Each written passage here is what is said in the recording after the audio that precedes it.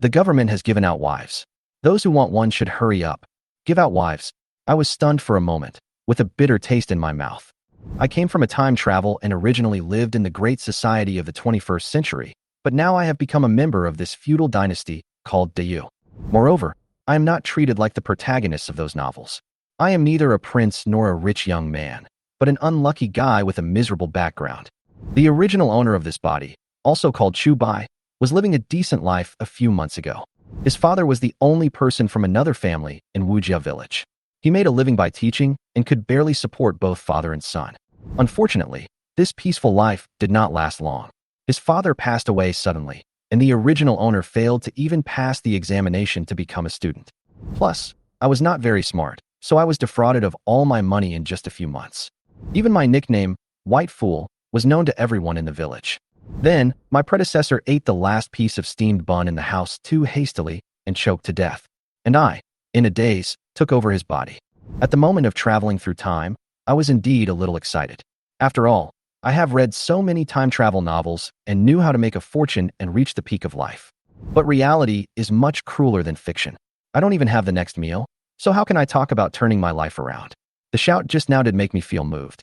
Years of war in the Dayu dynasty led to a serious imbalance in the ratio of men to women. In order to stimulate population growth, the court stipulated that men and women at the age of 18 must get married. Otherwise, they would have to pay a fine of 500 coins each year. 500 coins? Ordinary people work hard for a year and can only save a few hundred coins. How can they afford it? If they couldn't pay, they would be drafted into the front lines to die, and women's fate was even worse, as they were sent directly to government-run brothels.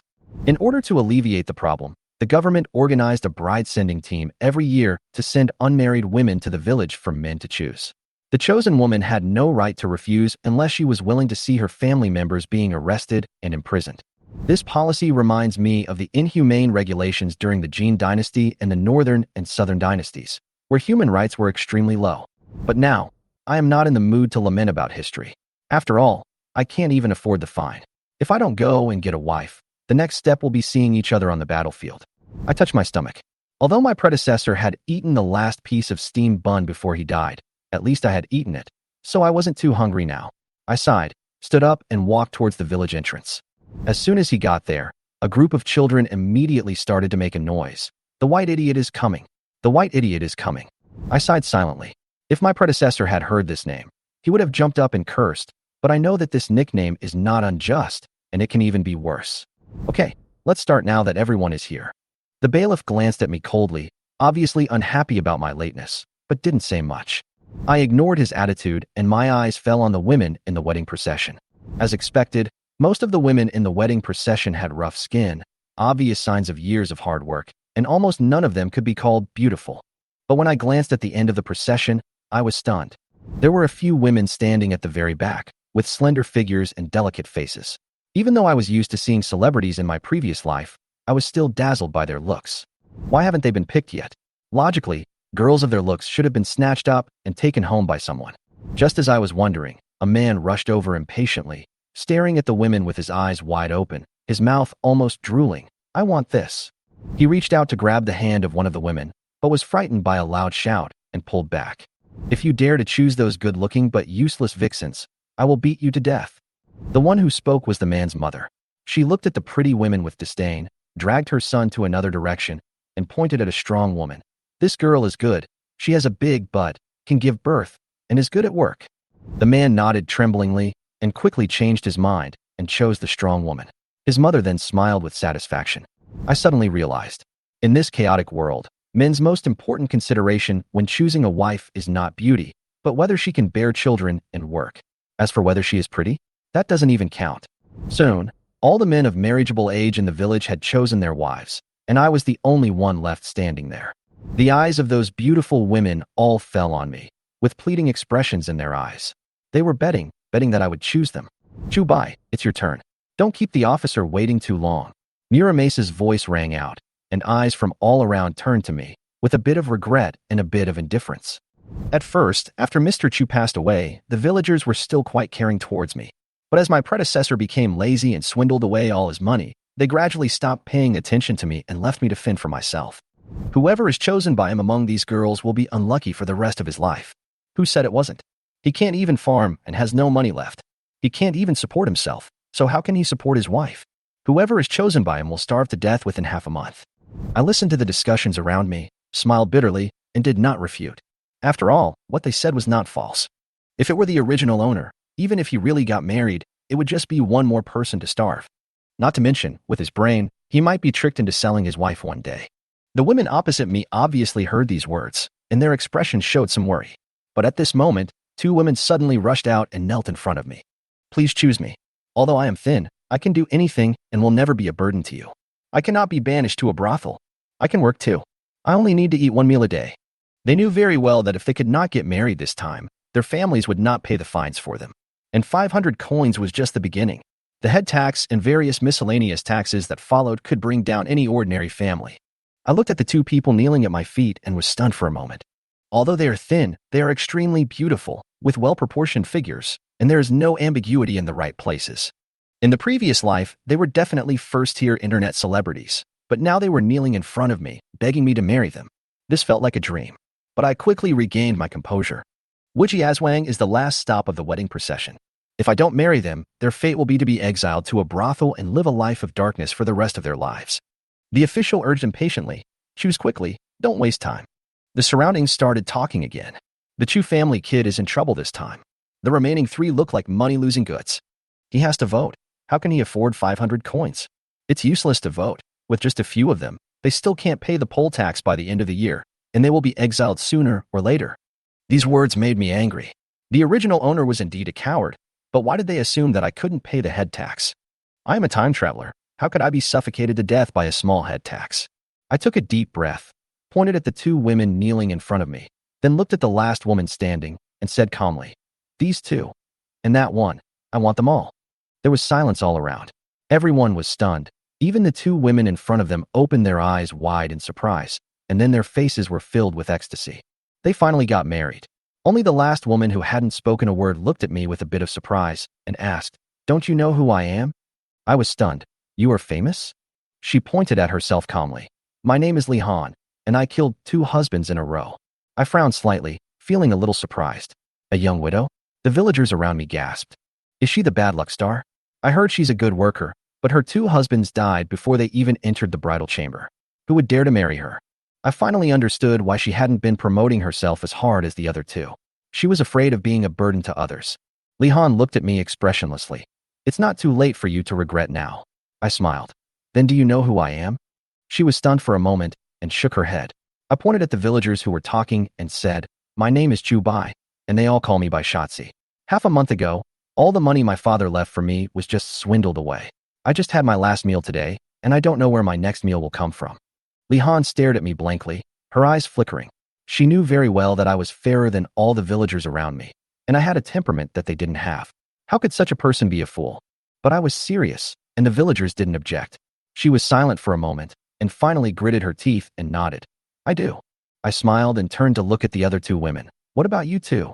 If you don't want to, you can change your mind now. The 2 looked at each other and shook their heads immediately. They were lucky enough to be married. Even if they had no food to eat in the future, it was better than living in a brothel. Okay, since you are all willing, then sign the documents quickly. The leading officer was delighted. He immediately took out the documents from Li Han and the other 2 and asked me to put my fingerprints on them. His mission of escorting brides this time was not an easy one. The fewer people he married off, the heavier the punishment he would receive. Now that I have married 3 of the most difficult money-losing girls in one go, it is simply good news from heaven for him. After signing and sealing, the officials left with all the documents, and the village returned to peace. However, the villagers who were watching could not help but shake their heads and sigh. Is the Chu family kid crazy? He actually married 3 women at once. He can't even support himself, so how can he expect these 3 money-losing women to support him? It's good enough that these 3 can survive. Why do they want to support others? Maybe he is just giving up and wanting to have some fun before he dies. Don't talk nonsense. I think the Chu family kid has inherited Mr. Chu's kindness and wants these poor people to live a few more days. These comments made the 3 women look a little ugly. I smiled slightly, reached out and held one of them's hand and comforted her. Ignore them. Come home with me. After saying that, I turned and left. The 3 women looked at each other and followed closely behind me. The villagers all shook their heads and dispersed when they saw this. Only a few naughty kids followed us excitedly, shouting all the way, "The Chu Bai is getting married!" If it were in the past, anyone who dared to shout like this in front of Chu Bai would probably be scolded by him. But I don't care. What really makes me helpless is that I am worried that the three girls will feel uncomfortable after hearing these words. So, I looked back at those naughty kids and suddenly said with a smile, "You guys have stewed meat at home today. If you don't go back quickly, your parents will eat it all, and then you won't admit it." The naughty kids were stunned for a moment, their eyes showing desire. "You lied to us. It's not New Year's Day. How can we eat meat?" "Think about it," I said with a mysterious smile. "Today, so many people are getting married, so of course they have to eat meat to celebrate. If you don't go back, you will definitely not get to eat anything." The naughty kids looked at each other and thought it made sense, so they immediately ran home, not forgetting to say something cruel. "Just wait, you idiot. If you cheat us, we'll come back to settle the score with you." I couldn't help but laugh. If these little brats dared to go home and ask for meat, they would definitely be beaten up. Finally getting rid of the naughty kid, I turned to look at the three girls and said with a smile, "Excuse me for making you laugh. My house is just in front." Several people followed me to the door of my house. When they saw my neat little yard, a hint of surprise flashed in the eyes of the three women. Although it is not luxurious, it is already a very spacious house in Wujiazwang. Apart from Muramace's family, I'm afraid no one lives better than me. After all, Mr. Chu was a scholar in his time, and his foundation was much better than that of ordinary villagers. But when I opened the door and the scene inside came into their eyes, the surprise instantly faded away and was replaced by loss. There was not even any decent furniture in the empty house. The walls were bare, and the house looked shabby. I sighed and said bluntly, "Although this yard is still presentable, there is nothing left at home. I don't even know where my next meal is going to come from. If you regret it, it's not too late to leave now." The three women looked at each other, but without hesitation, they said in unison, "We will never regret it." Their eyes were full of determination, even a little grateful. Obviously, they all thought that I married them just to let them live a few more days. But I knew in my heart that although this was indeed a consideration, the more important thing was that I did not think I would not be able to pay the poll tax. I am a time traveler. I can find some way to make money. By the end of the year, I will be rich, but at least I will have enough food to eat. By then, I can support not only 3 women, but also 30 or 300 women. But if I say this now, I'm afraid they won't believe it, and I'm too lazy to explain. You guys take a rest first. There's no food at home. I have to find something to exchange for food. I got up and started searching around the house. However, after searching for a long time, they didn't find anything valuable. The corner of my mouth twitched, and I cursed in my heart. This damn original owner actually spent all the things that could be sold in the house, and there is not even a penny left. Just when I was feeling a little embarrassed, a woman suddenly spoke up. Husband, don't panic. Before I left home, my family gave me some private money as a dowry. Although it's not much, please don't despise it." After saying this, she pulled out a washed white purse from her bosom and poured out a small amount of silver and a few copper coins. Seeing this, Li Han and another woman also took out their dowries. "Husband, this is mine." I looked at the money on the table, and a hint of surprise appeared in my eyes. Although it only adds up to 20 or 30 cents, it is enough for us to have a few full meals in this era of relatively affordable prices. I took the change and copper coins handed to me by the 3 women, feeling a little complicated. It is indeed a bit embarrassing to spend my wife's money on the first day of my marriage, but there is nothing I can do about it. My predecessor was such a spendthrift that he didn't even leave me a blade of grass. Fortunately, although this money is not much, at least it can keep me from starving temporarily. Otherwise, even if I come up with more ways to make money, it will be useless if I starve to death. You guys take a rest first, I'll go buy some food. I was about to go out, and just as I opened the door, I bumped into someone. "Are you blind? Don't you see your master Lai Zi?" The familiar scoundrel voice made my heart sink. Wu Laizi. Wu Jiazwang was a well-known scoundrel. His previous life's money was swindled away by others, and he was definitely one of the heroes. If it weren't for him, perhaps I wouldn't have to use my wife's money to buy food on my first day of marriage. "Wu Laizi, what are you doing here?" I frowned and stared at him with an unfriendly tone. In the past, when his predecessor's money had not been swindled away, Wu Laizi would come to him every few days. But since he became a pauper, Wu Laizi was too lazy to even pretend to be polite. Today, he took the initiative to come to his door, and he definitely had no good intentions. Wu Laizi grinned and said, "Brother, I heard that you married 3 wives in one go, so I came here specially to congratulate you." "Congratulations?" I sneered. With empty hands. If it were someone else, they would probably feel embarrassed if I said that.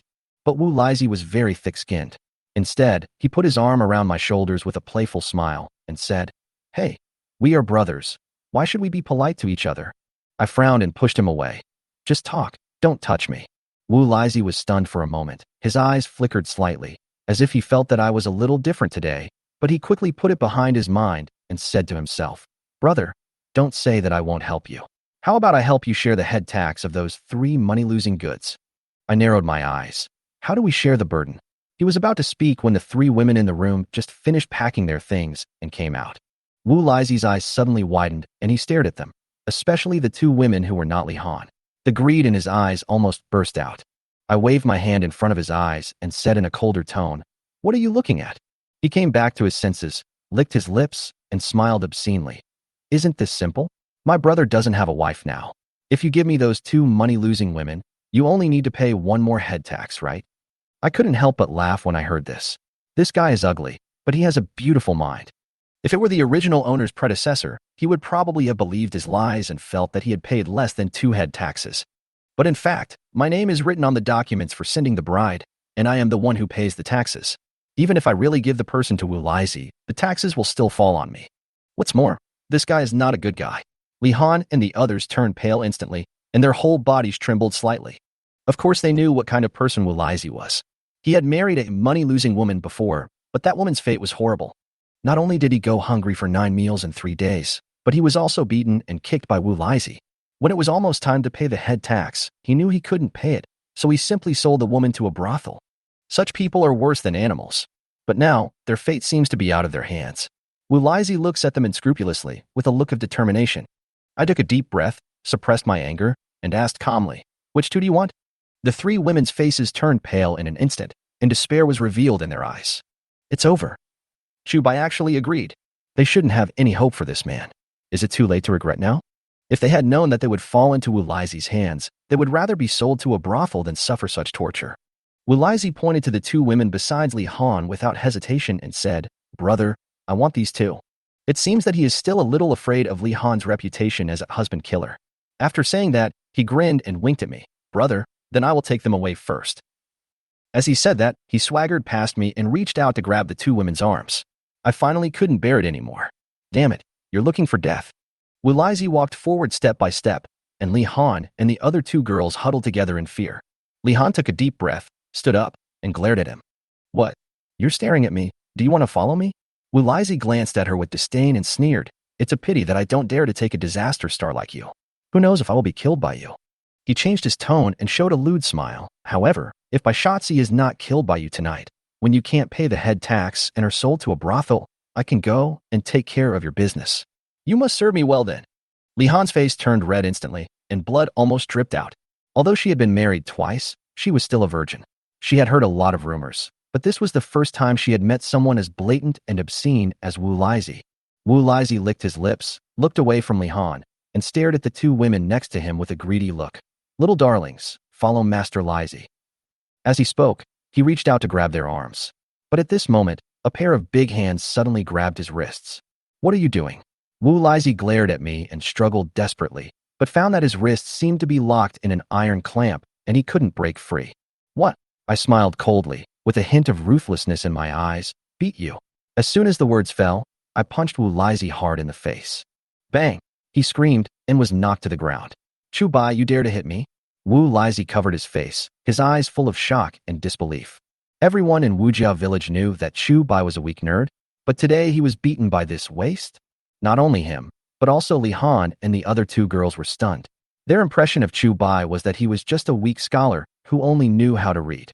They didn't expect that he would beat them up as soon as he said so, and he was so cruel.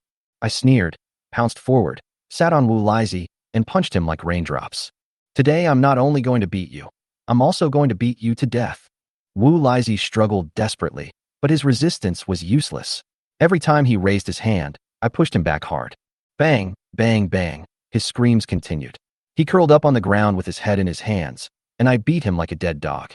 Husband, stop hitting me." Li Han's 3 daughters turned pale. They were afraid that I would really beat Wu Laizi to death, so they hurried forward to grab me. If I beat him to death again, although Wu Laizi was a scumbag, it was still a life after all. If I really beat him to death, I would probably get into trouble. Wu Laizi took the opportunity to run towards the gate, gasping for breath as he grabbed the gate, staring at me fiercely. Chu Bai, just wait for me. I will kill you sooner or later. My eyes turned cold and I picked up a wooden stick. I'm going to kill you right now. Wu Laizi was so frightened that his face changed, and he quickly opened the door and tried to run. But just as he took a step, a big foot suddenly kicked him. Bang! He was kicked and flew a dozen feet away. He fell heavily to the ground and rolled several times, completely dizzy. Who the hell kicked you? Wu Laizi got up, roared, and turned around to see a figure standing at the gate. I was also slightly startled. Uncle Wu? I have seen this person in my previous life. Uncle Wu was a veteran in the army. I heard that he had fought many battles with a certain important figure. He had a frightening aura. Later, he was discharged from the army and returned to the village because of an injury to his right hand. In the entire Wujia village, he was probably the only one who could really scare people like Wu Laizi. I didn't miss this opportunity. I gripped the stick tightly and smashed it hard at Wu Laizi. Wu Laizi's eyes were filled with fear, and he had no time to dodge, so he could only close his eyes and wait for death. But the next moment, a hand suddenly stretched out and firmly grasped my wooden stick. Wu Laizi was stunned, and he rolled and crawled to the side, gasping for breath in shock. I stared at the man in front of me, shocked. My blow was so powerful, but he caught it without any injury. Uncle Wu, are you going to protect him? Uncle Wu shook his head and looked at me calmly. You just got married. If you kill him and get into trouble, what will happen to the three of them? I snorted coldly. Killing this kind of scum is also to eliminate harm to the people. The villagers will not report it to the police. Uncle Wu said calmly. Even if the villagers don't report him to the authorities, don't forget that he has many cronies who will do anything for a little benefit. I frowned slightly. Indeed, Wujiazwang is a small place, and what happened today must have spread. If those ruffians like Wu Laizi had evil intentions and caused trouble for Li Han and the others when I'm not at home, that would be real trouble. I gritted my teeth, pointed at Wu Laizi and said, but since he said such harsh words today, he will definitely take revenge on me someday. Uncle Wu Sen pondered for a moment, then suddenly reached out and grabbed the stick from my hand and walked straight to Wu Laizi. Uncle San, what? What do you want to do? Wu Laizi was so scared that he stammered and his face turned pale. He was not afraid of me, but only of Uncle Wu. Uncle Wu did not say anything, but just clenched the stick tightly and chopped it hard. Snap! The wooden stick, as thick as a bowl, broke into two pieces in an instant and fell to the ground. Wu Laizi's face turned pale, and he didn't even dare to breathe. Uncle Wu looked at him coldly and said in a low voice, if you dare to cause trouble for Chu Bai again, I guarantee that your fate will be the same as this stick. Wu Laizi nodded quickly, like a chicken pecking at rice, and kept saying, I won't dare, I won't dare. Uncle Wu's eyes darkened and he shouted coldly, get out. Wu Laizi fled away, looking extremely embarrassed. I looked at his back, feeling somewhat unwilling, but at least for now, he would not come to cause trouble again. Uncle Wu, is there something that brings you to my house? I looked at Uncle Wu, feeling a little confused. My home is in the middle of the village, and he lives at the entrance of the village. He would never pass by here normally, so it was obvious that he came here specifically to find me. Uncle Wu nodded slightly and said calmly, when your father was alive, he helped my boys a lot. You are newly married, and there are more people in your family, so I brought some food here. After saying that, he walked to the door, took out a small bag of food from behind, and put it on the ground. It's a gift. He turned around and left without saying anything else. I looked at the food on the ground and was slightly shocked. In those days, food was more precious than anything else. In order to survive, the villagers had to eat even tree bark and grass roots. Although corn is not the best food, it is a rare fine grain that people can only eat a little bit during festivals. Uncle Wu's life was as difficult as that of everyone else in the village, and this bag of corn was probably the most his family could afford. I sighed and handed the corn to Li Han. Oh, it's corn. Li Han opened the bag in surprise, his eyes full of disbelief. There is food, so we won't go out today, let's eat first. I smiled. The three girls nodded repeatedly, their eyes showing a bit of joy and also a bit of unbearable hunger. Husband, where's the kitchen? Li Han asked cautiously. I pointed to the room next door and said, over there. They looked at each other and immediately went into the kitchen to get busy. They were newly married and didn't know each other well enough, so they were a little reserved and didn't want me to think they were lazy. Not long after, the three of them came out with a bowl of yellow rice soup. Li Han held the bowl in both hands and handed it to me. Husband, this bowl is yours, you eat first. I looked down and saw that there was very little corn in it, and it was almost all clear soup. I didn't answer, but asked calmly, what are you eating? Li Han's eyes dodged for a moment. and she said softly, "After my husband finishes eating, we'll eat later." My heart sank slightly. I had guessed their plan, and without saying anything, I went straight into the kitchen. Husband, husband. Two women were holding bowls in the corner, sipping soup carefully. When they saw me come in, they quickly put down their bowls and lowered their heads like children who had done something wrong. I looked at the 3 bowls on the stove. There was even less corn in them, almost indistinguishable from plain water. Li Han hurriedly followed in, saying nervously, "Husband, I'm sorry, it's our fault." I turned around and stared at them, and asked in a deep voice, "Do you know what you did wrong?" The 3 girls lowered their heads and dared not speak. One of them hesitated for a moment and whispered, "Sorry, we are too greedy. From now on, all these corns will be left to your husbands. We will never dare to steal them again." I was stunned for a moment, then frowned. "Leave it all to me? Then what will you eat?" She whispered, "Let's go dig some wild vegetables to eat." Hearing this, I suddenly felt angry. "Go out and wait." The 3 girls panicked, their eyes slightly red. They knew that they would be bullied after getting married, but they didn't expect that day to come so soon.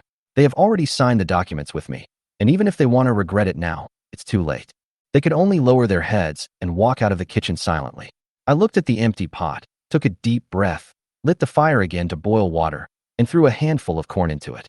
After the water boiled and the rice porridge became thick, I turned off the fire and scooped out 3 large bowls and placed them on the stove. "Come in." The 3 girls walked into the kitchen nervously, and the first thing they saw was 3 large bowls of corn porridge on the stove. Their hearts sank, and they immediately understood what I meant. It's over. This bag of corn could have lasted for 5 or 6 days, but now most of it has been consumed in this meal. They can't even last 3 days. What are you standing there for? Eat quickly, I said calmly. 1 bowl per person, you must finish it. The 3 girls were stunned and looked at me in surprise. "Husband, we were really wrong." A woman suddenly knelt down and begged for mercy with some fear. "Please forgive us. We will never dare to eat secretly again." I looked indifferent and said calmly, "I will sell out whoever can't finish it." The 3 women's hearts sank to the bottom in an instant, and despair was revealed in their eyes. Just now, I taught Wu Lizzie a lesson, and they were grateful and felt that they had married the right person. But now, I am forcing them to eat in this way. Li Han took a deep breath, looked at the 2 women, and sighed. "Eat. Even if you are really sold, you have to have a full meal first." She picked up the bowl and lowered her head to drink. The other 2 women gritted their teeth and followed suit. At first, they drank in small sips, wishing to savor every grain of rice slowly, but soon, they began to wolf it down. Ever since they were treated as money-losing goods by their family, they haven't had a full meal for many days, let alone corn porridge. After a while, the 3 of them drank up all the rice porridge in the bowl and even licked the soup clean. After eating, they couldn't help but burp, then lowered their heads with red faces, feeling a little ashamed. I looked at them and felt a wave of emotion in my heart. This meal was just ordinary corn porridge for me, but for them, it was a rare luxury. I put down the bowl and whispered, "Don't do this again in the future." The 3 girls were startled and looked up at me. I said calmly, but with unquestionable determination, "From now on, we will eat together. If anyone tries to save the good things again, I will really sell her out." The 3 girls' eyes were slightly red, and a sense of warmth inexplicably surged in their hearts. They originally thought that I was trying to make things difficult for them, but now they understand that I just wanted them to have enough food. Li Han bit her lips and whispered, "Husband, thank you." I waved my hand. "Okay, wash the dishes and go to bed early." The 3 girls nodded heavily, picked up the bowls, and walked out of the kitchen. There was no longer fear in their eyes, but a hint of security. I looked at the 3 girls and said jokingly, "Haha, isn't this a good eater?" The 3 of them suddenly became nervous and looked a little flustered. Husband, we don't eat much on weekdays. We just haven't eaten corn for a long time today, so we drink a little more. Please don't sell us to a brothel." One of the women was afraid that I would think they ate too much, so she quickly defended herself. I couldn't help but smile. "When did I say I would sell you to a brothel?" "Ah." The 3 of them were stunned and looked at me in surprise. "But my husband just said, whoever eats the least will." She paused in the middle of her words and instantly realized her misunderstanding. "Yes, I did say whoever eats the least will be sold, but I never mentioned selling it to a brothel." The 3 of them just relaxed a little, but instantly became nervous again. If she wasn't sold to a brothel, where would she be sold to? Li Han's eyes darkened slightly, and he asked tentatively, "Are you going to sell us to those wealthy families?" There was a hint of caution in her voice. She had a good sister who was sold to a wealthy family in the city because she couldn't pay the fine and head tax. But less than 2 months later, She committed suicide by jumping into the river. I shook my head. I don't have such plans for now. Then where are you going to sell us? Li Han looked even more uneasy. I smiled helplessly, but before I could say anything, the woman who had been silent all this time suddenly said softly, I understand now. My husband didn't want to sell us, but he was afraid that we wouldn't have enough to eat. So he deliberately frightened us and let us eat more corn porridge. I raised my eyebrows and looked at her. I didn't expect that there was someone who understood the situation here. Li Han and the other woman were stunned for a moment, looked at each other, and instantly understood the key. They were used to being frugal. When they were at their parents' home, they were treated as money-losing goods and were mistreated everywhere. Even now that they are married, they still subconsciously don't want to eat good food. If it weren't for my threat, they would at most drink a few mouthfuls of rice soup and dare not eat all the corn. Thinking of this, Li Han and the other woman's eyes turned slightly red and tears quietly rolled down. They had been married to me for only one day, and they thought they would be treated harshly, beaten and scolded, but I didn't expect that not only did I not make things difficult for them, but I also forced them to eat enough. Seeing the two of them crying, I quickly changed the subject. Don't cry yet. We are considered a family now, but I still don't know your names. Apart from Li Han, I don't know the names of the other two. The woman who had revealed my thoughts stood up and bowed gracefully. My husband, my name is Lin Siener. You can call me Siener. I nodded and praised with a smile. Siener, what a good name. Then she looked at the other person. She was a little shy and timidly stood up, imitating Lin Siener's manner of bowing and saying, Husband, my name is Su Qing, and you can call me Qinger. Great. Qinger is a good name too. Li Han, Lin Siener, and Su Qing. These are my 3 newlywed wives. Although we didn't know each other before, since we entered the same door, we will be a family from now on. I looked at the 3 girls and said seriously, moreover, I will do my best to ensure that you have enough food to eat every day. Not only enough, but also good food. The 3 of them were stunned, with a hint of disbelief in their eyes. Before they got married, they had already prepared for being treated harshly, and even thought about being beaten and setting rules. Li Han knew even more clearly that in this era, the first thing to do after getting married is to establish authority. She was married twice, and was not only beaten and scolded by her husband and parents-in-law, but was also forced to do the hardest work, eat the worst meals, and was not even qualified to sit at the table to eat. But now, not only did I not do anything, I even promised to feed them well. This sounds like a fairy tale. However, they didn't take my words seriously, thinking that I had been cheated out of all my money. How could someone who couldn't even support himself support them? Seeing the disbelief in their eyes, I didn't explain much. When I make money, it will speak louder than 1,000 words. Besides, I have already figured out a way to make money. Now I just need an opportunity. At this moment, a woman's cry suddenly came from outside. The cry was miserable, and the sound of curses and whipping could be heard faintly. The expressions of the 3 women instantly became unnatural, especially Li Han, whose body trembled slightly. She certainly knew what the cry meant. Today, the men who had chosen their wives from the wedding procession like me were establishing their authority. They believe that only by beating the new daughter-in-law will she be obedient in the future, do whatever they are told, and never dare to disobey her parents-in-law. I frowned. Although I didn't like this approach, I couldn't do anything about it. Well, we can't control other people's affairs, so let's take care of ourselves first. The 3 girls nodded with complicated expressions. Lin Siener and Su Qing's eyes flashed with a trace of relief. Fortunately, they married me. Otherwise, they would have been beaten to death tonight. I suddenly noticed that Li Han's face was pale and his expression was dazed, as if some bad memories were brought up. I frowned, took a step forward, gently held her hand, and said in a low and gentle tone, Don't think about the past. We should look forward. Li Han's body trembled violently, and she instinctively wanted to retract her hand, but after realizing it was me, she quietly relaxed. How great it would have been if the men she had married before were people like Chu Bai. Every time she was sent to a bride's house, it was a huge torture for Li Han. If no one chose her, she would be sold to a brothel. But even if someone chose her, it was not something to be thankful for. The first 2 times she got married, the first thing she did after entering the house was to be beaten. After being beaten, she was assigned by her parents-in-law to do the most tiring work. But before she could enter the bridal chamber, both of her husbands died unexpectedly. One went fishing in the river and was washed away by the flood. The other was bitten by a poisonous snake while working in the field and died. From then on, she was regarded as a disaster by everyone, and no one dared to marry her except me. What's worse, both of her in-laws believed that she was the one who killed their sons, so they took out all their resentment on her. She was beaten and scolded every day, forced to do the most tiring work, eat the worst food, and even nearly fainted several times. But when it was time to pay the poll tax, she was sent back by her in-laws. They would rather send her back than pay another head tax. That's why, even though she'd been married twice, she still appeared in the wedding procession. Because those who have been broken off from an engagement don't count. Thinking of this, Li Han suddenly pushed my hand away and said with all her courage, "My husband, I am an unlucky person. Otherwise, why don't you just divorce me?" I was stunned for a moment. Then I remembered what she said when she was escorting the bride. I smiled gently and held her hand again. "Silly girl, have you forgotten what I told you? Even if you are a disaster star, I am still a fool." I smiled and joked. A fool and a disaster star. Aren't they a match made in heaven? This statement had almost no persuasive power, but Li Han was stunned and felt a warm feeling in his heart.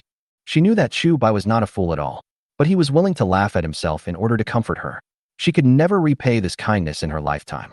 Husband, but I will kill you." She lowered her head and tears fell quietly. She felt the long-lost warmth from Chu Bai. She was reluctant to give up this warmth, but she was even more unwilling to kill Chu Bai because of herself, and even more unwilling to implicate Lin Xianer and Su Qing. I smiled helplessly.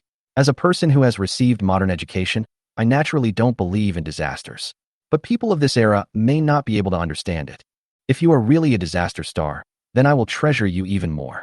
I said seriously, "If anyone offends me in the future, I will just put you in their home, and everyone in their family will die, right?" Li Han was startled for a moment, then burst into laughter. Seeing a rare smile on her face, I breathed a sigh of relief and quickly looked at Lin Xianer and Su Qing. "Xianer, Zheng, tell me, is this the truth?" The two nodded subconsciously. They were also worried that Li Han would kill Chu Bai, but they understood Li Han's pain better. As money-losing people, they know better than anyone how it feels to be regarded as a disaster and disliked by their families. Especially Lin Xianer. Her family was originally a wealthy family in the county, but because of the decline of her family, her life suddenly fell to the bottom. Her once loving family members have been critical of her ever since then, not only calling her a money loser, but also calling her a disaster star. If it weren't for her, they wouldn't have fallen to this point. Su Qing's experience wasn't much better. So, although they were afraid that Li Han would really kill Chu Bai, they didn't want her to be divorced. "Sister Li Han, you can't be confused. Yes, your husband is so good. Are you really willing to miss him?" Lin Xianer and Su Qing hurriedly persuaded her, fearing that she would do something stupid. Li Han hesitated, feeling conflicted. On the one hand, she didn't want to implicate Chu Bai and her two sisters. But on the other hand, she knew that she would probably never meet someone like Chu Bai again in her life. But she took a deep breath, her eyes firm again. "Husband, you still take me." But before she finished her words, I interrupted her. "Have you ever thought of a possibility?" I looked at her seriously and said, "We are already husband and wife now. If you are really a bad luck star, you would have brought bad luck to me a long time ago. So, even if I divorce you now, it's too late." Li Han was stunned, and her expression froze. She suddenly realized that she had married Chu Bai. If she is really a disaster star, then she has already harmed Chu Bai. "Don't think too much," I said with a smile. "Ladies, it's getting late now. Why don't we get down to business first?" Hearing this, the three of them blushed. They knew what was going to happen next. The countryside is different from the city. There is not much entertainment. At night, the whole village can be filled with that depressing sound, accompanied by the barking of dogs. I looked at the three of them with a smile and asked, "Ladies, who will come first, if possible? Of course I would like to sleep in the same bed. After all, this is the dream of many men. But they are all virgins after all, and if they were allowed to do it together, they would probably be too shy. So, I decided to do it one by one." All three of them lowered their heads, twisted the corners of their clothes nervously, and even their bodies were shaking slightly. I rolled my eyes and said with a smile, "Xianer, how about you go first?" Lin Xianer didn't raise her head, but just lowered her head. I looked at Su Qing and was about to speak, but I saw Li Han suddenly stood up. Li Han hesitated for a moment, and finally mustered up the courage to whisper, "Husband, how about I go first?" Although she said this, her eyes were always on the ground, not daring to look up at me. She just realized that since she had become my wife, it was very likely that bad luck had been brought to me. Even if she wants to regret it now, it doesn't make much sense. In this case, it is better to accept her fate and this marriage completely, so that my kindness to her will not be in vain. Seeing this, Lin Xianer and Su Qing breathed a sigh of relief, but a trace of disappointment flashed in their eyes. They knew that since they had married me, they would have to enter the bridal chamber sooner or later. Moreover, the sooner they developed feelings for me, the more secure their future position would be. But they were all girls after all, and they were shy. So how could they be willing to be the first to stand up? If they were misunderstood as frivolous people, it would be too embarrassing. So, they tacitly did not speak, letting Li Han take the lead. I looked at Li Han's delicate face, and I couldn't help but feel a little bit of anticipation. Her appearance, even in her previous life, was definitely one of the most beautiful women. Coupled with her slightly thin figure, she looks a bit pitiful, which makes people feel pity for her. I couldn't help but joked, "Do you two want to come together?" Hearing this, Lin Xiener and Su Qing's faces turned even redder, and they waved their hands repeatedly. No, no more. Their voices were as low as mosquitoes, inaudible. I laughed and stopped teasing them. Well, I'll sleep with Li Han tonight, and you two can rest in the next room first. I knew they were shy, so I took the initiative to arrange for them to rest in the next room. After all, although my courtyard was simple, it had quite a few rooms. Yeah. Lin Xiener and Su Qing nodded, seeming to be relieved. After they left, I looked at Li Han and said with a smile, "Madam, let's go." Li Han nodded gently, her face blushing. Although she had been married twice, she was still a virgin. At her age, she would have just entered college in my previous life. If she were in modern times, she would probably still be the apple of her parents' eyes. At this time, night had fallen and the moonlight was dim. I could clearly see Li Han's slightly red cheeks in the dim light. She looks like a ripe red apple, making people want to reach out and touch her. I chuckled, and without saying anything, I picked her up. Li Han in my arms trembled slightly, and her body tensed up a little. She subconsciously lowered her head and shrank into my arms, her fingers twisted together with nervousness. "Husband." Her voice trembled slightly. I smiled softly. In the moonlight, I saw the nervousness and anxiety flashing in her eyes, and I immediately understood what she was thinking. So, I gently comforted her. "Don't be afraid, I will treat you well." Li Han was stunned for a moment, then slowly nodded, and the expression on her face gradually relaxed. I held her, opened the door, and walked in.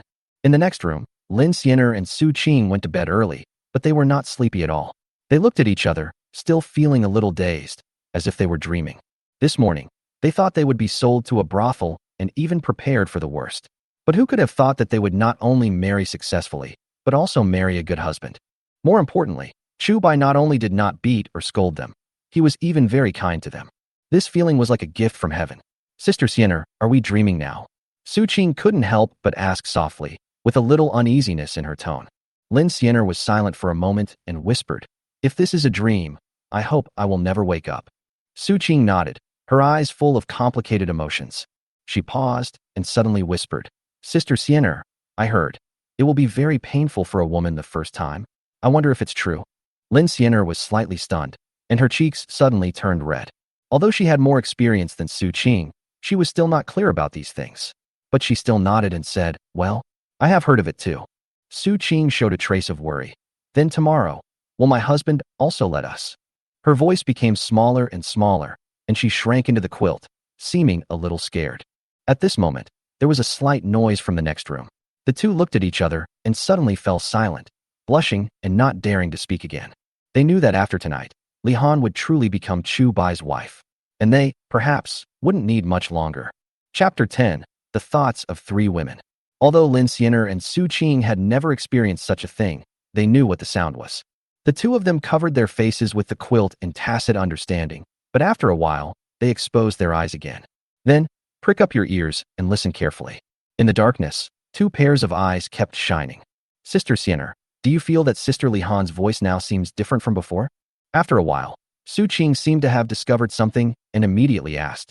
Lin Xiener listened carefully for a while and said, "Well, it seems to be different from before." Su Qing thought about it thoughtfully and said, "This matter doesn't seem to be that difficult." Long before she joined the wedding procession, she knew what would happen after being selected. Because of this, I worried many times. Normally, she is very afraid of pain, let alone doing that kind of thing. Even if she accidentally cut herself with a knife, she would cry for a long time. But as Li Han's voice gradually changed, she was surprised to find that this matter did not seem as difficult as she thought. Women in this era will eventually get married and have children. Lin Xiener listened to Li Han's suppressed voice and suddenly felt a little annoyed. Hearing Su Qing's words, Lin Xiener couldn't help but say, "How about you serve your husband tomorrow night?" Su Qing thought about it and didn't refuse. "Okay," she agreed immediately.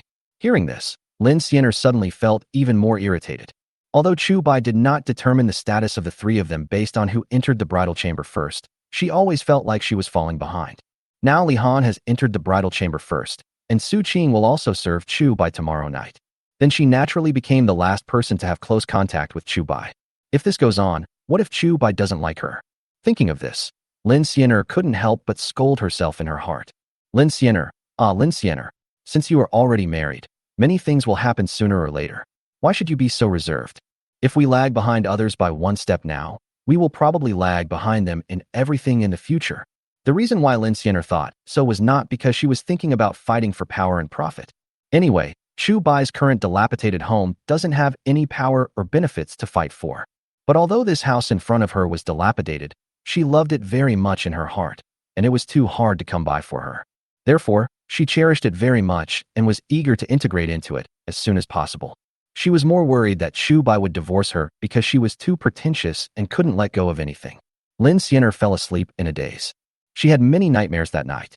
Among them, most of them were divorced by Chu Bai or even sold to brothels because she refused to sleep with him. It was not until the rooster crowed twice in the morning that Lin Xianer suddenly woke up from her sleep. The rooster has crowed twice. If she doesn't get up and work quickly, her brother and sister-in-law will definitely despise her for being lazy and call her a money loser. But the moment she opened her eyes, she found that the environment in front of her was not the familiar one, but a dilapidated courtyard. Lin Xianer immediately smiled happily. It turned out that yesterday was not a dream. She really married her husband, and she was not rejected and sold by her husband, as in her dream. Lin Xianer took a deep breath and made up her mind secretly. No matter what request Chu Bai makes next, even if it is unreasonable, she will try her best to satisfy it. At the same time, a figure suddenly flashed past Lin Xianer's eyes. That is Li Han. Lin Xianer quickly climbed up from the bed. Li Han got up so early last night to have sex with her husband, so what reason does she have to sleep in? What's more, she is no longer the spoiled young lady. Not only does she do everything by herself, but she is also more capable than others. When she walked out, she found that Su Qing had also gotten up and was constantly asking Li Han questions.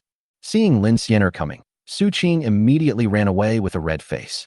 Sister, why don't you sleep a little longer today? Lin Xianer looked at Li Han quietly and found that Li Han's walking posture was a little strange. Li Han smiled slightly and said, I'm so happy that I can't sleep. She hardly slept well that night. This was not because of physical discomfort or other reasons, but because he was always worried that Chu Bai would be killed by himself. After all, she was a well-known disaster star in the surrounding villages, and she had killed 2 husbands in a row. It is precisely because of this that she is so eager to give herself to Chu Bai. In her heart, this is the only thing she can do to repay Chu Bai. Therefore, although she felt some pain last night, she still endured it and continued to cooperate with Chu Bai. Moreover, just when Chu Bai finished his work and was about to take a break, Li Han pestered him again. It's not that Li Han likes it, but she is worried that this night will be the last night for the 2 of them, so she wants to repay Chu Bai in this way one more time.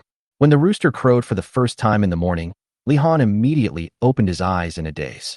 When she saw Chu Bai next to her, with his chest rising and falling vigorously, Li Han was so happy at that moment.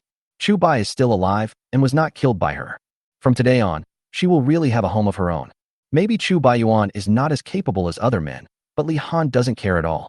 As long as Chu Bai treats her well, that's enough. Even if this little bit of good is shared with others. Because he always felt that everything in front of him was a little unreal, Li Han leaned his head on Chu Bai's chest for a moment. Li Han could clearly feel Chu Bai's heartbeat, so he happily threw back the quilt and got up to cook. When Lin Xianer heard Li Han's words, she was stunned for a moment, and then she understood why Li Han was happy. Although she didn't say it yesterday, she was also worried that Chu Bai would be killed by Li Han. Now that Li Han is so happy, it must be because her husband is still alive. Moreover, he is still alive and well. However, Lin Xianer was a smart person and did not say these words out loud. She rolled her eyes and asked, Sister Li Han, what did Sister Qing ask you just now? Hearing this, Li Han's face immediately turned red. She looked around and found that no one was paying attention to her, so she said, Qing asked me what my husband did last night. Hearing this, Lin Xianer's face immediately turned red. This audacious Su Qing actually asked such a shameful question. However, she was also very curious about how Li Han and Chu Bai did it. Well, does it really hurt? Lin Xianer took a deep breath and asked in a low voice. Li Han nodded and said, it was a little painful at first, but later. Chapter 11, Another Swindler. Lin Xianer's eyes lit up and she asked, how was it later? Li Han lowered her head, blushing, and said, my husband said he likes it very much. Lin Xianer was stunned for a moment. My husband said he liked it very much? What does this mean? But just when she wanted to continue asking, she saw Chu Bai coming out. Lin Xianer's pretty face immediately turned red, and she ran away quickly. Chu Bai was stunned for a moment and asked, "What did you talk about just now?" Li Han smiled faintly and said, "She asked me what I did with you last night." Forehead. Chu Bai's face suddenly became a little embarrassed. Although he was already married to Li Han, Lin Xianer and Su Qing, they had never met or even heard of each other's names before yesterday. Therefore, when Lin Xianer and Su Qing asked him about what happened between him and Li Han last night, he still felt a little embarrassed. However, since Lin Xianer and Su Qing have already married me, they won't be able to escape sooner or later. Husband, eat. Li Han brought out a bowl of corn porridge and handed it to Chu Bai. Chu Bai was a little surprised. He didn't expect that Li Han not only got up so early, but also had already prepared the meal. Thinking back to the fierce collision with Li Han last night, Chu Bai suddenly felt as if he was in another world. In his previous life, it was extremely difficult for him to find a wife. Not to mention the sky-high bride price, there is also the colorful and green scene and nothing moving. All of these are out of date. Before he traveled through time, the popular ones were 2-swing, 3-side, 4-wheel, 5-metal, and 6-master. And now, not only did he get 3 beautiful wives without spending a penny, but each of them had fair skin, beautiful looks, and long legs. Even her personality is so virtuous and gentle. It just so happens that I have to go out for a while. Chu Bai took the corn porridge and said, "If anyone comes to trouble you when I'm out, call Uncle Wu you met last night." "Yeah, okay." Li Han didn't ask Chu Bai what he was going to do, and agreed immediately. After Chu Bai finished his meal, he left Wujiazwang directly. Although Uncle Wu sent him some food yesterday, the corn alone would not last him 2 days. Moreover, even if the 3 women brought some dowry, they could not buy much food. Therefore, Chu Bai had to find a way to make money. Otherwise, let alone living a shameless life with 3 wives, it would be a miracle if he could survive until the time to pay the head tax. After dinner, Chu Bai made a special trip to say hello to Uncle Wu and asked him to keep an eye on the 3 women in his family. He had just beaten Wu Lizhi yesterday. If Wu Lizhi came to seek revenge when he was not at home, those 3 women would definitely not be Wu Lizhi's match. After leaving Wujiazwang, Chu Bai headed straight for the nearest town. Although it was the closest, it still took Chu Bai more than half an hour to get there. When he arrived in the town, Chu Bai did not take any action immediately, but strolled around. He has many ways to make money in his mind. For example, salt making, sugar making, textile making, and even opening restaurants. But all of these things require a huge investment of money. With the few things he had, he couldn't accomplish much. The only way that doesn't require much capital is to find a salt mine and extract some fine salt to sell. But smuggling salt was a capital crime in that era, and Chu Bai didn't want to get himself into trouble. Maybe making soap is also a good idea. But this thing is so simple that it is easy for people to learn it. At least, Chu Bai didn't want to take action immediately until he was sure that the formula in his hand could be kept secret. For a moment, Chu Bai was a little embarrassed. At this moment, a scoundrel-looking man suddenly appeared in front of Chu Bai. "Chu Bai." The man looked at Chu Bai in surprise and asked, "I heard that you married 3 money-losing wives yesterday, and each of them looked like a fairy?" Chu Bai looked at the man and quickly found the man's information from his previous life's memories. "Zhao San. The inheritance left by my previous father was cheated away by this guy. Since being cheated, the predecessor has looked for Zhao San many times, but Zhao San has avoided him every time. Unexpectedly, Zhao San would take the initiative to appear in front of me today. Soon, Chu Bai figured out the reason. Zhao San had never seen his predecessor before, firstly because he found his predecessor annoying, and secondly because he had cheated his predecessor of everything, and there was nothing left worth continuing to cheat on. Now that Zhao San showed up on his own initiative, it was simply because he heard that he had married 3 beautiful wives, and he had set his sights on the 3 of them. Chu Bai's lips curled slightly. He was just worrying about not having enough money, and Zhao San just came to his door. "Zhao San, you still dare to come to me?" Chu Bai pretended to be angry and immediately questioned loudly. Although he is not his predecessor, he still has to pretend to be someone he is in order to avoid being discovered by Zhao San. Zhao San expected Chu Bai to be angry, so he immediately said with a smile, "We are good brothers who share happiness and adversity. Why can't I come to you?" Chu Bai snorted, "Where's my money? Didn't you say you would pay me back after a few days?" Zhao San grinned, put his arm around Chu Bai's neck, and said, "We are brothers. Your money is my money, isn't it? I said I would pay you back in a few days, so why are you in such a hurry?" Chu Bai pushed him away in disgust and straightened his clothes. "Humph. If you don't want to pay back the money, I'll just treat it as feeding the dog."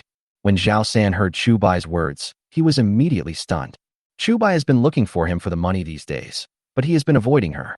Today he heard that Chu Bai had married 3 fairy-like money-losing wives and had evil intentions, so he took the initiative to greet Chu Bai. But unexpectedly, this idiot actually said that he didn't have to pay back the money. That's what you said.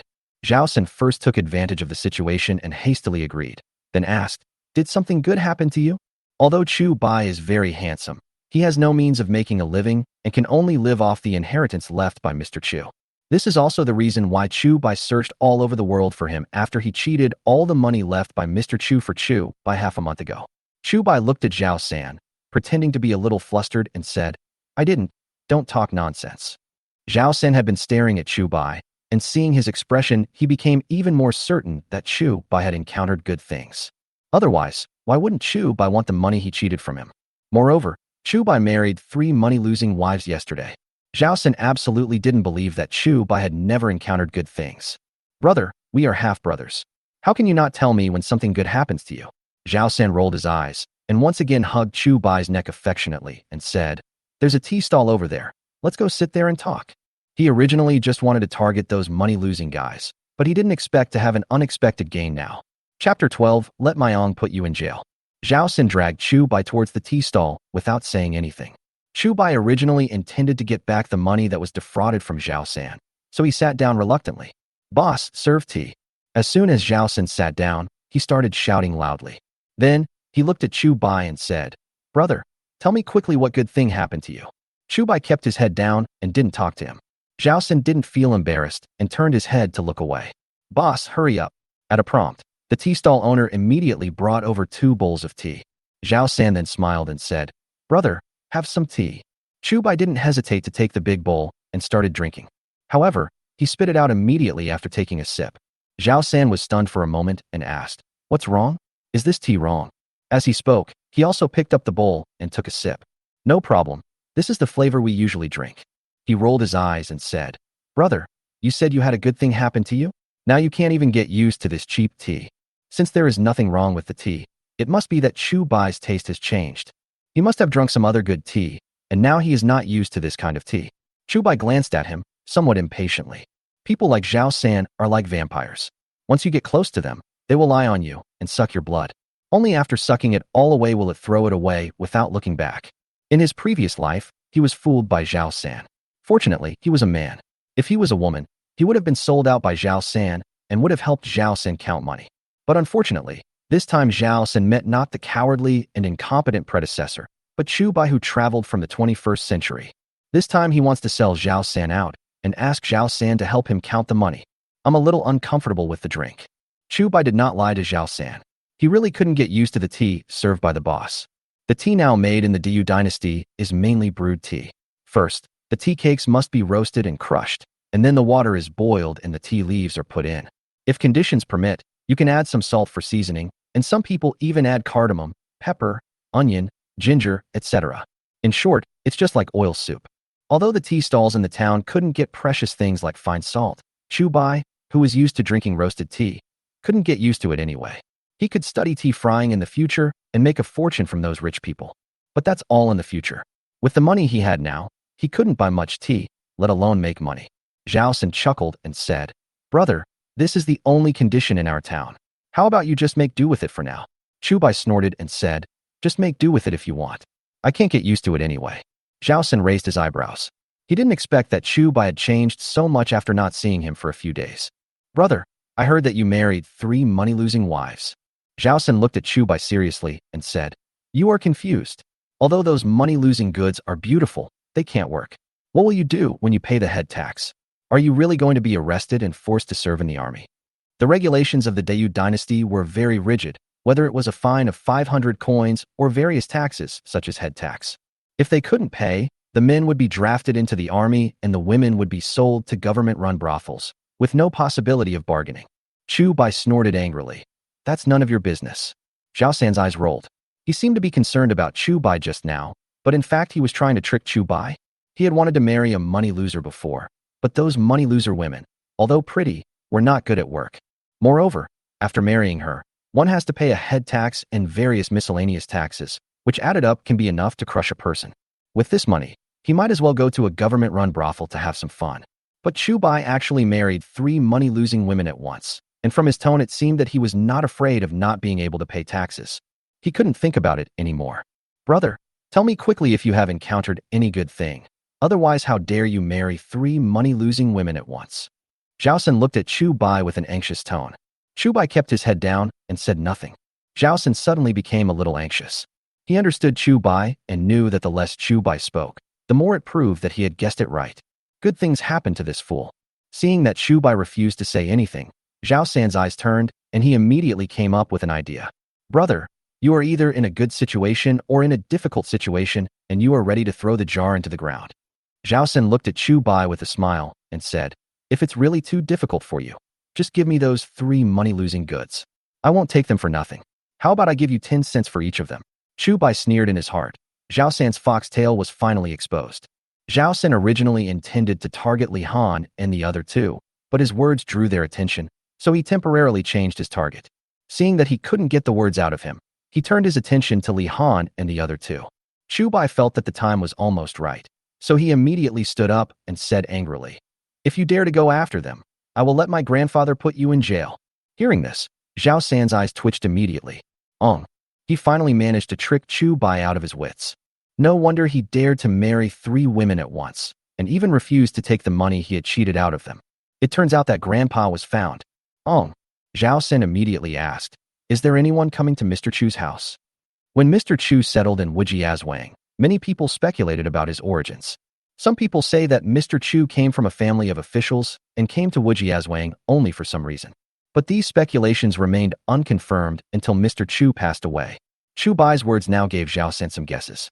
Mr. Chu's background must be extraordinary. It's just that Mr. Chu cut off contact with his family for some reasons. It was not until Mr. Chu passed away that his family came to find him. Otherwise, with Chu Bai being such a loser, he wouldn't dare to marry 3 money-losing wives. After hearing what Zhao San said, Chu Bai immediately pretended that he had said something wrong, with a look of regret on his face. Zhao San was more certain of his guess when he saw this, and immediately patted Chu Bai on the shoulder and said, we are half-brothers. How could you hide good things from your brothers? He was simply jealous. Why does Chu Bai, a loser, have such good luck? 99% of the people in Wujiazwang don't have enough food to eat, but Chu Bai has lived a life of plenty since childhood because of Mr. Chu. Now that Mr. Chu has passed away, I thought that loser Chu Bai would starve to death. But Mr. Chu's father showed up again. Why is this guy so difficult to deal with? Chapter 13, Half-Brothers.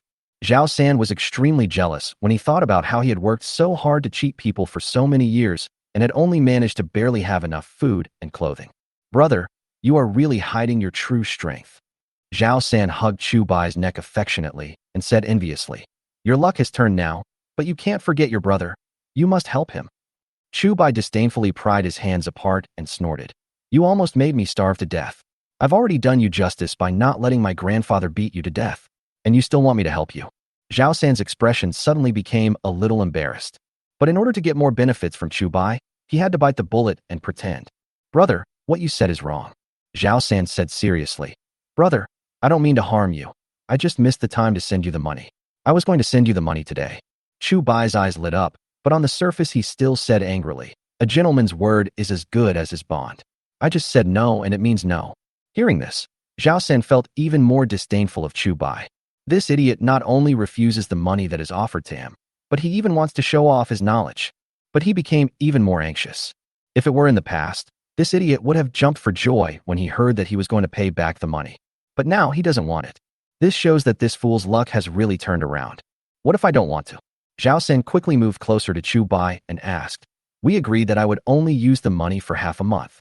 Now that half a month has passed, I will naturally return it to you with interest.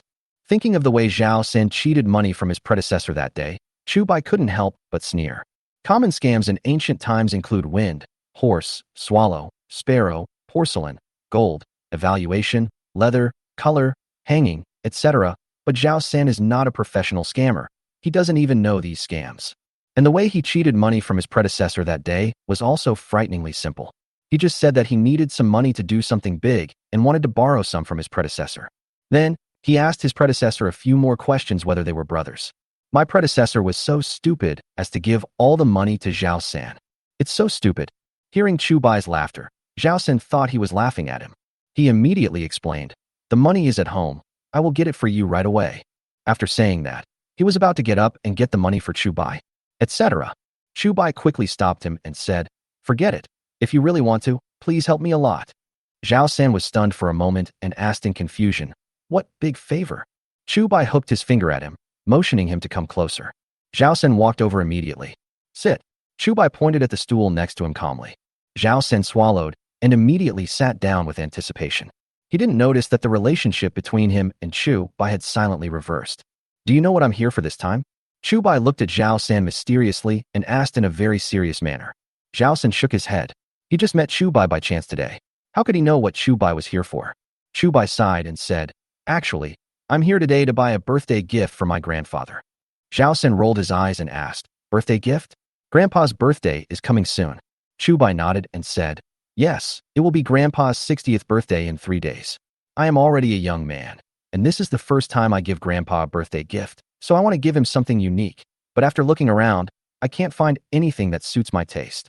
Hearing this, Zhao San immediately said excitedly, "That's easy. I have a lot of treasures at home. If you like any of them, as long as it can make Grandpa happy, you can use them freely." Chu Bai's heart moved. This guy was really fooled. Isn't this bad? Chu Bai was still a little reserved. What's wrong with that? Zhao San took Chu Bai and left. At this time, the tea stall owner shouted from behind, "You haven't paid yet." Zhao San glared and snorted. "Can your third master still miss out on your money? Wait." After that, he smiled hypocritically and said, "Brother, let's go." "Wait a minute." Chu Bai took out a purse from his pocket and deliberately weighed it in his hand, making a sound of silver and money colliding. Then he opened his purse and began to search for it with a frown. After a moment, he took out a small piece of silver and said, "It's you." After saying this, he threw the change to the tea stall owner. "This is the smallest amount of silver I have. I'll give it to you without any change."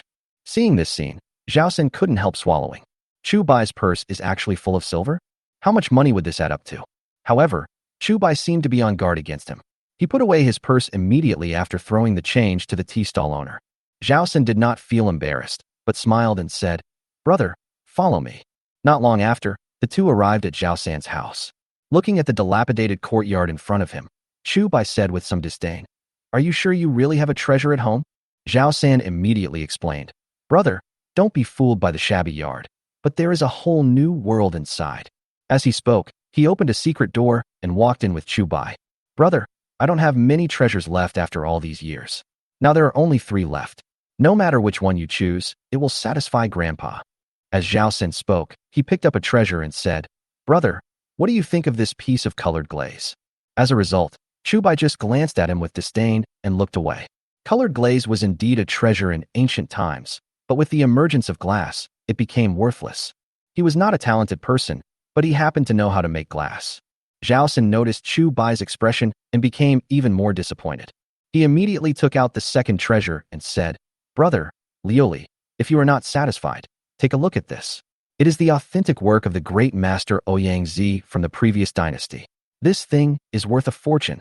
Hearing him say this, Chu Bai was also a little moved.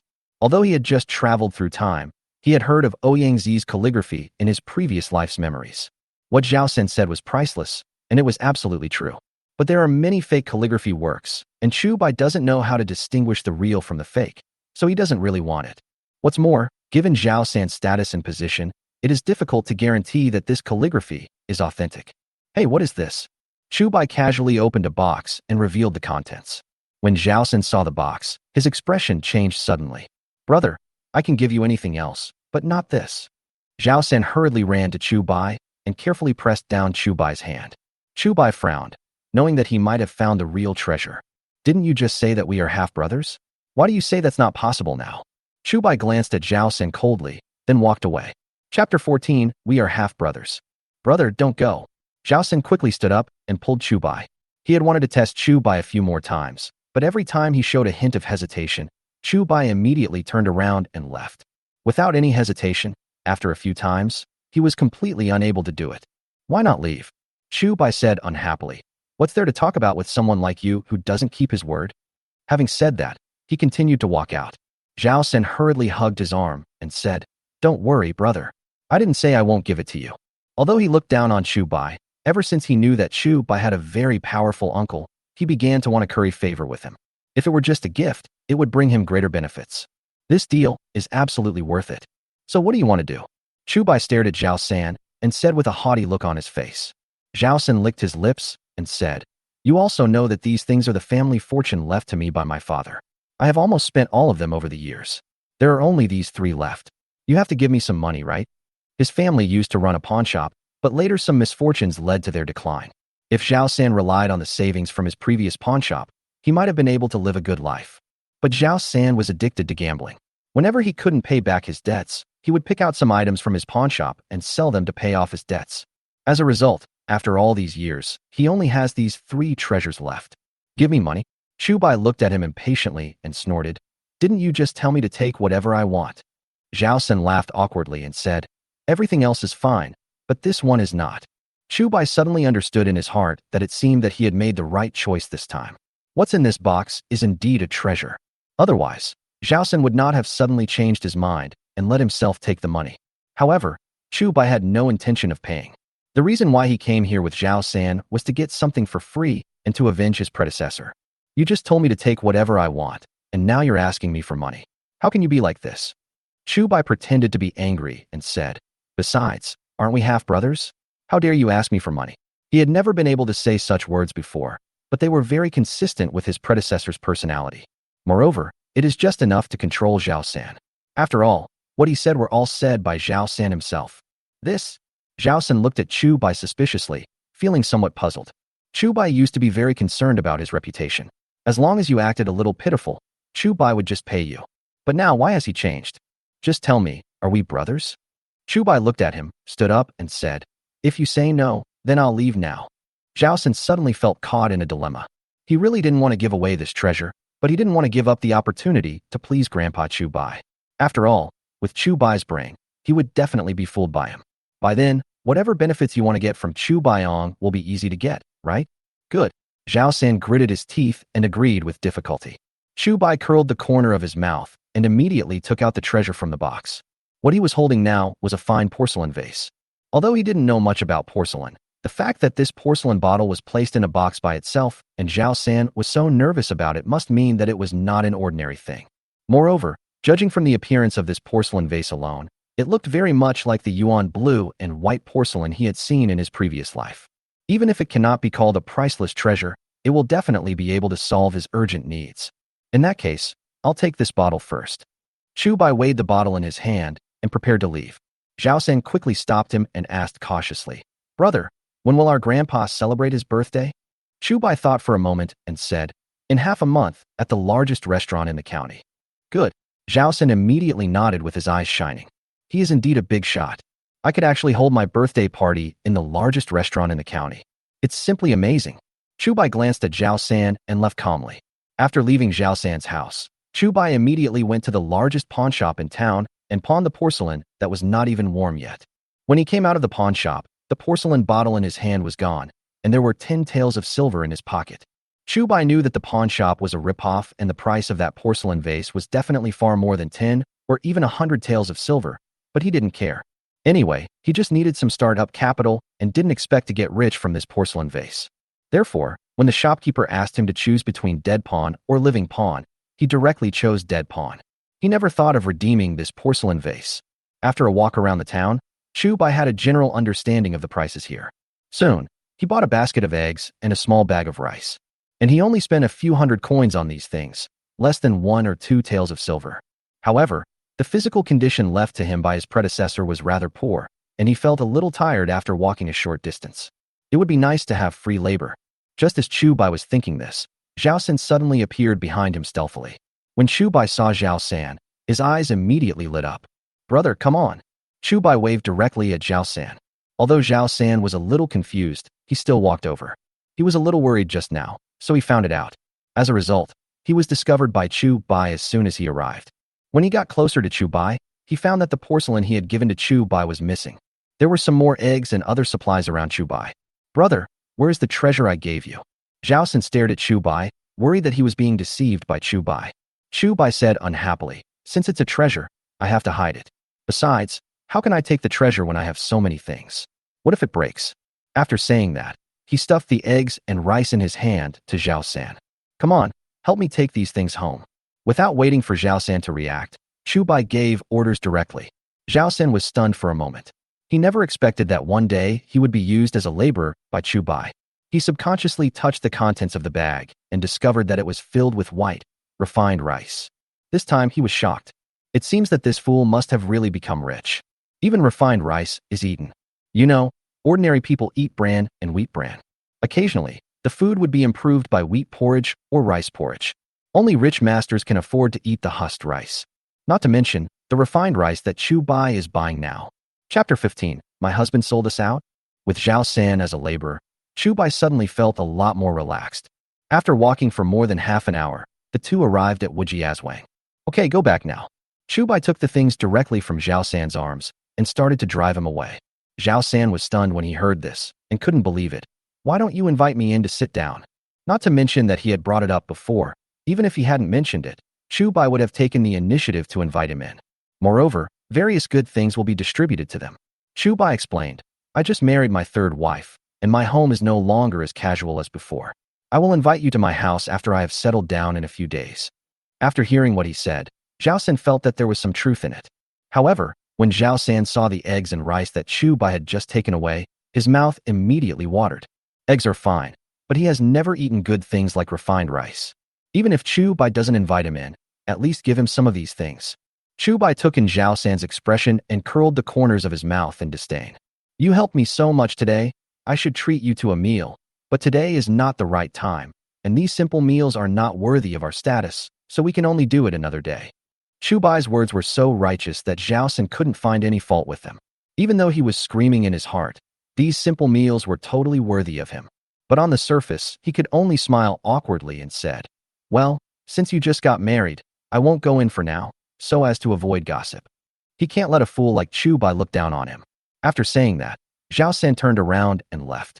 The next moment, Chu Bai suddenly called him from behind, etc. Zhao San's eyes lit up, and he immediately turned around in surprise. Chu Bai may have changed his mind and let him in to eat. What's the matter, my dear brother? Zhao San asked, imitating the scholar's manner. He knew that Chu Bai was the one who liked this the most. He couldn't even become a student, but he always claimed to be a scholar. Chu Bai looked at him with a smile on his face and said, next time you come, don't come empty-handed. I'll treat you to a meal, and you have to bring a gift to congratulate me on my wedding. Zhao San widened his eyes, feeling a little unbelievable. This fool, when did he become so shameless? However, he didn't take it too seriously. After all, Chu Bai used to be very stubborn, but he was fooled by him. When he comes next time, the worst that can happen is that I can just fool him again. After sending Zhao San away, Chu Bai came to his own yard carrying eggs and fine rice. At this time, the three women had already cleaned the house thoroughly. In fact, although this courtyard looks big, there are actually not many things inside, and there is nothing to clean. Not long after Chu Bai left, the three of them had finished packing. Seeing Chu Bai coming back, the youngest Su Qing stood up first. My husband is back. As her voice rang out, Li Han and Lin Xiener also stood up hurriedly. Husband. The two of them cried out tenderly at the same time, and then looked into Chu Bai's arms. Egg. A look of joy immediately appeared on the faces of several people. Eggs are good things. Not to mention Li Han and Su Qing. Even Lin Xiener hasn't eaten it for a long time. In addition to the eggs, Chu Bai also had a small bag in his arms, which was obviously filled with food. The three of them hurried over. Li Han and Su Qing took the eggs and food from Chu Bai's arms, while Lin Xiener took out a handkerchief to wipe Chu Bai's sweat. Su Qing was small and a little more curious, so she subconsciously opened the bag of food. It's actually polished rice. Seeing the white rice inside, Su Qing immediately shouted in surprise. Lin Xiener and Li Han looked over, and their hearts sank. They knew that Chu Bai had gone out to buy food, but the total amount of money they gave Chu Bai was only 20 or 30 cents. If they bought some bran or chaff, they might be able to hold on for a dozen days. But Chu Bai not only bought eggs, but also bought refined rice. This is too extravagant. Eggs can be eaten sparingly, but the refined rice will be eaten up by 3 or 4 o'clock at the latest, etc. Lin Xiener realized something was wrong and asked, Husband, did you really pawn your things? The money the three of us gave you can't buy these things. Ordinary brown rice costs about 5 cents per liter, and polished rice costs at least 10 or 20 cents per liter. The polished rice that Chu Bai brought back was at least 2 or 3 liters. In other words, the money they gave Chu Bai couldn't even buy this fine rice. What's more, this time Chu Bai bought a lot of eggs in addition to refined rice. After hearing Lin Xiener's words, Li Han and Su Qing realized that something was wrong and immediately looked at Chu Bai. Chu Bai laughed awkwardly and said, "To be honest, long before you came, there was nothing left in this house that could be pawned." The three of them were stunned. Since Chu Bai's family had nothing left to pawn, where did he get the money from? Su Qing suddenly covered her mouth and whispered, "Did my husband sell out the three of us?" Upon hearing this, Li Han and Lin Xiener immediately showed a look of disbelief on their faces. Especially Li Han, there was a hint of despair on his face. She had just given herself to Chu Bai last night, and today Chu Bai sold her out. Fortunately, she was still thinking that since she did not kill Chu Bai this time, her luck would definitely turn for the better. Even if Chu Bai becomes idle in the future, she will work hard to support Chu Bai. But now, seeing the look on Li Han's face, Chu Bai immediately felt something was wrong. He did not directly tell them the source of the money. Firstly, he wanted to amuse the three people, and secondly, he really didn't know how to explain the matter of defrauding money to them. But at this point, he has nothing to hide. "Even if I sell you, I won't sell the two of them." Chu Bai immediately tapped Su Qing on the forehead and then explained, "I cheated this money." As he said this, he took out the remaining 9 taels of silver. Seeing so much silver, Li Han and Su Qing immediately widened their eyes. Lin Xiener covered her mouth and said quickly, "Husband, put the silver away quickly." Ordinary people of this era mostly used copper coins, and sometimes even bartered. As for silver, it is something only rich people use. If people saw Chu Bai holding so much silver, it would definitely attract a lot of people's covetousness. "It's useless to keep this money with me. Why not let the three ladies keep it for me?" Chu Bai stuffed the purse into Lin Xiener's arms without saying a word. When Lin Xiener saw the purse in her hand, she was stunned for a moment. Although she had seen more money, her treatment at home continued to decline after her family fell into poverty. Not to mention the 9 taels of silver, her black-hearted brother even sent her to the wedding procession for 500 coins. And now, Chu Bai is obviously penniless, but he is still willing to hand over all the 9 taels of silver to himself. Chapter 16. If you can't eat 3 eggs, you will be spanked. "Husband, you should keep the money yourself." Lin Xiener felt a little uneasy holding the purse and pushed it back anxiously. Chu Bai thought for a moment and said, "Okay, I was so busy buying eggs and rice today that I forgot to buy some cloth for you guys to make clothes.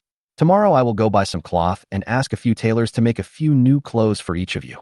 After hearing what he said, Li Han and Su Qing immediately opened their mouths wide.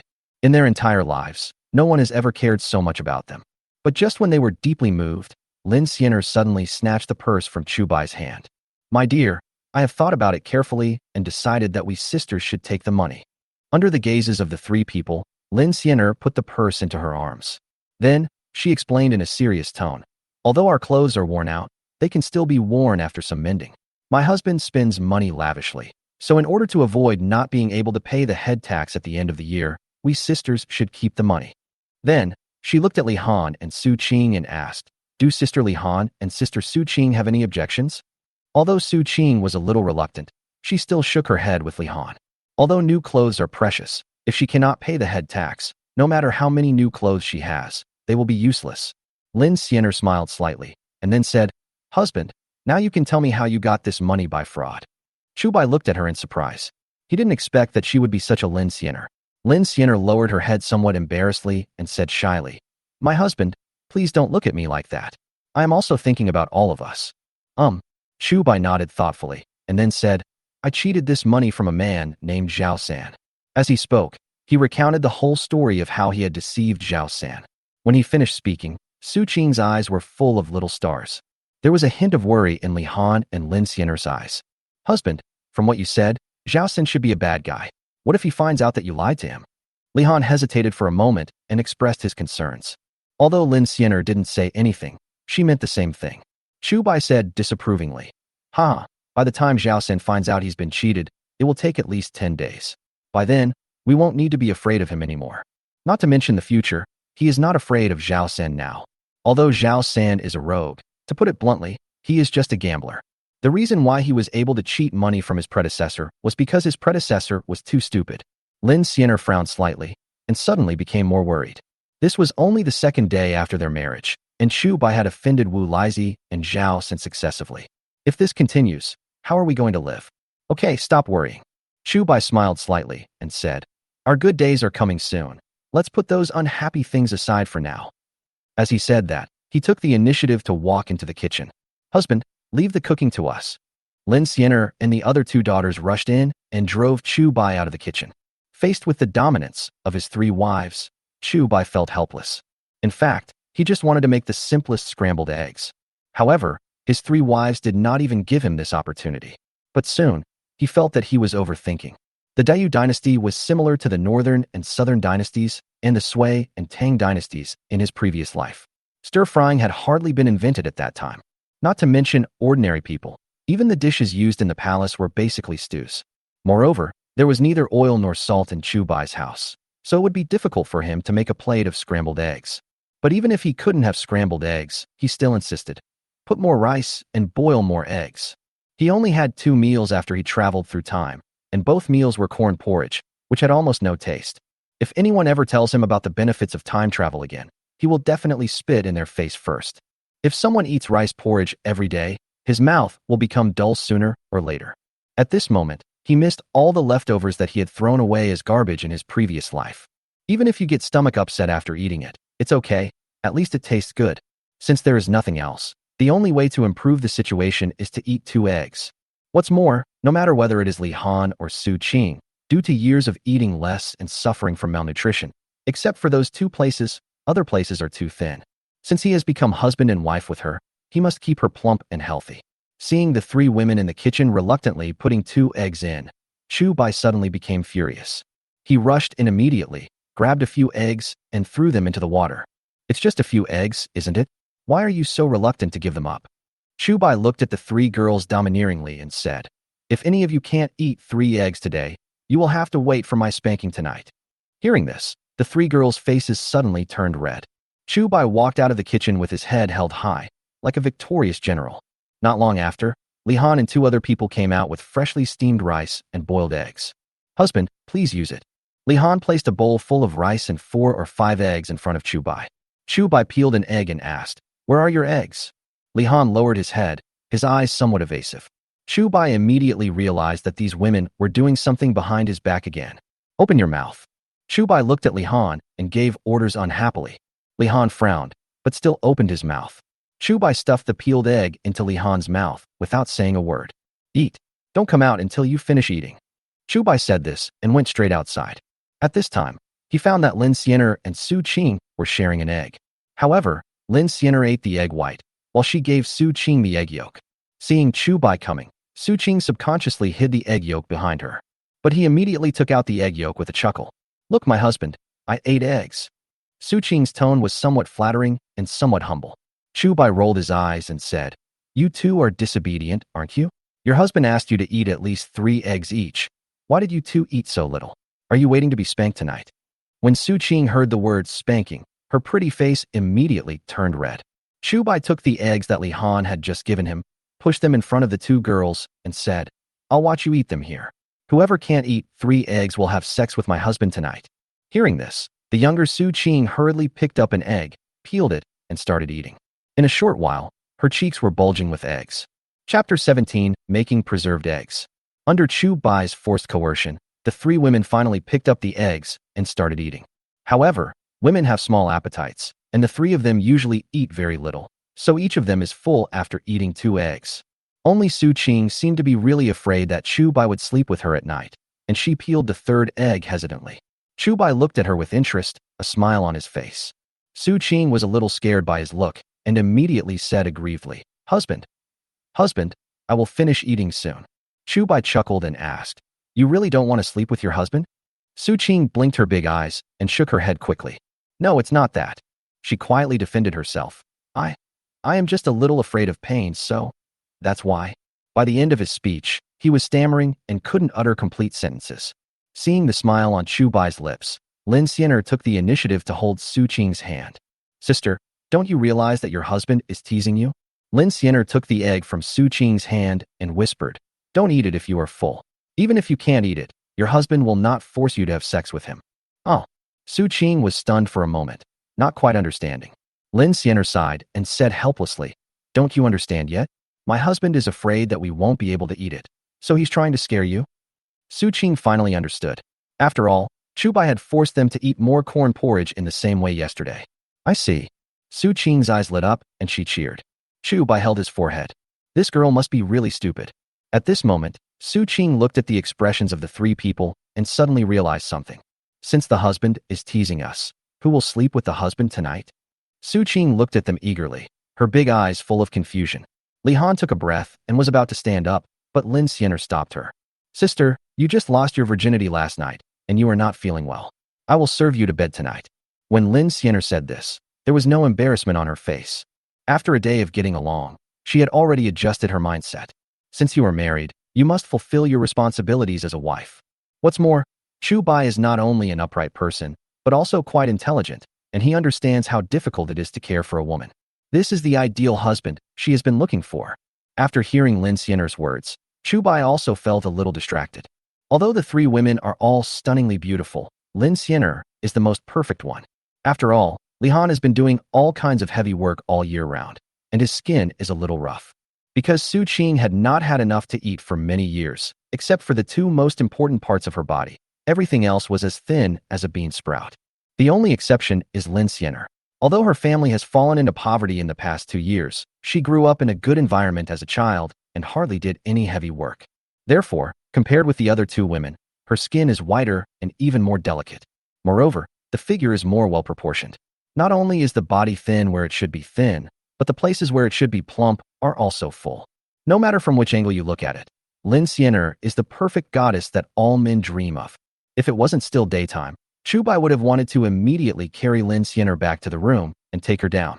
Lin Xiener felt a little uncomfortable when Chu Bai looked at her like that. Although she had made up her mind to sleep with Chu Bai at night, she was still embarrassed to say it so bluntly in front of Su Qing and Li Han. Su Qing looked at the expressions of the two people, and suddenly she felt like she had discovered a new world. She stared back and forth at Chu Bai and Lin Xiener with a strange look. Lin Xiener said angrily, "Qing'er, if you watch again, I will let you sleep with your husband tonight." Only then did Su Qing lower her head pitifully and quickly ran to the side. Chu Bai felt a little happy watching the two of them playing around. Beautiful things are so graceful even in their slightest tremor. After Chu Bai finished eating the remaining eggs and white rice, he found a hoe in the yard and went out. Before he set out in the morning, he noticed that there was a limestone field to the west of the village. In just half an hour, Chu Bai brought back a lot of quicklime. Then, under the gaze of the three women, he took out a lot of wood ash from under the stove in the kitchen. Then, he mixed the wood ash, quicklime, and leftover tea together and spread it evenly on the surface of the egg. Seeing this scene, the three women were all stunned. "Husband, what are you doing?" Lin Xiener was the first to step forward and ask questions. Eggs are such a precious thing, but Chu Bai actually smeared a layer of dirty starch on the outside. This is such a waste. Judging from the prices in the Dayu dynasty, just an egg like this would cost 1 or even 2 copper coins. Chu Bai smiled slightly and explained, "I am making preserved eggs. You will know when it is done." The way he thought of to make money before was to make preserved eggs. At first, he actually wanted to make tofu. Moreover, compared with preserved eggs, the cost of making tofu is much lower. But it's hot today, and if the tofu can't be sold, it may not be kept. There is no such concern for preserved eggs. Even if they cannot be sold in one day, they can be kept for a few more days. What's more, he pawned the porcelain bottle he had cheated from Zhao San for 10 taels of silver, so he didn't have to worry about food and drink for a while. Therefore, it takes longer to make preserved eggs than other snacks, but it is acceptable. After the reputation of preserved eggs spreads, he will definitely not encounter any difficulties when grinding some tofu. In addition to preserved eggs and tofu, he can also make a variety of snacks such as rice wine and cold noodles in the future. Just relying on these simple things, he was able to ensure that he lived better than most people. Moreover, his goals do not stop there. Now that he has traveled through time, he must do something. In this way, we will not let down the kindness of the three beautiful ladies. Beside him, the three women still looked confused. "Husband, what is a preserved egg? Can you eat it?" Su Qing squeezed to the front, staring at Chu Bai's hand movements without blinking. Chu Bai nodded and said, "Of course, if you can't eat it, why would your husband make preserved eggs?" Su Qing swallowed her saliva and asked, "How long will it take before we can eat?" Chu Bai thought for a moment and said, "If it's fast, it'll probably take about 7 or 8 days." This is also the reason why he didn't think of making preserved eggs at the beginning. The dowries of the three wives added up to only 20 or 30 cents, which was only enough to buy more than 20 eggs at most. Moreover, after buying eggs, they had no way to buy food. They would starve to death before the preserved eggs were ready in 7 or 8 days. But with the porcelain bottle cheated from Zhao San, all these problems were solved. Thinking of this, Chu Bai couldn't help but sigh in his heart. The ancients were right. Brothers fight tigers together, and fathers and sons fight in battle. At the critical moment, the one you can really rely on is your half-brother. In a blink of an eye, Chu Bai smeared all the eggs he bought with a paste made of quicklime and wood ash. Chapter 18 Delicious. After applying the starch, Chu Bai rolled the egg in the sawdust he got from the carpenter's house. Seeing Chu Bai's actions, Lin Xiener and the others were dumbfounded. Regardless of what preserved eggs are, they have never seen the way Chu Bai makes them. Husband, aren't you going to make preserved eggs? Why do you want to roll the eggs in these filthy things? Lin Xiener walked up to Chu Bai, her eyes full of confusion. Whether it is quicklime or wood ash, they are not edible. When there was a disaster, some people would mix whole grain flour with sawdust and make steamed buns to eat. But this thing is similar to guanine soil, and it is difficult to defecate after eating it. Therefore, no one is willing to eat this kind of thing unless it is absolutely necessary. Chu Bai laughed and explained, I am pickling these eggs. You can eat them after they are pickled. Pickle. It was another word they had never heard of before, and Lin Xiener and the others were a little confused. Chu Bai slapped his head and remembered that salt was a luxury in ancient times. Not to mention that only high-ranking officials and nobles can afford fine salt. Even coarse salt is not affordable for ordinary people. Nowadays, the most commonly used condiments in ordinary people's homes are things like vinegar and plums. Moreover, not all people are willing to use this. Therefore, the three words pickled vegetables were somewhat unrealistic in ancient times. That is, fishermen on the seashore occasionally use salt to pickle fish. But they did not use fine salt, but fishermen's salt. Therefore, if someone travels back to ancient times and is treated to salted fish, do not be disgusted, because this is already a very distinguished treatment. Chu Bai knew some methods of refining fine salt, but the salt industry was controlled by the government. If he rashly gets involved, he will probably end up dead. Selling illegal salt is a capital crime in any dynasty. This is a method similar to making pickles. You will know when you eat the preserved eggs when they are ready.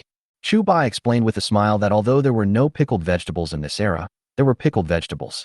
Moreover, there are not only pickles, but also soy sauce and various kinds of paste.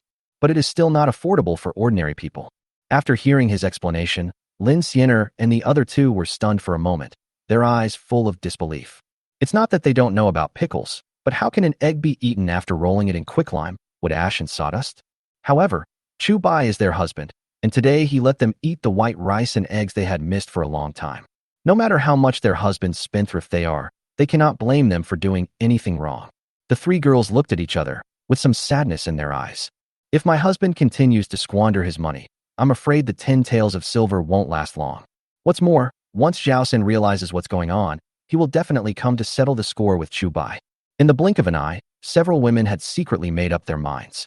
If that day really comes, the three of them will protect their husbands from being bullied even at the cost of their lives. When Chu Bai finished cooking all the eggs, it was already dark. Due to the lack of entertainment activities, some noises inappropriate for children were heard in the village after they had dinner. As these voices rang out, Su Qing's face immediately became hot.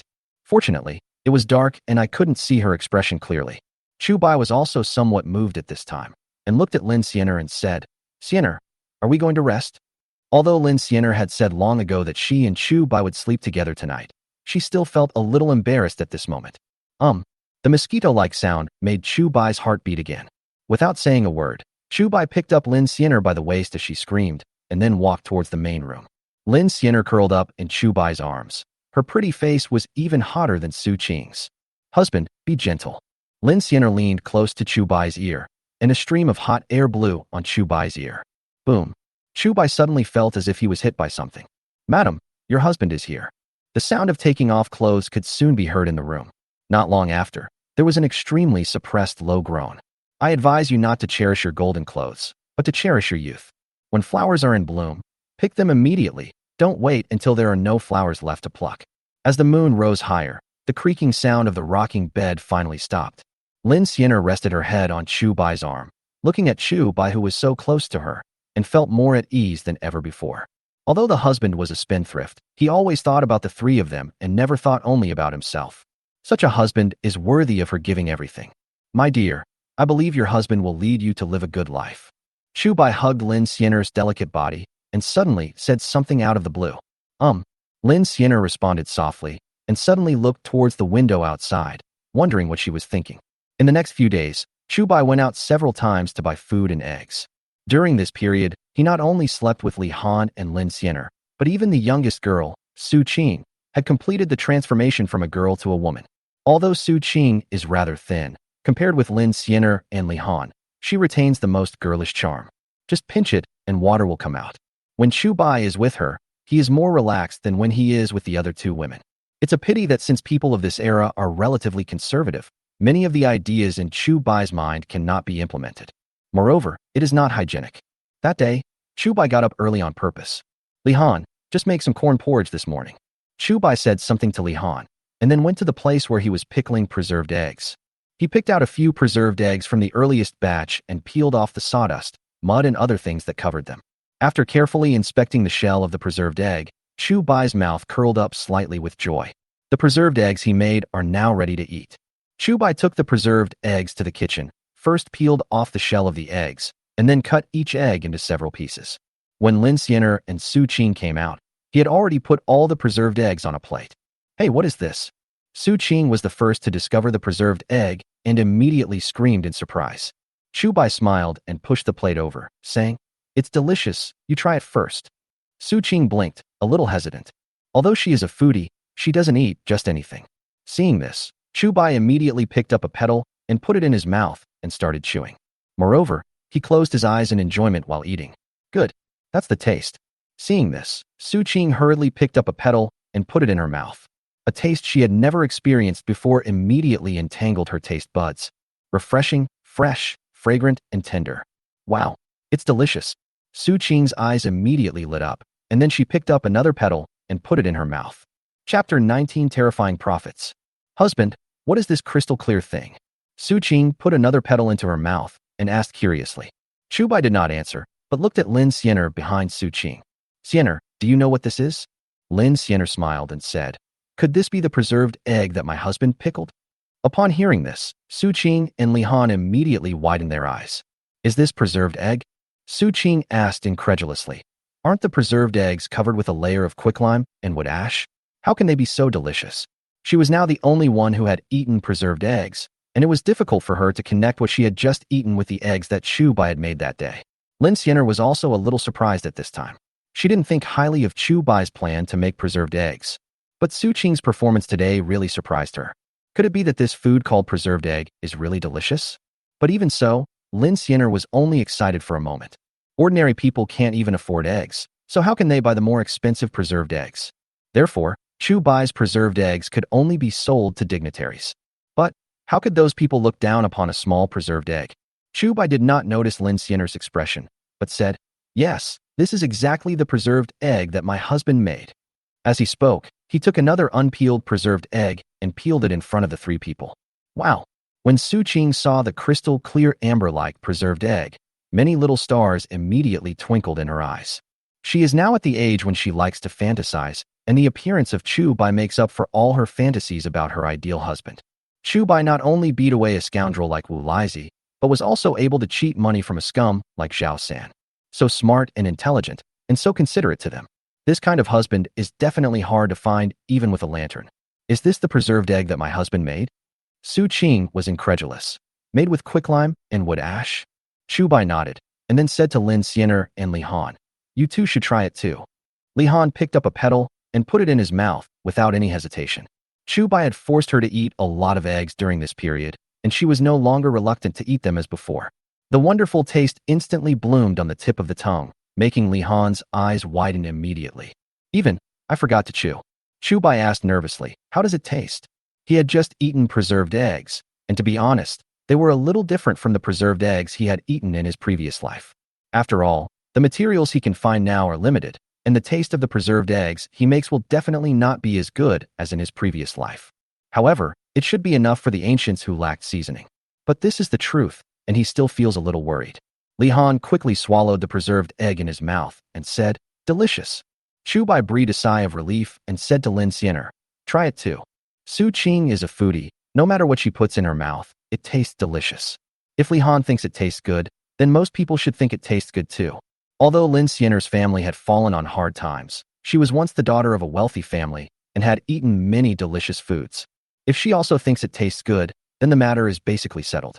Thinking about Chu Bai's previous method of making preserved eggs, Lin Xianer felt somewhat uncomfortable. But immediately, she cursed herself in her heart. Lin Xianer, Lin Xianer, we've only had a few days of good times, and you're already starting to find fault? Thinking of this, she immediately picked up a piece of preserved egg and put it in her mouth. Just like Li Han just now, Lin Xianer just chewed a few bites and then stood there in a daze. How is it? Is everything okay? Chu Bai was even more nervous than before. Lin Xianer chewed a few more bites carefully, then nodded frantically. It's so delicious. Upon hearing this, Chu Bai immediately smiled happily. Since Lin Xianer thinks it's delicious, then it must be delicious. Ordinary people can't even afford to eat eggs, let alone the more expensive preserved eggs. Therefore, naturally only a small number of people can afford to eat preserved eggs. It's delicious, so eat more. Chu Bai smiled slightly, turned around, and cut a few more preserved eggs. Little foodie Su Qing's eyes immediately lit up, and she quickly picked up the preserved egg and put it in her mouth. Compared to her, Li Han and Lin Xianer's eating habits were much more beautiful, especially Lin Xianer. Although her family has fallen on hard times, she still has the proper upbringing. Even a simple meal of preserved eggs makes Chu Bai feel extremely enjoyable. My dear, how much do you want to sell this preserved egg for? While eating, Lin Xianer helped Chu Bai with his business. Chu Bai did not answer, but asked with a smile. Madam, how much do you think it should be sold for? Lin Xianer put down her chopsticks and said thoughtfully, the eggs my husband bought cost about 2 cents each, and the auxiliary materials used were just worthless things such as quicklime, wood ash, sawdust, and leftover tea. All the costs added up would not exceed 2.5 cents. Chu Bai nodded. Lin Xianer was indeed born into a wealthy family, so there was no problem with her calculation. Seeing Chu Bai's encouraging look, Lin Xianer continued, if a preserved egg sells for 3 cents, we will make a profit of half a cent for each preserved egg. If we can make 100 every day, that would be 50 cents. In a month, we can earn 1,501, which is 1.5 taels of silver. In a year, we can earn 18 taels of silver. When they heard the number, 18 taels, Li Han and Su Qing both widened their eyes. In the past, the whole family worked very hard, but could not earn more than 10 taels of silver a year. And now, Chu Bai can earn 18 taels of silver just by selling a few preserved eggs? This is too much. Lin Xianer rolled her eyes at this time and asked, but I believe that my husband will not make only half a cent for each preserved egg. I just wonder if my husband wants to sell each preserved egg for 4 cents or 5 cents. Hearing her words, Li Han and Su Qing were even more surprised. Chu Bai only earned half a cent from a preserved egg, but he could earn 18 taels of silver a year. If a preserved egg sells for 4 or 5 cents, wouldn't that be enough to earn a lot in a year? Finished. The two of them couldn't figure it out. But they all know that this is undoubtedly an astronomical figure for them. More importantly, they no longer have to worry about not being able to pay the head tax. Chu Bai looked at Lin Xianer in surprise. He didn't expect that she could guess his thoughts so quickly. However, Lin Xianer still underestimated herself. Even if a preserved egg is sold for 5 cents, the profit is only 2.5 cents. Assuming that 100 preserved eggs can be sold every day, one cannot even earn 100 taels of silver in a year. Then what ball did he travel through? Chapter 20. Entering the city. Chu Bai slowly stretched out 5 fingers and said, I'm going to sell it for this amount. Lin Xianer smiled and said, 5 cents? That's not bad. If we can sell 100 preserved eggs every day, we can make a net profit of more than 90 taels of silver a year. When they heard this number, Li Han and Su Qing almost dropped their jaws. More than 90 taels of silver? They have never seen so much money in their lives. Lin Xianer saw their expressions and did not explain to them. After all, although more than 90 silver coins are not a small amount, that is only on the premise that 100 preserved eggs can be sold every day. If the preserved eggs made by Chu Bai cannot be sold, not only will they not make so much money, they will even lose a lot of money. But at this moment, Chu Bai suddenly shook his head and said, no, I'm going to sell it for 50 cents a piece of preserved egg. Hearing this, the 3 women widened their eyes at the same time. 50 cents. They all thought Chu Bai was crazy. The cost of a preserved egg is no more than 2.5 cents, but Chu Bai wants to sell it for 50 cents? Especially Lin Xianer, her family is in business, and she understands the relationship between profits and costs best. Normally speaking, if a business can have a 30% net profit, it is already an excellent business. Even if Chu Bai sold each preserved egg for 5 cents, that would still be double the profit. Although that is also because preserved eggs are very cheap in themselves. Even if they can really bring in nearly 100 taels of profit every year, many wealthy families would not look down on them. But just for the preserved egg itself, this is already a sky-high price. And now, Chu Bai is still not satisfied and wants to increase the price tenfold. Su Qing looked at the piece of preserved egg she had just picked up and subconsciously put it back. If calculated according to Chu Bai's price, the piece of preserved egg she just picked up would cost at least 7 or 8 cents. This is equivalent to 3 or 4 eggs. And she ate at least 7 or 8 pieces of these preserved eggs. In other words, she actually ate 60 or 70 coins just now. For a moment, she was almost crying out of grievance. She had not made any contribution since she came into the family, but she spent 60 or 70 cents on a meal. If it happened in her original home, she would at least be beaten half to death. Husband, I really didn't know that preserved eggs were so valuable. If I had known, I wouldn't have eaten so many. Su Qing lowered her head, with a hint of crying in her voice. When Chu Bai heard Su Qing's voice, he was stunned for a moment. Then he understood why Su Qing was so scared. If it were an ordinary family, and the family lived frugally, 60 or 70 cents would be enough for them to survive for a month. And now, Su Qing ate so much in just one meal. Before she got married, she was always bullied by her family, so she naturally felt scared. What are you afraid of? Chu Bai touched Su Qing's head and said, I just said I was going to sell them for 50 coins each. Whether I can sell them at that price or not is uncertain. Maybe if the business is not good, I will have to sell them at a loss. Oh. Su Qing looked at Chu Bai in surprise, wiped her tears and said, Then we can sell them for 5 cents each, okay? Chu Bai chuckled and said, It's not up to us to decide how much each one costs. Hearing this, Su Qing, Lin Xiener, and others looked at him in surprise. Who has the final say then? Su Qing asked in confusion. Chu Bai explained, Of course, the market has the final say. Market.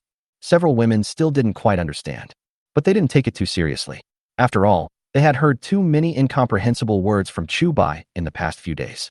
At first, they wanted to dig into the matter, but after getting used to it, they stopped caring much. After breakfast, let's go to the county town. Chu Bai smiled and said, Whether it's 5 or 50 cents, the price of preserved eggs is too high. People in the town can't afford it. Hearing this, the 3 women all showed cheering expressions.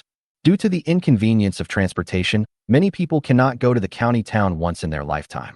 For them, following Chu Bai to the county town was almost more rare than for people of Chu Bai's generation to go abroad. Whether these preserved eggs are sold for 5 or 50 cents, our cost is only 2.5 cents, so it's okay for you to eat more. Chu Bai picked up a preserved egg for Su Qing and Li Han and said, But you can't eat this too often. Eating too much can easily cause cancer. Just eat it a few times every few days. It's not that he was reluctant to give them preserved eggs, but preserved eggs, like other pickled foods, can easily cause cancer if eaten in excess. Su Qing didn't know what cancer was, but she knew that Chu Bai didn't mind her eating too much, and she was immediately very happy. Li Han didn't eat it, but started eating something else. Chu Bai asked in confusion, Li Han, why don't you eat? Li Han explained, Although the cost of preserved eggs is only 2.5 cents, if we sell them, we can get more money. If I save one, my husband can sell it for a lot more money. Hearing her say this, Su Qing immediately put down the preserved egg in her hand. Husband, I won't eat it either. You can keep it and sell it for more money.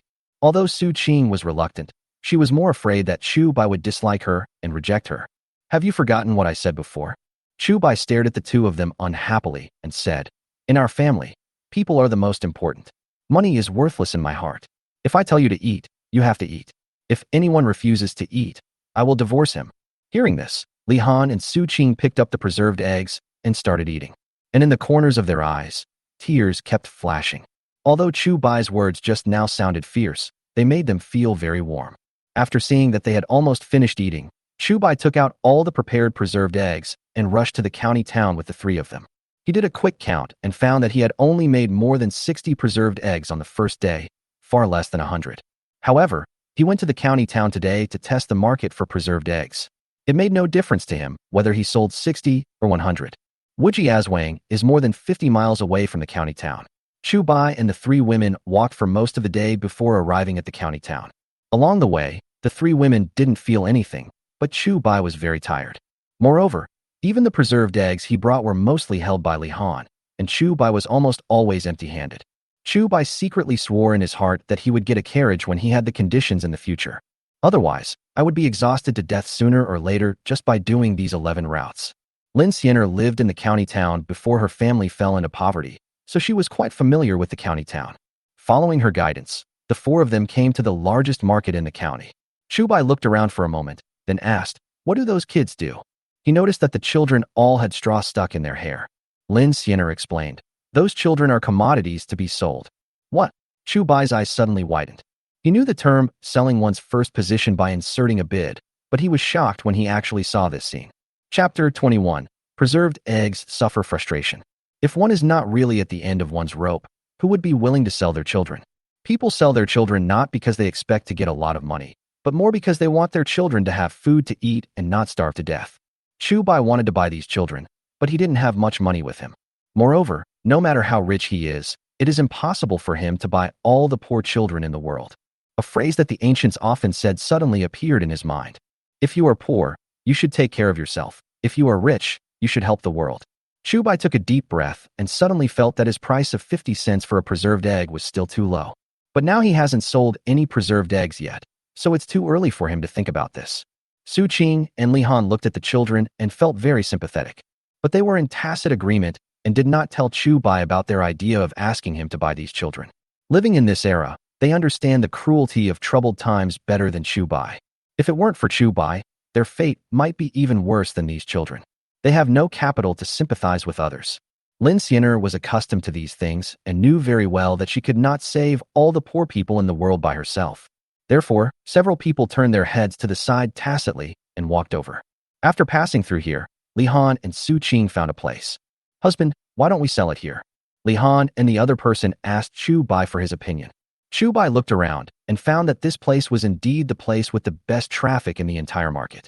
Moreover, the baskets they carry don't take up much space, so they can sell their goods by just squeezing in a little. Okay, let's do it here.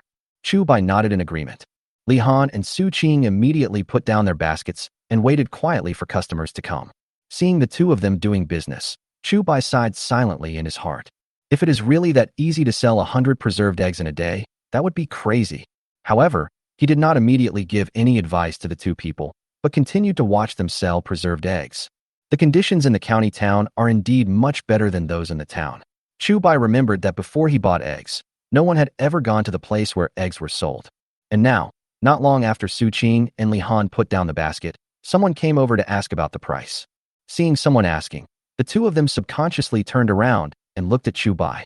Chu Bai smiled slightly and said, "Don't look at me. You guys have the final say."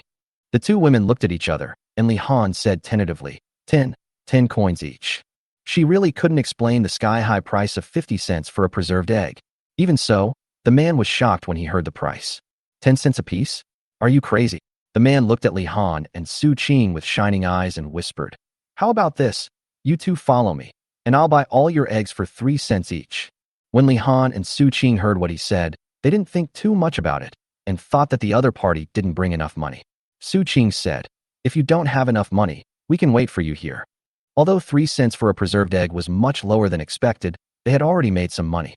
The man snorted disdainfully and said, "I have plenty of money. I'm letting you go with me so that you can go home and sleep with me. Don't you understand that?" Upon hearing this, Li Han and Su Qing's faces immediately turned red. Before they married Chu Bai, they had also been teased because of their pretty faces. But those people at most just took advantage of them with words and did not really set their sights on them. Now, this man actually asked them to sleep with him. Li Han took a breath and shouted angrily, "If you don't want to buy preserved eggs, leave and don't disturb us doing business." The man insisted, "Humph. You two losers, why are you pretending to be so reserved? You're selling a broken egg at such a high price because you're desperate for money. Today, you have to follow me whether you agree or not." Judging from the way this man is dressed, although he is not short of money, he is not rich either. The reason why he was willing to buy Li Han and Su Qing's preserved eggs for 3 cents was purely because he was attracted by their looks.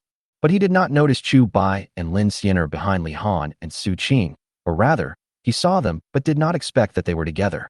As soon as he finished speaking, Chu Bai walked over. "Promise? I promise to slap you twice."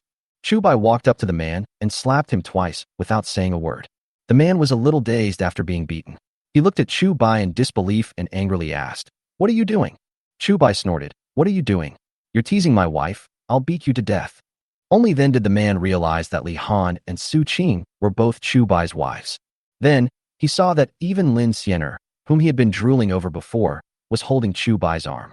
These 3 money-losing guys are actually Chu Bai's men. The man was extremely shocked. Not many people these days dare to marry 3 money-losing wives. Moreover, He was the one who teased Li Han and the other two first, so he was obviously in the wrong. But he didn't want to lose face like this. Just wait for me.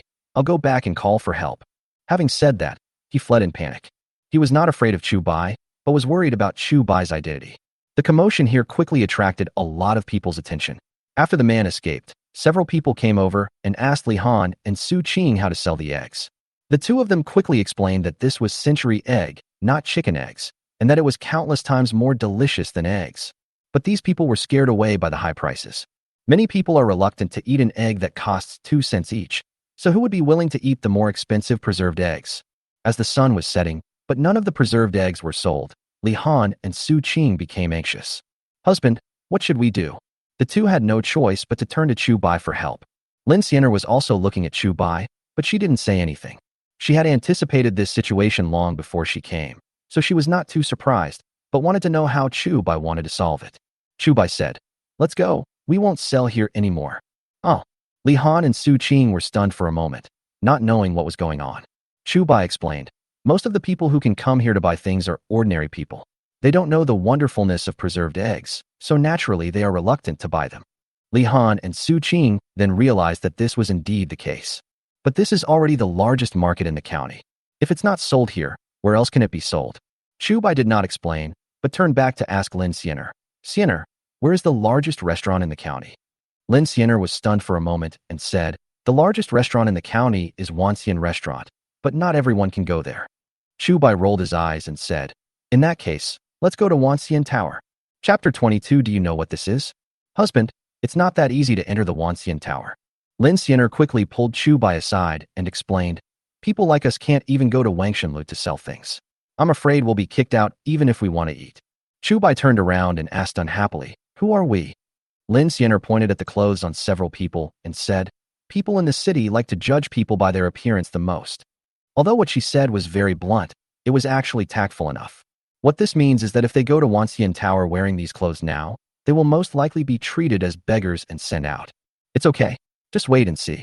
Not to mention entering the Wanxian building. I will make them beg me to sell them the preserved eggs. Having said that, he strode away directly. Lin Xianer looked at Chu Bai's leaving back, her eyes full of worry. After hesitating for a moment, she hurriedly chased after him.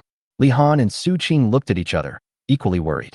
Although they didn't know where Wanxian Tower was, they understood very well what Lin Xianer said. Not to mention that Wangshenlu is the best restaurant in the county. They never dared to go even to the most ordinary restaurant. Not only because they are penniless, but also because they are worried that they will be looked down upon. But Chu Bai didn't take these things seriously. So what if the clothes were torn? No matter how beautifully some people dress up, they are still fools when the time comes, aren't they? Not long after, Chu Bai and his group arrived at Wanxian Tower. Judging from the decoration outside, the environment here is indeed good. Li Han and Su Qing had never seen such a scene before, and they both opened their mouths in surprise. Lin Xianer had been to Wanxian Tower several times before, so she didn't look surprised at all. She turned her head to look at Chu Bai, only to find that Chu Bai was not shocked by the decoration of Wanxian Tower. Instead, there was a hint of disdain and ridicule in the depths of his eyes. In fact, although Wangshenlu is the best restaurant in the county, in Chu Bai's opinion, it is just SOSO. He had been to many star-rated hotels in his previous life. Compared with those hotels, the decoration of Wanxian building was simply rubbish. What's more, although Wanxian Tower is nice in this county town, that's because it's just a county town. If it were placed in a provincial capital or a county town, it would not be worth mentioning. Chu Bai stood at the entrance of Wanxian building and looked around. The place was bustling with people coming and going, and it seemed the business was pretty good. He couldn't help but sigh. Although many people in Wujiazwang were too poor to have enough food to eat, there were actually quite a few rich people. Sighing silently, Chu Bai stepped directly into the Wanxian Tower. Several diners who were eating facing the door frowned immediately when they saw Chu Bai's ragged clothes. "Waiter, didn't you see that stinky beggar coming? Get him out now. Damn, what a bummer." Following the curses of several diners, the waiter from Wangshenlu immediately appeared in front of Chu Bai. "Get lost. Do you think this is the place you can come to? If you disturb the gentlemen who are eating, I will kill you."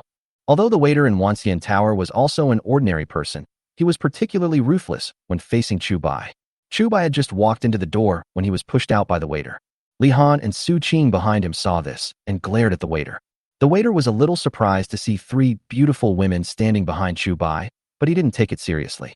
He was just an ordinary person in the county town, but still much better than these country folk. Humph. What are you looking at? If you keep looking, I'll dig your eyeballs out. The waiter glared at him and immediately started threatening him. Husband. Lin Xianer supported Chu Bai, looking a little worried. Chu Bai waved his hands to indicate that he was fine. Then, he said to the waiter in a haughty manner, "Call your shopkeeper out and tell him that I have the most delicious food in the world. If you miss this opportunity, you will never see this shop again." Although preserved eggs were just an ordinary thing in his previous life, it did not stop him from bragging about himself. When the waiter heard this, he immediately laughed. "What did you say? You are just a country bumpkin, and you dare to say that this is the most delicious thing in the world. Bah, why don't you take a piss and look at yourself? You want to see our shopkeeper, are you worthy?" After saying that, he looked at Chu Bai with disdain like a scoundrel, with mockery in his eyes. Match. Chu Bai curled the corner of his mouth and suddenly slapped him. With a snap, the loud slapping sound immediately attracted the attention of all the diners in Wanxian Building. Someone is causing trouble in Wanxian Building. Does he want to die? TSK. The last person who caused trouble in Wanxian Building seemed to be carried out in the end. This young man is really not afraid of death. This time, the diners did not look down on Chu Bai because of his clothes. However, they all looked ready to watch a good show. The waiter covered his face and looked at Chu Bai in surprise. "How dare you hit me?" Even though he was just a waiter in Wanxian Building, not everyone could afford to offend him. "Hit you? I'll kick you too." Before the waiter could react, Chu Bai immediately raised his foot and kicked him. Plop. The waiter was kicked out by him and fell inside the Wanxian Building. Behind Chu Bai, the three women were already frightened by this scene. Although Chu Bai had once beaten Wu Laizi in front of them, that was because Wu Laizi took the initiative to provoke them. The one who is taking the initiative to provoke now is Chu Bai, and the one he provoked was Wanxian Tower. "Husband." Several women hurriedly called out from behind Chu Bai. Chu Bai did not look back, but walked into the Wanxian Tower and looked inside. Soon, he locked onto a man who was about 40 years old. The man didn't look very eye-catching, but there was a gleam of brilliance in his eyes. "Boss, you should take care of your people." Chu Bai stared at the man and said expressionlessly, "I am here to give you money. How can you let your men push the money away?" Hearing this, the man immediately became interested. "How do you know I'm the shopkeeper and not the accountant?" The man looked at Chu Bai curiously and asked. Chu Bai curled the corners of his mouth and became more certain of this person's identity. "That's temperament, of course." He smiled and talked eloquently. "As soon as I entered the door, I found that you have a unique temperament. If you are just an accountant and not a shopkeeper, then this Wanxian Building is a waste of talent." A smile finally appeared on the man's serious face.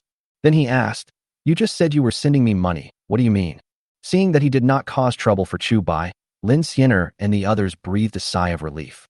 As long as the shopkeeper is willing to talk to Chu Bai, there is still room for this matter. Chu Bai turned around and took a preserved egg, saying, "Boss, do you know what this is?" Chapter 23. Fighting for Preserved Eggs. TSK. Isn't this just a broken egg? The waiter was upset at having been beaten up, so he immediately started to mock. The shopkeeper smiled slightly, but said nothing. Obviously, what the waiter said was similar to what he thought. Wangshanlu is the best restaurant in the county.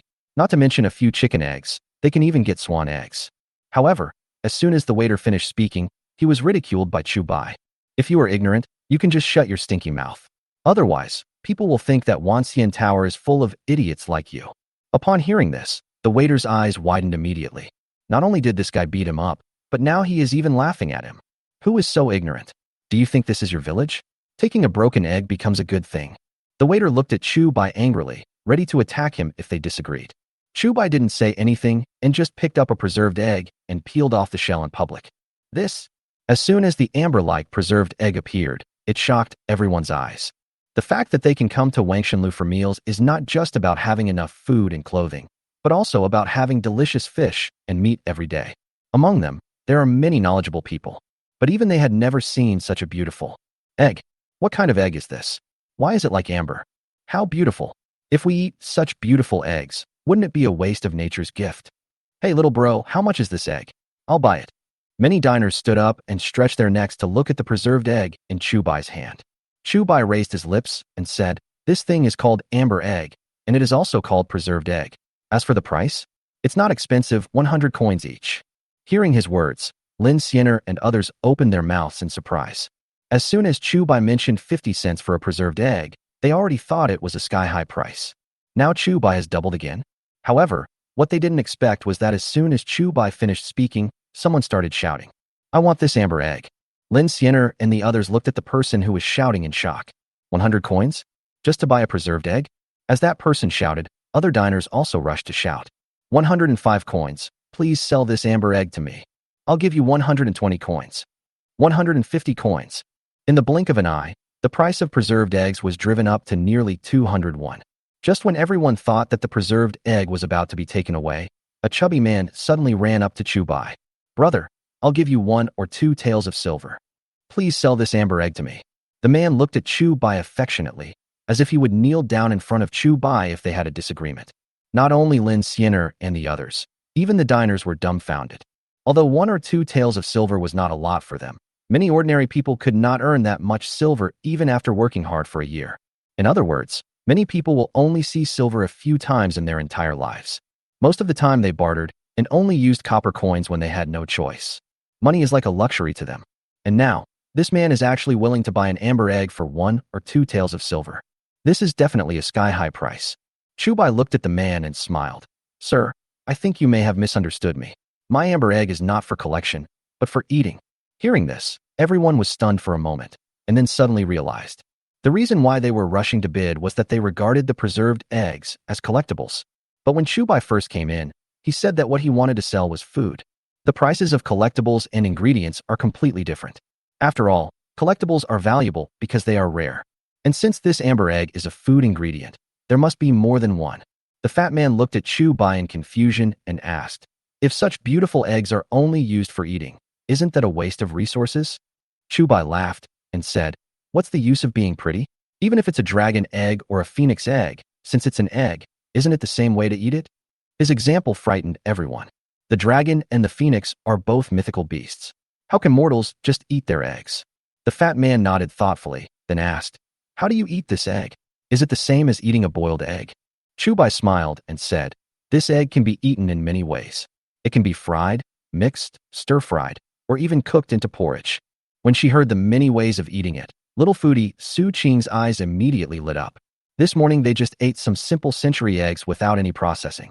If we eat them the way Chu Bai described, how delicious would these preserved eggs be? At this time, the shopkeeper of Wangshenlu asked, "Sir, can you tell me how to do it in detail?" Chu Bai immediately asked, "Can I borrow the kitchen for a while?" The shopkeeper of Wangshenlu immediately extended his hand and said, "Please follow me." Chu Bai took Lin Xiener and the other 2 girls to the kitchen, and the fat man followed them. However, the owner of Wangshenlu did not make any comment. Arriving at the kitchen, Chu Bai first took a look at the seasonings used for cooking in Wangshenlu. Although there were few condiments in this era, they were enough for him to use. Without saying a word, Chu Bai cut the preserved egg he had just peeled into 8 pieces and put them on a small plate, then sprinkled soy sauce and other seasonings on them.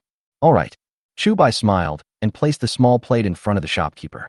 The shopkeeper and the fat man were immediately shocked. "Is it so simple to eat?" Chu Bai smiled and said, "Why don't you two eat?" The fat man's eyes rolled, and he immediately picked up a petal and put it in his mouth. The man's face changed, and he immediately started chewing quickly. "Tasty." As he said this, he was about to reach out to take the preserved egg. Upon seeing this, the shopkeeper quickly grabbed the man's hand and said, "Master Qian, just eat a petal to taste it." Master Qian, the fat man, rolled his eyes and said, "Isn't it just an amber egg? Why are you so stingy?" However, the movement of his hand stopped. Anyway, Chu Bai still has a lot of amber eggs, so he can just buy some more to eat later. The shopkeeper breathed a sigh of relief and picked up a piece of preserved egg with chopsticks and put it in his mouth. Good. He immediately ate the preserved egg as quickly as possible and asked with an unsatisfied expression, "How many amber eggs do you have, sir?" "We want all of them at Wangshenlu." Upon hearing this, young Master Qian immediately quit. "What's wrong with you? You want them all. What will this young master eat?" Young Master Qian glared at the shopkeeper first, then said to Chu Bai, "No matter how much he bids, I will be 10 cents more expensive per coin." Chapter 24. Spit out the meat in your mouth? Behind Chu Bai, Lin Xiener and the other 2 girls opened their mouths in surprise.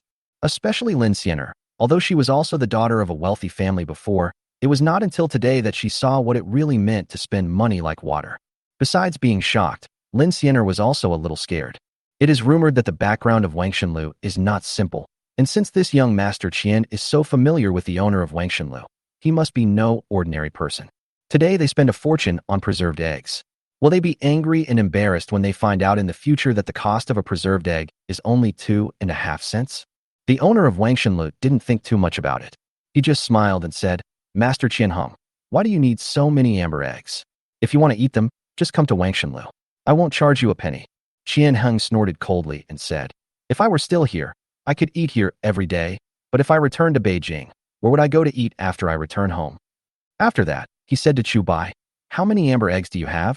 I want them all. Hearing his words, Li Han and Su Qing subconsciously held their breath. Although Chu Bai only brought about 50 preserved eggs today, Qianheng did not give Chu Bai a discount just because he asked for a lot. Instead, he asked for more money.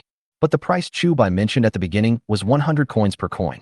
In other words, these 50 or so preserved eggs can be sold for at least 5,000 coins. That's 5 taels of silver. Neither of them had ever seen so much money in their lives. But Chu Bai suddenly shook his head and said, Mr. Qianheng, my amber eggs are not a one-time deal. If you want to eat them, just come to Wanxian Tower. Hearing this, the owner of Wangshenlu immediately laughed happily. He was worried that Chu Bai would not be able to resist the temptation and sell all the amber eggs to Qianheng. Unexpectedly, Chu Bai rejected Qianheng immediately and so straightforwardly. Brother is smart. The shopkeeper bowed to Chu Bai and said, we at Wangshenlu want all these amber eggs, but the price is. He did not state his purpose directly, but anyone could hear the implication. He wants to lower the price. Qianheng rolled his eyes and said unhappily, Old Xiao, this isn't your money you're spending. Why are you trying so hard to save money for your boss? Shopkeeper Qiao smiled bitterly and said, Master Qian, you are used to being free and easy, so you naturally don't know the difficulties of our boss. Qianheng said coldly, well, since your boss has moved out, I will not fight with you for this amber egg. But if I come to Wangshenlu for dinner in the future, and you dare to charge me a penny, I will smash your Wangshenlu. Shopkeeper Qiao said, as long as the boss keeps quiet, there will be no problem with this matter. Good. Qianheng nodded. That's it. He thus withdrew from the competition for the amber egg. Shopkeeper Qiao breathed a sigh of relief, then looked at Chu Bai and said, I have yet to ask for your name? Chu Bai.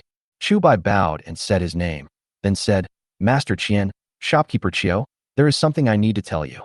The two looked at him in confusion, their faces turning a little cold. Brother Chu, please speak. Shopkeeper Qiao thought Chu Bai wanted to raise the price, and said unhappily, although the amber eggs are good, they are just icing on the cake for our Wangshenlu, not indispensable. The implication is that Chu Bai should recognize himself and not ask for an exorbitant price. Chu Bai smiled slightly and said, I just saw that Master Qian really likes my amber eggs, so I want to remind you that although amber eggs are delicious, you can't eat them all the time or eat too much. The two were stunned for a moment and asked, why is this? Chu Bai explained, to be honest, amber eggs are good, but if you eat too much, you may get an incurable disease. What did you say? Qianheng immediately jumped up and glared at Chu Bai. Will you die if you eat this? He came from a wealthy family, so even if he did nothing all day, he could still eat delicious food and drink spicy drinks every day. He hasn't lived enough. Chu Bai said quickly, Master Qian, rest assured. What I'm saying is that if you eat too much, you'll easily develop an incurable disease. And in fact, it's not just amber eggs, even mutton and red dates, which seem to be very nutritious, should not be eaten too much. However, this thing also varies from person to person, and it can't be generalized. Hearing him say this, Qianheng finally breathed a sigh of relief. He asked again, then how do you think we should eat this? Chu Bai thought about it and said, as long as you don't eat it as a meal, it's no big deal, and it's best to eat it every few days to satisfy your cravings. Qianheng nodded and asked, you said this. Aren't you afraid that old Qiao will take the opportunity to lower your price? Chu Bai said indifferently, what shopkeeper Qiao said just now is right. The amber egg is the icing on the cake for Wanxian Tower, but this sentence is only half right. Hearing this, shopkeeper Qiao asked, what is the other half? Chu Bai said, for other restaurants, the amber egg is their best chance to surpass Wanxian restaurant. Shopkeeper Qiao was stunned for a moment, but still looked a little disdainful. Just relying on an amber egg, you think you can surpass our Wanxian Tower? Shopkeeper Qiao shook his head and said, Brother Chu, are you crazy? Chu Bai immediately said, it's definitely not enough to just serve it cold, but shopkeeper Qiao, don't forget that this amber egg can be eaten in more than one way, and the good stuff I have here is not just amber eggs. Shopkeeper Qiao narrowed his eyes and asked, what else? Chu Bai said, there is also a thing called tofu, and there are probably dozens of ways to eat tofu. Shopkeeper Qiao immediately took a breath of cold air. He didn't know what tofu was. But just the dozens of ways of eating it that Chu Bai mentioned were enough to surprise him. The cooking method of the Dayu dynasty is very simple, and stews are basically the main dish. Therefore, there are only 3 or 4 ways to prepare each dish. And the tofu that Chu Bai mentioned actually has dozens of ways to eat. This is terrifying. We at Wangshenlu want the amber egg and the tofu at the back. Shopkeeper Chiu immediately shouted in a very heroic manner. Although the background of Wanxian Tower is very extraordinary, the tofu and amber eggs that Chu Bai mentioned made him feel a great crisis. After all, their boss is not the kind of person who likes to bully others by taking advantage of his power. Therefore, under fair competition, he might not be able to compete with other restaurants that serve amber eggs and tofu. Shopkeeper Chiu is very straightforward, but this amber egg still needs to be tested in the market to know its true value. Chu Bai looked at the preserved eggs that had just been cut and said, "Why don't you give these amber eggs to the diners outside to try first, and then we can discuss the purchase?" Shopkeeper Chiu was stunned for a moment. He didn't expect that Chu Bai would spit out the meat that was in his mouth again. But he knew that Chu Bai didn't want to eat meat, but wanted more. Chapter 25, 80-win deal. Okay, let the diners have a taste. But these few petals are not enough for everyone. Shopkeeper Chiu also wanted to see the diners' reactions to the amber eggs, so he agreed to Chu Bai's words. Although he and Qian Hung both thought that amber eggs tasted good, they could not represent everyone after all. Amber eggs will only sell well if everyone likes them. Chu Bai smiled slightly and said, "Okay, but you have to buy the second amber egg at the original price." Shopkeeper Chiu thought for a moment, took out a piece of silver and said, "Okay, I'll buy it." This piece of silver is much bigger than the one Lin Xiener gave to Chu Bai and is worth about 120 or 30 cents. This is much higher than the price Chu Bai offered, but Shopkeeper Chiu doesn't care. If a single piece of silver could be used to test whether an amber egg was popular or not, it would be a steal. Just after Shopkeeper Chiu took out the change, Li Han and Su Qing opened their mouths unconsciously. Chu Bai only spent over 100 coins to make these preserved eggs, and now he has made back his investment with just one preserved egg? This is such a great profit. Shopkeeper Chiu looked at the expressions of the few people and found that Li Han and Su Qing were a little surprised. But when he took out the silver coin, Chu Bai and Lin Xiener did not show any surprise. He didn't even lift his eyelids. From this, it can be seen that Chu Bai and Lin Xiener have definitely seen some of the world. The price Chu Bai offered for an amber egg was 100 coins, which was not an exorbitant price. After understanding it, Manager Chiu asked the chef of Wangshenlu to cut the preserved eggs and mix them according to Chu Bai's method. Afterwards, he personally carried the preserved eggs to the front and let the diners taste them. As a result, after tasting it, many people's eyes widened. It's really worthy of being called an amber egg. It's really delicious. Shopkeeper Chiu, how much is this amber egg per plate?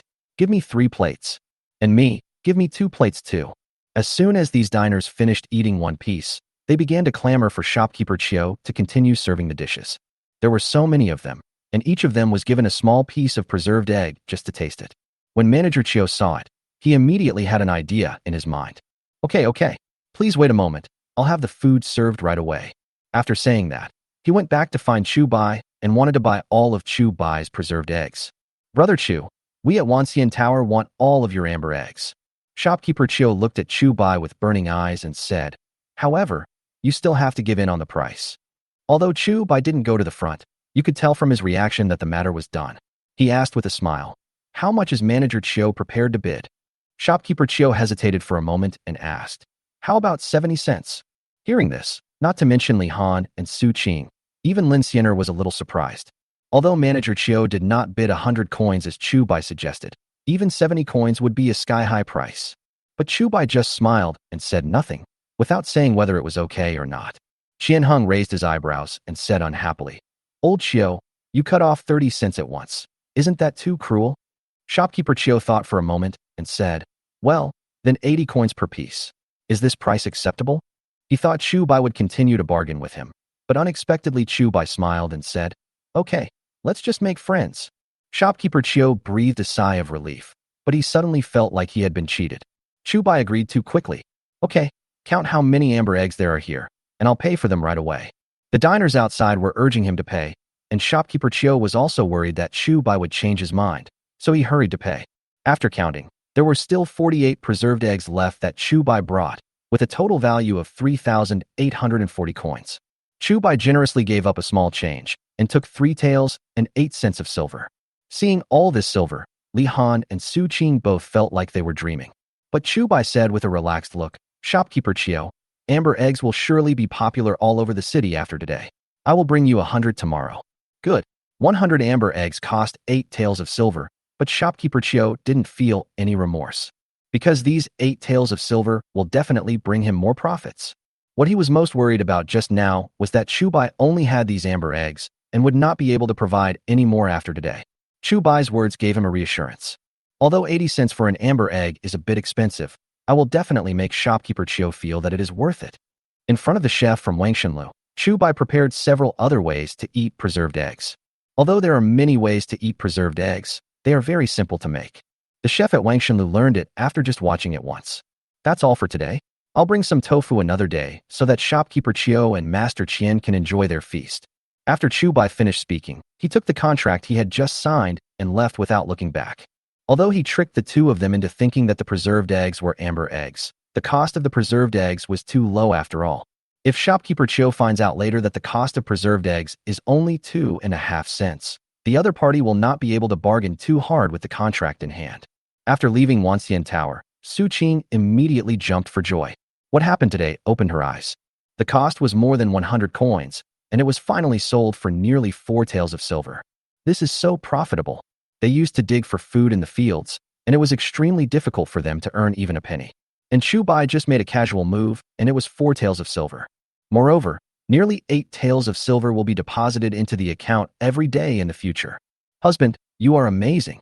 There were little stars in Su Qing's eyes as she looked at Chu Bai happily. Chu Bai laughed and asked, "When did your husband stop being powerful?" Su Qing's eyes rolled, and I don't know what she was thinking about. Chu Bai curled his lips and said, "You will sleep with me tonight." "Oh," Su Qing exclaimed, and 2 blushes instantly appeared on her face. Although she had already tasted the sweetness of it, she liked the feeling of doing that kind of thing with Chu Bai. But how can I say such things in front of other people? Lin Xianer stepped forward and said with some concern, "My husband, what if shopkeeper Chiu finds out in the future that the amber egg is not an amber egg but a preserved egg, and the cost is only 2.5 cents? Anyone who knew that something that cost 2.5 cents was sold to him for 30 or 40 times more would feel like they were being cheated." Chu Bai smiled and said, "It doesn't matter, just don't let him know, right?" After saying that, he took a few people to stroll around the city. He first went to the cloth shop to buy some cloth, and then asked a tailor to measure the size of himself and the 3 girls. Now that he has proven that he can make money, the 3 women will no longer be reluctant to spend money on such trivial matters as clothes. Even so, Chu Bai's generosity still stunned them. In just 1 hour, Chu Bai spent all the money that had not even warmed up yet. Chapter 26 Wild Ginseng. Seeing Chu Bai spending money lavishly, the 3 women felt a little distressed. Especially Lin Xianer. She couldn't help but swear in her heart that she would never let her husband manage money again. After spending almost all the money, Chu Bai hired a cart to deliver all the purchases back to the village. Lin Xianer and the other 2 didn't want to spend extra money on hiring a car, but Chu Bai bought so many things that it was difficult for them to carry them back alone. After returning to Wujiazwang, Chu Bai unloaded his things and took out a wild ginseng and a small bag of grain. "Husband, what are you doing?" Lin Xianer looked at Chu Bai in confusion, not knowing what was going on. Chu Bai said, "On the day of our wedding, Uncle Wu sent us some corn and helped us drive away Wu Lizi. Now that we have made money, we cannot forget him." Hearing this, Lin Xianer immediately nodded and said, "Well, Uncle Wu has been kind to us. Now that my husband has made money, we really have to repay him." Chu Bai responded, then picked up the food and wild ginseng and walked towards Uncle Wu's house. He did not avoid anyone along the way. Anyway, the news of his making money will get out sooner or later.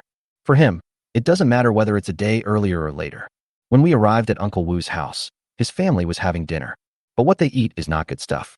Not to mention grain. Even the least valuable things like bran and wheat bran were gone.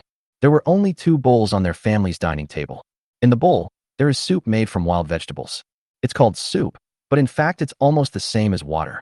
Alas, if you had given Chu Bai less food, we wouldn't have to drink wild vegetable soup every day. Uncle Wu's wife, Aunt San, held a bowl of wild vegetable soup and said weakly. Her health was not good to begin with, and Uncle Wu gave Chu Bai so much corn last time. These days, their family can only eat coarse food every day, and her health has become worse. Uncle Wu said, "When Mr. Chu was alive, he helped us a lot. Now that Chu Bai is getting married, we naturally have to give him a big gift." Aunt San sighed and said nothing more. Uncle Wu had obtained Chu Bai's consent when he exchanged grain for corn. I just didn't expect that her body was so unhealthy. After just 2 more meals of wild vegetables, he became even weaker. At this time, Uncle Wu suddenly frowned and said, "Someone is coming." Aunt San was stunned for a moment, turned her head, and saw Chu Bai walking in from outside carrying something. "Uncle San, Aunt San, are you eating?" When Chu Bai saw Uncle Wu, he immediately greeted him. Uncle Wu looked at what Chu Bai was holding and said unhappily, "Chu family kid, what are you doing?" Chu Bai laughed and said, "I heard that Annie has not been feeling well these past few days, so I bought some wild ginseng when I went to the county town to give her some nourishment." Upon hearing this, Uncle Wu and Aunt Wu were stunned. They have been busy with farm work these days and have not paid much attention to Chu Bai. In their opinion, it was difficult for Chu Bai Guang to support himself. What's more, he married 3 money-losing wives, and his life will only become more difficult. But now, Chu Bai actually brought them a ginseng? You have to know that in this era, 1 ginseng costs at least 1 or 2 taels of silver. Moreover, the smallest one was less than half an ounce. While the two were shocked, Chu Bai had already taken out the wild ginseng he had purchased. Seeing the wild ginseng in Chu Bai's hand, Uncle Wu and his wife immediately took a deep breath. "No, it's too expensive." Uncle Wu immediately stood up and refused. Wild ginseng weighing less than half an ounce can be sold for 1 ounce of silver, and the wild ginseng in Chu Bai's hand weighs at least 1 ounce. At the very least, it would cost 2 or 3 taels of silver to buy it. The corn he gave to Chu Bai as a gift that day was worth only a dozen cents at most. He could not accept the situation where a favor of a dozen cents was asked to be repaid with several taels of silver. Chu Bai knew what Uncle Wu was thinking and immediately said with a smile, "Uncle, I didn't give you this ginseng for free. I have something to do these days, so I want to ask you and my second brother for a favor." The second brother he was talking about was Uncle Wu's only son. Because of his ranking, people in Wujiazwang are used to calling him second brother Wu. Uncle Wu was stunned for a moment and asked, "What do you want me to do for you?" Chu Bai said, "These past few days I made something called an amber egg. I have already negotiated with the owner of the Wangshan in the county town to send him 100 amber eggs every day. But because the journey is so long, I can go once or twice, but not every day. So, I want my third uncle or second brother to go to the county town for me every day, deliver the amber egg to Wangshan, and then bring the silver back for me." Hearing him say this, Uncle Wu immediately breathed a sigh of relief. Chu Bai had just presented him with such an expensive gift, and he thought Chu Bai wanted him to help him kill people and set fires. "As a result, I just ran errands every day. That wouldn't require such an expensive thing." Uncle Wu continued to refuse. "I can help you deliver the things, but I don't want this ginseng. You can take it back." "Don't," Chu Bai quickly said. "Uncle San, let me tell you the truth. I didn't buy this ginseng from a pharmacy, but from a hunter. I didn't actually spend much money on it." What he said was not completely a lie, because he did buy this ginseng from a hunter. When herbal medicine shops sell ginseng, they sell it at a very high price. But when they buy ginseng from hunters or herbal medicine farmers, they like to bargain down the price as much as possible. Therefore, many people will try their luck at the market after digging up ginseng. If they cannot sell it, they will sell it to the pharmacy at a low price. Chu Bai was lucky as he met a hunter who happened to dig up ginseng at the market. But even so, he didn't spend much less money. "It cost me 1.5 taels of silver to buy this ginseng. Uncle San, even if you don't do this for yourself, you should at least think about Aunt San, right?" Chu Bai was worried that Uncle Wu still didn't want it, so he continued to persuade her. "Aunt's health is getting worse and worse. If she continues to eat wild vegetables like this every day, I'm afraid she won't be able to survive this winter, right?" Hearing this, Uncle Wu sighed helplessly. Although Chu Bai's words were unpleasant to hear, they were the truth. "Let alone this winter. If this continues, I'm afraid it won't last for 2 months. "That's fine." Uncle Wu clenched his fist and said, "But you have to tell me how much this ginseng cost, and I will give you the money later." Chu Bai thought about it and said, "Then let's calculate it as 1 tael of silver." "Okay." Uncle Wu nodded. To him, 1 tael of silver is a lot, but it is not as important as his wife's life. "And these?" Chu Bai took out the grain again and said, "Third uncle, don't think too much. From now on, you and second brother will go to the county town to deliver goods for me. If you don't have enough to eat, how can you have the energy to go to the county town?" Chapter 27 Uncle Wu. Uncle Wu looked at the food Chu Bai brought and felt moved. He only gave Chu Bai 2 liters of corn, but Chu Bai gave him so much food. What's more, there is also a valuable wild ginseng. This favor was too great for him. "Okay, then we will go to your house tomorrow morning and then go to the county town early." Uncle Wu immediately agreed and decided that no matter what Chu Bai asked him to deliver, it must be delivered intact. "Uncle San, don't worry. Chu Bai smiled and said, I'm not just bothering you once or twice, but I have to deliver it every day, and it takes up a lot of your time every time. So I want to pay you and my second brother 1 or 2 taels of silver per month. What do you think? Upon hearing this, Uncle Wu and Aunt Wu were both shocked. These days, ordinary people could not earn more than 1 or 2 taels of silver in a whole year. And now Chu Bai actually gives them 1 or 2 taels of silver every month. Even those people in the city can't earn that much in a month. No need. Uncle Wu quickly refused. This is too much. I'm just helping you deliver a shipment. It won't cost that much. Chu Bai explained. Uncle San, these amber eggs of mine are worth a lot of money. The high salary I pay you is not just for the delivery, but also for protection money. Let's not talk about anything else. You know the escort agency, right? If I ask them to help me deliver something, the money they spend is far from worth it. Chu Bai wanted Uncle Wu to help him deliver the preserved eggs for 2 reasons. Firstly, Uncle Wu was the only person who sent him a gift on his wedding day, and he was trustworthy both in character and in other aspects. Second, Uncle Wu used to be a soldier and has some martial arts skills, so if he really encounters robbers, he can fight off some. After hearing this, Uncle Wu still felt that Chu Bai gave too much money and insisted that Chu Bai give less. But when it comes to talking, how can he be a match for Chu Bai? Chu Bai said a few more words, and Uncle Wu could only agree reluctantly. It's a bit funny to say, but everyone Chu Bai met in his previous life was trying to find ways to get more money. But Uncle Wu always complained that Chu Bai gave him too much money. The next day, Chu Bai was still dreaming when Li Han called him up. Husband, Uncle Wu and his son are here. Hearing this, Chu Bai was stunned for a moment. It's just dawn now, and Uncle Wu is already here? He quickly got up and walked to his door. Uncle San, brother heir, why are you here so early? Chu Bai yawned and was still not awake. Uncle Wu said, didn't you tell us yesterday to go to the county town to deliver something? The county town is far away, so it would be better if we leave earlier so that we can deliver it earlier and not delay your work. Hearing this, Chu Bai was also somewhat moved. He asked subconsciously, have you two had breakfast? Uncle Wu was about to nod when his stomach suddenly growled. Chu Bai immediately turned around and said, Madam, cook more food for 2 people. Inside the yard, Li Han responded immediately. Uncle Wu hesitated for a moment and said, no need. It's not easy for you to make money. You should save some food. Chu Bai stepped forward and held him back, saying, only a meal can save a few grains. It's dozens of miles to the county town. How can we have the strength to go there if we don't have enough food? After saying that, he pulled Uncle Wu San and Brother Wu Er directly into the yard. Looking at Chu Bai's 3 beautiful wives, Uncle Wu San and Brother Wu Er felt a little embarrassed. Especially Brother Wu Er, although he has a wife and children. When has he ever seen so many beautiful women at the same time? After Li Han finished cooking, third Uncle Wu behaved a little better, but second Brother Wu was only focused on eating. After a while, the 2 of them had finished the whole bowl of rice. Seeing the look in Wu Er's eyes as he looked at the rice bowl, Chu Bai quickly apologized. I made a mistake. Wu Er is very strong, and he has a big appetite, so I made less rice today. Brother Wu said quickly, not a little, not a little. I just haven't eaten white rice for a long time, so I couldn't help but eat more.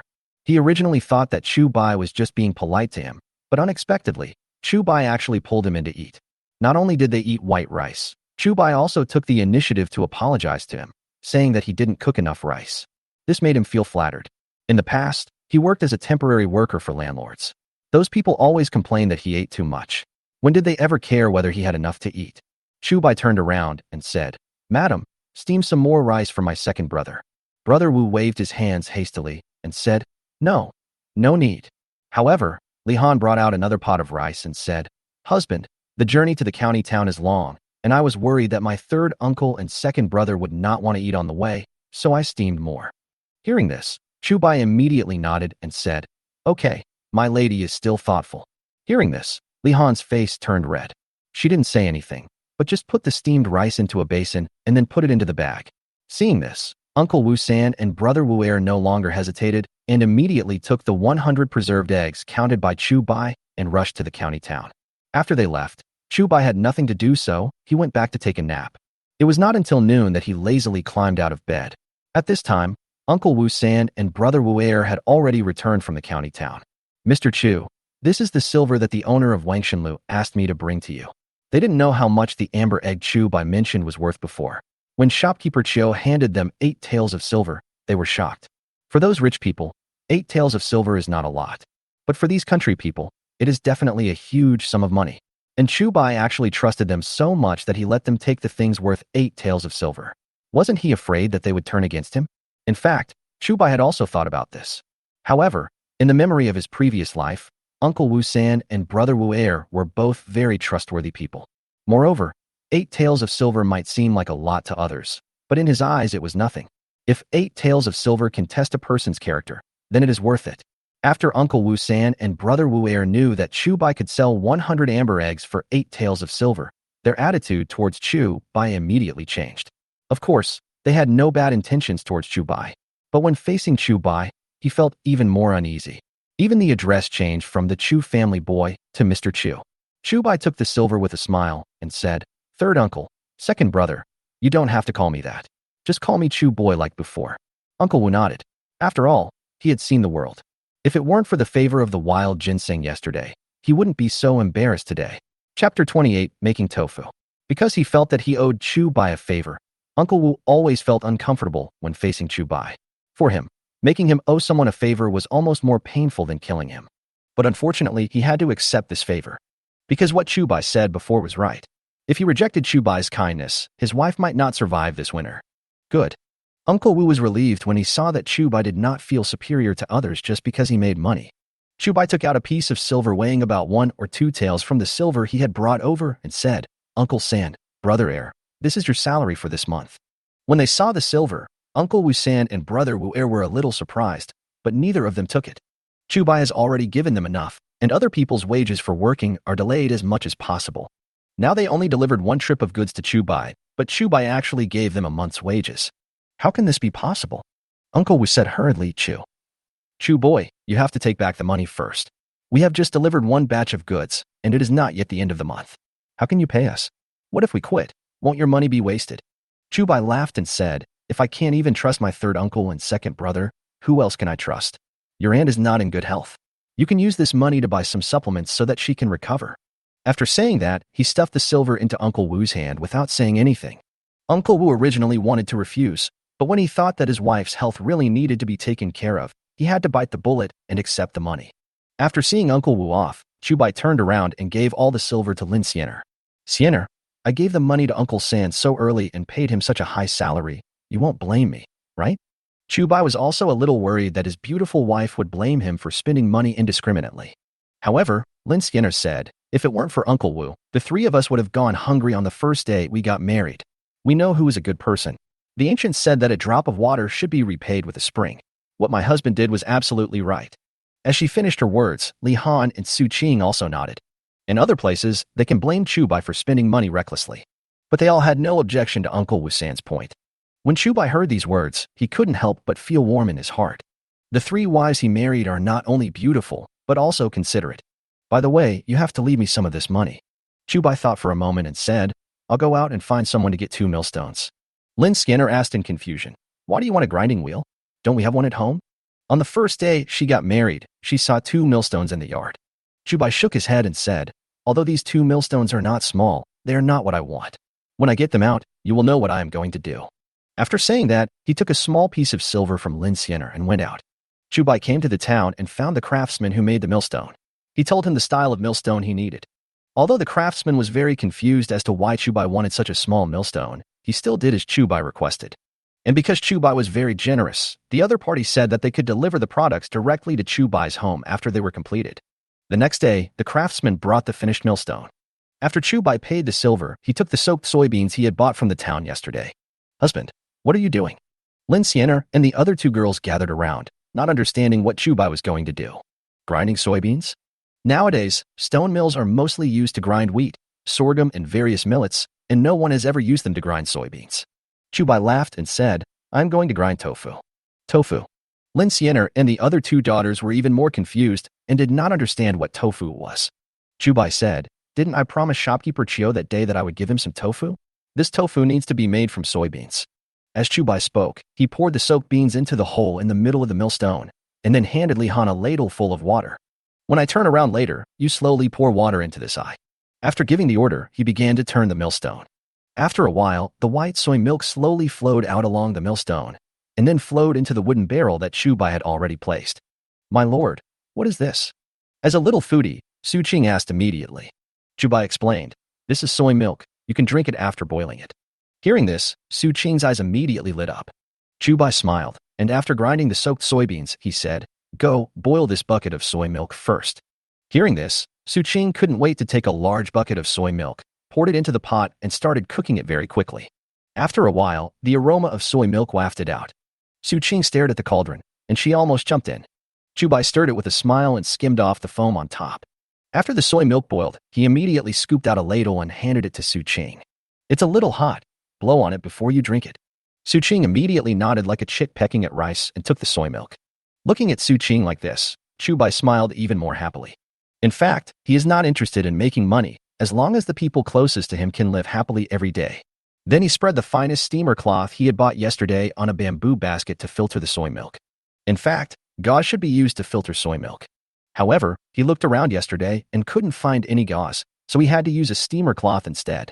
When the bean dregs left in the steamer cloth were almost gone, Chu Bai tied the steamer cloth and then used a stick to apply pressure little by little to squeeze out excess water. Next, it's time to order the tofu. There are two ways to cook tofu. One is to use brine. As the saying goes, there is always something to conquer something else. Another method is to use gypsum to make the slurry, which is also the method of making southern tofu. To make brine, you need salt. But salt was too expensive in those days, and even Muramace's family in Wujiazwang only had a small lump of salt. Even so, the other party still treasures it so much that he hides it every day. Chu Bai wanted to buy salt, but salt was too conspicuous.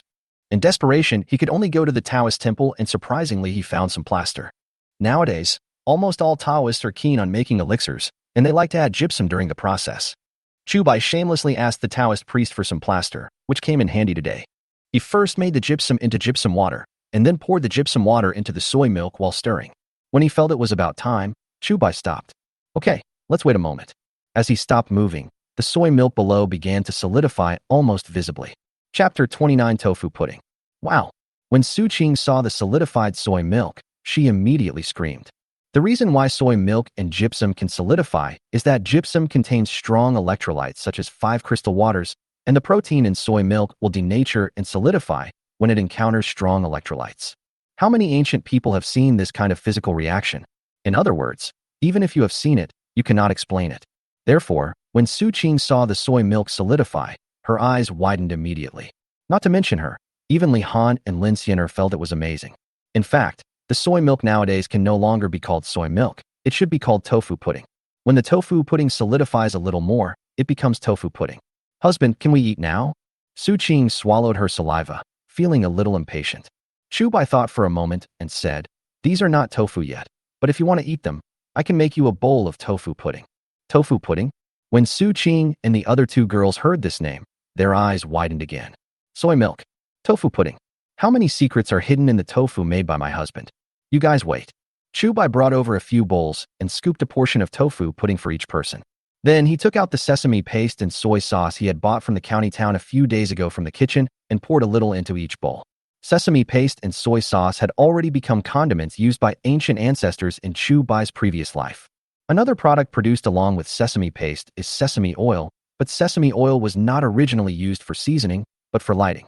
After adding sesame paste and soy sauce, Chu Bai asked again, "Are there any of you who don't eat coriander?" Coriander is the scientific name for cilantro. Li Han and Su Qing immediately shook their heads. They came from poor backgrounds and were lucky to have something to eat. How could they be picky about food? Only Lin Xiener shook her head and said, "My lord, I won't eat it." Good. Chu Bai nodded. He actually didn't like coriander either, but it was not that he couldn't eat it at all. He put some coriander in 2 bowls and placed the 2 bowls in front of Su Qing and Li Han. Then he gave the 2 bowls without coriander to himself and Lin Xiener. "Try it." Chu Bai smiled, picked up the bowl, and started eating first. Seeing him pick up the bowl, the 3 girls hurriedly picked up the bowls and started eating with spoons. After eating this, the 3 girls' eyes widened. Fragrant. Slip. Tender. There are such delicious things in the world. My dear, this is so delicious, isn't it? Lin Xiener took a bite and was immediately surprised. However, Chu Bai shook his head in dissatisfaction. Tasty? That only applies to people like Lin Xiener and Su Qing who have never eaten tofu pudding. In his previous life, he had eaten tofu pudding made by an old tofu shop, and it was so delicious. Unfortunately, he will never be able to eat it again. Moreover, he actually loved spicy food, but chili peppers had not yet been introduced to the Dayu dynasty. The spices used in the Dayu dynasty were basically mustard and dogwood, among which dogwood was the most similar to chili pepper. However, Cornus officinalis is mainly popular in Sichuan and Shu, and most of them are wild. The production process is also relatively complicated, so it is rare in other places. He walked around the county town a few days ago, but didn't buy any dogwood. As long as you think it tastes good. Chu Bai took a few bites of the bland food. He remembered that the kitchen of Wang Shenlu had chili oil made from dogwood. If it really doesn't work, ask Uncle Wu to ask Manager Chiu to bring some back when he goes to Wang Shenlu to deliver the preserved eggs tomorrow. My husband is worried. Lin Xianer looked at Chu Bai in confusion and noticed that something was wrong with his mood. Chu Bai shook his head and said, "There is actually another way to eat this tofu pudding by adding sugar. I'll let you try it someday to see whether the salty tofu pudding tastes better or the sweet tofu pudding tastes better." The Dayu dynasty had not yet invented the yellow mud decolorization method, so most of the sugar on the market was black sugar and a small amount of red sugar. Although white sugar is available now, it is called icing sugar. It is not only expensive, but its sweetness is also incomparable to that of white sugar. Therefore, Chu Bai did not buy candy. "No need, my husband." Li Han quickly shook his head and said, "Even the cheapest brown sugar costs more than 100 coins per pound. It's too expensive." Chu Bai said with a look of disdain, "Brown sugar? Can that thing be called sugar? One day your husband will let you see what real sugar is." Hearing this, Lin Xianer was immediately surprised and asked, "Could it be that my husband can also refine sugar?" Chu Bai nodded and said, "Well, this little thing is no problem at all. There was a shortage of white sugar in ancient times. If he had made white sugar, the profit would have been much greater than that of preserved eggs. However, the county he lives in is a lower-level county with limited consumption capacity. Even if he really made white sugar, he couldn't sell it at a very high price. Moreover, it is easy to be targeted." Lin Xianer and the other two girls looked at Chu Bai in surprise, feeling that they could no longer understand their husbands. They vaguely remembered that when Chu Bai introduced himself to them, he said that he was called by Shotzi. Thinking about it now, it just feels extremely ironic. How can a fool know how to make preserved eggs, tofu, and refined sugar? Looking at the three women's strange looks, Chu Bai felt a little proud in his heart. Which man doesn't want to be his wife's hero? Even if I can't be a hero, I can be their husband. How about this? There's no need to postpone it. Tomorrow I'll ask Uncle Wu to bring us some brown sugar, and I'll personally perform magic for you.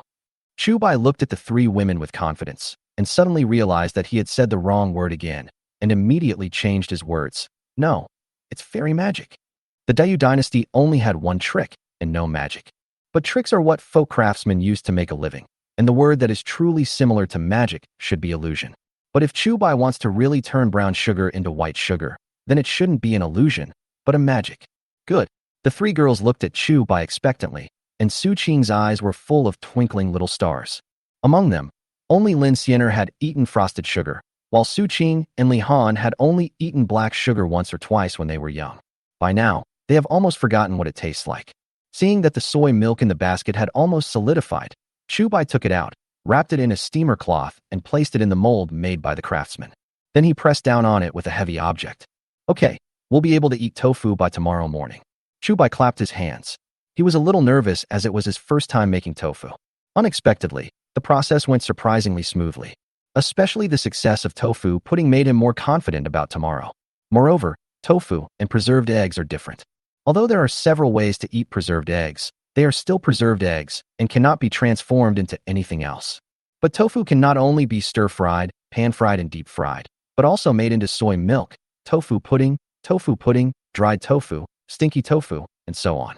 It can be said that tofu is definitely the greatest invention in the history of Chinese cuisine. Chapter 30. Continue to squander money. Refined sugar with yellow mud. Chu Bai remembered that he had read an article that tofu was not only a good example of a delicacy that can be eaten in many ways, but was also the main source of protein needed by the ancients. Therefore, he was completely sincere when he said that tofu is the greatest invention in the history of Chinese cuisine. However, there is no definitive answer as to who invented tofu in the previous life. But this time, the invention of tofu can be attributed to him. The next day, Chu Bai got up early on purpose. After his inspection, the tofu made yesterday had been completely pressed into shape. "Okay, you can eat now." Chu Bai happily cut a piece of tofu and went to the kitchen to cook. Tofu can be stewed, fried, or steamed, but it is too tiring to stew and fry it early in the morning. Therefore, Chu Bai chose the simplest way. Scallions and tofu, innocent. Cut the tofu into small pieces, blanch them briefly, and then put them in a bowl. Then, sprinkle with green onions and various seasonings. Done, call it a day. Add a bowl of fragrant egg noodles, and it's absolutely delicious. Lin Xiener and Li Han were also enjoying their meal, but Su Qing thought that last night's tofu pudding was more delicious. Chu Bai didn't feel anything about this. After all, everyone has their own taste. Since Su Qing likes to eat tofu pudding, give her more tofu pudding in the future to nourish her brain. Just when they finished eating, Uncle Wu San and Brother Wu Er arrived. We had a little dinner at home today, so we were late. Uncle Wu explained somewhat embarrassedly that he and Brother Wu came here without having eaten yesterday, but were enthusiastically pulled in by Chu Bai to have dinner. They were worried that if they came here without having dinner today, Chu Bai would drag them out to eat again, so they ate at home before coming here. You came just in time. Chu Bai quickly pulled the two of them aside and said, I just made some tofu. You can take it back and try it first. After saying that, he cut a large piece of tofu for the two of them without any further explanation. Looking at the white tofu in their hands, Uncle Wu and the other man were a little confused. Tofu, how do you eat this? Chu Bai saw the two's confusion and immediately said, when you go back, you can cut this into small pieces and stew it in a pot, or you can blanch it in water and sprinkle it with green onions and mix it cold. There are several other ways to eat it. I will teach you when you come back from the county town. Uncle Wu wanted to refuse, but Chu Bai pointed at the prepared tofu and said, don't be so quick to refuse. I made a lot of this tofu. If we can't finish it, it will go bad. You can help me share the burden. We can't waste food, right? After hearing this, Uncle Wu reluctantly accepted the tofu. The father and son took the preserved eggs and tofu and left. After returning home and putting down the tofu, they hurried to the county town. After they left, Li Han worriedly asked, Husband, you made so much tofu. What if we can't finish it? She and Su Qing had both been used to living a hard life, so seeing so much tofu going to waste, they naturally felt reluctant. Chu Bai laughed and said, it's okay. If we can't finish it, we can make stinky tofu. Although stinky tofu smells bad, it tastes good. If it doesn't work, we can make hairy tofu or dried tofu. Anyway, it won't be wasted. Li Han asked in confusion. Then you just told Uncle Wu that it would be a waste if you couldn't finish the food. Chu Bai said, if I don't say this, will Uncle Wu accept the tofu? Li Han suddenly realized it, and at the same time he felt a warm feeling in his heart. Chu Bai would consider things so carefully for an outsider, so he would naturally treat them better. By noon, Uncle Wu San and his son came back. Not only did they bring back the money from selling preserved eggs for Chu Bai, but they also brought back 3 pounds of brown sugar for Chu Bai. Chu Bai specially asked Uncle Wu to bring back these brown sugars. He also drank the soy milk that I cooked yesterday, but he prefers soy milk with sugar. Well, it's time for me to show you my magic, mystical arts. Chu Bai found some lus and added water to make mud. Then he heated up the big pot and poured all the 3 pounds of brown sugar he had bought into it. After the brown sugar was boiled into syrup, Chu Bai immediately shouted, Madam, pour the yellow mud in. Hearing this, Lin Xiener and the other 2 girls were all surprised. Brown sugar costs more than 100 won per pound, and 3 pounds of brown sugar costs more than 300 won. My husband actually wants to pour yellow mud into brown sugar that costs more than 300 coins? Isn't this a waste of things? Hurry up, or it will get mushy and the candy will be wasted. Seeing that the 3 men did not take action, Chu Bai hurriedly shouted. Lin Xiener said, although my husband is a spendthrift, he never wastes anything. Just listen to him. As soon as she finished speaking, Li Han picked up the wooden bucket and poured the yellow mud into it without saying a word. Chu Bai felt that the wooden spatula in his hand was too heavy to use, so he immediately switched to a wooden stick and started stirring. The mud and syrup soon became a mixture. Chu Bai took out 2 pieces of cloth, placed them on the edge of the pot, and then poured the mixed syrup and mud into the funnel padded with straw. Black sugar residue dripped slowly down the funnel, and white dots gradually appeared above the funnel. White sugar. When Su Qing saw the white color, her eyes widened immediately. Although Chu Bai said that he wanted to refine brown sugar into white sugar, she still had some doubts in her heart. It was not until she saw it with her own eyes that she realized that what Chu Bai said was true. Magic. This is really a magic.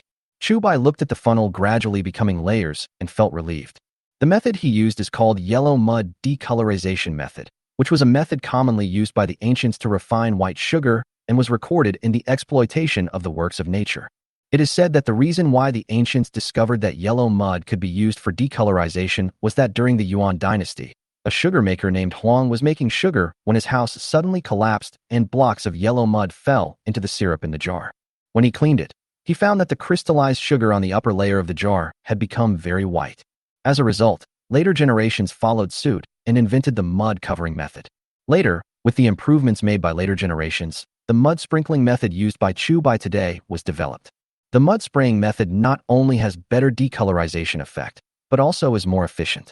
Whether it is the covering mud method or the pouring mud method, the adsorption function of yellow mud is utilized to absorb the sugar residue in brown sugar.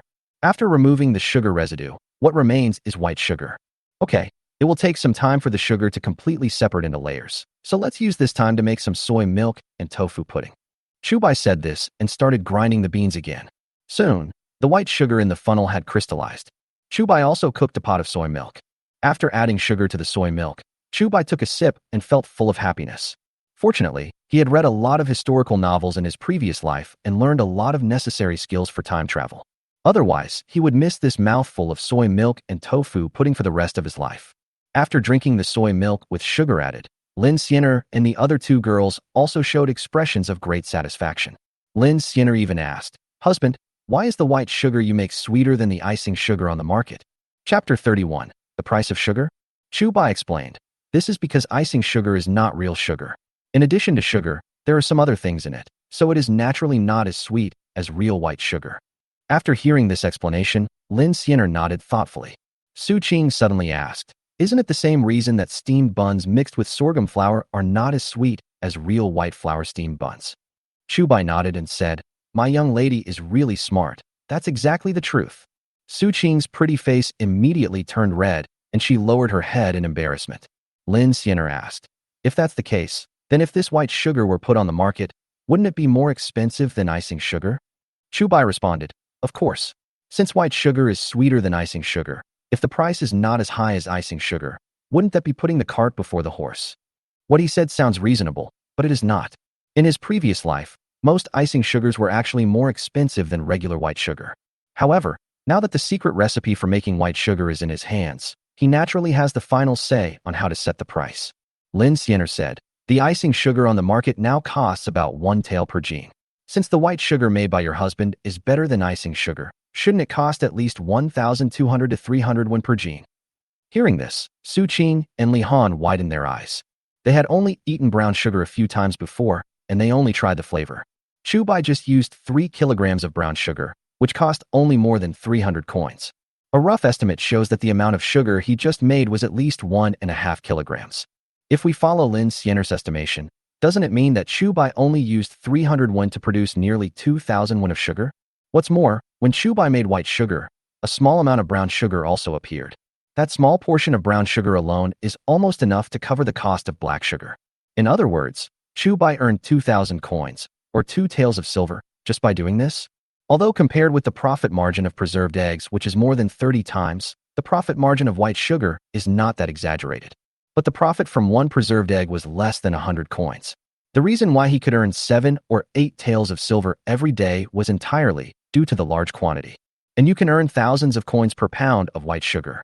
In the face of this figure, the more than 30 times profit from preserved eggs becomes insignificant. But at this moment, Chu Bai shook his head at Lin Xianer. Lin Xianer was stunned for a moment and asked in confusion, "My husband, are you trying to increase sales quickly with a low price? Nowadays, icing sugar is about 1 tael per jean, and my husband's white sugar is sweeter than icing sugar. If it is 900 coins or even 800 coins per jean, it will definitely quickly replace icing sugar." However, Chu Bai still shook his head this time. Not yet. A crazy idea suddenly came to Lin Xianer's mind, but she still couldn't believe it. Husband, do you think the price of 1 tael is too low?" Although she couldn't believe it, she still expressed her thoughts. "Good." Chu Bai nodded and said, "You all saw us selling preserved eggs that day. If we only said preserved eggs, those people might not look at us in the right light. But when we named it amber egg, they immediately changed their minds." Lin Xianer rolled her eyes and said, "My husband, do you want to give this white sugar a similar name? This sugar is as crystal clear as crystal. Why not call it crystal sugar?" Chu Bai smiled and said, "Don't worry, it's not time to sell the sugar yet. The sugar that my husband made is only for our own use." "Not the right time?" Li Han asked. "Since we can sell preserved eggs, why can't we sell white sugar?" Not only her, Lin Xianer and Su Qing also had similar doubts. Chu Bai said, "A man is innocent, but he is guilty of possessing a treasure." Hearing this, Lin Xianer came to her senses instantly. The profit margin of sugar is too huge. Even if one caddy is sold for only 1,201, it is still enough to make a profit of 1 or 2 taels of silver. If people knew the profits here, they would definitely rush to grab them. Don't worry, my dear husband. We sisters will keep the matter of Bai Tang a secret and will never tell anyone. Lin Xiener immediately brought Li Han and Su Qing to make assurances to Chu Bai. Chu Bai said indifferently, "It doesn't matter. It's okay even if someone sees the sugar. Just tell them that we got it from the Hu merchants in the western regions." He had already figured out the origins of preserved eggs and white sugar. Anyway, information was not well circulated at that time, and when we couldn't tell the origins of something, we could just blame it on the distant Hu merchants in the western regions. You should know that the western regions Hu merchants mentioned here are not just those from the 36 kingdoms. Even Persian merchants were considered Hu merchants. If the western regions Hu merchants cannot be dealt with, you can also bring in various gods. It's not that he wants to promote feudal superstition, but that the ancients believed in this. In short, he would use any means to fool people. Lin Xiener and the other two girls looked at each other and tacitly suppressed their doubts in their hearts and did not continue to ask questions. But Lin Xiener still wanted to know what Chu Bai was planning to do with the sugar, so she bit the bullet and asked, "Husband, if it's time to sell the sugar, how much do you plan to sell it for per pound?" Chu Bai thought for a moment and said, "What do you think of 30 taels?" Hearing this, Lin Xiener and the other two were almost shocked to death. 30 taels? According to what Chu Bai had just done, the cost of a pound of sugar was only about 150 cents. He actually planned to sell sugar at the sky-high price of 30 taels of silver per pound? This is a full 200 times profit, far more exaggerated and shocking than preserved eggs. If it weren't for the example of Pai Dan, they would even think Chu Bai was crazy. Su Qing looked at the soy milk she had just drunk, and her mind was filled with images of adding sugar to it. If Chu Baijin sold sugar at the sky-high price of 30 taels of silver per pound, then how much would the spoonful of sugar she just added be worth? I'm afraid, even if I sell her, I won't be able to afford the compensation, right? Next to her, Lin Xiener was the first to wake up. "Husband, isn't 30 taels of silver too expensive?" She said sincerely, "At this price, let alone a small county, I'm afraid there are not many people in the entire Dayu dynasty who can afford it, right?" Chu Bai smiled and said, "How do you know how many rich people there are in the Dayu dynasty?" Lin Xiener was stunned for a moment, a little confused. Chu Bai said, "You can think of sugar as the top luxury item, something that only the most powerful officials and nobles can enjoy. Do you think they care about the price?" Lin Xiener nodded thoughtfully, vaguely understanding something. At this moment, Su Qing suddenly burst into tears. Is white sugar actually a top luxury item that only the rich and powerful can eat? What if she just ate so much? Chapter 32, Zhao Sen arrives. Although selling children is fashionable nowadays, Su Qing feels that even if she sells herself, she cannot afford to pay back the sugar for her husband. Seeing Su Qing's aggrieved look, Chu Bai asked in confusion, "Qing'er, what's wrong with you?" Su Qing said aggrievedly, I just put a lot of sugar. Husband, why don't you sell me?" Hearing this, everyone was a little confused. Chu Bai's eyes rolled, and he figured out the reason. He deliberately said with a straight face, "Then where do you think I should sell you to?" Su Qing stammered, I. However, before she could finish, Chu Bai said, "The world is in chaos now. Although human life is becoming less and less valuable, the young lady is so beautiful that she can definitely be sold for a lot of money if she is sold to a brothel." Hearing this, Su Qing's eyes widened immediately. The tears in her eyes suddenly burst out. When she joined the wedding procession, her family told her that if she couldn't get married again, she would be sold to a brothel. At that time, she heard about the various evils committed in brothels. If a woman is sold to a brothel, her life would be worse than death. She had just enjoyed 2 days of good life and absolutely did not want to be sold to a brothel. I don't want to go to a brothel." Su Qing cried and shouted softly. She squatted on the ground and buried her head on her knees. Seeing this scene, Chu Bai suddenly felt a little distressed. It seems that this joke of mine was a bit too much. Seeing Chu Bai at a loss, Lin Xiener quickly pulled Su Qing up and said, "Sister, don't be intimidated by your husband." Su Qing was stunned for a moment, her big eyes full of confusion. Lin Xiener smiled and said, "Since we got married, when has our husband ever treated us badly in terms of food? He was just joking with you just now. Why did you take it seriously?" Su Qing blinked her big eyes and asked, "Really?" Chu Bai quickly took advantage of the situation and said, "Of course it's true. Xiao Qing'er is so beautiful.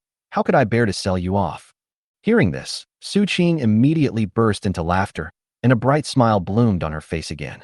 Lin Xiener smiled slightly, and then said to Chu Bai, "My husband, you are biased. Is it that only Sister Qing'er is pretty, and Sister Li Han and I are not pretty? Beautiful. They are all beautiful. Chu Bai praised without hesitation. He hasn't done anything yet, but his 3 beautiful wives are already showing signs of jealousy.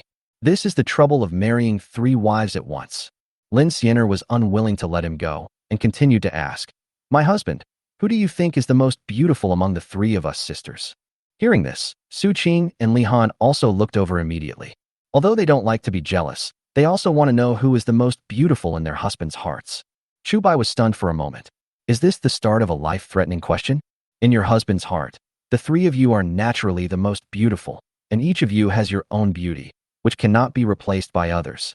Chu Bai looked at the 3 women and said righteously, Xianer is generous and generous, Han'er is gentle and kind, and Qing'er is lively and romantic. No matter who I lose, I will feel that I can't live anymore. Since I can't escape, I'll just praise everyone. Moreover, each person praised it in a different way, leaving them with no fault to find. As expected, Li Han and Su Qing were immediately delighted when they heard his words. Only Lin Xianer's eyes rolled, as if she had thought of something. However, she did not expose Chu Bai's thoughts. After all, one's husband also needs to save face. While a few people were playing, a figure appeared at the gate of the courtyard. "Brother, I'm here." Zhao San pushed open the door and walked straight in. When Zhao San saw Lin Xianer and the others, his eyes widened instantly. These women were even more beautiful than the top prostitutes he had seen in brothels. Chu Bai, this fool, is so blessed. Seeing Zhao San, Lin Xianer and the other 2 subconsciously took a few steps back. They still remember vividly the scene when Wu Lizhi came to their house a few days ago. Chu Bai stood in front of the 3 people, walked up to Zhao San with an unhappy look on his face, and said, "Why are you here?" Zhao San swallowed, and then remembered his business. "Brother, more than 10 days have passed. How was your grandfather's birthday?" That day, Chu Bai said he wanted to celebrate his grandfather's birthday, and took away his most precious porcelain vase from him. From that day on, Zhao San thought about this matter every day, hoping to use the fool Chu Bai to climb up to the other party's father-in-law's high branch. As a result, he waited for so many days but still received no news, so he had to come to Chu Bai in person. Chu Bai naturally knew Zhao San's purpose, but his grandfather's birthday was just a pretext for him to fool Zhao San. How could he really give Zhao San any benefits? I said, "What are you in such a hurry for?" Chu Bai said impatiently, "If my grandfather had celebrated his birthday, would I not tell you?" Zhao San was stunned for a moment. He didn't expect Chu Bai to treat him like this. This fool was not like this before. "Brother, didn't you say that your grandpa's birthday will be coming up in 10 days? If grandpa likes that porcelain vase, you will take me to meet him?" Zhao San looked at Chu Bai coldly and said unhappily, "You're not going to deny it now, are you?" Chu Bai said, "Porcelain bottle? What porcelain bottle? How come I don't know it?" He had never thought of pretending to be nice to Zhao San, so he just started to play dirty. Anyway, he had already sold the porcelain vase to the pawn shop and couldn't redeem it now. "You?" Zhao San's eyes widened and his head was a little confused. Chu Bai actually wanted to deny his porcelain bottle? Are you kidding me? Zhao San immediately realized that something was wrong and figured out the key issue. "Playing tricks on you." Chu Bai looked at him with disdain and said contemptuously, "When you cheated me out of more than 10 taels of silver with nothing, why didn't you say you were playing tricks on me?" Zhao San took a deep breath and asked fiercely, "Are you going to completely break up with me?" Seeing him like this, Lin Xianer and the other 2 girls stood behind Chu Bai. Although they were afraid of Zhao San, if the 2 of them really fought, they would never let their husbands suffer. Chu Bai glanced at the 3 women, then said, "You are worthy of breaking up with me?" Although Zhao San was a gangster, he often hung out in casinos and often had no food to eat. On the other hand, Chu Bai not only ate his fill every day, but also ate refined and fine grains. If the 2 of them really fought, Chu Bai would not be afraid at all. "You?" Zhao San felt greatly insulted. A fool dares to say that he is not worthy? But seeing that Chu Bai was a head taller than him, Zhao San still backed off. "Humph. Just wait for me. Sooner or later, I will make you pay the price." Zhao San said something harsh and turned away. Just before leaving, he suddenly noticed the white sugar that Chu Bai had just placed on the table. In an instant, Zhao San's eyes turned red. Chapter 33: Zhao San's Revenge. "What is that?" Zhao San looked at Bai Tang, and his breathing suddenly became rapid. Chu Bai followed his line of sight and said casually, "That's sugar, 30 taels of silver per pound." Hearing this, Zhao San couldn't help but pause for a moment. Chu Bai sneered, and then continued, "And those white things next to it are called tofu, and the amber-shaped things are amber eggs, which are sold for 100 coins each in the city." Zhao San's eyes widened. and his head went blank. He didn't know what tofu was, but the news about amber eggs had gone viral in the county in recent days. It is said that Wang Shenlu has come up with a new ingredient called amber egg, which can not only be eaten cold, but also fried, stir-fried, and even used to make porridge. After hearing about it, Zhao San also wanted to try it, but it was too expensive. It is said that the purchase price alone is as high as 100 coins per piece, and if it is made into a dish, the price will naturally be higher. In fact, the preserved eggs Chu Bai gave to Wang Shenlu cost 80 cents each. But he had discussed it with manager Chiu and decided to still announce the purchase price to the public as 100 coins per coin, so that it would be easier for manager Chiu to rip off customers. In terms of being black-hearted, shopkeeper Chiu is almost on par with Chu Bai. But no matter whether it was 100 coins or 80 coins, it was not something a gambler like Zhao San could afford. Therefore, when he saw that Chu Bai had hundreds of amber eggs, he was completely shocked. You should know that although the price of amber eggs is very high, they are still hard to come by. And now, Chu Bai actually has hundreds of them? Not to mention that Chu Bai just said that the white sugar without any impurities cost as much as 30 taels of silver per pound. Everything Chu Bai showed was beyond Zhao San's imagination. Chu Bai looked at Zhao San and felt that the time was right. Have you finished reading?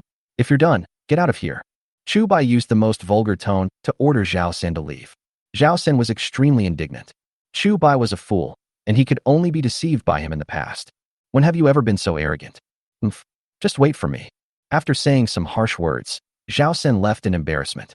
Not long after leaving the courtyard, Zhao San turned his head and looked at Chu Bai's courtyard greedily.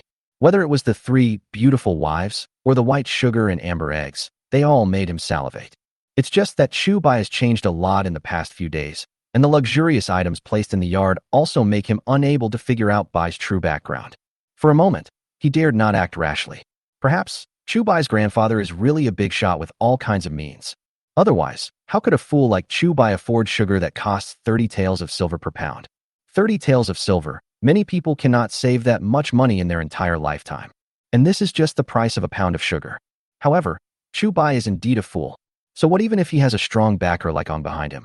If you don't even understand such a simple principle as not showing off your wealth, you will get into big trouble sooner or later. At the same time, Lin Xiener looked at Zhao San's back as he left and said with some concern, "My husband, you told him all about the sugar and preserved eggs. Aren't you afraid that he will go out and tell everyone, causing trouble for us?" She also understood the principle of making a fortune in silence, and Chu Bai was now penniless. If he really encountered robbers, he would have no way to resist. No problem. Chu Bai smiled calmly and said, "The amber egg incident cannot be concealed for long. What is coming will eventually come. And what do you think your husband was busy doing when he went into the mountains a few days ago?" Lin Xiener looked at Chu Bai in confusion and seemed to be at a loss. In fact, the reason why Chu Bai let Zhao San know his current wealth without hesitation was mainly to intimidate Zhao San. He had previously fabricated a fictitious old man, and now he showed off a little bit of his wealth. Zhao San must have thought that he had all this wealth thanks to the old man. Zhao San is an extremely selfish person. He will not give up this big fat sheep to others until the very last moment. Moreover, with Uncle Wu and his son delivering preserved eggs to him these days, his life became more leisurely. Anyway, the 3 women have already learned how to make preserved eggs, so he doesn't even need to say a word and can earn 7 or 8 taels of silver every day. So, feeling bored at home, he went into the mountains alone. "I'm just sitting around doing nothing, so I might as well go hunting." However, he didn't dare to go too far, so he could only wander around the back mountain. In order to satisfy his hobby, he made himself a bow based on the style of the compound bow in his previous life. After a few days of familiarity, Chu Bai can now guarantee to accurately hit all prey within 10 meters. If someone really dares to take advantage of him, there's no telling who will be killed. Lin Xiener hesitated for a moment and said, "How about asking Uncle Wu to come over?" Chu Bai thought about it and said, "That's fine. With Uncle Wu here, our safety can indeed be guaranteed. But it's okay for a day or two, but it won't work for a long time." Lin Xiener nodded and said, "That's true, but if that person was eager to take revenge, I'm afraid it would only take 1 or 2 days. It won't take too long." Chu Bai looked at Lin Xiener in surprise. He didn't expect that she would have such insights. Based on my previous incarnation's understanding of Zhao San, this person always seeks revenge. If someone offended him, Zhao San would definitely take revenge on the same day. As a result, although Zhao San shocked many people, he was also beaten for it. If Zhao San comes to his senses, he will definitely come for revenge within a day or two. But if it doesn't come within a day or two, it won't come anymore. The other side. Zhao San stared at Chu Bai's courtyard for a while, then left in a hurry. He was so amazed by the appearance of Lin Xiener and the other two that he just wanted to go to a brothel and find a lover to relieve his sexual desire. But just as he reached the entrance of the village, he ran head-on into Wu Sihai, the village chief of Wujiazwang. Hey, isn't this brother Zhao San? Why are you here in Wujia village today? Wu Sihai looked at Zhao San and asked with a smile. Are you here to cheat that idiot out of money again? Thinking of the humiliation he had just suffered from Chu Bai, Zhao San became furious. But Wu Sihai was not only the village chief of Wujiazwang, but also the largest local tycoon in Wujiazwang. He was definitely not someone a gambler like him could afford to offend. But soon, he had an idea. Master Wu is joking. Chu Bai is not a fool now. Zhao San immediately explained for Chu Bai. Wu Sihai sneered and said, You don't really think Bai Shatzi is your brother, do you? Everyone knows that guy is just a fool who has been fooled around by others. Zhao San immediately shook his head and asked seriously, Master Wu, have you ever eaten amber eggs? Wu Sihai was stunned for a moment, then nodded and said, Of course. In fact, he had never eaten it, but in order to show off his status as a villager and a local rich man, he lied without hesitation. Zhao San didn't think much about it. Wu Sihai was the richest man in Wujiazwang. Although he couldn't afford the amber eggs, Wu Sihai might not be able to afford it. Since Master Wu has eaten it, he knows that Wang Shenlu only has 100 amber eggs per day, and the price is very expensive. Zhao San looked around and lowered his voice a little. I just saw at Chu Bai's house that his yard was full of amber eggs, at least several hundred. Chapter 34, Muramasa Takashi. When Wu Sihai heard what Zhao San said, his eyelids twitched instantly. Amber egg? Hundreds more? How is this possible? Chu Bai is nothing but a useless fool who lives off his parents. Even he couldn't afford the amber eggs from Wanxian Tower. So how could a fool like Chu Bai have so many? You're not seeing things, are you? Wu Sihai subconsciously followed Zhao San and lowered his voice, very unconvinced. Zhao San immediately said, Of course I'm not wrong. This is what the fool Chu Bai admitted himself. I suspect that the amber egg was made by Chu Bai. After saying this, Zhao San was also shocked by his own words. He originally wanted to fool Wu Sihai, but the more he thought about it, the more he felt that this was possible. Even the amber eggs in Wanxian Tower only have a supply of 100 per day. How could a fool like Chu Bai have so many? Thinking of this, Zhao San couldn't help but feel a little confused. Could it be that the reason why this fool Chu Bai can afford white sugar that costs 30 taels per pound is because of the money he earns from selling amber eggs? But if you think about it carefully, it's unlikely. Chu Bai supplies Wanxian Tower with 100 amber eggs every day, and the total price is only about 10 taels of silver. After deducting the costs, the amount of money that can be saved will definitely not be much. Even if he could earn 100 taels of silver a month, how could he afford to eat sugar that costs 30 taels of silver per pound? Anyway, if it were him, he would definitely be reluctant to let go. With this money, you might as well go and play a few rounds. Those sugars must have been given to him by Grandpa Chu Bai. Even those amber eggs were made by himself only after Chu Bai taught him the method. Zhao San's eyes became brighter and brighter. He felt as if he was smarter than ever before, and he saw through Chu Bai's true identity at once. Really, Chu Bai is still that useless fool. The reason why he is where he is today is all thanks to his grandfather. The reason why Chu Bai's grandfather took such good care of him must be because of the porcelain vase that he had cheated from him that day. All of this should have belonged to him. Wu Sihai did not notice the change in Zhao San's expression, but his heart was already in turmoil. The last time he saw Chu Bai was when the royal party came to Wujiazwang. At that time, Chu Bai had just been cheated of all his money by Zhao San, and he also married 3 money-losing wives. Since then, he no longer paid attention to Chu Bai. A fool and 3 money-losing guys can't survive for more than a few days. Unexpectedly, he heard from Zhao San today that Chu Bai was not only alive and well, but even the amber eggs that were all the rage in the city were made by Chu Bai. Amber eggs are hard to come by in the city nowadays. Anyone who masters the method of making amber eggs will almost have found a treasure chest. Zhao San observed Wu Sihai's expression, then quietly leaned over to Wu Sihai's ear and said, Master Wu, do you want to know how to make amber eggs? Wu Sihai was stunned for a moment and asked doubtfully, Do you have a solution? Zhao San said, Master Wu, you are the village chief of Wujia village. You are an official. Isn't it easy for you to capture a fool? Wu Sihai's eyes rolled, and he had some ideas in mind. Although Muramasa was not a real official, he was not even a minor official. But the villagers of Wujiazwang don't know. Especially for a fool like Chu Bai, wouldn't it be easy to catch him with just a simple threat? He looked at Zhao San and asked, What benefit do you want? Zhao San is not a good person, and it is absolutely impossible for him to give me advice for no reason. Zhao San chuckled and said, Master Wu, if you get the recipe for the amber eggs, how about we split the profits 50-50 from the amber eggs we sell? His ultimate goal is to climb up the social ladder of Chu Bai, but right now his life is not going well. If I could use amber eggs to improve my life, that would be great. Wu Sihai sneered. You think you can split the money with me 50-50? Why don't you take a piss and look at yourself to see if you are worthy enough? Hearing this, Zhao San felt a little annoyed, but he did not express it as directly as he did just now. After all, Chu Bai was just a fool, and yet he dared to humiliate him. Naturally, he couldn't tolerate it. But Wu Sihai is not only the village chief of Wujiazwang, but also the biggest local rich man in Wujiazwang. When such people humiliate him, he not only will not get angry, but will also take it as an honor. Mr. Wu is right. How about this? If you get the formula, can you give me a copy of it? Zhao San suddenly had an idea and immediately changed his mind. Wu Sihai looked at Zhao San with even more disdain in his heart. Zhao San is a gambler. Such a person cannot be trusted at all. Apart from anything else, if Zhao San loses and gets angry and leaks the formula of the amber eggs, won't the streets be full of amber eggs in the future? Then what unique business does he have? However, on the surface he still nodded and said, okay, let's do it. He didn't take Zhao San seriously at all, and the reason why he agreed to Zhao San so readily was just to fool Zhao San.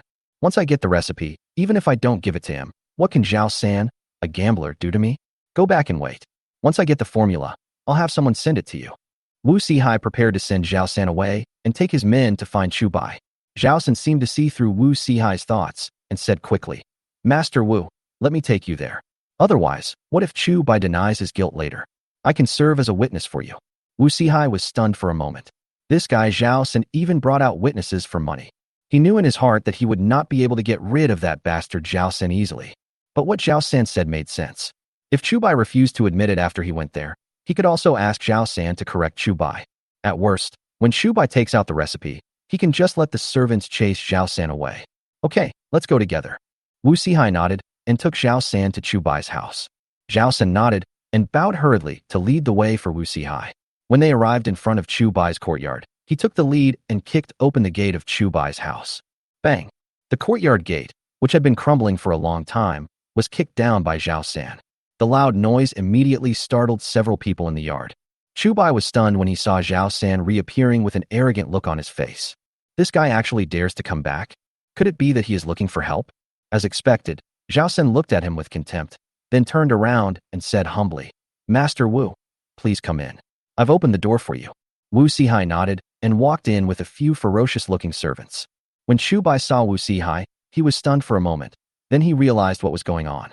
It must be that after Zhao San saw so many good things in his own home, he met Wu Sihai again. He felt that he couldn't do anything to himself, so he wanted Wu Sihai to teach him a lesson. Chapter 35, Breaking Up. Wu Sihai walked into the courtyard and looked around. He was actually still skeptical about what Zhao San said, but now that he saw Chu Bai standing in front of him unharmed, he truly believed what Zhao San said. Moreover, he felt that Chu Bai seemed much fairer this time than the last time. Looking at the 3 money-losing women that Chu Bai married, Wu Sihai's eyes immediately lit up. The last time they went to the bride's house, Lin Xiener and the other 2 dressed up specially in order to get married. But because of the tattered clothes he was wearing and the long journey, he inevitably looked a little dull. Now Chu Bai has made new clothes for them all, and with the recuperation over the past few days, their faces are much better than when they were sent to the bride that day. Therefore, even though Wu Sihai had seen the 3 people before, he still felt a strong sense of surprise. However, Wu Sihai did not forget why he came here. Chu Bai, I heard that the amber eggs in Wanxian Tower were made by you. Wu Sihai asked straight to the point without saying anything. Chu Bai laughed and said, yes, I sold all the amber eggs from Wangshanlu to them. Hearing Chu Bai admitted himself, Wu Sihai's breathing suddenly became much faster. He didn't expect that Chu Bai would actually admit it. As a result, many of the words he had just prepared were of no use. Okay, since you admit it. Wu Sihai took a breath and said, according to our Dayu law, we have to collect a 10% tax on the things we sell. Have you ever paid the tax on so many amber eggs you sold? Hearing this, Zhao San immediately became more confident. Wu Sihai is indeed worthy of being called Muramesa. He came up with a solution so quickly. Sitting opposite the few people, Chu Bai frowned slightly. It has only been half a month since he traveled through time, and his understanding of this world is limited to the stories told by his 3 wives. There are also few memories about taxes in my previous life. Therefore, Wu Sihai's words made him unable to think of a counterattack for a while. Lin Xianer stood up at this time. The law of Dayu clearly states that the tax rate is 1% of 30%. When did it change to 10%? Lin Xianer stood beside Chu Bai and said, moreover, when His Majesty ascended the throne, he issued an order to cancel the farmers' city entry tax and private business tax in order to allow the people to recover and thrive. Wukunsing, are you going to disobey the imperial order and destroy the reputation of His Majesty? Hearing this, Wu Sihai shuddered immediately. Disobeying the holy order. This crime is too serious. It is so serious that even if his entire family is killed, he cannot bear this reputation. Chu Bai looked at Lin Xianer in surprise and almost wanted to cheer for her from the bottom of his heart. Zhao San saw something was wrong and immediately approached Wu Sihai and whispered, Master Wu, don't be fooled by this little girl. We are here to ask for the formula, not the tax. Hearing this, Wu Sihai nodded. Then, he said again with great righteousness, you can choose not to pay the tax, but this amber egg is a national treasure, which is of great use to the country and the people. Please give me the formula of the amber egg, and I will pass it on to the county magistrate, and then report it to His Majesty the Emperor. Hearing this, Chu Bai couldn't help but laugh. These two guys clearly wanted the formula for the amber eggs, but I didn't expect them to come up with such a set of principles. If it were the idiot Bai from before, maybe he would have really been scared by them. But they don't know that Chu Bai is no longer the fool he used to be. Their clumsy lies could not fool him at all. Roll. Chu Bai didn't say anything and directly ordered them to leave. You. Wu Sihai narrowed his eyes and snorted. Chu Bai, don't be soft and don't eat hard. Chu Bai had no reason to be polite to someone like Wu Sihai, and once again said in the most beautiful words, get lost. Others are afraid of Wu Sihai, but he is not. Wu Sihai is just a local rich man, and even Muramasa was bought by him. Moreover, others thought that the village chief was an official. But he knew that Muramasa was a small figure not even as important as a minor official. Such a small person cannot even be qualified to be the emperor, let alone a county magistrate or a county clerk. He has nothing to be afraid of from such a person. Humph, you are shameless. Wu Sihai glared and said viciously, come here, beat him up for me. If you hurt him, it's my fault. In his eyes, Chu Bai was just a fool, and Chu Bai's father, Mr. Chu, had passed away long ago. Even if Chu Bai was beaten to a pulp, no one would care about him. Hearing this, several women were a little scared. But when they saw the ferocious servants behind Wu Sihai, they stood in front of Chu Bai together. If you want to hit my husband, hit me first. No one can harm my husband.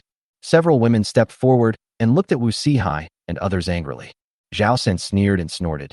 Chu Bai, is all you can do to hide behind a woman? Chu Bai pushed aside a few women, walked to the front, and said, which eye of yours saw me hiding? This is clearly the love of the ladies for me. You. Zhao Sen didn't expect that Chu Bai would become so sharp-tongued. It turns out that I am no match for him at all. Stop talking nonsense.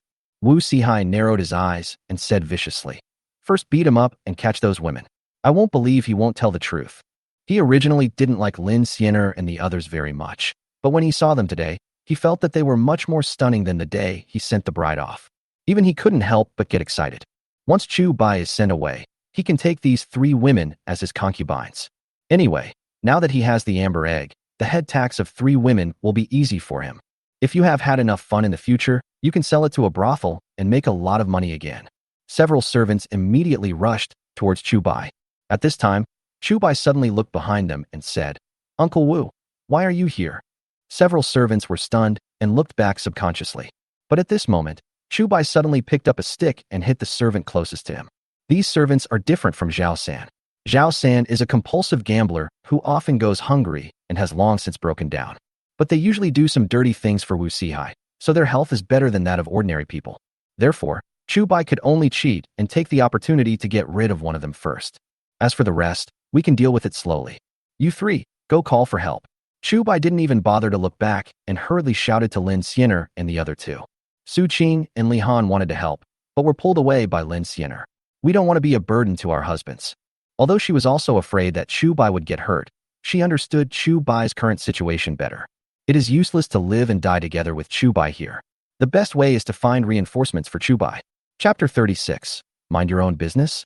Chu Bai entangled with several servants, and Lin Xianer took Li Han and Su Qing and ran to the gate of the courtyard. Seeing this, Zhao Sen immediately went over to stop them. Where are you going, young lady? Zhao Sen opened his arms and looked at Lin Xianer and the others with a smile. Although Chu Bai looked intimidating with the stick in his hand, Zhao San and Wu Sihai were not worried at all.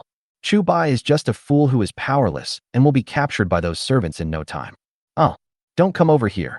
Although Lin Xiner was always calm and generous, she was also frightened at this moment together with Su Qing. In the past, even if someone wanted to tease them, at most they would just say a few words to take advantage of them. But Zhao San, just like Wu Lizhi that day, wanted to violate their bodies. Li Han gritted his teeth and quickly stood in front of the two men. She was different from Lin Xiner and Su Qing. She had been married before, but both of her husbands died in a row, so she didn't even get to have a wedding night and became a widow at a young age. There are always many troubles around a widow, and many men with bad intentions have set their sights on her. However, those people didn't gain any advantage over her at all. If anyone tried to take advantage of her, she would always pick up a hoe and beat them. Yo, you want to be the first one to come with me? Zhao San looked at Li Han jokingly and snorted. You should leave this disaster star to Bai Shatzi to play with. I only need the other two. As he said that, he was ready to pass Li Han and go straight to Lin Xiner and Su Qing. The first time he saw the three women, he was already drooling over them. Now that he finally got the chance to have sex with her, he naturally didn't want to miss it. Even if you can't sleep, it's okay to take advantage of her and satisfy your desire. However, just as he passed by Li Han, he felt something hit him hard on the back of his head. Zhao San turned around in surprise and found that Li Han had a hoe in his hand. You. He wanted to say something when he saw Li Han hitting him on the head with the hoe again. Bang. Zhao San swayed twice and fell headfirst to the ground. Seeing Li Han deal with Zhao San, Lin Xiner and Su Qing were also a little shocked. But at this moment they had no time to praise Li Han, because Chu Bai still needed their help. You two go find Uncle Wu, I'll go help my husband. Li Han said something to Lin Xiner and Su Qing, then grabbed the hoe and went to help Chu Bai. Although Chu Bai was holding a long stick and several servants did not dare to approach easily, Chu Bai did not gain any benefits either. He held the long stick tightly in his hand, looking extremely alert and not daring to act rashly. Because as long as the long stick is in his hand, it is a deterrent, but if it is swung out, it will easily give the opponent an opportunity. But at this time of high tension, energy and physical strength would quickly dissipate, and Chu Bai couldn't hold on for too long. Moreover, when Wu Sihai saw that Zhao San was actually defeated by Li Han, a money loser, he immediately became displeased. Someone come and stop them, and the rest of you hurry up. If anyone dies, it's my fault. Wu Sihai was proud of his status and didn't want to stop Lin Xiner and Su Qing himself, so he could only ask the servants to take action as soon as possible. Then, send another person to help him stop Lin Xiner and Su Qing. As for Chu Bai's life, he really didn't take it seriously.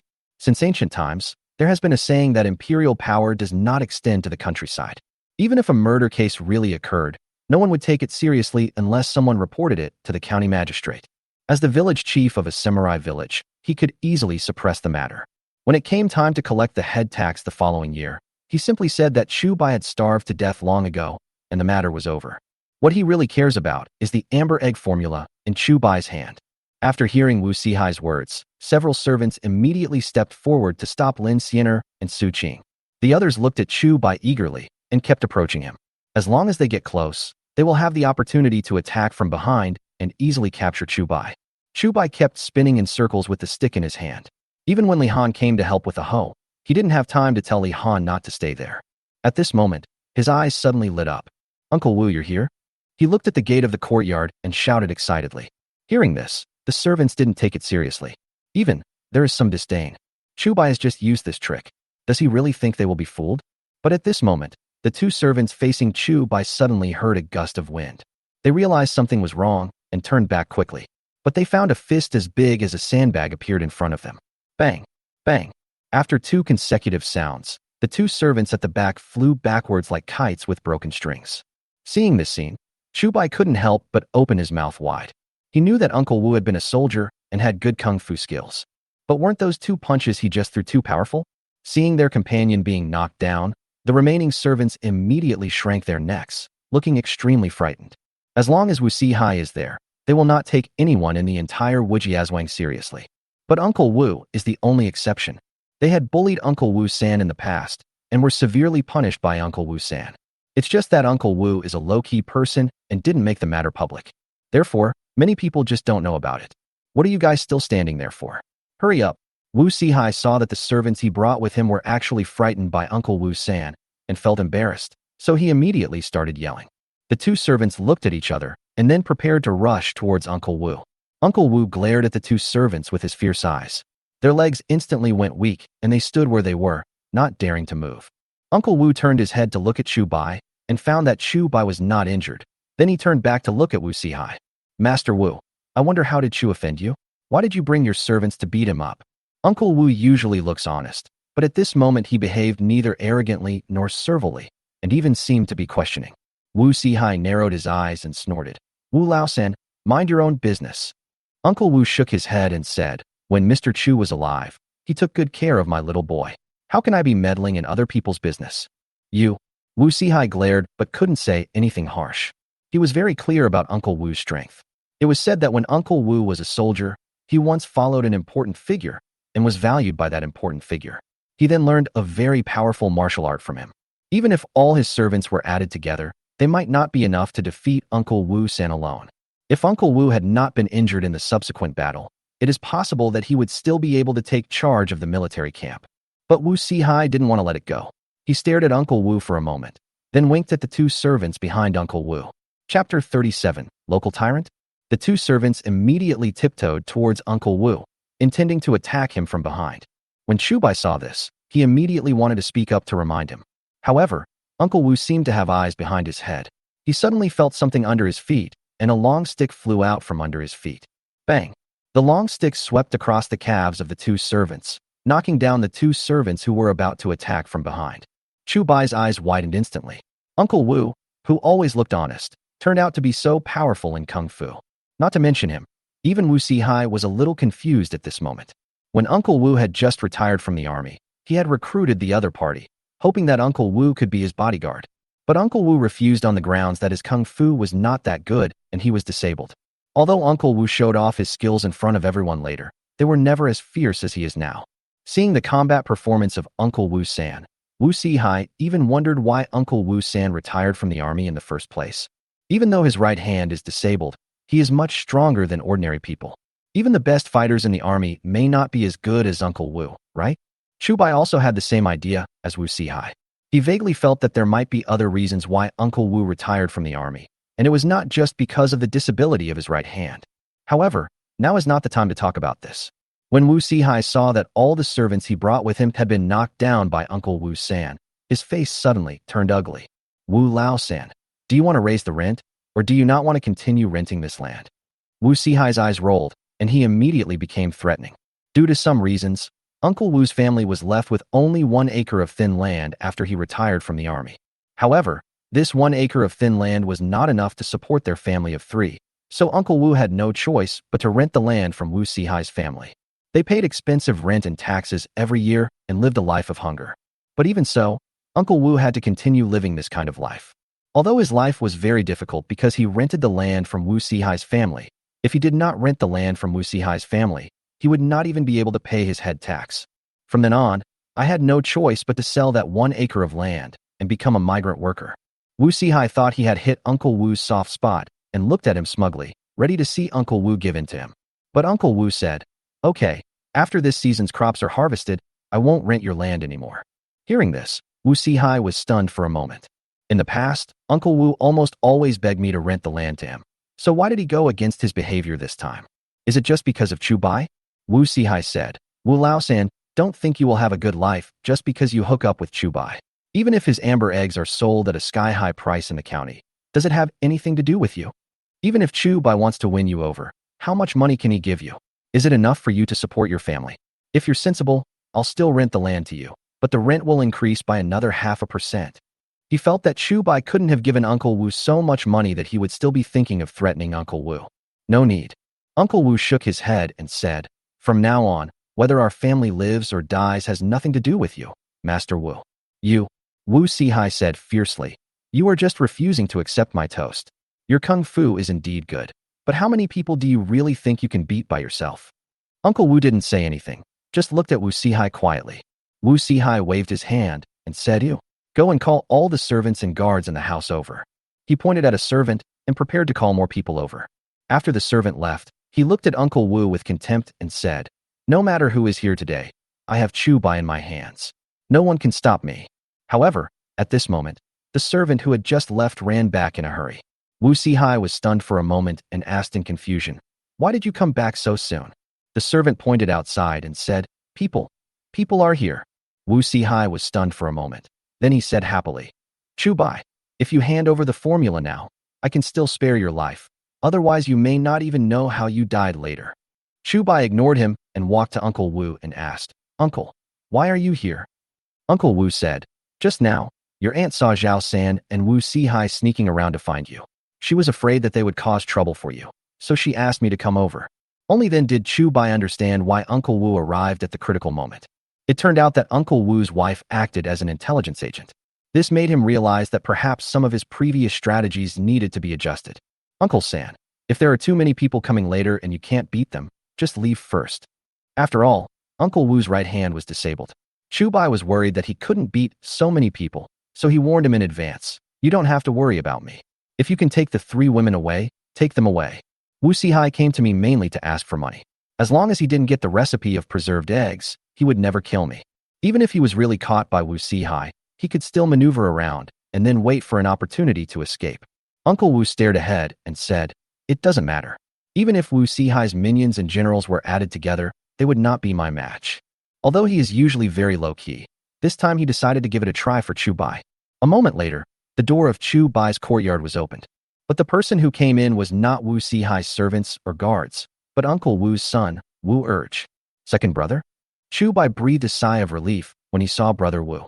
Brother Wu Air looks 70% similar to Uncle Wu San, but he looks younger because of his age. Moreover, it is also stronger. Wu Sihai was stunned for a moment, then turned around and asked the servant who had just run back, "What happened?" He thought the person coming in would be one of his own, but it turned out to be Wu Urge. The servant took a breath and quickly explained, "Master, there are people everywhere outside. Almost all the people from Wujiazwang are here." Upon hearing this, Wu Sihai immediately looked at Uncle Wu and asked, "Did you call them all here?" Uncle Wu nodded and said, "Yes, it's me." "You?" Wu Sihai took a breath and looked even angrier. If there were no other people, it would be okay for him to kill Chu Bai. After all, he could make up whatever he wanted afterwards. But Uncle Wu actually called everyone over, which made this matter a bit difficult. Uncle Wu said, "Master Wu, I don't know why you are looking for trouble with Chu Bai, but with so many of us here today, I'm afraid you won't be able to accomplish anything." Wu Sihai gritted his teeth and snorted, "Do you really think that I am afraid of you peasants?" In a sense, he is the local emperor of Wujiazwang. Chapter 38, Moral Kidnapping? Wu Sihai was used to bullying others in Wujia village, and what he was least afraid of were the common people in the village. Those peasants would hide from him when they saw him on weekdays, so who would dare to cause trouble for him?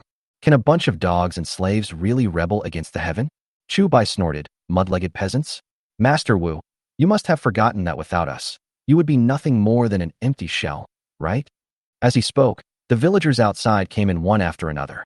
They all heard Wu Sihai calling them peasants just now. Although they were angry, they could not do anything to Wu Sihai. Most of them have to rely on renting Wu Sihai's family's land to make a living. Even if life is a little difficult, they can still barely survive. But if Wu Sihai raised their rent, they would really not be able to survive. Seeing the expressions on those people's faces, Wu Sihai said proudly, "Empty shell? Ask them if they dare to go against me. If I tell them to go east, who dares to go west?" Chu Bai sighed in his heart. He knew in his previous life that those tenants had a hard life, but now that he saw their condition with his own eyes, he understood how difficult it was. If it were normal times, they might be able to get by. But if there is a disaster, they will have no choice but to sell their children. As if he thought he had Chu Bai in his grasp, Wu Sihai continued, "Chu Bai, if you bring out what I want today, I will be kind enough to spare your life. But if you don't know what's best for you, don't blame me for being merciless. Do you believe that even if I kill you in front of so many people, these peasants won't dare to spread any gossip?" Hearing this, the villagers were a little angry. Wu Sihai kept calling them peasants left and right, and simply didn't treat them as human beings. But seeing Wu Sihai's fierce gaze, they could only lower their heads. Uncle Wu became a little anxious when he saw this. He asked Uncle Wu to call all the villagers over, intending to use their numbers to make Wu Sihai let Chu Bai go. But now it seems that it is not of much use. Have you all forgotten how Wu Sihai bullied us on a daily basis? Guzi, have you forgotten how your land became Wu Sihai's? Lu Hua, how did Wu Sihai force your wife to hang herself? Wu Laotian, have you forgotten how your father got into a conflict with Wu Sihai that year and was beaten to death by Wu Sihai? Wu Sihai has been bullying others in Wujiazwang over the years, and has committed many evil things. But because Wu Sihai used all kinds of threats and inducements, and had many servants to protect his house, no one dared to go against him. Uncle Wu took a deep breath and shouted, "How long are you going to indulge Wu Sihai? Do you have to wait until the whole village is driven to ruin by him? If he dares to kill Chu Bai today, he will kill all our wives and children tomorrow and the day after tomorrow." As he asked questions, many people looked up. There was anger and hatred in his eyes. Wu Sihai quickly hid behind a servant, feeling a little timid. These peasants wouldn't really do anything to him, right? "What do you want to do, rebel?" Wu Sihai stood behind the servants, angrily scolding a group of villagers. "Wu Sihai, it's time to settle our accounts." Wu Laotian, the villager whom Uncle Wu Sanshu had just called out to, clenched his fists, with anger flashing in his eyes. "Wu Sihai, you wanted to take my wife for yourself because she was pretty, but you ended up causing my wife to hang herself. My child is still a baby and lost his mother. This account should be settled now. My father saved up a lot of money and bought 4 acres of land. Then there was a disaster, so he borrowed some food from you. As a result, all my land became yours. My family has no money or land, and we couldn't pay back the grain we lent you, so you asked me to sell my daughter to you. But Fonger was only 7 years old, and you made her do such heavy work. You almost worked her to death. At first, Wu Sihai just wanted Chu Bai's preserved egg recipe, but gradually it turned into a meeting for Wu Sihai to denounce Chu Bai. Amid the public outrage, Wu Sihai was really scared this time. What if this group of unruly people really kill him in a fit of impulse?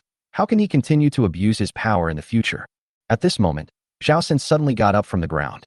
He actually woke up just now, but he was worried about being caught, so he kept pretending to be unconscious. Seeing that the crowd was getting more and more excited, Wu Sihai was unable to solve the problem at hand and could only stand up. "Master Wu, we are here today to get Chu Bai's amber egg formula, not to settle accounts with these peasants." Zhao Xin came up to Wu Sihai and whispered a reminder.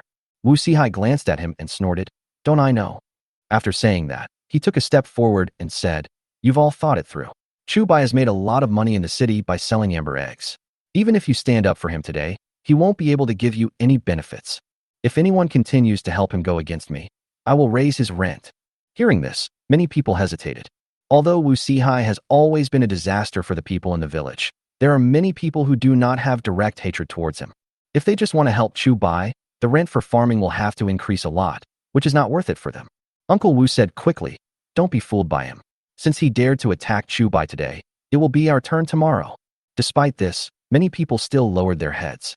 They understood what Uncle Wu said, but if they couldn't even survive this year, what future could they talk about?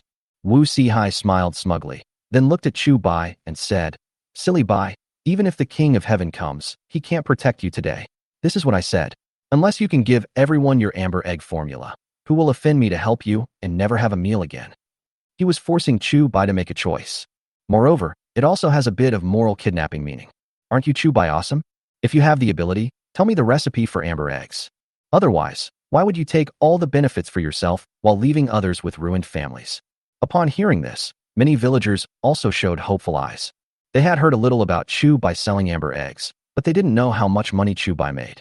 Now after hearing what Wu Sihai said, I know that Chu Bai has definitely made a lot of money. Otherwise, Wu Sihai wouldn't have brought it up alone. Chu Boy, don't be fooled by him. Others don't know how profitable amber eggs are, but Uncle Wu knows it best. He could bring back 8 taels of silver for Chu Bai every day. Even if the cost of the amber eggs was high, Chu Bai would at least have a surplus of several taels of silver a day. In other words, an amber egg is a hen that lays golden eggs. If Chu Bai handed over the recipe of the amber egg easily, it would be almost like losing a mountain of gold. Chapter 39, I can teach you how to make tofu. Chu Bai chuckled. Wu Sihai's move was not moral kidnapping, but it was better than moral kidnapping. If there is no benefit, why should others help you? If I help you, you can continue to eat all the food alone, while others will suffer. Who would want that?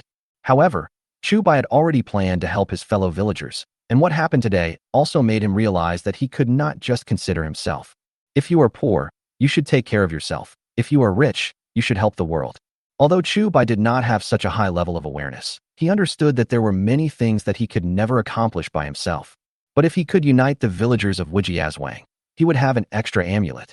If Wu Sihai dares to cause trouble for me again in this blatant way, I will have to think carefully. But before that, he needs to play a good trick on Wu Sihai. Let me share the recipe of the amber egg with everyone.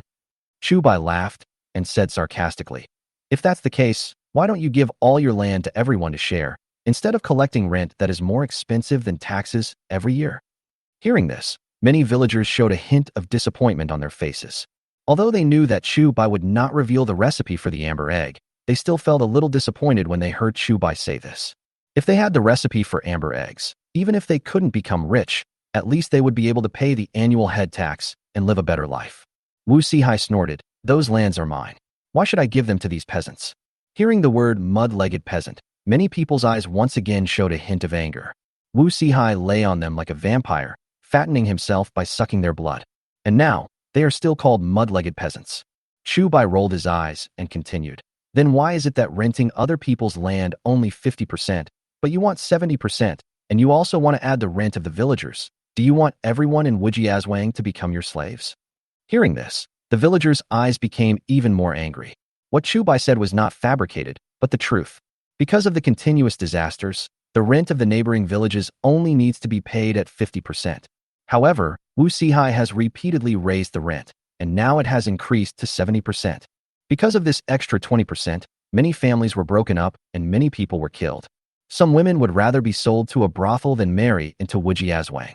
Wu Sihai's face changed, and he said angrily, "We are talking about your business now, not my business.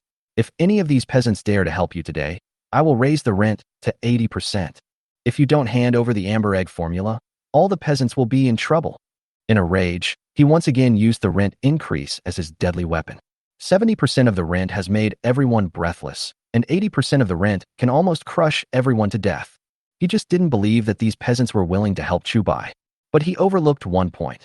The villagers of Wujiazwang already hated the 70% rent payer. Wu Sihai now actually threatened Chu Bai with 80% of the rent, which made their anger towards Wu Sihai reach its peak. "Master Wu, are you going to kill all of our fellow villagers?" Uncle Wu couldn't help but shouted loudly. With him taking the lead, others also started complaining.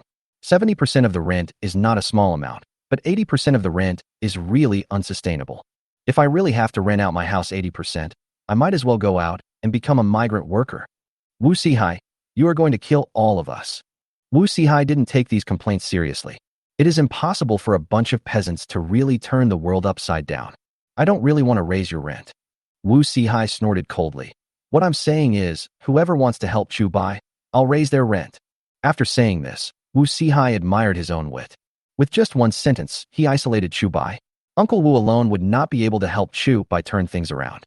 Uncle Wu was also a little panicked at this time. These villagers could only come now because of Mr. Chu's face. It was impossible for anyone to abandon their homes and careers and offend Wu Sihai for Chu Bai. Although he is good at fighting, he can't solve all problems with his fists alone. If that were possible, he would not allow Wu Sihai to continue to act tyrannically. Wu Sihai looked at the villagers who began to hesitate, and he felt even more proud. He turned his head and looked at Chu Bai and said, "Silly Bai, unless you take out the recipe for the amber eggs and distribute it to everyone today, you will definitely get beaten today." If Chu Bai took out the recipe of amber eggs, Wu Sihai would not be afraid. Anyway, even if he really got the recipe for the amber egg, it would be impossible for him to make it himself. In the end, he still has to rely on these peasants to help him do it.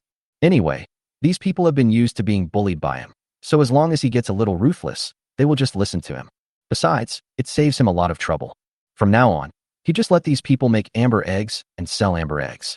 All they had to do was hand over the money from the sale of the amber eggs to him in the end. Chu Bai sneered and asked, "If I take it out, will you leave?" "You." Wu Sihai narrowed his eyes and said sarcastically, "If you take it out, I will roll in front of you once, so what?" It would be a good thing if Chu Bai really took out the recipe. It is much easier to get the formula from others than from Chu Bai. Chu Bai laughed and said, "I won't share the recipe for the amber egg, but I have another thing that can make the villagers rich." The other thing he was talking about was tofu.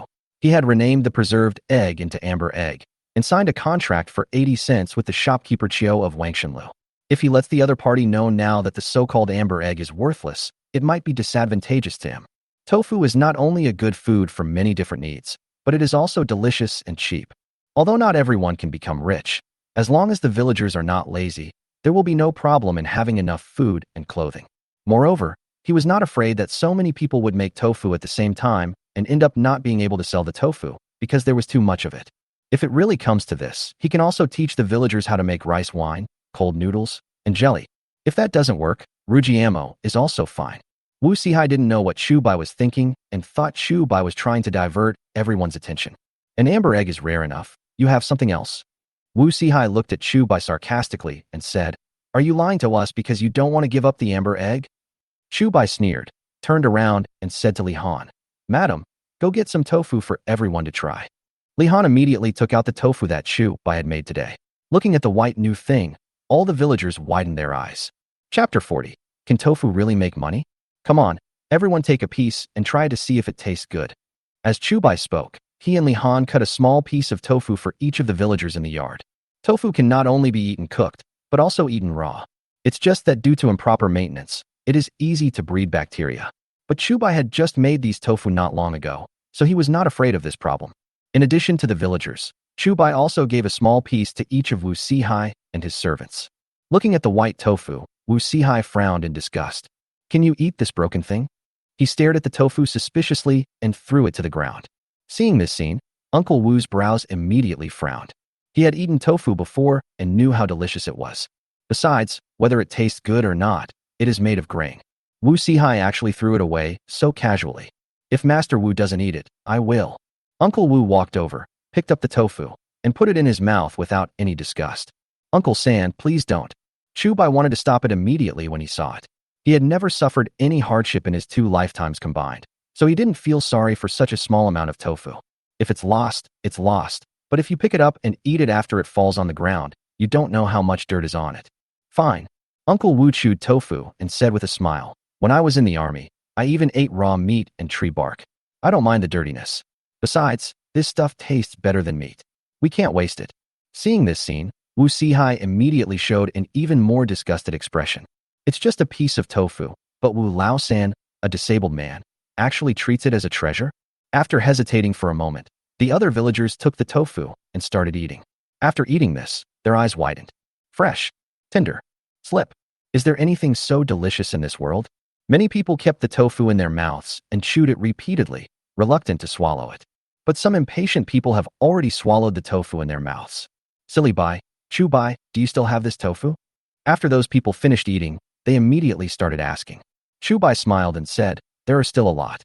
When you leave later, everyone can cut a piece and take it back. Besides, this tofu can not only be eaten raw, but it tastes better if it is cooked." Hearing this, the eyes of many villagers lit up. Wu Sihai frowned. Are these peasants all stupid? A piece of broken tofu is actually regarded as a treasure? He turned his head to look at the servant beside him and asked, "Is this thing really edible?" At this moment, the servant had just swallowed the tofu in his mouth. "Yes, I can eat it." The servant choked because he swallowed too quickly. Wu Sihai continued to ask, "Is it delicious?" The servant nodded subconsciously, then quickly shook his head and said, "No, it's not delicious." How could Wu Sihai not see that this servant was deceiving him? He immediately looked at another servant and asked, "Is it delicious?" The servant thought for a moment and said, "Master, this thing seems to taste really good." Wu Sihai's brows furrowed even deeper. He looked around and found that there was still a servant holding the tofu and had not eaten it. He immediately wanted to take the tofu from the servant's hand and taste it himself. But the servant seemed to see through his thoughts and ate the tofu before he could even open his mouth. After eating, he licked his tongue with satisfaction. They worked as servants for Wu Sihai and seemed to be living a good life on the surface. But in fact, there is not much good food to eat on weekdays. At most, you won't starve to death. Wu Sihai glared at the servant angrily and cursed. Starving ghost reincarnated. Then he looked at the tofu that Li Han had brought out earlier. If he had known that the tofu was delicious, he would not have thrown away the piece. Chu Bai noticed Wu Sihai's expression and said with a smile, "How about giving Master Wu another piece?" Although Wu Sihai also wanted to try it, he couldn't save his face. As the master of Wujia village, what delicious food must he not have eaten? Isn't it just a piece of broken tofu? No need. Wu Sihai refused directly with a stern face. Chu Bai curled his lips and said, "If that's the case, Master Wu, can you get out now?" Upon hearing this, Wu Sihai immediately became furious. "What did you say?" He glared at Chu Bai, his eyes wide open. Chu Bai snorted and laughed. "I told you to get out. Didn't you hear me clearly?" "You." Wu Sihai took a deep breath and became angry. Uncle Wu stood in front of Chu Bai at the right time. If Wu Sihai really wanted to do something to Chu Bai, he had to get past him first. "Uncle San, it's okay."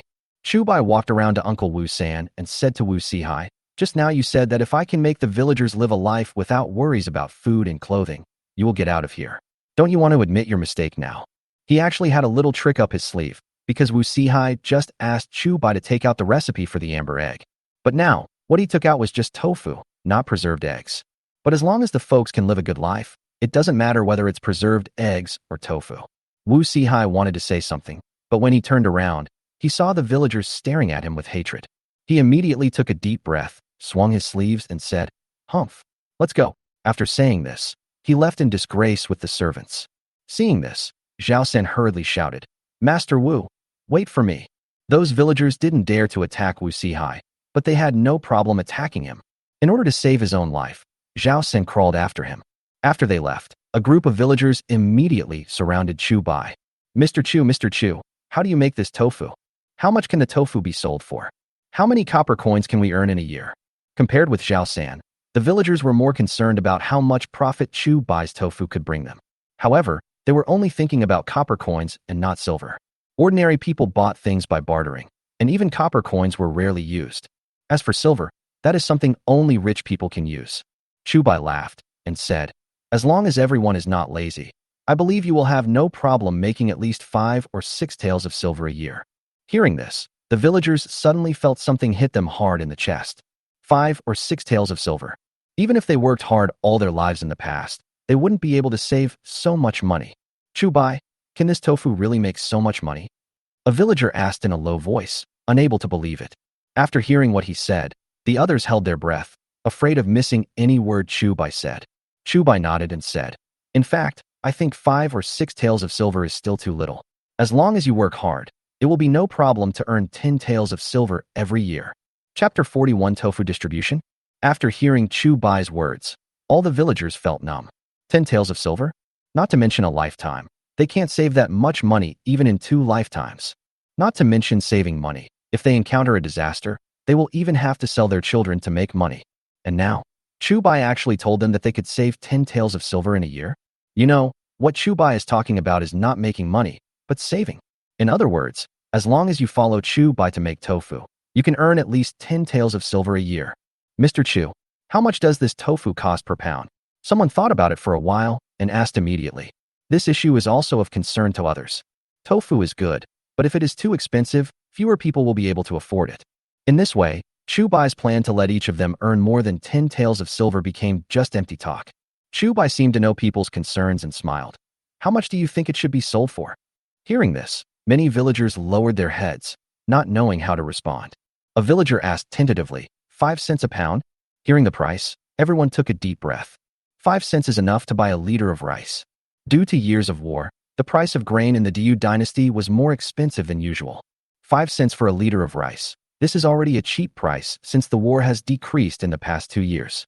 During the years when the war was most intense, the price of a liter of rice could rise to more than 10 or even 21, and countless people starved to death. But when Chu Bai heard the price, he smiled and shook his head. A villager asked, "Mr. Chu, do you think this price is high or low?" Chu Bai did not give a direct answer, but asked, "If you were those city people, how much would you be willing to pay for a pound of tofu?" The villagers scratched their heads, not knowing how to answer Chu Bai's question. They were just a bunch of country people. How could they know how much money city people would be willing to spend on tofu? However, I heard that people in the city are paid copper coins for their work, but they earn much more than these peasants. How about 8 cents? Another villager said something casually, but he was just talking nonsense. Chu Bai smiled slightly and asked, "Do you know how much each amber egg I sold to Wang Shen cost?" Hearing this, everyone shook their heads. They just heard Wu Sihai say that Chu Bai made a lot of money by selling amber eggs, but they didn't know how much he made. Chu Bai said, "I told Wang Shenle's shopkeeper Chio that the price is 100 coins per coin." Hearing this, everyone gasped again. 100 coins, 1 coin? This is simply too expensive. Chu Bai smiled slightly, turned his head and looked at Lin Xiener and said, "Xiener, how much do you think is a reasonable price for tofu?" Lin Xiener quickly calculated in her head and said, "Husband, the cost of 1 pound of our tofu is only about 1 penny, so no matter how much we sell, we will make a profit." She did not deliberately conceal her words, and everyone heard them. In an instant, everyone's Adam's apple moved. "Such delicious tofu costs only 1 penny? Chu Bai nodded and said, "In that case, let's temporarily set the price at 5 cents per pound." This price is actually on the high side. In his previous life, ordinary tofu was only 3 or 4 yuan per pound. Converted into the prices of Dayu, it is much higher than in the previous life. When they heard the price Chu Bai said, many villagers suddenly felt relieved. If Chu Bai really set the price as high as the amber eggs, they themselves didn't believe how many could be sold. But at the same time, they felt a little lost. Even if tofu cannot be sold at as high a price as amber eggs, what if it is 8 or 10 cents per pound? That would make a lot more money. Chu Bai explained. Although the cost of tofu is only 1 cent, this is only the cost of the materials. When we calculate the cost, we also have to add the cost of manpower, material resources, and time, so the price of 5 cents is actually not that high. When the villagers heard this, they all nodded. Mr. Chu was indeed an educated man, and what he said made more sense than theirs. Lin Xianer rolled her eyes and silently kept Chu Bai's words in her heart.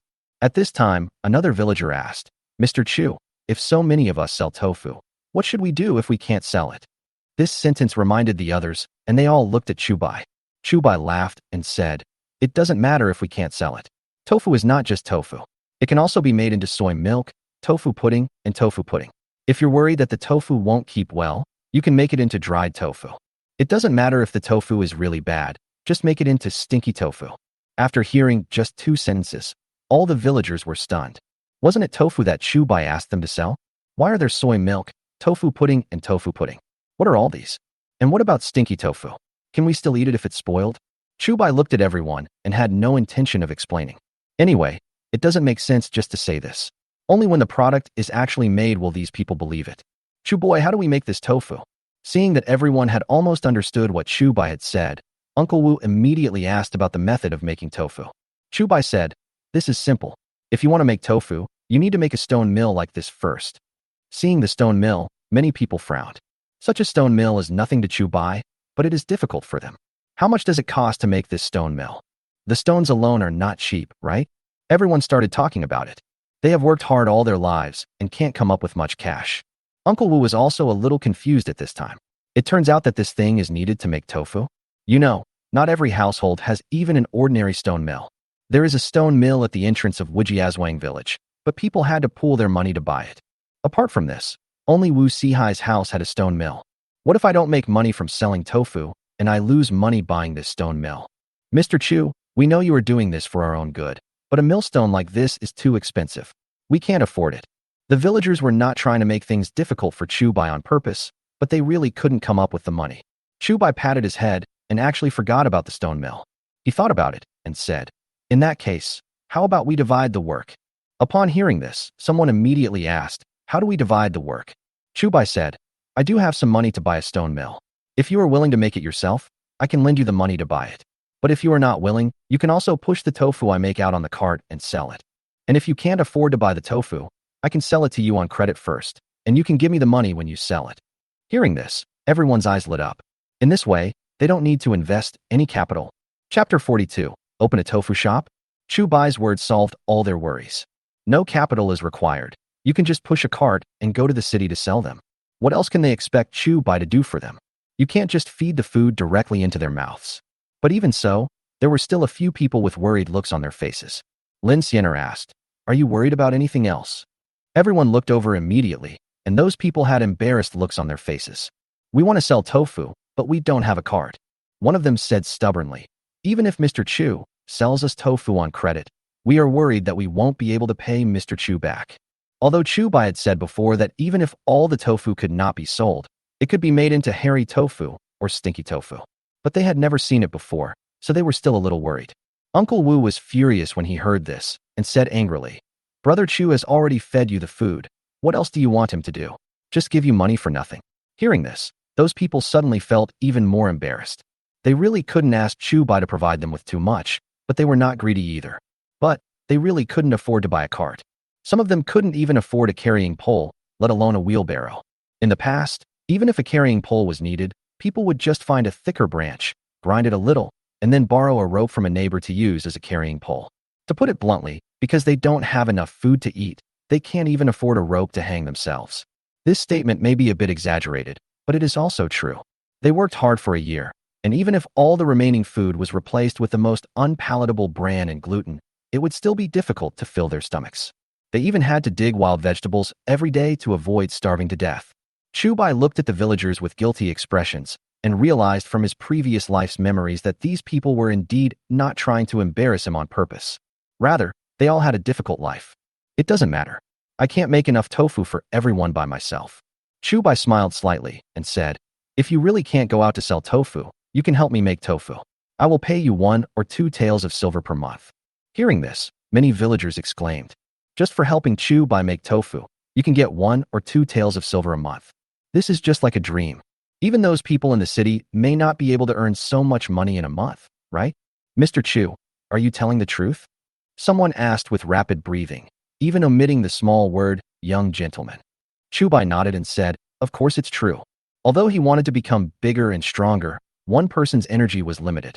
Besides, grinding tofu is a physical job, so he would naturally try to save as much as possible. With this little energy, you might as well do something else. Chu Bai held his waist and thought silently about some recipes. There were too many men in the Dayu dynasty who had several wives, and not all of them had kidneys as good as his.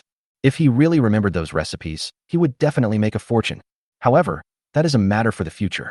At the very least, he has to wait until his business reaches the capital before he can start it. Not for any other reason, just because there are many rich people in Beijing. Mr. Chu, I want to make tofu with you. Several villagers immediately started signing up. Following the lead of a few people, others also shouted, wanting to make tofu with Chu Bai. It's hard to say how much money I can make if I sell tofu on credit from Chu Bai. But if they just made tofu with Chu Bai, they could earn 1 or 2 taels of silver every month, so they would naturally prefer to make tofu with Chu Bai. Chu Bai took a quick look and found that almost half of these people wanted to follow him and make tofu. There are almost no people who want to go out and sell tofu. Chu Bai understood why people made this choice. He thought for a moment and said, since everyone wants to make tofu, why don't I just open a store in the city, select a few people to sell tofu, and let the rest of the people make tofu? Hearing this, everyone nodded immediately. One person asked, Mr. Chu, if I'm responsible for selling tofu, how much will I be paid per month? Chu Bai thought for a moment and said, making tofu is a physical job, and I can earn 1 tael of silver a month. If I'm just responsible for selling it, how about 800 coins a month? He also didn't know how the rich people in Dayu paid their servants. If the price he offered was not appropriate, everyone would definitely object. And he can change it again. After hearing this, everyone showed a hint of joy in their eyes. Although selling tofu doesn't make as much money as making it, 800 won is not a small amount of money. Adding up the 12 months of the year, you can earn nearly 10 taels of silver. Although this is different from what Chu Bai had said before, that they should save 10 taels of silver every year, it is also inevitable. Because Chu Bai had said before that he would let them make and sell tofu themselves, then their whole family would definitely join in the battle. And now, Chu Bai Kai is only paying one person's salary. If every family has 2 people making and selling tofu, even after deducting the taxes paid to the government, it would be enough to save more than 10 taels of silver every year. Okay, it's settled. One of them nodded and agreed happily. Others had no objection to this. Not to mention that Chu Bai asked them to earn 10 taels of silver a year. Even if he asked them to earn 4 or 5 taels of silver, that would be a good thing that they would be willing to do even at the cost of their lives. Chu Bai looked at the happy crowd and said thoughtfully, but now I only have enough money to open a tofu shop. A tofu shop only needs a limited number of people, and I'm afraid I can't satisfy everyone. Also, if we open a store in the county, we have to let everyone stay in the county, otherwise it will be a big problem just to go back and forth every day. Hearing this, everyone looked disappointed. However, they didn't think there was anything wrong with what Chu Bai said. After all, a tofu shop is not big and does not require too many people. Chu Bai wanted to help them, but he was not the god of wealth, and he did not owe them anything. He could only do his best to help if he could. Uncle Wu, whoever goes to the county town will do what? I leave this matter to you. Chu Bai looked at Uncle Wu and said, after you deliver the amber egg to Wangshanle tomorrow, you don't have to rush back. You can help me find a small shop with a yard in the county town. We can make tofu directly in the county town. Okay. Uncle Wu nodded and did not refuse. He turned his head to look at the villagers who were looking at him eagerly, thought for a moment, and said, the number of people going to the tofu shop is limited, so let's focus on those families in need first. After hearing this, several people looked even more disappointed, but they didn't say anything. Chapter 43. The first mention of gender equality. Although every household in Wujiazwang is poor, there are differences between being poor. Some people's poverty just means that they don't live well, but at least they won't starve to death. There are some families who may really starve to death in a few days. Chu Bai took in the expressions of these people and said with a smile, Don't worry if you don't get your turn this time. Although I only have one tofu shop now, I will definitely open branches after the tofu is sold well. When the time comes, I guarantee that everyone in the village will have work to do and make money. Hearing this, the person who was disappointed just now smiled again. Regardless of whether what Chu Bai said was true or false, at least his intention was there. It's worth it for them to come and help Chu Bai today. Uncle Wu was relieved when he heard Chu Bai's words and immediately selected a dozen people from the villagers. He also wanted to select more people and strive to ensure that everyone in the village had enough food and clothing. But Chu Bai's money didn't come from the wind, and he couldn't let Chu Bai fall back into the abyss just when he was living a good life. The people chosen by Uncle Wu were all delighted and expressed their gratitude to Uncle Wu and Chu Bai profusely. Although the others were disappointed, they did not have any special emotions. After arranging everyone's tasks, the villagers dispersed. Uncle Wu, you and Brother Tu stay for a while. When most of the villagers had left, Chu Bai called out to Uncle Wu and Brother Wu. Chu Boy, do you have anything else to do? Uncle Wu looked at Chu Bai in confusion and asked. Chu Bai said, I offer such high wages to the villagers. Uncle San won't feel uncomfortable, right? Uncle Wu was the first person to help him, and if it weren't for Uncle Wu, he would have been beaten to death by Wu Sihai's lackeys. It is no exaggeration to say that Uncle Wu was indebted to him. Uncle Wu immediately shook his head and said, It's a good thing that you're helping the villagers. Why would I feel uncomfortable? Brother Wu next to him also nodded quickly. Those villagers helped Chu Bai make and sell tofu, and only earned 1 or 2 taels of silver a month. They just helped Chu Bai deliver amber eggs and received a salary of 1 or 2 taels of silver a month, which was much easier than those villagers. Chu Bai explained, After the tofu shop opens, I want third uncle to be the store manager. I mean, he will help me manage these people. What do you think, third uncle? Uncle Wu was stunned for a moment. Although he didn't know what the manager meant, he understood the following sentence. Store manager may mean the person in charge or the shopkeeper. He waved his hands and said, It's fine if you want me to help you find a store, but I can't help you manage the business. Apart from other things, I have to keep accounts of the money I earn from selling tofu every day. I can't do this. Although Uncle Wu is quite skilled, he doesn't know many words. You can let him manage people, but not money. Chu Bai hesitated for a moment and asked, What about my second brother? He remembered that Wu Urge had studied in his father's private school for several years and was able to read and write. Wu Urge also waved his hand and said, I'm afraid I can't do it. He didn't say he couldn't keep accounts. Nothing is impossible. Chu Bai patted Brother Wu's shoulder and said, The villagers are not bad people. Brother Wu just needs to arrange their work every day and record their daily income and expenditure. The tofu shop he opened was at best a small workshop, and there was no need to keep detailed accounts. Brother Wu may not know many words, but they are enough. Seeing that second Brother Wu was still hesitant, Chu Bai continued, Second brother, can you just consider it as doing me a favor? After hearing what he said, Brother Wu gritted his teeth and agreed. Chu Bai breathed a sigh of relief and then said to Uncle Wu, Uncle, why don't you go with us? I'm afraid that my second brother can't control those people by himself. Uncle Wu shook his head and said, No need. If I go, who will help you deliver the amber egg? He didn't want to take advantage of Chu Bai. Chu Bai thought about it and realized that it made sense, so he said, That's fine. Since second brother is the manager, I'll give him 2 taels of silver every month. Third uncle, you can continue to help me deliver the amber eggs, and it'll still be 1 tael of silver per month. Hearing this, Uncle Wu San and Brother Wu Er both wanted to refuse. Chu Bai didn't wait for them to speak and said arbitrarily, Okay, this matter is settled. Oh well. Uncle Wu San and Brother Wu Er had no choice but to agree. After sending the 2 away, Chu Bai looked at the 3 women behind him and said apologetically, You won't blame me, will you? He decided to open the tofu shop without even asking for their opinions, and he did feel a little guilty about it. Lin Xianer smiled and said, My husband is doing a good deed. How could we sisters disagree? Although Li Han and Su Qing didn't say anything, they nodded. In their opinion, the wages Chu Bai paid to those villagers were indeed a bit high. But today, in order to help Chu Bai, these villagers did not hesitate to offend Wu Sihai. It is only natural for Chu Bai to help these villagers. Chu Bai breathed a sigh of relief and bowed to the 3 of them in a serious manner, saying, Thank you, ladies, for your understanding. Lin Xianer quickly helped Chu Bai up and said, Husband, what are you doing? We sisters are not petty people.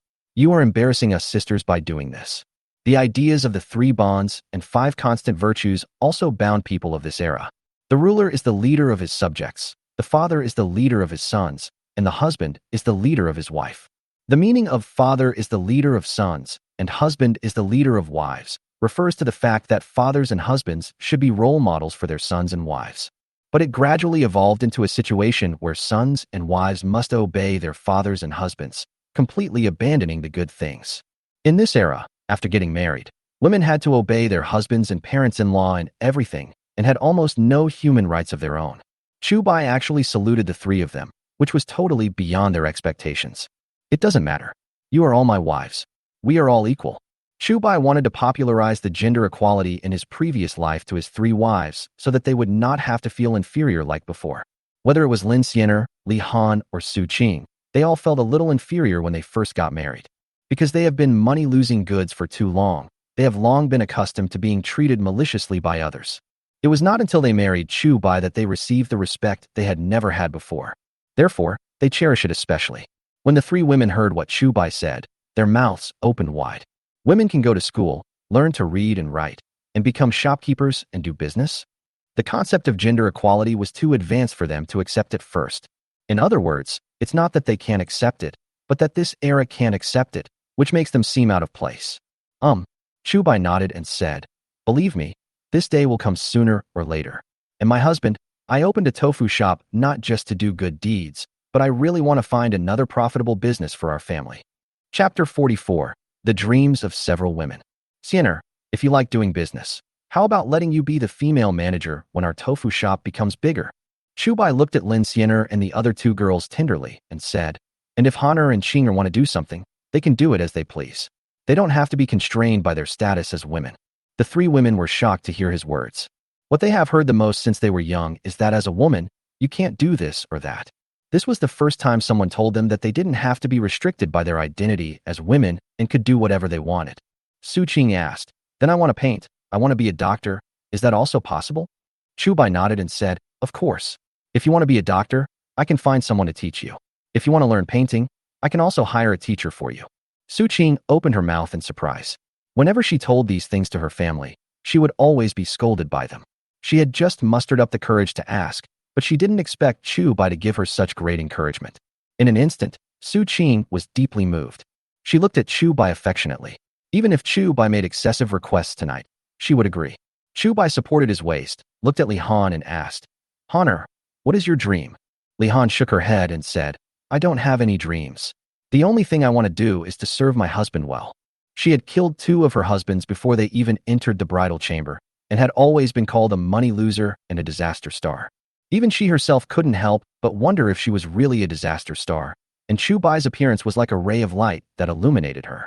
Therefore, she didn't have that many thoughts. The only thing she wanted to do was to take good care of Chu Bai. No matter what Chu Bai wanted her to do, as long as it was what Chu Bai wanted her to do, she would do her best to do it.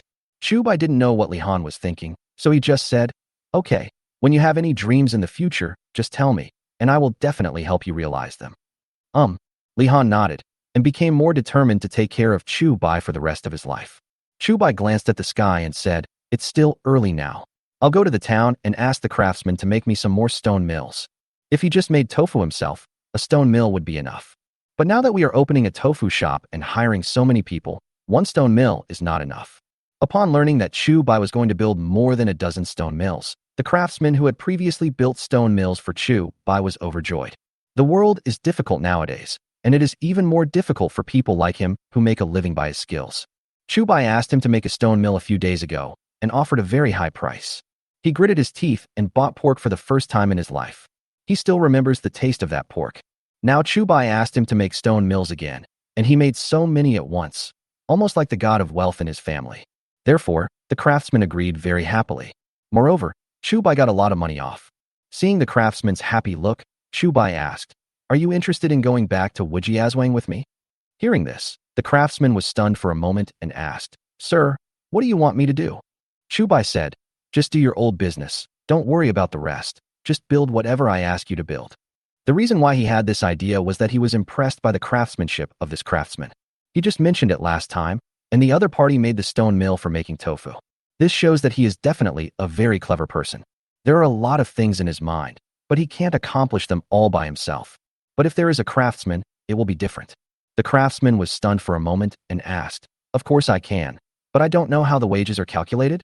Is it calculated based on the number of things I make each month? Chu Bai shook his head and said, I'll give you 1 tael of silver every month. If you make a lot of things, I'll also give you overtime pay and extra bonuses. The craftsman asked in confusion. Overtime pay? Bonus. Chu Bai explained. Overtime pay means that I only need you to work 5 hours a day. If you exceed 5 hours, I will give you extra money. If you create something new, I can also give you a bonus. Hearing these words, the craftsman was instantly moved. Although his identity looks good, it is not as glamorous as it seems. Even if he tried his best, he couldn't even earn half a tael of silver, let alone 1 tael of silver a month. Chu Bai not only gave him a monthly salary of 1 or 2 taels of silver, but also overtime pay and bonuses. If he still doesn't want to go, then he's just a fool. I'll go now. The craftsman even wanted to pack his luggage immediately and go to Wujiazwang with Chu Bai. Don't worry yet. Chu Bai stopped him and said, if you go to Wujiazwang now, I don't have a place for you to stay. You can make the stone mill I want in the next few days, and then I will find you a place to stay, and then you can go to Wujiazwang, okay? The craftsman was obviously disappointed, but still nodded. Even if Chu Bai didn't pay him wages, these dozen or so stone mills alone were enough for him to earn a lot of money. After leaving the craftsman, Chu Bai took another walk around the town. Since he was planning to open a tofu shop, many things were indispensable. For example, plaster. However, plaster is a relatively rare thing, and he can't go to the Taoist temple to pretend to be sick every time. Moreover, he paid the villagers such high wages, so the secret of the tofu could naturally be kept for a few more days. Therefore, he decided to find a salt lump to make brine.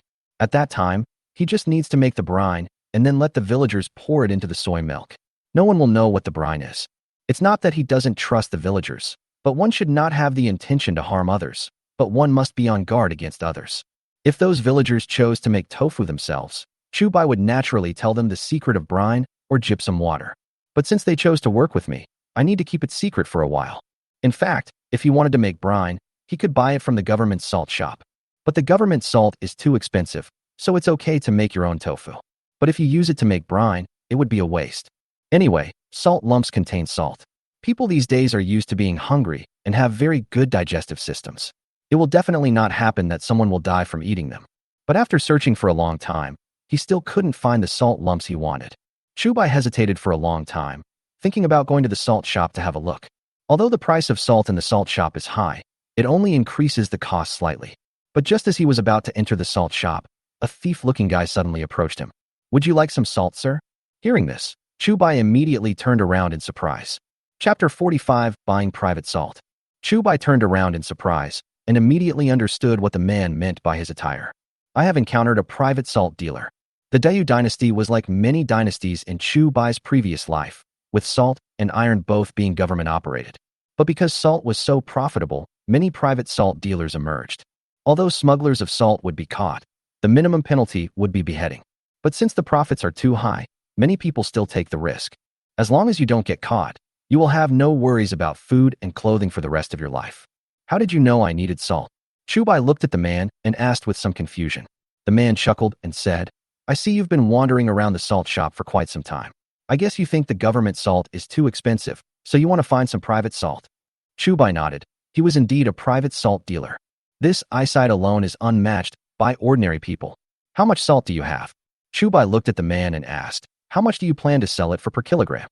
The private salt dealer chuckled and asked, how much salt do you want, sir? Chu Bai smiled and said, of course the more the better, but I need quite a lot. I wonder if you can give it to me. If he just wants to make braised tofu, 1 pound of tofu will require about 5 grams of salt, which means 100 pounds of tofu will require 1 pound of salt.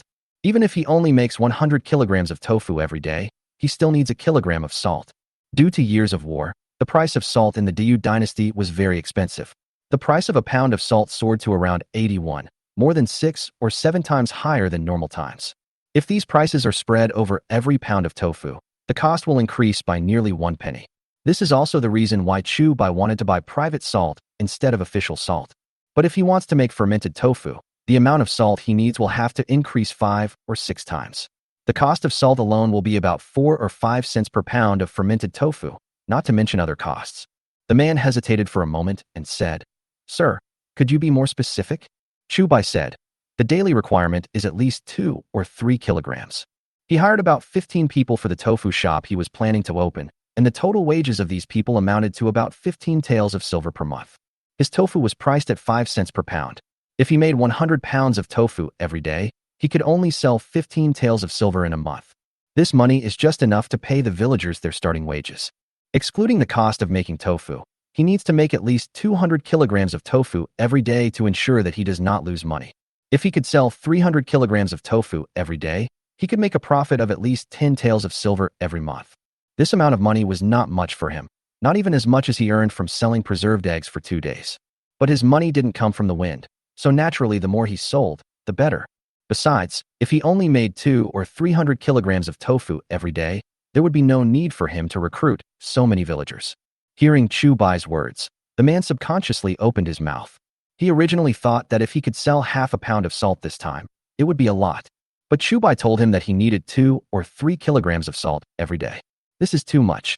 Have you got any of these salts? Chu Bai looked at the confused look of the man and asked somewhat unhappily. The man gritted his teeth and asked, "Could it be that I am blind and fail to recognize the real master? You are not the one buying salt, but an assistant of the official." Chu Bai looked at the man in surprise and said, "Does it look like I need to work for those people?" Hearing this, the man was also stunned for a moment. Although Chu Bai's dress doesn't look that wealthy, he is definitely not short of money. That's why he wanted Chu Bai and asked him if he wanted salt. Chu Bai is not short of money, and he also looks like a scholar. This kind of person would never serve as a hanger-on for such an official. "I said something wrong. Please bear with me, sir." The man apologized quickly. "Although you need a lot of salt, I can definitely provide it." Chu Bai nodded and asked, "What's the price?" The man looked around and said, "Since you want a large quantity, how about I give you 50 coins per pound?" Chu Bai could actually accept this price. Salt costs 50 cents per pound, which is only half a cent per pound of tofu. But this price is still too high. Do you think I'm stupid? Chu Bai glanced at the man and snorted. Official salt is only 80 cents, and you want to sell your private salt for 50 cents?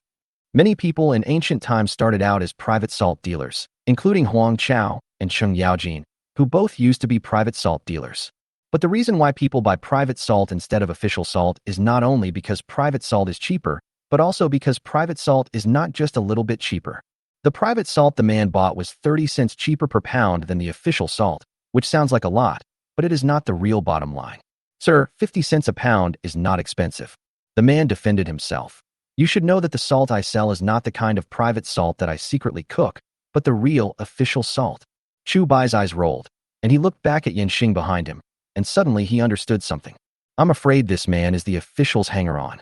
However, he was not a hanger-on of those yamen runners, but a hanger-on in the salt business. And the salt he took out was all official salt that he got from the salt shops to enrich himself. "What if it's cheap?" Chu Bai said, "I don't need very good salt, just the worst coarse salt." Hearing this, the man was stunned for a moment. Seeing that Chu Bai was dressed quite cleanly, he planned to sell the official salt to Chu Bai as private salt. But Chu Bai didn't want it, and instead wanted private salt of even worse quality. "Do you have one or not?" Chu Bai rolled his eyes and snorted. "If you don't have it, I'll leave." What he wanted was cheap coarse salt, not the fine salt used for cooking. The man said quickly, "Yes, yes, yes. To be honest, I have cooked coarse salt at home before. If you don't mind, I will give you 20 coins per pound." 20 cents. This price is acceptable. But Chu Bai still tried to test him. 20 cents is too expensive. If you charge 10 cents per pound, I can buy 100 pounds first. Hearing this, the man's eyes widened instantly. Even if we calculated at 10 cents per pound, 100 pounds would cost 1 tael of silver. 10 cents is too little. How about 15 cents? Although Chu Bai wanted a large quantity, he still wanted to fight for it for himself. Chu Bai raised his foot and walked away after hearing that. Since this man had cooked salt himself, it meant that there must have been other people nearby who had cooked salt. He only had to go out and ask around to find a place that sold coarse salt. This was actually his fault for not finding out clearly when he came out. If he had asked Li Han and Su Qing, they would definitely know. "Sir, don't leave. 10 cents is 10 cents. The man quickly grabbed Chu Bai and agreed to Chu Bai's price. Chu Bai said, 10 cents is fine, but you have to give me a pound of fine salt. Chapter 46, Selling Tofu. Hearing Chu Bai's words, the man was completely stunned. Chu Bai acted like he had plenty of money at the beginning, but in the end he even asked him to pay for a pound of fine salt. "Sir, I am really not making any money now, so I can't give you another pound of fine salt." The man quickly put on a pleading attitude to win Chu Bai's sympathy. Chu Bai glanced at him and snorted, "If it doesn't work, I'll just leave." The man hurriedly grabbed Chu Bai and said, Master, I'll take you there. I'll take you there. That's right. Chu Bai raised his lips and said, send 100 kilograms of coarse salt to the county town tomorrow, and send the fine salt to Wujiazwang. He did not give the man a deposit, but made an appointment for the next meeting. After all, the two men didn't know each other before, and the man was afraid of being cheated by Chu Bai. Chu Bai was also worried about throwing away the goods, so he could only pay the money and receive the goods. Chu Bai hadn't found a store in the county yet, and he couldn't take away more than 100 kilograms of salt by himself. He didn't dare to take it away openly, so he could only make an appointment. After solving the salt problem, Chu Bai continued to walk around the town and bought a lot of steamer cloth from the place where he sold it last time to serve as gauze. Chu Bai was somewhat helpless about this. In addition to filtering soy milk, gauze has many other uses. Unfortunately, there seemed to be no gauze in this era, and Chu Bai did not find any gauze in the county town a few days ago. If a larger quantity is needed in the future, he will have to make it himself. After finishing all the miscellaneous matters, Chu Bai returned home. My husband has been busy outside all day and must have worked hard. Hurry up and have a drink of water and rest for a while. Lin Xiener immediately brought him a bowl of water and said, Sister Li Han has steamed a large pot of steamed buns. We can eat soon. Chu Bai took the water and looked at Lin Xiener, Li Han and others with satisfaction. After a busy day, when I get home, my beautiful wife brings me tea and water and serves me in a gentle voice, which washes away all my fatigue. The other wives have also prepared meals early, so I can eat and rest at any time. This is the real fairy tale day in his heart. Looking at each other facing the moon, I only envy the mandarin ducks and not the immortals. They were not like the couples in his previous life, who were almost busier than each other and had little time together. So who could take care of whom? While eating, Chu Bai told the three girls about his plan to make brine and buy coarse salt. I know this is not very righteous, but I am not protecting those villagers, but other merchants in the city. Chu Bai explained to himself that he didn't want his image to be damaged in the eyes of the three women. Once tofu becomes popular, it will inevitably attract other people to follow suit. But as long as those people don't know the use of gypsum or brine, they can't imitate it. In this way, tofu becomes his and Wujiazwang's unique business. Lin Xiener said, Husband, there is no need to explain. My two sisters and I understand your good intentions in this matter. Chu Bai smiled slightly and felt even more grateful to his wives. Good. Chu Bai said, I also bought 100 kilograms of coarse salt from someone today.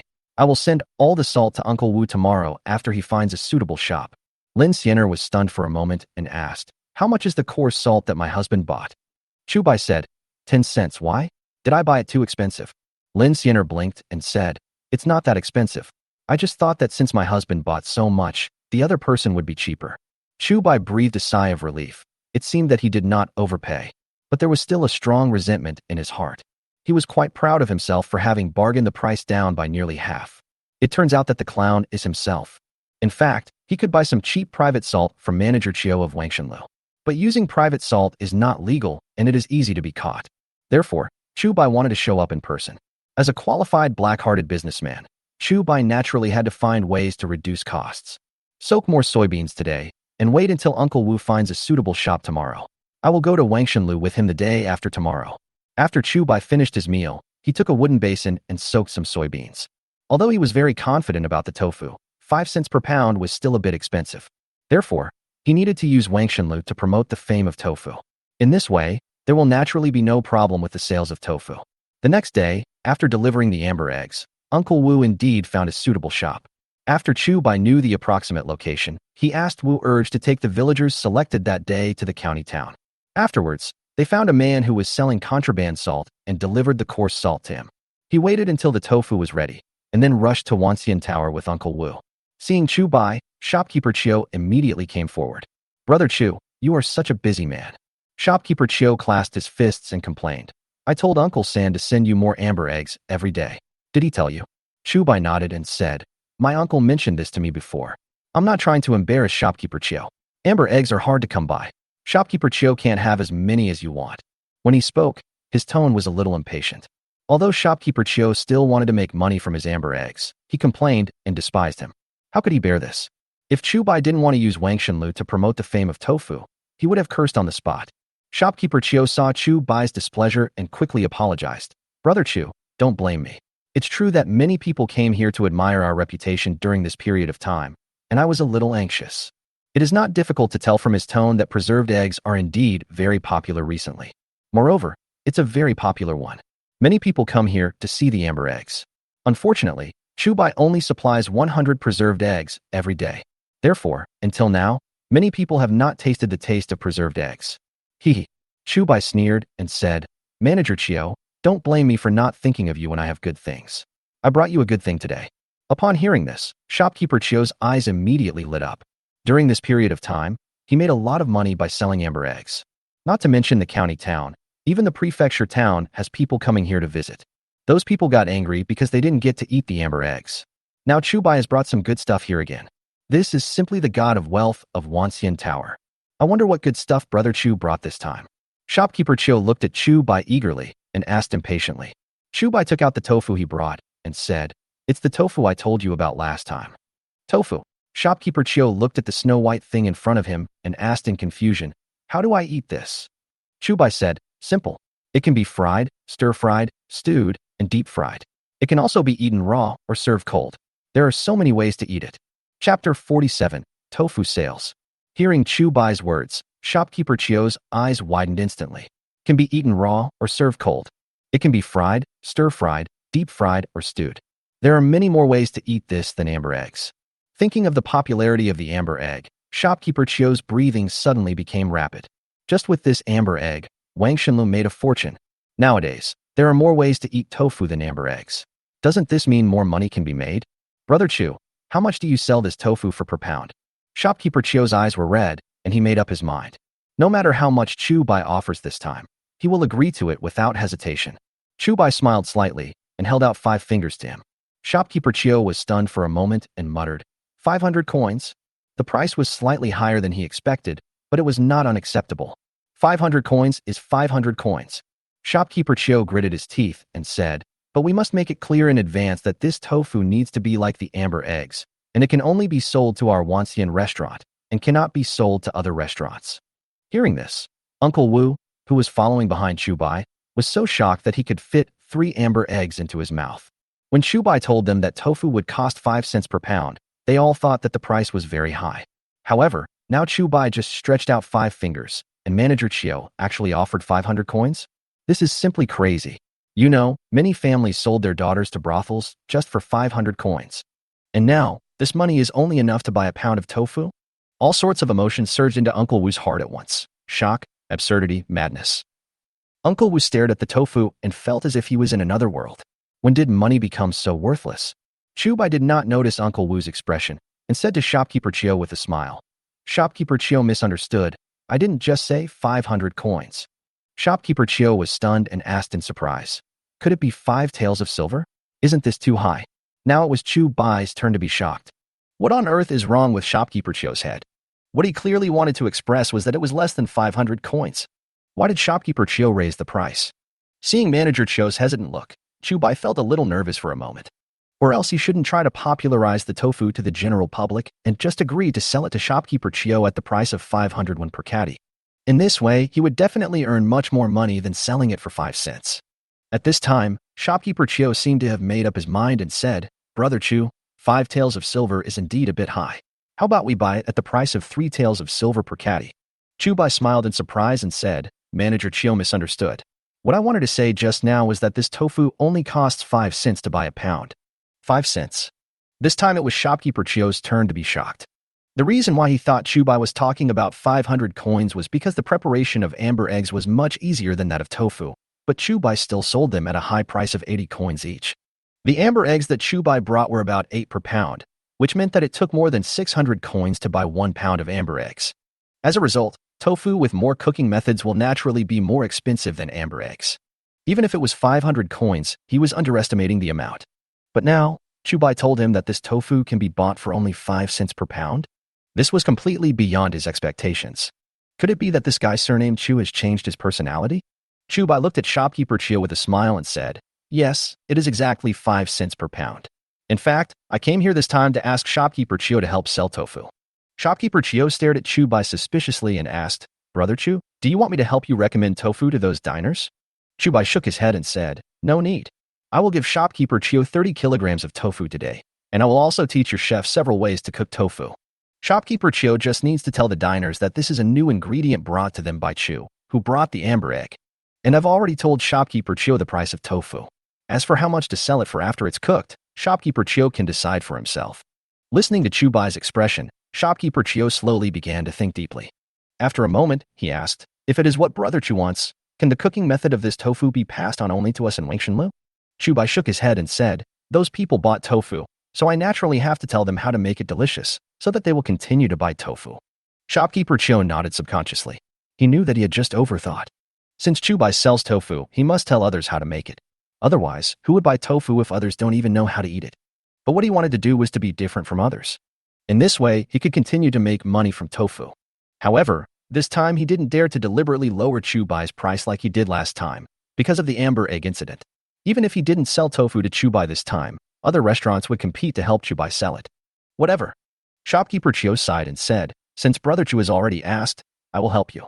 Since he had to help, he might as well do it quickly so that Chu Bai would owe him a favor. Chu Bai raised his lips and said, "Don't worry, Shopkeeper Chiu, I won't let you help me for nothing. I have a recipe for mapo tofu that I won't let anyone know about." Shopkeeper Chiu can just treat it as a specialty of Wangshenlu. Upon hearing this, Shopkeeper Chiu was instantly overjoyed.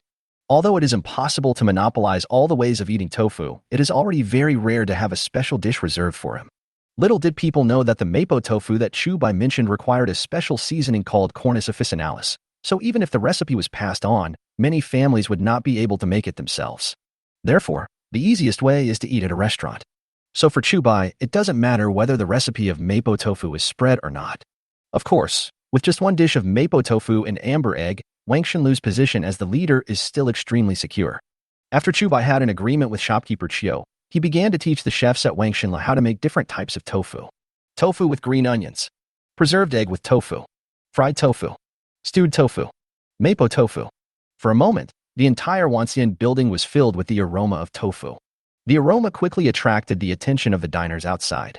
"What's that smell? Why is it so fragrant?" Many people sniffed hard and couldn't help shouting.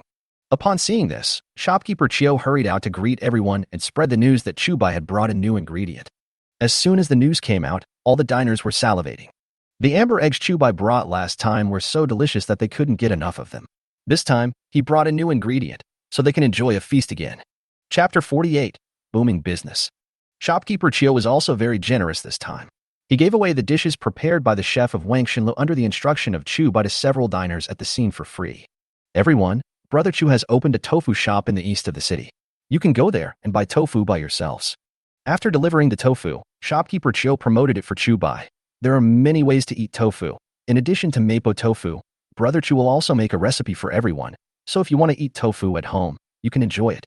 Hearing this, many diners became even more excited. A diner picked up the tofu with chopsticks and his eyes immediately lit up. "Brother Chu, how much do you sell this tofu for per pound?" After tasting the dish, the diner immediately asked questions. Chu Bai said, "The price is not high, only 5 cents can buy a pound." After these words were spoken, the diners could no longer hold back. "Where is Brother Chu's tofu shop? I'll go buy 2 kilograms now to try it." "Brother Chu, is the recipe that Shopkeeper Chiu just told me true? Can we make tofu at home?" Those who can eat at Wangshenlu are basically either rich or noble, and a mere 5 cents is like no money to them. Chu Bai suddenly had an idea and said, "Everyone, my tofu shop is in the east of the city, but it has not officially opened yet. When it opens, anyone who buys more than 2 kilograms of tofu can get a tofu recipe other than mapo tofu for free. In addition to tofu, our tofu shop will also make soy milk, soy juice, tofu pudding, dried tofu, and other items after it stabilizes. Everyone is welcome to come." When Shopkeeper Chiu heard Chu Bai mention soy milk, tofu pudding, and other foods, his eyes lit up. "Brother Chu, you didn't tell me about the soy milk, tofu pudding, and other things just now." There was some complaint in his tone, as if he was blaming Chu Bai. Chu Bai laughed and said, "Whether it's soy milk or tofu pudding, they're just small things worth a few coins. I didn't explain it because I was afraid that it wouldn't be pleasing to Shopkeeper Chiu." Hearing this, Shopkeeper Chiu nodded subconsciously. The dishes in Wangshenlu are much more expensive than those outside. Even the cheapest dish costs 20 or 30 cents. If it's just something worth a few cents, he really won't be interested in it. "Okay. In that case, when your tofu shop opens, I will be there to congratulate you in person." Shopkeeper Chiu bowed to Chu Bai, giving Chu Bai enough face and also apologizing for his previous behavior. As various kinds of tofu were served on the table, the reputation of tofu gradually spread with Wangshenlu as its center. People all over the city are looking forward to it, hoping that Chu Bai's tofu shop can open soon. They had all heard of the reputation of amber eggs, but they simply could not afford one at 100 coins each. But tofu is different. It only costs 5 cents per pound, which is about the same price as rice. They don't even need to grit their teeth. They can buy a pound to try the taste. I also heard that if you buy more than 2 kilograms, you will also receive a tofu recipe. Although there are not many people who can read and write in the county town, the situation is much better than in the countryside. Some gourmets are even ready to buy 2 pounds of tofu and try each one according to the methods recorded in the recipes. Finally, after Chu Bai had made all the necessary preparations, his tofu shop finally opened. And shopkeeper Chiu did as he said that day and prepared gifts early to congratulate Chu Bai. After the two men exchanged some polite words, shopkeeper Chiu bought 100 kilograms of tofu and left. With his departure, many wealthy families in the county sent their housekeepers or servants to buy a lot of tofu and take it back. Originally, Chu Bai had prepared 300 kilograms of tofu for the opening today. As a result, they were sold out within less than an hour after opening. Those who didn't buy any naturally didn't want to miss it, but when they heard that the tofu making process was extremely complicated and that it would take at least until tomorrow morning to be produced, they all shook their heads and left. Upon seeing this, Chu Bai immediately had many more tofu recipes printed and distributed to the people who could not buy tofu. Anyway, he had already spent the money on carving the plates, so it didn't matter if he printed a few more later. Although the people did not buy tofu, they felt less resentful when they saw that Chu Bai gave each of them a tofu recipe. However, after seeing the tofu dishes pictured in the tofu cookbook, many people gritted their teeth and took their families to Wangshanlu for the first time. Seeing how popular the first day was, Chu Bai simply gave the villagers in the store half a day off and gave each of them 10 cents as a gift. Although 10 cents is not a lot, it still made the villagers burst into tears of gratitude. Afterwards, Chu Bai made slight adjustments to their positions. The most time-consuming part of making tofu is actually soaking the beans. The beans need to be soaked a day in advance so that they are easier to grind. Many people had nothing to do during this period, so Chu Bai simply asked the villagers who made tofu to come out and sell tofu together when they were busy. As for the problem of not knowing how to use the scale, it was actually simple. He just made all the molds of the same size. Use a mold to cut a piece of tofu, and it becomes a standard pound. Even if there are some discrepancies, they are all within a reasonable range. What was beyond Chu Bai's expectations was that the next day, Chu Bai asked people to prepare 500 kilograms of tofu, but it was all sold out in less than 2 hours. Moreover, many people still complained that they could not buy tofu. In view of this situation, Chu Bai simply opened a tofu shop in the west, north, and south of the city respectively. In this way, people from other places don't have to travel so far to buy tofu. Moreover, it can also meet the tofu needs of all people. With the opening of these 3 tofu shops, Chu Bai hired more than 30 villagers from Wujiazwang to work for him. Moreover, these people's wages were the same as those of other villagers, which was 1 or 2 taels of silver per month, and there was no unfairness at all. With the establishment of Chu Bai's tofu shop, the villagers of Wujiazwang all looked beaming with glory. Even when he saw Wu Sihai, he was no longer as scared and fearful as before. Anyway, Chu Baikai's wages were enough for them to pay the head tax and various taxes. If the crops in the fields had not yet been harvested, they would not even want to work for Wu Sihai. Some people even went directly to Wu Sihai and told him that they would no longer rent his land after this year's crops were harvested. When Wu Sihai found out, he was furious, but he couldn't do anything about these villagers. Moreover, because his rent was too high, some villagers from other villages were even less willing to cultivate his land. If these villagers cancel their lease, his land will probably become barren. Once those lands become barren, his good days will be over. Chapter 49, The Ruffian's Visit. As more and more people joined Chu Bai's tofu shop, Wu Sihai gradually became worried. Even if his lands are left barren, he still has to pay taxes. In the past, he had those peasants to help him farm the land, so he never worried about taxes. But if it weren't for that group of peasants, he and his servants wouldn't be able to cultivate so much land. By then, he might have to use his savings from previous years to pay the taxes. If it happens once or twice, he can still hold on, but if it goes on for a long time, I'm afraid no amount of money will be enough to compensate. Thinking of this, Wu Sihai became more resentful towards Chu Bai. If it weren't for the fool Chu Bai, how could he have fallen to this point? At this moment, a villager from Wujiazwang suddenly walked past him. Wu Sihai's brows furrowed instantly. Not only did this man not hide away from him like he did before, but he also did not kowtow to him when he saw him. Wu Laotian, what are you doing if you're not digging in the fields? Wu Sihai immediately called out to the villager Wu Laotian in displeasure. Wu Laotian glanced at Wu Sihai and said with some pride, Chu Bai has opened another tofu shop in the city and is in need of manpower. I will sign up to make tofu with him. Wu Sihai's eyes twitched. Chu Bai. It's this Chu Bai again. Wu Laotian, if you make tofu with Baishatsi, you won't be allowed to farm my land next year. Wu Sihai took a deep breath and threatened directly. In the past, this trick was particularly effective for the villagers of Wujiazwang. Because most of the land in Wujiazwang was seized by Wu Sihai through various means, if you don't rent land from Wu Sihai, it's almost like you will lose your livelihood. But this time Wu Laotian was not scared by him. Humph.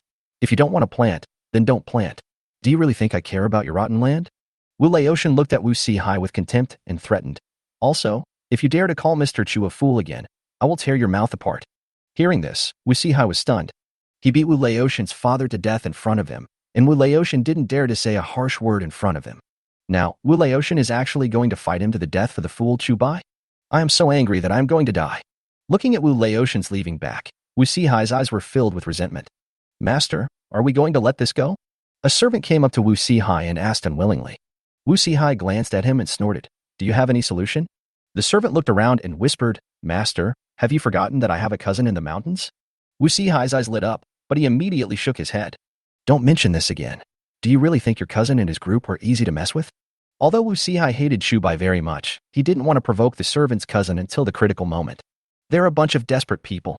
Once you get a little bit of it on you, you'll never be able to get rid of it. Master, how about we ask Wu Laizi to discuss Chu Bai? Another servant suggested. Everyone knows what kind of person Wu Laizi is. Even if we can't do anything to Baishatsi, we can at least discuss him. Hearing this, Wu Sihai nodded immediately. Yes, Wu Laizi didn't get the upper hand from Baishatsi last time, so we must hate him to the core. Wu Sihai said to himself, as long as we give him a little benefit, he will definitely go looking for trouble with Chu Bai. After saying that, he immediately asked, where is Wu Laizi now?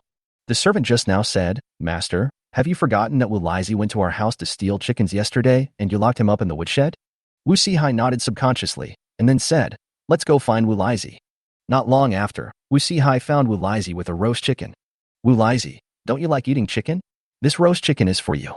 Wu Sihai is usually very stingy, but this time he didn't hesitate to take out a roast chicken in order to discuss Chu Bai.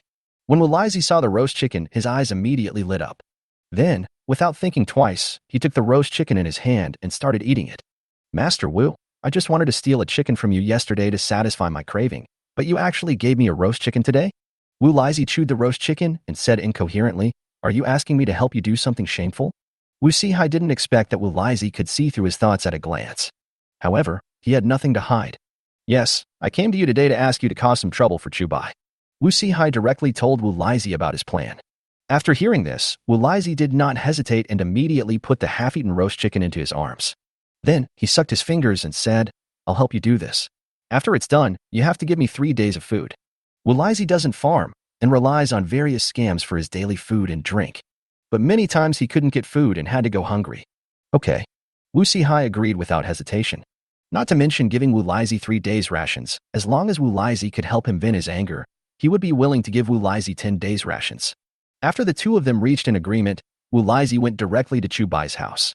At this time, Chu Bai was leading people to make something that Wu Laizi had never seen before.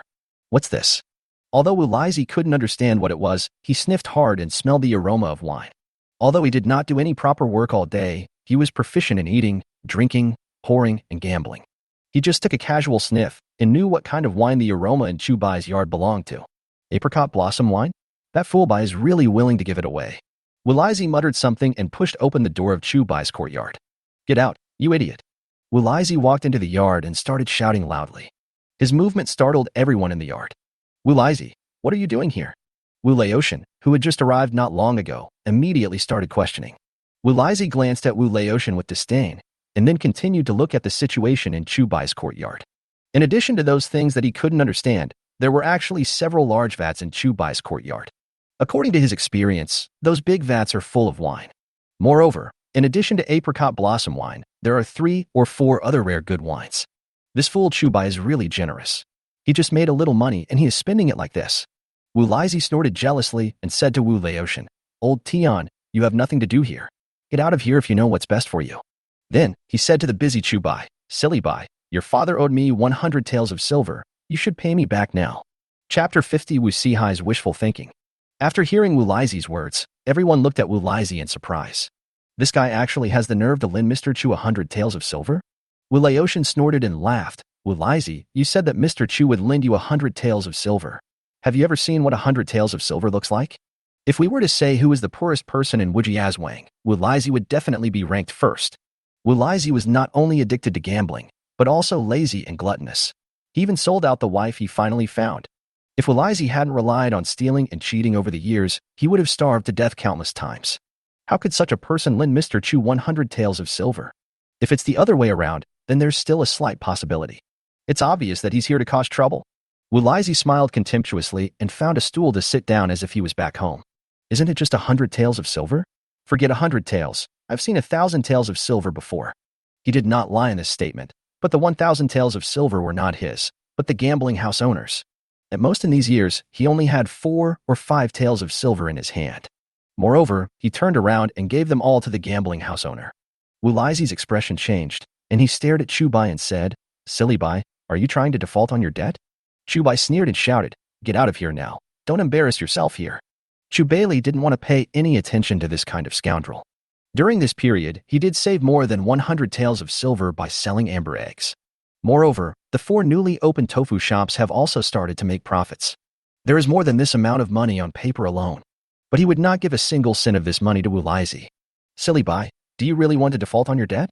Wu Laizi snorted, and suddenly took out a piece of paper from his bosom and said, "Everyone, look, this is the IOU that Baishatzi's father wrote when he borrowed money from me. Now Baishatzi wants to default on his debt and refuse to pay it back." Seeing his serious look, everyone was stunned. Could it be that Mr. Chu had really borrowed money from Wu Laizi?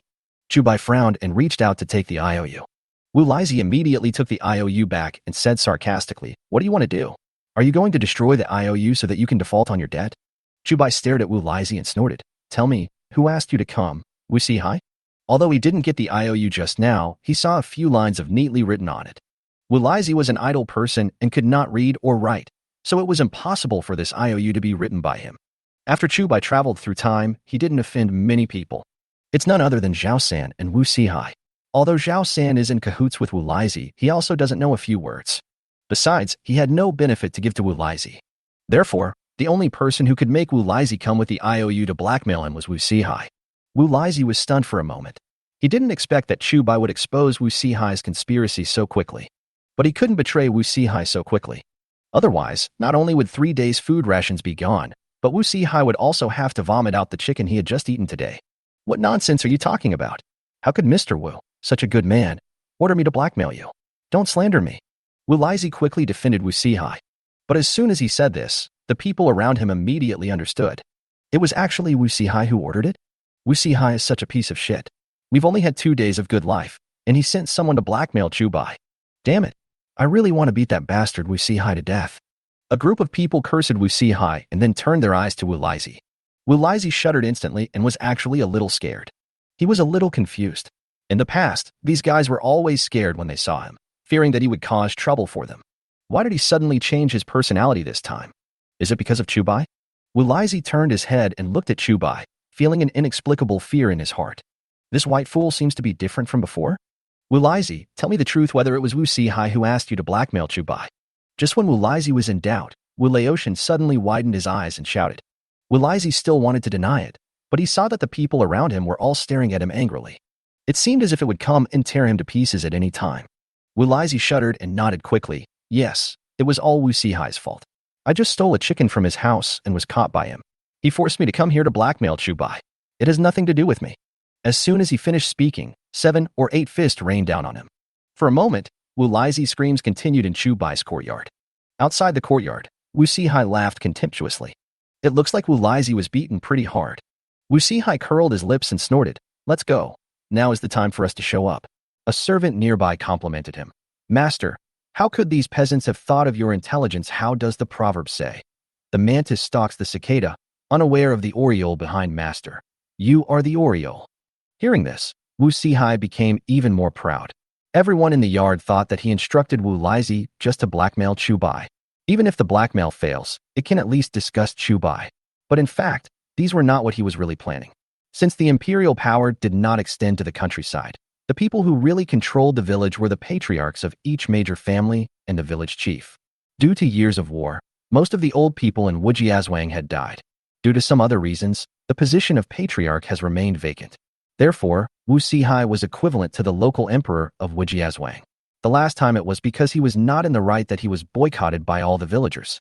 But this time Chu Bai openly beat others, so there would be no problem for him, the village chief, to punish Chu Bai.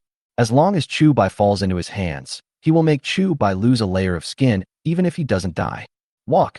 Wu Sihai waved his hand and kicked open the door of Chu Bai's courtyard impatiently. Great. You actually committed a crime in public. Wu Sihai's eyes lit up, and he said, Everyone follow me to the ancestral hall. I will try a case today. When they saw Wu Sihai coming, everyone's eyes immediately turned red. It was this bastard who ordered Wu Laizi to come and blackmail Chu Bai. Why are you looking at me like that? Can't I, as the village chief, do anything to you when you commit crimes in broad daylight? Wu Sihai looked down at everyone, his eyes full of pride. As soon as Chu Bai saw Wu Sihai, he knew what Wu Sihai was planning. This bastard just wanted to use this method to take me away and then force me to tell him the recipe of amber eggs and tofu. Unfortunately, he might have miscalculated this time. Chu Bai walked up to Wu Laizi and kicked him, then said condescendingly, Wu Laizi, did I hit you just now? Looking at Chu Bai's eyes that were almost devoid of any emotion, Wu Laizi shuddered and said, No. Chu Bai smiled slightly, looked at Wu Sihai and said, Master Wu, you heard it too. We didn't hit him. The injuries on his body were all caused by accident. We just wanted to help him heal his injuries. Chapter 51. Humiliating Wu Sihai. Treatment. Wu Sihai narrowed his eyes and asked, Wu Laizi, is that true? Wu Laizi glanced at Chu Bai and found that Chu Bai was staring at him with ill intentions. He swallowed and said, Yes, they are helping me heal my injuries. These injuries on my body were caused by the accidental fall just now. Wu Sihai stared at him fiercely and snorted, Useless thing. He also didn't expect Wu Laizi to be so useless. He was beaten silly by Chu Bai in just a few moves. If it really happened, break it for me again and see. Wu Sihai didn't want to let Chu Bai go just like that. Even if Wu Laizi covered for Chu Bai, the injuries on his body couldn't be faked. You can tell at a glance whether it was a fall or a beating. Wu Laizi gritted his teeth and suddenly felt a little overwhelmed. At this time, Chu Bai suddenly asked, Wu Laizi, do you want to get rich? Wu Laizi was stunned for a moment and looked at Chu Bai in confusion. Chu Bai pointed at Wu Sihai and said, He came to you to blackmail me, and at most I can give you a little benefit from the cracks between my fingernails. But if you dare to scold him in front of everyone, I can arrange a job for you, and even if you do nothing every day, I will pay you. Hearing this, Wu Sihai's face turned green instantly. He didn't expect Chu Bai to be so vicious. Are you going to bribe Wu Laizi in front of him? Wu Laizi, you better think it through. Wu Sihai was worried that Wu Laizi might do something troublesome, so he threatened him immediately. But Wu Laizi was not afraid of him at all. He rolled his eyes and asked, How much do you want to pay me? Chu Bai said, Just like them, 1 tael of silver per month, and if you work hard, I can give you a raise. Hearing this, Wu Laizi instantly felt confident. 1 tael of silver a month. It's not like he had never worked for someone else before, but he didn't make much money throughout the year. Now he just scolded Wu Sihai, and he can get 1 tael of silver for free every month? Such a good thing can't be found even with a lantern. Okay. Wu Laizi got up from the ground without saying a word. Wu Sihai's face changed and he threatened, Wu Laizi, you better think about it. Wu Laizi said disapprovingly, Wu Sihai, do you really think I don't know about the shit you did? What did you say? Wu Sihai glared at Wu Laizi, his anger almost bursting out of his eyes. Wu Laizi pointed at his nose and said, Wu Sihai, your new concubine doesn't live in your house, but in the city. Do you really think I don't know why? You dare. Wu Sihai seemed to have felt the pain point caused by Wu Laizi and immediately started shouting loudly. Wu Laizi sneered. Before your concubine had a chance to play with herself, she was already favored by your master in the city. You didn't even dare to say a word before you sent your concubine to the bed of that master. I already knew about this. Hearing this, everyone was stunned. Everyone knows that Wu Sihai took a concubine last year. However, because the women in Wu Sihai's family rarely show up in public, they didn't know that the concubine had been living in the city. At this time, someone suddenly said, No, I remember seeing his concubine's maid coming out to wash clothes the day before yesterday. Wu Laizi said, That's because the master in Wu Sihai city got tired of playing with his concubine and sent her back to him. Now, everyone suddenly understood. Then, there was suddenly a hint of sympathy in their eyes when they looked at Wu Sihai. So what if Wu Sihai is the local tyrant in Wujiazwang? Doesn't he still grovel in front of others? I kill you. Wu Sihai was hurt by everyone's gazes and was about to rush over to strangle Wu Laizi's neck. Seeing this, everyone quickly pulled him away. Wu Laizi coughed a few times and continued. Wu Sihai, you may not know this, Not only your new concubine, but also several other concubines think you are not good enough and have had affairs with many people in your family. Hearing this, Wu Sihai was also stunned for a moment. Are you serious? Obviously, he didn't know about this. Wu Lizhi said proudly. How can I lie to you? To tell you the truth, I have also had sex with 2 of your concubines. They were even more erotic than the girls in Yahangyuan. Hearing this, Wu Sihai's face suddenly became even uglier. He turned his head to look at the servants behind him and found that the 2 servants suddenly lowered their heads in shame. Wu Sihai immediately understood that what Wu Lizhi said must be true and not groundless. And in his heart, he became even angrier. He clearly came here to cause trouble for Chu Bai, but Wu Lizhi ended up telling all his troubles to him in just a few words. You don't have to look at them. If you really want to know who slept with your concubine, just ask me directly, Wu Lizhi said with a smug look on his face. Wu Sihai, you think you are a great master, a respectable person, but in fact you are just a stinky bastard, and a very stinky one at that. You're looking for death. Wu Sihai took a deep breath and ran towards Wu Lizhi with red eyes. But the villagers nearby held him tightly. Some people even winked at Wu Lizhi, and it was unclear whether they wanted him to run away or continue talking. Wu Lizhi hid behind Chu Bai for a while, and when he saw Wu Sihai being held by someone and unable to move, he suddenly felt confident again. It's no use even if you kill me. Not only your concubines, but even your first wife has committed adultery with others countless times. Wu Lizhi's eyes rolled around as he kept saying, You are the biggest turtle in our Wujia village. 1,000-year-old turtle is a 10,000-year-old tortoise. You can live for several thousand years. You're such a fool. You're not good enough, but you still marry so many wives. They're all kept for others. You big fool, you stinky bastard, you always pretend to be a big shot, but in fact you are just a stinky piece of shit. And your mother, you are not your father's child. You were born from your mother's affair with someone else. Wu Lizhi became more and more excited as he spoke, and all kinds of dirty words kept coming out of his mouth. Wu Sihai was so angry that he wanted to rush over and kill Wu Lizhi, but he was held back by the villagers. Go and capture him for me. I'll kill him. Wu Sihai turned his head to look at the servants and gave them orders regardless of everything. But at this moment, Uncle Wu suddenly arrived and scolded the servants. That's enough, stop it. With the appearance of Uncle Wu, the farce on the scene finally came to an end temporarily. Wu Lizhi breathed a sigh of relief, walked up to Chu Bai and asked, Silly Bai, Mr. Chu, what do you think of my performance just now? Chu Bai smiled slightly and said, Okay, you did a good job. I'll give you a credit this time. Hee, this is all thanks to Mr. Chu's good teaching. Wu Lizhi chuckled and took the initiative to speak for Chu Bai. Chapter 52, Winemaking. Seeing the 2 of them singing the same tune, Wu Sihai felt like his lungs were about to explode. He knew very well that after Wu Lizhi's commotion, he would never be able to take off the green hat on his head. And from now on, he will become infamous in Wujiazwang. All this is because of Chu Bai? But with so many villagers and Uncle Wu San here, it would be impossible for him to do anything to Chu Bai and Wu Lizhi even if he wanted to. You all just wait for me. Wu Sihai glared at Wu Lizhi angrily, then glared at the servants and said, Let's go. These servants also have a share of the green hat on his head. Moreover, he knew the moral character of his concubines best. If all these servants were killed, someone would definitely be wrongly accused. But if you kill half and leave the other half, there will inevitably be many fish that slip through the net. He had already made up his mind that he must deal with all these concubines. After he left, Chu Bai asked, Lizhi, you said Wu Sihai is not his father's biological son. Are you sure about this? Hearing this, everyone looked at Wu Lizhi. If we were to ask who in Wujiazwang is the most well-informed, it would undoubtedly be Wu Lizhi. This guy is always stealing and cheating, so he must have seen a lot of things by accident. Wu Lizhi nodded and said, Of course it's true.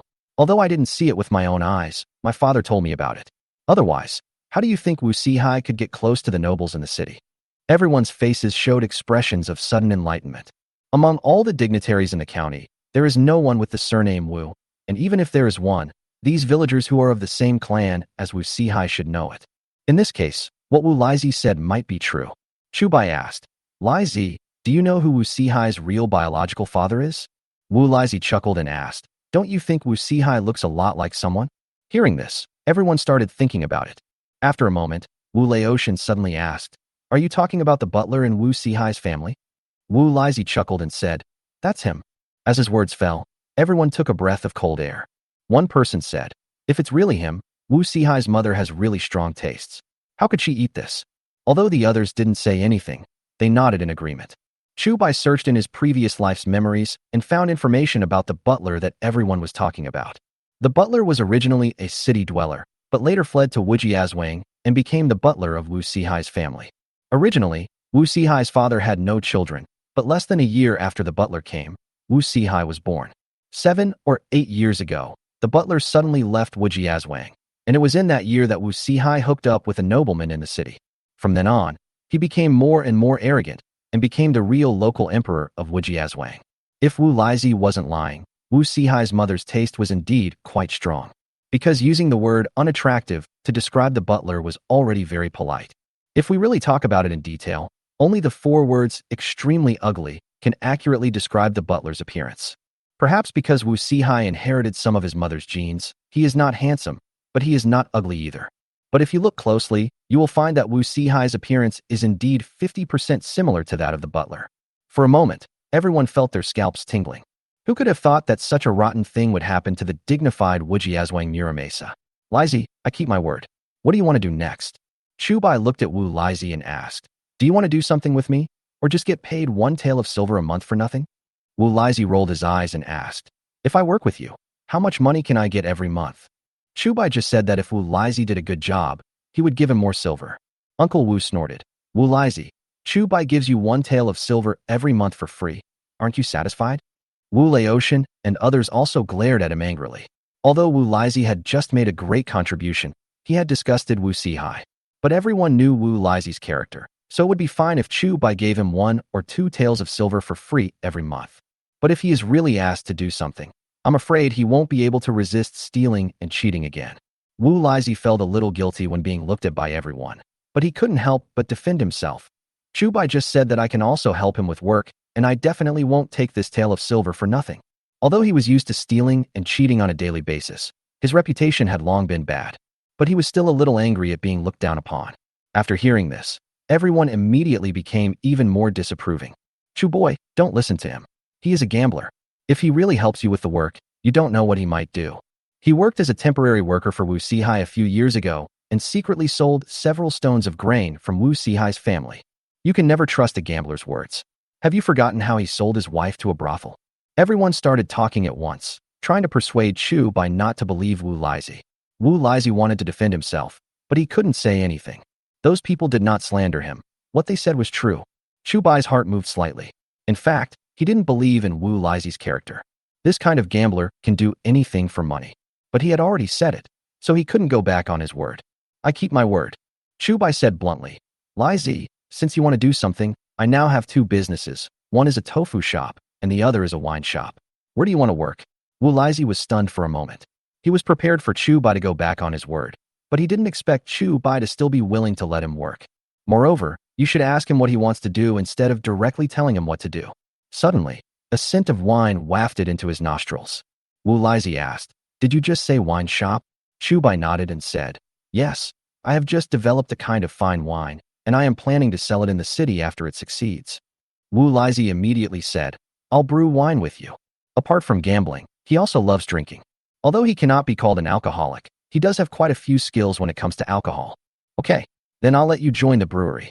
Chu Bai nodded and said, but let's make it clear in advance that the skills you learned in the winery must not be easily passed on to others, and you must not sell the wine in the winery privately.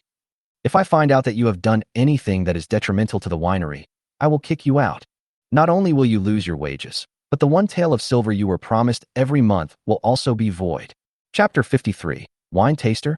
Wu Lizi nodded quickly, indicating that he would never do anything to harm the winery. Although others were worried, Chu Bai had already made the decision, and there was nothing they could do to change it. Since you've agreed, let's be frank. But if you work hard, I will definitely not treat you unfairly.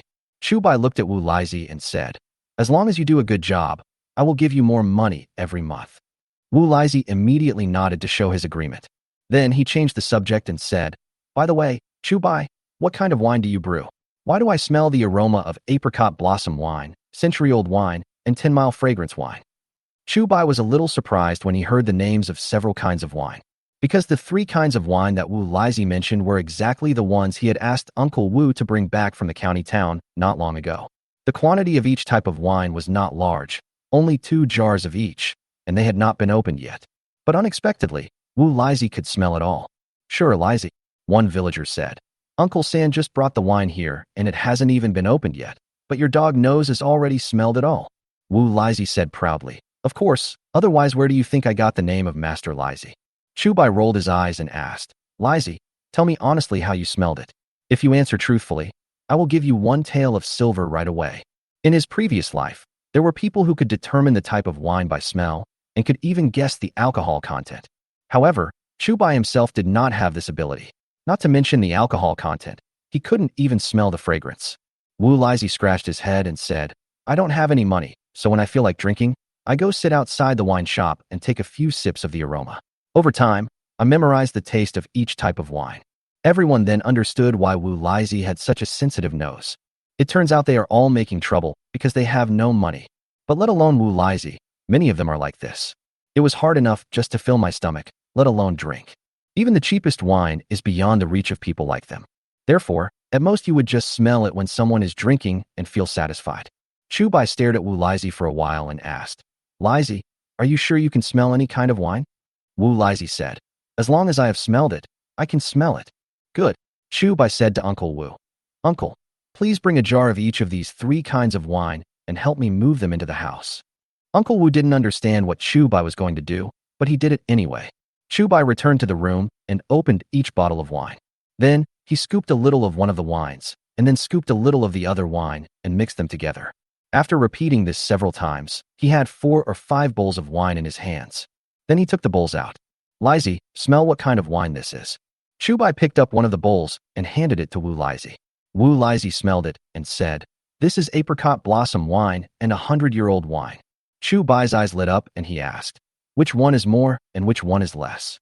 Wu Lizzie hesitated for a moment, picked up the bowl and took a sip, saying, 30% apricot blossom wine, 70% 100-year-old wine. Hearing this, everyone was stunned. Chu Bai, is he right to be confused? Wu Laotian couldn't help but ask. Chu Bai nodded and said, that's right. Now, everyone was even more shocked. Lai Zixing, you actually have this ability. This is much more powerful than a dog's nose. Lai Zi is a hidden talent. Everyone was amazed. Wu Lizzie scratched his head a little embarrassedly. It has been a long time since he became a gambler and was praised like this by the villagers. Whenever these people saw him, they would avoid him or look at him with disgust. Chu Bai brought out another bowl and said, Lizzie, try this bowl again. Wu Lizzie immediately picked it up and sniffed it, saying, this is 100-year-old and 10-mile fragrant wine. After saying that, he took another sip and added, 4 points of 100-year-old, 6 points of 10-mile scented.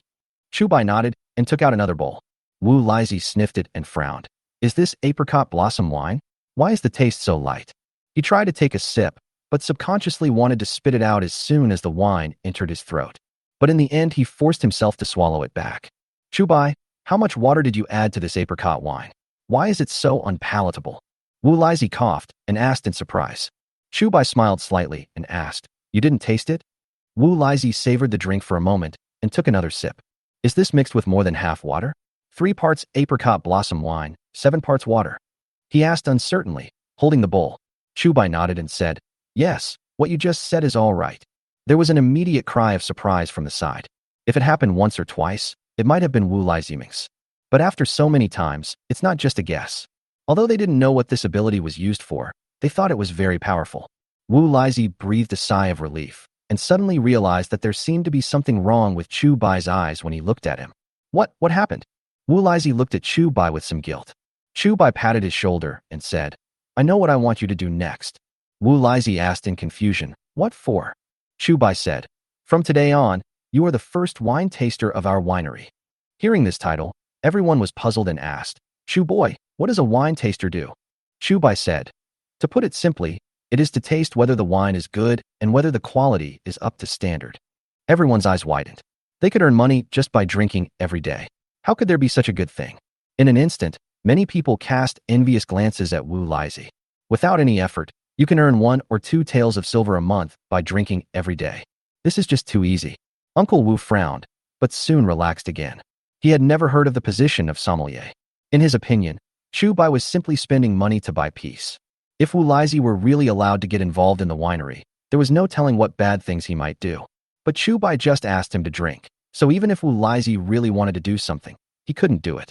Wu Laizi also thought of this, and said with some dissatisfaction, Chu Bai, you are not afraid that I will steal your knowledge and deliberately fool me, right?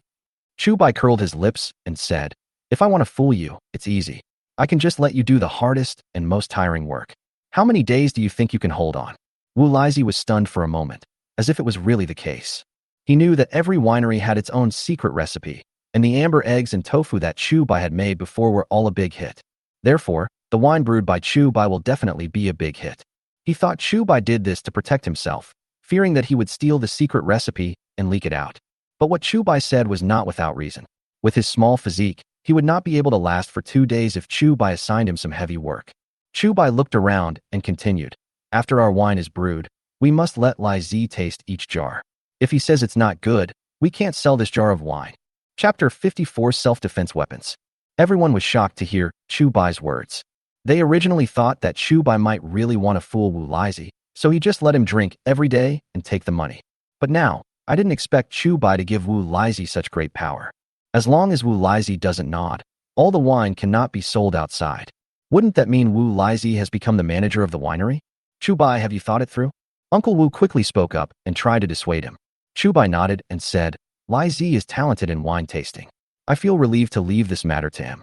The position he arranged for Wu Laizi was actually equivalent to the quality inspector position commonly seen in wineries in his previous life, which was not considered a real manager. The wine he makes will certainly be far superior to other wines in terms of quality, but if the quality is to be stable, he needs a talent like Wu Laizi. Anyway, in order to disgust Wu Sihai, he had to spend 1 or 2 taels of silver every month to support Wu Laizi. It would be a waste to keep such a talented person. Moreover, this can also prevent Wu Laizi from getting access to his secret recipe for brewing wine and stealing it to exchange for money. Laizi, take these 2 taels of silver first. Chu Bai took out 2 taels of silver and handed them to Wu Laizi, saying, 1 tael of this is what I just promised you, and the other tael is this month's salary. Don't gamble with these 2 taels of silver. Use them to buy yourself some food, furniture, and clothes. Since you are going to be our winery's wine taster, you can't wear tattered clothes like before. Hearing Chu Bai's words, Wu Laizi felt a little moved. He knew very well that Chu Bai still didn't trust him, but Chu Bai's words were very nice. First give him a slap in the face, then give him a sweet treat so that he can't find any fault with it. Although he knew that Chu Bai didn't trust him, that was also his own fault, and he couldn't blame Chu Bai. After taking the silver, Wu Laizi thanked Chu Bai profusely and left. Watching Wu Laizi's back as he left, Uncle Wu Sen asked worriedly, Kid Chu, did you give him too much? Others also came forward and said that Chu Bai shouldn't have believed Wu Laizi's words. Chu Bai smiled slightly and said, no one is perfect. As long as Wu Laizi truly repents, what does it matter even if you give him more? Hearing this, everyone sighed. The money is in Chu Bai's hands, and he is free to distribute it however he wants. At most they could give some advice, but they could not make a decision for Chu Bai. By the way, why didn't I see Xiener and the others today? Uncle Wu paused and said hesitantly. Chu Bai said, Qing'er missed home a little. She didn't dare to go back by herself, so I asked Xiener and Han'er to go with her. Originally, he wanted to take Su Qing back to her parents' home in person. After all, this was the first time he returned home after marrying Su Qing. But because Chu Bai still had some unfinished business, he asked Lin Xiener and Li Han to accompany Su Qing back first. After he has finished his business, he will return home as a son-in-law. Uncle Wu frowned and asked, it's not a peaceful journey.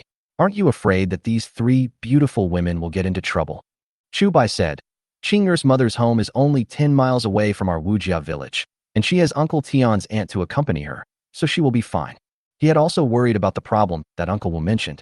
In his era when there were surveillance cameras everywhere, people went missing from time to time.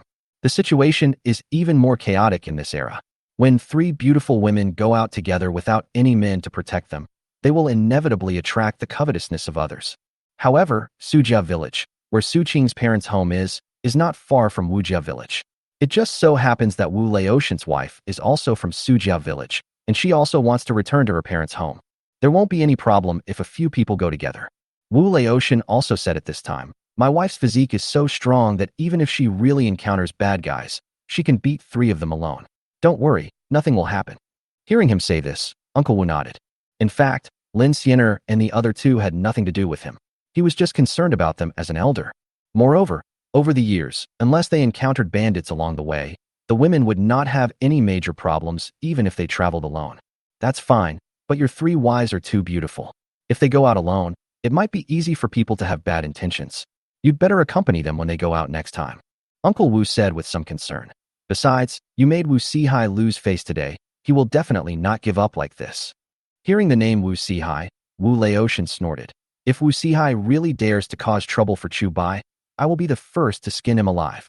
Uncle Wu glared and said, if Wu Sihai sneaked into the yard with someone in the middle of the night, could you have gotten there?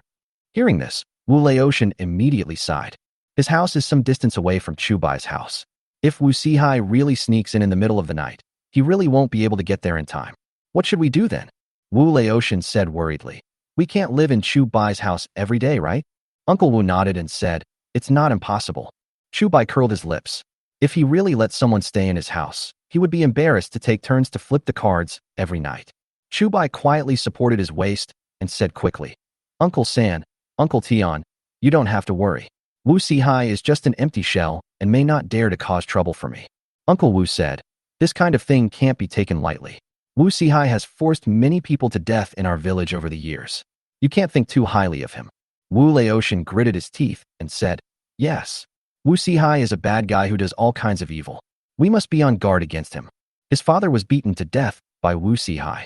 Unfortunately, the entire Wujia village depended on Wu Sihai for its survival at that time. So even Wu Laotian himself did not dare to make any resistance. Now that they have Chu Bai, they finally have the courage and confidence to resist. Chu Bai sighed. He had been overworked these days. Maybe it was time to rest for 2 days. Okay, Zhao Chong is free these 2 days anyway. I'll ask him to make me some weapons for self-defense. Chu Bai nodded and agreed. The Zhao Chong he was talking about was the craftsman he hired to make the stone mill a few days ago.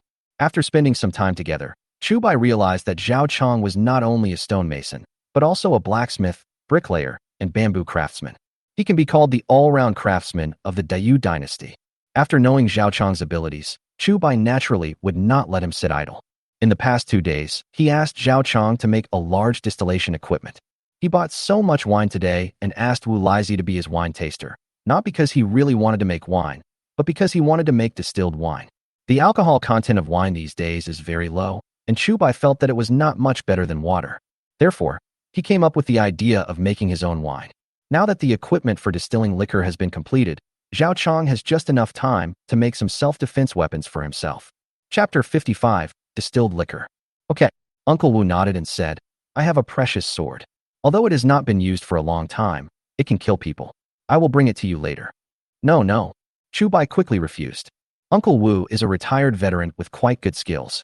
Since he calls it a precious sword, it must not be an ordinary thing. The precious sword can only be used in the hands of a hero like you, Uncle San. It would be wasted in my hands. Chu Bai waved his hands and said, for a rookie like me, I can just use some ordinary weapons. Besides, don't we have Zhao Chong? Zhao Chong did not have a residence in Wujiazwang, but Chu Bai did not want him to live in his own house and disturb his harmonious life, so he bought the vacant courtyard next door. People were poor those days, and it didn't cost Chu Bai much money to buy that courtyard. Moreover, that small courtyard can not only be used for Zhao Chong to live in, but can also be used as a warehouse. It can even be converted into a laboratory later if necessary. Uncle Wu hesitated for a moment and said, in that case, I will take the knife and stay with Zhao Chong at night. This way, if there is any movement, I can come over at any time. Okay, it's settled. In order to avoid being disturbed by others in his shameless life, Chu Bai quickly agreed. If you live in your own home, the walls have ears, but if you live in the next yard, it doesn't matter as long as the 3 girls keep their voices down. Okay, let's get down to business first. Chu Bai said this, looking at the distiller beside him. This distiller was not a small device like the one used in the laboratory in his previous life, but was carefully made by Zhao Chong.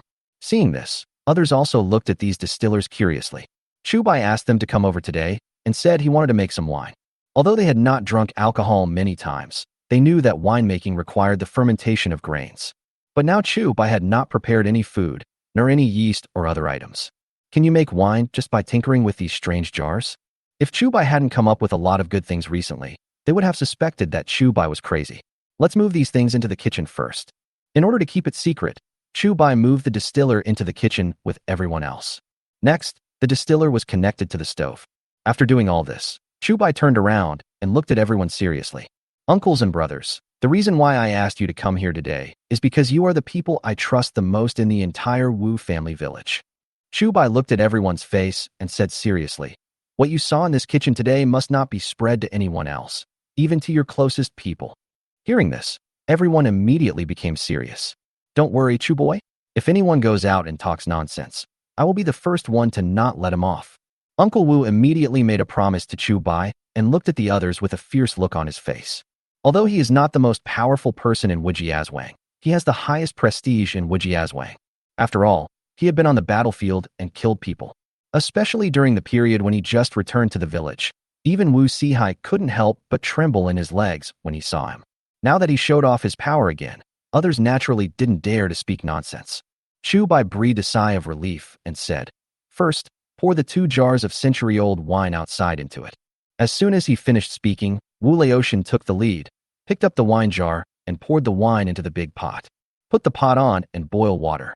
Chu Bai gave orders again, and someone immediately did as he was told. Soon, the wine in the cauldron began to boil. One person asked in confusion, why did it open so quickly this time?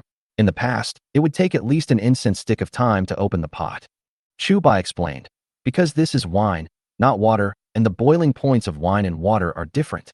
Another unfamiliar term popped up, and everyone nodded as if they understood it. Chu Bai kept staring at the big iron pot. When he saw that the wine in it was almost gone, he immediately asked someone to remove the firewood under the stove. The principle of distilling liquor is actually very simple, and it mainly relies on the different boiling points of alcohol and water. Therefore, when heated, the alcohol will evaporate first, and then enter another jar through the connecting device made by Zhao Chong to cool down. In this way, a high-proof and relatively pure liquor can be obtained. Chu Bai removed the distiller, and there was not much smell of alcohol in the big pot at this time. Then, Chu Bai opened another cooling jar, and a rich aroma of wine immediately wafted out. Oh my god, why does it smell so good? This smells so good. Several villagers widened their eyes with incredible expressions. Not only them, even Uncle Wu couldn't help but sniff it hard. He had drunk a lot of good wine in the army before, but none of them could compare to the aroma of the wine Chu Bai had just made. Chu Boy, is this the wine you brewed? Uncle Wu looked at Chu Bai in surprise, somewhat unable to believe it. Chu Bai nodded and said, to be honest, it can't be considered as brewing wine. It's just purifying the wine brewed by others. Purify? This is another word that no one has ever heard of. Chu Bai explained, the wine we usually drink contains alcohol and water. I just removed a large part of the water, so that the remaining wine contains more alcohol. After he said this, everyone seemed to understand a little. Wu Laotian asked, why don't you remove all the water and just leave the alcohol? Chu Bai's mouth twitched, and he said, Uncle Tian, if that were the case, it would kill people. Oh, everyone was shocked. Drink to death? So awesome. Chu Bai said, generally speaking, the best wine should be about half alcohol and half water. If the alcohol content is too high, more than 70%, it can easily kill people. If it exceeds 70%, it is no longer called wine, but alcohol. The 2 most common types of alcohol in his previous life were 75% and 95%. Wu Laotian asked, how much alcohol is in your wine now? Chu Bai shook his head and said, wait until the wine gets cold, and you'll know after taking a sip. Although he doesn't like alcohol, he can roughly judge the alcohol content of the wine by its taste. Soon, the wine in the jar slowly cooled down. Chu Bai took out a few large bowls and filled them with wine. Uncles and brothers, please try it. As he spoke, he took the lead in picking up the bowl and taking a sip. It's a little strong, but very mellow when you taste it carefully. Chu Bai couldn't tell the exact alcohol content of these wines, but it was probably around 30 degrees. When the others saw that he had already drunk it, and that the wine in front of them was indeed very fragrant, they could not help but pick it up. Chapter 56, Pricing. As soon as the wine entered the throat, a long-lasting breath instantly spread to everyone's limbs. This is great wine. This wine is really strong. After everyone took a sip, they all praised it in unison. It's just because they haven't read any books, so they just keep repeating those few sentences over and over again. Wu Laotian looked at Uncle Wu San and asked, Uncle Wu San, what do you think of this wine? Although they thought the wine was good, they had actually only had a few drinks, so they had no way of tasting whether the wine was good or not. Uncle Wu held the big bowl under his nose, sniffed it hard, and then drank it all in one gulp. At the same time, Uncle Wu's face instantly turned red. Good wine. Uncle Wu shook his body and praised. When I followed the marshal, I drank a lot of strong liquor, but nothing can compare to this wine. Hearing his words, Several villagers were somewhat disapproving. Wu Laotian even joked, "You drank too much at the beginning? You are just a soldier. How can you drink with the marshal?" Uncle Wu laughed and said, "Is it not okay for me to brag when I'm drunk? But this wine is really delicious. Even the strongest wine in the army is not as good as this." 11 means 1/10. When everyone saw that Uncle Wu's lies had been exposed, they all burst into laughter. Chu Bai's eyes rolled, and he looked at Uncle Wu with some surprise. Everyone else thought Uncle Wu was bragging, but he didn't think so. Nowadays, many people join the army, but not many of them can be as skilled in martial arts as Uncle Wu-san. From this we can see that Uncle Wu must have had a high status before he was injured and retired from the army. "Chu boy, how are you going to sell this wine?" Uncle Wu wiped the corner of his mouth and looked at Chu Bai with burning eyes. Chu Bai glanced at Uncle Wu. The bowl of wine he just drank was at least half a pound. Although Uncle Wu was shaken and his face was a little red, there was no problem with his speech or eyes. Chu Bai said, "Uncle San, don't worry. We have only distilled the 100-years-old wine. We still have the 10 miles fragrant wine and the apricot blossom wine to make. How about we discuss this matter after we have finished making these 3 kinds of wine?" Hearing this, everyone nodded immediately. Just the fact that it's 100 years old is something they find delicious. If Shilixiang could make a better apricot blossom wine, wouldn't it taste even better? With the previous experience, everyone followed the previous method and poured the 10-mile fragrance and apricot blossom wine into the prepared large pot. When the 10-mile fragrance was distilled, everyone felt that it was so fragrant that even their throats could not help but surge with it. However, they did not rush to drink it, but waited until the apricot blossom wine was completely distilled before staring at the big bowls with shining eyes. Chu Bai was not stingy and directly poured a bowl for everyone. "Uncles and brothers, let's try it now." As he spoke, he took the lead in picking up the distilled apricot blossom wine and took a sip. The taste of apricot blossom wine is more mellow than that of 100-year-old and 10-mile fragrant wines, and the alcohol content is also slightly higher. Chu Bai took a sip and felt that the alcohol content was about 40 degrees, which was about 10 degrees higher than that of Bai Nianxun and Shirley Xiang. With him taking the lead, others also picked up their bowls and started drinking. However, they didn't dare to drink it all in one gulp like Uncle Wu-san, but instead followed Chu Bai's example and sipped it in small sips. "This wine is so delicious. This is absolutely the best wine I have ever had. You talk like you've had a lot of alcohol. Even if I don't drink much, this is the best wine." After a few sips, everyone felt a little tipsy. Chu Bai said, "My fellow uncles and brothers, it's not that I don't want you to drink more, but the alcohol content of this wine is indeed quite high, so you must not drink too much." The alcohol content of the wine that ancient people drank was not high, and these villagers themselves had never drunk much. They started drinking such high alcohol wine right away. Chu Bai was really worried that they had drunk too much. Everyone nodded quickly, indicating that they would not drink too much.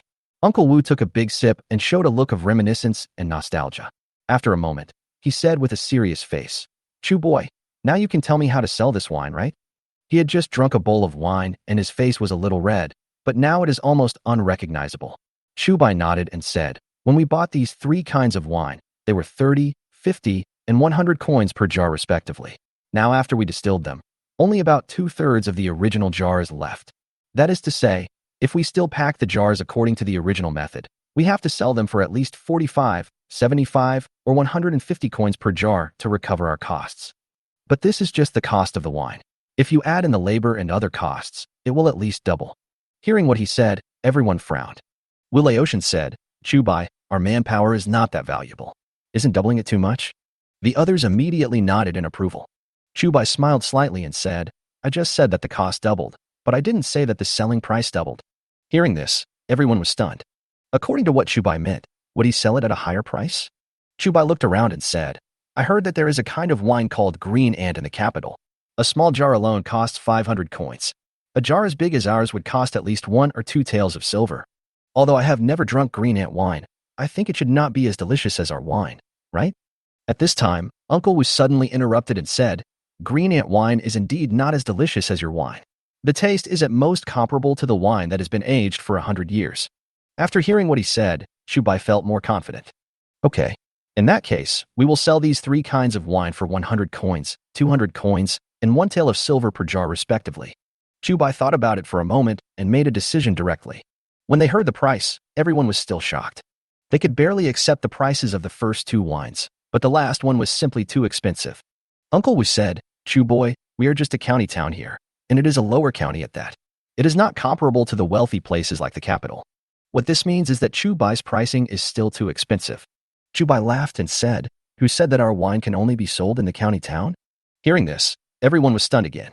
If we don't sell it in the county, where can we sell it? Wu Laotian looked at Chu Bai and subconsciously asked, "We can't transport the wine to the capital, right? If we really go from here to the capital, the journey is not only long, but also not peaceful." Chu Bai smiled and said, "We can sell these wines to other people in the county. As for where those people sell them, we can't control it." Chapter 57: Expensive Meals. Everyone frowned subconsciously. Wu Laotian asked, "Kid Chu, if you sell the wine to them and they sell it to others, wouldn't the price of the wine be much lower?" Chu Bai shook his head and said, "No need. We just need to sell the wine to them at the price we just agreed on. We don't care how much they sell it for. Even if they sell the wine for 100 taels of silver per jar, that's their ability." Hearing this, everyone's eyes widened. 100 taels of silver for a jar of wine, isn't that too expensive? Even if all of them put together, they can't make that much money. And didn't the wine they just drank cost several taels of silver per sip? For a moment, everyone's heart couldn't help but bleed. If they had known that the wine was so expensive, they would definitely save some for Chu Bai. The most you can do with the wine distilled from apricot blossoms is to take a sip to taste it. It is enough for them to just drink the cheapest century-old distilled liquor. Chu Bai saw the embarrassment of the crowd and smiled. "Don't worry, uncles and brothers. We distilled this wine ourselves, and the total cost is less than 100 coins, which is just a small amount of money." Wu Laotian said quickly, "You can't calculate it like that. If you sell this wine, you can get dozens of taels of silver. It's a waste for us peasants to drink it." Chu Bai waved his hand and said, "Uncle Tian, you really miscalculated. 100 taels of silver is just nonsense. I just said that this wine only cost 1 tael of silver per jar, and we can continue to make it after we finish drinking it. It's nothing more than a few costs." After hearing what he said, everyone felt much more relaxed. Although 1 tael of silver was very expensive for them, it was not as scary as 100 taels of silver. "How can we drink without snacks?" Chu Bai glanced at the time and said, "Everyone is tired after working all afternoon. I'll go make some snacks for everyone." As he said this, he went to get a few preserved eggs and cut a piece of tofu and mixed them together for a cold dish. Afterwards, he fried another plate of peanuts and sprinkled a lot of the white sugar he had made a few days ago on them. When they saw the preserved eggs and white sugar, everyone was stunned. "Chu Bai, this is too extravagant. We can just eat something casually. There's no need to be so grand. That's an amber egg, right? It costs 100 coins to buy one at Wangshenle. If it's cooked into a dish, it will cost at least 100 or so coins. Your amber egg alone must cost more than 1 or 2 taels of silver. It's better to just get something to eat. We don't dare to eat such good things." Wu Laotian and others refused one after another. Other things were fine, but the amber eggs were too expensive. One amber egg was equivalent to their 3-day wages. If you eat one of these, it would be like eating 3 days of work in vain. Chu Bai smiled and said, "This thing is actually just like those wines. Although it is expensive when it is sold, it actually doesn't cost much. You can just drink it without worrying about it." As he spoke, he poured a little distilled wine to each person and filled everyone's bowls. "Uncles and brothers, please eat first. I will go and cook 2 more dishes." Chu Bai said this and ran to the kitchen to get busy again. Soon, he brought plates of fried dishes to the table. After serving the last dish, Chu Bai asked in confusion, "Hey, why aren't you eating?"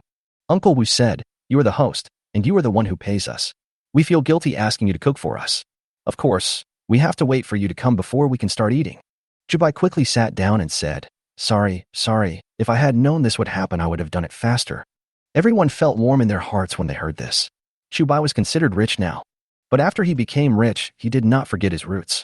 Not only did he help his fellow villagers make money, but he also spoke without any airs and never gave them the cold shoulder. Unlike that guy we see high, he only knows how to bully them whenever he sees them. Come on. This cup is my apology to everyone."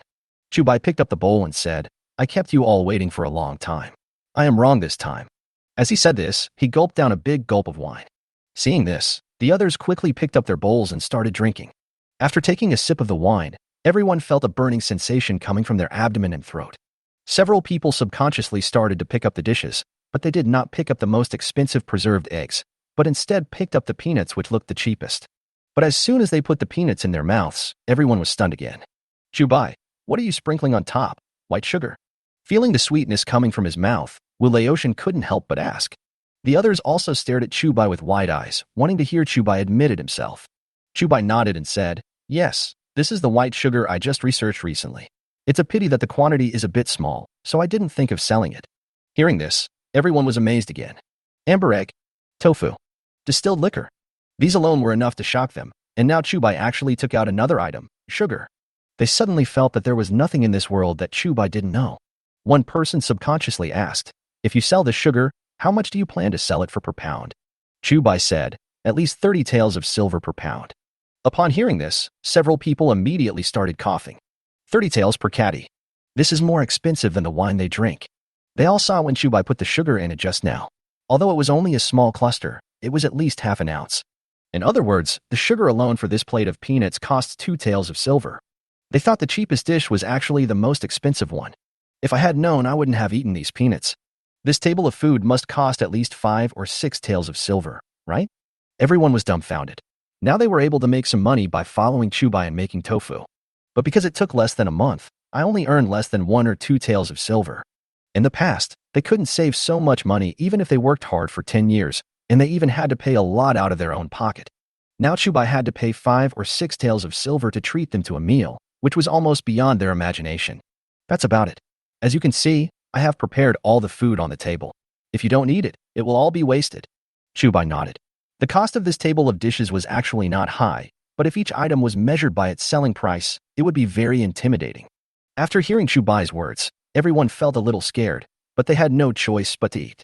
People who have gone hungry countless times are always the ones who know how to cherish food the most. As they drank more and more wine, everyone gradually lost their initial restraint. Amber eggs, peanuts, and distilled liquor made from apricot blossoms were all sold out. Chapter 58. Su Qing is wronged. After 3 rounds of wine, the dishes have 5 flavors. These villagers had rarely drunk alcohol, and the alcohol content of the distilled liquor made by Chu Bai was too high for them. Therefore, when the wine and food on the table were all gone, almost everyone could hardly stand. "Chu boy, let's stop here today. We have to come back to work for you tomorrow."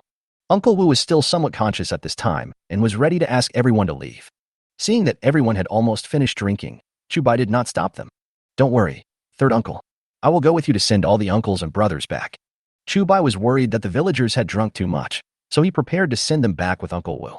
In his previous life, he had heard of many cases of people dying from various reasons due to drinking too much. Therefore, no matter what the reason, he had to send these people back. "That's fine." Uncle Wu nodded and said, "Then let's go together." Then he looked at everyone and asked, "Can you all still walk?" Hearing this, everyone waved their hands. Wu Laotian said with a big mouth, "Old third, who are you looking down on? How much have you drunk?" Although they were all drunk, none of them fell down and did not need anyone to support them. "Okay, let's go." Wu Laosen looked around and prepared to leave. At this moment, the door of Chu Bai's courtyard was suddenly pushed open from the outside. The girl Su Qing walked in first, and when she saw everyone, she ignored them and ran straight to the bedroom. Then, Lin Skinner, Li Han, and Wu Laotian's wife came in from behind. "Bah, those Su family members are nothing." Wu Laotian's wife cursed as she walked. Chu Bai frowned, vaguely guessing something in his heart. After Wu Laotian's wife shouted loudly, the men suddenly became much more sober. "What's wrong? Who made you angry?" Wu Laotian immediately ran to his wife and asked angrily. Annie Tian said angrily, "Who else could it be? It's just Su Dashan and his wife, and their son and daughter-in-law." Wu Laotian was stunned for a moment and asked, "Who is Su Dashan?" Without waiting for Annie Tian to speak, Chu Bai looked at Lin Siener and Li Han and asked, "Did Qinga get wronged when she returned home today?" Just now, Su Qing came in and went straight to the bedroom without paying any attention to anyone. This was already abnormal enough. And the Su Dashan mentioned by Aunt Tian was none other than Chu Bai's stepfather-in-law, Su Qing's father. Lin Skinner nodded and said, "When Qinga just came home today, her sister-in-law thought she was coming back to her parents' home for a free meal. She said a lot of unpleasant things and even wanted Qinga to divorce you and sell herself to a brothel to earn money." Hearing this, Chu Bai felt like his lungs were about to explode. Su Qing is her wife, and he is not dead yet. Su Qing's sister-in-law wants Su Qing to sell herself in a brothel? This is simply outrageous. "Didn't I ask you to bring a lot of gifts today?" Chu Bai suppressed his anger and asked, "Doesn't Qing's sister-in-law know that we are living well now?" There were 2 types of brothel girls in the Dayu dynasty. One type was forced into brothels because they could not afford to pay the head tax or fines. When they were sold to brothels, their families would receive a large sum of money. The other type is women who enter the brothel completely voluntarily. Although they are also selling their bodies, the money they get at the beginning is very small. However, they will receive a small amount of compensation every time they receive a customer. Su Qing's sister-in-law wanted Su Qing to be the second type of brothel girl. In this way, their family will have a steady flow of money. Although it was not much, it was enough for the whole family to pay all the head taxes. Lin Xian sighed and said, Qingyo has taken all the things you gave us, but… Chu Bai was stunned for a moment and asked, but what?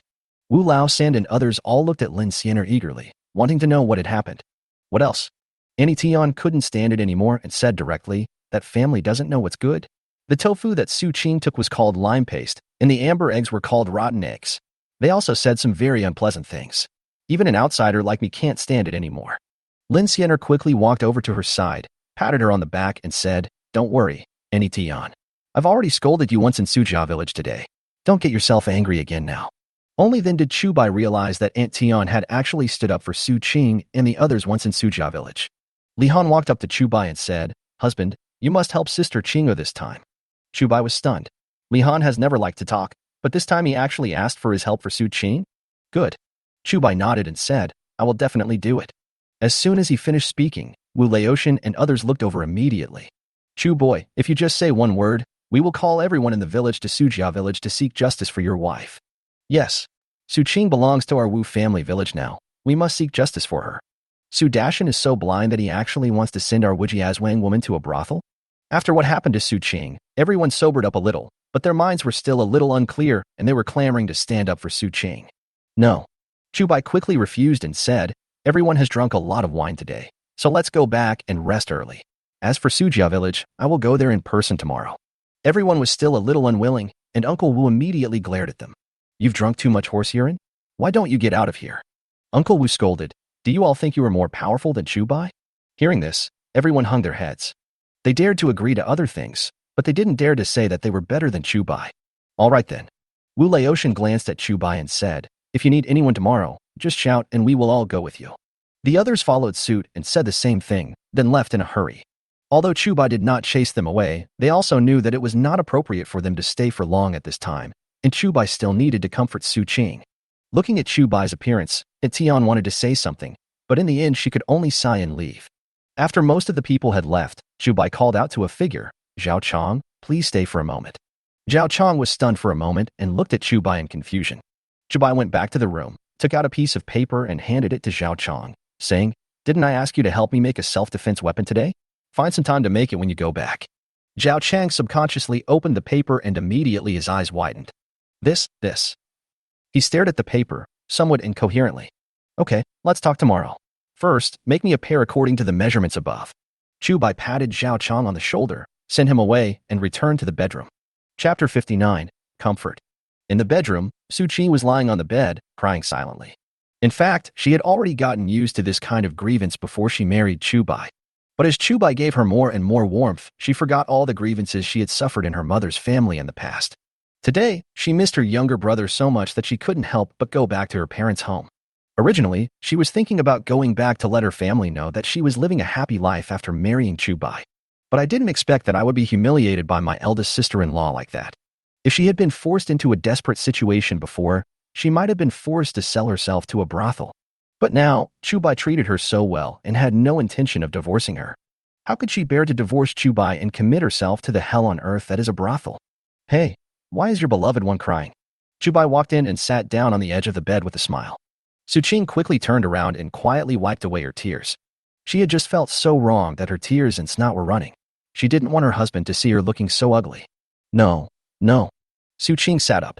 Although she had wiped away her tears, her eyes were still red. Seeing her like this, Chu Bai felt heartbroken. Among his 3 wives, his favorite is undoubtedly Lin Xianer, and the one he loves the most is Li Han. And if we talk about the one he loves the most, it must be Su Qing. The reason why he favors Su Qing more is that Su Qing is younger and has a simpler mind than the other 2. Su Qing was just reincarnated at the wrong time. If she had been reincarnated 1,000 years later, she would have definitely been a lovely and naive girl, and countless people would have pursued her. Whenever Chu Bai sees her, he feels a sense of male chauvinism. He wanted to protect Su Qing's innocence and let her keep it forever. You've cried like a kitten, and you still say no? Chu Bai scratched the tip of Su Qing's nose and said with a smile, my husband knows that you have been wrong today. How about my husband venting his anger for you tomorrow? No. Su Qing quickly shook her head. She knew how unreasonable her family was and was worried that they would embarrass Chu Bai. Moreover, she was also afraid that Chu Bai would no longer like her after seeing how shameless her family was. Don't worry, I will definitely find back everything you lost. Chu Bai looked at Su Qing solemnly, with a trace of heartache in his eyes. Although he and Su Qing were married, They had only lived together for more than a month. Normally, he was reluctant to say a harsh word to Su Qing, for fear that Su Qing would be wronged. But those close relatives who had lived with Su Qing for more than 10 years gave Su Qing the heaviest blow. In their eyes, Su Qing was not their daughter, but just a money-losing commodity. If they can make this money-losing item bring them more money, they won't care whether this money-losing item lives or dies in the future. Su Qing looked at Chu Bai's serious expression and felt touched. When she first joined the wedding procession, she felt that her life was about to enter the darkest moment. But the appearance of Chu Bai made her feel the happiness she had never had before. Not only did she not have to do the heavy work that could crush her to death every day, but she could also eat delicious food that she had never enjoyed before. In addition to Chu Bai, her two elder sisters, Lin Xianer and Li Han, also take good care of her. The days when she was married to Chu Bai were the happiest time of her life. If she hadn't missed her younger brother, she probably wouldn't have recalled the painful years before, right? Husband, my parents and my brother and sister-in-law are not the good people you think. Let's not go. From now on, I will pretend that I don't have this family. Su Qing didn't want to see Chu Bai being humiliated when he returned to her parents' home with her, so she mustered up the courage and made up her mind. Apart from her young brother, she had no attachment to that home. What nonsense are you talking about? Chu Bai touched Su Qing's head and said, "They are your parents. How can you just break up with them?" Although he said this, he actually wanted to vent his anger on Su Qing. If Su Qing doesn't even go back to her parents' home, how can he vent his anger on Su Qing? Su Qing tilted her head, looked at Chu Bai with her big eyes blinking, and felt moved. Regardless of whether what Chu Bai said was true or false, just hearing these words made her very happy. Husband, Qing'er is thinking about that today. Su Qing's eyes rolled, and she suddenly blushed. Okay, Qing'er, no matter what you want to do, your husband will satisfy you. Chu Bai's heart moved slightly, and he immediately leaned over and kissed Su Qing's red lips. After a moment, he pressed Su Qing under him, his big hands constantly wandering over Su Qing's body, throwing aside the clothes that were in the way. Outside the door, hearing the suppressed sound coming from the room, Lin Xianer and Li Han looked at each other, closed the door very skillfully, turned around, and walked into another bedroom. During this period, Chu Bai suggested more than once that everyone sleep together, but they were all rejected by Lin Xianer and the others. However, after lying on the bed, Su Qing's voice still continued to reach their ears. For a moment, both of them felt a little embarrassed. Lin Xianer cursed in a low voice. "Qing'er, you little bitch, don't you know how to lower your voice?" Li Han said expressionlessly. "It seems like your screams are louder than hers every time." Lin Xianer suddenly felt her pretty face burning hot. She just wanted to complain about Su Qing, but Li Han taught her a lesson instead. Am I really that loud every time?" Lin Xianer quietly covered her face with the quilt and asked in a low voice. Li Han nodded and said, "You can't hear the sound at the beginning, but later you can't control yourself." Hearing this, Lin Xianer felt even more embarrassed. She thought she would suppress herself every time and behave in a very dignified manner in front of others. Unexpectedly, the most interested person turned out to be her. After a long pause, Lin Xianer said, "Sister Qing'er was wrong today. Your husband will definitely help her vent her anger tomorrow, but I don't know how he will help her." Li Han said, "Qing'er is not just feeling sorry for herself. She is also worried that her husband will look down on her because of her parents, and she is even more worried that her younger brother will be led astray by those people." Hearing this, Lin Xianer didn't know what she was thinking about, and her eyes gradually became empty. No words were spoken that night. When the next morning dawned, Chu Bai crawled out of bed. Since he was going to Sujia village to vent his anger for Su Qing today, he must be fully prepared. However, he ran into Uncle Wu as soon as he went out. "Uncle San, why are you here so early?" Chu Bai looked at Uncle Wu in surprise. Uncle Wu said, "Not only me, but old Tian and the others are here too." As he finished speaking, all the villagers who had drunk at Chu Bai's house yesterday came over. Chapter 60, Selling Wine. Seeing that all the people who had drunk with him yesterday came here, some of them were obviously still hungover, but they still showed up here. Chu Bai felt warm in his heart. This also shows that my previous decision was not wrong. No matter how many things he can come up with or how much money he can make, it will be useless if he does not have his own power. Even the best things cannot be preserved. "Chu Bai, we are going to Sujia village with you today. I don't believe that Su Dashan will not give face to so many of us. I've worked with Su Dashan for a while before, so he has to give me some respect. We must help Xiao Qing vent her anger today." Although they had not dealt with Su Qing very often, they all liked this cute and innocent girl very much in their hearts. Knowing that Su Qing was wronged, everyone couldn't help but want to stand up for her. Looking at the indignant crowd, Chu Bai smiled. My dear uncles and brothers, I appreciate your kindness, but I am not going to Sujia village to fight today. It is useless for so many of you to follow me. Chu Bai quickly waved his hands and said, but if you really want to help, I do have something for you to help with. Hearing this, everyone looked at each other, somewhat unconvinced. Wu Laotian asked, Kid Chu, you really aren't going there to fight? Chu Bai smiled and said, there are many ways to vent your anger. Fighting is the dumbest and least efficient way. Only a fool would solve it this way. Hearing this, everyone started to murmur again. However, seeing that what Chu Bai said did not sound false, they gradually felt relieved. Chu boy, tell me, what do you want us to do?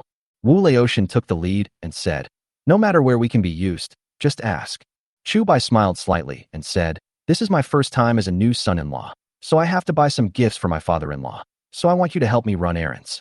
Everyone suddenly realized what was going on. Wu Laotian groaned and asked, Kid Chu, you really aren't going to fight?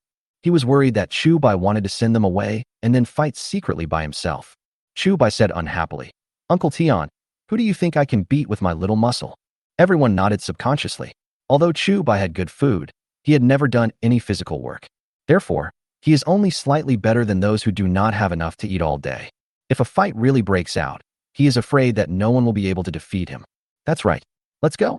If you want to buy something today, we can help you get it. Wu Laotian scratched the back of his head and smiled innocently. Chu Bai's mouth twitched, and he said, don't be in a hurry. Eat first, and then leave. As he spoke, he pulled everyone into the yard. Honor, make more breakfast for these uncles and aunts to eat before they leave. Chu Bai shouted as he took some amber eggs and tofu. In addition, he also took some pickles that he had just pickled. Li Han was very efficient and soon cooked a large pot of millet porridge and heated up many steamed buns. Uncles, I'm a little anxious to prepare, please don't mind. Chu Bai immediately invited everyone to eat. Seeing the amber egg, everyone felt a little uneasy. They ate so many amber eggs because they drank too much yesterday. After thinking about the price of amber eggs, they felt a little regretful that they should not have eaten so many amber eggs. Now that Chu Bai brought the amber egg over, they naturally felt even more embarrassed to eat it. Chu Bai saw the embarrassment of the crowd and said, I said it yesterday, this amber egg itself is not that valuable. Uncles and aunts, just eat as much as you want, and you can also eat as much of these pickles as you want. Having said that, he took the amber eggs back to the kitchen and cut them with a knife.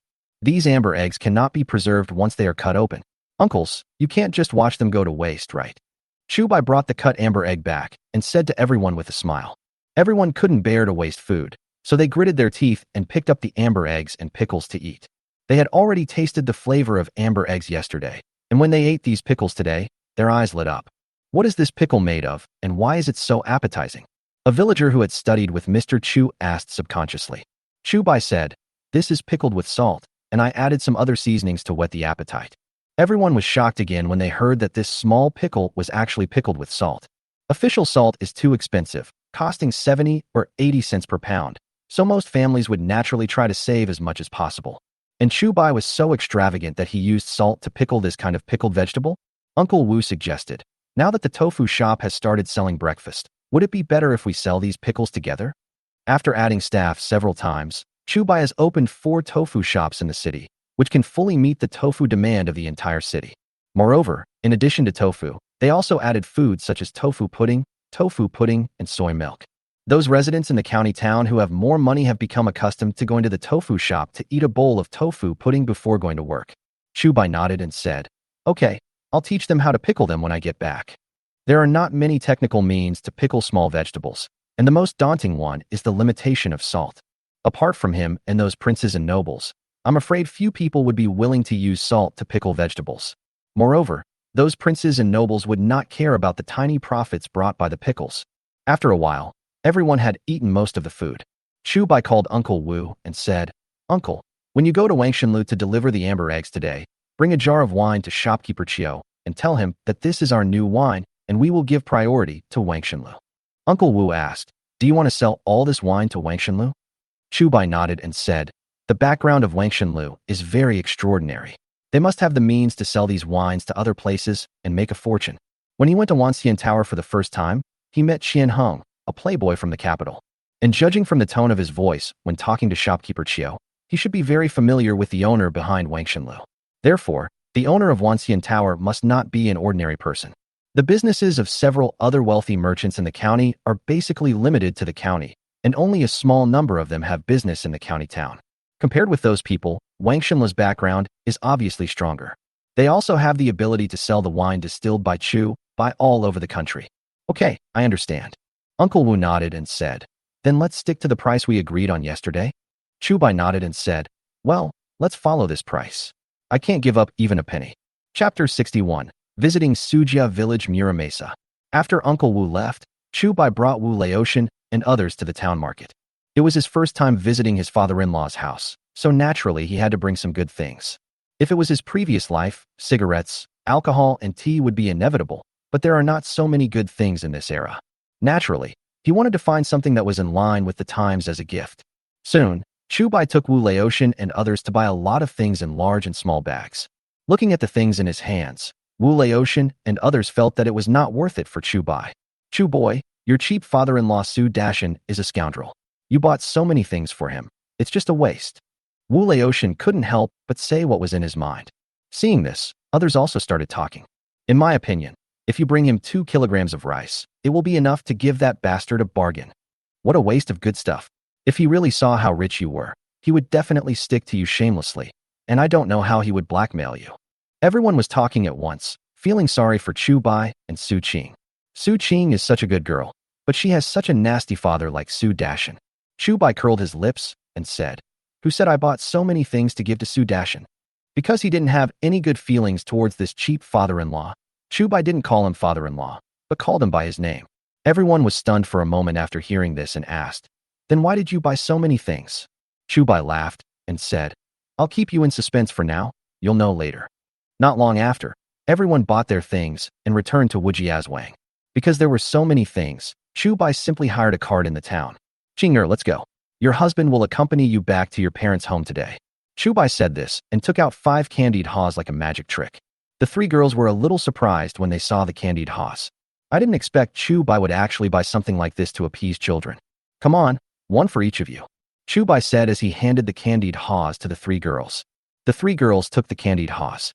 Lin Xiener asked in confusion, there are only 4 people in our family. Why did my husband buy 5 candied haws? Chu Bai said, the remaining one is naturally for Xiao Jinzi. Xiao Jinzi is Su Qing's younger brother, and his full name is Su Jin. Su Qing was even more moved when she heard this. Chu Bai not only takes care of her, but also cares about his own brother. Husband, how about we not go today? Su Qing sighed and said with some reluctance. She still remembers yesterday's experience. She doesn't want Chu Bai to know that her family is so shameless, and she doesn't want Chu Bai to suffer any grievances. Chu Bai scratched her nose and said, what are you afraid of? Don't you want to go back to your parents' home forever? Su Qing was stunned for a moment, her expression clearly hesitant. Although she didn't want Chu Bai to suffer with her, that was where she had lived for more than 10 years after all. It is absolutely impossible to say that I don't think about it at all.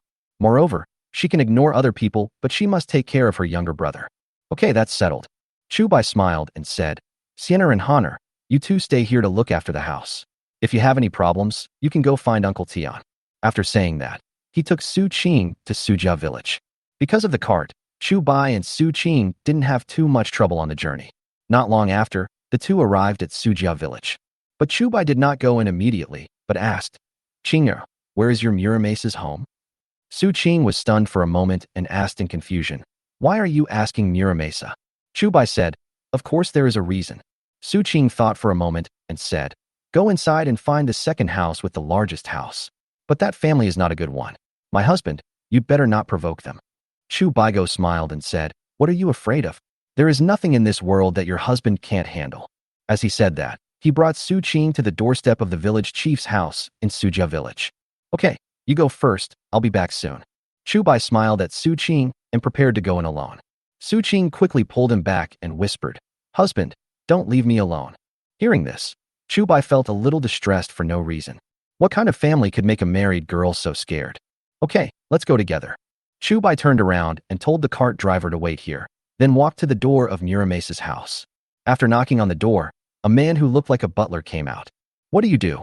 The housekeeper was stunned when he saw Chu Bai, and then he saw Su Qing and asked in surprise, Su Qing, have you figured it out? As he said that, he was about to pull Su Qing. Chu Bai frowned and quickly stopped the housekeeper and asked, what are you doing? The housekeeper looked at Chu Bai and asked unhappily, "Who are you?" Chu Bai said, "I am Su Qing's husband. Who do you think I am?" The housekeeper looked Chu Bai up and down and snorted. "You look like a decent person, but you just want to sell your wife to my master?" Hearing this, Chu Bai's brows furrowed even more. No wonder the first thing the housekeeper said when he saw Su Qing was that Su Qing had figured it out, and there was actually such a thing going on. Chu Bai looked at Su Qing and asked, "Were you almost sold to their family?" Su Qing nodded and said, "Well, when I was 16, my parents wanted to sell me to Lu Yukai as a concubine. Later, I worked day and night weaving cloth and scraped together enough money to earn 500 coins, so I escaped." Chu Bai thought for a moment and asked, "Did Lu Yukai ever force you?" Su Qing shook her head and said, "That's not the case." Chu Bai nodded. He had inquired about Lu Yotsai's reputation before coming. Although Lu Yukai, as the village chief of Sujia village, could not avoid doing some bullying things by taking advantage of his power, he had never done anything like Wu Sihai, such as forcibly abducting women or even beating people to death.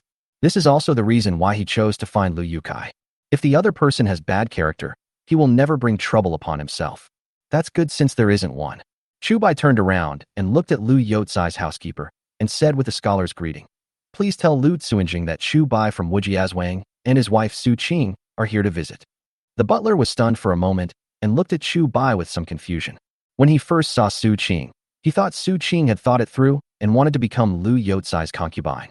But now I realize that this doesn't seem to be the case. However, although Lu Yukai is just a village chief, not everyone can see him. Chu Bai's hand trembled, and a dozen coins appeared in his hand. "Please tell Lu Tsuinjing that it was Chu Bai who made the amber eggs and tofu." Chu Bai silently stuffed a dozen coins into the butler's hand and introduced himself. The housekeeper was stunned and asked in surprise, "Are you the Chu Bai who made the amber eggs and tofu?" Chapter 62. Chu Bai wants to build a house. As amber eggs and tofu became popular, Chu Bai's name was constantly mentioned. However, most of them are still in the county town. In the villages below, only some landlords and wealthy people had heard of Chu Bai's name. The most other people knew was that there was suddenly a new kind of food called tofu in the city, which was very cheap and delicious. However, most people still cannot afford it. Coincidentally, Lu Yotsai's housekeeper was one of the people who knew the name Chu Bai. It's just that he didn't connect the two Chu Bais together at the beginning. Now that Chu Bai introduced himself, he finally reacted. "Yes, that's me." Chu Bai smiled slightly and performed the scholar's salute again. The butler was stunned for a moment, then quickly stuffed back the copper coin that Chu Bai had just stuffed into his hand. "Mr. Chu, wait a moment. I will report to our master right away." As the housekeeper said this, he was about to go back and report to Lu Yukai. Chu Bai quickly grabbed him and stuffed the copper coins back into his pocket. "It's just a small gift. Don't think it's too little." Seeing Chu Bai's serious look, the butler had no choice but to accept the copper coins. Although he was Lu Yotsai's housekeeper, his life was better than others. But in fact, there are not many places where he can be greedy for money. Lu Yukai likes to do things himself. He, as a housekeeper, is basically a decoration and only does errands on weekdays. In that case, I would like to thank you very much. The butler took the copper coins, bowed to Chu Bai, and ran even faster. Su Qing pouted and said in confusion, "He has given you the money. Why does my husband still give it to him?" Because she almost became Lu Yotsai's concubine, she still thinks that Lu Yotsai's family are not good people. But because she didn't want to ruin Chu Bai's plan, she held it in until now to ask. Chu Bai curled his lips and said, "Qinger, do you want to live in a big house?" Su Qing was stunned for a moment, and then asked with some surprise, "My husband is going to build a big house." Chu Bai nodded and said, "Yes, and it's not just our small courtyard. I'm also planning to build a few factories in Wujiazwang." When Su Qing heard the word factory, she didn't quite understand. But she was still very excited. When her family didn't have the conditions, having a place to shelter from the wind and rain was enough. But now Chu Bai is no longer short of money, so it would be better if he could move to a bigger house. Not long after, Lu Yukai followed the housekeeper out. "Where is Mr. Chu?" Lu Yukai had one shoe on his foot and only a sock on the other. Obviously, he ran out in a hurry when he heard Chu Bai's name. When Chu Bai saw this scene, he suddenly thought of Cao Cao. When Suyu defected to Cao Cao, Cao Cao ran out to greet him without even having time to put on his shoes. However, Lu Yukai is not Cao Cao, nor is he Suyu. But in his heart, he still looked up to Lu Yukai. This person is definitely not an ordinary landlord. When Lu Yukai saw Chu Bai, he immediately straightened his clothes and walked over very enthusiastically. "Mr. Chu, I have heard a lot about you." Lu Yukai grabbed Chu Bai's hand and said, When I met you, you were less than 3 feet tall, but now you have grown into a 7-foot man. Chu Bai was stunned for a moment and asked in surprise, Master Lu has seen me?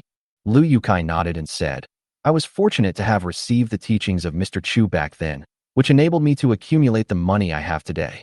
Only then did Chu Bai understand why Lu Yukai was so enthusiastic towards him. It turned out that the father of the previous incarnation had once helped Lu Yukai. However, despite Lu Yotsai's enthusiasm, Chu Bai did not take it completely seriously. If Lu Yukai really had a conscience, he would never sit idly by and watch his predecessor being cheated. Even though communication was backward in ancient times, the 3 words, by Shatsi, had already spread throughout the area. It was absolutely false for Lu Yukai to say that he knew nothing about it. It turns out that Mr. Lu and Chu have such a connection. Chu Bai cupped his hands and said, It's a pity that my father fell ill years ago and passed away a few months ago. Hearing this, Lu Yukai pretended to squeeze out 2 tears. Mr. Chu was a kind person. It's such a pity that he passed away at such a young age. Lu Yukai sighed and invited, Nephew, please come in and sit down. I'll have someone light the fire and cook. Chu Bai shook his head and said, You can go in, but you don't have to light the fire and cook. My nephew has to go to his father-in-law's house later. Since the other party wanted to improve their relationship, Chu Bai did not hesitate and took advantage of the situation to call himself the nephew. Lu Yukai seemed to have just noticed Su Qing next to him and asked in surprise, You actually married Su Dashin's daughter as your wife? Chu Bai nodded and said, Yes, Qing is now my wife. Okay. Lu Yukai immediately said, Qing is a good girl. Someone wanted her to marry me back then, but I am old enough to be her father, so I didn't take it seriously. He also wanted to explain the fact that he almost married Su Qing as a concubine so that Chu Bai would not mind. In that case, thank you very much, Mr. Lu, for your help. Chu Bai bowed and brought Su Qing to the Lu family compound. After they sat down, Lu Yukai asked, I wonder if my dear nephew has anything to ask you during this visit? Although he calls himself an elder, he is very humble. Chu Bai looked at Lu Yukai and found him pleasing to the eye. At least in terms of dealing with people, Lu Yukai is much more skilled than Wu Sihai. However, Chu Bai is not afraid of Lu Yotsai's cleverness. On the contrary, the more clever Lu Yukai is, the better it is for him. Chu Bai bowed and said, My nephew wants to ask Master Lu for help with something this time. Help? Lu Yukai was stunned for a moment, then said righteously, Nephew, just tell me what you want to say. As long as it is not against the law, I will definitely help you do it well. Chu Bai smiled slightly and said, Actually, this is not a big deal. I just want to ask Master Lu to help me find some workers in Sujia village. I want to build a few houses in Wujia village. Lu Yukai was stunned again. Build a house. He was a little confused. If Chu Bai wanted to build a house, he could just find someone in Wujiazwang. Why did he have to come to Sujia village? Chu Bai stood up and said, My nephew still needs to visit my father-in-law, so I'll leave this matter to Master Lu. Once Master Lu finds someone, just ask them to go to my father-in-law's house to find me. Lu Yukai suddenly understood Chu Bai's intention. He quickly stood up and bowed, saying, I know about this, but I don't know how to settle the wages. Chu Bai said, 10 cents a day, plus a full meal. Lu Yukai nodded and said, Okay, it's settled. I'll find someone for you right away. Then, he looked at Su Qing and said, Qing girl, you really found a good husband. Chapter 63, Going back to my parents' home with Su Qing. Su Qing was stunned for a moment, not understanding what Lu Yukai meant by this. But Chu Bai knew that Lu Yukai had obviously seen through his thoughts at a glance. Thank you very much, Mr. Lu. Chu Bai will take his leave first. I will definitely reward you handsomely after the house is built. Chu Bai bowed and left with Su Qing. After he left, the housekeeper walked up to Lu Yukai and asked, Master, why did Chu Bai come to our Sujia village to find someone to build a house? There are several villages next to Wujiazwang, all of which are closer than Sujia village. Moreover, there are no professional house builders in this area. No matter who Chu Bai finds to build the house, it's basically the same. Lu Yukai looked at the housekeeper and asked, I heard that Qing went back to her parents' home yesterday. The housekeeper nodded quickly and said, Su Qing came here with Chu Bai's other 2 wives yesterday. I heard that she suffered a lot of grievances. Lu Yukai nodded and said, That's it. Chu Bai came back this time to vent Qing's anger. The butler was stunned again. Vent. How come he didn't know how Chu Bai was going to vent Su Qing's anger? At this time, Lu Yukai suddenly asked, When Chu Bai came in just now, he gave you a lot of benefits, right? The butler was immediately startled and quickly took out the copper coins that Chu Bai had given him before. Lu Yukai glanced at it nonchalantly and said, Since it's for you, just take it. The housekeeper felt as if he had been pardoned and quickly put away the copper coins. Next time Chu Bai comes, please inform me immediately. Lu Yukai stared ahead and said with emotion, I have a feeling that Chu Bai will be extraordinary sooner or later. He will definitely soar to the sky. The butler was a little surprised when he heard this. He had served Lu Yukai for so many years, but this was the first time he heard Lu Yukai speak so highly of other people. Then, master, should we make friends with this Chu Bai in advance? The butler hesitated for a moment and asked. Lu Yukai shook his head and said, that's not necessary. We just need to keep on being friends with him. As the saying goes, money can move people's hearts. Chu Bai's real test has not come yet. The housekeeper was stunned again and suddenly felt that he could not see through his master. Okay, go find someone. Lu Yukai suddenly turned around and ordered. Although 10 cents is not much, there will definitely be many people who want to do it. There are so few opportunities to make money these days that many people will rush to do it even if it's just 1 or 2 cents. Paying the villagers 1 or 2 taels of silver a month as Chu Bai did was completely outrageous. The housekeeper pondered for a moment and asked, then sir, should we take some money out of it and give those peasants 8 cents or even 5 cents a day? Lu Yukai immediately glared at the housekeeper and said, those villagers are already having a very hard time. If you are so cruel, then just do it. The butler shrank his neck and shook his head quickly to indicate that he would not do that. Lu Yukai continued, besides, even if everyone collected 5 cents a day, how much money would that add up to? If Chu Bai felt disgusted for such a small gain, it would be a loss of the greater for the sake of the smaller. The housekeeper suddenly realized what was going on and hurried away to help Chu Bai find someone. The other side. After Chu Bai and Su Qing left the Lu family compound, they went to Su Qing's home with the coachman. The money-losing goods from the Dashan family are here again. There's a man next to her. Could he be her husband? Could it be that he was driven back because of the loss of money? Look, there are so many things on that card. They must be Su Qing's things. Su Qing has only been married for a month. How could she have so many things? Could it be that the new son-in-law brought it to the father-in-law? Have you ever seen a son-in-law bring something to his father-in-law? After entering the village, all kinds of rumors reached their ears. Su Qing suddenly became nervous, and Chu Bai grabbed her hand at the right time. Don't be afraid. I'm here. Chu Bai grabbed Su Qing and immediately comforted her. Su Qing nodded, and her heart slowly calmed down. Not long after, the two arrived in front of a small courtyard. Compared with Chu Bai's courtyard, this courtyard is obviously much more dilapidated. Even the mud wall was only half a person's height and could not completely block out the environment inside. In the yard, a little boy of 6 or 7 years old was squatting on the ground counting ants. Little gold. Su Qing saw the little boy and immediately shouted. When the boy heard the noise, he quickly looked up and found that it was Su Qing who called him and immediately showed a surprised expression. Sister, you're back again? The little boy quickly ran to the wall and looked at Su Qing happily.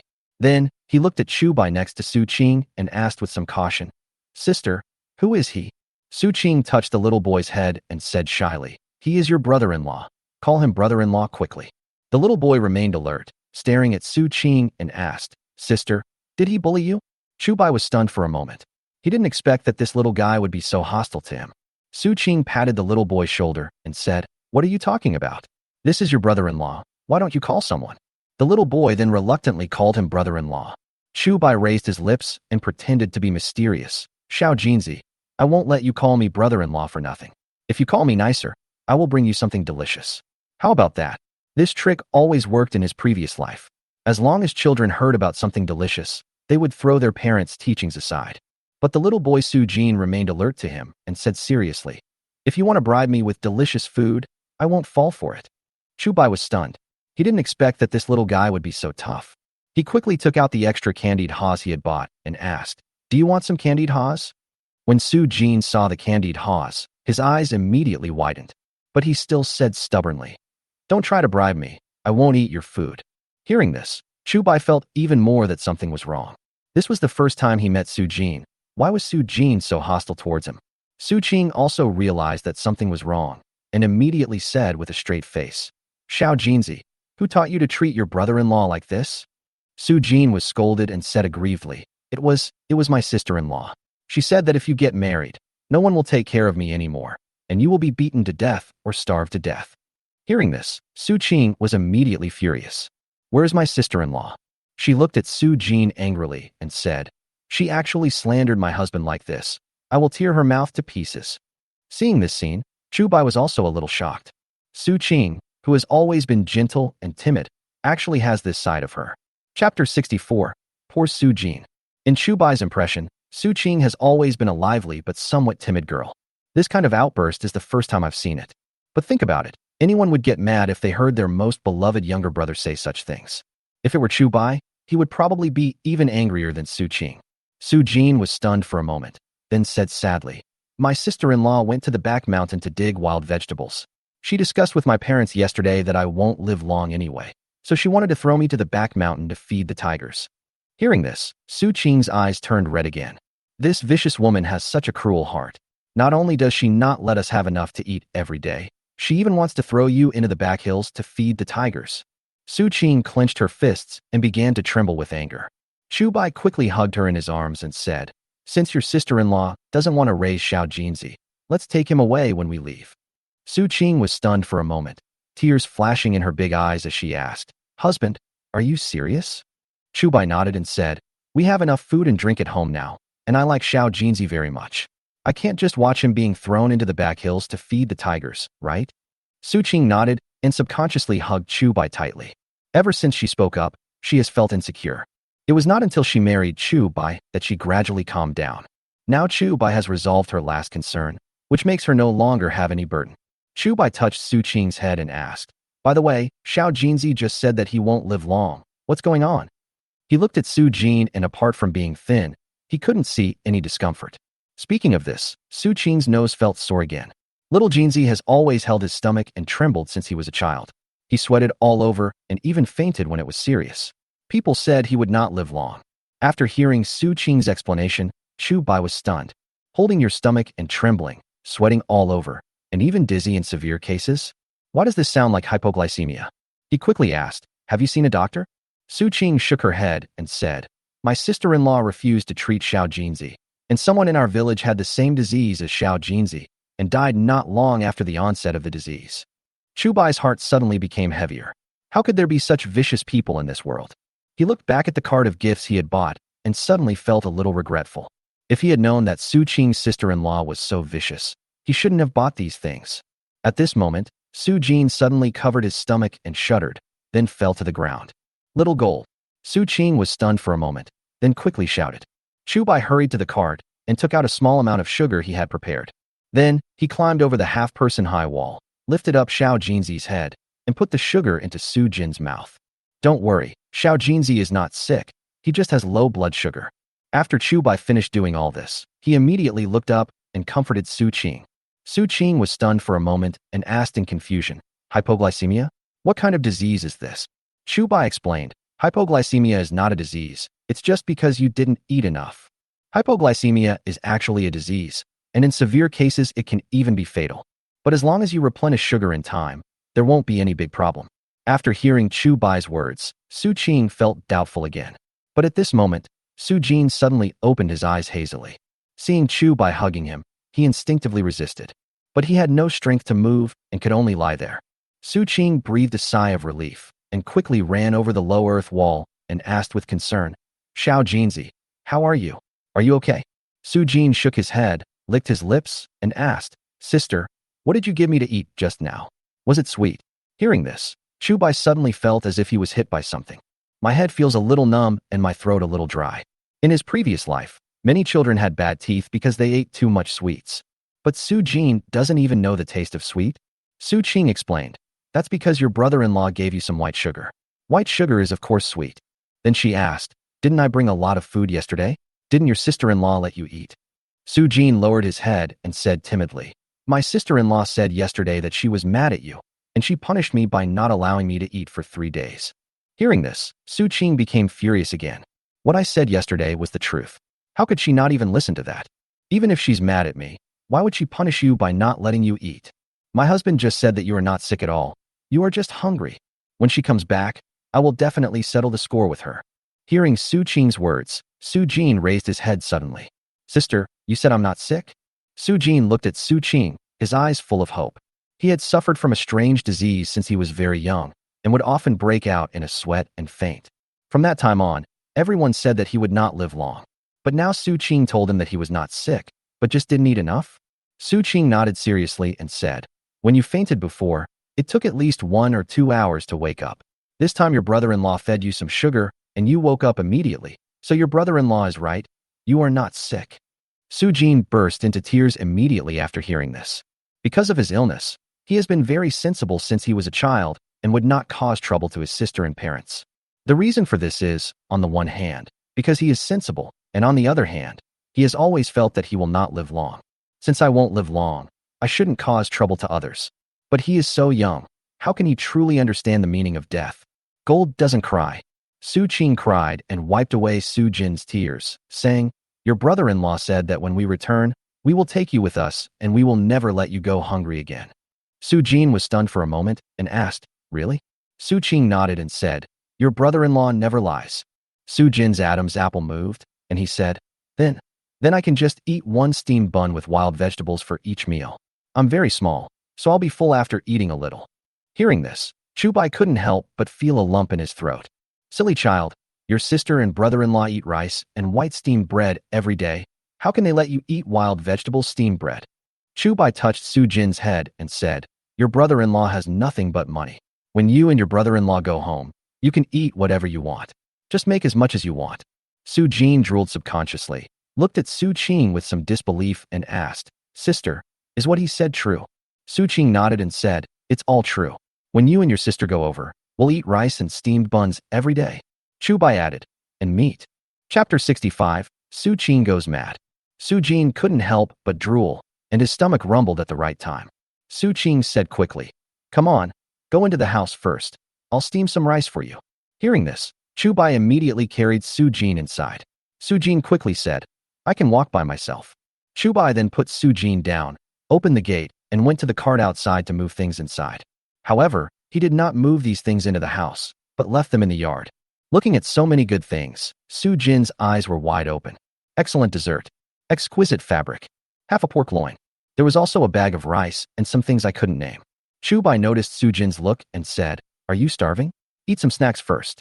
Faced with the snacks handed over by Chu Bai, Su Jin did not take them, but subconsciously looked at Su Qing. Su Qing said unhappily, just take what your brother-in-law gives you. Su Jin then took the snack and whispered, thank you, brother-in-law. Why? When Chu Bai heard the word brother-in-law, he immediately grinned with joy. Then, he took out a silver ingot from his pocket and stuffed it into Su Jin's hand, saying, you can't call me brother-in-law in vain. This is your compensation for changing your name. Seeing the huge pile of silver, Su Jin was completely stunned.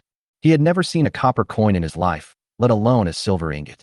After seeing this, Su Qing also hurriedly said, husband, you gave too much, and how can a brother-in-law give money to his brother-in-law to change his words?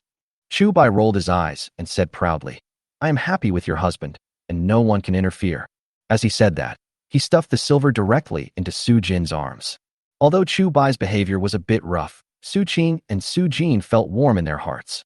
Chu Bai saw that Su Qing had already steamed the rice, and smiled slightly, and said, I'll show you my skills today. As he said that, he used a knife to pull a piece off the half pork, and then drove Su Qing out of the kitchen. Su Jin looked at the kitchen curiously, stretched his head, and asked, sister, can my brother-in-law cook? Su Qing touched Su Jin's head and said, well, your brother-in-law is amazing. Not only can he cook, but he has also invented several kinds of delicacies. Do you know amber eggs and tofu? They were invented by your brother-in-law. Su Jin swallowed his saliva and asked timidly, sister, if I go with you, can I eat amber eggs and tofu? Although he has always lived in Sujia village, he has also heard of the reputation of tofu. Su Qing nodded and said, sure, come back with me. I will definitely let you eat as much as you want. After living a good life with Chu Bai, Su Qing became much braver than before. Just as Su Qing and Su Jin were enjoying the deep affection between siblings, an untimely voice came from outside the door. Hey, you money loser are here again. The person who spoke was Su Qing and Su Jin's sister-in-law Wu Jinhua. Wu Jinhua walked in with a basket in her hand and an unhappy look on her face. There was a man following behind her. The man looked a little thin, and he kept his head down and didn't dare to look at Su Qing and Su Jin. He looked very cowardly. Seeing Wu Jinhua coming in, Su Jin hurriedly hid behind Su Qing and subconsciously hid the snacks that Chu Bai gave him. Su Qing protected Su Jin and said in a rare, strong tone, is it not okay for me to come and see my brother? Wu Jinhua sneered and snorted. What's so good about a dying man? Tomorrow I'll throw him to the back hills to feed the wolves. Let's see if you still have the nerve to come and get a free meal from me in the future. Hearing this, Su Qing became furious again. How dare you? I will tear your mouth to pieces. Su Qing said this and ran towards Wu Jinhua. Wu Jinhua was not polite either. She threw the basket away and started to fight with Su Qing. Although Su Qing has no worries about food and drink during this period, her health is much better than before. But Wu Jinhua was much bigger than her, so she gradually fell into a disadvantage. Seeing this, Su Jin hurried over and tore Wu Jinhua apart, trying to protect his sister. But he was too thin due to years of malnutrition, so Wu Jinhua kicked him out with just a casual kick. After kicking, Wu Jinhua even shouted, "Su Chang, are you just going to watch these two siblings bully me?" The man behind Wu Jinhua, Su Chang, Su Qing, and Su Jin's brother, was stunned for a moment, with a hint of hesitation on his face. At this time, Chu Bai, who heard the noise, came out from the kitchen. "Stop!" he shouted loudly, then went forward and grabbed Wu Jinhua's hand tightly. Su Jin also got up from the ground again, ran over, and bit Wu Jinhua's hand. "Oh!" Wu Jinhua let go of Su Qing in pain and pushed Su Jin away. Chu Bai glared and kicked Wu Jinhua in the abdomen. Although Wu Jinhua's physique was better than many men, she still staggered back several steps after being kicked hard by Chu Bai. When Wu Jinhua saw Chu Bai, she was obviously stunned. Because Chu Bai not only has a handsome face, but also the clothes he wears are much better than those of ordinary people. But soon, a hint of resentment broke out in her eyes. She heard about it when Su Qing was sent to get married, saying that Su Qing was chosen by a fool. Now it seems that this is the fool. It's a complete mess. Wu Jinhua rolled up her sleeves and yelled at Su Chang. "You're just going to watch them bully me? I'd rather marry a loser than you." Su Chang took a breath, took a step forward, and said, "Su Qing, Su Jin, have you two had enough of this?" Hearing this, Chu Bai frowned. No wonder this woman Wu Jinhua can do whatever she wants in the Su family. It turns out that this cheap uncle of hers is such a waste. When his younger brothers and sisters were bullied, he didn't know how to help, but scolded them instead. It is no exaggeration to say that his conscience has been eaten by a dog. You know, nowadays there are more boys than girls, and the status of women is very low. But Wu Jinhua can call the shots in the Su family, which is inseparable from the contribution of this cheap uncle. Facing Su Chang's reprimand, Su Qing was not afraid at all, staring and questioning. "Brother, I heard Xiao Jinzi say that sister-in-law wanted to throw him to the mountain to feed the wolves. Did you agree?" There was a trace of struggle on Su Chang's face, and he obviously didn't know how to start. Wu Jinhua said first, "This little loser can't do any work and only knows how to eat for free. Besides, he won't live long. If we don't throw him into the mountains to feed the wolves, then what's the point of wasting food?" Hearing this, Su Qing was so angry that she trembled all over. When Su Jingang started talking about this matter, she still had some doubts. Now that she heard Wu Jinhua admit it herself, she became even more angry. Not only her, but even Chu Bai was very angry. Su Jin is not sick, he just has low blood sugar because he hasn't eaten enough for years. If you let him eat enough, how could he get sick? Chu Bai took a step forward and stood in front of Su Qing and Su Jin. Chapter 66 Confused Father-in-Law. TSK, I didn't believe it when I heard that Su Qing married a fool, but now I believe it. Wu Jinhua looked at Chu Bai with disdain, pinching her waist, and said, "If he wasn't sick, how could he faint for no reason and have convulsions? Our village's Wu Lauer died of this strange disease." Chu Bai knew that he had no way to explain to Wu Jinhua, so he stopped arguing with her. Wu Jinhua thought she had won, and immediately snorted.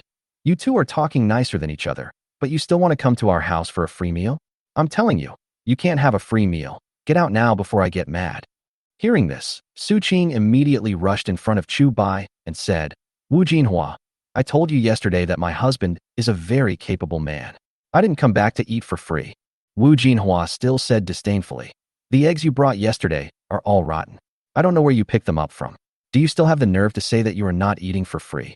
Hearing this, Su Qing immediately said, "Do you know that it is an amber egg? My husband sells it to restaurants in the city for 100 coins each." Wu Jinhua rolled her eyes and said disdainfully, "I've heard of tofu, but amber eggs? Who knows what that is? Do you really think I'm easy to fool? If you're not here to eat for free, then buy me 2 pounds of tofu." Su Qing almost laughed out of anger. Tofu, that was also invented by my husband.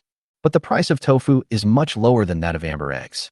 Wu Jinhua, this guy with long hair and little knowledge, really can't tell good from bad at all. Even if you don't know about amber eggs, you must know these things that my husband and I brought, right? Su Qing pointed at the pile of gifts next to her and said angrily, "Have you ever seen a freeloader bring so many good things?" Wu Jinhua looked in the direction Su Qing pointed. She didn't take it seriously at first, but soon her eyes widened. The finest cloth, snacks, half a pig's leg, and even a jar of wine. This is definitely a very generous gift. Even when she went back to her parents' home, the things she brought were less than 1/10 of these. What's more, there are good things like pork and wine in it.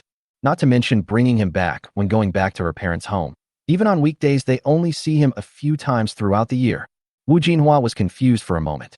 Could it be that what Su Qing said was true? Her silly husband is not as rumored, but a very powerful man. But at this moment, Su Qing's brother Su Chong suddenly said, "Su Qing, where did you and this idiot steal these things from?" Upon hearing this, Wu Jinhua's eyes immediately lit up. Yes, Su Qing and the two women who came yesterday are all money-losing goods, and Chu Bai is even more of a fool who was cheated out of all his money. How can such a person have any future? The only possibility is that these things were stolen by them. I heard that the idiot had made a lot of bad friends before, and these things must have been stolen by them together. Great. How dare you bring stolen goods into our house? Do you want me to go to jail with you? Wu Jinhua yelled and snorted. Hurry up and take your things and get out, or I'll report to the police and have them arrest you. Hearing these words, Su Qing and Chu Bai were so angry that they laughed. I say, are there holes in your brains, you two? Chu Bai looked at Wu Jinhua and Su Chong with unspeakable anger. It would be fine if they didn't know the value of the thing, but they actually wanted to report me to the police and have me arrested? What did you say? Wu Jinhua glared and wanted to come over and continue fighting with Chu Bai. Su Qing, like a hen protecting her calves, quickly stood in front of Chu Bai. At this moment, a rebuking voice suddenly came from outside the door. What are you doing? The gate was pushed open and a middle-aged couple walked in from outside. Although they are middle-aged, their faces are already marked by the marks of time as if carved by knives and axes. The temples were already covered with frost. These two people were Chu Bai's adoptive father-in-law and mother-in-law, and Su Qing and the other two's parents, Su Dashan and Su Zhaoshi. Su Dashan walked in and put down the rusty hoe, then looked at Su Qing and Chu Bai with some displeasure on his face. He was just working in the fields when he heard that Su Qing and her husband had arrived. Worried that the two would come to eat for free, Su Dashan hurried back with Su Zhaoshi. Dad, our money loser and her idiot husband stole some money from somewhere to buy some gifts and came to our house for free meals. The two of them even teamed up to bully me. Wu Jinhua immediately started to complain and criticized Su Qing and Chu Bai. When he heard the word gift, Su Dashan's eyes immediately lit up. Then he saw the gifts piled up like a mountain in the yard. Wu Jinhua has been married for several years and knows Su Dashan's character very well. She quickly said, "Dad, we can't take these things. If the government finds out, we will be beheaded." When Su Dashan heard the word behead, he shuddered immediately. Okay, you two actually want to get me beheaded by the government. Su Dashan glared at the two of them and was about to slap Su Qing in the face. Chu Bai quickly took action and grabbed Su Dashan's wrist. Let go. Su Dashan looked at Chu Bai with a face full of rage. You come back and want to beat people up without knowing the reason. Why should I let you go? Chu Bai grabbed Su Dashan tightly, not letting him break free. Su Dashan said angrily, I teach my daughter a lesson. What does it have to do with you? Chu Bai said, maybe it didn't concern me before, but now she is my wife. I will never allow you to beat or scold her like before. Su Dashan snorted coldly, looked at Su Qing and said, Great. No wonder you dared to talk back to me after you came back yesterday. It turns out you have a backer. Then, he turned around and said to Chu Bai, Who do you really think you are? I can do whatever I want with my own daughter. As he said this, he suddenly tried to pull his hand away. Chu Bai let go immediately, and Su Dashan was caught off guard and fell backwards heavily. You. Su Dashan got up from the ground in a panic and looked at Chu Bai with anger. Chu Bai stared at him and said expressionlessly, I didn't come here for you today, but for Xiao Jinzi. Originally, I was thinking that if you were not so confused, I would let Su Qing continue to recognize you as her father and this family as her mother's home. But since you are so confused, I will make the decision for Su Qing. She doesn't need this family. After saying that, he turned around and said to Su Qing and Su Jin, Qing'er, Xiao Jinzi, let's go. With tears in her eyes, Su Qing nodded without hesitation. She could understand Chu Bai's intentions. Why was Wu Jinhua so arrogant? Isn't it because she has many brothers from her mother's side? In a sense, a woman's parents' home is her biggest support after she gets married. But now that this backer is so unreliable, it's better not to have him. Su Qing didn't hesitate at all. She grabbed Su Jin's hand and prepared to leave with Chu Bai. Chapter 67. Report to the authorities? If Su Qing still held a glimmer of hope for this family before, now even this last glimmer of hope is gone. This home is held to him. Wait. Seeing Su Qing's actions, Su Dashan frowned and said, "Just go if you want to. Why are you taking Xiao Jinzi away?" Su Qing snorted, "If I don't take him away, will you throw him into the back hills to feed the wolves?" Hearing this, Su Dashan's eyes widened. Who said we were going to throw him into the back hills to feed the wolves? Su Dashan seemed to have thought of something, and immediately turned back to look at Wu Jinhua, and said, "It was you who said that you wanted to throw Xiao Jinzi into the back hills to feed the wolves?" Wu Jinhua dodged her gaze for a moment, then said, "He won't live long anyway, so instead of wasting food on him, it's better to end it all once and for all." Bang! Without saying a word, Su Dashan slapped Wu Jinhua in the face. "When will it be your turn to have the final say in this family?" Su Dashan glared at Wu Jinhua and said angrily, "As long as I am alive, it is not your turn to be the master of this family." Seeing this scene, Chu Bai and Su Qing were also a little confused. Not long ago, Su Jin told them that Wu Jinhua had discussed with his parents about throwing him into the back hills to feed the tigers. But now, Su Dashan seems to be unaware of it. Wu Jinhua covered the half of her face that was hit and said in disbelief, "Su Dashan, you dare to hit me?" Su Dashan snorted, "What's wrong with beating you? Don't think that you can do whatever you want in our family just because you have so many brothers from your mother's side. Do you believe that even if I beat you to death, your brothers from your mother's side won't dare to say a word?" Hearing this, Wu Jinhua immediately shrank her neck and dared not speak anymore. Chu Bai, who was standing nearby, understood everything. Su Dashan was illiterate, had a bad temper, and was a complete scoundrel. Although Wu Jinhua relied on her many brothers on her natal side to act arrogantly in the Su family, she was afraid of her father-in-law from the bottom of her heart. After Su Dashan finished teaching Wu Jinhua a lesson, he said to Su Qing and Chu Bai, "You two can go if you want, but Xiao Jinzi must stay. What if he leaves with you? Wouldn't others poke at my spine?" Chu Bai was stunned for a moment, then sneered. At first he thought Su Dashan was considering Su Jin, but now he understands that everything Su Dashan did was just for his own face. "Little Jinzi must go with us today." Chu Bai looked at Su Dashan and said firmly, "If Xiao Jinzi continues to go hungry every day with you, then there is no point for him to stay here. This vicious woman might even secretly throw him to the back hill to feed the wolves. By then, she can just make up an excuse. Little Jinzi will have been eaten by the wolf. What can you do to her? Or maybe you let Xiao Jinzi stay just for your own face and didn't think about her life or death at all." Hearing Chu Bai's words, Su Dashan instantly became furious. Just as Chu Bai said, the reason why he didn't let Chu Bai and Su Qing take Su Jin away was all because of his own face. As for Su Jin's life or death, he didn't think about it. In other words, he had already subconsciously believed that Su Jin would not live long. Therefore, it makes no difference whether you starve to death at home or are thrown into the mountains to feed the wolves. However, if Su Jin died of an illness at home, then it can only be blamed on Su Jin's strange illness and not on him at all. Wu Jinhua looked at Chu Bai in horror, because Chu Bai's words completely hit the nail on the head for her. Even if Su Dashan had slapped her just now, she would not give up the idea of throwing Su Jin into the back hills to feed the wolves. Anyway, Su Jin would be dead by then, and Su Dashan couldn't really do anything to her. But now, her and Su Dashan's thoughts were revealed by Chu Bai. "Qing'er, grab your things, and let's go," Chu Bai said to Su Qing, and then said to Su Dashan and Wu Jinhua, "Since you are worried that my things are stolen and I am implicated, then I will take all these things away." Having said that, he went to pack up those things with Su Qing and Su Jin. Although Wu Jinhua was reluctant to part with those things, she was really implicated by Chu Bai as Chu Bai said, "Wait, you can't take these things away." She glared and said, "If we let you take these things away today, what if the government holds us responsible for not reporting it? You all wait here. I'll go report it to the authorities first." As she said this, she actually wanted to go out and report to the police. Of course, what she meant by reporting to the police was not going to the county town. It would take her half a day to go back and forth from here to the county town with her walking speed. Therefore, she wanted to find Lu Yukai, the village chief of Sujia village first. Then, go find the town head. The head of a village is equivalent to a town mayor, but it is not a formal official position and is not even a real official. He can only be called a township official. Even so, he is still a rare high-ranking official in the eyes of ordinary people. As for the county magistrate in the city, he is an important figure that one can never reach in one's lifetime. Chu Bai didn't bother to pay attention to her and was about to go out with those things. Seeing this, Su Chong quickly blocked the door and said, You can't leave. Chu Bai frowned and said, Get out of the way. This has nothing to do with you.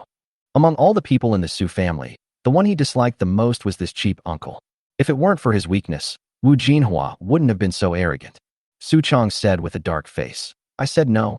It means no. None of you can leave until Jinhua comes back. Su Qing was worried that the two would start fighting, so she immediately came over and pulled Chu Bai. Chu Bai curled his lips and said, Well, I'm hungry. Let's eat first and then leave. As he said that, he went back to the kitchen and brought out the braised pork and white rice that he had just prepared not long ago.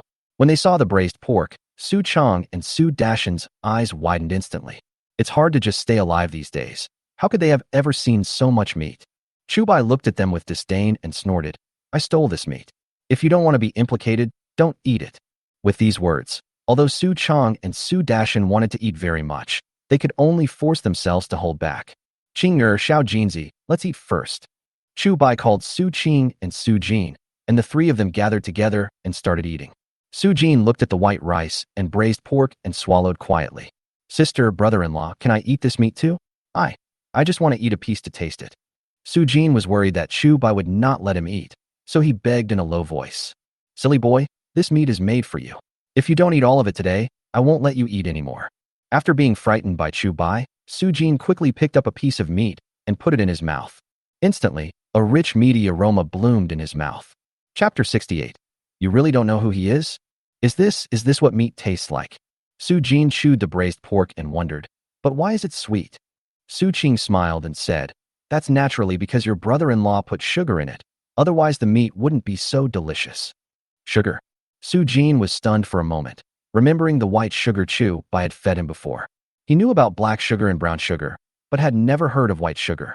This sugar is expensive, right? Su Jin looked at Su Qing curiously, feeling a little embarrassed. Su Qing nodded and whispered, This white sugar was invented by your brother-in-law, and he plans to sell it for 30 taels of silver per pound. Hearing the price, Su Jin almost dropped his chopsticks. 30 taels of silver per pound. Even if you sell it, it's not worth that much money. Su Qing smiled slightly and said, Don't be afraid. Your brother-in-law has nothing but a lot of good things. Su Jin swallowed and nodded subconsciously. But in his heart, there seemed to be a huge storm rising. How capable is my brother-in-law? The tofu and amber eggs alone are amazing enough. And now there's this magical white sugar? It's a pity that Su Jin is too young and doesn't know what the word sugar means. Su Qing glanced at Chu Bai secretly and found that Chu Bai didn't look angry at all, so she felt relieved. Although she said it lightly just now, she didn't really mean it in her heart. Chu Bai married 3 wives in total. Lin Xiener was dignified and generous. Li Han was practical and capable, but she was just a vase at home. This time, letting Chu Bai go back to her parents' home with her, and his family treating Chu Bai like this, has already caused him a lot of trouble. And now, she is acting like a hostess, making her brother feel at ease. She herself felt that it was a bit too much. She did not create any value in this family, but just kept asking for things. This made her feel a little uneasy and a little guilty. Therefore, her feelings towards Chu Bai are also very complicated. If she has to say who she likes, she definitely likes Chu Bai. Moreover, there is some blind worship. But compared to Chu Bai, she felt that she was too humble. Whenever she faced Chu Bai, she always felt like a servant, and the only thing she could do was to serve Chu Bai well. If it wasn't for her brother, she wouldn't have done this. Chu Bai noticed Su Qing's expression and immediately guessed what she was thinking. Your sister is right. I, your brother-in-law, don't have anything else but a lot of good things. Chu Bai grabbed Su Qing's hand and said, When you come back with me, tell your brother-in-law what you want to eat or drink, and your brother-in-law will make it for you. Feeling the warmth coming from her palm, Su Qing's heart suddenly felt much warmer. Maybe she really doesn't have any ability, but she has good luck that others can't envy. This bit of good fortune is that she has a husband who dotes on her very much. She swore in her heart that she would stay with her husband forever in this life. Only in this way can I repay my husband's kindness to me. On the other side of the courtyard, Su Dashan, Su Chong, and Su Zhaoshi were looking at the people talking and laughing at the table, and they were extremely jealous. If they were not afraid of getting themselves into trouble, they would have rushed over long ago. That was white rice and meat made of something unknown. They had never eaten such luxurious food in their lives. At the same time, Wu Jinhua suddenly pushed open the gate and walked in from outside. Why are you back so soon? Su Chong looked at Wu Jinhua with some surprise. Wu Jinhua said proudly, When I went out, Master Lu happened to be walking this way with his men. He must have heard the news and came to arrest him. Hearing her say this, Su Dashan and Su Chong immediately showed expressions of fear. Fortunately, they did not fall for Chu Bai's trick. Otherwise, they will definitely be caught soon. Then have you told Master Lu? We have nothing to do with them. Su Dashan was afraid that he might be involved, so he asked hurriedly. Of course, Wu Jinhua said arrogantly. I will see how long these two people can keep pretending. Having said that, she walked straight to the dining table. Chu Bai raised his head and asked unhappily, What are you doing? Wu Jinhua raised her head and snorted. Did you hear what I said? Master Lu is bringing people to arrest you. You can't pretend anymore. She had just been slapped in the face, so naturally she wanted to blame Chu Bai for it all. Can't pretend anymore? Chu Bai sneered and said, How do you know that they are here to arrest me? Wu Jinhua was stunned for a moment and said contemptuously, Isn't it to arrest you? Are you here to beg me? Chu Bai stood up and said, You are right, but I am not asking for help. I am asking Mr. Lu to do me a favor. Wu Jinhua rolled her eyes and snorted. With someone like you, how can Master Lu help you? Are you still asleep? Su Dashan and his son Su Chong also looked at Chu Bai with contempt. Master Lu is the head of Sujia village, and his family's land alone is several hundred acres. How could such a person help a fool like Chu Bai? At this time, Chu Bai happened to see Lu Yukai and his housekeeper coming with dozens of people through the low courtyard wall. Here they come. Chu Bai pointed to the door, and the big stone in his heart finally fell to the ground. As long as Lu Yukai comes, everything will be solved. Su Dashan glared at Chu Bai and shouted, Stand there and don't move. Then, he hurried over, opened the door, and greeted him. Master Lu, is it really necessary for you to personally deal with such a small matter? I will just capture the person for you in a moment. Lu Yukai looked at him thoughtfully and asked, Catch him? Isn't that your uncle-in-law? Su Dashan immediately said, Master Lu, I really have nothing to do with this man. I didn't touch any of the things he brought with him. Hee. Lu Yukai laughed, and then strode into the yard. You're done, you little bitch. Wu Jinhua cursed, and hurried over to greet Lu Yukai. Master Lu, the man is right there. Hurry up and take people to arrest him. Wu Jinhua looked at Lu Yukai with a flattering expression and even made a coquettish gesture. After seeing this, Lu Yukai almost vomited out his overnight meal. But he still suppressed his nausea and asked slowly, Have you still not figured out who he is? Wu Jinhua was surprised and asked, Who is he? Isn't he just a fool? We don't know where he stole those things he brought with him, but he actually had the nerve to give them to us. He simply wants to kill us. Lu Yukai was stunned and looked at Wu Jinhua in disbelief. Chu Bai? Fool. Were those things stolen? This Wu Jinhua is the fool. Chapter 69. Lu Yukai, a man who knows his limits. Mr. Chu, I have found the people you want for you. Lu Yukai ignored Wu Jinhua and looked at Chu Bai and said, These are the experts in building houses in our village. I have already agreed on their salary. They will get lunch for 10 cents a day. If you think it's okay, they can start working tomorrow. When Wu Jinhua, Su Dashan, and others heard Lu Youcai's address to Chu Bai, they were immediately stunned. Master Lu, what did you call him just now? Wu Jinhua's eyes widened as she asked. He is just a fool. What do you mean by a young master or not? And what about building a house? Lu Yukai sneered and said, Fool? You don't even know Mr. Chu's identity, but you make assumptions about him. Who is the fool? Wu Jinhua was stunned and said, He. Isn't he just the idiot who got all his family fortune swindled away? Don't the people in Wujiazwang call him by Shotzi? White fool. Lu Yukai sneered.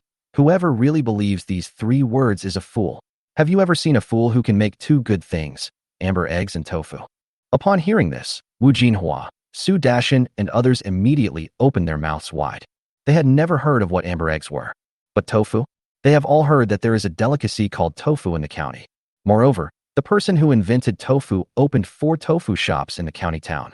Even so, those who want to buy tofu still have to queue up. In addition to tofu, Tofu Shop also sells breakfast.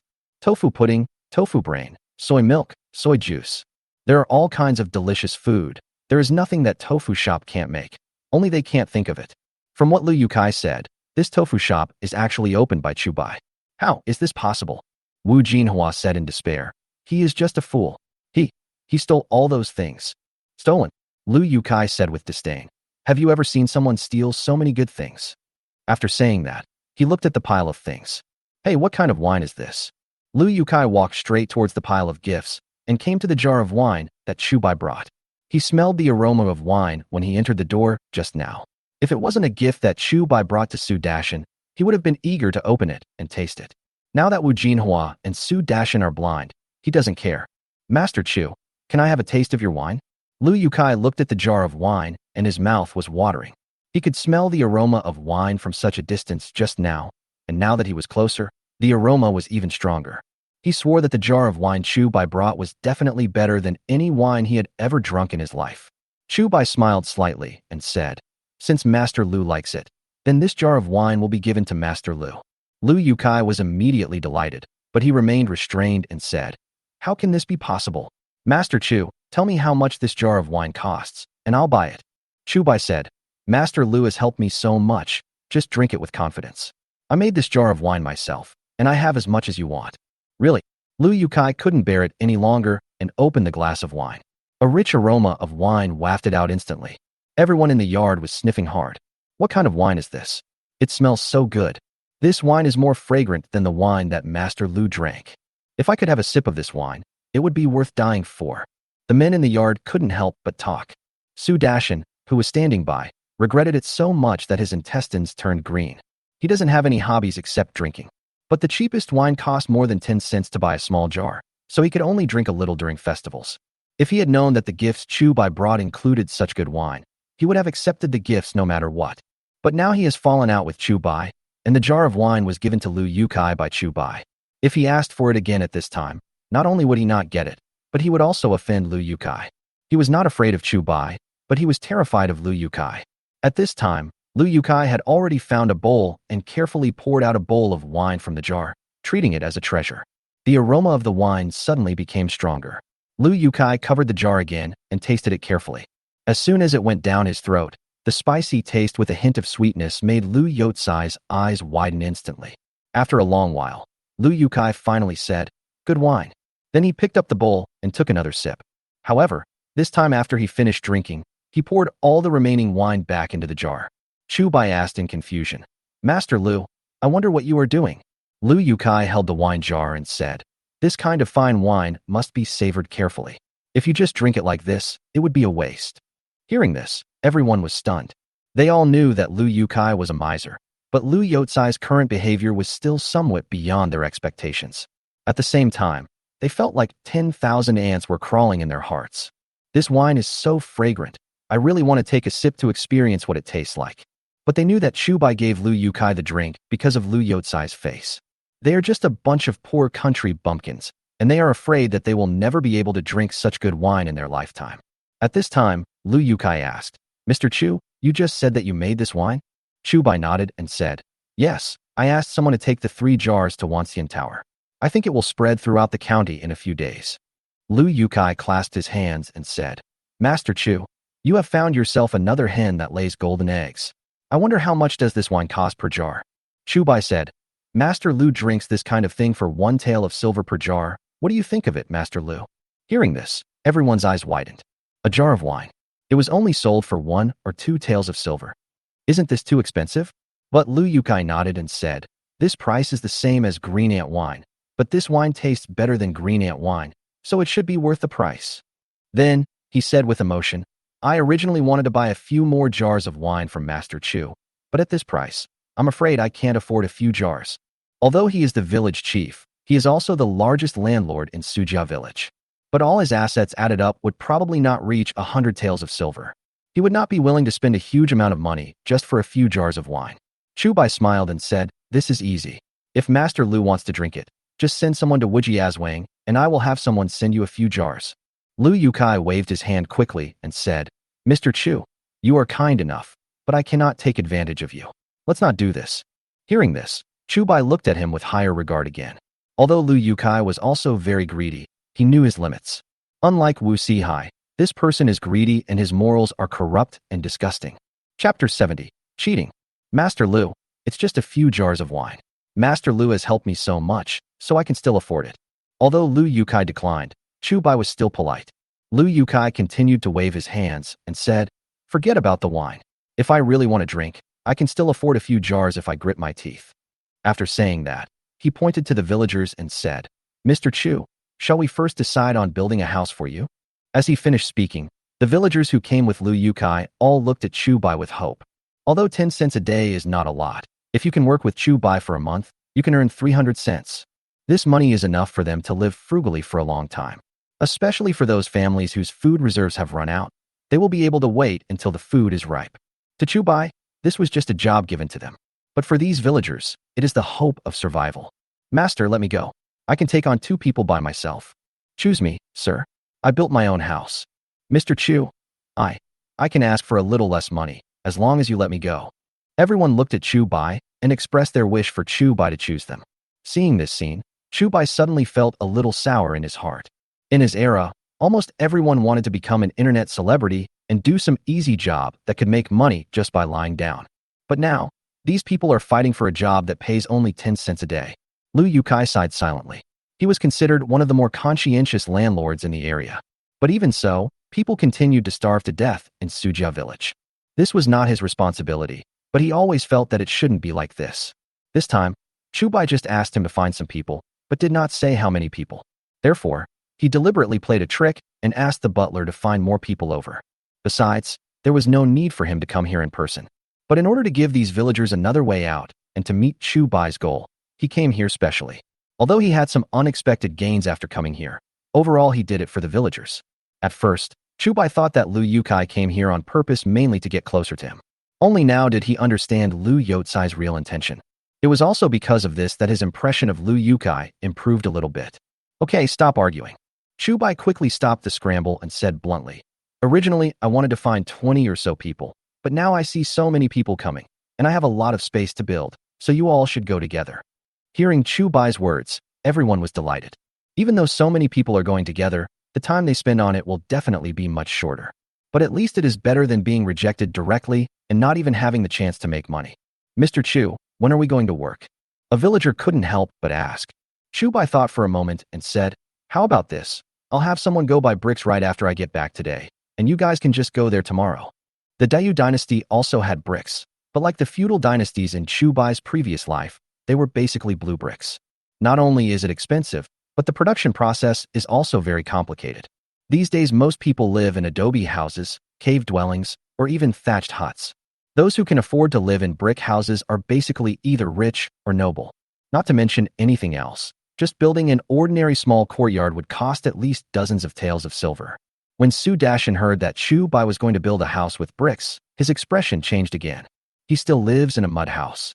Not only are adobe houses not as sturdy and waterproof as brick and tile houses, but they also need to be repaired every few years. The repair costs alone are a headache for many people. Chu Bai did not notice Su Dashin's expression, but continued to say to the villagers, there is also the issue of wages. Hearing this, everyone immediately quieted down and looked at Chu Bai eagerly. They were worried that they had been too eager just now and that Chu Bai wanted to reduce their wages. The 10 cents a day that Master Lu just mentioned is indeed what I promised him. But what I want to say is that this does not just mean that you can only earn 10 cents a day. Chu Bai looked around, taking in everyone's expressions, and said, if anyone among you does a good job, I will definitely give him a raise. 12 cents, 15 cents, or even 20 cents is possible. Hearing this, everyone breathed a sigh of relief and looked happy. Not only did Chu Bai not reduce their wages, but he also wanted to increase their wages. Although Chu Bai will increase their wages depending on their performance, just having this hope is enough. Don't worry, Master Chu, we will definitely do a good job. I can't even think about making 20 cents. It would be great if I could make 15 cents a day. Thank you, Master Chu. Everyone quickly made assurances to Chu Bai and expressed their gratitude. Chu Bai smiled at everyone on the surface, but in his heart he felt pity for these people. What I just said was just a gimmick often used by some unscrupulous businessmen in my previous life. If people of his time heard this, they would definitely sneer at it. But now, these people not only rush to work hard, but also want to thank themselves. No need for that. You can go directly to Wujiazwang tomorrow and just ask anyone there. Chu Bai waved to everyone, and the matter of building the house was settled. Moreover, he temporarily moved up the construction of the house in order to vent his anger on Su Qing. But he doesn't care even if the bricks haven't been bought yet. Anyway, after these people go there tomorrow, they can dig the foundation first, so they won't make a wasted trip. When everyone saw that the matter was settled, they left one after another. Lu Yukai glanced at Wu Jinhua and Su Dashin, then asked Chu Bai, Mr. Chu, is there anything else you need my help with? Chu Bai thought for a moment and said, there is one thing indeed. I want to borrow a car from Mr. Lu to take these gifts back. If he had known that Su Dashin was the same as Wu Jinhua, he would never have brought so many gifts. Not to mention gifts. It would be unnecessary for him to even say a word to Su Dashin. Su Dashin immediately became anxious when he heard this. No, you gave this to me as a gift. How can you take it back? Su Dashin ran to the gifts and stopped Chu Bai with a glare. Chu Bai sneered. Didn't you just say that I stole these things? Don't you want them? Since you don't want them, I'll take them back. Is there any problem? This? Su Dashin was stunned for a moment, then said, that was all said by Jinhua, not me. He started to cheat. Chapter 71 Slap. Before Chu Bai came, he had heard from Wu Laotian and others that Su Dashin was a scoundrel. But he didn't expect that Su Dashin was not only a scoundrel, but also shameless, and could even go back on his words at any time. If it were anyone else, they would have been mortally ashamed by now. But Su Dashin not only did not feel any guilt, but also pushed all the responsibility onto Wu Jinhua. Even those ruffians are not so shameless. Su Qing looked at the rogue Su Dashin. Her pretty face turned as red as a monkey's butt, and she wished she could find a crack in the ground to crawl into. It's so embarrassing to have such a father. If it were in the past, she might have just accepted her fate. But now she lives a good life with Chu Bai, and there is gradually light and hope in her eyes. Su Dashin's actions now made her feel as if she was immediately brought back to her original form. But Su Dashin is her father, and their blood relationship cannot be severed just because she wants to. Her only hope was that Chu Bai, Lin Xiener, Li Han and the others would not look down on her because she had such a father. Su Dashin also knew what position he held in Su Qing's heart, but he didn't care. Compared with real rice, flour, grain, and oil, how much is something as intangible as face worth? What's more, among those things there is a jar of peerless wine that is comparable to green ant wine. Even if he loses all his face, he must get this jar of wine. But he also understood that he would never be able to get the jar of wine and the pile of good things by cheating. So he immediately pointed the finger at Wu Jinhua. Wu Jinhua, I've disliked you for a long time. Su Qing is our daughter. How great would it be for her to return to her parents' home after she gets married? Not only did you say she was here to eat for free, but you even said the things she brought were stolen? You are still my sister-in-law. How much you must hurt my sister's heart. Su Dashin accused Wu Jinhua with great righteousness, as if everything that happened before had nothing to do with him. Wu Jinhua opened her mouth wide and stood there in a daze. Although she knew her father-in-law's character very well, Su Dashin's shamelessness still surprised her. Su Dashin, what nonsense are you talking about? Wu Jinhua looked at Su Dashin angrily and snorted. Were the words you just said just bullshit? After that, she said to Lu Yukai, Master Lu, you are not really being deceived, are you? This Chu Bai is just a fool. You must not believe what he says. Lu Yukai sneered and said, you think my vision is not as good as yours, right? Wu Jinhua was stunned for a moment and quickly said, I didn't mean that. I was just worried that you, Mr. Lu, were deceived by him. Lu Yukai said, I know Mr. Chu's identity very well. I don't need you to tell me. At this time, Su Dashin suddenly walked up to Wu Jinhua and slapped her hard. With a snap. A loud slap stunned Wu Jinhua. You dare to hit me? Wu Jinhua covered her face and looked at Su Dashin in disbelief. Because her physique is almost stronger than that of a man, Su Chong looks like a sickly person. So, not long after she got married, she became the head of the family. Although Su Dashin would sometimes scold her, his words were always harmless. This is the first time like this. Su Dashin glared and snorted. What's wrong with hitting you? Why don't you quickly apologize to my good son-in-law? If my good son-in-law doesn't forgive you today, I will let Su Chong divorce you. Wu Jinhua was stunned. She didn't expect Su Dashin to say such a thing. But she also understood that Chu Bai's identity was actually true. This damn girl Su Qing actually found a good husband. Although she couldn't believe it, she had to accept it. Why don't you go now? Su Dashin's voice sounded again behind Wu Jinhua. Wu Jinhua gritted her teeth, then resigned herself to her fate and walked up to Chu Bai and said, Son-in-law, I was wrong just now. I am just a woman, please don't treat me like that. Chu Bai stared at her expressionlessly and said, the person you should apologize to is not me, but Qing Er and Xiao Jinzi. Hearing this, Wu Jinhua's face suddenly became ugly again. Whether it was Su Qing or Su Jin, they were the ones she had been bullied since she got married. Now she was suddenly asked to apologize to Su Qing. She was confused. But when she saw the gifts Chu Bai brought, she could only make up her mind and walk up to Su Qing. Sister Qing, it's my sister-in-law's fault. Wu Jinhua looked at Su Qing and said, sister-in-law bullied you before. It was all her fault. Can you just forgive her this time? Su Qing looked at her without saying a word. Although Wu Jinhua's performance made her feel very happy, it was like a huge stone that had been weighing on my heart was finally removed. This is what she has been looking forward to for so many years. But now she found that this matter did not seem as happy as she had thought before. When Wu Jinhua saw that Su Qing was unmoved, she became even more anxious. She knew that she had offended Su Qing and Chu Bai badly, but if she wanted to live a good life relying on Su Qing in the future, she had to make Su Qing accept her apology and accept this family. Anyway, as long as Su Qing still recognizes her mother's family, she will have plenty of ways to control this damn girl in the future. Qing'er, if you're still angry, why don't you slap me twice to vent your anger? Wu Jinhua's eyes rolled, and she suddenly grabbed Su Qing's hand and hit herself in the face. Su Qing was stunned for a moment and wanted to pull her hand back, but it was too late. After all, Wu Jinhua's physique is better than many men, and her strength is beyond Su Qing's reach. However, Wu Jinhua did not really do anything ruthless. She just grabbed Su Qing's hand and slapped her face twice. This way, it was like Su Qing slapped her. Su Qing tried to pull out several times, but was still held tightly by Wu Jinhua. Sister Qing'er, if you don't forgive me today, you might as well just beat me to death. Wu Jinhua knew that Su Qing had been harboring resentment towards her for a long time. If she didn't let Su Qing vent her anger, her hostility towards her would never disappear. She hardened her heart, and the strength in her hands increased a lot. The slap Su Qing slapped her on the face, and it hurt even more. Bang, bang, bang. There were several loud slaps in succession, and everyone could hear them. Su Qing was soft-hearted after all, and she found it a little hard to accept this scene. Enough, enough. Su Qing tried her best to say these two words. Wu Jinhua's face lit up with joy, and she immediately asked, Sister Qing'er, have you forgiven me, your sister-in-law? Su Qing pursed her lips and was about to nod when Chu Bai suddenly stood behind her.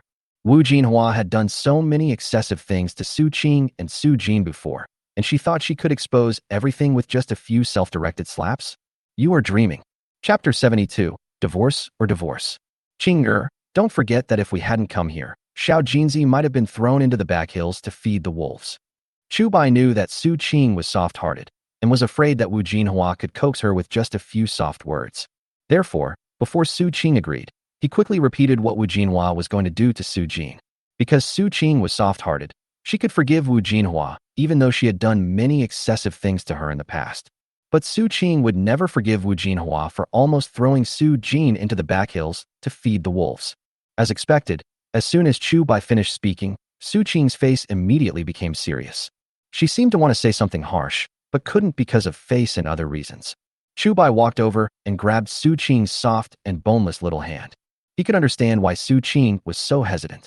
It was not because she was a saint, but human nature. Especially in this poor era, as long as we can save face, many things can be compromised. Don't be afraid, just say whatever you want to say. Chu Bai looked at Su Qing with a smile, and his sunny face made Su Qing feel warm all over. It was as if she would not be afraid no matter what wolves, tigers, or leopards were ahead. Su Qing nodded and took a deep breath. However, she did not look at Wu Jinhua, but at Su Dashan. Dad, if you still recognize me as your daughter and want to use me to get benefits from my husband, then let my brother divorce this vicious woman. Su Qing stared at Su Dashan and said the words that had been weighing on her chest. Although Su Dashan is a scoundrel, he was not like this before. It was only since Wu Jinhua got married that Su Dashan gradually became shameless. Even Su Chong, under the coercion of Wu Jinhua, repeatedly spoke harshly to his younger brothers and sisters. What's more, the family openly conspired to throw Su Jin into the mountains to feed the wolves. This is no longer something a normal person can do. Even when faced with a disaster where no one can survive, many people would trade their own children for food rather than being poisoned by a tiger eating its own cubs. Therefore, if one wants the Su family to continue as it was before, the first thing to do is to let Su Chong divorce Wu Jinhua, the culprit. After hearing what Su Qing said, Wu Jinhua was completely stunned. This damn girl actually dared to encourage Su Dashan to ask Su Chong to divorce her? What did you say? Wu Jinhua's eyes widened, and she was furious. Who do you think you are? How dare you let your brother divorce me? At this point, she no longer cared about disguising herself and started questioning directly. If Su Chong really divorced her, then she would have nothing to do with this family. At that time, even if Su Qing gave Su Dashan and Su Chong more money, she wouldn't get a penny. Su Qing smiled miserably, revealing an expression that said, as expected. She was somewhat relieved at this moment. Fortunately, Chu Bai reminded her in time and prevented her from being fooled by Wu Jinhua.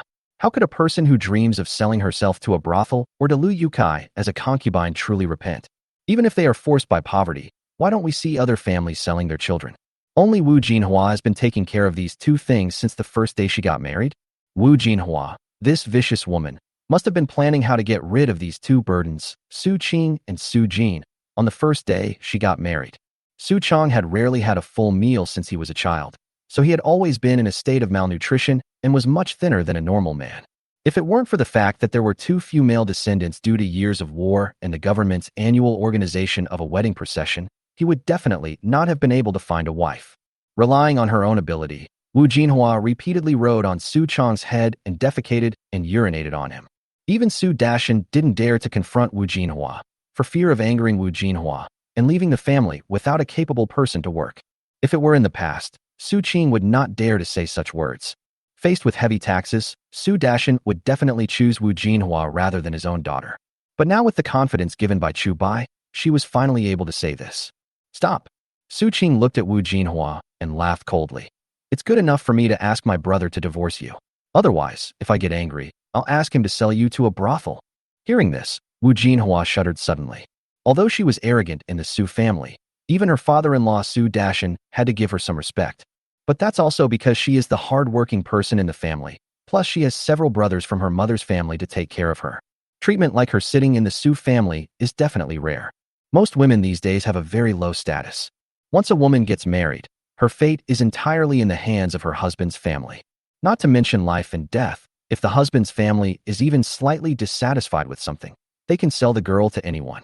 No matter if they were sold to a brothel, or served as servants in a wealthy family, or sold to the grassland people as slaves. This is all within the law. Wu Lizhi relied on this to sell his money-losing wife to a brothel. If it were in the past, Wu Jinhua would never take Su Qing's words to heart. After all, even if Su Qing was willing, Su Dashan and Su Chong didn't want to lose someone as capable as her in the family. But now it's different. Su Qing found a good husband. Even if Su Dashan's family doesn't work, as long as Chu Bai gives them some money, it will be enough for them to have food and clothing. On the contrary, if she was really sold to a brothel, her fate would be even worse than those money-losing prostitutes. Because the looks of those money-losing girls are basically acceptable, and the prices they charge for entertaining guests will not be too low. But if it were her, the price would definitely not be too high, and I'm afraid only those who do the heaviest and dirtiest work would choose her. And this kind of person is the least likely to feel sorry for women. By then, she will be living a life worse than death. On the contrary, if she was divorced, with her ability to work, she would definitely be able to remarry. By then, she will be able to call the shots again in her new home. Okay, I choose to divorce. Wu Jinhua made her choice without saying a word. Hearing this, Su Chong's eyes suddenly widened. Su Qing just told him to divorce Wu Jinhua, but he didn't say he agreed. Why should Wu Jinhua divorce him now? However, Su Qing said before Su Chong, I said divorce, not divorce. You. Wu Jinhua glared at Su Qing angrily and snorted. You damn girl, are you really going to be so cruel? Being divorced and divorcing are two completely different concepts. Divorce means that the couple can no longer live together and decide to cancel the engagement after friendly negotiations. But the divorce was because the woman committed a serious mistake, so she was directly returned by her husband's family. After the news gets out, she is afraid that she will never be able to get married again. Chapter 73 Leaving. Wu Jinhua stared at Su Qing, obviously not realizing the importance of the matter. In other words, she didn't know what impression her previous actions had left on Su Qing and Su Jin. Indeed, if her family was wealthy and had no worries about food and drink, she might also become a good sister-in-law. But the mere word, poor, was not a reason for her to hurt Su Qing and Su Jin at will. Sister-in-law, I'll call you sister-in-law one last time. This matter is settled today. Su Qing's eyes swept over Su Dashan, Su Chong, and Wu Jinhua one by one, and she said firmly, Dad, Mom, Big Brother, if you still want to recognize me as your daughter, then let my brother divorce her. Otherwise, from now on, Xiao Jinzi and I will have nothing to do with this family anymore. Hearing this, Su Dashan immediately said, Is there any need to ask? We will definitely choose you. Then he turned to Su Chong and said, Why don't you quickly promise Qinger that you will divorce Wu Jinhua, this wicked woman who doesn't lay eggs? Divorce is not like what is shown in TV dramas, where the man can just write a letter of divorce and be considered to have divorced the other party.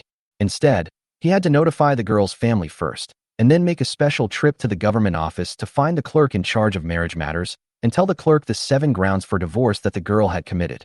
Then, he took out the identity card used to register the marriage from the official.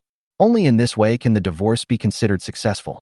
Moreover, Wu Jinhua has done all kinds of bad things since she got married. It would be easy to find 7 kinds of crimes against her. For example, disobeying parents, having children, being jealous, talking too much, etc.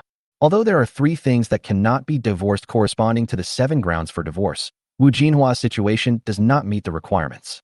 Therefore, as long as Su Chong went to the government, he would be able to divorce Wu Jinhua at will.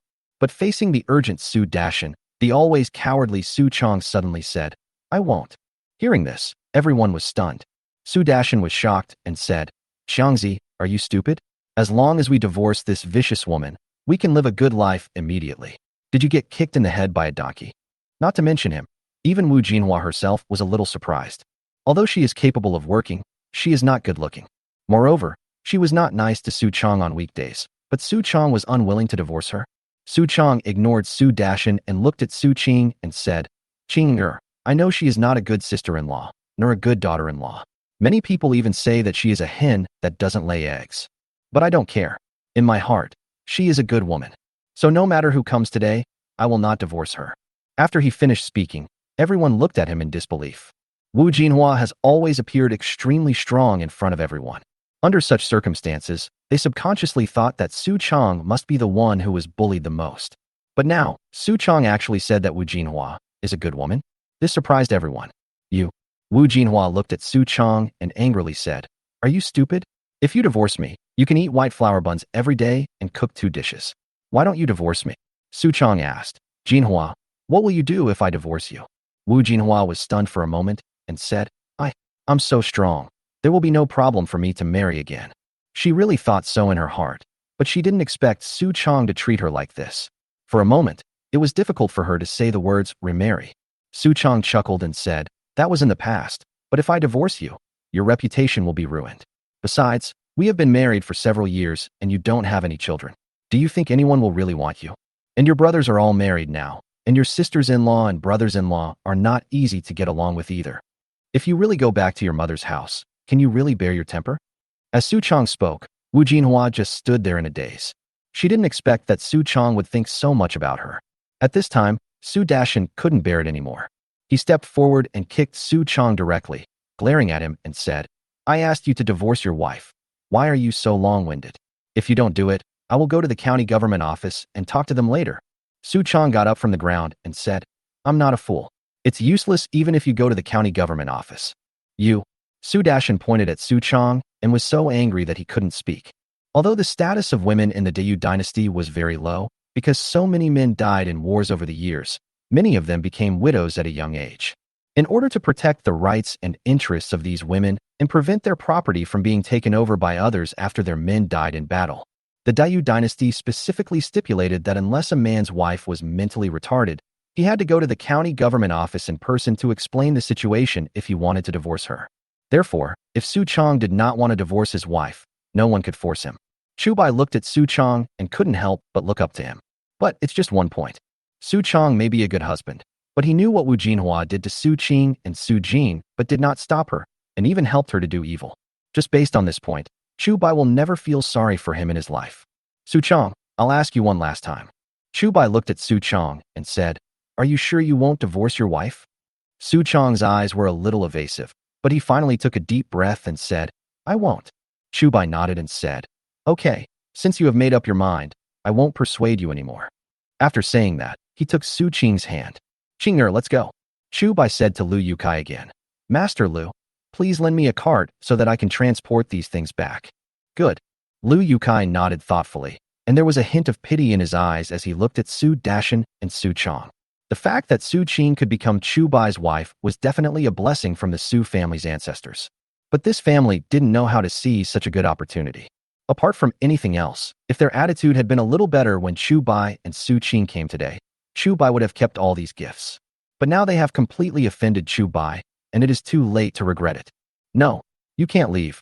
Su Dashan suddenly became anxious and immediately chased after him and started shouting. Su Qing and Su Jin subconsciously wanted to turn back, but Chu Bai quickly held them back. "If you want to come back in the future, you will have plenty of opportunities, but you must not look back today." It was a rare occasion that Chu Bai used words that sounded like an order. But Su Qing and Su Jin not only did not think there was any problem, but they accepted it subconsciously. If the two of them turn back today, they will definitely be harassed by Su Dashin in the future.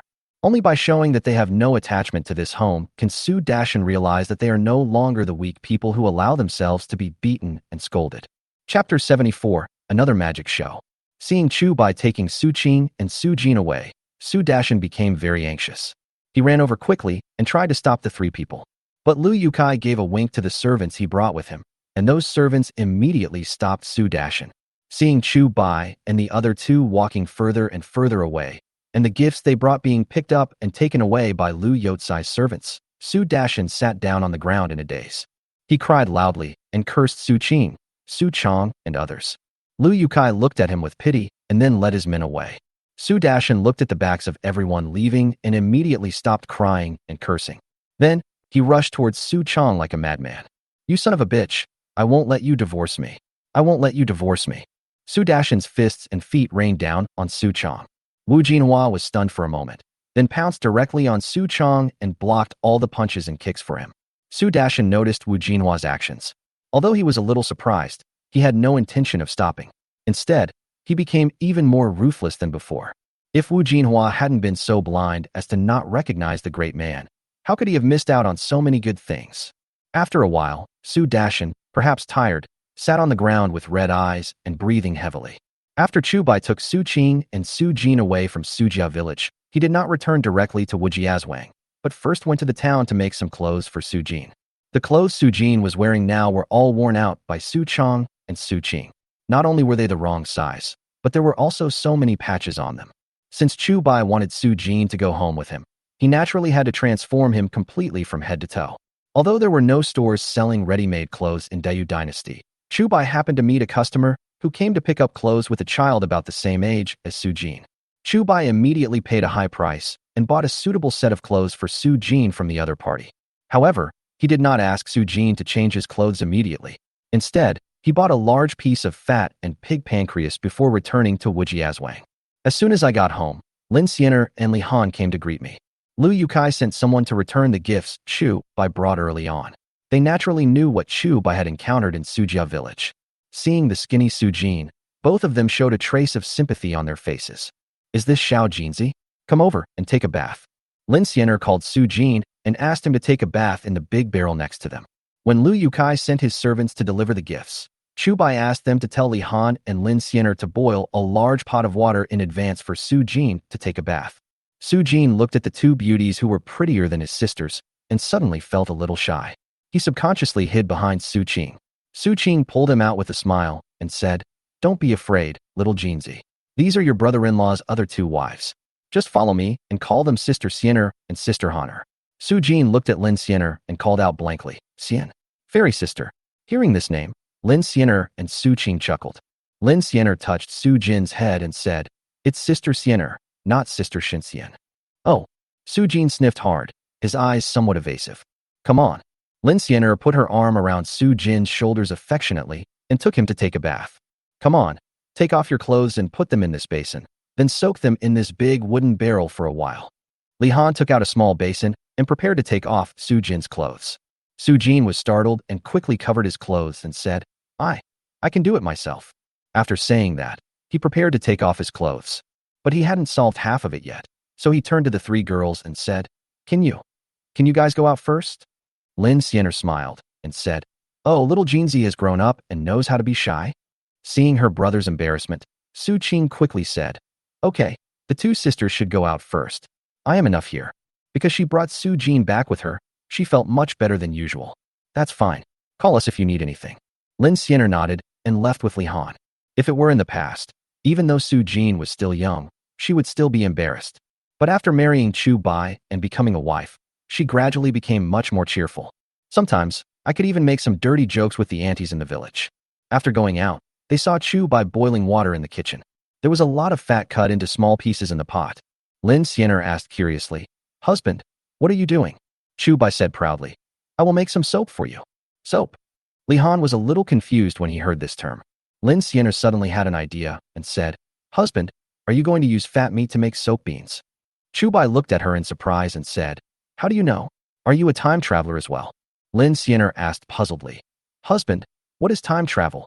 Chu Bai stared at her for a moment and said, Palace Jade Wine? Lin Siener frowned and asked, why did my husband bring up alcohol again? Chu Bai blinked, not giving up, and asked, a gathering of heroes? Lin Siener suddenly became even more confused. What happened to my husband? She reached out and touched Chu Bai's forehead and felt it was a little hot. Oh, my husband's forehead is so hot. I'll go get a doctor for him. Lin Siener subconsciously wanted to go out and call for help. Chu Bai pulled the corner of his mouth, quickly pulled her back, and said, my husband was roasted by the fire. He understood that Lin Siener had guessed the meaning of the word soap just now, relying entirely on her own intelligence. Rather, he came from another world just like him. It's just that whenever he came up with some new terms in the past, the girls would appear very confused. This time, Lin Siener guessed the meaning of soap immediately, which made Chu Bai stunned for a moment. It seems to be true. Lin Siener stuck out her tongue playfully and asked, husband, are you sure that fat can really be used to make soap beans? Li Han also looked at Chu Bai without blinking, his big eyes full of confusion. As the main labor force in the family, she naturally knew what soap berries were used for. But fat is almost entirely oil. Can this stuff really be used to make soap berries? If you use fat to wash clothes, shouldn't they get dirtier the more you wash them? Chu Bai looked at the two of them, smiled, and said, just wait for the two of you. I will perform magic for you again today. With their previous experience in making tofu, the two knew what magic Chu Bai was talking about. It was also because of their previous experience that although the two were confused, they did not say much, but just looked at Chu Bai quietly. Chu Bai looked at the fire under the stove, then got a basin of water, and then poured a lot of wood ash into the basin. Then, he found some natural quicklime that he had found in the mountains before, and sprinkled it into the basin in a certain proportion and mixed it together with the wood ash water. Chapter 75, Girl's Thoughts.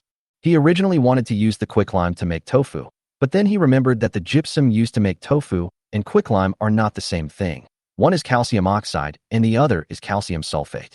But since he had got it, he didn't throw it away. Now it came in handy. Pour wood ash and quicklime into the water in proportion and mix them well. Then Chu Bai looked at the big pot next to him. At this point, most of the fat has been cooked through, leaving only some oil residue. Almost. Chu Bai observed for a moment and scooped out the oil residue. Then, he filtered the wood ash water that had just settled through gauze used for making tofu. Then he poured all the lard into a large basin. Seeing this scene, Li Han and Lin Siener both showed distressed expressions on their faces. The reason why fatty meat was popular in ancient times was not only because it provided more calories than lean meat, but also because fatty meat could be used to produce oil. Oil is very precious in this day and age. In order to save oil, some people don't even bother to wash the pot after cooking. This way, you can continue to use the oil next time you cook. But even so, not every household can afford to eat oily food. Just like Wu Jiazwang, apart from the nouveau riche Chu Bai, only Wu Sihai's house could be seen eating meat on ordinary days. Basically, when other families cook, they stew the wild vegetables in water until they are mush, then put vinegar in it and cook it, and that's it. Therefore, seeing Chu Bai being so wasteful, Li Han and Lin Siener were immediately heartbroken. However, they knew that Chu Bai must have his own reasons for doing this, so they didn't say anything. Chu Bai found a wooden stick and started stirring the large basin continuously. Before long, the lard and wood ash water in the large basin became viscous. Oh, it's so thick now. Lin Siener looked at the grease in the large basin and was immediately surprised. Chu Bai smiled slightly, looked around, and found something suitable for making a mold, and poured all the lard into it. Seeing him stop, Lin Siener asked curiously, husband, is this the soap you mentioned?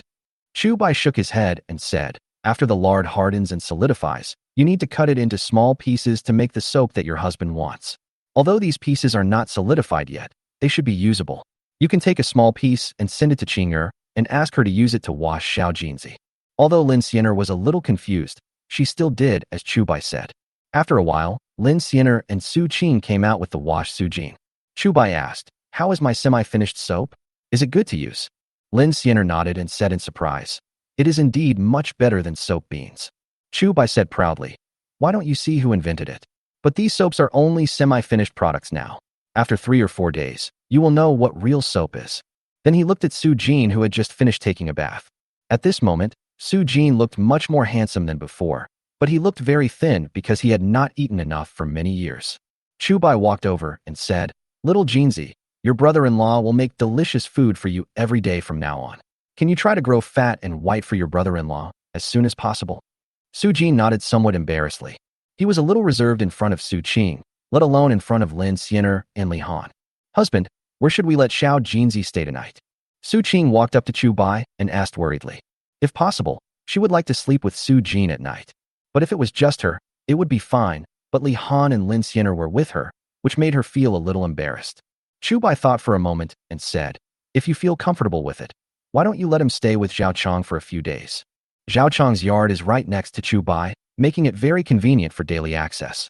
But before Su Qing could answer, Chu Bai immediately shook his head. Forget it, let him live with you guys for now. Chu Bai groaned and said, anyway, I have already found someone to build a new house. When the new house is built, we will have many rooms. Hearing this, Lin Xiner and Li Han's eyes immediately lit up. They didn't know yet that Chu Bai was planning to build a new house. Husband, are you serious? Lin Xiner looked at Chu Bai in surprise and was extremely happy. Although Li Han didn't say anything, he looked at Chu Bai excitedly and was obviously very moved.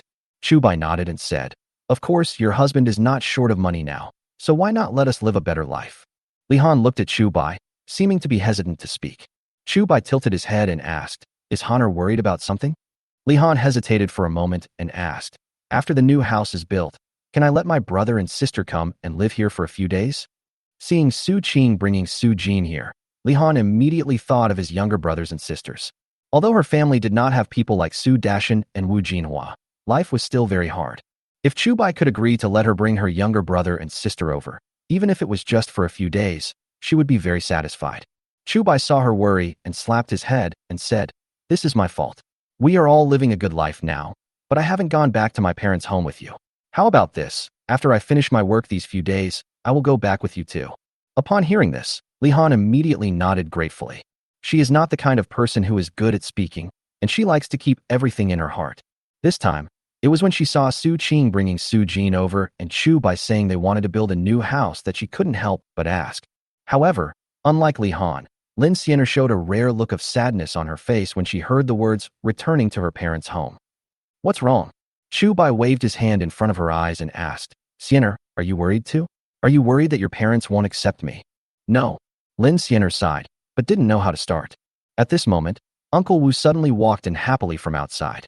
Chu Boy, shopkeeper Chiu said he wants to order 100 jars of each of those 3 kinds of wine. As soon as Uncle Wu came in, he started shouting happily. Chu Bai asked him to take 3 jars of the 3 kinds of liquor they distilled yesterday to Wanxian Tower. Although Uncle Wu thought these 3 kinds of wine were delicious, he was still a little nervous. After all, Chu Bai's pricing is too expensive, and most people may not be able to afford it. But after tasting the 3 kinds of wine, Manager Chiu immediately said that he had to order 100 jars of each kind of wine, especially the most expensive kind of wine. You can have as much as you can. Moreover, even if he is asked to pay a deposit first, it will be fine. Because it was related to Chu Bai's big business, Uncle Wu didn't dare to delay and hurried back from the county town to tell Chu Bai. Yeah. Chu Bai glanced at Lin Xiner, then walked over to Uncle Wu and asked, does shopkeeper Chiu have any objection to the price? Chapter 76, Female Zhuge. That's not the case. Uncle Wu smiled and said, at first, shopkeeper Chiu did want to give you a lower price, but as soon as he finished speaking, he stamped his feet and said that such good wine should be priced at this price, and any cheaper price would be an insult to the good wine. Hearing this, Chu Bai couldn't help but smile. He didn't expect that Manager Chiu, who always appeared to be smart and capable, actually had such a temperament. However, what shopkeeper Chiu said was not wrong. Compared with the cost of distilled liquor, Chu Bai's pricing could be said to be very high. But these wines are worth the price in this era. Chu Bai even felt that the price was a bit low. If shopkeeper Chiu just transfers these wines, there's no telling how much he could sell them for. Although distilled liquor was almost eliminated in his previous life, it was hundreds of years ahead of the present era. Okay, since shopkeeper Chiu has agreed, let's get started in the next few days. Chu Bai smiled slightly, constantly calculating in his mind. His first pot of gold was earned by defrauding Zhao San, and his second pot of gold was earned by selling preserved eggs at Wangshanlu. Later, he developed tofu and various tofu derivatives, and thus gained a firm foothold in this era. Distilled liquor, soap, etc. became his capital for becoming even more powerful. That's right. Chu Bai thought of something and said hurriedly, Uncle San, can you pick some young and strong men from the village to form a guard team? I'm worried that we will encounter bandits when we deliver wine to the county town next time. If it's just about transporting the preserved eggs, Uncle Wu can do it alone. But delivering wine is different. It takes a lot of manpower just to transport so many jars of wine. Once these wines become famous, they will inevitably attract a lot of people to covet them. If you provoke bandits, it may even lead to a fierce battle. Therefore, it is inevitable to form a guard team. Guards. Uncle Wu was stunned for a moment. Then he said thoughtfully, "Okay, I will organize all the young people in the village when I go back, but I am afraid that they may not be willing to join the guard team." Chu Bai smiled and said, "This is easy. Uncle San just needs to tell them that everyone who joins the guard team will receive 2 taels of silver per month, and 3 meals a day will be provided." Upon hearing this, Uncle Wu's eyes widened immediately. "Chu Boy, are you serious?" Uncle Wu San found it a little unbelievable and said in shock, "What you are doing is the same as recruiting soldiers privately." In order to maintain the stability of imperial power, the Dayu dynasty had already made regulations. No one except nobles is allowed to recruit soldiers privately. Moreover, even for the nobles, there were restrictions on the number of soldiers they could recruit. Although the Dayu dynasty is now almost falling apart, many nobles no longer care about the constraints of the court, but they still dare not recruit too many soldiers blatantly. Chu Bai shook his head and said, "Uncle San, we are forming a guard team, just like we have formed our own escort agency, but each time we only escort the escort ourselves." After hearing him say this, Uncle Wu finally breathed a sigh of relief. Although the government is now in chaos, recruiting soldiers privately is still a serious crime. If someone really makes trouble, Chu Bai will definitely be in trouble. "That's fine though." Uncle Wu nodded and said, "But the wages you pay the guards are too high, and you also provide them with 3 meals a day. Isn't that too much?" Although he hopes that the villagers can live a good life, he doesn't want Chu Bai to pay too much. Chu Bai smiled slightly and said, "Although 2 taels of silver is a lot, what I want are elite soldiers. Whether those people can get 2 taels of silver depends entirely on you." Third uncle. Uncle Wu pondered for a moment and slowly left. After he left, Su Qing asked, "Husband, why don't we set up the winery in the county town? In this way, we don't need to form a guard team, right?" As she finished her words, Li Han also looked at Chu Bai eagerly. They all came from poor families and were used to living a hard life. "Even though conditions are better now, I am reluctant to spend too much money. 2 taels of silver a month. They might not have been able to save that much money even in several years. And this is just the salary of one guard." Chu Bai did not answer directly, but looked at Lin Xiener and said, "Xiener, do you know why?" Lin Xiener thought for a moment and said, "I think my husband is doing this for safety, right?" Hearing her say this, Su Qing and Li Han became even more confused.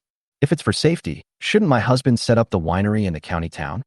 Su Qing said with a puzzled look on her face. "Now that we have set up the winery in the village, not only do we have to transport wine to the city every day, but we are also easily targeted on the road." Lin Xiener smiled and said, "If my husband builds the wine shop in the county town like the tofu shop, it will indeed save us the trouble of traveling on the road. But the wine that my husband makes is different from tofu. Although tofu is very popular and profitable, it is ultimately a labor-intensive business and needs to be earned penny by penny. On the contrary, the 3 kinds of wine made by my husband only cost 45, 75, and 150 coins per jar. My husband set the price of these 3 kinds of wine at 100 coins, 200 coins, and 1 tael of silver per jar. The prices of the first 2 kinds of wine are not bad. The selling price is only a little more than double the cost. The price of the last type of wine is more than 6 times higher than before. Selling a jar at random will bring a profit of nearly 1 or 2 taels of silver. Therefore, it is inevitable that some people will be jealous and use various means to seize the wine shop from your husband. Before her family fell into poverty, they were once wealthy people in the city, so she naturally knew the methods used by some people. Not to mention plundering and robbery, some people even ignore the law and act tyrannically, worse than bandits. After listening to this, Su Qing and Li Han still had some confusion in their eyes, but more of it was shock and fear. If what Lin Xiener said really happened, Chu Bai's loss would be too great. Chu Bai looked at Lin Xiener with satisfaction and said, "Xiener is right. She almost hit the nail on the head on my mind." Lin Xiener smiled shyly and said, "My husband set up the wine shop in Wujia village. He must have other intentions, right?" Chu Bai was startled and asked, "Xiener, why don't you tell me about it?" Lin Xiener said, "My husband has set up the winery in Wujia village. Besides being safer than setting it up in the county town, we are surrounded by people whom my husband can trust. The secret of my husband's winemaking will not be discovered in a short time." Chu Bai clapped his hands and said, "Yes, I do have some thoughts in this regard. Does Xiener have any other opinions?" Lin Xiener thought about it and finally shook her head. "I don't know. Hearing her say this, Chu Bai finally felt a sense of accomplishment. It turns out that this female Zhuge Liang of ours also has unexpected aspects. Chapter 77. Sleeping together in the same bed? The real purpose for Chu Bai to set up a guard team was exactly what Uncle Wu worried about. However, Chu Bai found a pretext and turned his private army into a guard team. Moreover, he fought in the name of protecting the transportation of alcoholic beverages. Chu Bai is just doing small things now, but when he becomes bigger and stronger in the future, he will definitely set up his own caravan.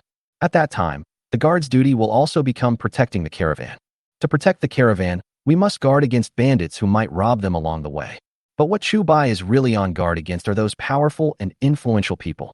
Ever since the day Wu Sihai brought his servants to cause trouble for him, he had the idea of forming a guard team. The one who is causing trouble for him now is only Wu Sihai. If he really makes a lot of money in the future, there is no guarantee that there won't be powerful people who will take a fancy to the money in his hands. At that time, the other party will not even need to reason with you.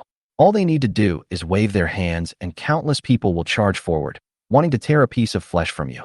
Just like Shen Wansan, who was once as rich as a country, wasn't he eventually destroyed by Zhuge Liang's orders? If you want to gain a foothold in ancient times, it is far from enough to just be rich. Therefore, in addition to wealth, he must gather a force of his own. Establishing a guard team is the first step. Of course, he would not tell Lin Xiener and the other two girls about these things. It wasn't that he didn't trust them, but he was worried about scaring them.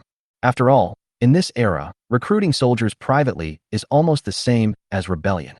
Haha, your husband has a bigger plan in mind. Chu Bai laughed and said, actually, whether it's preserved eggs, tofu, or the drinks we just made, they are just part of this plan. In my imagination, it won't be long before everyone in Wujia village will live a prosperous and peaceful life.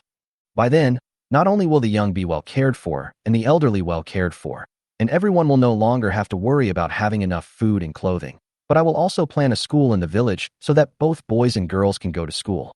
The guard's duties will not only be to protect the caravan, but also to maintain public order and other aspects. Hearing his words, the three girls' eyes lit up. They didn't care about the future responsibilities of the guard team that Chu Bai mentioned, but were attracted by the 8 words Chu Bai said. Everyone is rich and lives and works in peace and contentment. Especially what Chu Bai said, that both boys and girls can go to school, made them fascinated. Husband, you said that girls can also study? Li Han's eyes lit up and he asked anxiously. Chu Bai nodded and said, well, whether it's a boy or a girl, it never hurts to read more books. Lin Xiener said, but since ancient times, women are considered virtuous if they are not talented. If girls also study, will they be criticized? And teachers may not necessarily be willing to teach girls, right? Chu Bai sneered and said, what's wrong with boys and girls? Even saints say that there is no distinction between the classes in education. Even if girls cannot study for the imperial examination, learning to read and write is not just for the imperial examination. I just want the girls in the village to study. Who can interfere? Hearing this, Lin Xiener and the other 2 girls were all shocked. Chu Bai's words could be said to be somewhat outrageous. If it were spread by someone with ulterior motives, it would inevitably attract countless attacks from pedantic scholars. Husband, it's fine if you say these things in front of us, sisters, but don't say them outside. Lin Xiener looked at Chu Bai seriously, her eyes full of vigilance. Good. Chu Bai did not reject Lin Xiener's kindness. He understood that Lin Xiener was worried about him, and he had no plans to open a school immediately. It's not too late to express your decision when the time comes. At the very least, Wu Jiazwang was not completely united with him. Thinking of that guy Wu Sihai, Chu Bai immediately narrowed his eyes. Another reason why he wanted to set up a guard team was that he wanted to guard against Wu Sihai. This old guy was scolded so harshly by Wu Lizi yesterday that he will definitely find ways to take revenge on me when he returns. Sooner or later, he will get rid of this old guy. Otherwise, it will become a disaster sooner or later. Due to the lack of entertainment activities in the evening, Chu Bai and others prepared to go to bed after dinner. But when it was time to go to bed, Chu Bai felt a little worried again. Originally, he wanted Su Jin to sleep in the side room with the others. After all, Su Jin was only 5 or 6 years old, so there was nothing wrong with letting him sleep with the other 2 girls. But Su Jin himself refused to do it. Although he was still young, he knew the differences between men and women. Besides, Li Han and Lin Xiener are both so beautiful. No matter who he is with, he always feels awkward and has a sense of inferiority. Husband, how about letting me sleep with Xiao Jinzi? Su Qing looked at Chu Bai with a hint of pleading and said, in the past, at home, Xiao Jinzi and I always slept together. Upon hearing this, Chu Bai's eyes immediately lit up. If Su Qing and Su Jin were allowed to sleep together, wouldn't that mean he would have to sleep with both Lin Xiener and Li Han? He had proposed sleeping in the same bed many times before, but the three women strongly opposed it. Now is the chance. Yes, yes. Chu Bai immediately said, but I still need to ask Xiener and Honor. Su Qing immediately looked at Li Han and Lin Xiener. At this moment, the two girls' faces were as red as monkeys' buttocks. They all knew what would happen if they agreed to Su Qing. Judging from her husband's ability to touch people, if they really slept with Chu Bai together, Chu Bai would definitely not be obedient. After all, women in ancient times were conservative. If they did that kind of thing with Chu Bai alone, they would definitely cooperate. But if there were other people around, they would feel embarrassed. Or let's just forget it. Li Han felt his face was terribly hot, and he hardly dared to look up at Chu Bai. I think so. Chu Bai smiled at Lin Xiener and Li Han and said, our bed is not small anyway. Not to mention 3 people. Even 4 people can sleep comfortably. Hearing this, Li Han and Lin Xiener's faces became even hotter. Since you all have no objection, then it's settled? Chu Bai smiled and said, it won't take long for our new house to be built anyway, so we can just make do with it for now. When the time comes, we can let Su Jin sleep in a room of his own. Li Han lowered his head, staring at the ground, as if he had accepted his fate. Before she married Chu Bai, she was labeled as a disaster star. She married 2 men in succession, but both of their husbands were killed by her before they even entered the bridal chamber. Now that she finally has Chu Bai, not only does she no longer have to bear the label of a disaster star, but her life is also much better than before. Chu Bai also told her that after the new house is built, her younger brothers and sisters can come and live with her. Since Chu Bai is so nice to her, what is there for her to refuse? Chapter 78. The Grateful Villagers of Sujia Village. Looking at Li Han picking his fingers, Chu Bai suddenly laughed. If Li Han agrees, then is Lin Xiener far behind? But just when he thought that everything was going to be fine, Lin Xiener suddenly said, husband, since you said that the new house will be built in a short time, why don't you stay with Xiao Jinzi for a few days? Hearing this, Chu Bai's eyes immediately widened. Lin Xiener smiled and said, we sisters are all women. Although Xiao Jinzi is still young, she already understands some principles, so she will inevitably feel awkward when she is with us. But you are a man, so Xiao Jinzi shouldn't mind, right? Chu Bai looked at Su Jin helplessly and asked, little Jin, how about we 2 sleep in the side room together? As he spoke, he winked at Su Jin, trying to get Su Jin to say no. But Su Jin didn't understand. He nodded after thinking, okay. Chu Bai suddenly felt a mouthful of blood almost gushing out of his chest, but since Su Jin agreed, he couldn't say anything else. However, he didn't know how long his dream of sleeping with the big quilt would be delayed. When Lin Xiener saw Chu Bai's embarrassed look, she immediately burst out laughing. Then, he blinked at Chu Bai with great pride. That look was actually a bit playful. Chu Bai took a deep breath and looked at Lin Xiener with resentment. If Su Jin hadn't been there, he would have definitely spanked Lin Xiener's, but hard. This young lady actually plotted against him. Because his lovely wife was no longer by his side, and there was a little boy of 5 or 6 years old instead, Chu Bai tossed and turned and couldn't fall asleep when he just lay down. It was not until the second half of the night that he fell into a drowsy sleep. The next day, he was woken up by Su Jin while he was still dazed. Sister, brother-in-law, there are a lot of people outside. Su Jin lay on the edge of the bed, looking at Chu Bai with wide eyes. What? Chu Bai immediately started to ask, who is it? Was he worried that he had exposed too much of his wealth and was being targeted by bandits? The guard team has not been formed yet, and he can't defeat so many bandits by himself. Moreover, he has 3 beautiful wives. If Lin Xiener and the other 2 were abducted by the bandits and taken to the mountain, they would definitely suffer a lot of torture. Su Jin was shocked by his momentum and said quickly, they are all from our village. They said they want to build a house for you. Oh. Chu Bai finally breathed a sigh of relief and said with a hint of resentment, I thought it was bandits that entered the village. Bandits these days do more than just rob people on the road. They even break into villages and rob people during the autumn harvest. Among the memories left by my predecessor, there is a scene of bandits entering the village. When these bandits arrived, they did not just kill people without saying a word, but instead collected taxes from the villagers like the government did. As long as they pay a certain amount of food or money, they will leave. But the taxes they demand are even harsher than those imposed by the government. Anyone who fails to pay them will surely become their victim. Over the years, more than a dozen people in Wujiazwang have died at the hands of bandits. Why are these people here so early? Chu Bai looked up and found that it was just dawn outside. According to the time in my previous life, it is only a little after 5:30 and not even 6 o'clock. This is simply too early for Chu Bai, who is used to working from 9 to 5. However, since they were already here, he couldn't just stay in bed any longer. I stretched, got up from the bed, put on my clothes, and went out. When he arrived at the gate of the yard, he found that all the people he had met yesterday were there. Moreover, there was a look of hope on these people's faces. Chu Bai changed his mind and guessed that they might be worried that he was just joking yesterday, or that some other accident might have happened. Everyone's here early? Chu Bai looked around and asked, "Have you all eaten?" Hearing this, everyone quickly said that they had already eaten. But Chu Bai found that they seemed a little unnatural when they said this. Coincidentally, a rumbling sound of a stomach was heard. I don't like people who tell lies. Tell me the truth. Have you eaten? Chu Bai asked again with a hint of anger on his face. No. Everyone lowered their heads and told the truth. All right. Chu Bai nodded and said, "Since you haven't eaten yet, let's eat something together. You all do physical work. How can you survive without a full stomach?" Hearing this, everyone waved their hands and refused. No need. We can work without eating. We are not hungry, so we don't need to eat. We can eat at noon. We're not hungry now. Everyone unanimously rejected Chu Bai's kindness. Chu Bai rolled his eyes and said, "Don't worry, I won't deduct your meal money, but it's just for today. If any one of you doesn't eat breakfast tomorrow, you don't have to come again in the future." Hearing this, everyone showed shocked expressions on their faces.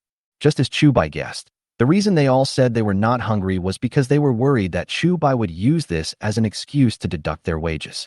Unexpectedly, Chu Bai actually expressed their concerns directly and said that he would not deduct any money. All along, those landlords have been trying every means to get money from them. When have they ever seen someone as good as Chu Bai? Okay, come in and wait for a while. Chu Bai touched his belly and said, "It's a bit too much food for 20 people, don't worry." In fact, the rumbling sound of his stomach just now was made by himself. He stayed up until midnight yesterday and was already very hungry. After Chu Bai finished speaking, he opened the gate and let everyone in. He went to the kitchen and cooked for 20 people with Li Han and Su Qing. You don't have to eat too well in the morning, and these villagers don't have high requirements for food. A bowl of white porridge and a plate of pickles are enough to make these villagers grateful. Not long after, Li Han and Su Qing came out carrying a large pot of white porridge. "You guys came too early, and I didn't prepare anything, so just drink some porridge first."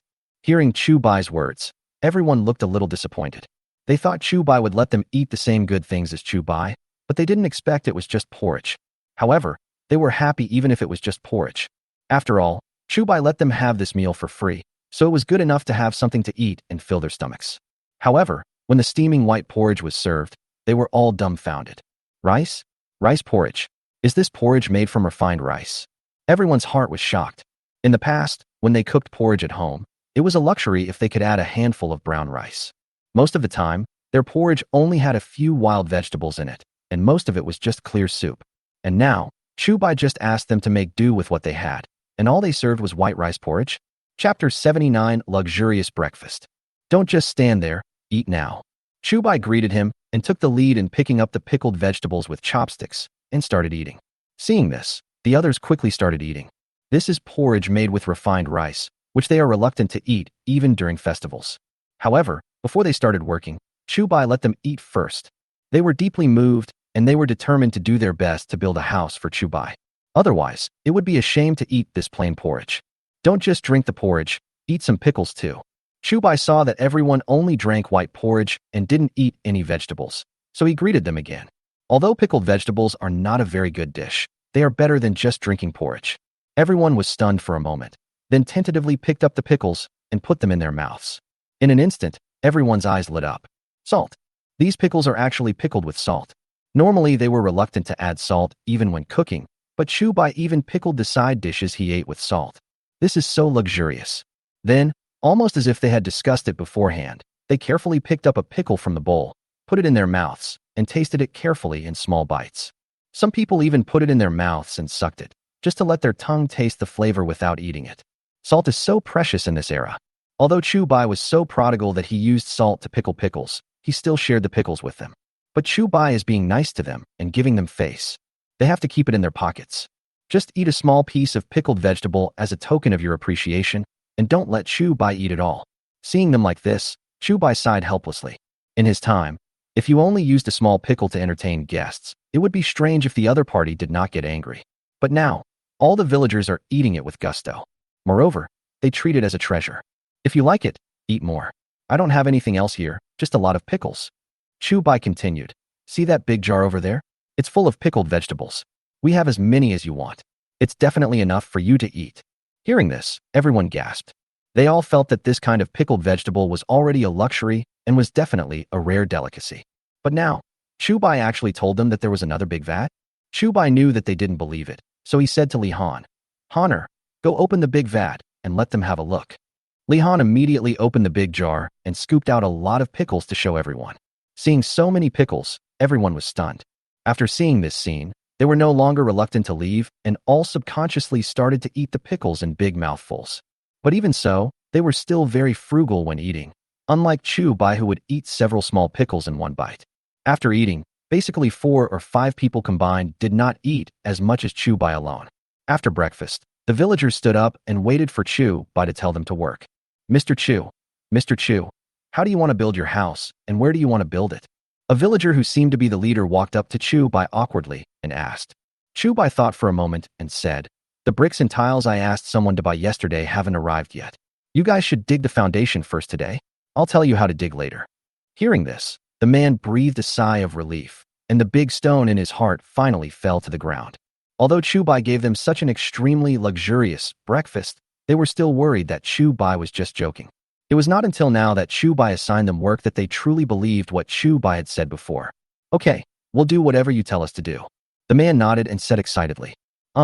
Chu Bai looked at the man and asked, What's your name? The man replied, Master Chu, my name is Lu Chu, and I am a distant relative of Master Lu. After hearing what he said, Chu Bai immediately understood why this person came to talk to him. Okay, I understand. Chu Bai nodded and asked, Did you all bring shovels? Hearing this, Lu Chu said with a somewhat unpleasant expression, Master Chu, among the 20 of us, only 4 of us brought shovels. It's not that they don't want to bring it, but there is really nothing they can bring. These days, not only salt and grain are expensive, but even ironware is very expensive. Some families are so poor that they don't even have a kitchen knife. When they cook on weekdays, they just tear the vegetables into pieces with their hands and throw them into the pot. If you encounter something that requires the use of a kitchen knife, you can borrow one from someone else. Only 4 people brought it. Chu Bai muttered to himself and then said, It's okay. In this case, let those who don't have a shovel go to the next yard to get a shovel. The craftsman Zhao Chong lives in the next yard. Zhao Chong has been almost always busy since he came to Wujiazwang. At the beginning, Chu Bai only asked him to make a stone mill. But later, when they found out that Zhao Chong was also a blacksmith, they asked him to pick up this skill. In order to practice, Zhao Chong made dozens of shovels and pickaxes. While the two were talking, Uncle Wu San came in with 20 or so young people, Wu Laotian and others. Hey, why are there so many people?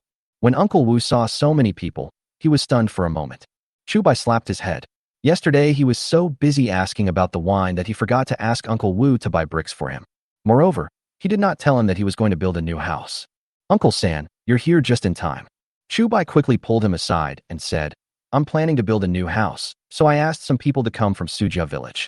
When you go to the county town later, please buy some bricks for me. Uncle Wu looked at Chu Bai in surprise, but when he thought of Chu Bai's current wealth, he nodded and said, You really should build a house now. He did not ask Chu Bai why he did not find people to build the house from Wujiazwang, but instead from Sujia village. Chu Boy, these are the young people from our village. After I talked to them yesterday, they all wanted to join the guard team. Uncle Wu then mentioned the matter of the guard team. Good. Chu Bai looked at those young people and felt a little emotional. Wujiazwang is a relatively large village, and under normal circumstances there are at least 60 or 70 young people of marriageable age. But now, all the young people added up are only more than 20. Even so, there are a few people in their 30s among these 20 or so people. This shows how few male descendants there were in the Dayu dynasty. Almost half of the men in Wujiazwang had served in the army, but most of them did not come back alive. There are very few people like Uncle Wu who were injured on the battlefield but came back alive.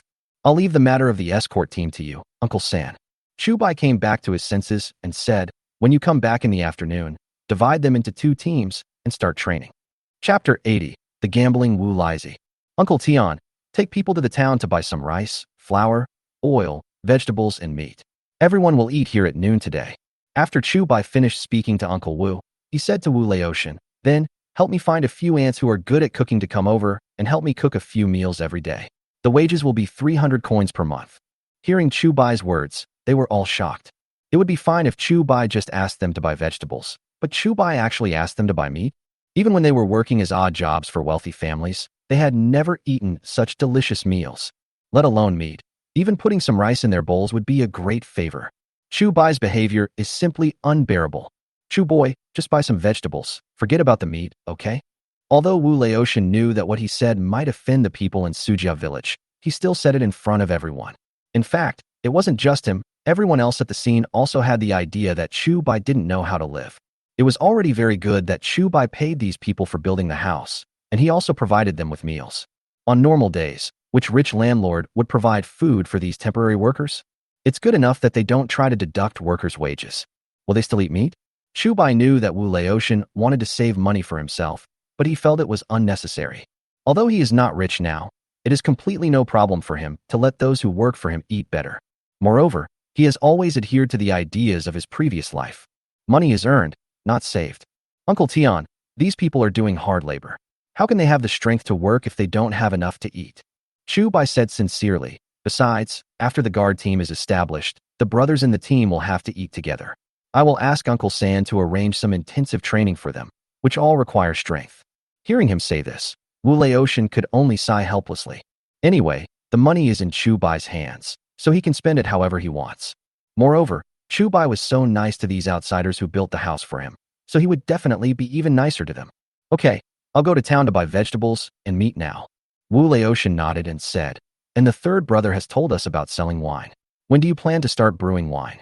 Chu Bai thought for a moment and said, I originally planned to brew wine in Zhao Chang's courtyard, but now I think it's not appropriate. In that case, I won't build a new house yet. Let them build a factory for us first. Others don't know about distilled liquor yet, but once they know, they will definitely find ways to investigate Chu Bai's method of brewing liquor. If he set up the winery in Zhao Chang's courtyard, not only would the place be too small, but it would also have poor concealment. Anyone could have discovered the secret of distilling liquor. Even if the other party cannot crack it immediately after returning, they will find a way to brew distilled liquor sooner or later. Therefore, his best option was to rebuild a factory and patrol the area every day. In this way, the secret of distilled liquor can be guaranteed not to be known to others. After Chu Bai finished speaking, he looked at Uncle Wu and said, Uncle, starting tomorrow you won't have to deliver amber eggs to Wangshenlu every day. I will put the finished amber eggs in the tofu shop in the city. If Wangshenlu needs an amber egg, just go to the tofu shop and get it. Next, you should train the guards well and try to make them independent as soon as possible. Hearing this, Uncle Wu nodded immediately and said, Okay, I'll bring more amber eggs this time. After Uncle Wu and Wu Laotian left, Chu Bai asked the villagers of Sujia village to go to Zhao Chang's yard next door to get some shovels. Although 4 of these people brought shovels, Chu Bai took a look and found that the quality of these shovels was not good. Yes, but it's almost the same as not. He then asked the 4 men to get new shovels as well. He then wandered around the village, not only looking for a suitable place to build a new house, but also to select a place to use as a winery. The new house and the winery cannot be too far apart. Soon, he locked onto an area. Lizi, who owns this place? Chu Bai pointed to the place ahead and asked Wu Lizi who was following him. Wu Lizi said, This piece of land belongs to your family, don't you know? Chu Bai was stunned for a moment and asked in surprise, Mine? Wu Lizi nodded and said, Yes, Mr. Chu bought this land a long time ago. It seems that he was planning to do something with it, but later he was delayed by other things and it has been left and used ever since. Chu Bai thought about it carefully and it seemed to be true. However, Mr. Chu's predecessor was still young when he bought the land, so he did not have a very deep impression of it. Okay, since it's my house, it's easy. Chu Bai groaned and said, The winery hasn't been built yet, and you don't have anything to do these days. Why don't you help me direct the villagers of Sujiao village to dig the foundation? Wu Lizi agreed without even thinking. Okay. Seeing that he agreed so readily, Chu Bai was a little surprised. Thinking of the money he gave to Wu Lizi the day before yesterday, he immediately asked, Lizi, you didn't use the money I gave you to gamble, did you? He knew Wu Lizi's character very well and was worried that Wu Lizi would go gambling again after getting the money. But this actually has nothing to do with him. The reason why he used Wu Lizi was, on the one hand, because of Wu Lizi's talent in wine tasting, and on the other hand, because Wu Lizi had disgusted Wu Sihai for him, and he would not go back on his word since he had promised it. Wu Lizi looked at Chu Bai with an awkward expression and whispered, I didn't want to go at first, but Zhao Xin kept pulling me, so I couldn't help but go and play a few rounds. Chu Bai took a deep breath and asked angrily, "You won't lose everything, will you?" Wu Laizi hurriedly shook his head and said, "No, I still have a little left." Chu Bai looked at him in disbelief and asked, "Where is the remaining silver?" Wu Laizi swallowed his saliva, not daring to look up, and said, I gave it to someone else." To someone else? Chu Bai was stunned for a moment, and suddenly he didn't believe it anymore. He knew people like Wu Laizi very well. If he was willing to give the money to others, that would be really weird. "Tell me the truth, where did you spend the money?" Chu Bai raised his voice and questioned harshly. Wu Laizi is not important, but it will be troublesome if someone uses Wu Laizi to steal the secrets of distilled liquor in the future. Wu Laizi was frightened by Chu Bai and said quickly, "I will go to the brothel and give all the silver to Yunyang." "You?" Chu Bai glared and said angrily, "Don't do anything today, just go back to where you came from." Chapter 81. Just buy this little bit of meat? Hearing Chu Bai's words, Wu Laizi immediately lowered his head in shame. When Chu Bai first gave him silver, he thought Chu Bai was a fool. But then he stared at the two taels of silver all night, and suddenly he had a sincere feeling of repentance. After all, before this, everyone avoided him like a tiger. Only Chu Bai not only gave him a job as a wine taster, but also offered him a very high salary.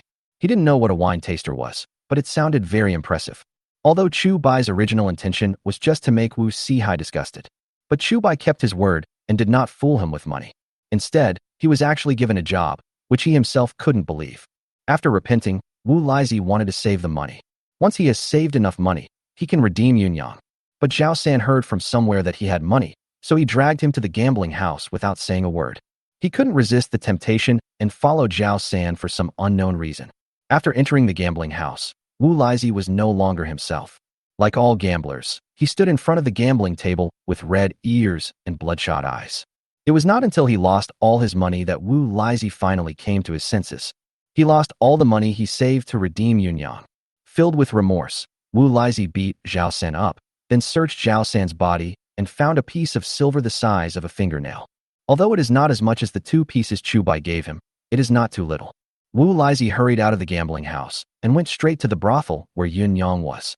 When he arrived at the brothel, Wu Laizi did not look for a girl, but asked the madam about Yunyang's whereabouts, and then gave the silver directly to Yunyang.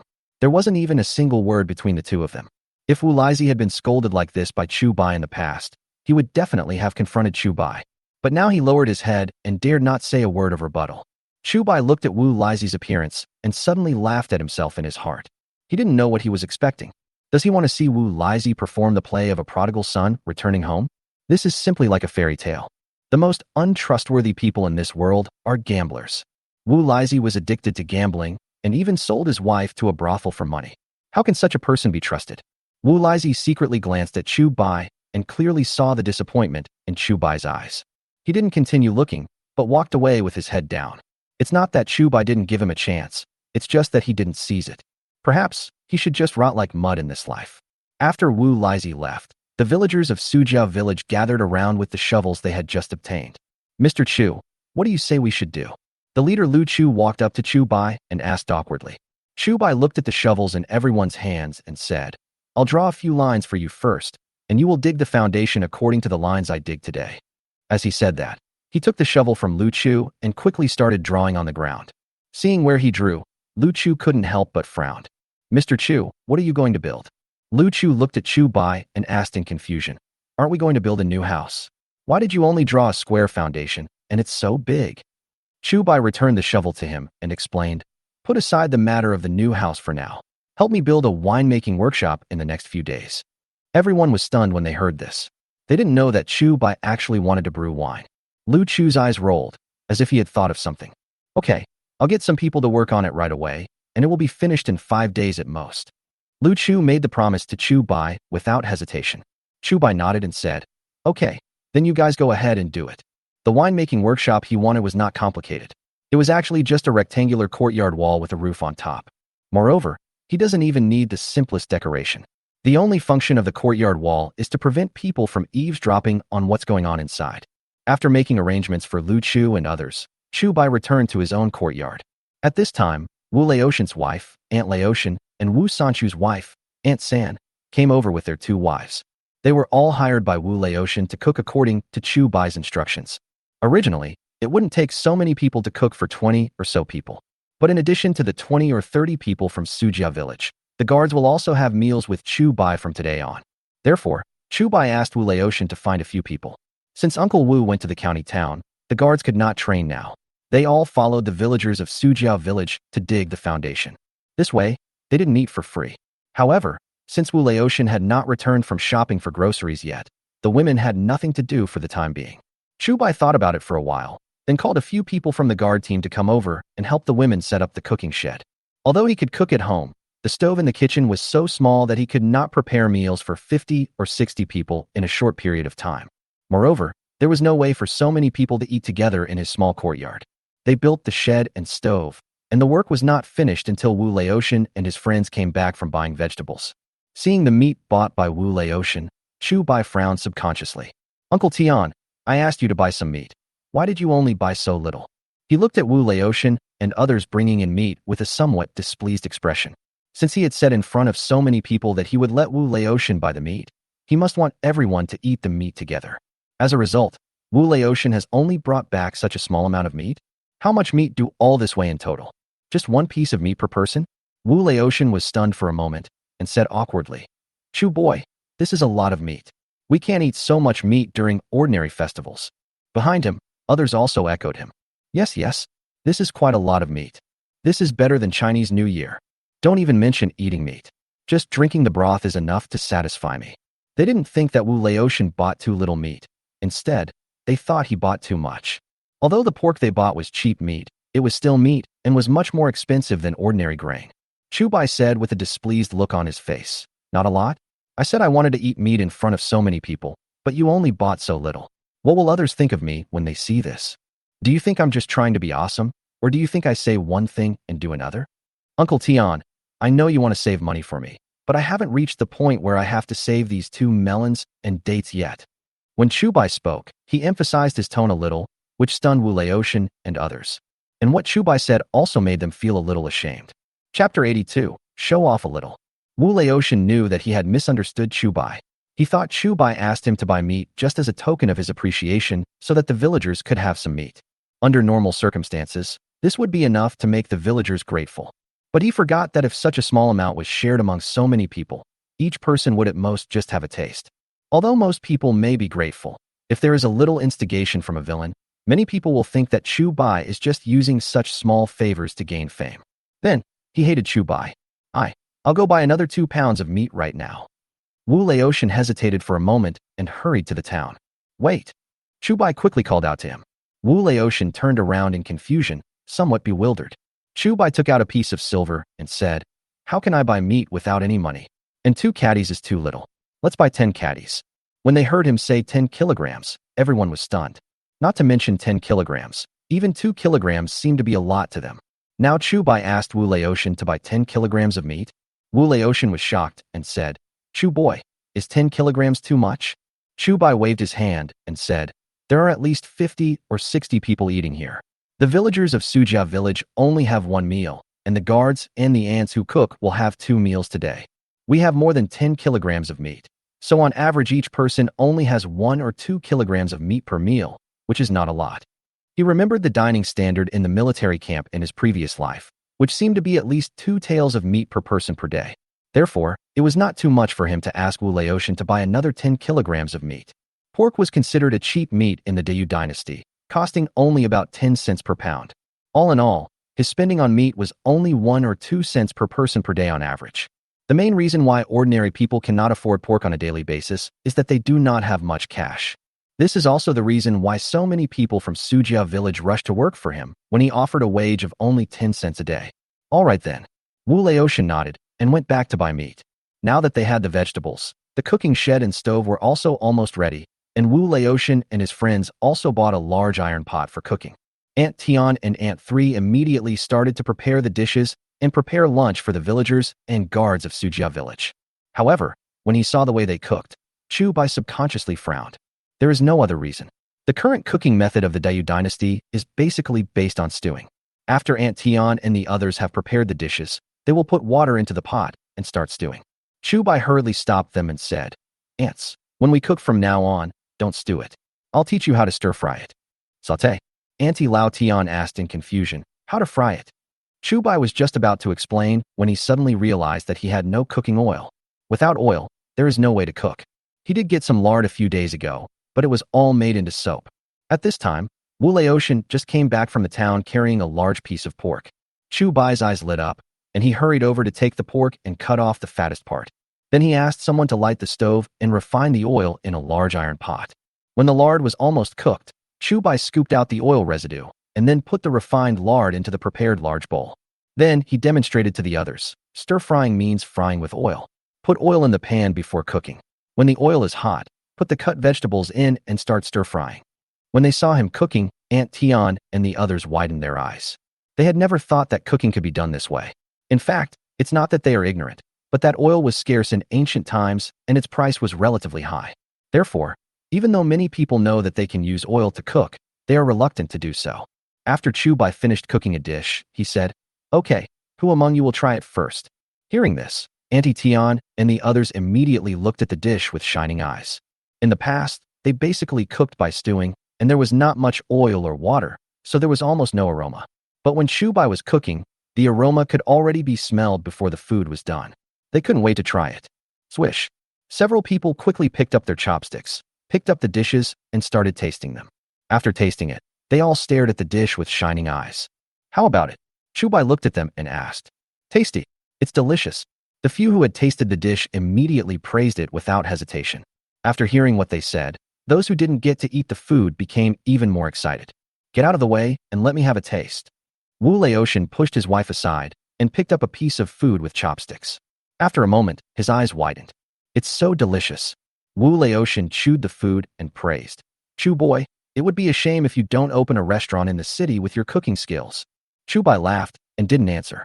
It's not that he hasn't thought about opening a restaurant, but he has a good relationship with Wang Shenlu now. If he opens a restaurant, he will definitely compete with Wang Shenlu for business. Moreover, Wanxian Tower has a deep background and seems to be able to directly lead to the capital. Opening a restaurant at this time and offending them would undoubtedly be an unwise choice. Besides, he has a lot of important things to do. If he were trapped in the restaurant, not only would it delay things, but it would also be extremely torturous. While they were talking, those who hadn't had any food started to pick up the food with their chopsticks and taste it. They all had expressions of satisfaction and surprise on their faces. Although I haven't been to any of the big restaurants in the city, this dish is definitely better than any of the restaurants in the city. It's a pity that Chu Bai doesn't become a cook. If I could eat such delicious meals every day, I would do anything. Everyone couldn't help but sigh and echoed what Wu Laotian had said before. What's a pity? A voice came from behind everyone. Chu Bai looked back and saw that it was Uncle Wu who had rushed back from the county town. Uncle San, so fast? Chu Bai asked in surprise. Uncle Wu said, I know you're anxious, so I walked a little faster. Then, he noticed the dish that had just been cooked and asked in surprise. Hey, what is this dish? Why is there no soup? Wu Laotian said, Third brother, this is Chu's cooking. Come on and try it to see if it tastes better than the dishes made in the big restaurants in the city. Hearing this, Uncle Wu immediately took a pair of chopsticks and started tasting it. After a moment, he said with his eyes wide open, Yes, this cooking skill is not only better than those in the restaurants in the city, but also those in the restaurants in the capital, and even the chefs in the palace are not as delicious as this. Hearing this, everyone curled their lips. This old soldier is pretending again. He said this as if he had eaten the food cooked by the royal chef in the palace. Chapter 83. Uncle Wu is not simple. Everyone thought that Uncle Wu was just bragging and ignored him. But Chu Bai rolled his eyes and took this sentence to heart. Uncle Wu had said before that he once drank with a general. Now he said that the cooking skills of the imperial chefs in the palace were not as good as his. If Uncle Wu is not pretending, then what he said is very likely true. This means that either the commander-in-chief that Uncle Wu Sin followed at the time had a high status, or Uncle Wu Sin also had a high status in the army at the time. In fact, everyone knew that Uncle Wu retired from the army because he was injured, but no one knew where Uncle Wu Sin came from as a soldier. In this case, Uncle Wu's origins are worth speculating about. In the entire Dayu dynasty, there are not many people who can be called marshal. Uncle San, have you really tasted the cooking skills of the imperial chef in the palace? Chu Bai stared at Uncle Wu, trying to discover some secrets from him. Uncle Wu was stunned for a moment, as if he realized that he might have said something wrong. He waved his hands hastily and said, Chu Boy, I was just bragging. Why did you take it seriously? After hearing what he said, Wu Laotian and others became even more contemptuous. This old soldier is just pretending in front of them on weekdays. Now he is pretending in front of Chu Bai. Chu Bai looked at Uncle Wu and found that he had an obvious hesitation just now. Besides, Uncle Wu is not the kind of person who likes to brag, and he rarely even jokes. In other words, it is very likely that the latter sentence is a lie. Uncle Wu has really tasted the cooking skills of the imperial chefs in the palace. Chu Bai stared at Uncle Wu closely, as if he had discovered some invaluable treasure. A retired veteran who had eaten in the imperial palace actually lived in seclusion in the small Wujia village. This is so shocking. Uncle Wu found Chu Bai looking at him, and quickly said with a smile, "Chu boy, don't look at me like that. I'm just bragging. Don't take it seriously." Chu Bai chuckled and said, "I understand." Although the Dayu dynasty did not have a messy military system, it still had martial arts masters. Uncle Wu is most likely the real master. And now, such a master has joined his guard team. He made a lot of money, didn't he? Uncle Wu looked at Chu Bai, seeming to want to say something, but stopping himself. He knew that Chu Bai might have discovered his secret, but he was not sure. And now, he is definitely making more and more mistakes. Instead of this, he might as well let Chu Bai continue to misunderstand. As for his identity, ever since that incident, even he himself couldn't remember whether he was a human or a ghost. Okay, stop standing there. Chu Bai glanced at the sun and said, "It's already noon, so let's quickly fry the remaining dishes so as not to delay people's meals." Aunt Tian and third aunt immediately started cooking in the same way Chu Bai had just done. Chu Bai did not leave in a hurry, but patiently provided guidance. For example, when will the food be cooked and how big a fire is needed when cooking? Aunt Tian and her family are indeed good cooks. It didn't take long for them to become familiar with cooking, and they became more and more adept at it. Chu Bai watched them cooking and wondered whether he should make a recipe. But he just thought about it for a moment and put the idea behind him. Not to mention that I don't have many of the ingredients needed in the recipes. The key point is that Aunt Tian and the others can't read.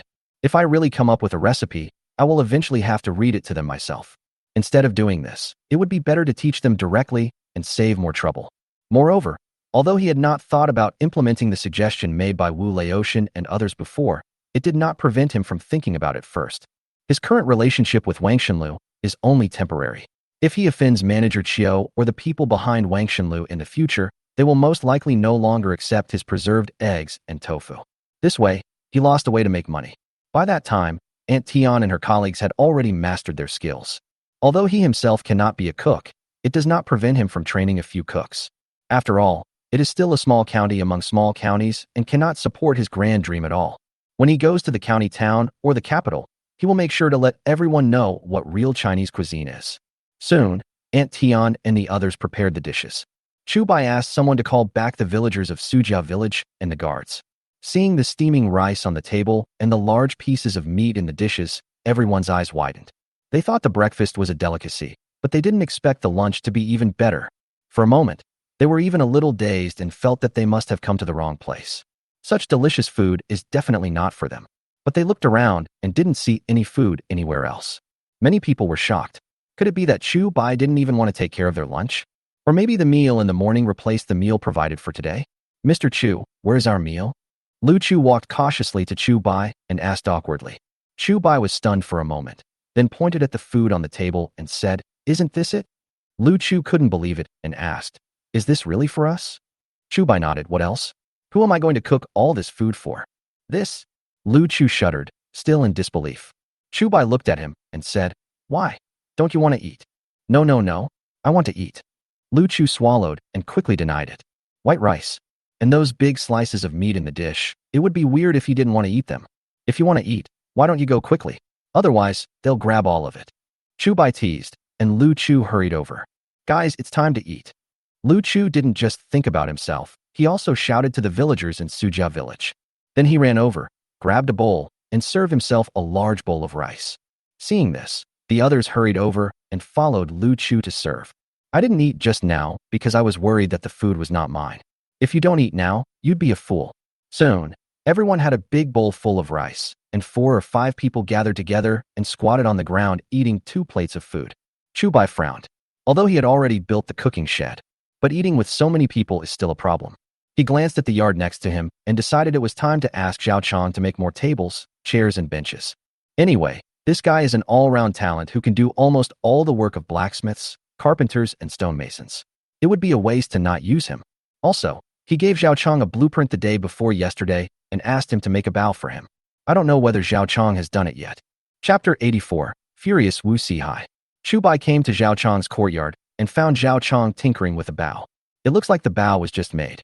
Chu Bai's face lit up with joy, and he walked up and asked, "Brother Chong, are you done?"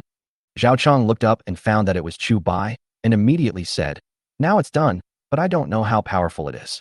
Chu Bai took the bow and tried it out. When ancient people mentioned bows, they would always say how many stones a bow weighs. He didn't know how many stones the bow weighed, but he easily pulled it into a full moon. Therefore, this bow is probably not even a crossbow. However, the design he gave to Zhao Chong was a recurved bow that was much more powerful than ordinary bows. Even if this bow cannot be considered a stone bow, its power will not be too bad. In fact, he originally wanted Zhao Chong to make him a compound bow or a repeating crossbow. However, he only remembered the general principles of the compound bow and repeating crossbow, and there were many things that needed to be carefully recalled and repeatedly verified. In order to save time, Chu Bai asked Zhao Chong to make him a recurved bow first. Chu Bai pulled it a few times, and the novelty soon wore off. He asked Zhao Chong, "Brother Chong, a bow without arrows is not enough. Didn't you make a few arrows?" Zhao Chong shook his head and said, "Not yet. Besides, I have run out of materials for making arrows. I need to go to town to get some." "Going to town again?" Chu Bai nodded and said, "Okay then, when you have time, go to town and get the necessary materials, and then get a few tables and benches for dining." "Okay, I'll do it right away." Zhao Chong agreed immediately.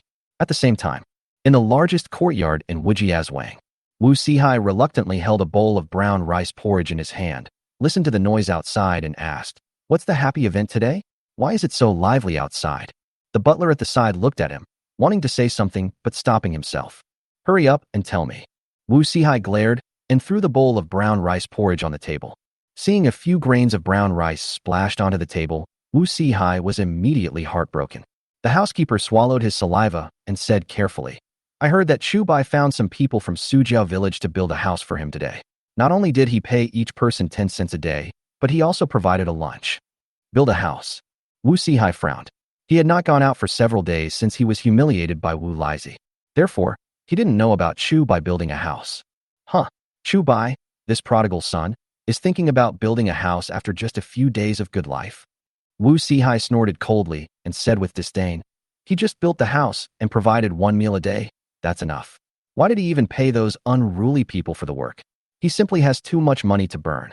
After saying that, he carefully moved the brown rice grains into the bowl and continued to ask, "Although Chu Bai provides 1 meal a day, the most he can do is give those unruly people some wild vegetables, right?" The housekeeper was stunned for a moment and whispered, "I just saw Wu Laotian and his men buy several bags of rice and more than 10 kilograms of pork.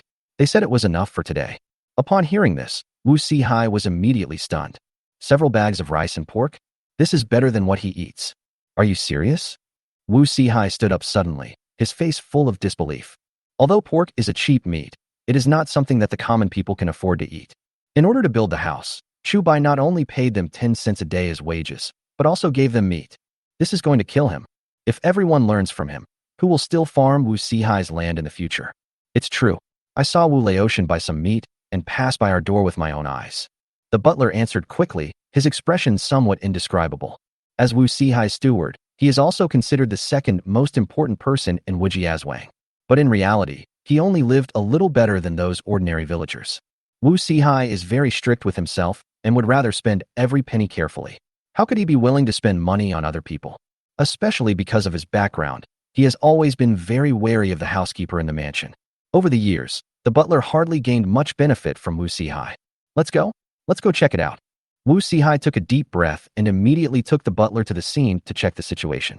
When he arrived at the door, he felt something was wrong and asked the housekeeper to call all the servants in the house. Soon, they arrived at the place where everyone was eating. Because Chu Bai didn't urge them, the villagers of Sujiao village started chatting while eating. Therefore, when Wu Sihai and his men arrived, the first thing they heard was all kinds of laughter and joy. Then, there is the aroma of various dishes. "This dish smells so good." Someone sniffed hard and couldn't help muttering. Then, someone suddenly shouted in a low voice, "Look, those people have big pieces of meat in their bowls." The moment they saw the slices of meat, their eyes all turned red. Although they had no worries about food and drink following Wu Sihai, they just barely avoided starvation. Not to mention meat. Even rice can only be eaten a few times a year. And now, the villagers of Sujiao village can eat delicious rice and meat just by building a house for Chu Bai. This treatment is simply great. Although the villagers didn't even have a place to eat, almost all of them were squatting. But Wu Sihai's servants still drooled with envy. Wu Sihai noticed the expressions of these servants and was immediately stunned. When the butler first said that there was meat in Chu Baiguan's rice, he didn't believe it. Now that he had seen it with his own eyes, he couldn't help but believe it. Moreover, Chu Bai gave those people a lot of meat to eat, and there was at least 1 or 2 pounds of meat in each person's bowl. Spendthrift. This is such a waste. Master, when can we eat meat? A servant asked Wu Sihai subconsciously. Eat meat. Wu Sihai raised his eyebrows and snorted. Come back with me. He felt a little regretful at this moment. He should have known not to bring these servants out. But it was too late to regret now, and he knew the temperaments of these servants very well. In the final analysis, they are just a bunch of peasants. Even if I don't give them meat, what can they do? Wu Sihai returned home in silence, grabbed a teapot and threw it to the ground. With a snap, his favorite teapot was smashed into pieces. The next moment, he immediately felt extremely distressed. Normally, he would not even use too much force to touch this teapot, but now it was smashed to pieces. It's all Chu Bai's fault. If it weren't for him, how could I have accidentally dropped it? Moreover, Chu Baiyan was becoming richer and richer. This made him feel a little uneasy, and his subconscious was telling him that he must not let Chu Bai continue to develop. Suddenly, a hint of viciousness appeared in his eyes. Go call Huang San for me. Wu Sihai looked at the butler next to him and gave orders directly. Huang San was the servant who had mentioned to him before that he had a cousin who was a bandit in the mountains. Chapter 85. Hiring a killer? The housekeeper was stunned for a moment and asked in surprise, Master, isn't it too early to call him Huang San now? He has followed Wu Sihai for so many years, so he naturally knows what Wu Sihai is thinking. It was simply that Chu Bai's behavior hurt his reputation, and he was also holding a grudge for being humiliated by Wu Lizhi the day before, so he wanted to avenge both the old and new grudges at the same time. Chu Bai now has as much money as him, and he also knows the shopkeeper Chiu of Wangshenlu. In this way, he, who is playing with white, may not be able to defeat Chu Bai. Therefore, he set his sights on those who were not in the limelight. Wu Sihai glared and snorted. If not now, when will you call Huang San? Do we have to wait until Chu Bai replaces me as the village chief of Wujiazwang before we can ask Huang San to find someone? Although he only took a quick look today, he felt a little scared from the bottom of his heart. It's only been a few days. Chu Bai can actually let those who work for him eat meat. If time goes on a little longer, wouldn't Wujiazwang become Chu Bai's world? At that time, would Wujiazwang still have a place for him to stay? He must nip this hidden danger in the bud before Chu Bai grows up. The housekeeper nodded helplessly and said, I'll go call Huang San right away. He understood Wu Sihai's concerns, but he was also a little worried. Those people are bandits. Once you get involved with those people, it will be difficult to get rid of them. Soon, the housekeeper led Huang San to find Wu Sihai. Master, you're looking for me? Huang San came before Wu Sihai with a humbly gesture.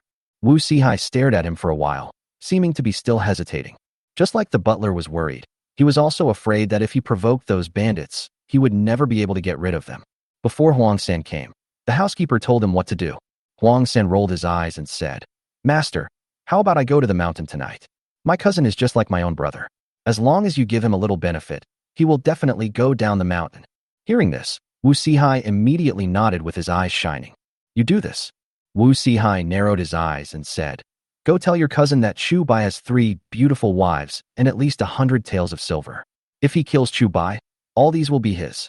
Hearing this, Huang San immediately cursed in his heart. This old fellow is so reluctant to give out even a penny for his benefits. Okay, I'll go into the mountains and look for my cousin. Although Huang San was disdainful in his heart, he still nodded and prepared to leave. Although Wu Sihai is very stingy, if his cousin can kill Chu Bai, he will definitely get a lot of benefits. Maybe he can also benefit from it. Apart from anything else, he has been coveting Chu Bai's 3 beautiful wives for a long time. Even if you can't eat it, it's good to be able to get some benefit. After Huang San left, the housekeeper asked worriedly, Master, are you sure you really want to deal with those people? They are not so easy to get rid of. Wu Sihai snorted coldly. How could this master not know that those people are not easy to get rid of? But now besides looking for those people, what else can this master do? Besides, as long as Chu Bai dies, the tofu shop and amber eggs he left behind will all belong to me. With these things, I can have whatever I want, right? Hearing this, the butler felt somewhat contemptuous. But he didn't say much. After all, What Wu Sihai said made sense. When bandits kill people, they only take away money and women. The bandits could not take away the property left by Chu Bai, so Wu Sihai was the only one left. In this way, Wu Sihai did not contribute anything, but gained the most benefits. The other side. Chu Bai took the bow made by Zhao Chong to his own courtyard. Because he had no arrows, he had no way to test the power of the bow, which made him itchy. By the evening, the villagers of Sujia village had worked together to dig the trench that Chu Bai needed. We just need to wait until tomorrow to make the ground more solid, and then we can build the foundation. Moreover, Uncle Wu is very efficient. He went to buy the bricks in the morning, and the people had already delivered the bricks in the afternoon. In addition to the blue bricks and stones needed to build the house, Uncle Wu also bought a lot of glutinous rice and had it delivered. In ancient times, there was no cement concrete. If people wanted to build houses sturdily, they usually used glutinous rice and lime slurry. However, compared with simple lime slurry, the cost will inevitably increase greatly.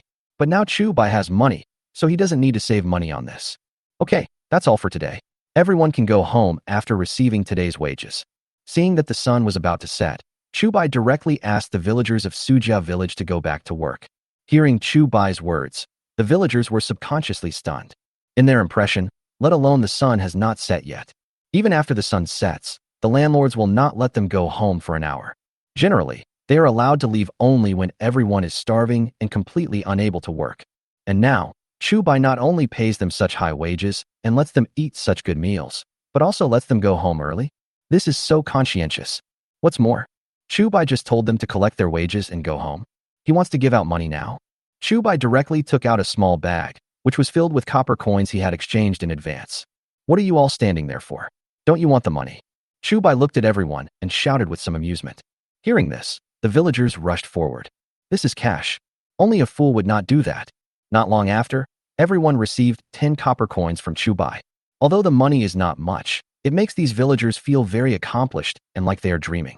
It was extremely difficult for them to earn some copper coins in the past. And now, they just worked for Chu Bai for a day and actually earned 10 cents? Okay, if there's nothing else, let's go home. Chu Bai looked around and shouted. Also, when you come tomorrow, eat breakfast before coming. If anyone comes without eating, I will not only not care about his meal, but also not let him do his work. After hearing what he said, those who were still planning to take advantage of him immediately gave up their ideas. Chu Bai had said long ago that only one meal a day was enough. This morning, Chu Bai was kind-hearted and let them have a free meal. If they come on an empty stomach again tomorrow morning, they won't even have a chance to work. There are not many opportunities to make cash nowadays, and everyone cherishes it very much.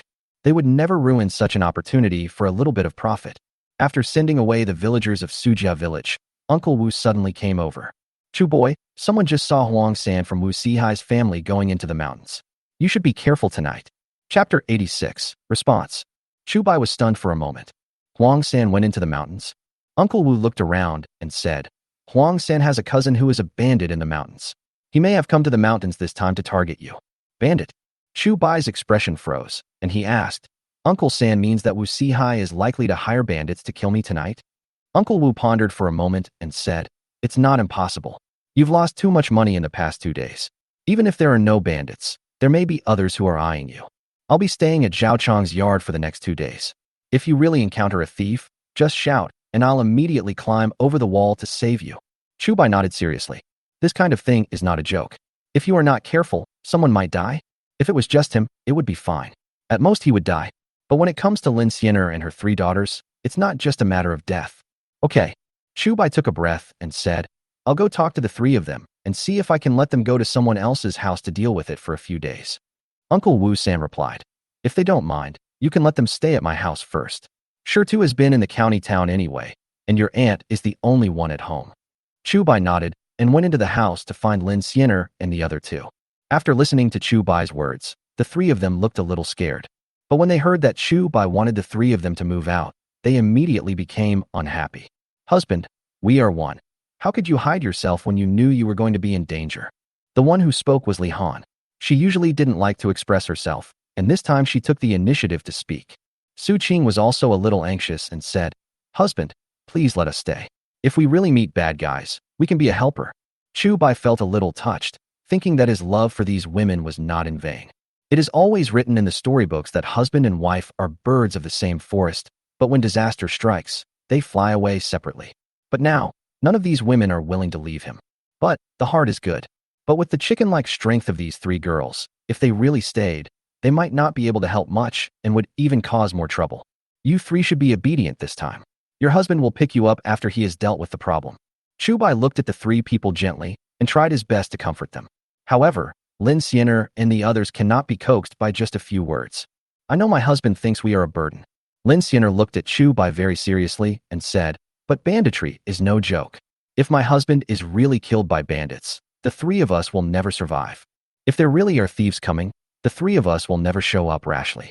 We will hide well until my husband has dealt with the thieves. Besides, it's not that the three of us are completely helpless. We three sisters can take turns keeping watch at night. If we hear any noise, we will wake up our husbands immediately. As she finished speaking, Su Qing and Li Han also nodded very seriously.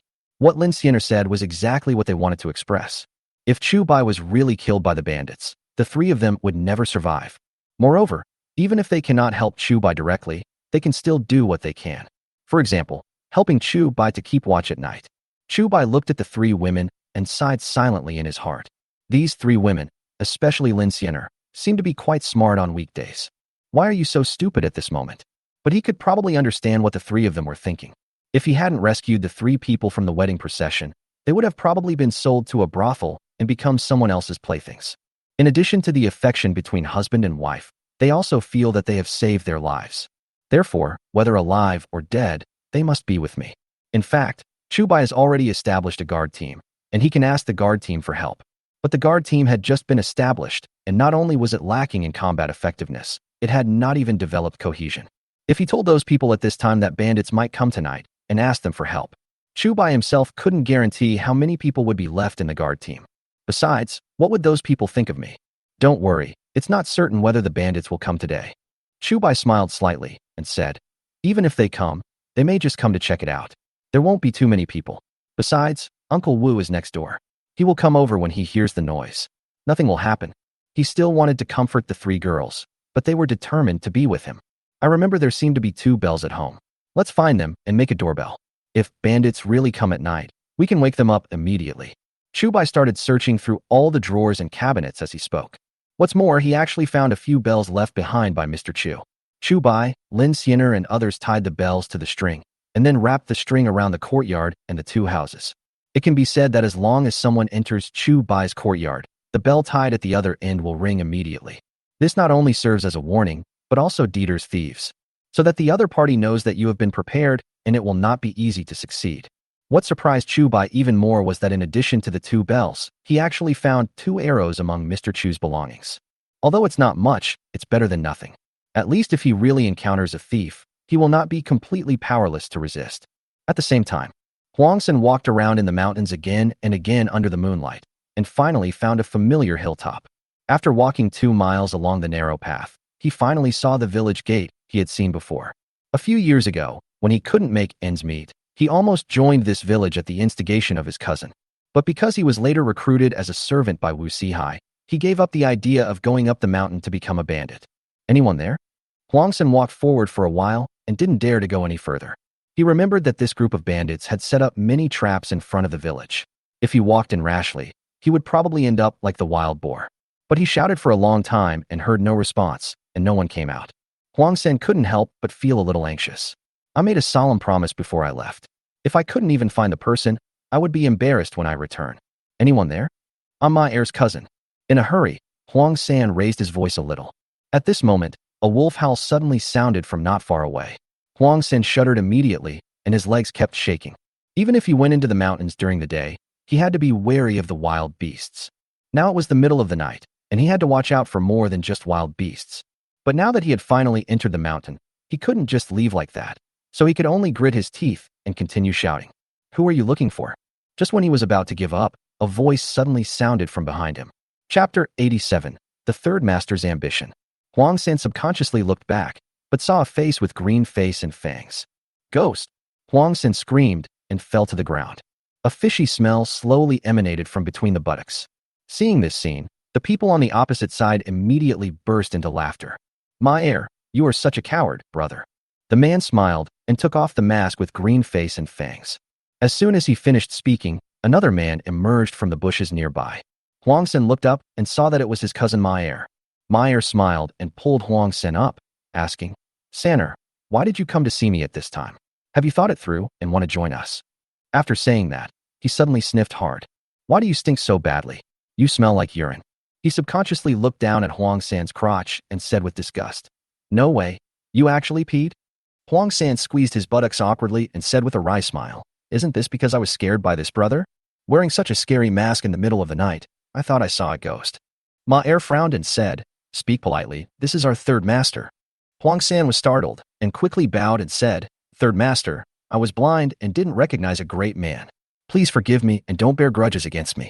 The third in command seemed to still be enjoying the prank he had just played. He didn't take it seriously and just hummed casually.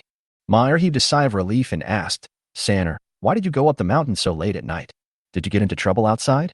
Huang San immediately shook his head and said, Cousin, I came up the mountain this time to find you for good things. Good thing. Ma Er squinted his eyes and said in disbelief, You kid, you still want to find me for good? When was it not you who caused trouble and I cleaned up your mess? Although they are cousins, they grew up in the same village. Therefore, the two brothers are very familiar with each other. Huang San is a man who is involved in all kinds of eating, drinking, whoring, and gambling, but at least when something good happens, he only thinks about himself. Cousin, you look down on your brother, don't you? I really have good things to do with you this time. Huang San looked around pretentiously and said in a low voice, You have all heard of amber eggs and tofu, right? Hearing this, Ma Er looked at the third in command in confusion. San's face lit up immediately and he said, Do you have the secret recipe for amber eggs and tofu? Ma Er was just a small follower in the mountain, so he didn't know about amber eggs and tofu. But he is the third in command, so he naturally knows. Amber eggs and tofu are sold out in the county. When he and the boss went to the county town, they also had dinner at Wangshenle. He still remembers the taste of amber eggs and tofu.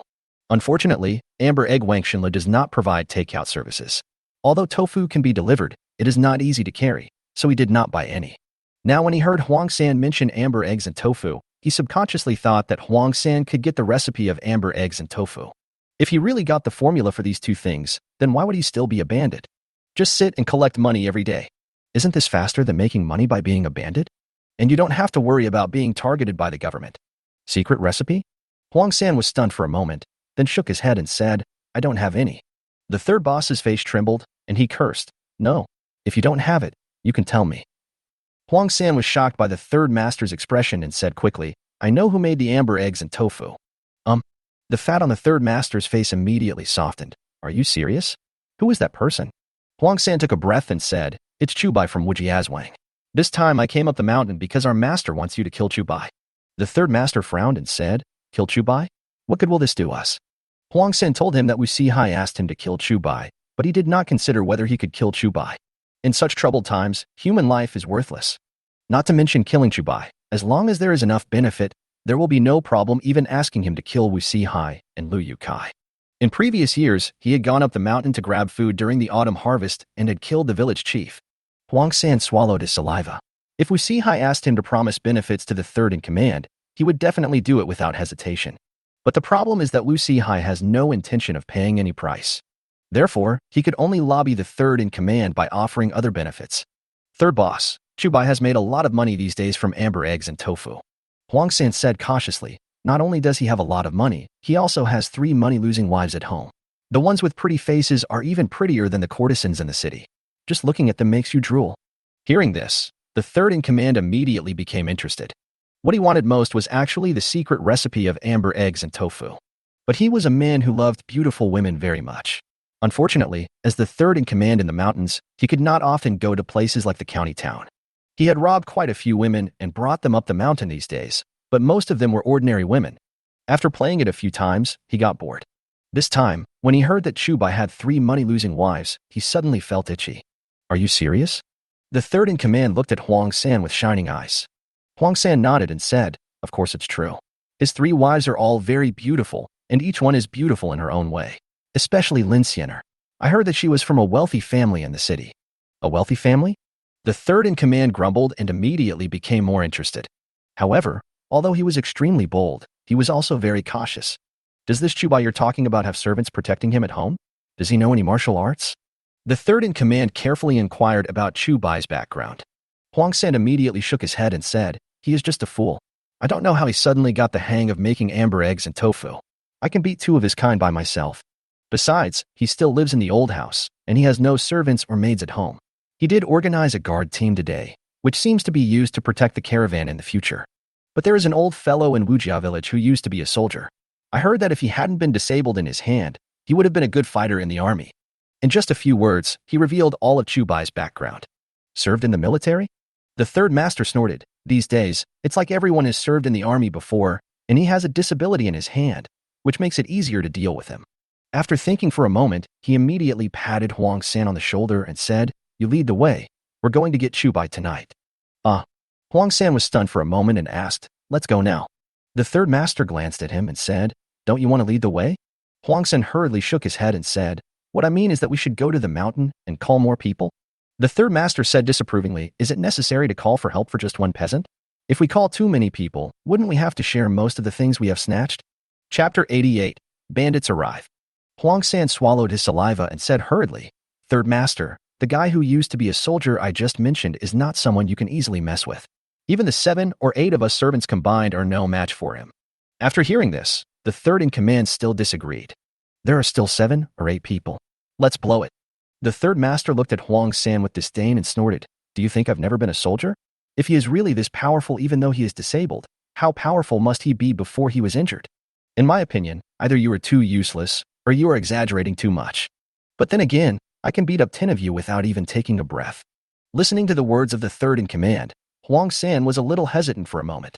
He had seen Uncle Wu's abilities with his own eyes, but he had no idea what this third in command was like. Seeing that he didn't believe him, Ma-er immediately grabbed his arm and said, "Sanner, our third master was a centurion in the army. Ordinary elite soldiers were no match for him. If it weren't for the trouble, how could you see him here?" After hearing what he said, Huang San finally felt a little more confident. "Okay, then I'll take you to Wujiazwang." Huang San said this, and then he took Ma-er and the third leader to Wujiazwang.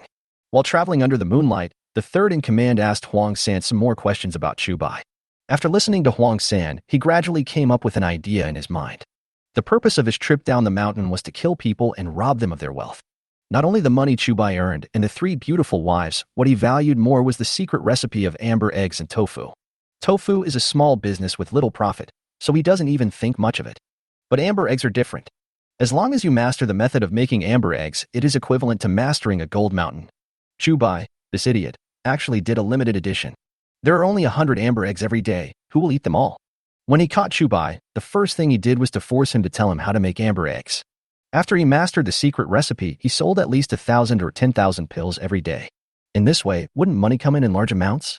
Of course, since he promised Huang San to kill Chu Bai for Wu Si Hai, he would definitely keep his word. Chu Bai will be killed sooner or later. But he would not kill Chu Bai so easily. He wanted Chu Bai to suffer before he died. He had even thought about it. When Chu Bai thought he could save his life by telling the secret recipe, he would strip the clothes of those 3 money-losing guys. Then, a big drama was staged in front of Chu Bai. This kind of thing is exciting just thinking about it. In the middle of the night, Huang San brought Ma-er and the third master to the outside of Wujiazwang. Looking at the quiet Wujia village, the third master asked, "Huang San, are there any dogs in this village?" He was worried that the barking of the dog would expose his whereabouts. Even if some villagers discovered him, they would be afraid of him because of his identity as a bandit. But if Chu Bai is startled and escapes early, it will be bad. Huang San laughed awkwardly and said, "These days people are so hungry that they can't even poop. Who can afford to keep a dog?" The third master thought so too and asked, "Can you point out which one is the Chu Bai family you mentioned?" Huang San pointed ahead and said, "Go straight in. Apart from our master's house, the one with the best house is this one. His family once opened a school." "Got it. You can take me there later and just wait outside. You don't have to go in with me." The third in command gave an order and walked towards Wujiazwang. Soon, the 3 of them arrived at Chu Bai's courtyard. "Third master, I won't go in. I'll just keep watch for you here." Huang San whispered something to the third in command. "Well, after I kill Chu Bai, you will definitely get some benefits." After the third in command finished speaking, he carefully observed the terrain of Chu Bai's home. As expected, this family was once a school, and the courtyard wall was much higher than that of other people's houses. However, this did not bother him. He took a few steps back and quickly ran towards the courtyard wall. Then, he lightly tapped the wall with his toes and leaped over like a hawk.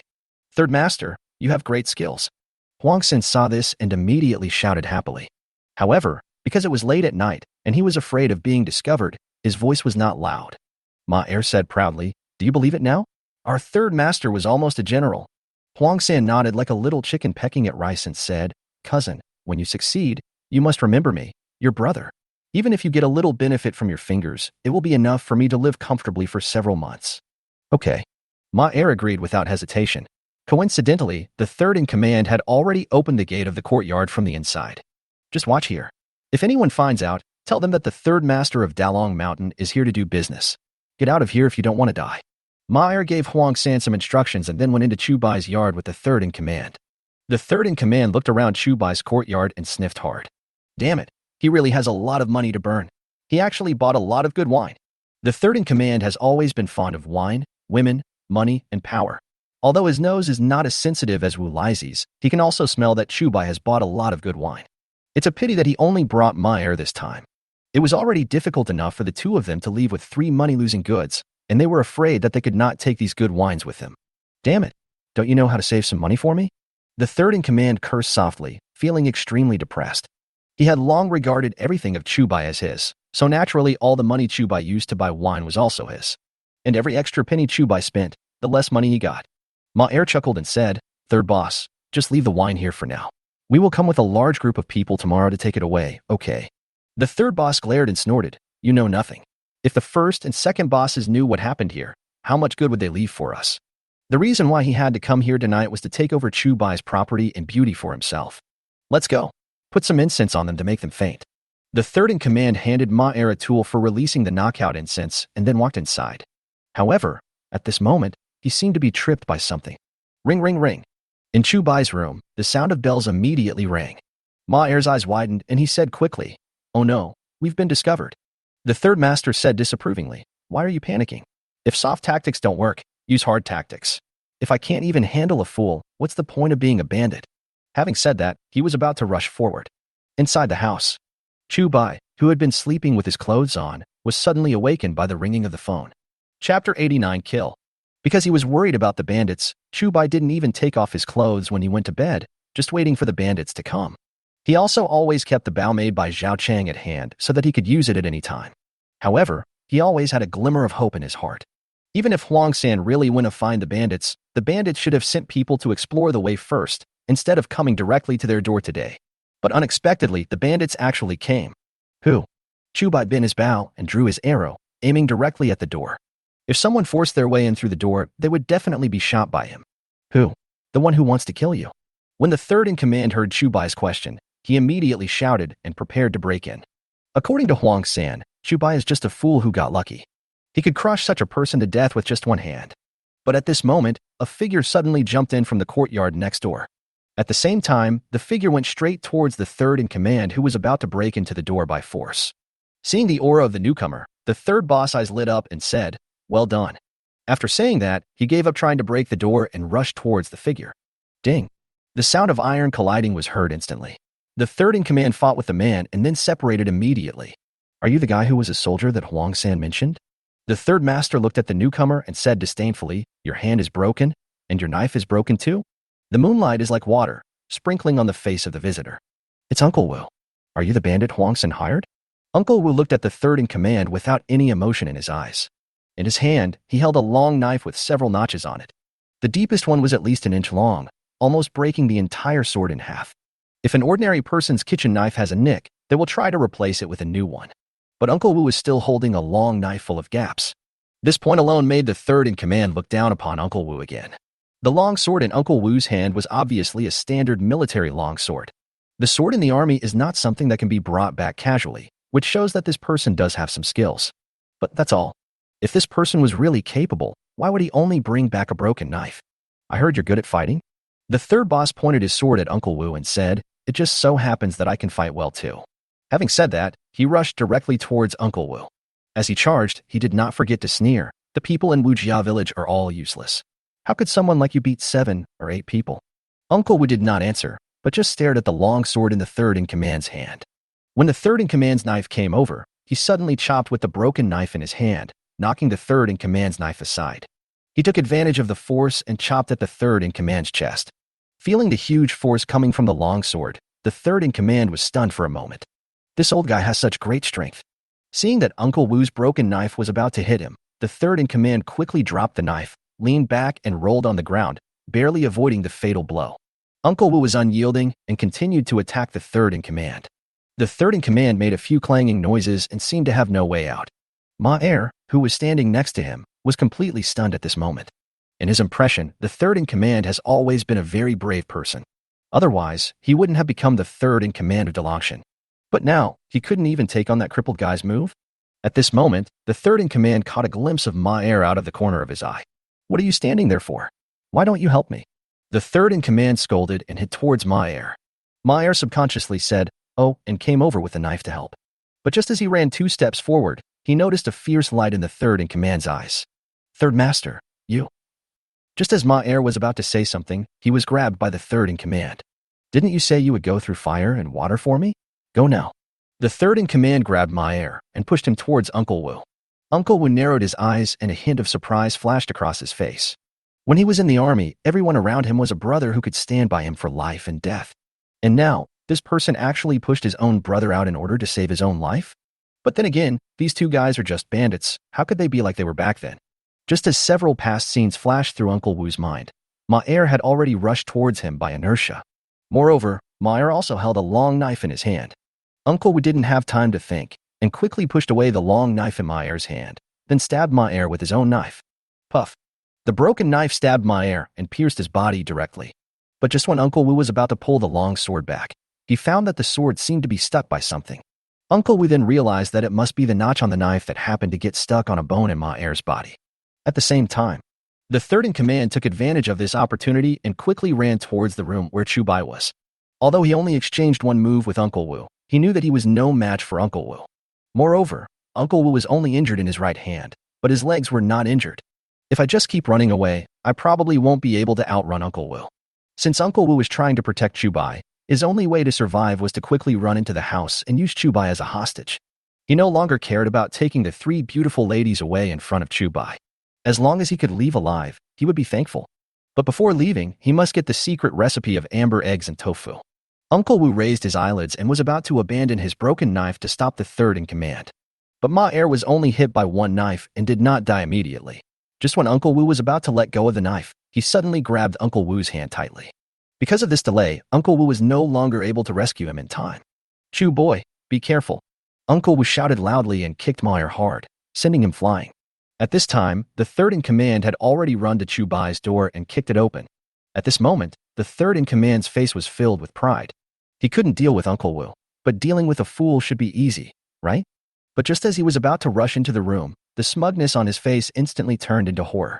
Because what was waiting for him in the room was not a fool who had been frightened silly, but a sharp arrow. As early as when he discovered that the third in command and Ma Er had entered the courtyard, Chu Bai had taken out his bow and arrow, ready to shoot at any time. However, due to the appearance of Uncle Wu, the third in command was delayed for a while in breaking the door. But Chu Bai did not relax, but kept listening to the movements outside. The moment Chu Bai heard Uncle Wu telling him to be careful, he immediately pulled the recurve bow in his hand into a full moon. With a whoosh, the arrow in Chu Bai's hand directly pierced the third in command's heart. Chapter 90 I killed someone. This, you. The third in command stared blankly at the arrow feather on his chest, his eyes full of disbelief. When he first came here, he thought he had met a fat sheep and everything would be easy. Not only can he get the secret recipe for making amber eggs and tofu, but he can also get a large sum of silver and 3 beautiful women. However, he unexpectedly met a retired veteran with great martial arts skills. Not only was he no match for his opponent, but he couldn't even escape. Then, he finally found a way to survive. As a result, it is the path closest to death. He didn't know why it turned out like this. Is it because of his arrogance? Or is it because of something else? Suddenly, he thought of a reason. If Wu Sihai hadn't sent Huang San to find him, how could he have been blinded by greed and come here to die? Thinking of this, he couldn't help but shout out loud. Huang San hurt me. Wu Sihai hurt me. Huang San hurt me. Wu Sihai hurt me. The third in command used up his last bit of strength and shouted several times in a row. The huge sound spread far away in the silent night sky. After shouting, the third in command suddenly looked at Chu Bai viciously. Even though Wu Sihai and Huang Sanhai were responsible for his fate, the person who actually killed him was Chu Bai. Die. The third in command had a fierce look in his eyes. He pulled out a dagger from his waist and rushed towards Chu Bai. Even if he dies, he will take this person with him. But at this moment, a long knife suddenly stabbed him from behind. The third in command turned his head in disbelief and caught a glimpse of Uncle Wu. Uncle Wu turned his sword, and the third in command's internal organs were all crushed to pieces. After Uncle Wu-san let go of the long sword he had snatched from my air, the third in command collapsed to the ground like mud. Chu Bai, are you okay? Uncle Wu didn't care about the third in command and hurried towards Chu Bai. At the same time, Lin Xiener and her two daughters also ran out from the side room. Husband. The three girls surrounded Chu Bai and shouted with concern. Chu Bai stared at the corpse of the third in command and swallowed slowly. Murder. I killed someone. Even though he spoke so easily before the third in command showed up, when he actually shot that arrow, he felt as if a huge stone had hit his heart. Kill. This is a serious crime. It's good to be born in a turbulent time, as you can see corpses almost all the time. But he lived in a peaceful era in his previous life and had rarely seen a corpse. What's more, this time he killed the person with his own hands. Uncle Wu frowned, and a hint of worry flashed in his eyes. He had seen Chu Bai's situation too many times in the army. Chu Bai was actually fine, as he mostly engaged in close combat in the army. That real sense of guilt makes many people have nightmares almost every night. Just like Su Sanduo in Soldier Assault, after accidentally killing a woman during an operation, he fell into a strange state. Even a military king like this found it difficult to get out of the shadow for a while, let alone an ordinary person like Chu Bai. Chu Bai, I killed these two people. It has nothing to do with you. Uncle Wu patted Chu Bai on the shoulder and said, besides, if you don't kill them, they will kill you, and they will also take away your money, and even your woman. There was suddenly a glimmer of light in Chu Bai's eyes. He nodded, looked at Uncle Wu gratefully, and said, well, Uncle Wu taught me that I won't keep blaming myself. If possible, he certainly didn't want to kill anyone. But living in such a chaotic world, if he doesn't kill others, others will kill him. He even wanted to kidnap Lin Xiener and others and make them live a life like hell from now on. Therefore, he cannot avoid killing people. Even if he doesn't kill people himself, he may arrange for others to help him kill people in the future. What happened today is just the beginning. Uncle San, thank you so much today. After Chu Bai figured it out, he bowed to Uncle Wu. If Uncle Wu had not appeared in time today, the bow in his hand alone might not have been able to defeat the two bandits who had been living on the edge of a knife for years. Uncle Wu laughed and said, there's no need to be polite between us. We're just afraid that these two bandits are just here to explore the way. Upon hearing this, Chu Bai's eyes immediately became stern. What Uncle Wu said was exactly what he was worried about. If the bandits are targeting him, they will definitely send more than just two people. It is easy to kill these two people, but what if there are still a large number of bandits behind them? By then, not only he will be in trouble, but also the villagers of Wujiazwang. Uncle San, I have to trouble you with one more thing. Chu Bai thought for a moment and said, the man who died just now shouted very clearly. It was Wu Sihai and Huang San who called them here. The most urgent thing now is to find Huang San and ask about the situation. Uncle Wu nodded and said, okay, I'll do it now. The other side. Huang San was frightened when he heard the third in command shout. Without saying a word, he ran straight to Wu Sihai's house. Since the third in command shouted like that, it must be because he was no match for Uncle Wu San, or had even been killed by Uncle Wu San. Since the third in command called out his name, Uncle Wu and others would know that it was he who summoned the third in command in my air. Uncle Wu and Chu Bai will definitely not let me go. Huang San immediately started to run for his life regardless of everything, wanting to seek Wu Sihai's protection. After a while, Huang San arrived at Wu Sihai's house. At this time, Wu Sihai had just been awakened by the shouting of the third in command, and was standing in the yard looking out with a piece of clothing casually draped over his shoulders. In addition to him, there were many servants standing in the yard. And like him, his clothes were very messy, and he looked like he was suddenly awakened. Master, it's bad. Huang San ran in and went straight to Wu Sihai. Wu Sihai frowned slightly and asked unhappily, what's going on? Who called my name just now? Huang San swallowed his saliva and said anxiously, It's the third in command of Dalong Mountain. He might have been killed by Uncle Wu. What? Wu Sihai was suddenly startled and asked, how could this happen? Although he didn't know the third in command of Dalongshan, he had heard of his origins. It is said that he once served as a centurion in the army, but was later expelled from the army for unknown reasons. Moreover, since joining Dalongshan, this third in command has been invincible. Many bandits died at the hands of the third in command. But now, such a person actually died at the hands of Uncle Wu? He was a little confused. Although Uncle Wu had been a soldier, he was just a small pawn at most. Moreover, he was disabled in his hand. Is he so powerful? Not good. Wu Sihai's eyes widened, and he said, since Wu Lao San is so powerful, He knows that we led those bandits here, and he will definitely not let us go. Chapter 91 Wu Sihai escapes. Wu Sihai exclaimed and hurriedly ordered, "Quick, everyone, pack up your belongings and protect me as I enter the county town." All the servants instantly panicked and started to make a fuss. Wu Sihai frowned and snorted, "Don't worry about those women. Hurry up and take all the money with you and go with me." Upon hearing this, the servants immediately swarmed to Wu Sihai. Wu Sihai asked everyone to wait where they were. Then he went into the room alone and took out all the money he had saved. "Come here, take these bags and go with me." Wu Sihai put all the silver and money into a big bag and called the servants over. Seeing the silver and money, all the servants' eyes lit up. Although most of the things in these bags were copper coins, the actual silver was all in the small bag on Wu Sihai's body. But when had a group of servants who came from poor backgrounds ever seen so much money? Even if he hid some of it while Wu Sihai wasn't paying attention, it would be enough for a trip to a brothel. However, Wu Sihai seemed to know what these servants were thinking. "I know the amount of money in these bags. If anyone loses, he will go hungry for 10 days. Hearing this, the group of servants immediately put away their little thoughts. "Go." Wu Sihai glared, grabbed the bag of silver, and walked out. The other bags contained only copper coins, but this bag contained silver. He didn't feel comfortable handing the bag over to anyone else, so he had to keep it himself.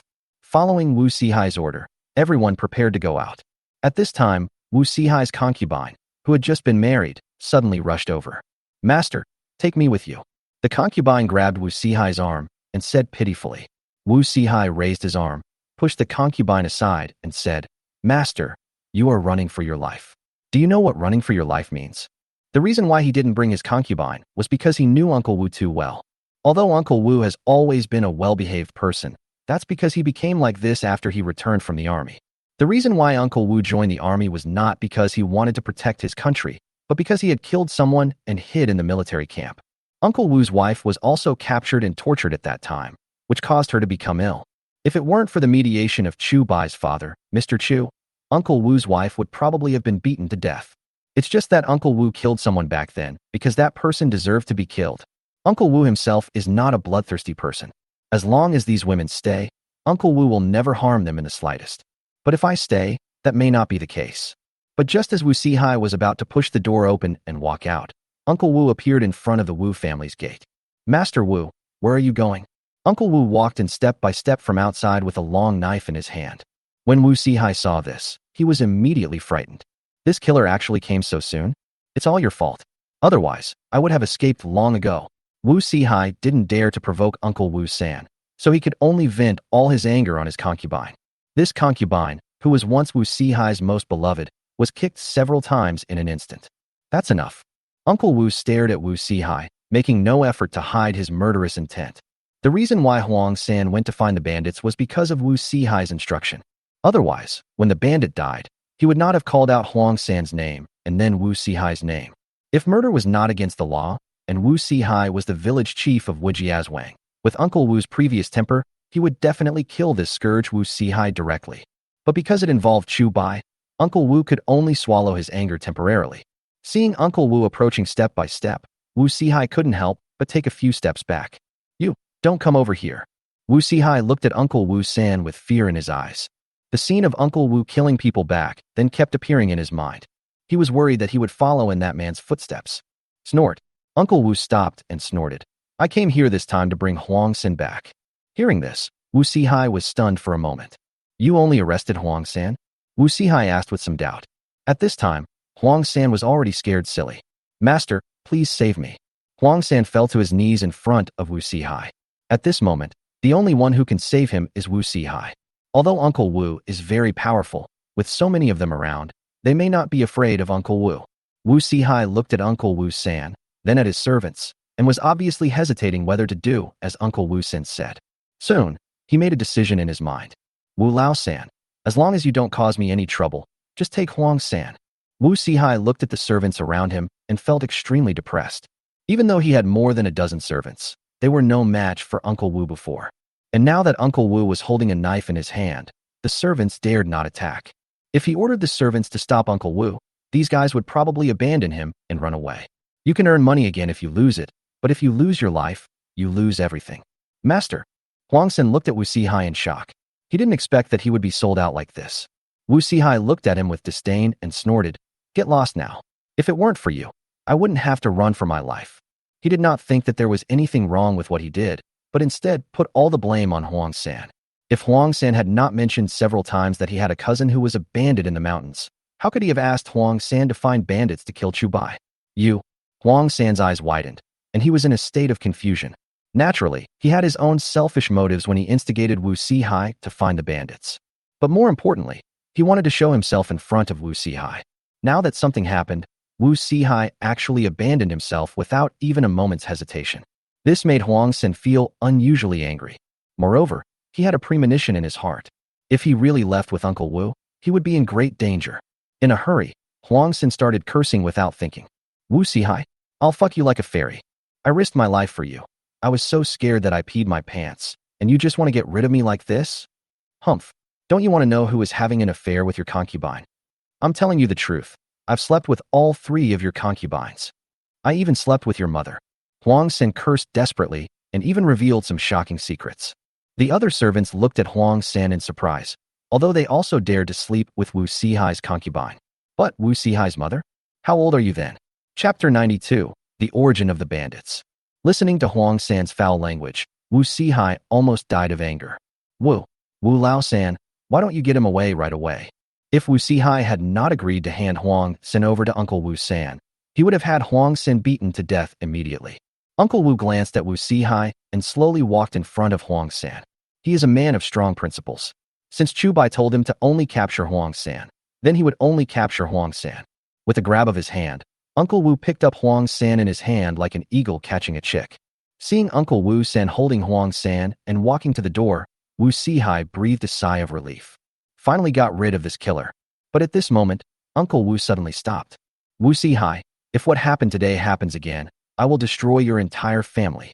Uncle Wu turned his back to Wu Sihai and spoke slowly. Although his words were calm, they made Wu Sihai shudder and feel like he was falling into an abyss. As Uncle Wu San grabbed Huang San and left, everyone in the Wu family compound felt relieved. After a long time, a cold wind blew. Everyone shuddered, and one person walked cautiously to Wu Sihai. "Master, are we still running away now?" The reason Wu Sihai ran away was because he was worried that Uncle Wu San would come looking for him. Now that Uncle Wu has left, it seems that there is no need for them to continue running for their lives.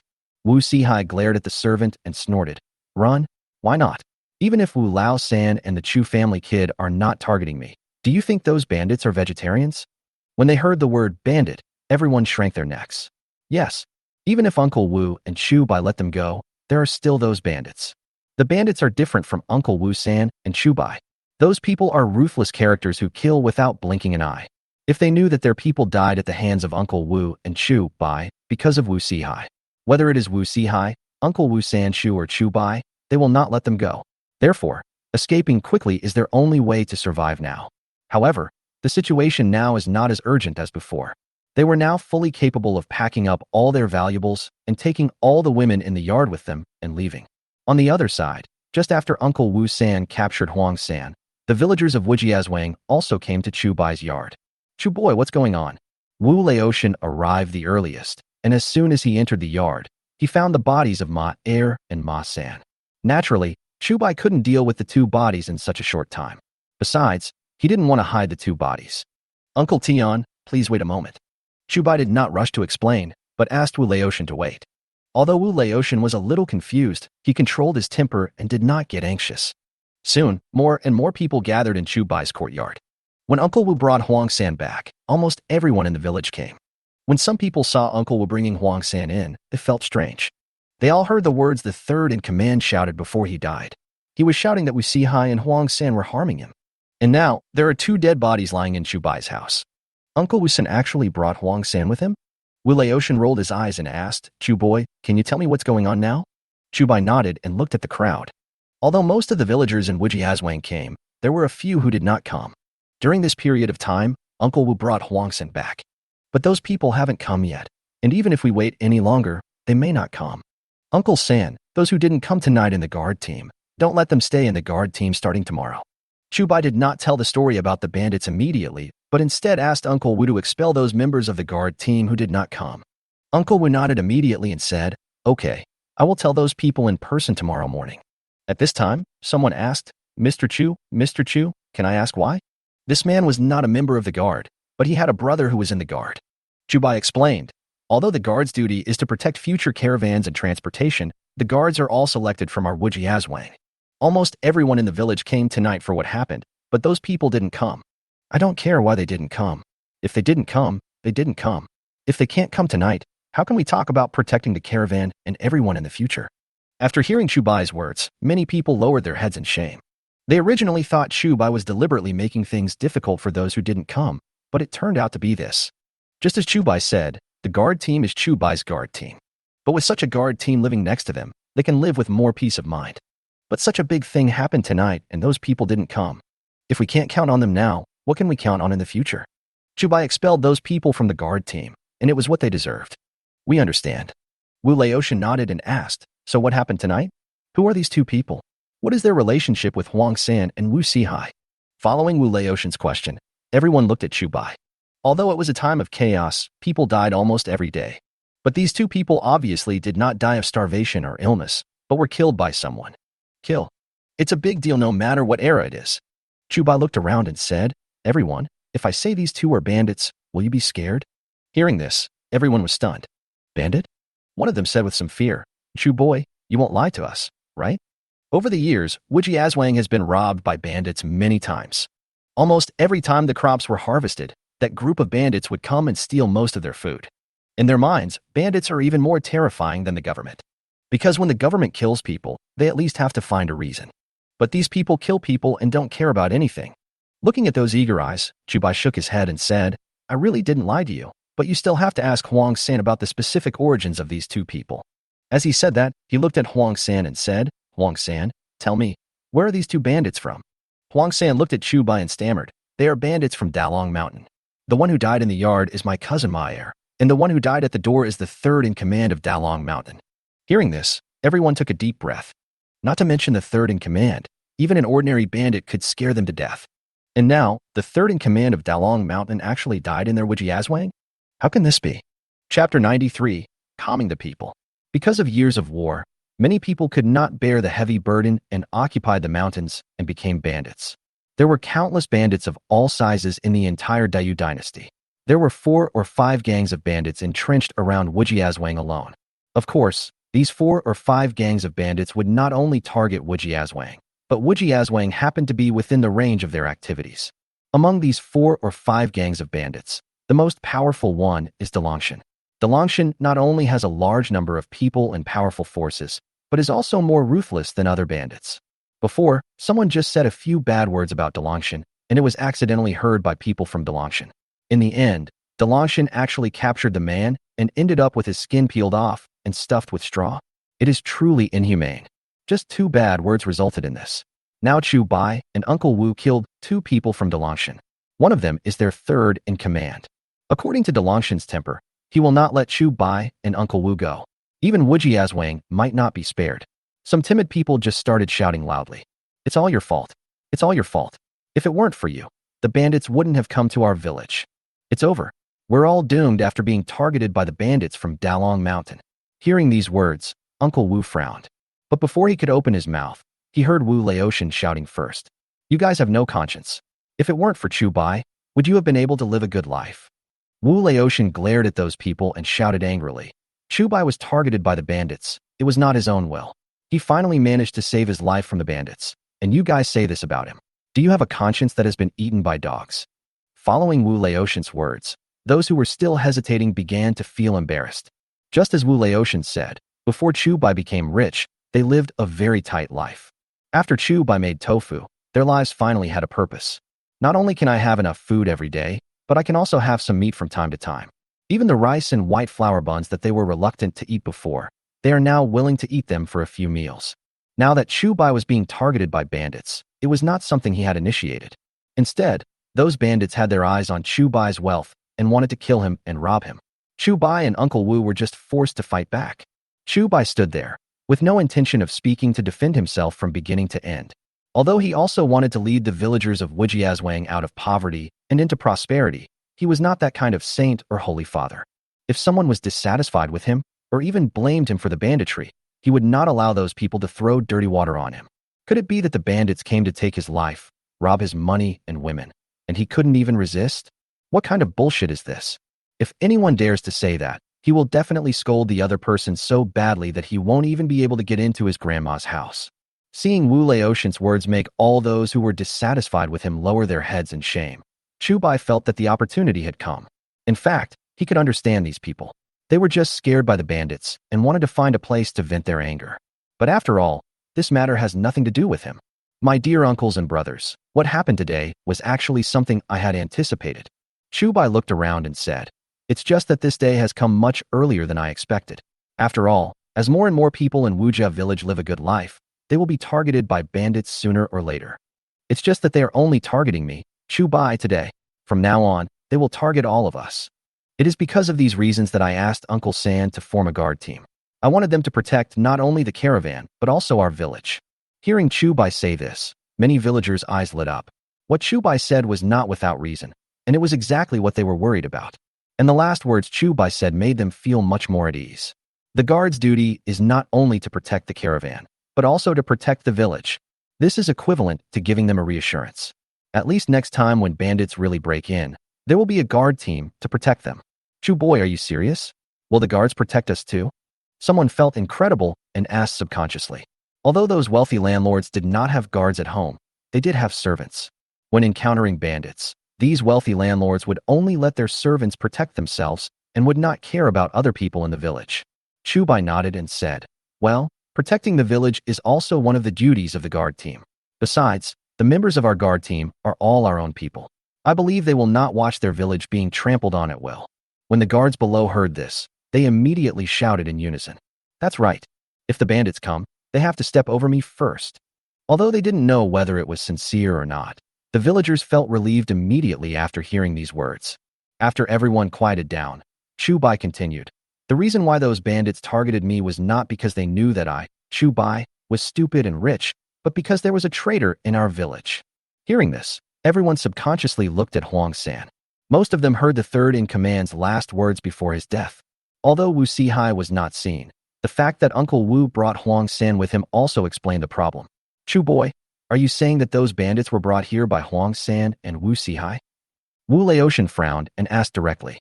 Chu Bai nodded and said, "Yes, it was Wu Sihai who instructed Huang San to lure the bandits from Dalong Mountain here." After saying that, he looked at Huang San and said, "Huang San, do you admit this or not?" Huang San slumped on the ground, without any thought of quibbling, and nodded immediately. Seeing this, everyone angrily punched and kicked Huang San. If it weren't for Huang San, they wouldn't be so scared. Chu Bai had no intention of stopping it. He is not a saint, and Huang San's life or death has nothing to do with him. However, he still needed to ask a few more questions before Huang San died. "Well, if you hit him again, you'll kill him." Seeing that Huang San was breathing out more than he was breathing in, Chu Bai hurriedly called out to everyone. Everyone tacitly made way for Chu Bai to ask questions. Chu Bai walked up to Huang San, looked at the bruised and battered Huang San, and asked, "Huang San, why are there only your cousin and this third master and other bandits from Dalong Mountain here tonight?" Huang San had long been frightened by the beatings from everyone, and at this moment he had no intention of hiding anything. I met my cousin and the third in command after I went up the mountain. They heard that you were a fat sheep, so they asked me to bring them here immediately." Chapter 94, Collective Confidentiality. After listening to Huang San, Chu Bai immediately breathed a sigh of relief. It turned out that he was not targeted by the people from Dalongshan, but only the third in command of Dalongshan. Moreover, for the fear that the benefits might be shared by others, the third in command did not tell other people in Dalong Mountain about his and Ma Er's visit to Wujiazwang. This way, it's not as urgent as before. Although he had formed a guard team, they had only been training for half a day and the team members did not have any suitable weapons. If Dalongshan really sends out all its forces, these people alone will definitely not be able to stop those bloodthirsty bandits who are willing to risk their lives on the edge of a knife. "My fellow men, you all heard what Huang San said." Chu Bai looked around and said, "Now we and Wu Sihai are the only ones who know that the third master of Dalong Mountain and Ma Er are dead. Although my uncle and I killed them, Wu Sihai is also involved. He will definitely not dare to make it public in the short term. So, as long as we take care of the bodies of these two people and everyone keeps their mouths shut, Dalongshan won't know that the third master died here. Now I need everyone to promise not to tell anyone about what happened today. This is not only for my own safety, but also for everyone's safety. Upon hearing this, everyone lowered their heads and hesitated. Although what Chu Bai said makes sense, human nature is selfish. To put it bluntly, the third Danjia and Ma Er died at the hands of Uncle Wu and Chu Bai, and it had nothing to do with them. Even if the bandits from Dalong Mountain really came, they would settle accounts with Chu Bai and Uncle Wu. Not necessarily, it will implicate them. Seeing the appearance of this group of people, Uncle Wu was immediately furious. But he was also one of the murderers. If he spoke rashly, it would seem that he was trying to absolve himself of responsibility. Wu Laotian, what do you think of what Chu said? Uncle Wu turned his head and looked at Wu Laotian. He knew Wu Laotian's character and knew he would definitely tell him everything he was thinking. Wu Laotian took a deep breath, stared at everyone, and said, "What are you still thinking about? Do you really think that if the bandits come, they will let you go? You expect the bandits to reason with you. Are you okay?" Hearing this, everyone lowered their heads even lower. They also knew that if the bandits from Dalong Mountain really came, they would not let them go.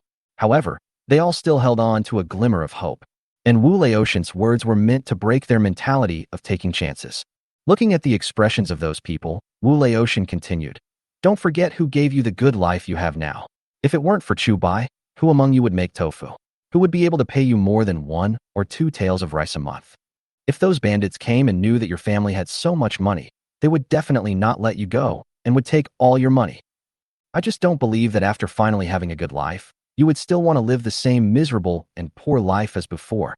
After hearing these words, the villagers who had lowered their heads raised their heads one after another. As for what happened before, it didn't have much to do with their interests. But now it's different.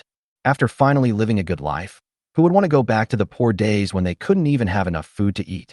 I swear I won't tell anyone what happened today.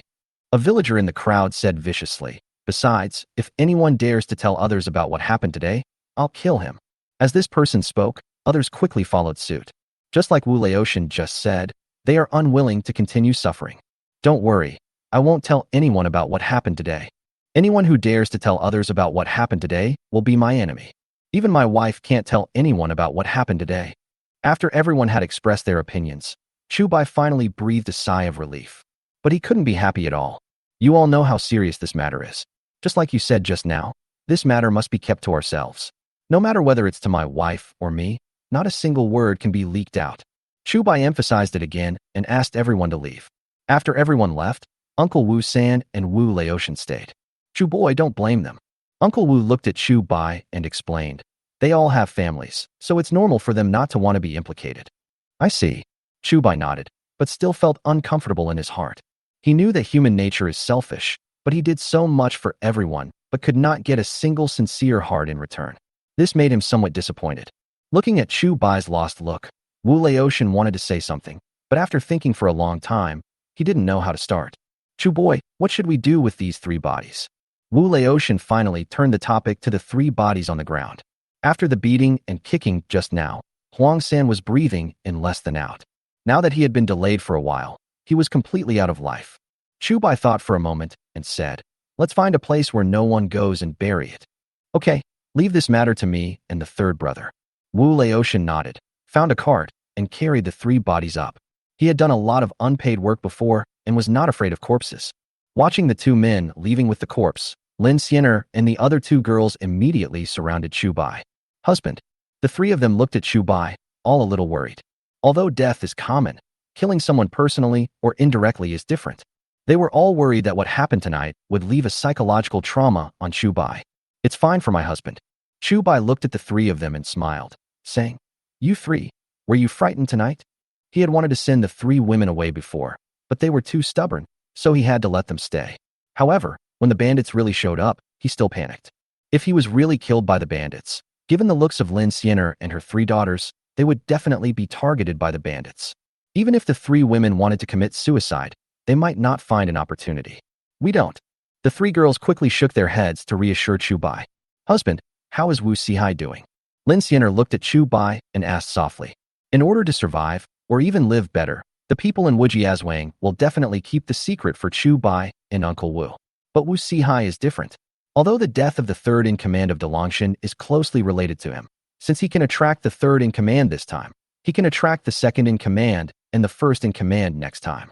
Chu Bai raised his head slightly, looked forward and said, from what 3rd uncle said, Wu Wu Sihai should have fled with his family overnight. Didn't he also want to take this opportunity to kill Wu Sihai? However, Wu Sihai is the head of a village after all. If you want to kill him, at least find a reasonable reason. Chapter 95. Distilled liquor sells well. Chu Bai had thought about killing Wu Sihai and then blaming his death on the bandits. Even if someone came down from above, they could lie and say that Wu Sihai died to protect the villagers. But many people know Wu Sihai's character, so this reason is totally untenable. Even if he could bribe the officials, Wu Sihai was not a local rich man. He had connections in the city and a wild father. Although the other party is not a big shot, he can also talk to big shots. If the other party holds on to me, the threat I pose will be no less than that of the bandits. Chu Bai will get rid of this scourge Wu Sihai sooner or later, so there is no need to be anxious at this moment. Come on, go back to bed. Chu Bai looked at the three women and smiled. People from Sujia village will come to build the house tomorrow, so don't let them see it. Uh-huh. The three women nodded hurriedly. At this time, Su Qing suddenly asked, Husband, where is Xiao Jinzi? Chu Bai was stunned for a moment and looked quickly into the room, only to find Su Jin still lying on the bed and snoring. This kid actually had a good sleep. Chu Bai sighed, feeling a little amused. Knowing that he might be targeted by bandits, Chu Bai was in a state of mental tension. However, Su Jin was not only soundly asleep, but was also not woken up by the loud noise outside. Sure enough, it's better to be a child. There are no worries, and the day passes by just eating, drinking, and having fun. Su Qing blushed and said, Husband, Xiao Jinzi is just very generous. Fine. Chu Bai waved his hand and said, It's a good thing for him that he doesn't know anything. What happened tonight frightened even him and Lin Xianer. If Su Jin woke up, he would definitely be even more frightened when seeing this scene. Therefore, it is actually a good thing for him to sleep all the time. A few days later, with the construction of a spacious winery completed, Chu Bai asked Wu Laotian and others to start making distilled liquor. Anyway, his winery is not a formal winery.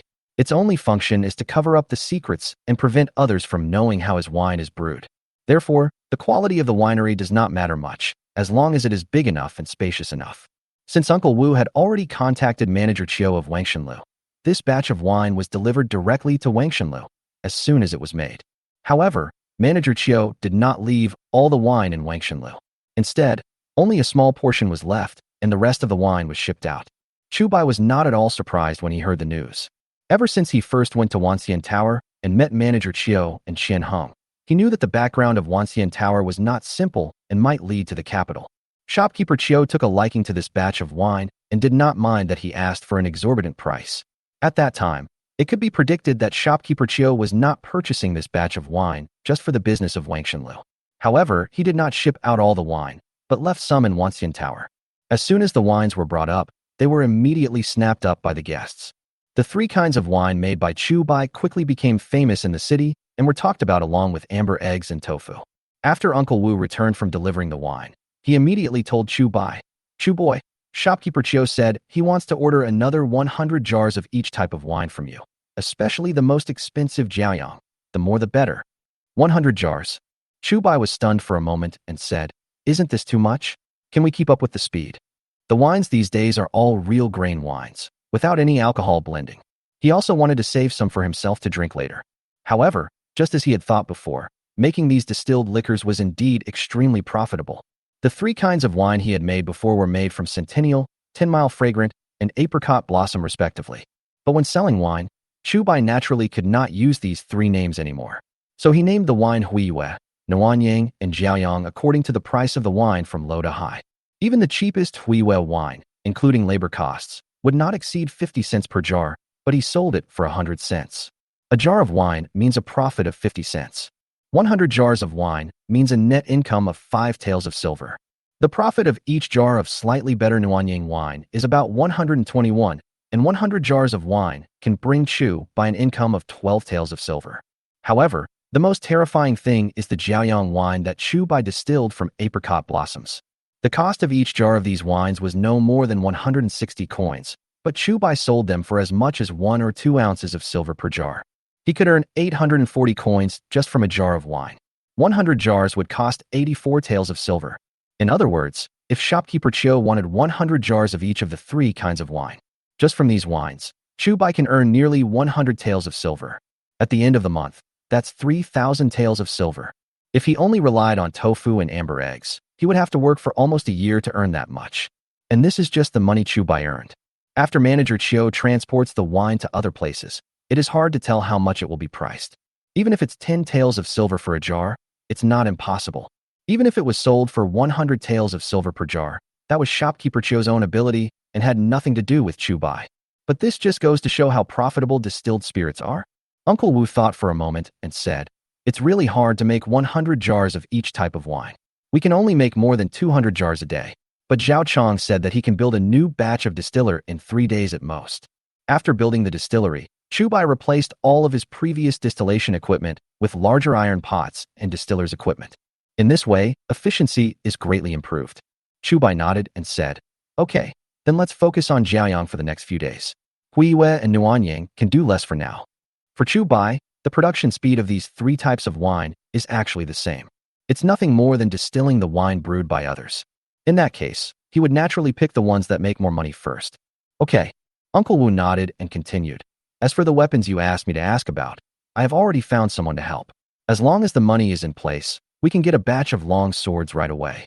Upon hearing this, Chu Bai's face immediately lit up with joy. Zhao Chong has been very busy these days, making tools for building houses and making a distiller. He almost wanted to chop Zhao Chong in half. Moreover, in addition to various tools and distillers, what Chu Bai lacks most right now is actually various weapons. But even though Zhao Chong was an all-round craftsman, he couldn't create so many things in a short period of time. It just so happened that Uncle Wu knew a way to get a large number of long swords and bows and arrows. Chu Bai was overjoyed when he knew this. He would never hesitate when something could be solved with money. Chapter 96: The Old Butler. As Uncle Wu San gradually calmed down, his training of the guard team in the past few days began to show results. The only drawback is that the members of the guard are still using broken wooden sticks as swords. This is because they haven't encountered the enemy yet. Otherwise, their opponents would have laughed their heads off before the battle even started. Although Zhao Chong had a few handfuls in stock before, they were only used to supply the guards when transporting wine to the city. Even so, it is still not possible to fully equip all the players.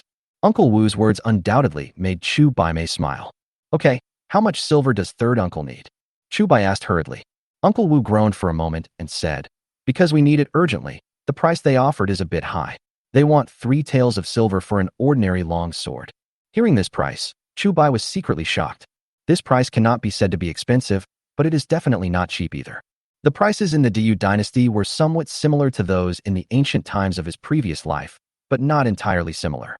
He had asked Uncle Wu before, and he learned that an ordinary long sword would only cost about 2 taels of silver on the black market, and could be sold for 2.5 taels when in short supply. But now, the other party directly asked for 3 taels of silver, probably because he was sure that he was in a hurry to get the goods. "Uncle San, do you know who sold these long swords?"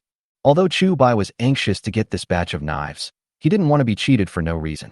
Uncle Wu said, "The man who sold the knife is very mysterious. I don't know who he is, but I think he is a bandit." Chu Bai was stunned for a moment. "Bandit? Do bandits have to make a living by selling knives these days?"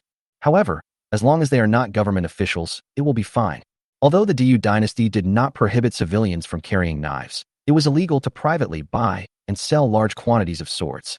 If people later discover that the guard team has a large number of long swords, it can be said that they were made by Zhao Chong himself. "Okay, bandits are bandits."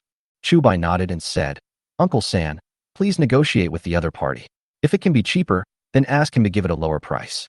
If it really can't be done, then just give him 3 taels of silver." Although he didn't want to be cheated, the knife issue was urgent, so he had to accept it. But only this time. If he gets the chance in the future, he will definitely make the other party spit out all the silver he has eaten. But then again, using the knife bought from bandits to defend against bandits is pretty foolish. On the other hand, after Wu Sihai escaped overnight, he went to live with the old housekeeper of the family. And this old butler is Wu Sihai's real father. The real identity of this old butler is the second butler of the Liu family in Ping'an County. There are 4 major merchants in Ping'an County, namely the Li family who runs a grain store, the Wang family who runs a cloth business, the Hu family who runs an iron or business, and the Liu family who started their business by selling salt. Among them, the Liu family, which started out by selling salt, is the richest. Even though the old butler is only the second butler of the Liu family now, he still holds considerable power. Even some ordinary wealthy families had to curry favor with him. Even the Liu family's chief steward had to rely on this old steward in many things. The reason is that the old butler is too ugly. Otherwise, based on his ability, the Liu family doesn't need any other housekeepers at all. After Wu Sihai went to his biological father, the old housekeeper arranged Wu Sihai and the people he brought with him in a small courtyard. On this day, the old housekeeper took time out to find Wu Sihai and asked him why he fled to the county town overnight. When the old butler heard that Wu Sihai was willing to collude with bandits in order to kill Chu Bai, he was furious. Stupid, stupid, stupid. The old housekeeper cursed 3 times before reprimanding. Do you know that colluding with bandits is a capital crime? Even if the government doesn't arrest you, do you really think those bandits are easy to mess with? Wu Sihai lowered his head and said, Dad, it's not that I'm stupid, it's just that Chu Bai is too irritating. How dare you quibble? The old butler glared at Wu Sihai and said angrily, Also, don't call me Dad, call me Butler Liu. Yes. Wu Sihai responded weakly. If he hadn't been forced into a desperate situation, why would he call the old butler Dad? Although the old butler was his biological father, he was too ugly. Wu Sihai didn't want to admit from the bottom of his heart that he was the child of his mother's affair with such an ugly guy. The Chu Bai you just mentioned, is that the Chu Bai who made amber eggs and tofu? The old butler calmed down and asked in a deep voice. Wu Sihai nodded hurriedly and said, That's him. The old housekeeper said, From what I know, this man is young but not a simple person. He first relied on the amber egg to make friends with the shopkeeper Chiu of Wangshenlu, and then used tofu to become famous in the city. He recently developed a new wine, which can be said to be unparalleled in the limelight. Upon hearing this, Wu Sihai's eyes widened immediately. He actually developed a new wine. He really didn't expect that Chu Bai would find another way to make money in such a short time. Then, he quickly stood up and said, Dad, we have to find a way. We can't let him continue to make money. The old butler glared and scolded. Call me Butler Liu. Wu Sihai was startled and said quickly, Yes, Butler Liu. The old butler narrowed his eyes and said, If that boy only made amber eggs and tofu, I wouldn't bother to care about him. But the Liu family is in charge of wine and beverages, so he can't do anything about it. Although the Liu family made their fortune by selling salt, they have monopolized a lot of business by bullying others over the years. Among them, the largest winery in Ping'an County belongs to the Liu family. The Shilixiang and Bai Nianshan that Chu Bai had purchased before were both wines brewed by the Liu family. Wu Sihai's eyes lit up and he asked, Dad, Butler Liu, are you going to take action? The old housekeeper ignored Wu Sihai and said to himself, Grain is needed to make wine, but I haven't heard of anyone ordering large quantities of grain from the Li family these days. Wu Sihai wondered, even if he needs grain to make wine, he doesn't have to buy it from the grain store, right? It would definitely be cheaper if he collected it from the countryside himself. Confused, the old housekeeper glared and said, It takes a lot of grain to make wine. How can we just collect it from the countryside every time? Since he plans to do business for a long time, he must have contacted the grain store in advance to supply grain on time. Wu Sihai scratched his head. He was just a local rich man, and he had never thought about these things. Since he didn't purchase grain, his wine must not be brewed by himself. The old butler was like a detective, unraveling the mystery bit by bit. Yesterday, the eldest master brought back a jar of wine, and I smelled it was very similar to our 100 years old. And a few days ago, someone bought hundreds of jars of 10 miles fragrant and 100 years old in our winery. Chapter 97, Being Targeted. So the wine that you mentioned was probably made by the person who bought the wine from us and brewed it again. Although I don't know what method he used, the raw materials he used to make wine must have been the wine he bought from us. That's why he doesn't have to buy food. The old butler was indeed a shrewd man. Based on his own speculation, he guessed the truth about Chu Bai's winemaking in just a few words. Wu Sihai looked at the old butler in disbelief and asked in surprise, Butler Liu, are you serious? The old butler nodded and said, This is the only reason that can explain why the boy's wine has the taste of 10 miles of fragrance and 100 years of age, and why he can make wine without buying grain. After listening to the old butler's words, Wu Sihai suddenly felt his eyes were opened. If he had inherited the old butler's wisdom instead of a 50% similar appearance, a mere Chu Bai would not have tortured him like this. Butler Liu, what should we do now? Wu Sihai looked at the old housekeeper and said with a struggling face, We are just going to watch this kid get rich and do nothing. The old housekeeper snorted coldly, Do nothing? Although I don't know what method that kid used, the wine he brewed is very profitable. This method can only be mastered by our Liu family. Hearing this, Wu Sihai was stunned for a moment. Of course he knew what the old butler meant. It's nothing more than stealing Chu Bai's method of brewing wine. But Why should he give such a profitable business to the Lu family instead of keeping it in his own hands?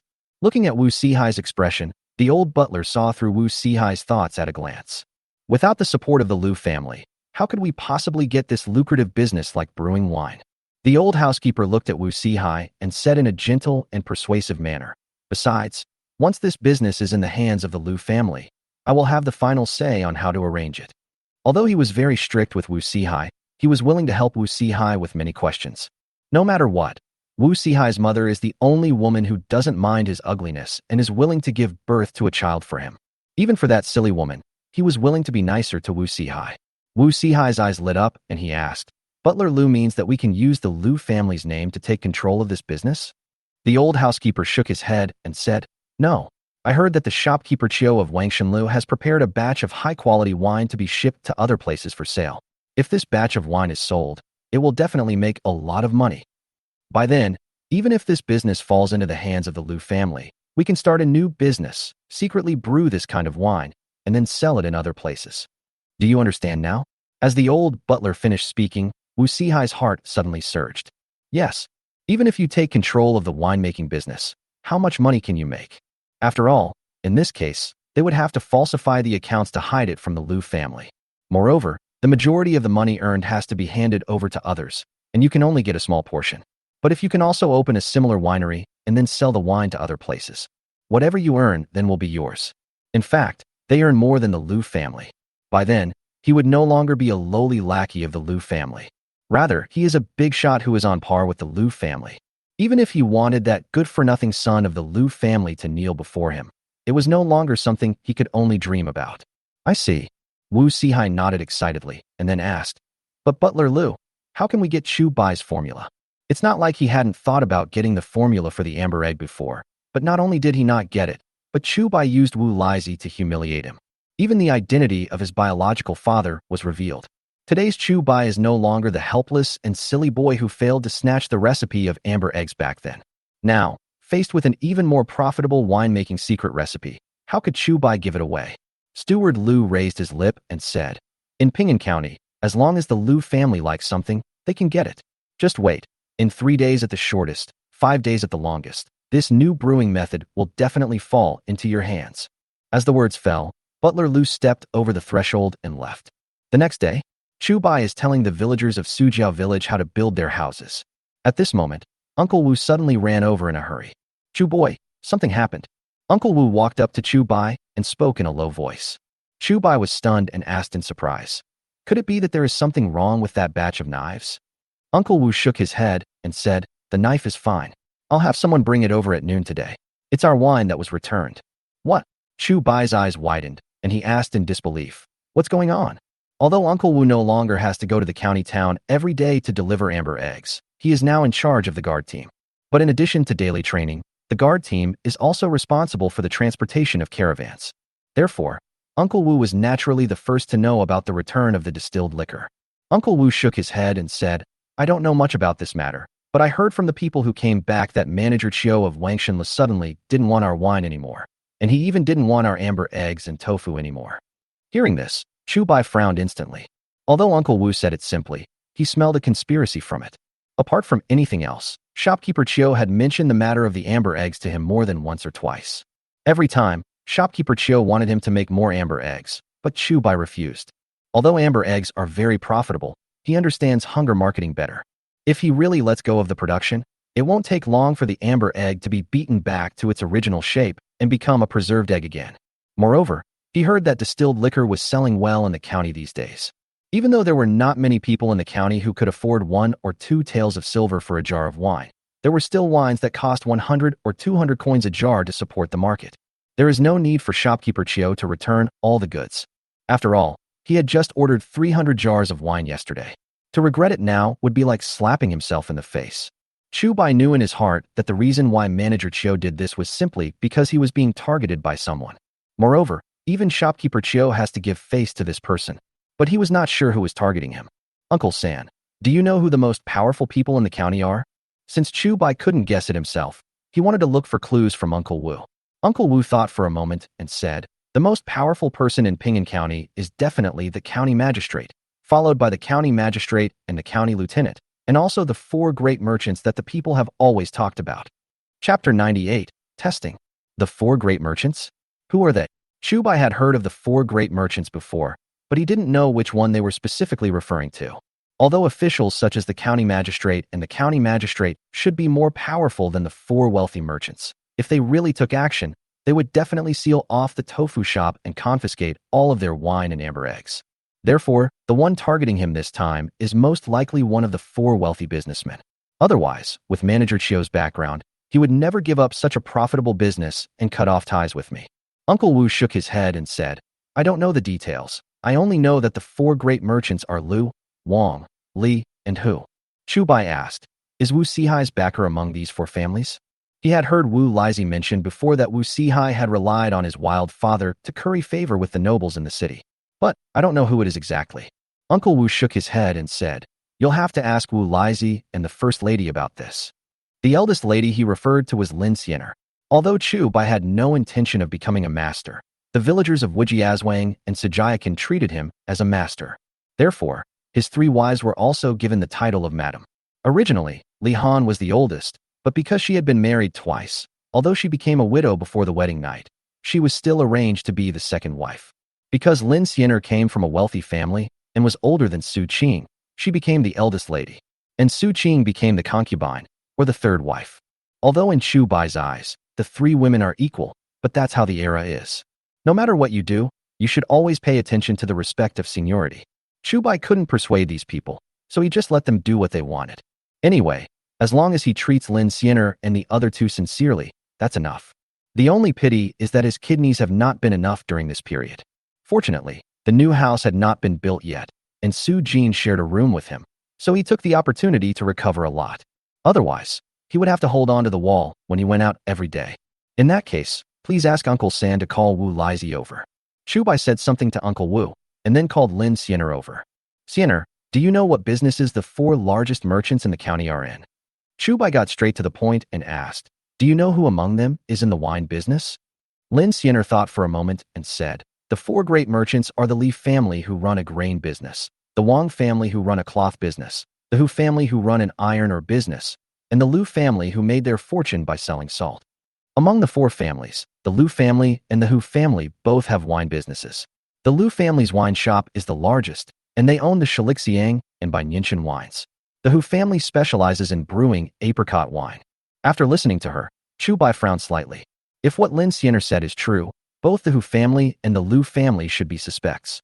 I just don't know which company made the move, or whether these two companies made the move together.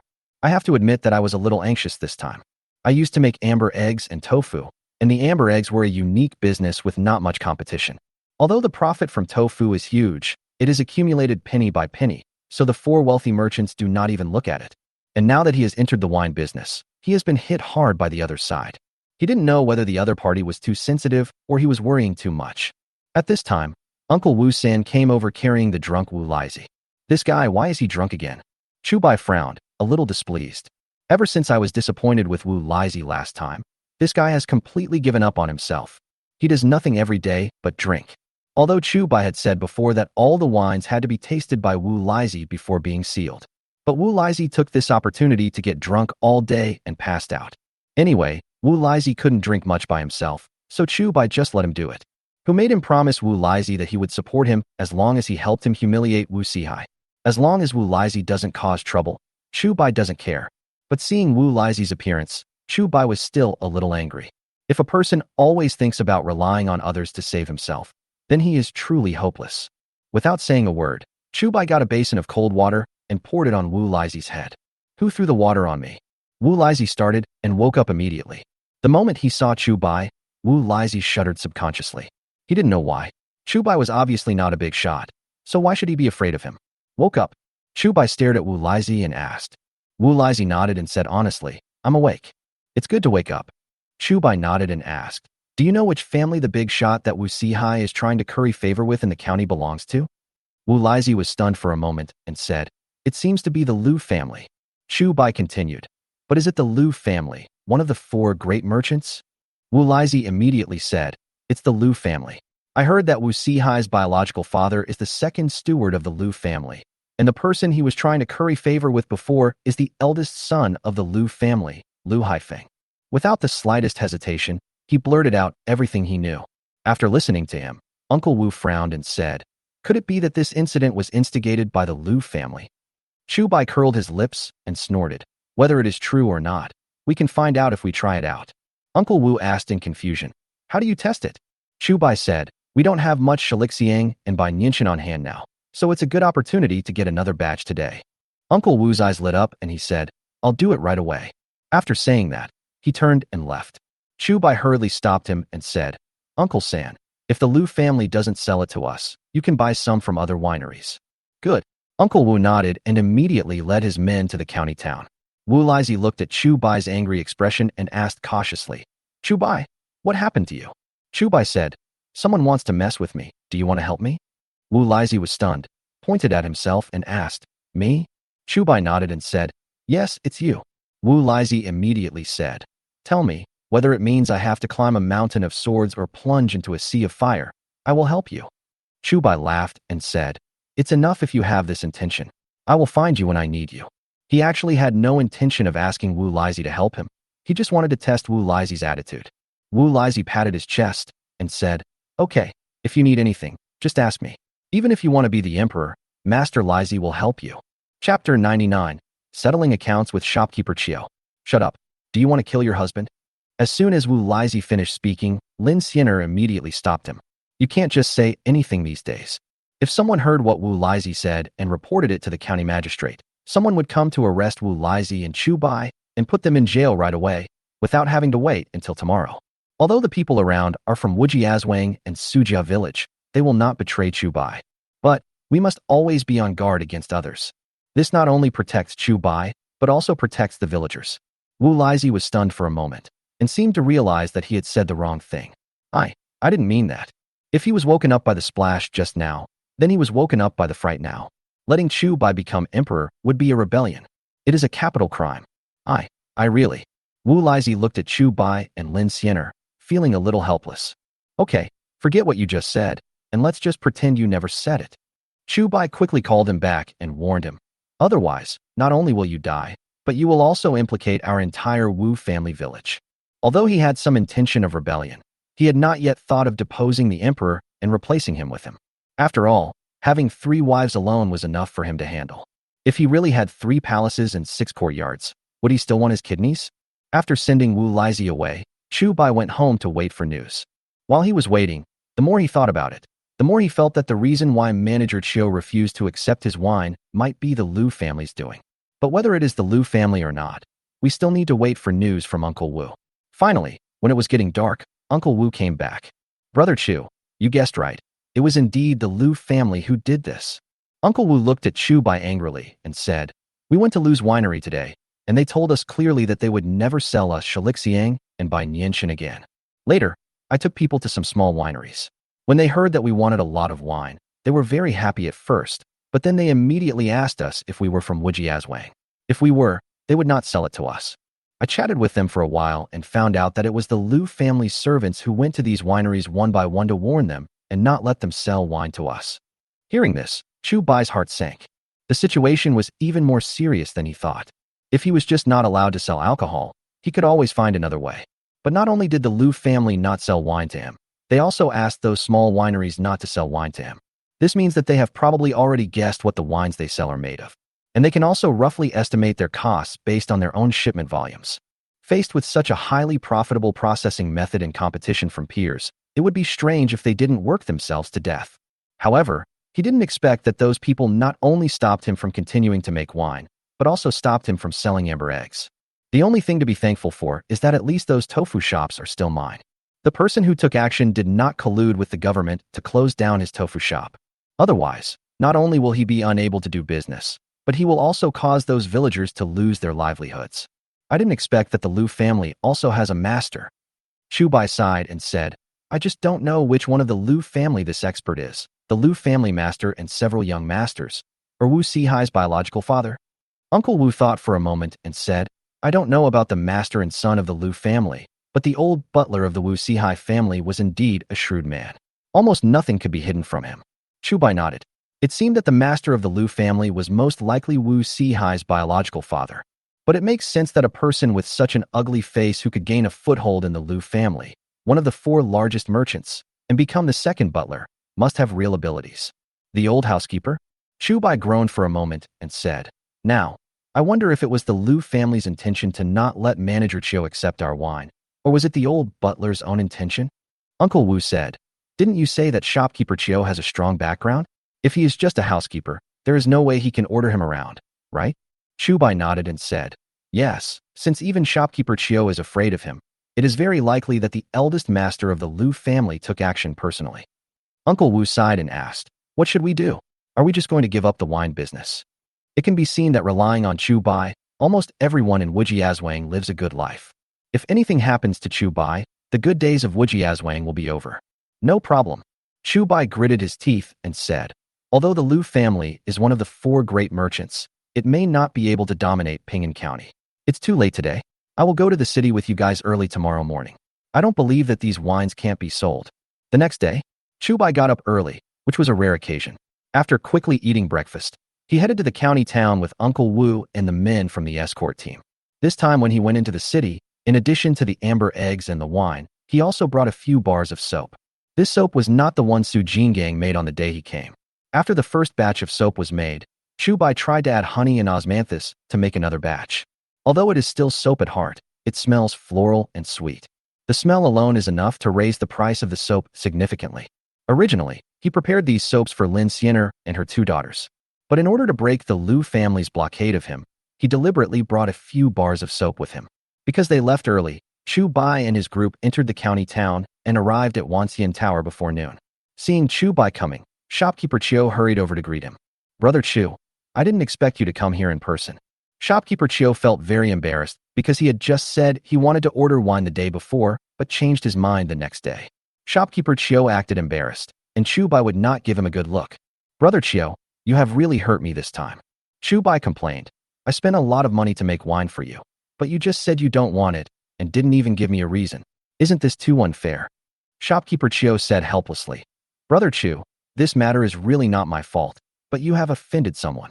After saying that, he immediately looked around, as if to see if anyone noticed this place. "Brother Chu, do you know who you have offended?" Shopkeeper Chiu lowered his voice, as if he wanted to take the opportunity to do Chu Bai a favor.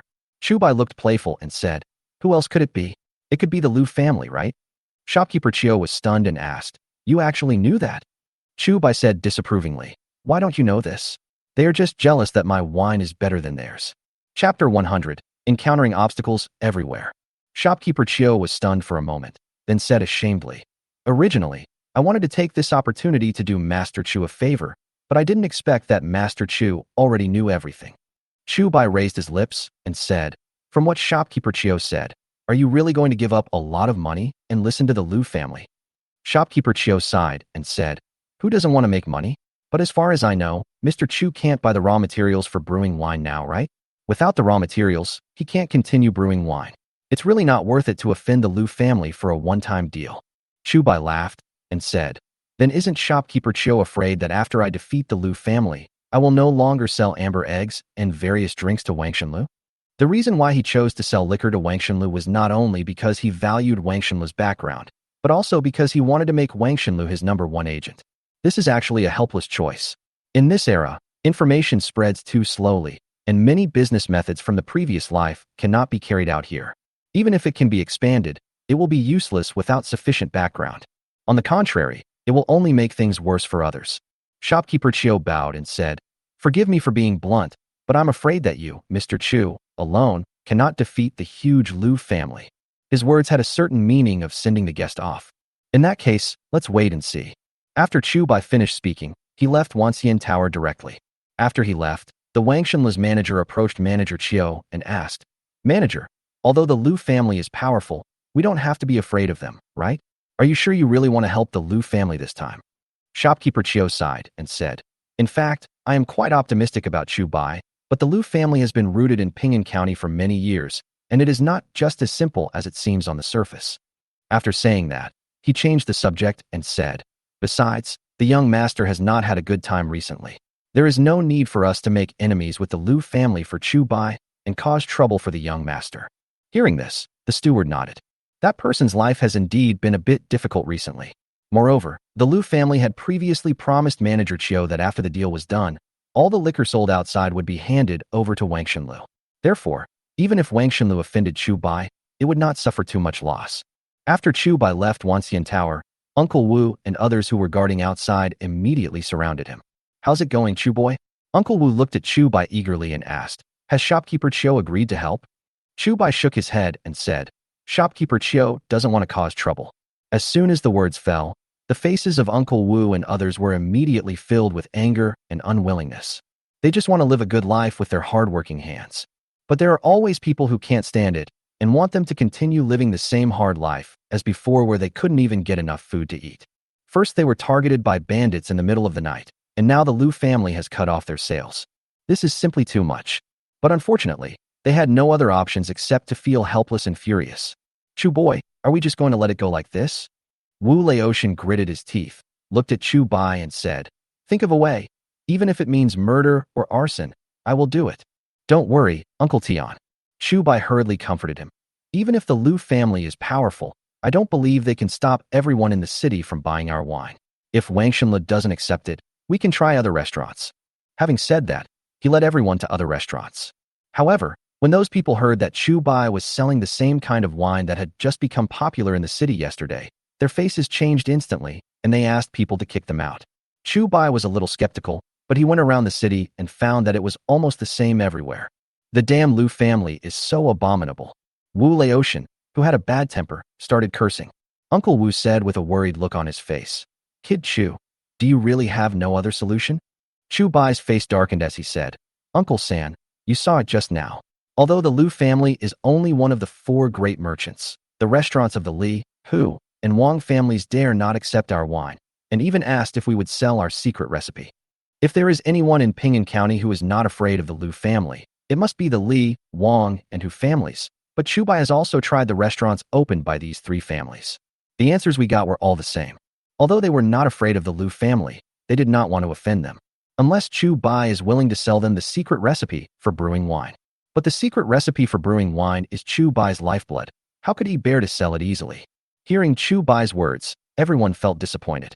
Their good life now is all thanks to Chu Bai. If Chu Bai was finished, their good days would be over. Seeing the low morale, Chu Bai clapped his hands and said, let's go and try again. Wu Laotian said, but haven't we been to the other 3 restaurants? They didn't dare to accept our wine, so who else would dare to accept it? Chu Bai shook his head and said, we're not selling alcohol this time, we're selling soap. The soap he was talking about is essentially still soap. It just smells a bit fragrant because of the addition of honey and flowers. Therefore, if you insist on calling it soap, there is nothing wrong with it. Anyway, except Chu Bai, no one else knows the difference between soap and perfumed soap. Wu Laotian and the others had never seen soap before, so they were puzzled and asked, what is soap? Chu Bai laughed and said, let's go, we'll know soon. As he spoke, he led everyone to a place similar to the commercial street in his previous life. When passing by a large grocery store, Chu Bai nodded and said, let's go here. You guys stay here and watch the drinks. Uncle Tian and I will go in. The reason why he didn't bring Uncle Wu was, on the one hand, to let Uncle Wu protect the drinks, and on the other hand, because Uncle Wu was a familiar face and could be easily recognized. As soon as I entered the door, the shopkeeper came to greet me. Sir, what would you like to pick? The clothes Chu Bai wore were better than those worn by most common people, so the shopkeeper immediately clasped his fists and asked. Chu Bai curled his lips and said, I'm not here to buy goods, but to give the shopkeeper an opportunity. Chance. The shopkeeper was stunned for a moment, then turned around and saw what Wu Laotian was holding in his hand. Boss, please bring me a basin of clean water. Chu Bai said something politely to the shopkeeper and took a bar of soap from Wu Laotian. Although the shopkeeper was a little suspicious, he still did what Chu Bai said. It's just a basin of water, and it doesn't take much effort. If you can really make a lot of money from this, that would be a huge profit. Following the shopkeeper's instructions, a waiter immediately brought over a basin of water. Chu Bai looked at the waiter's hands and said, Little brother, how long have you not washed your hands? The guy was stunned for a moment and looked at Chu Bai with some displeasure. Chu Bai explained, I'm not picking on you. I just want to teach you the correct way to wash your hands. Chapter 101, No Way Out. The correct way to wash your hands. Now the waiters, the shopkeeper, and others were all stunned. They have lived for so many years, Don't they even know how to wash their hands? Here you go. Put your hands in the basin and wet them first. Chu Bai didn't say anything more and directly told the guy how to wash his hands correctly. As the water in the basin turned dark and turbid, the guy took his hands out of the basin and they immediately became clean. After seeing this, they were all shocked. It turned out that Chu Bai's previous words were not just a joke, but they really don't know how to wash their hands properly. The shopkeeper stared at Chu Bai with shining eyes and asked, "My dear little brother, how much is this thing for washing your hands?" Chu Bai smiled slightly and said, "This thing is called soap. It is not just for washing hands. It can be used for washing hair, bathing, and even washing clothes. After washing, a light fragrance will be left on your body and clothes." After listening to Chu Bai, the shopkeeper became even more excited. If it's just for washing hands, it's indeed less useful. But with what Chu Bai said, it's different. Chu Bai looked at the shopkeeper and continued, "As for the price, this is the price." As he spoke, he stretched out a finger. The shopkeeper was stunned and asked in surprise, 100 coins? Chu Bai shook his head and said, "It's 1 tael of silver." Upon hearing this, Wu Laotian immediately sat down. Oh my god. Chu Bai previously sold a jar of distilled liquor for 1 or 2 taels of silver, which he thought was already a sky-high price. And now, Chu Bai took out such a small piece of thing for washing hands and wanted to sell it for 1 or 2 taels of silver. This is just like robbery. For a moment, he felt his heart was about to jump out. It would be strange if the shopkeeper agreed to such a high price. He had to persuade Chu Bai to keep the price lower. Even if the thing is good, you can only make money if you sell it. But just as he was about to speak, he saw the shopkeeper grit his teeth, as if he had made some kind of decision that went against his ancestors, and said, "Okay, just 1 tael of silver per piece. But you can only give this thing to me to sell. You can't sell it to anyone else." Chu Bai nodded and said, "Of course, and after setting the price today, I will not regret it. Even if the shopkeeper can sell it for 10 taels of silver apiece in the future, I will not be jealous at all." "Good," the shopkeeper said. "In that case, I will go and prepare the business contract now." Although there were no contracts in ancient times, there were business agreements that were similar to contracts. Once both parties sign a contract, they cannot violate the terms of the contract. Otherwise, you will have to pay the other party liquidated damages. Chu Bai had signed a business contract for amber eggs with shopkeeper Chiu before. This time, shopkeeper Chiu violated the contract and no longer wanted his amber eggs, so he needed to pay him liquidated damages. Uncle Wu brought these liquidated damages back to Chu Bai yesterday.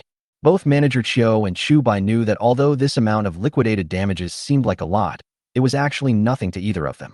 Whether it exists or not, neither of them cares. All they care about is this rule. After a while, the shopkeeper came over with a business contract. "Mr. Chu, please take a look. This is the model contract I brought from the government. I only need to write down the name of the product and the price, and then sign our names." After listening to what the shopkeeper said, Chu Bai immediately took the business contract and took a look at it. Sure enough, the shopkeeper was holding the sample business contract issued by the government. However, not just anyone can get this kind of model business contract. From this we can see that this shopkeeper is not a simple person either. Okay, in that case, let's sign the business contract. Chu Bai checked it and found no problem, so he prepared to sign. At this moment, the shopkeeper seemed to suddenly remember something and asked hurriedly, "By the way, where is Mr. Chu from?" He just heard Chu Bai call himself Chu, so he knew Chu Bai's surname was Chu, but he didn't know any other information about Chu Bai. Chu Bai was stunned for a moment. Then he saluted and said, "I am from Wujia village." "Wujiazwang, your surname is Chu? Are you the Chu Bai who made amber eggs and tofu?"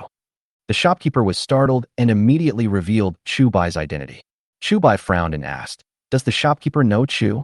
The shopkeeper sighed and said, "If I had known it was you, I would never have asked anyone to bring out this basin of water." Hearing him say this, Chu Bai had some vague guesses in his mind. However, he still asked, "What does the shopkeeper want to do now?"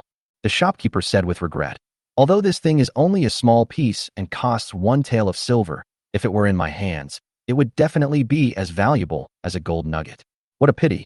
What a pity that someone is not lucky enough to enjoy it." As he said this, he put back the business contract he had just taken out. Then, he bowed to Chu Bai solemnly and said, "Mr. Chu, I'm really sorry this time. I can't sign this business contract with you." Hearing this, Wu Laotian hurriedly said, "Boss, don't be anxious. Why don't we sell it at a lower price and you can take it?" Chu Bai hurriedly stopped him and asked, "Boss, is it because of the Liu family?" Although he had guessed the result, he still wanted to confirm it. The shopkeeper nodded and said, "Yes, the Liu family has already spread the word to all the merchants in the city, prohibiting anyone from doing business with you, whether buying your things or selling things to you. Originally, I know that amber eggs and tofu were both invented by you, and the wine that became popular the other day was also brewed by you. I didn't expect that besides these, you could actually make something like soap. It's a pity that I am powerless and cannot cooperate with you. This person spoke very honestly and had no intention of deceiving anyone. There was regret in his words. His attitude actually made Chu Bai like him more. At the very least, this shopkeeper gave him a much better first impression than shopkeeper Chiao. It's okay. There is always a way out. After I defeat the Liu family, I will give this soap to you, the shopkeeper, to sell to the public. Chu Bai looked at the shopkeeper and bowed solemnly. Since traveling through time, he seldom made promises to anyone. But as long as you make a promise, you will definitely do it. The shopkeeper also treated him politely and advised, if Mr. Chu wants to make a fortune, he should not set his sights on Ping'an County. The Liu family is rich and powerful, and no one dares to offend them. He was actually pointing a way forward for Chu Bai. Since it cannot be sold in Ping'an County, then go sell it somewhere else. The Liu family is one of the 4 largest merchants in Ping'an County, but that may not be the case outside of Ping'an County. But Chu Bai had thought about this method before. Ping'an County is the closest county to Wujiazwang. If you go to other counties, the round-trip time alone will be quite long. Moreover, the road is mostly mountainous, making it easy to be targeted by bandits. Chapter 102. Enemies Meet. For Chu Bai, his biggest market should be in the county town, state capital, or even the capital. After all, his commodities were common items in his previous life, but they became rare items in ancient times. For example, glass and mirrors, which were the least valuable in his previous life, would be sought after by countless people in ancient times. The people of the Dayu dynasty lived a very difficult life, but the rich and powerful often spent money lavishly. The purpose may be just to win the smile of the courtesan in the brothel. Instead of squeezing copper coins from the hands of these poor people bit by bit, it is better to directly earn money from the princes and nobles. After all, those people have a lot of money, and it is easy to make money, so Chu Bai has no burden at all when he cheats them. But to sell goods to those places, you need not only connections, but also a strong escort team. Otherwise, let alone selling the goods to those princes and nobles, the guards would be lucky enough to be alive. Therefore, before the guard team was trained, he could only focus on the county town for the time being. This is also a choice he has no choice but to make. If he travels to the vicinity of the capital, although he may not necessarily become the richest man, at least he will earn many times more money than he does now. But being located in a remote area also has its advantages. At least at this stage, he will not attract attention.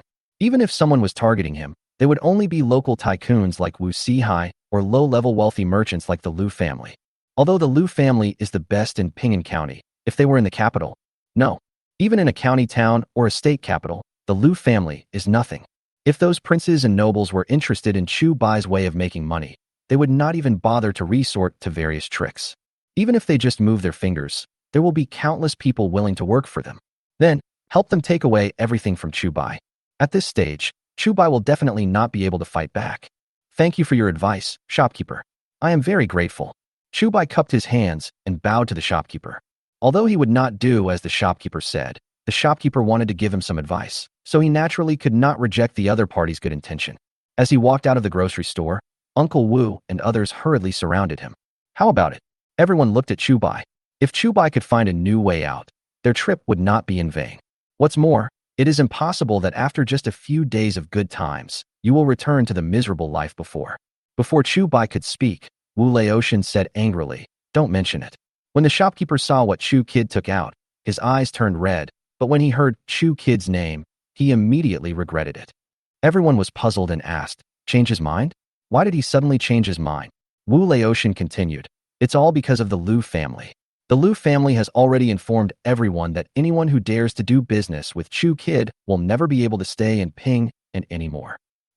This. When everyone heard this, they were a little surprised at first.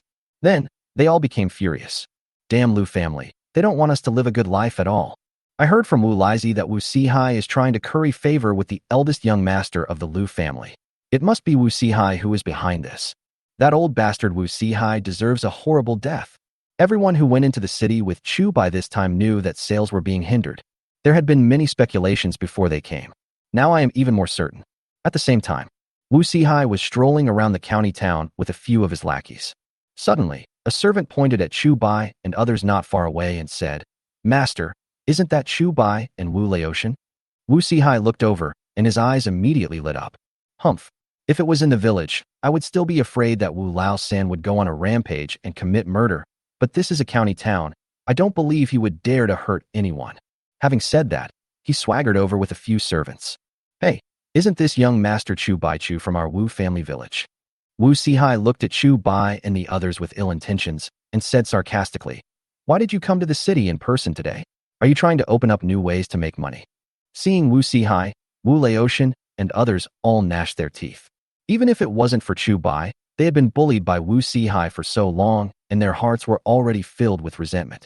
Wu Sihai, you actually dare to come here? Wu Laotian glared at Wu Sihai, wishing he could eat him alive. Wu Sihai said disapprovingly, why shouldn't I come? I should ask you, right? You, a bunch of peasants, actually dare to come to the county town. Have you paid the city tax? You. Everyone looked at Wu Sihai and became more and more angry. My fellow uncles and brothers, don't fall into Wu Sihai's trap. Seeing that everyone was about to fight, Chu Bai quickly stopped them and said, we are in the city now. If you hit someone casually, the government will come to arrest you. After hearing this, everyone gave up the idea of taking action. But when he looked at Wu Sihai, he still couldn't help but want to eat Wu Sihai. TSK. What a bunch of cowards. Wu Sihai put his hands behind his back and said to Chu Bai, silly Bai, your business is not doing well recently, right? Hearing this, everyone's eyes widened again. Wu Laotian even shouted directly, it turns out that you are the one who did this. Wu Sihai said proudly, even if you know that it was me who did it, so what? Do you really think that you, a bunch of peasants, can compete with the Lu family? Chu Bai narrowed his eyes and snorted, Wu Sihai, even if we are peasants, so what? Don't you think you are worse than us? At least we can do whatever we want. And you are just a dog raised by the Lu family. This sentence immediately stimulated Wu Sihai. He was used to being domineering in Wujiazwang and always regarded himself as the master. But after arriving in the county town, every time he met the Lu family, he had to put on the face of a servant. This already made him feel unwilling, and Chu Bai's initiative to bring it up was more like a fatal blow to him. Chu Bai, if you know what's best for you, you should hand over the secret recipe of amber eggs and tofu, as well as the method of brewing wine to me. Otherwise, I have plenty of ways to make sure you die without a burial place. Although Wu Sihai was unwilling, he did not forget his purpose. If he could get the secret recipes in advance, perhaps he could use them to make a fortune. You're dreaming. Get out of here. As soon as Wu Sihai finished speaking, Wu Laotian and others started shouting. These secret recipes are Chu Bai's lifeblood. How can he easily hand them over to others? What's more, he's a bastard like Wu Sihai. Wu Sihai's face changed and he asked, Chu Bai, is this what you meant? Chu Bai nodded and snorted. What else? Like you, being a dog for others? You. Wu Sihai took a deep breath and said viciously, you are shameless. Just wait for me. If you can sell one of the things you make in the future, I will take your surname. Chapter 103. The Old Butler Takes Action. Before Chu Bai traveled through time, Wu Sihai was considered a powerful figure in the eyes of the villagers of Wujiazwang. Even the officials in the city had to give him some face. Therefore, everyone in Wujiazwang was afraid of him. But since Chu Bai got married, he first tinkered with the amber eggs, and then exposed the lies he had buried in Wujiazwang for many years. Later, one wrong step led to another. As a result, he now dares not even return to Wujiazwang and can only live under the protection of the Lu family. Even though Wu Sihai is showing off his power in Wujiazwang, he is nothing in the county. How could he, who had always been a master, get used to this kind of life? It's okay if you're not used to the food and accommodation. The prices in the county town are really expensive. If he couldn't snatch the secret recipe from Chu Bai as soon as possible, the money he brought would probably be spent soon. This is also the reason why, when he met Chu Bai just now, he told him his purpose without reservation. However, he didn't expect that Chu Bai, this fool, was about to die, but he was still stubborn. As long as the Lu family is gone, it will be impossible for Chu Bai to sell the things he made. He didn't know what Chu Bai was still insisting on. Does he really think that a country bumpkin like him can defeat the Lu family? Whether it's amber eggs or wine, you need money to make these things, right? Wu Sihai looked at Chu Bai with pride and snorted. The wine ordered by Wang Xinla has not been sold this time. You have lost all the money you earned before, right?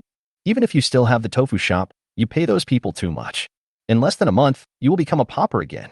Although he was forced to leave Wujiazwang, as long as he could get the secret recipe for making amber eggs and wine from Chu Bai, he could become a superior person again. Moreover, he is the most powerful person in Ping'an County. Even the big shots from Jiuan County and Liangzhou. Just as Wu Sihai was about to continue speaking and provoke Chu Bai, Wu Laotian and others, a figure suddenly appeared next to the cart pulled by the escort team. What's this? A man in his 50s with an ugly appearance took the soap that Chu Bai had prepared earlier and put it to his nose and smelled it. Uncle Wu was suddenly shocked. He had just been distracted by Wu Si-hai and didn't even see anyone approaching their cart. In fact, it's not his fault. The main reason was that Wu Si-hai had previously leaked information to the bandits, which almost brought Chu Bai into danger. And now, he is instigating the Liu family to do such a thing. Therefore, he became furious when he saw Wu Si-hai. If this was a county town, he would have killed Wu Si-hai long ago. Wu Si-hai was also a little surprised when he saw the man, because the man was none other than his biological father. Butler Liu, why are you here? Wu Si-hai hurried over and carefully approached the old butler. But the old butler didn't even look at him, and asked Chu Bai directly, "My little brother, what are you doing with this, and why is there a fragrance?" Chu Bai looked at the old butler, then looked at his features which were 50% similar to the old butler's, and immediately guessed the old butler's identity. The reason why he had the fate he had today was mostly due to this old butler. However, he did not glare at the old butler or say some senseless harsh words. "Old man, this thing is called scented soap. It can be used for washing clothes or bathing.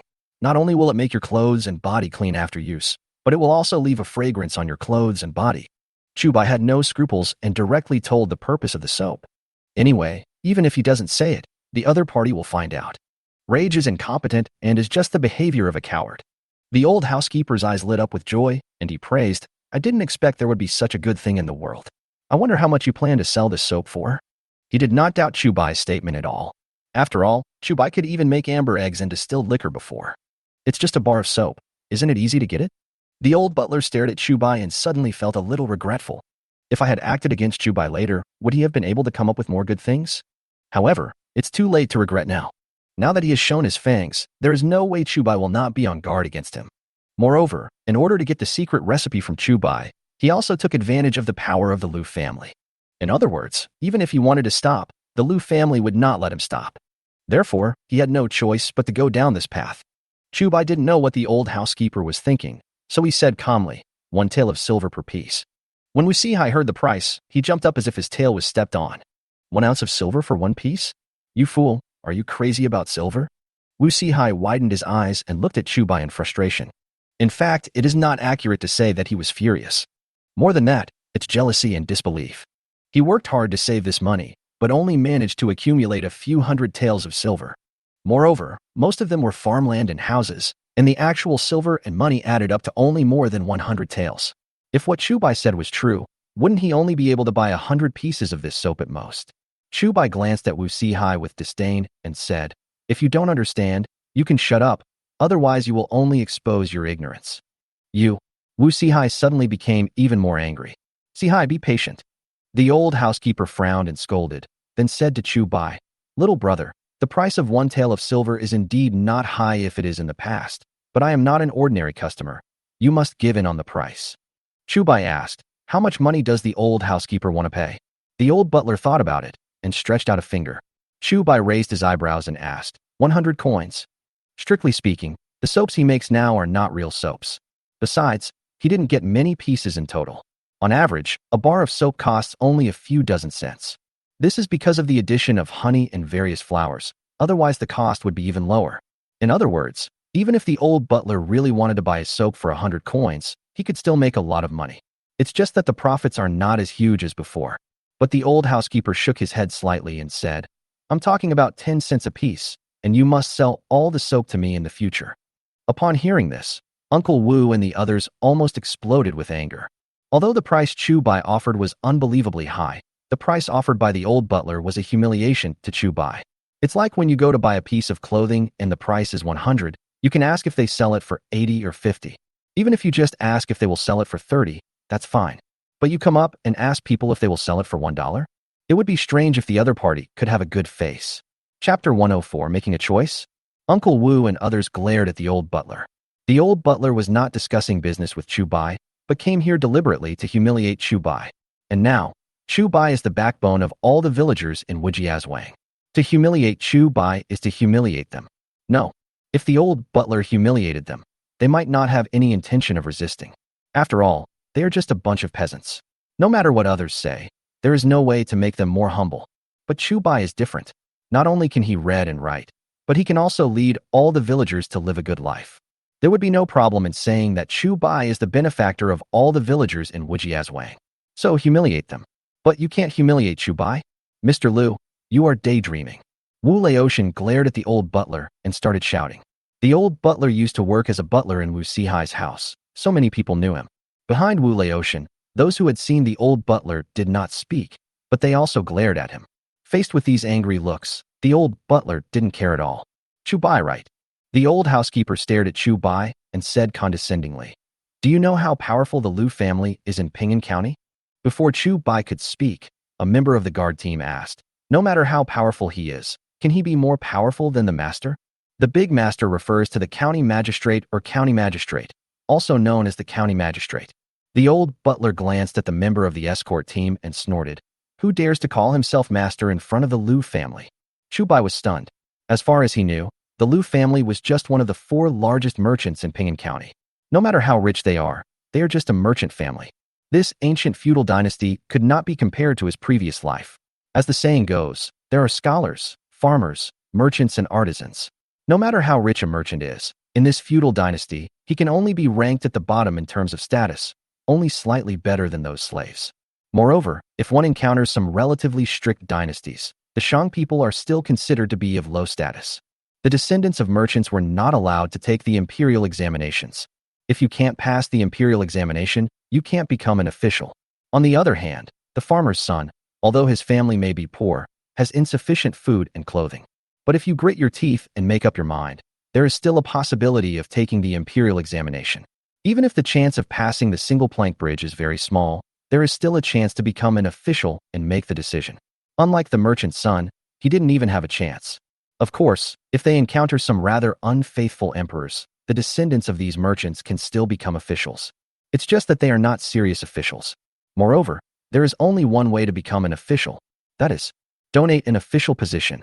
Although the Dayu dynasty is now in chaos, the current emperor is not so foolish as to make money by donating official positions. Therefore, Chu Bai felt that even if the Liu family was one of the 4 largest merchants in Ping'an County, they could not be so arrogant. The old housekeeper seemed to see that Chu Bai didn't believe him, and snorted and laughed. Everyone thinks that the county magistrate is a 100-mile marquis, but in Ping'an County, the county magistrates come and go, but the 4 great merchants remain the same. No matter how powerful the county magistrate is, he will be gone in 3 to 5 years at most. However, the 4 wealthy merchants have always been entrenched in Ping'an County and control all industries in Ping'an County. To put it bluntly, even the county magistrate has to bow his head in front of the 4 wealthy merchants. As long as you don't give the secret recipe to the Liu family, you won't be able to sell a single product in Ping'an County. You can try to sell these amber eggs and wine to other counties or prefectures, but the mountains are high and the roads are long, so be careful of bandits on the road. The old butler seemed to think that he had Chu Bai in his grasp, and he slowly and carefully explained the matter to Chu Bai. After hearing what he said, Uncle Wu San, Wu Laotian, and others all showed worried looks on their faces. They had discussed everything the old butler said before, but they didn't expect that things would be more serious than they thought. Chu Bai, right? The old butler stared at Chu Bai and said in a cold tone, "I will ask you one last time. The secret recipe for rebrewing the amber eggs and wine, are you going to give it to me or not?" As the saying goes, even clay figures still have some temper. What's more, this old butler has been acting condescendingly since he appeared. His attitude completely irritated Chu Bai. "Give." Chu Bai raised his eyebrows and snorted, "I'll give you a big slap in the face." He knew in his heart that it was not appropriate to have a complete falling out with the old butler at this time. But this person's words and actions were too deceiving, which made Chu Bai dislike him very much. Besides, the other person has already called me. I can't just try to reason with him, right? Even if you don't take the initiative to break up, the other party won't give you any good face. In that case, he might as well make himself happy. Even if he dies, he wants to die peacefully. Instead, the cowardly ones will die. The old butler's eyes twitched, and he asked, "Boy, don't say I didn't give you a chance. I'll ask you one last time, are you sure?" Before meeting Chu Bai, he thought Chu Bai was a smart person. However, he didn't expect that Chu Bai would be so disrespectful to him. Chu Bai sneered and snorted, "Are you sure? If you don't get out of here, do you believe I will slap you right away?" The old butler didn't take Chu Bai's words to heart. But just as he was about to speak, he discovered that Uncle Wu behind Chu Bai suddenly became restless. The old butler didn't know much about the people in Wujiazwang, with the exception of Uncle Wu San. "I didn't expect the 3rd brother to be here too," the old housekeeper said casually, then stared at Chu Bai and said, It's too late even if you beg for mercy now. As long as the Liu family is here, you can't sell a single thing. Then, he ordered the person behind him. Keep an eye on the movements of this group of people. If anyone dares to buy their stuff, immediately take back his shop and make him get out of the city. Yes. After listening to this, the man nodded and immediately walked over to stand behind Chu Bai and others. He didn't do anything or say anything to Chu Bai and the others. He just planned to follow them. This behavior may seem harmless, but it is the most disgusting. Moreover, it is extremely deadly. The Liu family is wealthy and powerful, and Chu Bai is not even considered a rising star now. Those people naturally know the limits as to whom to offend and whom to please. Wu Sihai stood behind the old housekeeper and said proudly, "Silly Bai, if you regret it now, it's not too late, but if you don't know the current situation, don't blame me for being rude." With the old butler around, he suddenly felt more confident. Chu Bai looked at Wu Sihai, then at the old butler, and then at Uncle Wu San, Wu Laotian, and others behind him. Seeing him like this, the old butler looked even more proud. In his opinion, Chu Bai was obviously making a choice, and he believed that the most advantageous option for Chu Bai was to hand over all the secret recipes. At this moment, a horse-drawn carriage with bells hanging on it swayed into Ping'an County. Chapter 105 Turning Point. Inside the carriage sat a young man and a woman. The young man was resting with his eyes closed at this time, while the woman was holding a book in her left hand and a pen in her right hand, writing and drawing on paper from time to time. Around the carriage, in addition to the coachman, there were 4 or 5 bodyguard-like figures who were constantly on the lookout. A guard at the city gate saw the carriage and hurriedly pushed his companion beside him. "Brother Liu, here comes a fat sheep." When the companion called Brother Liu saw the carriage, he immediately showed joy. There are 4 wealthy merchants in Ping'an County. Apart from these 4, there are many other wealthy families. They guard the city gate all year round, and they know almost all the wealthy families in Ping'an County. But these people did not have carriages like the one in front of them. Although the Dayu dynasty did not have a regulation on paying taxes in the city, as the saying goes, every policy has its own countermeasure. Even if this article is not in the law, it does not prevent them from adding it in and asking for some benefits from the visitors. Brother Liu looked at the carriage, calculating in his mind how much silver he would get for it. But when he saw the string of bells hanging on the carriage, his face suddenly changed. Seeing his companion about to walk towards the carriage, Brother Liu hurried forward and grabbed the man. "What sheep are you fattening?" Brother Liu called to the guard and glared at him. "Look carefully whose carriage that is." The guard was stunned and asked in confusion, "Isn't this the carriage from our Ping'an County?" Brother Liu said unhappily, "You are late, don't you know? Remember this. As long as you see the bells on this carriage, walk as far as you can." The guard blinked and seemed to understand a little. "Brother Liu, whose carriage is this? Why are you so scared?" This Brother Liu is not an ordinary person, but a branch of the Liu family, one of the 4 great merchants. He was used to showing off his power on a daily basis, and even if the carriages of the other 4 wealthy merchants came into the city, he would dare to charge them a lot. "But now you are so scared?" Brother Liu looked at the carriage and said carefully, "Don't ask questions that you shouldn't ask. In short, you just need to know that the people in this carriage should not be messed with." As he said this, he walked over and removed the obstacles at the city gate himself. Then, he said to the soldier next to him, "There is no need to check this carriage, just let it pass, to prevent thieves from causing trouble." Then he bowed to the coachman in a flattering manner. But the coachman didn't even look at him, cracked the whip and drove the carriage forward. "Wait a minute." At this moment, the young man in the carriage suddenly spoke. "Let's check it out. We can't break the rules." The young man lifted the curtain and walked out of the carriage. However, the woman did not leave, but continued to write and draw while sitting in the car. Brother Liu was stunned for a moment and hurriedly ordered, "Hurry up." Seeing this, the soldiers on both sides hurried forward and did a quick check. "No problem, let me go." Brother Liu breathed a sigh of relief and quickly said flatteringly, "Master Mu, please get in the car." The young man called Mr. Mu frowned, but said nothing and turned around to get in the car. "Brother Mu, there is no need for you to do this, right?" After the young man got on the bus, the woman put down her pen and asked softly. The young man shook his head and said, "There is no order without rules. We still have to abide by the rules that should be followed." Hearing this, the woman didn't say anything else. Anyway, she had been with this young man for a long time and was already accustomed to his temper. There is nothing wrong with saying that it is following the rules and being conservative. The carriage passed through the city gate and continued forward. Judging from the direction, it should be the road leading to Wanxian Tower. Chu Bai looked at Wu Sihai, feeling angry and hateful. It's a pity that he traveled through time and space and became just an unknown person. If he had traveled through time and space and became the son of a king, he would probably have been rich enough to rival a country by now. He could also take out those fun things from his previous life without any scruples. But at this moment, he had only taken out a preserved egg and distilled liquor, and he was already coveted by others. However, facing this kind of powerful bullying, he had no way to deal with it. Do we really want to give up Ping'an County and sell the distilled liquor and preserved eggs to other places? Not to mention whether the journey is safe or not. Even if the goods are really transported there, who can guarantee that there are no people like the old butler and the Liu family there? Just when he felt helpless, a carriage with bells hanging on it came over with a jingling sound. When Chu Bai saw the carriage, his eyes immediately lit up. Although he didn't know who the carriage belonged to, judging from the accessories on the carriage, the owner was definitely not an ordinary person. Chu Bai walked over without saying a word. What? As soon as he passed by, the bodyguard-like figures behind the carriage surrounded him. Seeing this, Uncle Wu Sen hurriedly protected Chu Bai with Wu Laotian and others, fearing that he would suffer. Chu Bai waved to the others, then walked to the front of the carriage and bowed, saying, I am Chu Bai, and I am from Wujia village in Ping'an County. I see that this carriage is luxuriously decorated, and you all look exhausted. You should not be from Ping'an County, but from other places? Hearing this, the bodyguards did not relax at all and still looked at Chu Bai vigilantly. Chu Bai smiled lightly and said straight to the point. The reason why I stopped you all is mainly because I was bullied by the bullies in the city, so I wanted to sell the goods in my hands to you. Upon hearing this, several bodyguards immediately shouted, We don't do business, get out of here. Hearing this, Chu Bai couldn't help but feel a little disappointed. Wu Sihai on the side sneered, Silly Bai, are you crazy about money? You actually use this method to do business?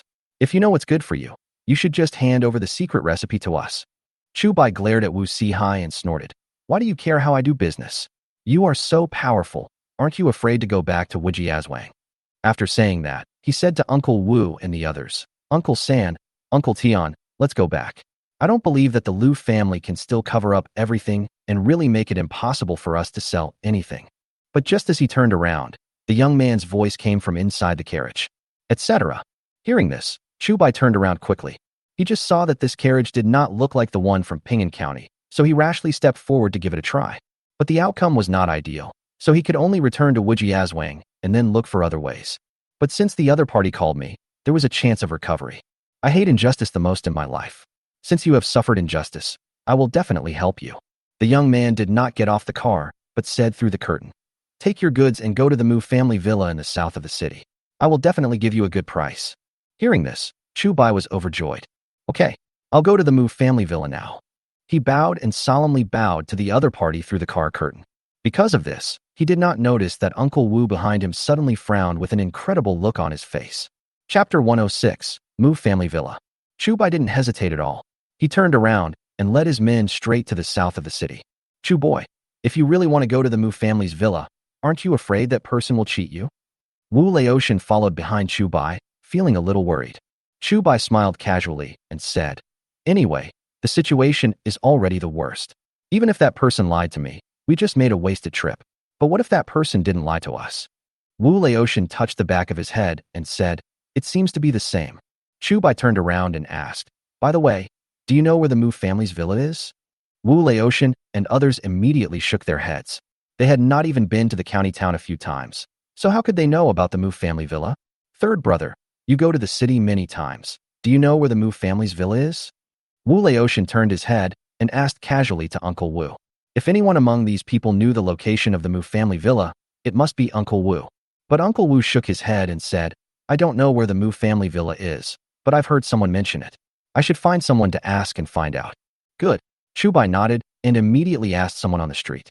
Sure enough, they asked how to get to the Mu family villa.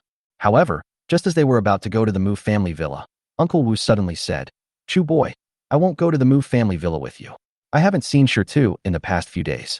I'll go to his place to see how the tofu is selling. Upon hearing this, Chu Bai was stunned for a moment. Uncle Wu has always been loyal to his duties, and I didn't expect that he would suddenly give up at this time. However, he didn't care. Okay, then when third uncle meets second brother, please give him your greetings and ask about tofu's situation. Chu Bai agreed immediately and asked Uncle Wu to inquire about the sales of tofu. Tofu is different from amber eggs and distilled liquor, the latter two of which he sells through Wangshenlu. But the former was the one he took over the shop himself, organized the villagers of Wujiazwang to make tofu, and processed and sold it. In addition to tofu, he also opened a breakfast restaurant to make it convenient for city residents to have breakfast. Nowadays, going to a tofu shop to eat fried dough sticks and tofu pudding and drink a bowl of soy milk has become a fashion in Ping'an County. Not only ordinary people, but even some wealthy families often sent people to the tofu shop to pack some breakfast to take back. The Liu family could ask manager Chiu to stop buying their amber eggs and distilled liquor, but many people would buy tofu. They can't just cover up everything, can they? Just after Chu Bai left, the woman in the carriage suddenly frowned. Chu Bai? Wujiazwang. I seem to have heard of it from somewhere. The woman murmured, and her eyes suddenly lit up. Then, she quickly lifted the curtain and asked, "Wait, what goods are you selling?" But at this time, Chu Bai had already walked far away and could not hear her question at all. On the contrary, several people passing by showed surprise when they saw the woman's face.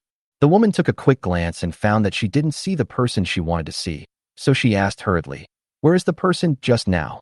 The driver turned his head and said, "They went to the south of the city, probably to the other courtyard." The woman frowned and said with some regret, "Just one step left. Let's hurry up." After saying that, she returned to the car. Seeing her like this, the young man couldn't help but ask curiously, "What's wrong with you? Do you know this person just now?" The woman sighed and said, "Brother Ching, do you still remember the wine that Manager Chiu shipped over a few days ago?" The young man nodded and said, "Of course I remember. Didn't you come here for the wine? Could it be that the wine was brewed by this person just now?" The woman tapped her head and said, "It's not just the wine. Do you remember the amber egg Qianheng mentioned when he returned to Beijing? If I remember correctly, this thing was also made by this person." The young man immediately realized what was going on and said, "I know, it was him." The woman said in annoyance, "I came here to find him, but I missed him the moment we met." The young man quickly comforted him. "It's okay. Didn't I just tell him to go to the Mu family villa? If he really can't sell it, he will definitely go there." After he finished speaking, he suddenly frowned and said, "No, those things of his were all sold with the help of shopkeeper Chiu. How could he not sell them? Is there something wrong with shopkeeper Chiu?" As soon as he finished speaking, he hurriedly instructed the attendant beside him, "Go to Wanxian Tower and ask manager Chiu to come to the villa." On the other side, Wu Sihai looked at the old butler and asked, "Dad, do you know who this carriage belongs to?" The old butler stared at the carriage, his brows slightly furrowed. Ever since he returned to the Liu family from Wujiazwang, he has been relegated to the position of second steward. Therefore, he doesn't understand many things outside. However, as long as the Liu family wants it, there is nothing they can't get. Even if the county magistrate comes, it won't work. Thinking of this, the old butler immediately stopped the carriage. The carriage stopped suddenly again. Who? The few followers who had just come over came over again. The woman in the carriage was delighted and immediately lifted the curtain and asked, "You're back again?" But she didn't notice Chu Bai. Standing in front of the car was an extremely ugly old man. Although she had never seen Chu Bai, she knew that Chu Bai was a young man, not the person in front of her. "Who are you?" the woman asked subconsciously. The old butler looked at the woman with a hint of surprise in his eyes. Then he asked in a deep voice, "I don't care what your background is with the man in the car. You are not allowed to do business with the man named Chu Bai just now. Otherwise you will be against my Liu family." Hearing this, both the woman and the young man couldn't help but smile. "Liu family? What is this?" The young man lifted the carriage curtain, looked at the old housekeeper, and asked, "The Liu family you are talking about is the one of the 4 great merchants in Ping'an County?" The old housekeeper said proudly, "Yes, it is this Liu family." The young man snorted coldly and said, "So what if it's the Liu family? I have nothing to do today, so I'll go back and ask the head of your Liu family to go to the Mu family's villa and apologize." After saying that, he lowered the curtain and ordered, "Go." The driver immediately waved his whip and drove the carriage away. From beginning to end, he didn't even look at the old butler and Wu Sihai. Seeing that he was being ignored, the old butler became furious. Seeing this, Wu Sihai immediately fanned the flames and said, "Butler Liu, what kind of place is this Mu family villa? How could it be that even the Liu family doesn't take it seriously?" The old housekeeper narrowed his eyes and snorted, "No matter what his origins are, as long as he comes to Ping'an County, even if it's a dragon, it has to coil up, and if it's a tiger, it has to... No, wait." The old butler seemed to suddenly remember something, and cold sweat suddenly poured down his face. "Mu family villa? Mu family." The old butler raised his head and looked in the direction the carriage left, and his legs suddenly went weak. Chapter 107 Ningjilan. Butler Liu. "Father." Seeing that the old butler was about to collapse, Wu Sihai shouted hurriedly. Fortunately, the old butler just had weak legs and did not faint. He recovered after a while. Wu Sihai looked at the old butler in a daze. It was the first time he saw the old butler like this since he knew him. Dad, who was that person just now? In a hurry, he forgot to change his address. The old housekeeper narrowed his eyes and said quietly, "This person's surname is Mu. Who else do you think it could be?" Wu Sihai's eyes widened instantly, and he said in disbelief, You? You mean that Mu? He had always lived in Wujiazwang and seldom went to the county town, so naturally he didn't know which Mu was in the Mu family villa. After all, there are many surnames that have the same pronunciation as the word Mu. For example, the Mu in tree, the Mu in Murong Fu, the Mu in bathing, and the Mu in shepherd all have the same pronunciation as the word Mu, and are all surnames. Therefore, he did not think of that surname at first. If it was really that Mu, then things would be. But as soon as he finished speaking, the old butler shook his head firmly. Maybe I'm overthinking it. If it's really that Mu, why would he come to Ping'an County, where no one even shits? The old butler raised his eyebrows and snorted. You still want our clan leader to come and apologize? Dream on. After saying that, he put his hands behind his back and walked away. Wu Sihai blinked and suddenly felt a little uneasy. Judging from the young man's nonchalant attitude, no matter which Mu it is, it seems that he is not someone he can afford to offend. On the other side, Chu Bai followed the instructions of passers-by and led everyone to the Mu family villa. From a distance, the Mu family villa covers a very large area, and the house takes up almost 1/5 of the area in the south of the city. Looking at the house in front of him, Wu Laotian suddenly felt a little guilty and said, Chu Boy, that young man is not lying to us, right? Can he really make the decision about this house? Chu Bai didn't respond, and he was a little nervous. Although he had never heard of the Mu family, just from the look of this house, he knew that they were definitely not an ordinary family. Under normal circumstances, the person who can be the master of such a house must be either rich or noble. Although the young man did not show his face, his voice sounded too young, and he didn't sound like someone who could be in charge. To be precise, if someone said that the young man was a wealthy second-generation dandy, he would absolutely believe it. But if he were to make the decision in this courtyard, he would be somewhat skeptical. But now that I'm here, I can only give it a try. It doesn't matter, let's wait here for a while. Chu Bai said to Wu Laotian and others, since that man asked us to deliver the goods here, he will definitely come back. Wu Laotian and others had the same idea as Chu Bai, and they all nodded and waited. However, they had only waited for a short while when the carriage with bells hanging on it appeared in their sight. Chu Bai exclaimed, I thought they asked me to deliver the goods first because they had other important things to do, but I didn't expect them to arrive right after us. At the same time, the young man lifted the curtain of the car and said to the woman next to him, I told you that if they couldn't sell their goods, they would definitely come to the other courtyard. Are you relieved now? When he came to Ping'an County this time, he originally wanted to go directly to Wanxian Tower. Therefore, he asked Chu Bai to wait for him at the Mu family villa instead of directly buying Chu Bai's goods. But because of the woman's urging, he had to change his itinerary, return to the Mu family villa first, and send someone to call Manager Chiu of Wanxian Tower. The woman saw Chu Bai from afar and immediately breathed a sigh of relief. Although she didn't know what happened between Chu Bai and shopkeeper Chiu, the fact that Chu Bai was forced to sell on the street must have meant that he and shopkeeper Chiu had a falling out. If Chu Bai had not come to the Mu family villa, or planned to develop somewhere else, it would have been difficult for her to find Chu Bai again. After a while, the carriage stopped in front of Chu Bai and others. The young man lifted the curtain of the car and walked out. The woman followed closely behind him, but her previous eagerness was hidden by her.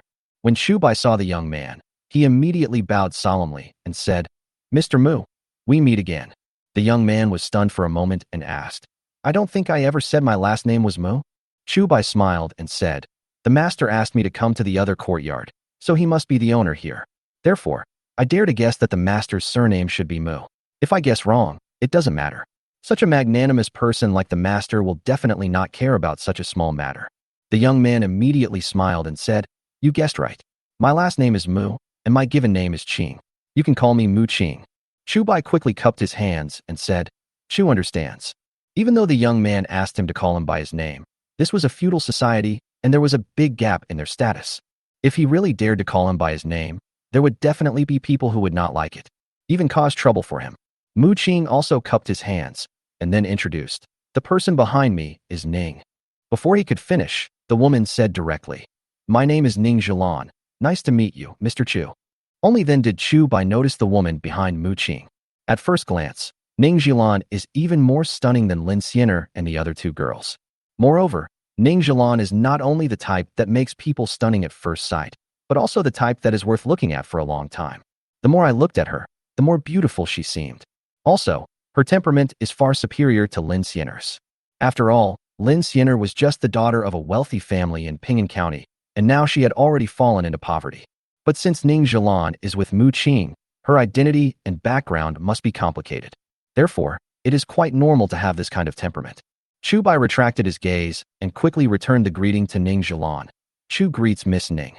Seeing that Chu Bai just glanced at her and then quickly looked away, Ning Zhilan immediately felt more favorable towards Chu Bai. Because of her appearance, many people she had met before liked to stare at her or take a peek at her from time to time.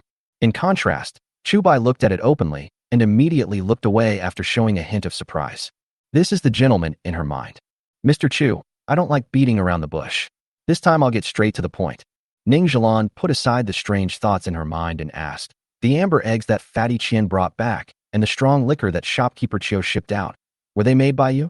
Chu Bai was stunned for a moment, and when he looked at Mu Qing and Ning Zhilan again, he suddenly realized something.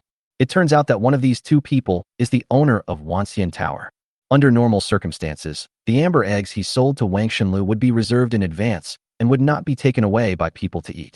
But if this person is the owner of Wanxian Tower, then it naturally doesn't matter. Even though they were far away in the capital, shopkeeper Chiu would find ways to transport the things over. This is also the reason why Mu Qing was willing to take the risk of offending the Lu family and purchase all of his goods. In the face of such a powerful background, what is the Lu family? Chapter 108, Taught. Yes, the amber eggs and liquor you mentioned were made by me. Chu Bai looked at the two of them and said in a neither humble nor arrogant manner, in addition to amber eggs and strong liquor, I also opened several tofu shops and recently developed something called soap. Tofu shop. Soap. Mu Qing and Ning Zhilan each murmured. Mu Qing glanced at Ning Zhilan and then asked, Mr. Chu, since you have a tofu shop, why don't you sell your amber eggs and liquor here? Chu Bai explained, Mr. Mu, you don't know that my tofu shop sells cheap tofu and breakfast. Whether it's amber eggs or 3 kinds of liquor, the prices are relatively expensive, so they are not suitable for sale in a tofu shop. It's not that he didn't consider selling preserved eggs and distilled liquor in the tofu shop, but most of the people who went to the tofu shop to buy things were ordinary people. If the amber eggs could be turned back into preserved eggs, the people would still be able to afford to eat them. The 3 types of distilled liquors he made are of the high-end variety and are definitely not affordable for ordinary people. What's more, the Lu family has already spread the word in Ping'an County that those wealthy families would not dare to buy wine from the tofu shop, let alone tofu. Mu Qing nodded and asked, I wonder how much this tofu costs and how it tastes. Chu Bai smiled and said, tofu costs 5 cents per pound. It can be eaten raw or served cold, and it can also be fried or stir-fried. It can also effectively supplement the protein needed by the human body. Mu Qing didn't know what protein was, but when he heard Chu Bai's cooking method, he was immediately shocked. Just as he was about to say something else, Chu Bai cupped his hands and said, if Mr. Mu wants to eat it, regardless of whether today's business is successful or not, Chu will have someone send some tofu to your house. Just as Mu Qing was about to refuse, Ning Zhilan asked, Mr. Chu, what is the soap you just mentioned? Chu Bai turned around, took out a bar of soap, and handed it to Ning Zhilan. Miss Ning, please look, this is soap. It is as fragrant as fat, and is great for bathing or washing clothes. He didn't explain too much, just briefly talked about the purpose of the soap. Ning Zhilan reached out and touched the soap, then put it to her nose and sniffed it gently. Ning Zhilan's eyes lit up, and she said, honey and balsam are added to this. Chu Bai was stunned and praised. Miss Ning is really amazing. Honey is indeed added to this, but it is not balsam, but fresh flowers. Therefore, this thing will smell fragrant, and after washing with this thing, whether it is clothes or body, the fragrance will remain. Ning Zhilan asked, in other words, although this thing is only a small piece, its effect is the same as that of the soap bean and the sachet? Chu Bai shook his head and said, no, whether it is used for bathing or washing clothes, soap is cleaner than soap nuts. As for the smell, I can't really say for sure as a man, but my wife said she is very satisfied. Oh, Ning Zhilan keenly noticed the ambiguity in Chu Baihua's words and asked in confusion, how many wives do you have? Chu Bai said, 3. Ning Zhilan frowned. She hated philandering men the most. Although there are many people who marry 3 wives these days, she just doesn't like dealing with those people who marry many wives. Haha, I didn't expect Mr. Chu to be such a passionate person. Ning Zhilan's expression changed and her tone became a little cold. Chu Bai was stunned for a moment. He didn't expect Ning Zhilan to do this suddenly. However, he had no intention of defending himself. If Ning Zhilan stops doing business with me just because I have 3 wives, I'm afraid she isn't cut out for business.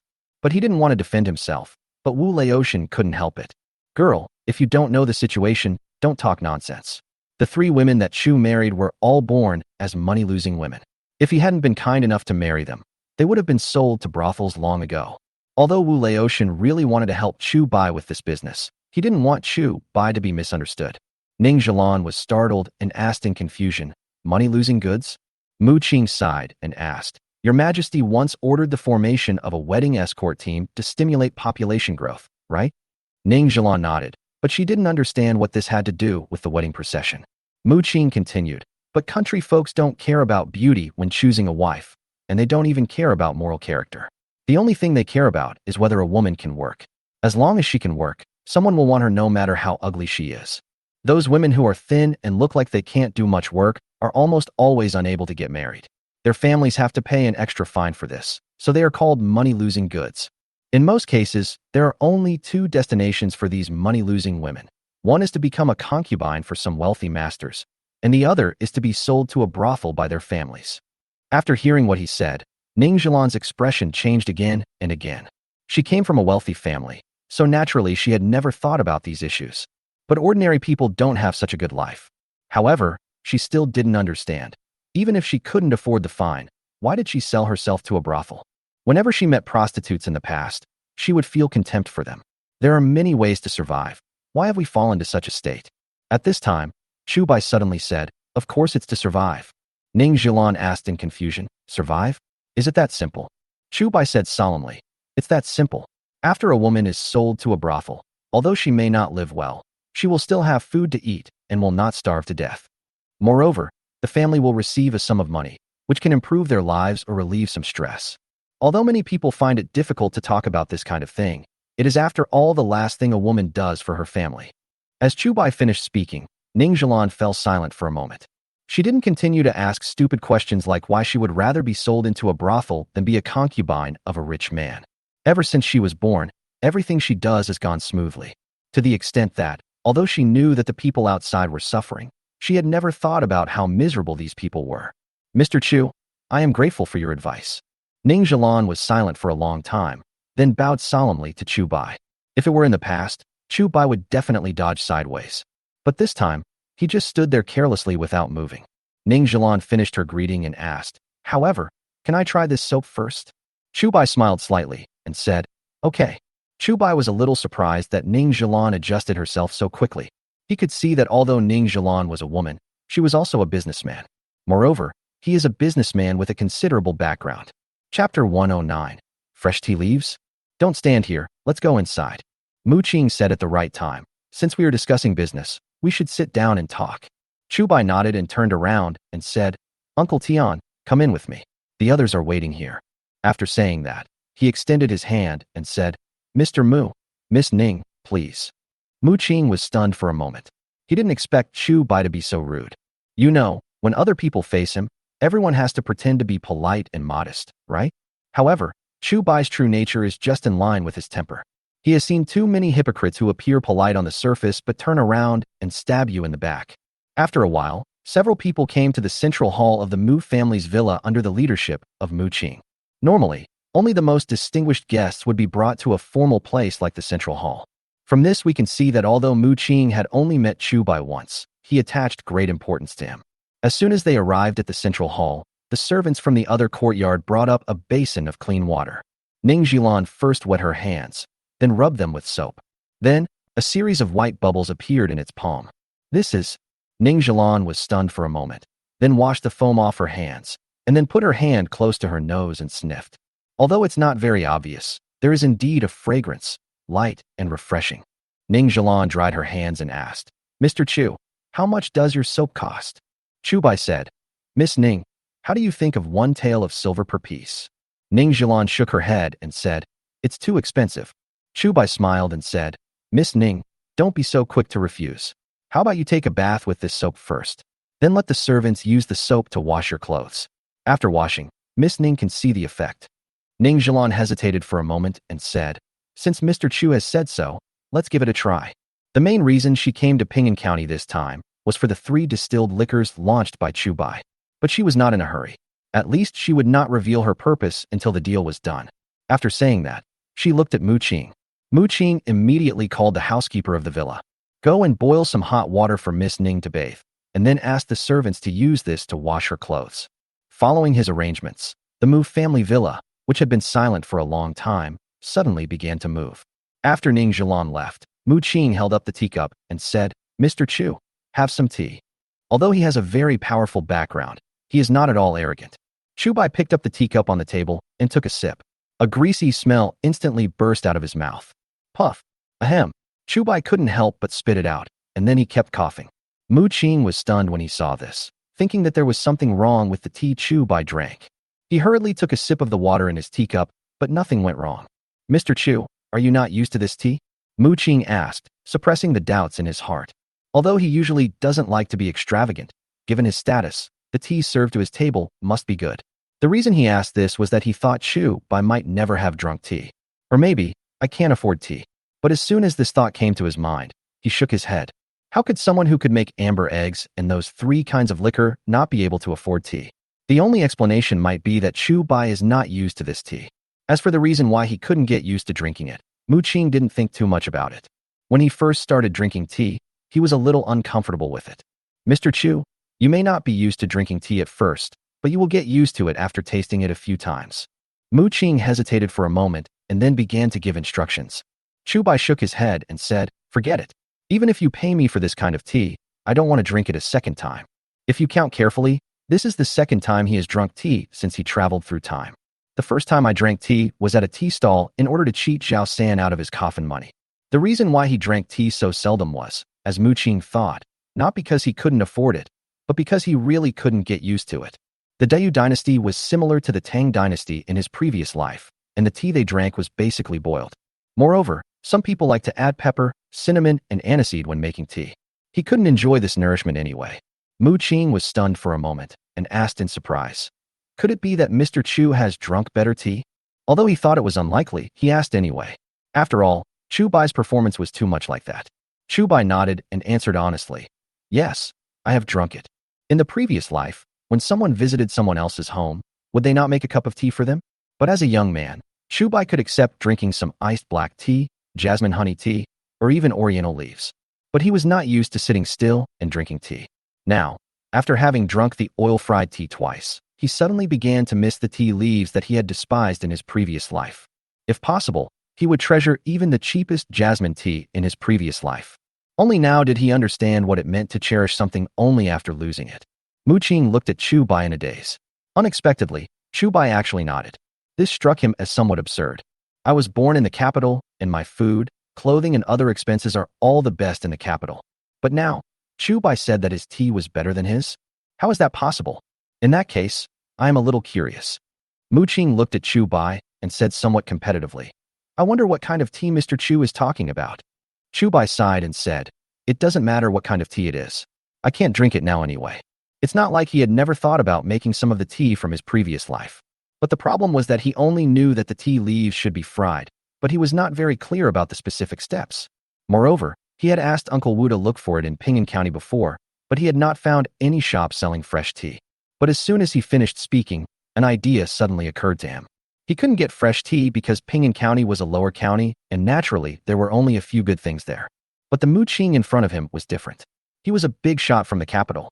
If I can't get it, Mu Qing may not be able to do it. Thinking of this, Chu Bai hurriedly asked, "Mr. Mu, could you help me get some fresh tea leaves? I want fresh tea leaves that have not been processed or treated at all." Mu Qing was about to speak when he heard Chu Bai ask this and was stunned again. Fresh tea leaves. Mu Qing shook his head and said, "I really don't know where to buy fresh tea leaves." Hearing this, Chu Bai couldn't help but feel a little disappointed. Since Mu Qing can't get fresh tea leaves, doesn't he have to go to the places where the tea leaves are produced? The ancient times were not as convenient as his previous life. There were no trains or airplanes. If he really had to rely on a horse-drawn carriage to get there, it would take a long time, right? But at this moment, Mu Qing added, "But Jilan's business is extensive. She might have a way." Chapter 110, Tired. What were you two talking about? While they were talking, Ning Zhilan came over after taking a shower and changing into new clothes. The moment they saw her appear, Chu Bai and Mu Qing were distracted for a moment. Ning Zhilan was extremely beautiful to begin with, and she had just finished taking a shower, so there was a hint of haze on her face. It's like fairyland, fascinating. Her skin is whiter than snow and her cheeks are as red as an apple. Even the Buddha would be unable to help but praise her. Seeing the looks in their eyes, Ning Zhilan's pretty face turned red for no reason. Her already rosy face looked even more attractive at this moment. What are you two looking at? Although Ning Zhilan was used to seeing people coveting her beauty, she still felt a little embarrassed now. Mu Qing and Chu Bai quickly retracted their gazes. Mu Qing coughed and said, I didn't expect Sister Zhilan to be even more beautiful after bathing. If those young masters saw you like this, I'm afraid your house would be flooded with marriage proposals. Ning Zhilan said coquettishly, who doesn't know that almost all the young ladies in the capital are waiting for the matchmaker from Brother Qing's family to come and propose marriage? But Brother Qing, you remain indifferent. Mu Qing touched his nose awkwardly and said, You know, this is not my ambition. Ning Zhilan nodded, but did not continue. Instead, she asked, What did you just say? Tea leaves. Mu Qing nodded and said, Well, Mr. Chu is not used to my tea, so he wants you to find some fresh tea leaves for him. Hearing this, Ning Zhilan was stunned for a moment. Mu Qing's tea, even if it's not the best in the world, is definitely one of the best. Chu Bai can't even get used to this kind of tea. Could it be that Chu Bai's requirements are too high? Or is he just putting on an act in front of him? But this didn't seem right, because he just wanted fresh tea leaves and didn't say what kind of tea he wanted. Mr. Chu, do you want to make your own tea? Ning Zhilan suddenly had an idea and asked in surprise, What kind of tea do you want? The tea of the Dayu dynasty was similar to that of the Tang dynasty in Chu Bai's previous life, and was basically tea cakes and tea balls. Before being made into cakes or balls, the tea leaves will be steamed and dried. In any case, it will not be fresh tea leaves when it reaches the hands of tea drinkers. Chu Bai was still thinking about the conversation between the two, although he had long known that Mu Qing and Ning Zhilan had distinguished backgrounds. But from the conversation between the two just now, it can be imagined that their backgrounds are probably more powerful than one might imagine. If such a big opportunity is not seized in time, it will definitely be a huge loss. Therefore, when Chu Bai heard Ning Zhilan's question, he was stunned. After a while, he finally responded, It doesn't matter. Any tea will do, red, white, flower, green, or oolong, as long as it's fresh. Hearing this, Ning Zhilan and Mu Qing were stunned. Mr. Ning, what kind of tea are the red, white, flower, green, and oolong you are talking about? Neither of them had ever heard of this classification. Oh, Chu Bai blinked. Then he remembered that the classifications of black tea, white tea, and scented tea that he mentioned were all classifications from his previous life. In today's Dayu dynasty, there are no such classifications. I just slipped up, don't take it seriously. Chu Bai said quickly, What I really mean is that no matter what kind of tea it is, as long as you get the freshly picked tea leaves, it doesn't matter what kind it is. After hearing what he said, the two of them nodded. However, there is still a hint of malice in their eyes. How could someone like Chu Bai suddenly lose his tongue? There must be something they don't know about this. Good. Ning Zhilan nodded and said, I will write a letter later and ask someone to get all the fresh tea leaves that Mr. Chu needs. At the same time, the servants from the Mu family's villa brought over the clothes she had just changed. Ms. Ning, your clothes have been washed and dried. The servant returned the clothes to Ning Zhilan. Ning Zhilan took the clothes and sniffed them. Chu Bai then realized that in order to verify the effectiveness of the soap, Ning Zhilan actually dried the clothes immediately after having them wash. This is really. You can do whatever you want if you have money. Ning Zhilan sniffed it gently and nodded immediately. Mr. Ning, we can talk about the soap now. Ning Zhilan put the clothes aside and said, I have tried the effect of the soap. Although it is good, it is only sold to those ladies and wives. 1 tael of silver is still too expensive. Expensive? Chu Bai sneered and said, Miss Ning, do you really not know? Or are you pretending to be confused? Ning Zhilan rolled her eyes and asked, I'd like to hear more details. Chu Bai frowned, and then said, just the effect of the soap alone. In fact, let alone 1 tael of silver per piece. Even if it is 2 taels of silver per piece, I believe that the daughters of the wealthy families in the capital, state capital, and county capital will flock to it. What if Miss Ning advertises this soap as having the effect of beautifying and nourishing the skin when she sells it? What if a woman ends up with the man she loves because she used the soap? Miss Ning, how much do you think this small piece of soap should be sold for? Hearing his words, Ning Zhilan was stunned for a moment. It turns out that business can be done this way. Is it really possible, as you said? Ning Zhilan looked at Chu Bai, somewhat unbelieving. Chu Bai looked at her suspiciously, feeling a little nervous. If he was not mistaken, Ning Zhilan was definitely a businessman. Moreover, he is a very capable businessman. But how could such a capable businessman not understand the twists and turns involved? But soon he understood. Maybe Ning Zhilan is a very capable businessman. But the reason why she was able to make her business so big is not entirely due to her business and skills. But her background is really impressive. Even if some people's abilities are not outstanding, as long as their background is strong enough, it is enough to crush countless people. Apart from anything else, these are things that most people can't get, but they got them. Then, sell it again. If they don't make money, who will? Ning Zhilan is that kind of person. Since I dare to say it, it must be true. Chu Bai nodded and force-fed Ning Zhilan a reassurance pill. Ning Zhilan was still skeptical. But what if this soap doesn't have the effect you said? Isn't that cheating? Chu Bai blinked and suddenly felt like the big bad wolf meeting Little Red Riding Hood. Miss Ning, you have also used the effects of this soap yourself. After using it, do you feel much more comfortable than before? Chu Bai said with some tiredness. For example, do you feel that you feel much drier and more energetic after using it? Ning Zhilan recalled for a moment and nodded subconsciously. That's it, Chu Bai said helplessly. So you see, I really didn't lie. This soap really has the effect of beautifying and nourishing the skin. After that, he turned to Mu Qing and asked, Mr. Mu, do you also think that Miss Ning is more beautiful after taking a bath with soap? Chapter 111 Mu Qing reprimands shopkeeper Qiu. Yes, Zhilan does look much prettier than before. Although she is not wearing any makeup, she is still fair and rosy. She looks like. As Mu Qing spoke, he began to ponder, as if he suddenly didn't know what words to use to describe Ning Zhilan. After a moment, his eyes lit up and he said, it's as if the whole person instantly became much cleaner. Yes, it's clean. He thought for a long time before coming up with this word. But after listening to it, Ning Zhilan did not get angry. Instead, she began to think about it carefully. She knew that when Mu Qing talked about cleanliness, he didn't mean that she was dirty before. Rather, she said that she looked more refreshed than before, and her temperament seemed more capable. That's why I said she looked much cleaner. This kind of cleanliness can easily give people a natural sense of goodwill and make them willing to get close to it. Okay, then 1 ounce of silver per piece. Ning Zhilan nodded and said with determination, I wonder how much money Mr. Chu can provide every month. Chu Bai thought for a moment and said, to be honest, if I hadn't been in some trouble recently, I wouldn't have taken out these soaps. This batch of soaps is worth about 300 yuan in total, and I'm not sure if I'll have these soaps in the future. Hearing this, Ning Zhilan immediately frowned. As a businessman, what she values most is the supply and sales channels. Due to her background, she naturally doesn't worry about her sales channels. But Chu Bai told her that this kind of soap might only cost 300 yuan. Even if each piece of soap is 1 tael of silver, 300 pieces of soap would only be 300 taels of silver. This amount of money is an astronomical figure for ordinary people, but it is nothing to her. Besides, it wasn't worth her making a special trip.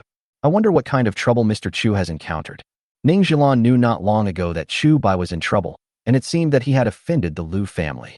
But I only know a general idea, and I have to ask Chu Bai for specific details. Chu Bai explained. The Lu family took a fancy to my skills in making amber eggs and brewing those 3 kinds of liquor. In order to force me to hand over the secret recipe, they prohibited all merchants in the city from doing business with me. Hearing this, Ning Zhilan was instantly furious. What? There is such a thing? Ning Zhilan said angrily. I heard in the capital that people often bully others by taking advantage of their power, but those people under the emperor's feet dare not go too far. I didn't expect that people in this remote place would be even more excessive. Chu Bai said, Ms. Ning is from an extraordinary family, so naturally no one dares to use those shady means on you. But it is too difficult for an ordinary person like Chu to succeed through his own efforts. He didn't mean to remind anyone of anything, but it was a sudden emotion. He was a time traveler and had been so careful, but it was still so difficult. If it were ordinary people, wouldn't they be beaten to death by those dignitaries? Listening to Chu Bai's words, Ning Zhilan fell into deep thought. Since she started her business, she has been on a roll. At one point, she thought that she relied entirely on her own talent. Moreover, any business she handled basically never suffered losses. Therefore, she gradually became arrogant. For example, before coming to Ping'an County this time, she thought things were very simple. In her opinion, everything would be a natural thing after she captured Chu Bai and the 3 kinds of liquor. The only difference is that she needs to do it herself. Moreover, doing things herself is what she is most proud of. Many young men in the capital also like to get involved in business, but they know nothing about it and can only ask others to help them manage it. At that time, Ning Zhilan looked down upon those playboys. But now after hearing what Chu Bai said, she realized how lucky she was. Maybe I am really good at business, but I am not the kind of business god I imagined, a person who can be compared with Tao Zhugong. It's just that, because she was lucky, she was reborn into a good and powerful family. Because of his powerful background, no one dared to take advantage of him, let alone trip him up. Some people would even take the initiative to give her some profitable business in order to please her. It was not until Chu Bai finished speaking that she realized how ridiculous her previous thoughts were. Mu Qing looked at Ning Zhilan, fearing that Chu Bai's words would make Ning Zhilan think too much. But when he found that Ning Zhilan only showed a hint of realization, he immediately breathed a sigh of relief. Immediately, he turned around and looked at Chu Bai and said, "Mr. Chu, you said that the Liu family does not allow all merchants in Ping'an County to do business with you. Does that include Wang Shenlu?" Chu Bai nodded and said, "Most of my previous business was with Wang Shenlu. I also contacted Wang Shenlu's shopkeeper Chiu this morning, but he was unable to help." Hearing this, Mu Qing immediately slammed the table hard. How can this bastard Chiu Shitian do things? He is actually afraid of a small Liu family. Mu Qing first shouted angrily, then apologized to Chu Bai. "Mr. Chu, this Wanxian building is actually my property, and shopkeeper Chiu is also my man. I didn't expect that he would break the contract with you for the Liu family this time." Chu Bai had already guessed that Mu Qing was the owner of Wanxian Tower, so he was not surprised. However, it was Mu Qing's attitude that surprised him a little. People of this generation have always been fond of paying attention to seniority and hierarchy. But Mu Qing did not have any of that kind of arrogance. Instead, he was more humble than many ordinary people. "You're welcome, Mr. Mu." Chu Bai quickly responded. "Shopkeeper Chiu told me very clearly that he didn't want to break the contract, but the Liu family was too powerful and he had no choice." "No way." Mu Qing snorted coldly and became even angrier. At the same time, the servant outside reported that Manager Chiu had arrived. Mu Qing immediately asked Manager Chiu to come in. Small. When shopkeeper Chiu came in, he couldn't wait to walk towards Mu Qing. But when he saw Chu Bai, he was stunned for a moment. "Little boss, why is brother Chu here?" Shopkeeper Chiu looked at Mu Qing and then at Chu Bai, all in disbelief. But Mu Qing did not answer his question, but asked, "Chiu Shitian, were those strong liquors you shipped to the capital brewed by Mr. Chu?" Shopkeeper Chiu was stunned for a moment, then nodded and said, "Yes, I bought these 3 kinds of wine from him." Mu Qing frowned and asked, "Then why don't you continue to cooperate with Mr. Chu now?" Shopkeeper Chiu took a breath and said quickly, "Boss, I didn't break the contract without permission. It was the Liu family who notified the whole city that no one is allowed to do business with Brother Chu. Otherwise, they will not be able to continue doing business in Ping'an County in the future." However, before he could finish, Mu Qing rebuked him. "Ridiculous. When has our Mu family ever been afraid of a small Liu family? By doing this, you are not only an accomplice of the Liu family, but also a discredit to our Mu family." Chapter 112 Breakthrough. After hearing Mu Qing's lecture, shopkeeper Chiu immediately lowered his head in shame. But he still insisted, "Little boss, we all know about your situation in the capital. Even if you can survive, what about those brothers? The Liu family is not scary, but if you offend the Liu family and cause the Wanxian building to suffer a loss, you..." Listening to shopkeeper Chiu's words, Chu Bai looked at Mu Qing thoughtfully. He originally thought that Mu Qing was just a playboy from the capital, that is, a rich second generation or a dandy boy, and the Wanxian Tower was just a small toy he did for fun. But from what Manager Chiu said now, it seems that this is not the case. Moreover, it sounds like Mu Qing is short of money. However, Mu Qing did not let Manager Chiu finish speaking and interrupted him again. "That's enough." Mu Qing glared at shopkeeper Chiu and said, "You are not responsible for my behavior, but your behavior is not only a breach of trust, but also a disgrace to me. From today on, you are no longer responsible for Wanxian Tower. You can report to the front by yourself. When you figure it out, come back." Upon hearing this, shopkeeper Chiu immediately knelt down. "Yes, I understand." Shopkeeper Chiu got up from the ground and walked out without looking back. As for the future arrangements of Wanxian Tower, he did not ask. Since Mu Qing transferred him away, he must have other arrangements. After he left, Mu Qing stood up and apologized. "Mr. Chu, although Chiu Shirtan was the only one who did this, he was working for me after all. I am sorry for what happened this time." Chu Bai quickly stood up and responded, "Mr. Mu, you are too polite. In fact, the people who want to attack me are still the Liu family. It has nothing to do with Manager Chiu and Mr. Mu." Mu Qing shook his head and said, Xiao Shirtian made a contract with you, so he should stand by you. But he broke off the deal with you because of his own selfishness and put you in a hopeless situation. This is really unfair to you. Although he did this for my own good, it's wrong, and I have to pay the price for it. Mu Qing's words were very decisive, and Chu Bai originally wanted to say a few words for shopkeeper Qiao. After all, he is most familiar with shopkeeper Qiao.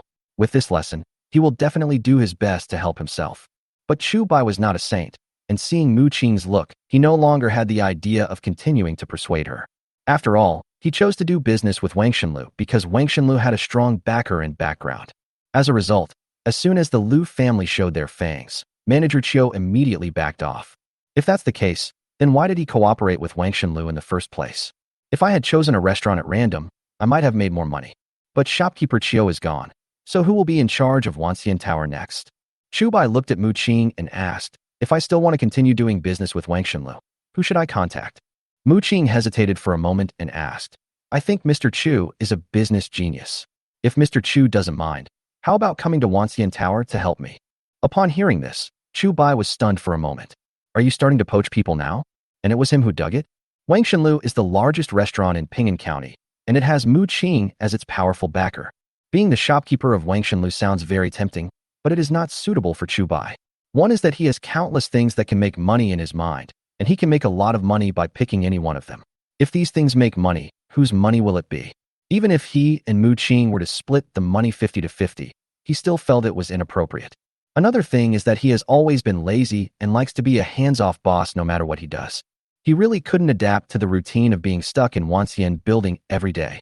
Wouldn't it be nice to spend more time at home with your 3 beautiful wives? After hearing Mu Qing's words, Ning Zhilan also felt a little excited. If Chu Bai really became the owner of Wang Shenlu, then her business with Chu Bai would be much easier. But Chu Bai shook his head and said, Mr. Mu, you are too kind. I am just an idle person and I am used to being lazy. I am afraid that this shopkeeper is not suitable. Mu Qing was not surprised to hear Chu Bai decline his invitation. He turned his head to look at Ning Zhilan and asked, Miss Ning, do you have anyone to recommend? Ning Zhilan was stunned for a moment, then asked, Brother Qing, what do you think of letting me temporarily serve as the manager of Wang Shenlu?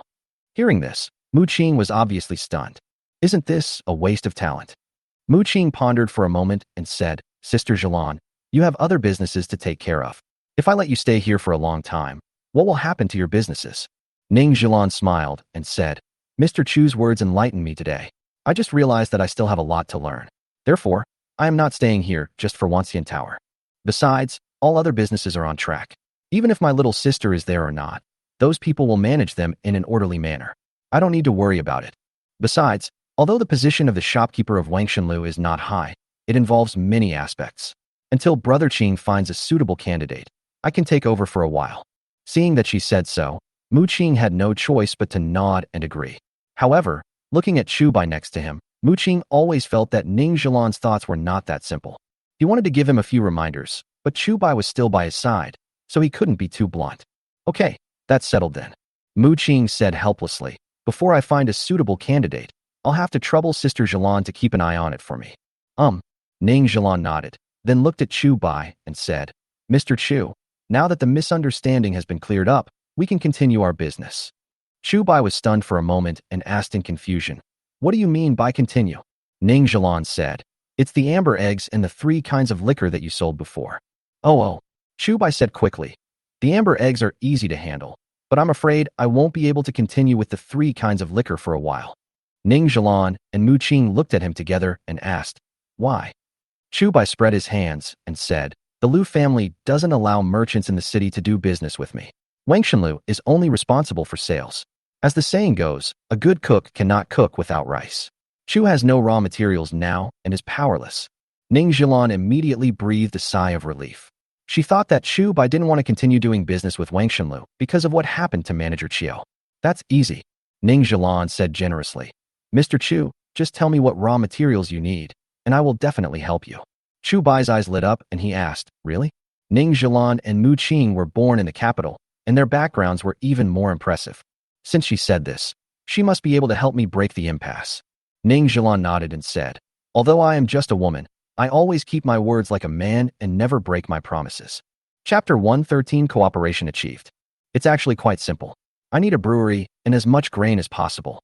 Chu Bai did not ask for an exorbitant amount of money, but the conditions he proposed surprised Ning Zhilan and Mu Qing.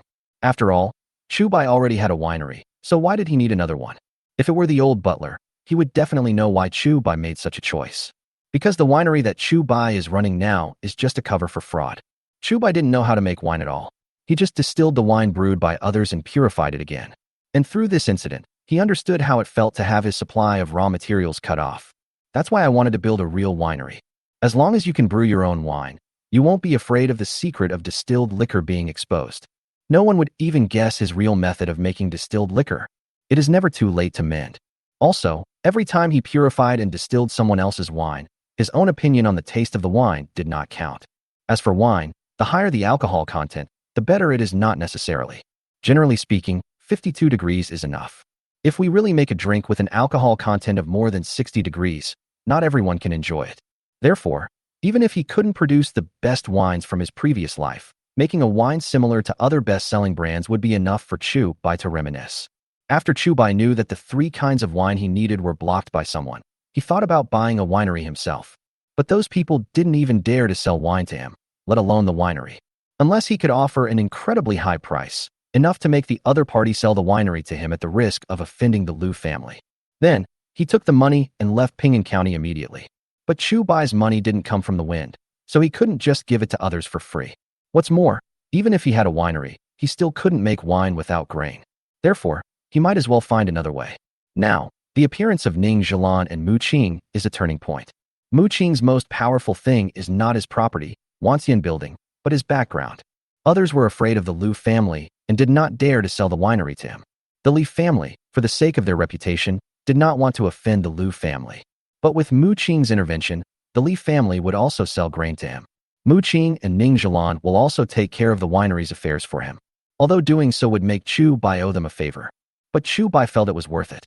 Moreover, doing so would also allow him to deepen his relationship with Mu Qing and Ning Zhilan. Being friends with Mu Qing is much better than being a supplier to Wang Shenlu. Seeing the surprised looks on Ning Zhilan and Mu Qing's faces, Chu Bai asked, "Why? Are you feeling a little embarrassed?"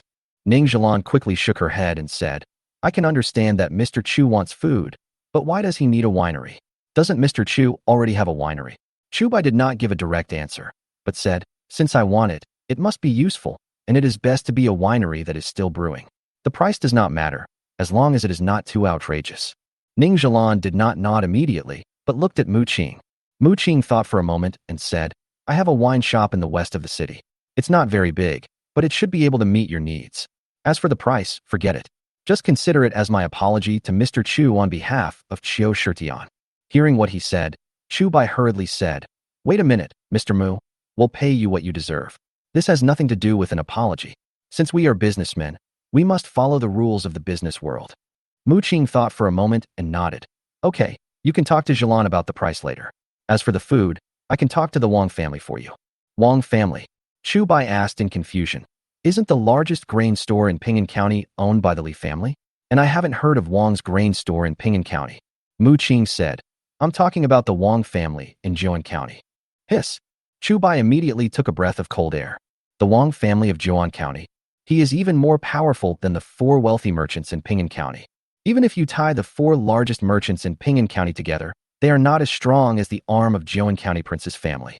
Chu Bai didn't expect that he just casually asked Mu Qing for a favor, and Mu Qing directly moved the Wang family out.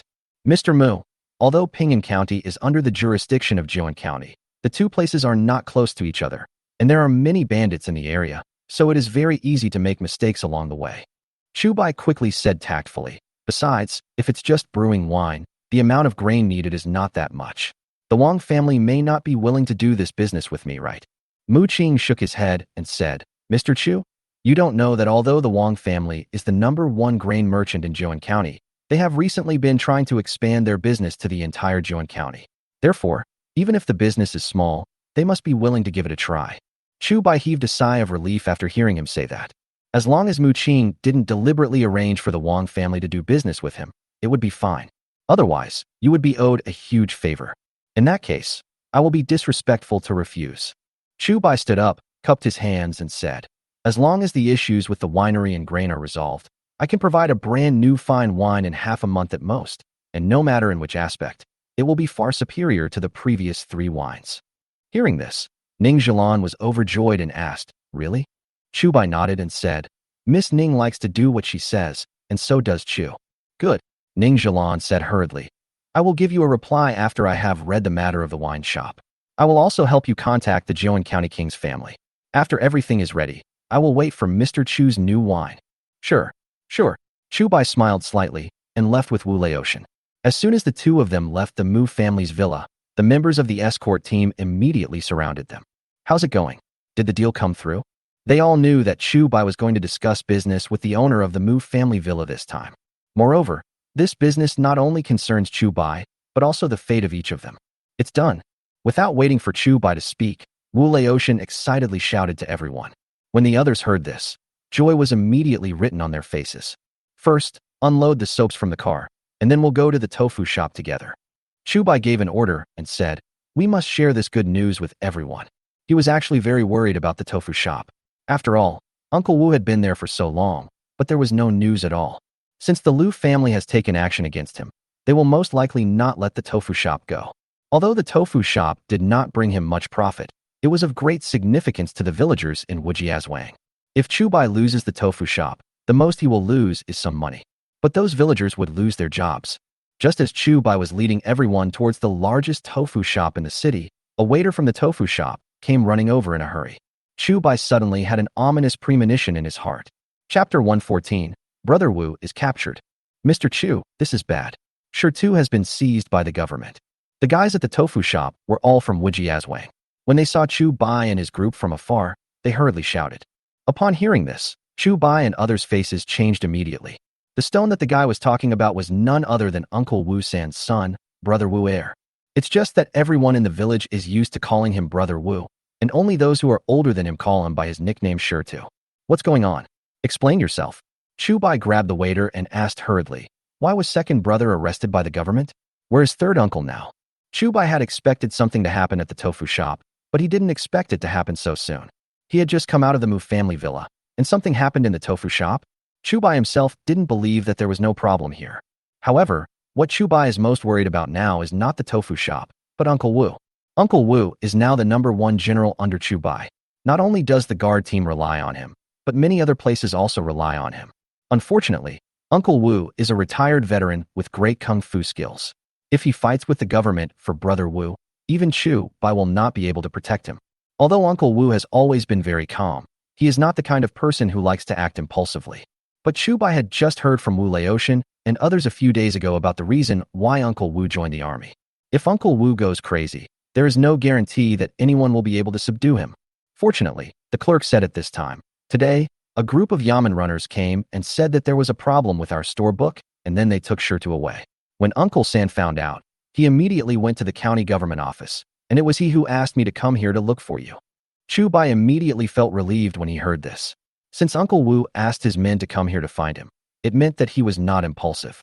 However, even so, he did not dare to take it lightly. Upon hearing this, Wu Laotian hurriedly said, "Chu Boy, the sudden incident at the tofu shop is probably caused by the Lu family. Should we ask Mu Qing for help?" Hearing this, the others immediately looked over. Although they didn't know Mu Qing's identity, judging from the grandeur of the Mu family's villa, he was definitely not a simple person. Although they have made some money following Chu Bai these days, to put it bluntly, they are still just peasants. Not to mention taking part in any struggle, even the sight of the county government chief would make him tremble with fear. If they could ask Mr. Mu to come forward at this time, it would definitely be much better than going to the county government themselves. But Chu Bai shook his head and said, "No, we have no relationship with Mr. Mu. Unless we have no choice, we must not use this favor easily and let him look down on us." Hearing him say this, everyone suddenly became a little anxious. That's the county government office. Even if they really got there, they wouldn't know what to say, let alone how to save people. But since Chu Bai said he didn't want to owe Mu Qing a favor, there was nothing they could do. After all, it was Chu Bai who was involved with Mu Qing, not them. "Let's go to the county government office." Chu Bai quickly said hello and led everyone away. In fact, he also thought about asking Mu Qing for help. But like he said, even if he really went to find Mu Qing, he might not help. And even if you help, you will owe someone a big favor. Favors from people like Mu Qing are quite expensive. Moreover, there is a business relationship between the two of them. Once this favor is owed, I don't know how to repay it in the future. Therefore, No matter how much he had to pay to save brother Wu Er this time, he didn't want to owe Mu Qing a favor. Of course, if it really comes to a matter of life and death, he will have to owe a favor even if he doesn't want to. At the same time, a servant quickly ran into the Mu family's villa and found Mu Qing and Ning Zhilan. Boss, Miss Ning, something happened at Mr. Chu's tofu shop. The servant came up to the two men and hurriedly told them what he knew. What? Mu Qing frowned and snorted. I thought Pingan County would be different from the capital, but I didn't expect it to be the same as those officials in the capital, abusing their power all day long and not caring about the lives of the people at all. He had just heard about the tofu matter from the servants in the Mu family's villa. The existence of tofu shops not only provides convenience to many people. Moreover, many people also said that their health condition improved a lot after eating tofu.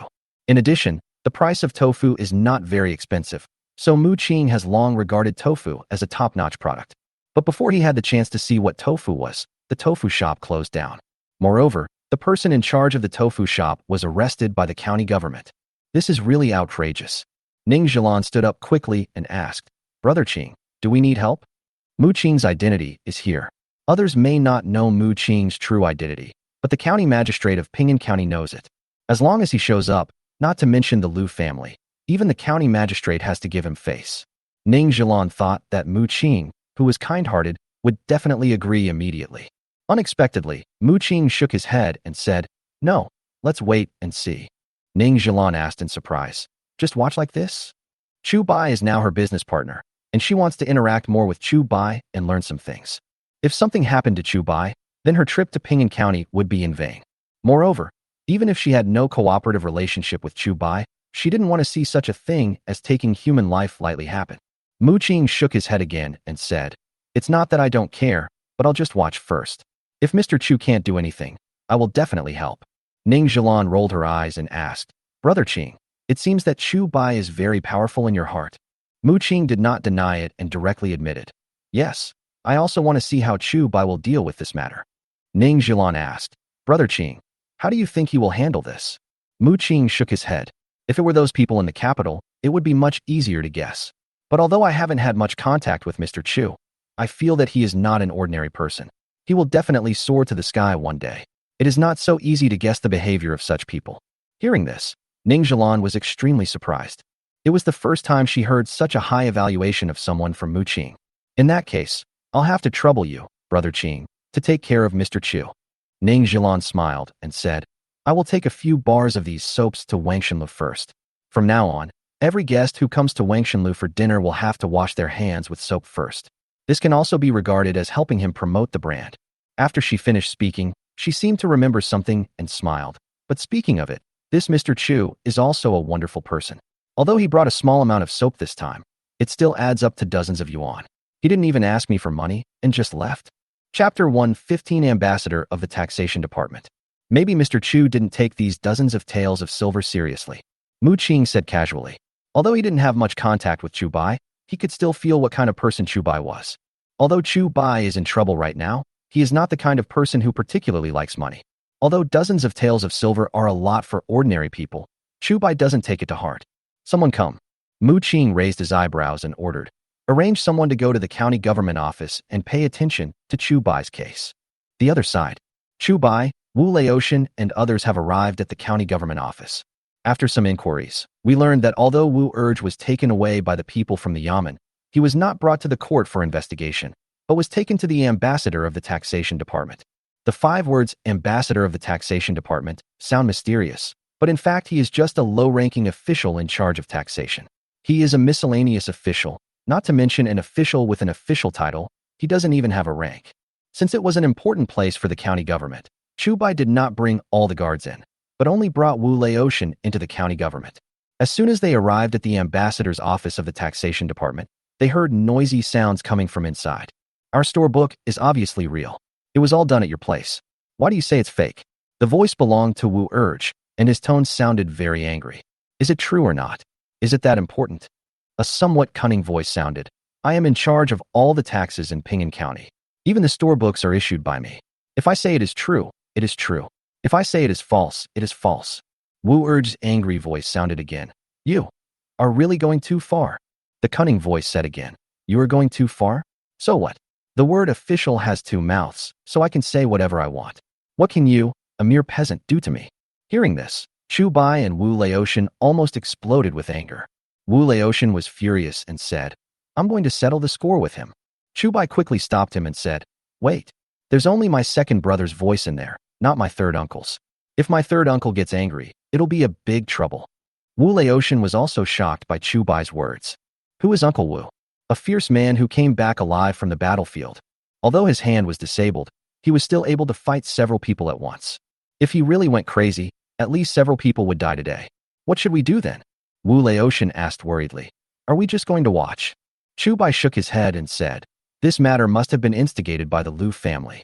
However, no matter how powerful the Lu family is, they are only one of the 4 great merchants. They cannot cover the sky with one hand in Ping'an County. Wu Laotian asked, do you have a solution? Chu Bai nodded. Although the ambassador of the taxation department did not say it explicitly, from what he said, he wanted to get benefits from us. As long as the benefits are paid, the tofu shop will be fine. Wu Laotian was a little confused after hearing this. Why didn't he feel that the ambassador of the taxation department seemed to be asking for favors? Moreover, this kind of person is like a poisonous wolf. Even if they are fed this time, there is no guarantee that they won't cause trouble for them again next time. They can't keep feeding, can they? Chu Bai thought for a moment and said, Uncle Tian, go in first and calm Brother Wu down.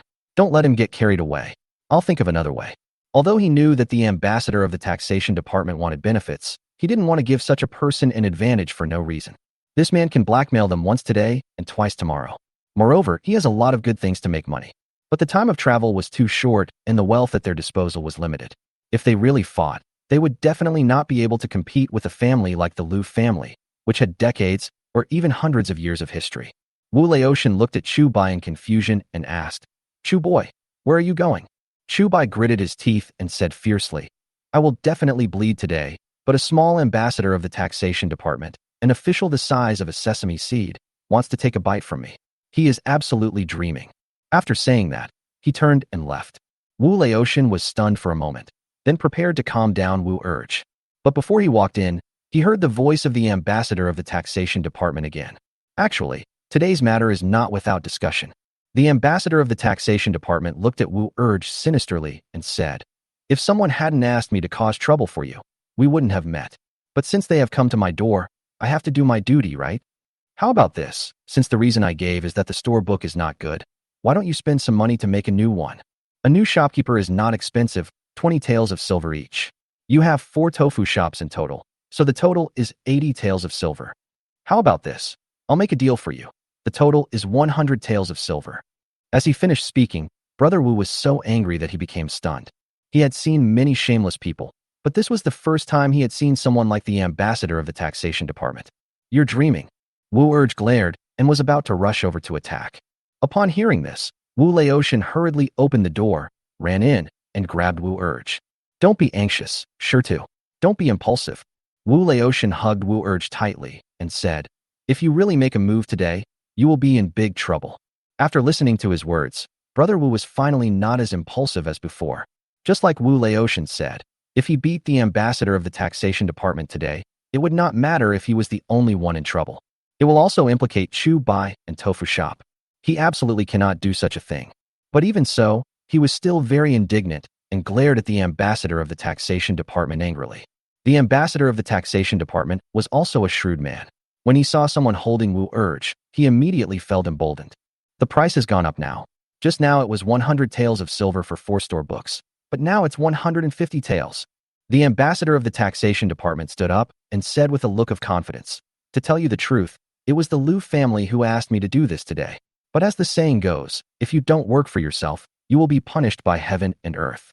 The Lu family is so powerful that they don't look down on a small official like me, and the benefits they can give are limited. Today's 150 taels of silver, in addition to teaching you a lesson, also allow me to make some profit. Otherwise, why should I protect you from this disaster? What he said was true. Even without him, the Lu family would have asked others to cause trouble for the tofu shop. Moreover, if those people wanted to please the Lu family, they would probably do anything. By then, let alone 150 taels, even if there was more silver, it would probably be useless. But his smug look made people too angry. Wu Urge and Wu Laotian were so angry that they didn't want to give him the money anymore. Besides, They don't have that much silver. Seeing that Wu Urge was about to lose his temper again, Wu Laotian hurriedly whispered, "Don't panic, sure to. Chu is going to find a way. He will definitely make sure we are fine." Chapter 116, County Magistrate Liu. The second courtyard gate of the county government office. Chu Bai had just given 2 taels of silver to the gatekeeper and asked him to run a trip for him. After a while, the bailiff came out and let Chu Bai in. Pinyin County was just a lower county, and neither the county government office nor the inner residence at the back was very big. Chu Bai didn't walk far before he arrived at the residence of the magistrate of Pinyin County. At this time, the county magistrate was cleaning a vegetable patch with a hoe. If a normal person saw this, they would definitely think that this was a good official who cared about the people. But Chu Bai observed that although the county magistrate was tidying up the vegetable garden, there was not much mud on his shoes. Not to mention how much sweat I produced. Chu Bai immediately made a decision in his mind. "Master Liu, it's understandable that you work day and night for the people of Pinyin County, but I didn't expect that you actually farm the land yourself." Chu Bai smiled at the Pinyin County magistrate and said, "Student Chu Bai, greetings to the county magistrate." County Magistrate Liu looked at Chu Bai pretentiously and asked, "Oh, are you the Chu Bai who made the amber eggs and tofu?" "I won't comment on the amber eggs, but this tofu is a great thing that benefits the country and the people." He didn't know that the ambassador of the taxation department had detained Wu Urge. He just habitually said something nice. Moreover, what he said was not against his will. Although he didn't like amber eggs very much, he had tofu with every meal. Of course, this is also because amber eggs are too expensive. Although he can afford to eat every meal, he doesn't want to be too ostentatious. After all, the Wanxian Tower was not a place he could go often. "You were talking about students, magistrate." Chu Bai cupped his hands again and said, "And the reason I came here today is precisely because of the tofu issue." County Magistrate Liu asked in confusion, "Oh, about the tofu? He doesn't like going out on weekdays and doesn't like getting into trouble. Therefore, we don't know what is really happening outside." Chu Bai nodded and told the story of second brother Wu in the tofu shop. County Magistrate Liu frowned and said, "Is this true? Don't worry. I will give you an explanation after I have investigated the matter thoroughly." Upon hearing this, Chu Bai once again saw through the character of County Magistrate Liu. Although County Magistrate Liu keeps talking about great righteousness on the surface, he will definitely forget about this matter as soon as he walks out of this door. If you really expect him to help you get justice, you might as well expect a sow to climb a tree by herself. "Mr. County Magistrate, our people from the tofu shop are still being held by the ambassador of the taxation department. I am worried that if this continues for a long time, they will cause other troubles." Chu Bai patiently explained it again. County Magistrate Liu remained calm and said, "I understand. I will have someone investigate right away. If it is really as you said, I will have the ambassador of the taxation department release the person immediately." Hearing this, Chu Bai cursed the old fox again in his heart. In fact, compared with County Magistrate Liu, he would rather deal with people like the ambassador of the taxation department. Because the other person is a real villain, his purpose is written right on his face, and he doesn't want to play around with you at all. But County Magistrate Liu is not like that. He clearly wants benefits, but he doesn't say it directly and insists that people experience it for themselves. If the ambassador of the taxation department had not had such an ugly face, Chu Bai would not have come to County Magistrate Liu. "My Lord County Magistrate, to be honest, I have offended the Liu family, one of the 4 great merchants. That is why the ambassador of the taxation department detained our tofu shop staff and brought up a false account book issue to deliberately make things difficult for us." Since County Magistrate Liu wanted to beat around the bush and make things confusing, Chu Bai simply made it clear. Hearing his words, County Magistrate Liu was also a little surprised. Although he had not served as the county magistrate of Pinyin County for a long time, he knew the importance of the Liu family. If it wasn't a really good thing, the Liu family would never deliberately make things difficult for Chu Bai. How could this be? Although County Magistrate Liu guessed the reason, he still pretended to be confused and asked. Chu Bai said, "Because the students want the amber egg and a secret recipe for a strong liquor." County Magistrate Liu was surprised and asked, "But what about the Jiayang wine?" Chu Bai nodded. "Yes, Jiayang wine is one of them." He had previously made 3 kinds of distilled liquor, and he named one of them Jiayang. County Magistrate Liu looked at Chu Bai thoughtfully. Before this, he only knew that Chu Bai made amber eggs and tofu. He had just learned about the distilled liquor, but he had already tasted Jiayang liquor, one of the 3 distilled liquors. Moreover, he believed that Jiayang wine was even better than the famous wines in the capital. If it was because of this reason that Chu Bai was targeted by the Liu family, it would be normal. The Liu family is one of the 4 largest merchants in Pinyin County. It is extremely easy for them to deal with an ordinary citizen with no roots. I have drunk Jiayang wine before. It is indeed a rare and good wine. Even the wines in the capital cannot compare to it.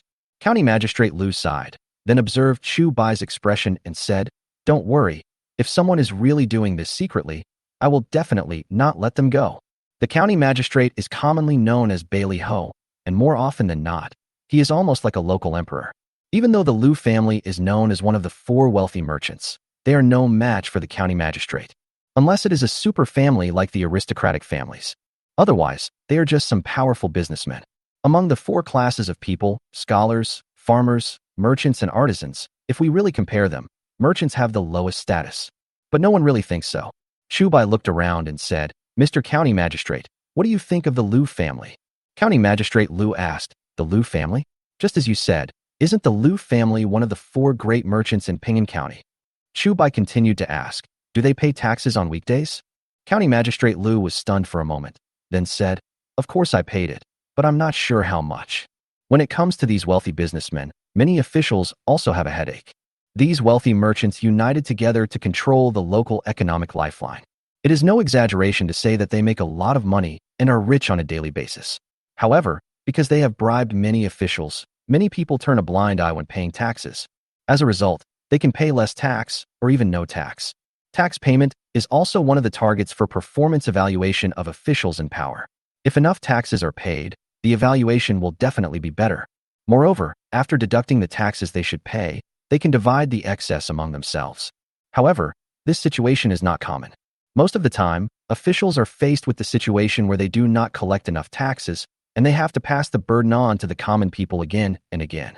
This is also the reason why most civilians are finding it increasingly difficult to survive. Because of the existence of many powerful people, they have to bear many taxes that they should not bear. Chapter 117. Sir Lu is indeed righteous. Master Lu, please forgive me for being so bold. Chu Bai looked at Magistrate Lu seriously and asked, "How much benefit do you think a wealthy merchant like the Lu family can bring to you?" County Magistrate Lu raised his eyes with some displeasure in his eyes. Although he also disliked wealthy merchants like the Lu family, some things can only be understood but not expressed in words. Chu Bai's straightforwardness does not conform to the twists and turns in officialdom. The impression of Chu Bai in his mind couldn't help but be discounted. If everyone is as straightforward and inflexible as Chu Bai, big problems will arise in the officialdom sooner or later. I have been in office only to benefit the people, so why would I care about a few mere benefits? County Magistrate Lu glanced at Chu Bai and was ready to see him off. Chu Bai seemed not to understand what he meant and said sincerely, "Then Lord Lu, do you think that if we eliminate the Lu family, who bully the market, force purchases and sales, and exploit the people, it will be a benefit to the people?" County Magistrate Lu glanced at Chu Bai and looked even more displeased. He didn't know whether Chu Bai really didn't understand or was pretending to be confused. Chu Bai continued, "Just like what Lord Lu said just now, the Lu family obviously has a big business, but the taxes they pay every year are also limited. Lord Lu has a task to collect taxes every year, right? If the tax collection task is not completed, the people below will have no choice but to push the taxes onto the common people. But even if they squeeze them hard, how much profit can they get from them? And if you eradicate the Lu family, or make them behave themselves, not only will your mission be easily accomplished, but you will also be able to gain a good reputation for loving the people like your own children, right?" Although County Magistrate Lu wanted to pretend to be confused, Chu Bai was not prepared to do so. Chu Bai has always disliked people who need to think about what they are saying several times. Moreover, what he had to do now was to make it clear directly and force County Magistrate Lu to make a choice. County Magistrate Lu frowned and snorted, "I have my own judgment on the Lu family. It is not your turn to teach me how to do things." As a county magistrate, he naturally has his own pride. If it weren't for the fact that Chu Bai paid the Yamen runners to inform him, and he felt that he could make money from Chu Bai, otherwise a commoner like Chu Bai would never have seen him. Chu Bai looked at County Magistrate Lu and suddenly grinned. "Master Lu, do you know how much the amber egg costs?" "What?" County Magistrate Lu was stunned, not understanding why Chu Bai mentioned the amber egg. Chu Bai said word by word, "Wang Shenlu advertised that the amber eggs were bought from me for 100 coins each. In fact, the price we set was 80 coins, but the cost of making the amber eggs by Chu was only 1.5 coins. Upon hearing this, County Magistrate Lu's eyes widened instantly. Although he didn't like eating amber eggs, he knew how popular they were. Not to mention anything else, it is difficult to find an egg in Wanxian Tower alone. It turns out that such an expensive amber egg only costs 1.5 cents. It is said that Chu Bai only gave Wang Shenlu 100 amber eggs every day. Even if one egg was sold at 80 cents, that would be 8 taels of silver. The total cost of 100 amber eggs is only 150 coins, which is almost nothing compared to these 8 taels of silver. In other words, Chu Bai is equivalent to picking up 8 taels of silver for free every day. This is almost as much as his monthly salary. You know, due to years of war, the imperial court had long been unable to make ends meet, so it had to drastically cut the salaries of officials. Take County Magistrate Liu, for example. His annual salary was less than 100 taels of silver, which averaged out to about 8 taels of silver. And what about Chu Bai? Even if he did nothing every day, he could still pick up 8 taels of silver for free. If this were to get out, I'm afraid many people would be angry to death. But soon, County Magistrate Liu reacted. Anyway, no one knows the real cost of the amber egg, so Chu Bai can make a fortune in silence. Then why did he tell himself? County Magistrate Liu narrowed his eyes and asked, Chu Bai, right? Chu Bai nodded. It seemed that what he had just said worked. It was not until now that County Magistrate Liu, who seemed to love his people like his own children and liked to do things himself, actually took a look at himself. County Magistrate Liu looked at Chu Bai and asked, Tell me, what do you want? There are basically no fools who can become a county magistrate. After a little thought, he understood Chu Bai's intention. However, some things still need to be said by Chu Bai himself. Chu Bai bowed and said, It's nothing. All the students want is justice. Hearing this, County Magistrate Liu felt a little contemptuous. It was obvious that he just wanted to use him to defeat the Liu family, but he still spoke so righteously. Of course, what Chu Bai said was actually not wrong. After all, he was indeed suppressed by the Liu family, which forced him to rise up in resistance. But in the eyes of County Magistrate Liu, it seemed a bit hypocritical. The reason why he thought so was because he himself was hypocritical, so he thought everyone was hypocritical. Justice. County Magistrate Liu smacked his lips and said, Justice always comes at a price. Chu Bai immediately said, To be honest, the secret recipe of the amber egg was actually discovered by your brother-in-law and your student by accident. Upon hearing this, County Magistrate Liu immediately burst into laughter. This Chu Bai is indeed a wonderful person. If Chu Bai directly asked him to give him the secret recipe, he might not agree. After all, this is considered a bribe. But with Chu Bai's words, the secret recipe of amber eggs not only fell into his hands, but he also didn't have to worry about giving others a chance to criticize him. Since you said so, I can actually tell you that I have been unhappy with the Liu family for a long time. County Magistrate Liu changed his previous euphemism and said bluntly, Although the Liu family is known as a wealthy merchant, they often rely on collusion to refuse to pay taxes. In order to deal with official business, those people under them actually put the tax burden that should have been paid by the Liu family on the heads of those people. I really want to know whether this Pinyin County is a Pinyin County for the people or a Pinyin County for his Liu family. This was a statement of his stance. As long as Chu Bai handed over the secret recipe of the amber egg, he would help Chu Bai defeat the Liu family. Master Liu is indeed very righteous. Chu Bai immediately praised. This Pinyin County not only belongs to the people, but also to the court and His Majesty. The Liu family is sucking blood from the people, the court, and His Majesty by doing this. If Lord Liu can eradicate this pest, it will be a great achievement for both the people of Pinyin County and the court. Since County Magistrate Liu is willing to play this game, he is also willing to play with County Magistrate Liu. Anyway, it's just the same old talk. Even if Chu Bai talks about it for a whole day and night, he won't repeat himself. County Magistrate Liu looked at Chu Bai with a smile on his face and felt that Chu Bai was a treasure even more. However, he forgot how he had viewed Chu Bai before. Chapter 1:18 Misunderstanding. Sure. County Magistrate Liu said in all seriousness, I just said that my duty as an official is to benefit the people. It is also my responsibility to eradicate bullies like the Liu family. Chu Bai curled the corners of his mouth, feeling extremely disdainful in his heart. People who are doing that kind of thing but still want to put up a memorial archway for themselves are people like County Magistrate Liu. But he just had to think about this in his mind and must not say it out loud. It is a blessing for the people of Pinyin County to have an official like Lord Liu. Chu Bai first praised Magistrate Liu and then said, After the Liu family is overthrown, I will definitely pay all taxes according to the law and set an example for all merchants in Pinyin County. This is also what the person in the Mu family's courtyard meant. After hearing what he said earlier, County Magistrate Liu didn't think anything of it. But when he heard Chu Bai talking about the Mu family's villa, County Magistrate Liu's face suddenly changed. The one from the Mu family villa? Is he back? County Magistrate Lu looked at Chu Bai in disbelief, his expression flickering. Chu Bai nodded and said, "Well, I just got back today. It was after I left the Mu family villa that I learned about the closure of the tofu shop." "Oh my, why didn't you tell me earlier that you were working for the guy in the Mu family villa?" County Magistrate Lu's face immediately changed, and he eagerly pulled Chu Bai and said, "Isn't it that the flood washed away the Dragon King temple? Family members don't recognize each other anymore. How about this? I will make the decision for the brother-in-law, and let Master Chu handle the amber egg. He will just pretend that nothing happened." He mistakenly thought that Chu Bai was working for Mu Qing and wanted to return the amber egg that Chu Bai had just thrown out. Chu Bai did not explain his relationship with Mu Qing. It was better this way anyway. Only if Magistrate Lu mistakenly believed that Mu Qing was his backer would he be more honest and not do anything. "Master Lu, I just met Mr. Mu today." Although Chu Bai did not explain, he still told the truth about how he and Mu Qing just met. As for whether County Magistrate Lu believed it or not, he didn't care.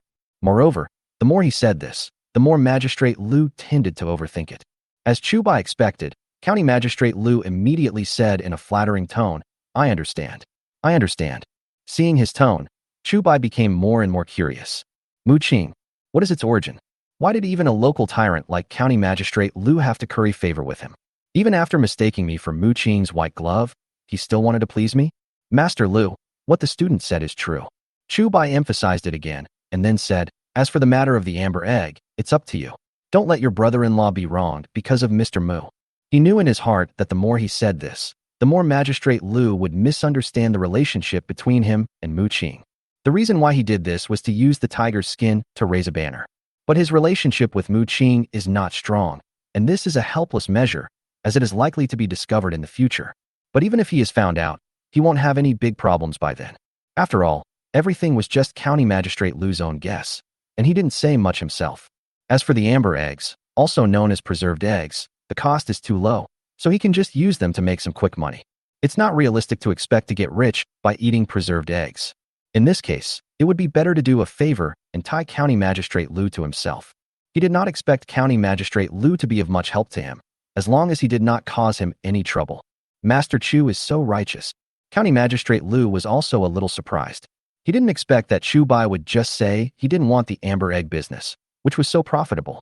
If Chu Bai had moved Mu Qing out from the beginning, he would have had to help even if he didn't want to. But Chu Bai still took out the amber egg, which made him look at Chu Bai with higher regard again. But on second thought, Chu Bai is Mu Qing's man. That person is a man of extraordinary talent and elegance. When would he ever care about such dung as gold and silver? Only those around him regard money as nothing like he does. "Master Lu, my assistant is still with the ambassador of the taxation department." Seeing that County Magistrate Lu was just praising himself, but forgot about second brother Wu, Chu Bai had to remind him. "It is my fault. I almost forgot about this matter. I will go and check it out now." County Magistrate Lu said with a righteous look. Although Ping'an County is only a lower county, its people are of varying quality. If Master Chu can help me find the corrupt officials among them, I must thank Master Chu. As he said this, he led the way and went straight to the office of the ambassador of the taxation department. Soon after, the two men appeared outside the room of the ambassador of the taxation department. The arrogant voice of the ambassador of the taxation department came from inside. "Don't be dissatisfied, you two. 150 taels was the price just now. Now it has risen to 200 taels. The ambassador of the taxation department looked at Wu Urge and Wu Laotian with disdain and snorted. "And this is just the silver you want to give to me as a gift. If you want the store books, each one will cost 50 taels." Upon hearing this, County Magistrate Lu's face instantly turned dark. Although he also likes to be greedy for money, he always finds excuses in a roundabout way. But the ambassador of the taxation department actually asked for 200 taels, and the store books had to be calculated separately. The total cost of Chu Bai's 4 tofu shops is another 200 taels, which makes a total of 400 taels. It's no wonder that Chu Bai was willing to give up the benefits of the amber egg to find him. Even he would be furious. And now, he was indeed a little furious. It would be fine if I didn't know Chu Bai's identity. But now that he knew that Chu Bai and Mu Qing had a close relationship, perhaps this tofu shop was Mu Qing's business. This damn ambassador of the taxation department actually dared to cause trouble for the tofu shop. Isn't it like an old man hanging himself? He thinks his life is too long? Bang! Magistrate Lu kicked open the door of the taxation department ambassador's room. "Tell me what you just said." County Magistrate Lu strode in and began to question with a dark face. When the ambassador of the taxation department saw Magistrate Lu, he was almost frightened to death. Master Lu, Master Lu, why are you here? The ambassador of the taxation department lost his arrogance and hurried over to Magistrate Lu to greet him. Although he is an official, he is a small official, not even as important as a sesame seed. That is to say, it is only slightly higher than the official. A low-ranking official did not need to be appointed by the court, and County Magistrate Lu could directly dismiss him. Why is this officer here? County Magistrate Lu glared at the ambassador of the taxation department and said viciously, "If I had not come here, how could I have seen your ugly face and your corrupt behavior?" Plop. The ambassador of the taxation department knelt down immediately and pleaded guilty. "Please spare my life, sir. I am only following the rules." County Magistrate Lu snorted. "Okay, then tell me which chapter you followed to do this." The ambassador of the taxation department felt a sudden pang in his heart, knowing that he was in trouble this time. Chapter 119 Dismissal. Grown-ups. The ambassador of the taxation department looked at Wu Urge, Chu Bai and others, then approached County Magistrate Lu and whispered, "Sir, this matter was arranged by the Lu family, and I am just following your orders." County Magistrate Lu shook his sleeves and snorted, "Lu family? Are you an official of the imperial court or an official of the Lu family? The Lu family is just a merchant family. How can they make you?" The ambassador of the taxation department listened to them. The ambassador of the taxation department panicked and said, "Sir, I don't want to listen to them, but you know the power of the Lu family." Before he could finish, Magistrate Lu snorted, "The Lu family is nothing. All the people of Dayu should abide by the laws of Dayu. If anyone violates the laws, no matter if they are from the Lu family or Zhang, Wang, Li, or Zhao, they will all be finished." Hearing this, the ambassador of the taxation department could not help but be stunned. They were both officials in the county government. Although he was just a low-ranking official, not even worth a sesame seed, he knew County Magistrate Lu very well. This person obviously likes to be greedy for money, but he also likes to pretend to be righteous and doesn't like to take the lead in anything. But now he actually said such blunt words. This made him curious. Is this still the county magistrate he knew? However, thinking that Chu Bai came here with County Magistrate Lu, he reacted instantly. It must be this person who first found County Magistrate Lu and promised him something, which caused County Magistrate Lu's attitude to change drastically. The ambassador of the taxation department rolled his eyes and said, "Sir, this man is the Chu Bai that the Lu family wants to deal with, right? Compared with the Lu family, he is like a firefly to the bright moon. If he promised anything, it can't be compared with the Lu family." Upon hearing this, County Magistrate Lu's eyes immediately widened. "What nonsense?" County Magistrate Lu said righteously. "I have always been honest. How could I be as greedy as you and not distinguish right from wrong? I have made the decision on today's matter. The tofu shop store books have already been issued. Let the people go back immediately and let the tofu shop reopen." As one of the 4 largest merchants in Ping'an County, the Lu family is indeed a giant. However, the Lu family had never offered any benefits to him on their own initiative, which had long made County Magistrate Lu dissatisfied. Although what Chu Bai gave was just an amber egg recipe, as long as he passed the recipe to his wife's younger brother, that is, his brother-in-law, the other party could make money openly by using the amber eggs. That money was all in the open, and he could spend it however he wanted. Unlike him, although he had embezzled a lot of money before, he didn't dare to spend a penny for fear of being discovered. The ambassador of the taxation department stared at Magistrate Lu in a daze, completely confused. He couldn't understand why County Magistrate Lu would abandon the Lu family and protect Chu Bai, a stranger. "What is this?" County Magistrate Lu swung his sleeves and snorted. "Come here. Take this corrupt official who committed corruption and abuse of power under my nose and throw him into jail." Although the ambassador of the taxation department was also an official, he was not appointed by the imperial court and was no more than a minor official in front of the county magistrate. It only takes a word for the county magistrate to decide how to punish him. Upon hearing this, the bailiffs outside rushed in and took away the dazed ambassador of the taxation department. Sir, please spare my life." The ambassador of the taxation department begged for mercy in a panic, but Magistrate Lu turned a deaf ear to him. Afterwards, he apologized to Chu Bai. "Mr. Chu, there are too many people in the government office, and there are always some people who are blinded by greed. Please don't mention this matter in front of that person." Chu Bai said quickly, "The student will definitely remember your teachings." He was also a little surprised. He thought that County Magistrate Lu wanted to please Mu Qing just because Mu Qing's identity and background were unusual. Seeing County Magistrate Lu's current state, Mu Qing's identity might be even more powerful than he thought. County Magistrate Lu heaved a sigh of relief and immediately arranged, "Come and remove the seals on the tofu shops everywhere. Tofu shops are supposed to benefit the country and the people, and they must not be wronged in Ping'an County." Watching the runners leave, Chu Bai bowed and said, "Master Lu, will I take everyone away now?" County Magistrate Lu nodded and said, "Okay, remember to help me go back and say hello to that person." "Of course." Chu Bai said this, and left with Wu Laotian, Wu Urge, and others. After leaving the county government office, all the members of the guard team surrounded them. "Mr. Chu, what's going on? Sure Tu, are you okay?"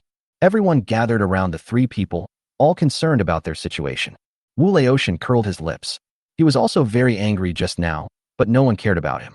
Chu Bai smiled slightly and said, "The tofu shop can be reopened, and the ambassador of the tax department who made things difficult for us has been dismissed by the county magistrate." Hearing this, everyone took a deep breath in disbelief. Although the ambassador of the taxation department was just a low-ranking official without a rank, he was still a very important figure in their eyes. But now, such a powerful figure was actually dismissed by the county magistrate. It's good to dismiss him. I can tell from the sound of that ambassador that he is not a good person. The county magistrate is wise. Although these members of the escort team did not know what exactly had happened, they could understand that the ambassador of the taxation department was responsible for this incident. Their thinking was very simple. Since the ambassador of the taxation department was making things difficult for them, that was bad.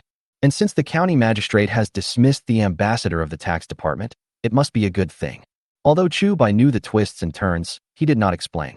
After all, the county government office was right next to him, and he didn't want anyone to hear him saying bad things about County Magistrate Lu.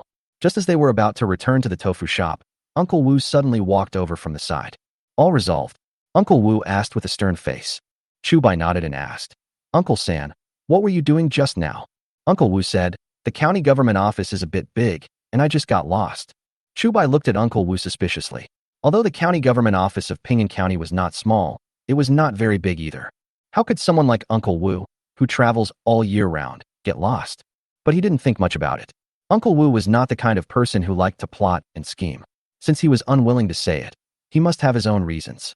At the same time, a figure hurriedly ran into the Mu family's villa. After hearing the report from the servant, Mu Qing nodded and said, "I know about this matter. You can go down now." After the servant left, Ning Zhilan said, "If the information I got just now was correct, Chu Bai obviously didn't have to hand over the amber egg formula. Why did he force the formula to that dog county magistrate?" Mu Qing looked at her thoughtfully and said, "Chu Bai is a good person. He not only knows how to take advantage of the situation, but also knows how to weigh the pros and cons. Although he used me in this matter, I don't hate him." Ning Zhilan looked at him in confusion and asked, "Brother Qing, I was talking about the amber egg. Why did you go so far?" Chapter 121 New Business? Mu Qing sighed and said, "Mr. Chu has already reminded you before. Although your business is doing well, the biggest reason is still your identity. Because of your background, those people respect and fear you. Even if there is a conflict of interest, they will tolerate it. But Mr. Chu is different. He doesn't have a good background, so he can only make concessions on many interests, bind some people to himself, and then seek to grow stronger step by step." Listening to Mu Qing's words, Ning Zhilan blinked her beautiful eyes slightly. She had actually thought about this question not long ago, and knew that the success of her business depended on her status. Moreover, she also wondered if she would still be as powerful as she is now if she were replaced by an ordinary person. She felt that with her intelligence and talent, she would not necessarily do badly in business even without a good background. At most, the scale is not as large as it is now. But after listening to Mu Qing's words, she realized how naive her previous thoughts were. "But Brother Qing, you still haven't told him why he had to give the secret recipe of the amber egg to that stupid county magistrate." Although Ning Zhilan had never been to Ping'an County, she had heard people around Mu Qing mention the county magistrate of Ping'an County and knew that Magistrate Lu was not a good official. Mu Qing said helplessly, "Of course he is afraid that his relationship with me will be exposed one day, so he wants to bribe County Magistrate Lu in this way." Thinking of this, Mu Qing couldn't help but find it a little funny. Although he was not the kind of person who thought highly of himself, he was too disdainful to expose Chu Bai's tricks. But on second thought, Chu Bai had only met him once, so he certainly couldn't fully trust his character. Therefore, there is nothing wrong with an extra layer of defense. Moreover, with the benefit of the amber egg, even if the truth is revealed in the future, even if County Magistrate Lu is unhappy, he may not necessarily do anything to Chu Bai. Thinking about it carefully, this Mr. Chu is indeed not simple. Mu Qing stood up and said, "Let's go. Isn't the tofu shop going to reopen? Let's go and try the tofu pudding and soy milk." Before he came, there was tofu just bought in the morning in the Mu family villa. He had tasted the tofu just now, and it tasted really good. But he has never tasted soy milk and tofu pudding, and now he wants to go over and try them. The other side. After Chu Bai resolved the issue at the tofu shop, he did not go to the tofu shop, but returned to Wujiazwang with his guard team. Although County Magistrate Liu helped him solve the troubles of the tofu shop, the Liu family's problem could not be solved in a short time. Even if County Magistrate Liu deliberately made things difficult, the Liu family would find ways to deal with it. What's more, County Magistrate Liu might not really help him. However, with Mu Qing and Ning Zhilan, the Liu family's difficulties were nothing to him. After all, his main businesses now are still distilled liquor and tofu shops. Mu Qing helped him find a distillery. He would go over to take a look and start making distilled liquor again. There was also soap. Although Ning Zhilan placed an order with him, she did not mention how many pieces she needed. Soap is actually very simple to make and doesn't require much manpower. Apart from anything else, just the 3 wives in his family and a few trusted aunts are enough. If he wants to continue developing his industry, he needs to find a breakthrough elsewhere. He also promised Magistrate Liu that his property would pay sufficient taxes. As long as he paid enough taxes, County Magistrate Liu might not be willing to take action against him. After all, taxation is also a kind of political achievement. What's more, he has Mu Qing as his backer. What happened today also gave him some inspiration. Although he hired a lot of people from Wujiazwang, there weren't actually that many people if you really counted them. At most, there is only one person in each household.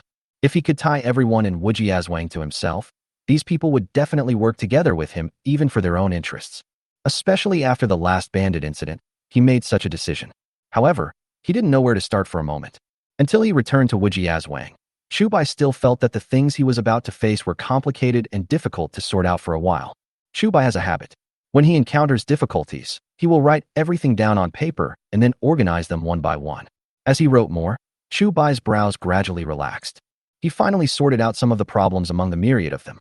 However, because he was so absorbed in his thoughts, he did not notice that the sky was gradually darkening, and Lin Xiener and the other 2 daughters returned home. In the past few days, the 3 of them have been helping Aunt San and others cook at the construction site. This is also the reason why the 3 of them were not there when Chu Bai returned home. Seeing Chu Bai writing, Lin Xiener immediately lit an oil lamp and took a glance at what Chu Bai had written. "Hey, are you thinking about what business to start next, husband?" Lin Xiener looked at what Chu Bai wrote on the paper and asked subconsciously. Hearing this, Su Qing and Li Han immediately came over. Although Chu Bai only did 3 businesses during this period, distilled liquor, amber eggs, and tofu, they had seen other good things made by Chu Bai. Therefore, they had already determined in their hearts that anything made by Chu Bai must be excellent. Chu Bai turned around and found that it was already late and his 3 wives had all returned. "You guys are back just in time." Chu Bai immediately smiled and said, "I do want to start another business, but I haven't decided what to do yet.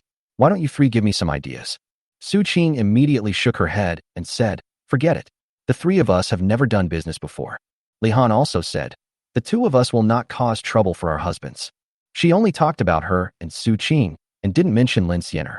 Although Lin Xiener is younger than her, she has already become the backbone of the 3 of them. When Chu Bai was not around, they were used to following Lin Xiener's opinions. Lin Xiener did not refuse directly like the other 2 did, but said, "Our current business is doing well. I wonder why my husband wants to start a new business." She had heard about the troubles with the distilled liquor and tofu shops, but she also just learned that Chu Bai had solved the problems when he went to the county town this time. Although developing new businesses can make more money, it also means recruiting new workers and redeveloping business routes. Chu Bai explained, "We are rich now, but many families in the village are still living a hard life as before. I want to start a new business. In addition to making more money, I also want to help them." He did not say that he wanted to tie all the villagers to himself. It was not because he cared about fame, but because there was no point in saying it. Lin Xiener nodded and said, "My husband is right. Nowadays, many families have people working in tofu shops. With my husband's wages, they will naturally not be as worried as before. But there are still some orphans and widows. Even if we want to help them, we can't just give them money." Chapter 121 Weaving. Xiener is right. If we give them money directly, it won't help them, but harm them. Chu Bai looked at Lin Xiener and said with admiration, "If this continues, not only will they become lazy and develop the idea of getting something for nothing, but it will also be disadvantageous to us." In his previous life, He had seen too many tragedies caused by borrowing money. Before borrowing money, you are the grandson, but after borrowing money, you become the grandfather. It is normal for you to refuse to pay it back. There are also some people who, although they have hands and feet, do not want to take the right path and just go to others to borrow money again and again. If someone who frequently borrows money suddenly doesn't want to lend anymore, he will be accused of being ungrateful, etc. Although he wanted to bind the villagers of Wujiazwang to himself, he didn't want to be hated by those people because of money. As the saying goes, help in emergencies, but not in poverty. Moreover, it is better to teach a man to fish than to give him a fish. If he assigns work to these people and they get paid for working for him, that's all that matters. But if someone doesn't want to work and wants to borrow money from him for no reason, it's impossible. This was how he had arranged it before. If someone came to borrow money, Chu Bai would not refuse directly. Instead, he should first understand the other party's situation. If the other party is really in emergency, it is not that he cannot lend the money. But if the other party is not in trouble, he will find a way to arrange a job for him. In this way, the other party will be embarrassed to speak. Although this is a bit troublesome, fortunately there are not many people in Wujiazwang, so it will not take up too much of Chu Bai's time. As for the people from other villages who wanted to borrow money from Chu Bai, they would not even get to see Chu Bai and would be scolded away by other villagers in Wujiazwang. Wujiazwang finally had Chu Bai, who was willing to help them wholeheartedly. Chu Bai is already busy enough taking care of the affairs of their village. How can he let people from other villages disturb Chu Bai? Siener, do you have any ideas? Chu Bai looked at Lin Siener and asked as if testing her. Lin Siener rolled her eyes and said, whether it's the tofu shop, the wine shop, or the guard team, my husband has recruited only men. It would be great if my husband could find a business that women can also participate in this time. Chu Bai nodded with satisfaction. He actually thought so too. Then Siener, what kind of business do you think is suitable for women? Chu Bai continued to ask and looked at Li Han and Su Qing and said, you two can also talk about it. Don't just let Siener take the lead. Lin Siener chuckled and said coquettishly, my husband, are you too partial? Although she said this, she was not really jealous. Because she knew that Chu Bai was not targeting her, but was instead showing respect to the three sisters. When ordinary women get married, they only have to work hard, not to mention participating in important family affairs. Some evil mothers-in-law don't even allow the new daughter-in-law to sit at the table for dinner. People like Su Qing's sister-in-law Wu Jinhua can be said to be a very small minority among the very small minority. On the other hand, Chu Bai not only never treated Lin Siener and the other two unfairly, but also encouraged them more than once, allowing them to find what they wanted to do. Su Qing blinked and said innocently, husband, don't ask me about this kind of thing. I don't know even if you ask me. Lin Siener patted her on the head and said, I knew that you, a little foodie, are unreliable. Then, she looked at Li Han and asked, where is Sister Li Han? Li Han thought for a moment and said, I don't know what business a woman can do, but when I was at home, I often wove cloth, which is also a way for many women to make a living. Weaving. Chu Bai started to think about it immediately. When he visited a museum in his previous life, he saw some ancient spinning wheels. For example, the 3-spindle foot-operated spinning wheel and foot-operated loom invented by Huang Daope, and the jenny textile loom that we learned about in history books. Especially the spinning jenny, which is known as the starting point of the Industrial Revolution. Although he had not deliberately studied these things, he still remembered the general idea. As long as he is given enough time, he will be able to fully recover. When Lin Siener saw Chu Bai's look, she knew that Chu Bai was moved. Husband, nowadays the cloth business is mostly controlled by the Wang family. If you want to do cloth business, it may not be easy. She looked at Chu Bai solemnly and said, now that my husband has offended the Liu family, if he offends the Wang family again, I'm afraid his future life will not be easy. She didn't mean to pour cold water on Chu Bai, but to take into account all aspects of what Chu Bai would face so that Chu Bai could be prepared. Chu Bai nodded and said, that's fine. I'm still thinking about the loom now. After that, he looked at Li Han and said, Honor, can you get a loom and a spinning wheel? The weaving process is mainly divided into 2 steps. The first step is to spin cotton or linen into yarn, and then make the yarn into cloth. The former requires a spinning wheel, while the latter requires a loom. The loom is relatively complicated, but the spinning wheel is very simple. Li Han hesitated for a moment and said, I will go back to my parents' house tomorrow to borrow a spinning wheel, but a loom. There was a clear sense of embarrassment on her face. Chu Bai immediately said, I just want to see the structure of the spinning wheel and loom. I don't need you to move the things to our house. Hearing this, Li Han immediately breathed a sigh of relief and said, that's no problem, but... Chu Bai asked, just what? Li Han said, I can borrow a spinning wheel anytime, but the loom is my sister-in-law's treasure. If you want to see it, you can only go back to my parents' home with me." Hearing this, Lin Xianer asked suspiciously, "Is there no loom in Wujia village?" If there was a loom in Wujia village, Chu Bai wanted to follow Li Han back to her parents' home, which was obviously a bit far-fetched. Chu Bai smiled and said, "It's okay. It just so happens that I haven't accompanied Li Han back to her parents' home since we got married. This time, just treat it as me going back with her." When she heard the word return home, a rare look of shyness appeared on Li Han's face. Although she had been married twice before, she became a widow before the wedding night each time, so she had never returned home with her husband. "The previous 2 times I went home, I was sent back by my in-laws' family." Chu Bai looked at Li Han, then at Lin Xianer and said, "Xianer, don't panic. I will go back with you in a few days." Lin Xianer nodded and whispered, "Yeah." Although she agreed, there was some worry in her eyes. Her brothers are not much better than Su Qing's sister-in-law Wu Jinhua. This is also why she never mentioned going back to her parents' home. But that was her parents' home after all, and she couldn't stop visiting there forever. Besides, she may not care about other people, but she also misses her mother a little. Chapter 122, Fees and Free of Charge. "Husband, there is another problem right now." Lin Xianer put away her thoughts and reminded him, "If my husband really does start a weaving business, the livelihoods of those women will be taken into consideration. But what about the children in the village?" Hearing this, Li Han and Su Qing looked over immediately. It would naturally be a good thing if Chu Bai could help the women in the village find a livelihood.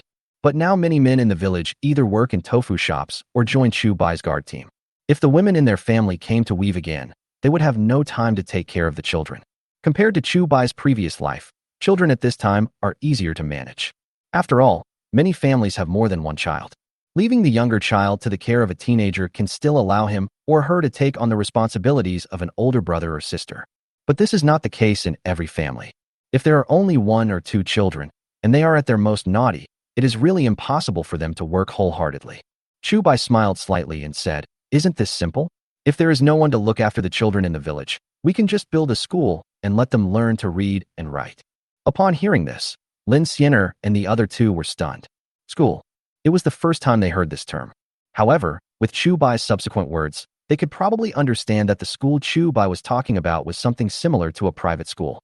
Chu Bai nodded and said, "Yes, schools have existed since ancient times, dating back to the period of schools, academies, and orders.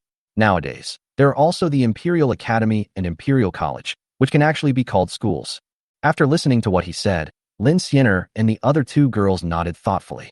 Su Qing's eyes sparkled as she said, "My husband is indeed a scholar, he knows a lot." Chu Bai was stunned for a moment. Scholar? It seemed that his previous incarnation was actually a scholar. If Su Qing hadn't mentioned it, he would have forgotten about it. But that useless person in his previous life had wasted Mr. Chu's teachings and failed to even obtain the status of a student after so many years. Chu Baidu felt it was not worth it for Mr. Chu. At this time, Lin Xianer said, "But even if there is a school, only boys can be arranged to study. What about the girls?" Chu Bai was stunned and subconsciously asked, "Girls can't read?" After he finished speaking, he remembered that he was not living in his previous life, but in ancient times. The theory of the 3 bonds and 5 constant virtues was still popular at that time, which not only established hierarchy, but also distinguished between men and women. Men can visit prostitutes, men can study, men can take the imperial examinations, men can. Except for illegal things, men can do most things in this world. But what women have to face are basically things that they cannot do. Women cannot do business, women cannot go to brothels, women cannot study, and women cannot take the imperial examinations. Even women are not allowed to show up in public too much. In this era, women are faced with more constraints than rights. Seeing the expressions on the 3 girls' faces, Chu Bai immediately said, "Since we founded this school, we naturally have the final say. Boys and girls, as long as they are from Wujia village, can come to school." Hearing this, Lin Xianer hurriedly said, "Husband, if this matter gets out, it will definitely cause an uproar." As a woman, she naturally wants to fight for the rights of women. But now, she has to consider Chu Bai more. Chu Bai said disapprovingly, "Let it spread out. Who says women can't go to school? Since the school was opened for me, I can do whatever I want. I don't need to care what others think." Seeing his firm attitude, Lin Xianer could only sigh helplessly. "Husband, even if the school accepts girls, the adults may not be willing to send their children to school. After all, going to school requires money." Lin Xianer could only change her angle and try to dissuade Chu Bai from the idea. Chu Bai laughed and said, "Isn't this simple? Can't we just not charge any fees? Moreover, not only do we not charge any fees, we also provide lunch at noon. I don't believe they won't send their children here. Hearing this, Lin Xiener, Li Han and others were even more shocked. They support Chu Bai's plan to run a school. But Chu Bai doesn't charge any fees and even provides meals. This is obviously a losing business. What is Chu Bai trying to do? Lin Xiener said, "Husband, if you really do this, the money you need to spend will be huge." Chu Bai curled his lips slightly and said, "It doesn't matter. We spend more so that we can earn more. If this school is really established, the amount of money he needs to spend will be no different. One is the teacher's salary, and the other is the children's meal money. These two things may mean a lot to other people, but to Chu Bai, who is making a fortune every day, they are just a drop in the bucket. As long as the school is built, it will not only gain a good reputation, but also allow parents to work with peace of mind. This matter definitely has more advantages than disadvantages for him. By the way, in addition to the school, we can also set up a kindergarten."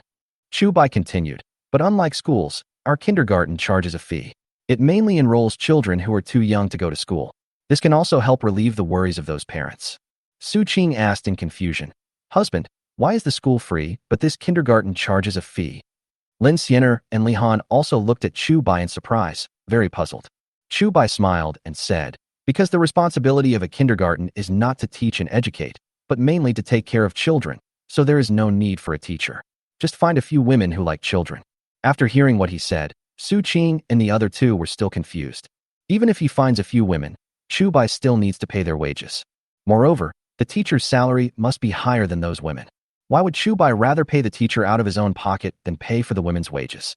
Seeing the three people's confused looks, Chu Bai turned around and asked, "Xiener, at what age do children in the city start enlightenment nowadays?" Lin Xiener said, "Children from wealthy families may start learning at the age of 4 or 5, but most of them start at the age of 7. Chu Bai nodded and said, "Yes, my husband's original intention of establishing a school is not to relieve the villagers of their worries, but to ensure that every child has access to education. After all, people should do what they should do at their age. Children over 7 or 8 years old should read books. That's what they should do, so I can let them read books for free. But for children under 7 or 8, it's too early to let them read, so we can only find someone to look after them and play with them. Studying is a good thing. If it helps them develop their skills, then it can be free. But the main purpose of kindergartens is to provide someone to look after children for parents so that they can earn money, which helps to reduce their burden. So, schools can be free, but kindergartens must charge a fee, even if it's just a symbolic fee." Chu Bai's words were somewhat contradictory, but Lin Xiener understood some of them.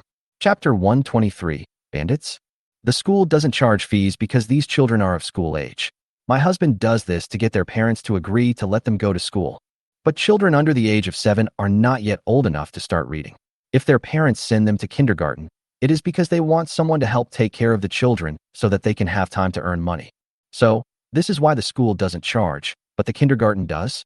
Lin Xiener looked at Chu Bai and asked, "Husband, is what Xiener said right?" Chu Bai's eyes lit up and he said, "That's right. That's what I mean. It's a good thing to let children go to school, and now many families have money. I think if I let them send their children to school, they will definitely be willing to do so. But they have been used to living a hard life for so many years.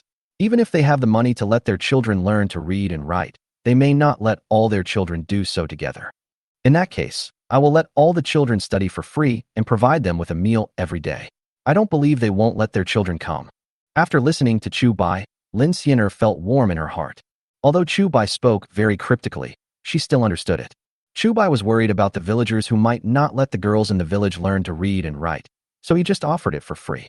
Otherwise, he only needs to charge a symbolic fee like those kindergartens, and the villagers will definitely send their children there to study. It's just that there is no place for those girls. By doing this, Chu Bai was giving those girls a chance. Even if you cannot pass the imperial examination and become an official in the future, it is still good to read more books. Women, you also need to have more knowledge. And it's not just women. Nowadays, many families have several children, and almost every family will find a reason not to send every child to school. I'm old and have too many children to take care of. What's the point of sending girls to school? Chu Bai did this not only for the girls, but also for every child in Wujiazwang to be able to read and write.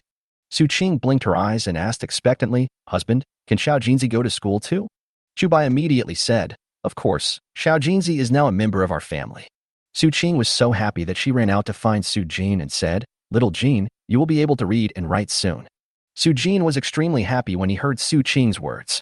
Before, he lived in Sujia village, where he was hungry and cold. Now following Su Qing, not only do I not have to worry about food and drink every day, I can even study. For him, it is no exaggeration to say that this is a life like a god. Sister, I can read now. Su Jin laughed and said, I can become a scholar in the future. Su Qing tapped his head and said, you just want to be a scholar? Su Jin tilted his head and said, isn't my brother-in-law not even a student? If I can pass the exam and become a scholar, wouldn't I be more impressive than my brother-in-law? Hearing his words, Su Qing suddenly felt a little embarrassed. She glanced at Chu Bai embarrassedly and whispered, husband, Xiao Jinzi is ignorant. You must not argue with him. Chu Bai smiled and said, what's so good about this? Xiao Jinzi is right. If he passes the exam and becomes a scholar, he will be better than me. Then he walked to Su Jin and said, little Jin, if you can pass the exam to become a scholar in the future, your brother-in-law will buy you whatever you want. Su Jin immediately said, really? Chu Bai nodded and said, what my brother-in-law said is of course true. Su Jin looked at Chu Bai excitedly and was completely thrilled. At this time, Lin Skinner came over and said, my husband, Xiao Jinzi's story reminded me that although our family is rich now, merchants are ranked last among the 4 classes of scholars, farmers, merchants, and artisans. You are a scholar after all. Do you want to take the imperial examination in the future? Chu Bai was stunned for a moment. Imperial examination? He really hadn't thought about this.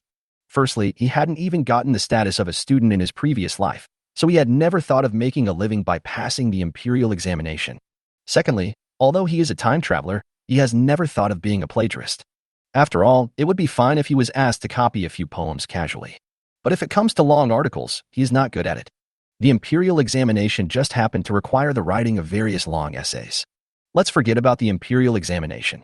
Chu Bai shook his head and said, my husband's personality is not suitable for being an official. If he really becomes an official, he might bring disaster to us. Lin Skinner didn't care. After all, Chu Bai was a capable man, and he would not let them starve even if he didn't become an official. As long as Chu Bai is happy, everything is fine. My husband, you must be hungry. I'll go cook first. Li Han glanced at the sky and immediately ran to the kitchen to get busy. Seeing that Chu Bai was still busy, Lin Skinner and Su Qing also wisely walked out. When there was no one around, Chu Bai continued to write and draw on the paper with a pen. Not long ago, he was still confused and felt it was a mess facing the events of the past few days. Now he has gradually sorted out his thoughts and made plans for the next few days. After returning to his mother's home with Li Han tomorrow, he can start making the spinning wheel and loom. With the efficiency of the new spinning wheel and loom, the cloth he made would surely be much better than other cloth on the market. With the help of Ning Zhilan's connections, this batch of cloth will definitely be a great success once it is shipped out. At that time, he would not only have a profitable business and deepen his cooperation with Ning Zhilan, but also be able to have a closer bond with the villagers of Wujiazwang. In this way, it is definitely a good thing that kills 2 birds with 1 stone. Besides that, he also had to be careful about revenge from the Lu family. With Mu Qing stepping forward, as long as the Lu family is not fools, they will definitely not make things difficult for him openly. Then their biggest possibility is to use their business connections to squeeze their own living space. But apart from tofu, he did not plan to sell his products in Pingan County. And the tofu is unique to him. Others cannot make it even if they want to. If this happens, the Lu family will definitely find other ways to retaliate against me. If I were in the Lu family's place, or the old housekeeper, what would they do? Suddenly, Chu Bai exerted force with his hand and broke the brush he was holding. Then he changed his pen and wrote 2 words on the paper. Bandit. The third in command of Dalong Mountain died in Wujiazwang, although not many people knew about this. But Wu Sihai knew the whole story best. Even if this matter was related to him, he only needed to tell Dalongshan that the third in command died in his hands, and then conceal his own responsibility. Dalongshan will definitely come for revenge. Even if they knew that this matter was related to Wu Sihai, they would still be shocked when they heard that he had a lot of money and ways to make money. Their first choice must be themselves. Chapter 124. Building a Crossbow. The appearance of Mu Qing and Ning Zhilan gave Chu Bai more confidence when facing the Lu family. Even if Mu Qing is not his backer, he can still use the tiger's skin to raise the banner. But this trick doesn't work against those bandits. Out of caution, Chu Bai did not ask Magistrate Lu about Mu Qing's identity. He could only guess that Mu Qing was from the capital and had an unusual background. Even if they are not princes or nobles, they are the descendants of some high-ranking official. However, those who want to make a fuss about Mu Qing only target those who know or can guess Mu Qing's identity. The bandits in the mountains knew even less than he did, so they cared even less about Mu Qing. Moreover, if they really want to take action, they will take human lives. If Chu Bai wanted to deal with them, he had only one way. That is to work hard to improve the combat level of the guard team. Although Uncle Wu is good at fighting, he is alone. As the saying goes, 2 fists are no match for 4 hands, not to mention that Uncle Wu was disabled when he joined the army in his early years. If the bandits from Dalong Mountain really come, Uncle Wu alone will definitely not be enough. He had heard that the bandits in Dalong Mountain were not ordinary people, and even the government had gone into the mountain several times but failed to wipe them out. Although this was partly due to the fact that the government did not do their best, it also shows that Dalong Mountain was not easy to deal with. During this period, Chu Bai purchased a batch of longswords from Uncle Wu San, which was considered to be a preliminary step in arming the guard team. But relying on these rookies alone to deal with the bandits in Dalong Mountain who were living on the edge of a knife all day long was almost like sending food to the enemy. But Rome was not built in a day, and it is not likely that Chu Bai can improve the combat effectiveness of these guards in a short period of time. What's more, the bandits in Dalong Mountain have long been notorious, and most of them are extremely vicious. If they really came, the guard team he had formed might not have the courage to charge forward. If you want to quickly improve the combat effectiveness of the guard team, there is only one way. Since the software upgrade is slow, upgrade the hardware. As long as the guards are armed to the teeth, the bandits in Dalong Mountain will definitely not get any advantage. If Chu Bai can spend a large sum of money at this time to customize a set of fully armed armor for each member of the guard team, and the kind that cannot be cut by knives or swords, he would definitely be able to compete with the bandits in Dalong Mountain. The problem is that Chu Bai doesn't have that much money, and if he really sets up such a guard team, the government will definitely not agree. It is no problem for Chu Bai to form a guard team, but once they put on armor, it will be no different from a private army. The Dayu dynasty was plagued by internal and external troubles, and had long ago issued a clear ban on anyone from forming a private army. Not even princes and nobles can do that. Unless they have fiefdoms, the scale of the private army they can form is very small. Therefore, if Chu Bai wanted to deal with the revenge of the Dalangshan bandits by arming his guards to the teeth, this approach would not work. It's not that it won't work, but it's easy to be targeted by the government and get into bigger trouble. Thinking of this, Chu Bai couldn't help but sigh. This damn era is so fucking dull. If it were in the society of his previous life, why would he have to worry about things like bandits? If someone really dares to occupy the mountain and become the king, there is no need for official intervention. The managers of the scenic area can destroy them. However, since the armor route is difficult and extremely expensive, Chu Bai can only look for other ways again. Just like playing games, if you can't improve your defense, then improve your attack power. Chu Bai didn't need to consider precious swords and knives that could cut through iron like mud. After all, the people who use this thing are still humans. If the guards are scared by the bandits, they may not dare to rush forward even if they have AKs in their hands. Thinking of AK, Chu Bai's eyes suddenly lit up. With the current level of iron smelting, something like AK is definitely impossible to manufacture. But what if we use a bow and crossbow instead? Moreover, it is the Zhuge crossbow that can fire continuously. If there were repeating crossbows, the members of the escort team would not need to get close to the bandits. They could just aim and shoot arrows from a distance. Moreover, the repeating crossbow does not need to be rewound frequently and has sufficient lethality. More importantly, this thing is relatively simple to use. Under normal circumstances, it takes at least 3 to 5 years to train a sharpshooter. But after replacing the bow with a crossbow, it doesn't take that long. In just a few days at most, the guard members will be able to master the shooting skills. Even if one arrow is not fatal, you will definitely hit the target if you shoot a few more times. Thinking of this, Chu Bai's eyes became brighter. The last time he asked Zhao Chang to make a recurve bow, it was mainly because he hadn't thought about it in this regard. If he had asked Zhao Chang to build a repeating crossbow instead of a recurve bow, Chu Bai would not even need Uncle Wu to take action and would be able to deal with the third in command on his own.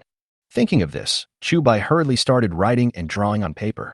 The structure of a repeating crossbow is slightly more complicated than that of an ordinary crossbow, but the degree of complexity is actually limited. Just add a few more components to the crossbow. Since it is not for military use, Chu Bai does not have high requirements for the range of the crossbow.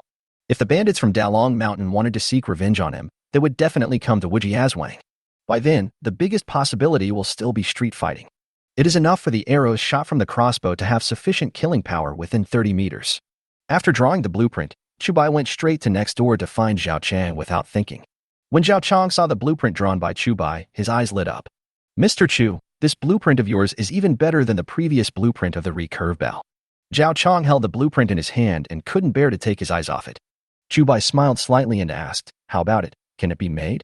Zhao Chang said without hesitation, "Yes, of course. But the arrows used here need to be shorter. I need to find a few people to help me make arrows." Chu Bai nodded and said, "That's no problem." "Wonderful. It's really wonderful." Zhao Chang scratched his head and said, If all our guards use this kind of crossbow, we won't be afraid of any bandits from Dalangshan or Alangshan. He just said it unintentionally, but it made Chu Bai stunned for a moment. Zhao Chong, I haven't asked you yet. What did you do before you became a stonemason in town? Chu Bai felt that Zhao Chong's background was not as simple as he thought. Zhao Chong hesitated for a moment and said, Actually, I used to be a military household, specializing in making various weapons. Chu Bai opened his mouth. He didn't expect that Zhao Chong had such a background. It is no wonder that Zhao Chong is an all-round craftsman. Being a stonemason and a carpenter were just the means he used to make a living. Making weapons is his real skill. Well, Chu Bai was overjoyed when he heard this, and patted Zhao Chong on the shoulder and said, If you can get all the members of our escort team to use the crossbow, then you will have done a great job. Chapter 125 The Wisdom of the Old Butler. Chu Bai patted Zhao Chong's shoulder, his heart pounding. If Zhao Chong could really get all the guards to use crossbows, no matter whether they were bandits or horse bandits, they would all be defeated by him. Even if he secretly develops and expands his military forces, he will have no problem rebelling and becoming emperor in the future. Of course, this is just a random thought. Chu Bai still felt that being an emperor was too tiring. Instead of reviewing memorials, wouldn't it be nice to have a few more babies with your wife? Chu Bai supported his waist and asked, Besides making arrows, do you need help with anything else? Zhao Chong thought for a moment and said, I need some craftsmen to help me, and someone also needs to make the things I need to build. Chu Bai nodded. What Zhao Chang was talking about was indeed quite urgent. Now, Zhao Chong is the only genuine craftsman in the entire Wujiazwang, and he has to make many things himself. For example, the shovels used to dig foundations when building houses, even the tables, chairs, and benches used for eating in the cafeteria, and the stone mill used to grind tofu in the tofu shop. All these things were made by Zhao Chang.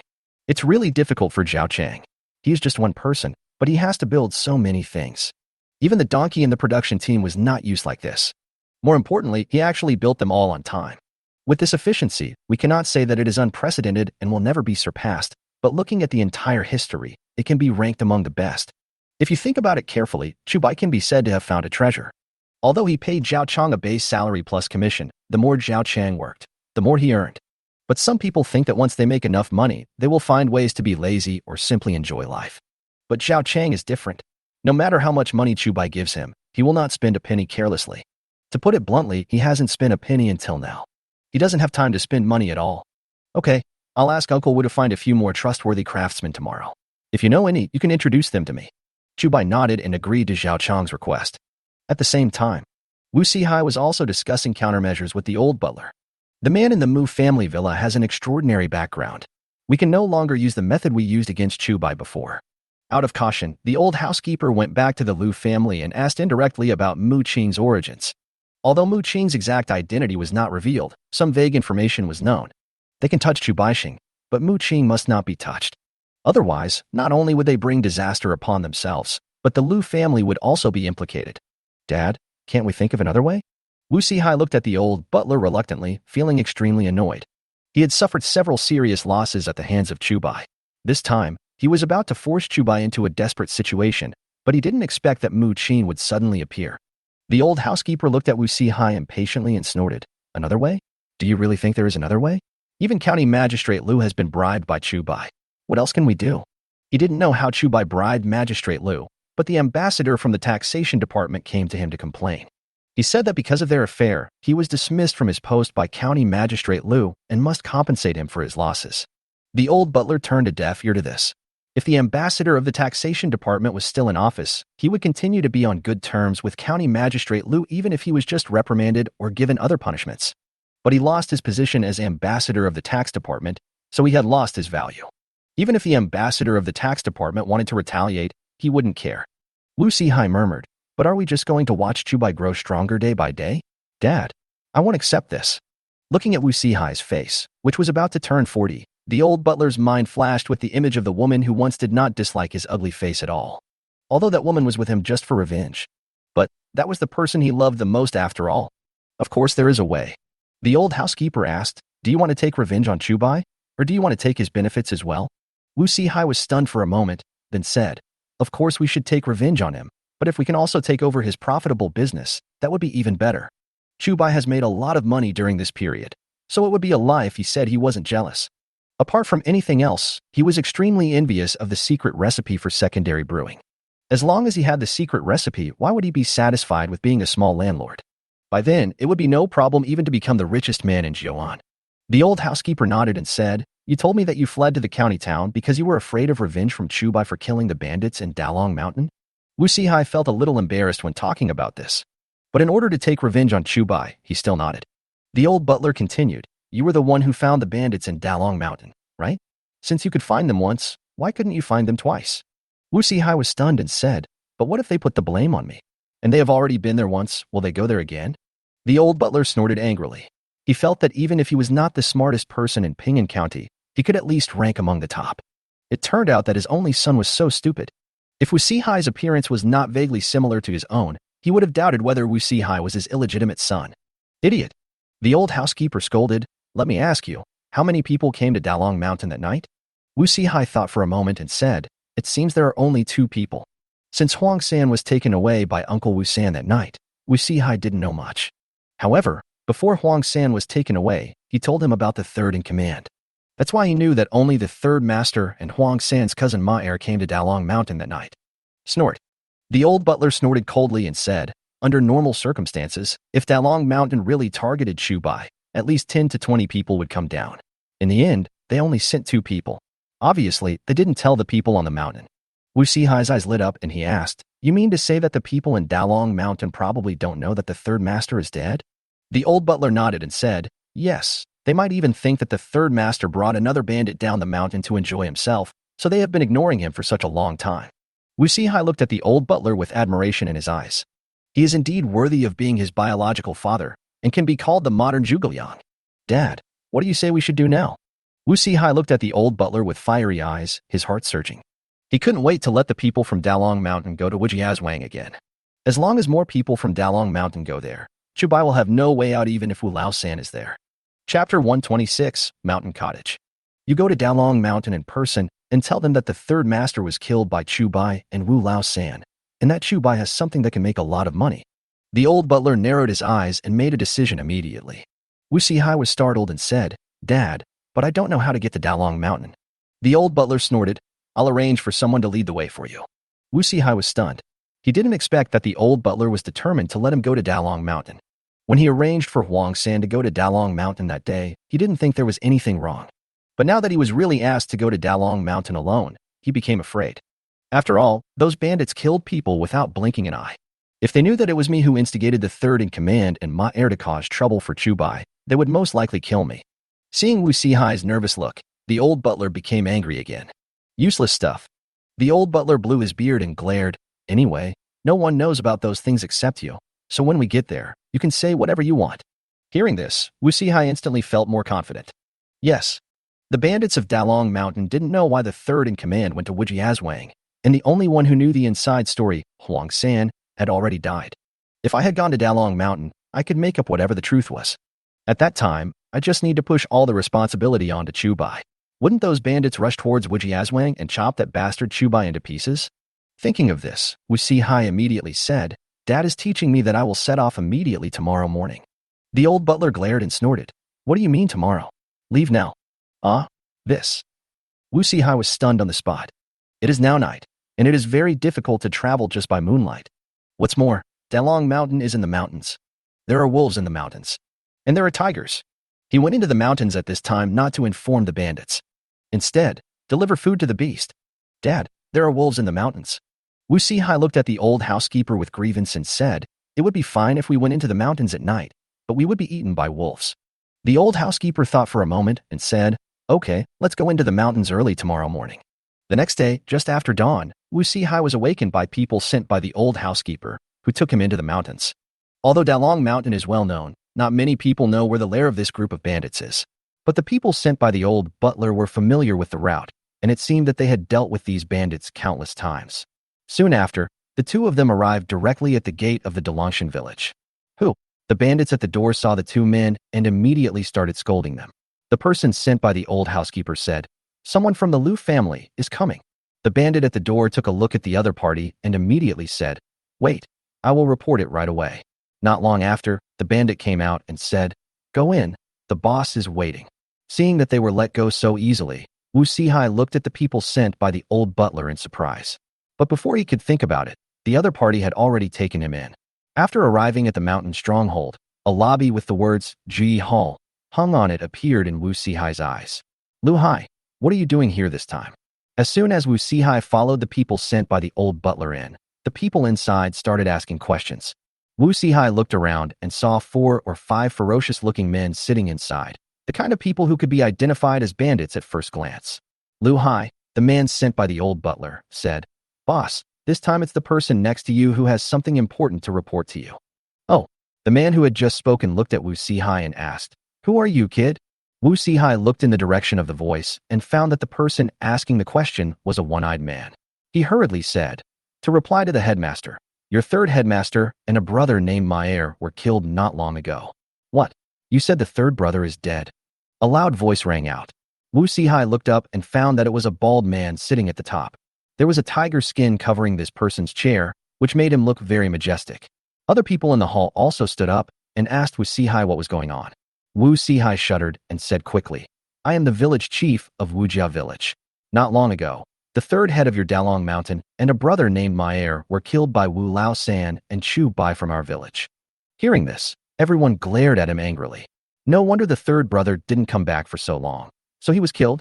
How can this be absurd? How dare a small village like Wujia village kill our people? What's going on? Tell me clearly. Several bandits glared at Wu Sihai and asked him to explain clearly. Even though Wu Sihai is showing off his power in Wujiazwang all day long, he is nothing in front of these bandits. He didn't even have the courage to look these people in the eye. With a thud, Wu Sihai fell to his knees.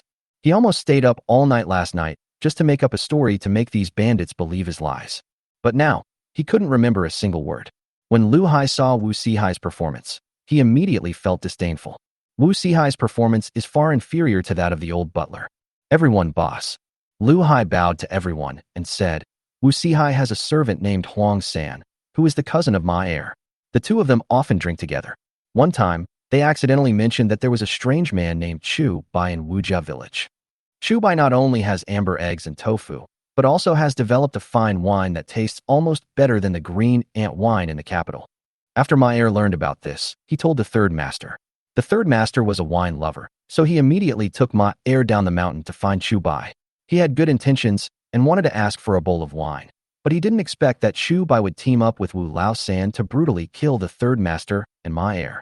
Afterwards, the two not only threatened all the villagers in Wujia village not to disclose the matter, but also killed the servant named Huang San. Mr. Wu was forced to flee to Ping'an County and seek refuge with our Lu family. After we learned about this, we immediately brought this person here to explain it to the heads of the clan, so that the heads of the clan would not be kept in the dark. After hearing what he said, Wu Sihai nodded hurriedly and said, "Yes, that's it. That's it." Inside the Ji Hall, several leaders looked at each other. The leader asked, "Brothers, the third brother was killed. How do you think this matter should be resolved?" Hearing this, the one-eyed dragon immediately said, "My third brother was killed. What else is there to say? Of course, blood debt must be paid with blood. I'm going to take people to massacre that damn Wu family village right now." Chapter 127. Going down the mountain for revenge? The one-eyed man stood up and prepared to lead his men straight to Wujiazwang. In recent years, every time the grain harvest came, they would bring people down the mountain to various villages to steal grain. The amount of food they stole was even more than the taxes the villagers paid to the government, but under their threats, not a single villager dared to resist. Even if there are, they will be killed immediately. Therefore, over the years they have long regarded themselves as the local emperors of Ping'an County. They have always been the ones to rob and kill others. When will it be their turn to be killed by others? What's more, the person who was killed was their third in command. They must avenge this. "Second brother, wait a moment." The bald boss at the top quickly called out to the one-eyed dragon and said, "We must avenge the third brother, but before that we have to figure out how to do it." The one-eyed dragon said disdainfully, "Boss, isn't it just a small Wujia village? Can't we just lead our men to kill them? Why do we need to think about it?" After saying that, he looked at the other heads and said, "Don't you think so?" He thought he would get support from others, but the faces of these leaders did not show the expression he wanted. One of the heads of the family even said, "Second brother, do you really think that the third brother brought Ma Heir down the mountain to explore the way for us? I think he wanted to monopolize Chu Bai's property, so he went down the mountain by himself. Otherwise, why didn't he tell us about this?" Hearing this, the one-eyed dragon glared and asked, "Old Five, what do you mean?" Lao Wu snorted, "It doesn't mean anything. I'm just telling the truth. You The one-eyed dragon said angrily. Even if the third brother wants to monopolize that person's property, are we going to do nothing if the third boss of our Dalong Mountain just dies like this? The fifth brother said. The third brother wanted to have the most to himself, but he ended up killing himself and bringing shame to our Dalong Mountain. I would rather die watching him die. The one-eyed dragon stood up in an instant and shouted angrily, "What did you say?" Seeing that the two were about to fight, the other leaders immediately tried to persuade them. Second brother, fifth brother, the two of you should stop making fun of yourself to others. In my opinion, although third brother has his own faults, he is from Dalong Mountain, and this matter cannot be let go. It's fine if the third brother dies, but since Chu Bai has so many good things in his hands, we can't just let him go. Whether it's for revenge for my third brother or for the reputation of our Dalong Mountain, we must capture Chu Bai and bring him to the mountain. All the bosses started talking at once, but the implication of their words was that Chu Bai must not be let off.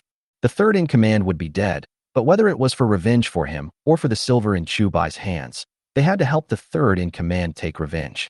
After hearing the following words, the one-eyed man's expression looked much better. No matter what these people think, as long as they support me in attacking Wujiazwang, it will be fine. Brother, what do you say? The one-eyed man took a breath, turned around, and looked at the bald boss at the top and asked. The bald boss thought for a moment and said, no matter what, Lao San's revenge must be avenged. However, Lao San once rose to the position of centurion in the army. Everyone knows his skills. Since the people from Wujiazwang were able to kill the third brother, they must not be so easy to mess with. We still need to think about this matter carefully. Hearing this, the one-eyed man's brows immediately frowned. Brother, it's just a small Wujia village. Do we still need to make long-term plans? The one-eyed dragon snorted coldly. If it were me, we should just lead our men to kill them. I don't believe those unruly people would dare to resist. The bald boss glared and snorted. Second brother, don't you take me, the boss, seriously? As the boss of Dalangshan, he can be said to have single-handedly made Dalangshan strong. Here, he is like a local emperor. Not only the minions below, but even the bosses have to listen to him. The fact that the third in command died in Wujiazwang in order to monopolize the business had already made him dissatisfied. This time, the one-eyed dragon's words made him feel even more provoked. The one-eyed dragon immediately lowered his head and whispered, Brother, I was too anxious. Snort. The bald boss glanced at him and then asked Wu Sihai, Master Wu, right? Tell me, how did our third brother die? Wu Sihai was stunned for a moment and said hurriedly, I don't know either. I just know that the third master and brother Ma heir entered Chu Bai's yard, and I don't know what happened afterwards. The bald boss snorted. So, you are of no use at all. Wu Sihai was so frightened that his legs went weak and he fell to his knees. Boss, there is a man called Wu Laosan in Wujia village. Although he is disabled, he used to be a soldier and is very skilled. Even my servants combined are no match for him. Wu Sihai aroused his desire to survive and said quickly, It must be him who killed the third in command for Chu Bai. What nonsense. As soon as he finished speaking, the one-eyed dragon began to rebuke him. Old Third was once a centurion in the army. How could he be killed by a cripple? Wu Sihai opened his mouth and said in defense, But that Wu Lao San is really powerful. All my servants, even if they were all together, they would not be his match. The one-eyed man grabbed his collar and asked, Are you saying that my third brother is worse than a cripple? No, that's not it. Wu Sihai tried to explain. Oh, right. Chu Bai also formed a guard team. In name, they are to protect the caravan, but in reality, they are just like bodyguards, and everyone has a knife in their hands. That's right. The one-eyed dragon snorted. The third brother must have been entangled by those guards, and then accidentally fell into the trap set by Chu Bai, so he died with hatred.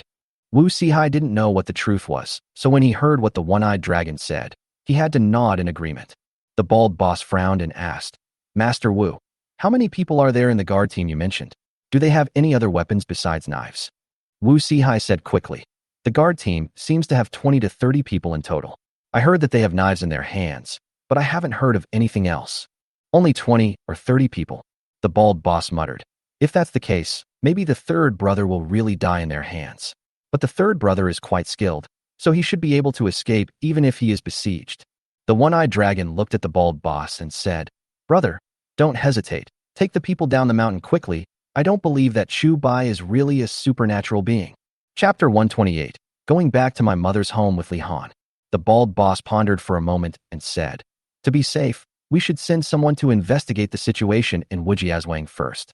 If the people in Wujiazwang are just ordinary people, then we can kill them. But if they are really extraordinary, then we can make a long-term plan. The one-eyed dragon immediately became anxious upon hearing this, and said immediately, "Brother, they are just a bunch of mud legs. What do we have to be afraid of?" The bald boss asked, "Have you ever seen any peasant who dares to go against us?" This? The one-eyed man was stunned for a moment, obviously wanting to argue. The bald boss continued, "This matter is settled. No need to discuss it further." After he finished speaking, he looked down and said, "Old Five, arrange 2 people to go to Wujiazwang to explore the way first." Yes. Lao Wu immediately showed joy when he heard this. Although the bald boss still decided to attack Wujiazwang, he listened more to his advice. From this we can see that the third-in-command's affairs also made the first-in-command uncomfortable. This time, it's his turn to show off. After Lao Wu left, Lu Hai said, "Boss, since you have delivered your message, we will leave first." Wait a minute. The one-eyed dragon looked at the 2 of them and said, "Lu Hai, you can go, but this person has to stay." He is very angry now. Since he can't kill Chu Bai immediately to avenge the third-in-command, he wants to kill Wu Sihai. Lu Hai bowed his hands and said in a neither humble nor arrogant manner, "Second master, this is the illegitimate son of our second steward. If you kill him, the second steward will definitely be unhappy." His words were a threat, but not particularly harsh. Just as the one-eyed dragon was about to speak, the bald boss said, "Since he is the only son of the second butler, then go down the mountain." "Brother, you." The one-eyed man looked hurriedly at the bald boss and became more and more impatient. The bald boss stared at him and said, "Second brother, you are a little too anxious today." The one-eyed dragon's heart suddenly skipped a beat. He knew that the boss was warning him. Although he is the second in command, his status is second only to the boss. But in Dalong Mountain, he can only obey. It was not until he left Dalong Mountain that Wu Sihai felt like he had saved his life. Looking back at the dangerous mountains, he swore that he would never come here again in his life. At the same time, he felt an inexplicable sense of joy in his heart. Although his journey was dangerous, he felt his legs trembling just facing those bandits. When these bandits arrive at Wujiazwang, Chu Bai will definitely be dead. And at that time, when he returned with his servants, he would still be the overlord of Wujiazwang. At that time, if anyone dares to disobey, he will use Chu Bai as an example. He doesn't believe that those unruly people dare to rebel against him. At the same time, Chu Bai has taken Li Han back to Li Han's parents' home. The village where Li Han's mother's family lives is called Dali Village, and almost every household has the surname Li. This was also the tradition of many villages in ancient times. These villages are almost all from the same clan. Therefore, the concept of clan is even larger than that of village. Some Uramace's words are not even as effective as those of clan elders. Chu Bai brought a lot of gifts when he went to Sujia village last time. Although he took those gifts back later, he did not go empty-handed. Therefore, Chu Bai still prepared many gifts when he came to Dali village this time. What to eat, drink, and use can be said to be very complete. In addition to those things, Chu Bai also brought 2 kilograms of sugar and 10 bars of soap. Although Ning Zhilan has not started selling soap yet, it is already being used in Wangshanlu. A bar of soap that costs 1 or 2 taels of silver is almost scary enough. However, Chu Bai did not hire anyone this time, but drove a donkey cart. Since forming the guard team, he bought several donkey carts to facilitate the delivery of wine to the city. This will make it easier for the escort team to travel and make their lives more relaxed. The 2 men drove the donkey cart and slowly entered the village. Seeing Li Han coming back with a man, many women in the village gathered around. "Hey, Honor is back. Is this your husband? Honor looks like a blessed person. Honor's husband is really good." It was different from the time when Chu Bai and Su Qing went to Sujia village. At that time, many people thought that Chu Bai was going to return the goods. But this time Chu Bai's reputation had gradually spread. So many people knew that Li Han had married a good husband. Chu Bai was not idle either. He grabbed the melon seeds and peanuts he bought and distributed them to those people. He didn't know what to call these people. The older ones were called aunt, and the younger ones were called sister-in-law. Anyway, if the voice is a little unclear when shouting, those people will not be able to hear clearly what Bai is shouting.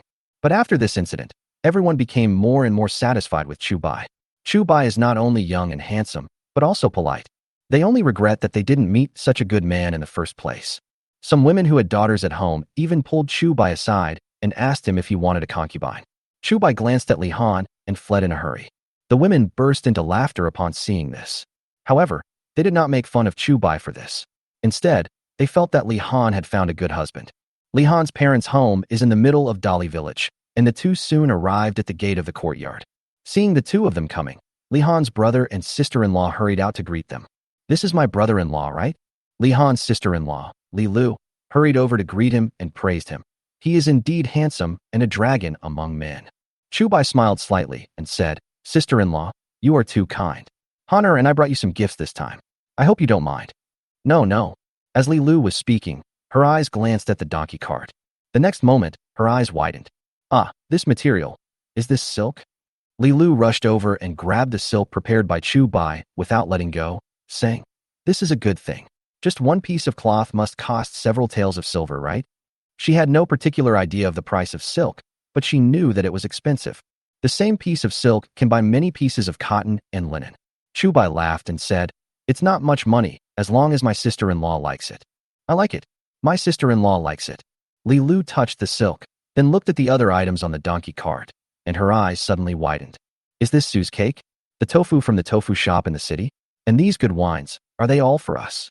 Li Lu looked at the things on the donkey cart in surprise, then looked at Chu Bai, as if seeking confirmation. There were some things in the car that she couldn't identify, but since Chu Bai had them, they must be good things. Moreover, even if she was ignorant, she could tell that these things could not be bought without 20 or 30 taels of silver. How can this be called going back to my mother's home? This is clearly the god of wealth coming. Chapter 129, Mother and Daughter's Concerns. "Oh my." Li Lu sure held on to those things and pretended to complain. "Brother-in-law, you said you would come.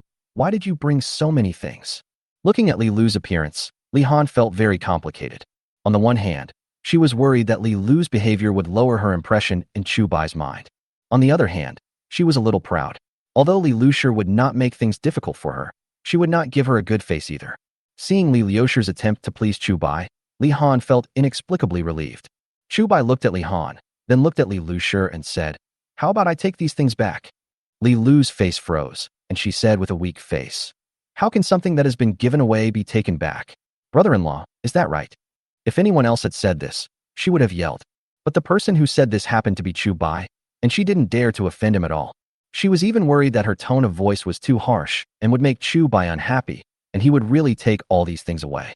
Li Han glanced at Chu Bai's half-smile, and quickly took Chu Bai's arm and said, "Sister-in-law, don't listen to his nonsense. He is fooling you." In the past, Li Han was silent most of the time at home. Now that she is back at her parents' home, you can see that she is very happy, and she even talks more. Of course, the main reason was that it was Chu Bai who came back with her. If she had not married Chu Bai, if she had married any other man, she would not be in such a good mood even if she returned home. Because of Chu Bai, the Li family had made various preparations as soon as they learned that Chu Bai was coming. If it were someone else, they might not receive such treatment and good looks. At that time, he might have suffered all kinds of anger. How could Li Han be in such a good mood now? "Okay, stop standing at the door and come in." Li Han's brother Li Yang invited Chu Bai in, and then took the initiative to tie Chu Bai's donkey cart at the door. After entering the door, Chu Bai saw Li Han's parents. "Father-in-law, mother-in-law." Chu Bai took the initiative to bow and called out to the two of them. When the two saw Chu Bai, smiles immediately broke out on their faces. "Come on, come in and sit down. Your mother has prepared dinner." Father Li looked at Chu Bai with satisfaction and let Chu Bai in. Mother Li held Li Han's hand and looked at Li Han carefully. Although Li Han was very beautiful before she married Chu Bai, her skin was a little rough due to years of hard work, and she looked pale and thin due to lack of food and clothing. But now looking closely, Li Han's skin is obviously much more moisturized than before, especially after being nourished by Chu Bai. It looks even whiter and more rosy, as if water could be squeezed out of it. Thinking of the 2 times Li Han had participated in the wedding procession, but ended up becoming a widow before the wedding night, and was treated harshly by her in-laws, and was sent back before the tax was collected, Li's mother felt very uncomfortable. Fortunately, Li Han's brother Li Yang and Li's father were capable. Even if Li Han worked for other families for half a year for nothing, they could still help Li Han pay the head tax. But this year, Li's father fell ill, and the family could not afford Li Han's head tax. This was the last resort for them to let Li Han continue to join the wedding procession. If Li Han could not get married again, they would have no choice but to sell her to a brothel. Otherwise, Li Han would face a more tragic situation because he could not pay the head tax and fine. Fortunately, Li Han is not only married now, but also married a rare and good husband. This made Li's mother feel much better. "Honor, after you got married, he didn't make things difficult for you, right?" Mother Li grabbed Li Han's hand and asked quietly, "Did his 2 wives bully you?" Li Han knew her mother's worries and said immediately, "Don't worry, mother. My husband is a kind person and never treats us sisters harshly. Besides, the other two sisters treat me very well and never compete with me for anything." That's good. Mother Li felt relieved after hearing this. Although she had often heard that Li Han had married a good husband, seeing is believing. Now that she saw with her own eyes that Li Han was living a good life, she was finally relieved. Li Han grabbed Li's mother and said, "Mom, my husband is building a house recently. When the new house is built, I want my younger brother and sister to live there together. What do you think?" Mother Li was surprised and asked, "Why do you want to live there?" Li Han hesitated for a moment and said, "Su Qing's younger brother Su Jin is now living with my husband, and my husband is planning to open a school. All children from Wujia village can go to school for free, so I want my younger brothers and sisters to go there and study with him." She was not the kind of person who liked to take advantage of others. She mentioned this matter the last time Chu Bai let Su Jin stay. Chu Bai did not object at the time and was very supportive. However, Chu Bai did not mention anything about school at that time. In addition, the new house had not been completed, so even if Li Han brought his younger brothers and sisters there, they had no place to live, so the matter was put on hold. Now that she has returned to her parents' home with Chu Bai, Li Han thinks of this matter. Mother Li hesitated and said, "Your elder brother said you took a lot of money just now. This money is enough to send your younger brother and sister to a private school. Why do you want to go to that free school?" On the one hand, she couldn't bear to let her child leave her. On the other hand, she was also worried that if she took too much advantage of Chu Bai would look down on Li Han. Compared with Su Qing, although Li Han also encountered too many misfortunes, she has a mother who truly cares about her. Li Han grabbed Li's mother's hand and said, "Mom, the school has not been built yet, but if my husband wants to hire a teacher, he will definitely hire the best one. He also said that he would go there occasionally to teach. If my brother and sister can learn even half of what he has, it will be enough for their whole lives." Hearing Li Han praising Chu Bai so much, Li's mother was also a little surprised. "Oh well." Mother Li nodded and said, "When the school you mentioned is built, I will let your younger brother and sister go there to study." The other side. After Chu Bai was invited into the room by Li's father, he sat down at the dining table. Chu Bai took a look and found that the meal prepared by Li's father today not only included meat and vegetables, but also wine. Although given his situation, he has long looked down on these things. But considering the Li family's conditions, this meal was already extremely sumptuous. Even during the Chinese New Year, we can't eat such delicious food. Moreover, Chu Bai also noticed that in addition to the dining table in front of him, there was also an extremely simple small table in the corner of the room. Chu Bai guessed that the dining table in front of him was probably borrowed from someone else by Li Han's parents in order to entertain him. Thinking of this, he shook his head helplessly. "I never thought that one day I would be treated like this." Chapter 130, The Sentimental Li Family. Although it sounds ridiculous, this is the reality. If it weren't for entertaining Chu Bai, the Li family wouldn't even be able to get a decent dining table. Chu Bai had no idea of despising the Li family's poverty. Although the Li family was poor, they raised an outstanding daughter like Li Han. This alone makes Chu Bai worthy of admiration. "Chu Boy, sit here." Seeing Chu Bai sitting on both sides, Father Li hurriedly pulled Chu Bai to the main seat. Chu Bai waved his hands quickly and said, "Father-in-law, you are the elder. How can a junior like me sit in the main seat? I can just sit down here, and I can chat with honor." Seeing this, Father Li stopped refusing and became more satisfied with Chu Bai. The daughter of a family in their village married to the county town. When the new son-in-law brought his wife back to her parents' home, he was very pretentious. Not only did she always point fingers at the family and complain about this and that, but she also took the seat of honor during meals without hesitation. The family was originally very satisfied with the new son-in-law's family background and felt that their daughter would enjoy a good life after marrying him. But that one time, they were almost so angry that their noses were crooked. Later, they learned that although their daughter married into a good family, she did not enjoy any happiness at all. At best, you just won't starve to death. But the laws of the Dayu dynasty were formulated in this way. A daughter who is married off is like water spilled. Unless you are sent back by the other party, you will have no freedom for the rest of your life. Father Li was indeed happy at first when he knew that his daughter had married a good husband. But then she began to worry, fearing that Li Han would be like the woman in their village, with a shiny surface and a pretty face. Now that he has met Chu Bai, he can finally feel at ease. Moreover, I felt a little proud. The girl from their village married into a family in the city, and they were not considered rich, but the marriage was very ostentatious, just like a county magistrate. Chu Bai is much more powerful than that family, but he is still so humble. If it were the son-in-law of the seventh brother, wouldn't he float directly to the sky? Okay. Father Li praised him several times and then asked, "Can I have a drink?" Chu Bai nodded and said, "Father-in-law, I brought some wine that I brewed myself this time. Let's taste it today and see if my cooking skills are any good." Hearing what he said, Li Han's brother Li Yang immediately asked, "Is it the kind of wine that costs more than 100 coins per jar at the cheapest? This is much better than the wine we bought." Chu Bai nodded and said with a smile, "Brother, you are talking about Nguyen Yang, right? What I brought today is Jiao Yang wine." Li Yang was stunned for a moment and asked in confusion, "Jiao Yang?" He knew that Chu Bai had made several kinds of fine wine before, which were said to be selling like hot cakes in the county town, and many people couldn't buy them even if they had money. But he couldn't really tell what it was called. Li Han just walked in and said, "Brother, if you sell this kind of wine that my husband brought outside, it will cost 1 tael of silver per jar, and you can't buy less. At least 100 jars will be sold." Hearing this, everyone was stunned in surprise. They thought that a bottle of wine that cost more than 100 coins was already very expensive, but they didn't expect that the wine Chu Bai brought was many times more expensive than they thought. Father Li sighed suddenly and said, "Honor, the husband you found this time is really the best in the world. You must treat him well in the future and never have any half-hearted behavior." Li Han was stunned for a moment and asked, "I understand this matter even without Dad telling me, but why are you talking about this for no reason?" Father Li glanced at Chu Bai, then said, "Just now your husband said that he brewed the wine himself. I thought it was just an ordinary wine he brewed himself, but I didn't expect it to be such a good wine.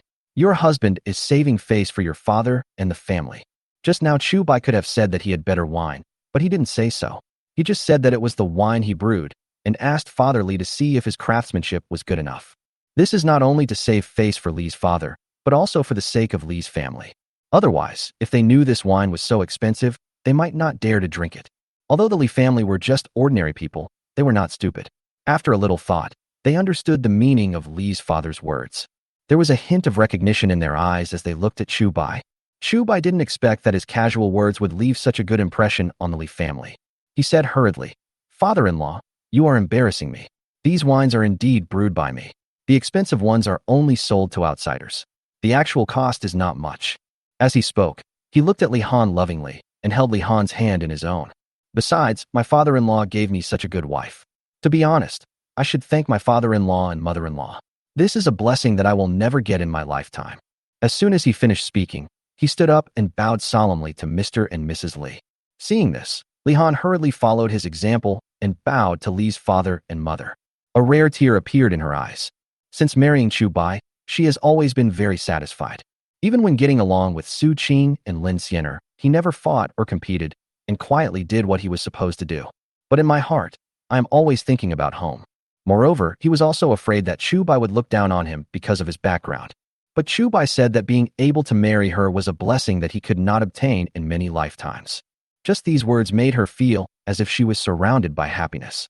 God has made her suffer for so many years, but now the clouds have finally cleared and the moon is shining. Chu Bai noticed Li Han's expression and immediately pulled her hand with a small gesture, signaling her not to be too excited. When Li Han's parents saw this scene, they were also deeply moved. Mother Li couldn't help crying and said, "Honor has suffered for so many years, and finally he has made it. As a mother, I am relieved." Father Li patted her shoulder and said, "You are so old, but you still cry so easily. Aren't you afraid that the children will laugh at you?" Mother Li calmed down and said, "It's my fault. I couldn't help it." Seeing that Li Han was about to burst into tears again, Chu Bai quickly said, "Okay, let's eat quickly, otherwise the food will get cold soon." After hearing this, everyone hurriedly sat down. According to the rules of the Dayu dynasty, although there is no rule that women cannot sit at the table, there is a rule that men and women cannot sit at the same table. However, the Li family only prepared one table of dishes. If they really wanted to separate them, the dishes would definitely not be enough. Chu Bai made the decision directly for Li's father. Not only would men and women sit at the same table today, but even Li Han's underage brothers and sisters could sit and eat together. Chapter 131, Getting My Brother-in-Law Drunk. Although the lunch prepared by the Li family was very rich, when Li's father and mother saw the things Chu Bai brought, they immediately decided to add more food. After all, although the dishes they prepared were several times better than usual, they still seemed a bit shabby compared to what Chu Bai brought. Li's mother and Li Yang's wife, Li Lu, worked together to prepare 2 more dishes. Moreover, they all have fat. The wine on the table was also replaced with the distilled liquor brought by Chu Bai. Chu Bai brought so many good things, so they naturally had to do their best to entertain Chu Bai. Father-in-law, I'd like to offer you a toast. Thank you for giving birth to such a good daughter like Honor. Chu Bai politely picked up the bowl and toasted Li's father. The ancients basically had only two options for drinking. One was a wine pot with a wine cup, and the other was an ordinary large bowl. A family like the Li family naturally couldn't afford wine cups, so they drank wine from the same large bowls they used to drink porridge. A full bowl like this would have to be at least half a pound. Father Li picked up the bowl, nodded with satisfaction, and then gulped down a big gulp. However, as soon as he drank this big gulp of wine, he started coughing violently. Hiss! Why is this wine so strong? Father Li was like a person who had just drunk alcohol for the first time, and he felt extremely uncomfortable all over. Chu Bai explained, Father-in-law, this is a wine brewed from apricot blossoms. It is much stronger than the original apricot blossom wine. Drink it slowly. After saying that, he also imitated what Father Li had done just now and took a big gulp. As a junior, he naturally couldn't drink much less than Father Li. Seeing him like this, although Father Li was already half drunk, he still felt very satisfied. Eat some food to relax. Father Li picked up the chopsticks, first picked up some meat for Chu Bai, and then picked up some vegetables for himself and started eating. Chu Bai ate the piece of meat with a smile, then picked up the bowl and said to Li Yong, Brother, thank you and sister-in-law for taking care of Honor over the years. This glass is for you and sister-in-law. Upon hearing this, Li Lu was immediately stunned. Since ancient times, it has been very rare for women to sit at the table and eat with men. Chu Bai still wants to toast her now? I can't drink. Li Lu subconsciously rubbed her hands on her clothes, not knowing how to respond. Chu Bai smiled and said, It's okay, sister-in-law. Just use water instead of wine. Li Lu was stunned for a moment. Water instead of wine. Li Han explained, Just drink water, sister-in-law. As soon as he finished speaking, Li Yong said, What's the matter with drinking water? It's not easy for my brother-in-law to come here, and this is the first time he drinks with us. It's okay for you to drink a few sips. As he spoke, he took an idle bowl from the side and poured a lot of wine into it. Come on, drink. Li Yong handed the bowl to Li Lushi, who hesitated for a moment and then took it reluctantly. Then, she and Li Yong took the bowl and gulped down a big gulp. Although women in ancient times were bound by various rules, many of them were actually allowed to drink a little wine. Unlike Chu Bai's previous life, most women don't drink. Even if I try it occasionally, I mainly drink beer and cocktails. After taking a big gulp of wine, Mrs. Li Lu's face instantly turned red, and she coughed even more exaggeratedly than Li's father. Li Yong was not much better. Although he had drunk a few times, the number of times was pitifully small. He only had a small cup when he was helping other people. Now that he had taken such a big gulp of the liquor, he felt a burning sensation in his throat. However, he still said stubbornly, Good wine. He didn't want to lose face in front of Chu Bai. This wine sells for 1 or 2 taels of silver per jar outside. Just that bite he had just taken cost dozens of coins, enough to support the Li family's daily food and clothing expenses for a long time. Chu Bai gave him such good wine to give face to the Li family. It's for face, so you have to take it. No matter whether the wine that cost 1 tael of silver and 1 jar tastes good or not, he has to say it tastes good. Seeing Li Yong looking like he was about to fall, Chu Bai was amused by his brother-in-law. Brother, this wine has a high alcohol content. You should drink it slowly and savor it slowly. You don't have to take such a big gulp at once. Chu Bai, out of concern, immediately gave some advice. However, Li Yong didn't take it seriously. He immediately picked up the bowl and took another big gulp, saying, It's okay, brother-in-law, you came here today to give face to my elder brother. My elder brother must. However, before he could finish his words, he fell head first onto the table. The bowl he had just put down was accidentally knocked over by him, and the wine in it instantly spilled all over the table. Seeing this scene, Li's mother was instantly heartbroken. Oh, such good wine shouldn't be given to them. Li's mother hurried over, trying to move Li Yong aside, and used a bowl to catch the wine that flowed down the table. Mother-in-law, you should take care of your eldest brother first. Chu Bai hurried over to help Li Yong up and said, This wine is not worth much, so it's just a spill. Since big brother can't hold his liquor, let's carry him to the bed first. Okay. Father Li stood up and carried Li Yong in with Chu Bai. When they came back, Li's mother was still complaining. Didn't the boss always say that he could drink a lot and didn't even know how much he could drink? How come he's already drunk before he even finishes a bowl? What a waste of all that good wine. She worked very diligently and had cleared the table in such a short time. Hearing her complaints, Chu Bai naturally knew why. Li Yong usually says that he doesn't know how much he can drink, mainly because he drinks too rarely. Moreover, The amount you can drink each time is estimated to be limited. With just 1 or 2 glasses of wine, basically everyone will be fine. If you can't enjoy yourself to your heart's content, you naturally won't know how much you can drink. What's more, the distilled liquors Chu Bai brought were the ones with the highest alcohol content, about 40 degrees.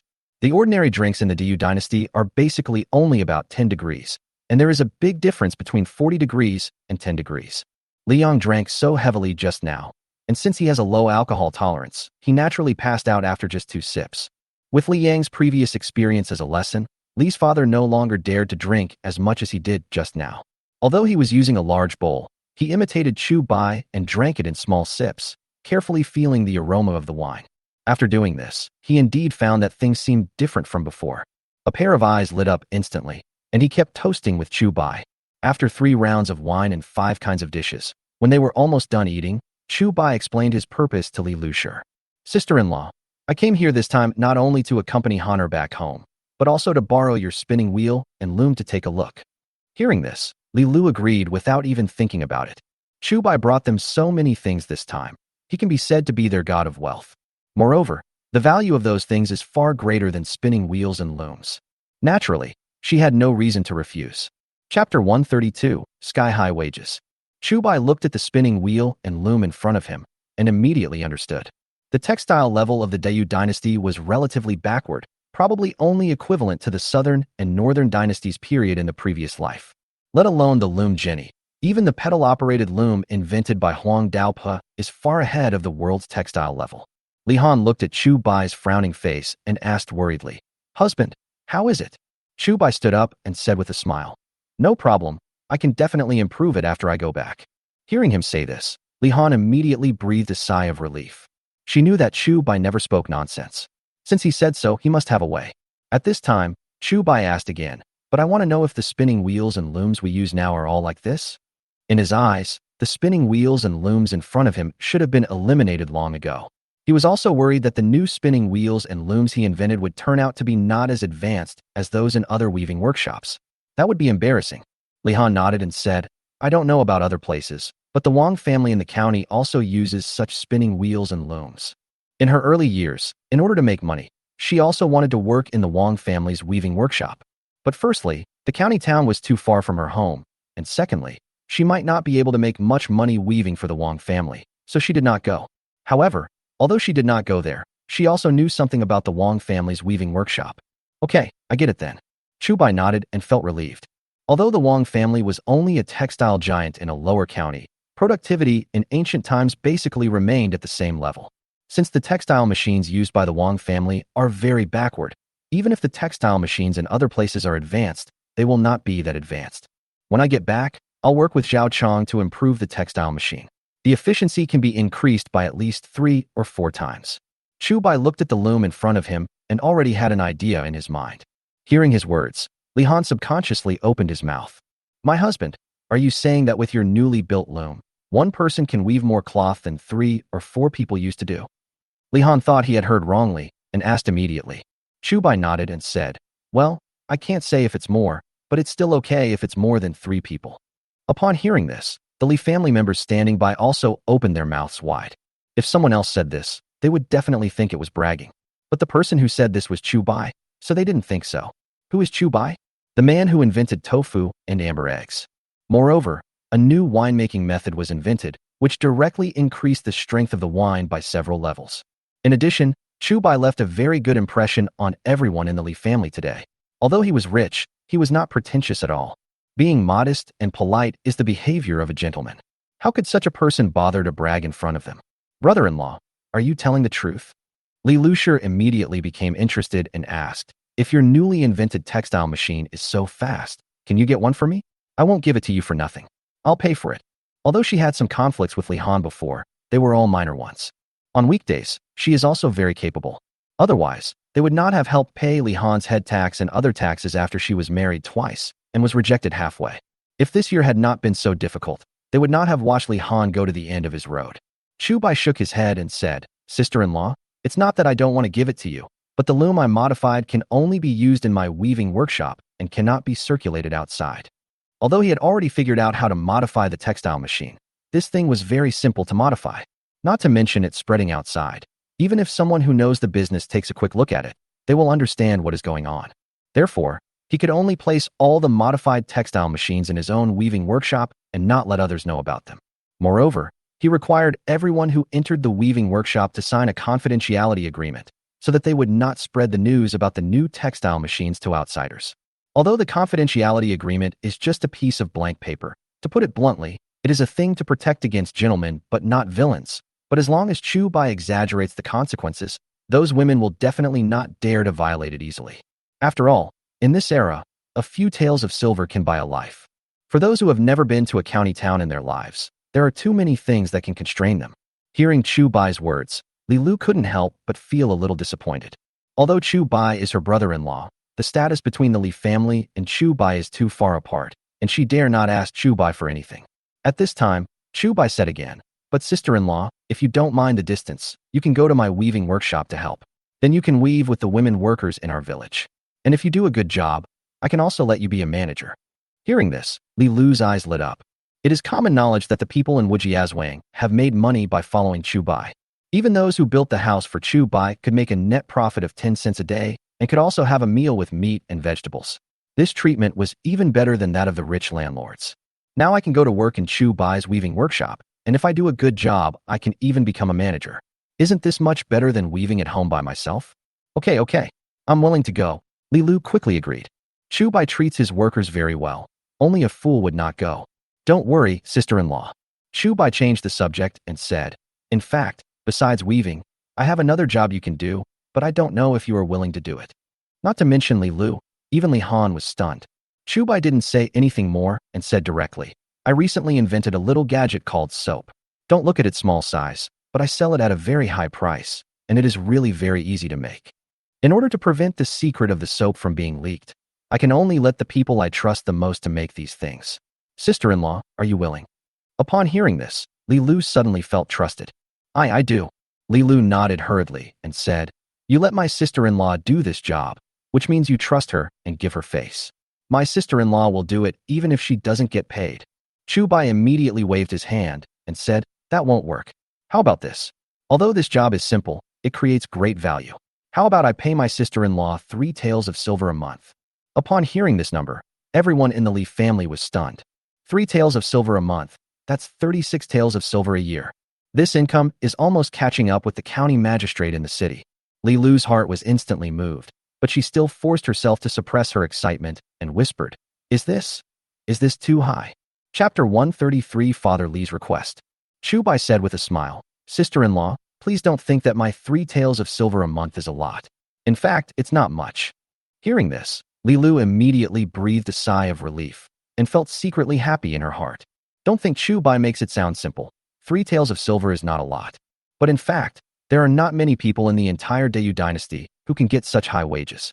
There may not be even 1 out of 100 people. But she also knew that she could not earn so much money by herself. The reason why Chu Bai was willing to give himself so much money was simply for Li Han's sake. Thinking of this, Li Lu immediately looked at Li Han with a smile. "Han girl, you really found a good husband this time. You must treat him well in the future." Li Lu grabbed Li Han's hand and said earnestly. She felt somewhat fortunate in her heart. Fortunately, although she had had some unpleasantness with Li Han before, she had never bullied Li Han and made Li Han hate her. Otherwise, how could such a good thing happen to her? Li Han nodded, feeling warm in his heart. She naturally knew that the reason why Chu Bai could pay Li Lushir such a high salary was definitely because of her. Chu Bai wanted to use this method to take care of her family and relieve her worries. At this moment, she even suddenly felt that if Chu Bai made such an unreasonable request to her again next time, she might not be unable to give it a try. After all, Chu Bai has taken so much care of her, she should also know how to repay the kindness. It's a pity that Chu Bai doesn't know what Li Han is thinking now. Otherwise, he would definitely pull Li Han back immediately to practice skills with her. As for Li Han's thought that he offered Li Lu such a high salary because of her, he did have such an idea. But for him, 3 taels of silver was not much at all. It was just a drop in the bucket. He only needs to sell 3 bars of soap. Moreover, the production process of soap is very simple, and Chu Bai does not dare to produce it on a large scale. He can only find a few trustworthy people. Although Li Lushir has some flaws, she is basically trustworthy. On the contrary, if it was someone like Su Qing's sister-in-law Wu Jinhua, Chu Bai would not dare to use her even if she didn't ask for money. Who knows if such a person would be possessed by the devil and directly sell the secret recipe of soap. Seeing that Li Lu's job had been finalized, Li's father became a little anxious. Li Han's family, aren't you building a house now? Can you let people from our village go too? Father Li was a little drunk at this time, but he still forced himself to ask. The reason why he was able to prepare such a sumptuous lunch to entertain Chu Bai today was actually due to the joint efforts of the entire village. Otherwise, he really had nothing to offer Chu Bai. Early this morning, someone brought back the news that Chu Bai was going to take Li Han back to her mother's home, and Li's father was immediately surrounded by the villagers. Their idea was simple. They just wanted to ask Father Li to help talk to see if they could also go to Wujiazwang to build a house for Chu Bai. After all, they had all heard about what happened in Sujia village. As long as he built a house for Chu Bai, he would not only get 10 cents a day, but also a meal with meat and vegetables. For ordinary people, it is already difficult to eat meat. What's more, there's salary to be earned. They dare not even dream of such a good thing. Chu Bai glanced at Li's father, then turned his head to look outside, and found that there were many people standing in front of the gate of Li's courtyard, and they seemed to be paying attention to the developments here. Chu Bai thought about it and understood what was going on. Okay, since my father-in-law has asked, let them all build a house for me. Chu Bai laughed and said, I have a lot of houses to build now, and the people in Sujia village alone may not be able to handle them all. Real? Father Li was somewhat surprised and said, then I'll go tell them right away. As he said this, he was about to run outside. But just as he ran to the door, he turned around and said, let me ask again, is what you just said true? If you are in trouble, we can pay you less. The reason why he said this was, on the one hand, because he was concerned about Chu Bai and was worried that it would cause losses to Chu Bai. On the other hand, those people had said this before they came to him. As long as I can build a house for Chu Bai, it doesn't matter if the wages are a little lower. After all, they don't have many opportunities to make cash on weekdays. Even if you work temporarily for a rich landlord, you still earn food. Any opportunity to make quick money is invaluable to them. To do this, they may even ask for less. No problem. Chu Bai waved his hand and said, if the two sides are treated differently, wouldn't that chill everyone's heart? Thinking of this, he stood up and said, why don't I go out and talk? I just happen to have something else to do. Father Li was stunned for a moment, then saw Chu Bai had already walked out and hurriedly followed. Chu Bai walked to the gate of the courtyard, and the villagers of Dali village gathered around him. Mr. Xiao Chu, do you know everything about us? An elderly man who looked respectable and dignified asked. Chu Bai nodded and said, well, my father-in-law told me, and I agreed. Anyone who wants to make money can go build a house, and the treatment is the same as the people in Sujia village. Upon hearing this, everyone's breathing immediately tightened. Although they had said before that as long as they could build a house for Chu Bai, it didn't matter if the wages were a little lower. But how could they be willing to earn less money than others while doing the same amount of work? The reason they said this was actually out of helplessness. Now that Chu Bai told them that the treatment they received would be the same as in Sujia village, they immediately felt relieved. Good guy? We have met a good guy. Girl Han has found a good husband. Everyone started praising him. Although this matter is just a small matter for Chu Bai, it is a top priority for them. As long as they work for Chu Bai for 2 months, their unmarried daughter will not be sent to a wedding procession or even to a brothel because she has not yet gotten married. If they were not forced to do so, who would be willing to watch their daughter go to a place like a brothel to make a living? In their hearts, they became more grateful to Chu Bai. In this situation, if it were other landlords, they would definitely find ways to exploit them and offer them extremely low wages. But Chu Bai not only did not do that, but he accepted them very kindly. Father Li, who was following behind Chu Bai, felt proud for a moment. When these people praised Chu Bai, it is almost the same as praising him. Chu Bai stretched out his hand and pressed it, signaling everyone not to speak for the time being. Then he said again, in addition to building a house, I also need some carpenters and blacksmiths. I wonder if any of you can do it. Zhao Chong had just complained to him yesterday, saying that he couldn't handle so much work. Now he also has to reduce some of the burden for Zhao Chong. After all, only when Zhao Chong's burden was lightened could he concentrate on making the repeating crossbow. Chapter 134 Big Cat and Fat Dragon Go Down the Mountain. Several villagers looked at each other, and one of them summoned up the courage to ask, Mr. Xiao Chu, how much can you get for being a carpenter or blacksmith? Chu Bai smiled slightly and said, carpenters and blacksmiths are not paid on a daily basis, but on a monthly basis. The minimum is 1 or 2 taels of silver per month, and there are rewards for good work. Hearing this, the villagers became even more excited. In their minds, as long as they earned more than 10 cents a day, it was already enough. I didn't expect that carpenters and blacksmiths could earn 1 or 2 taels of silver for a month's work. and there were also rewards. I know carpentry. I'm a blacksmith. Several villagers immediately raised their hands, wanting Chu Bai to choose them. Chu Bai looked around and saw that the villagers who raised their hands accounted for more than half of the villagers present. He more or less believed that so many people could do some carpentry and blacksmithing work. But if one is good at or proficient in all of them, it is basically unbelievable. Seeing so many people raising their hands, Father Li's expression changed. We are all from the same village. How could he not know the situation of these people? These people heard that Chu Bai offered a high salary and wanted to take advantage of the situation to make more money from him. If it were someone else, he would definitely try to take advantage of the situation. But Chu Bai is his son-in-law. How could he watch his son-in-law suffer losses? Why are you guys raising your hands? Li Si, do you know what a carpenter and a blacksmith are? Old 5, you can't even tell the difference between a plain and a dwarf, right? Uncle San, you are a blacksmith, so be careful not to hurt your hands. With just a few words, Father Li rebuked many people who were trying to take advantage of the situation. Chu Bai looked at his father-in-law with a smile, feeling a little emotional. If it were Su Qing's father, Su Dashan, he would probably pretend to be nice in front of other people and make big promises to others. Anyway, he is not the one bleeding, so it is enough for him to be in the spotlight.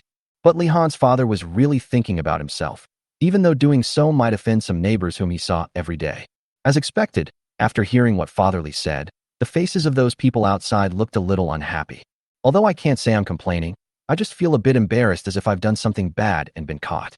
Chu Bai didn't want his father-in-law to be blamed in the village, so he took the initiative to say, "It doesn't matter if you don't know how to be a carpenter or a blacksmith. You just need to have some basic hands-on skills. You can follow the master to do some odd jobs, but the wages will not be that much, just like a mason." Hearing him say this, the villagers all breathed a sigh of relief. Chu Bai was helping them out in a disguised way and also provided them with other options. "Uncles, if you are interested in learning carpentry or blacksmithing, you can come back with me today. I will have someone test you to see if you can stay." Chu Bai thought for a moment and said, "Of course, if we are building a house, we can just eat at home tomorrow morning. It's past dinner time today.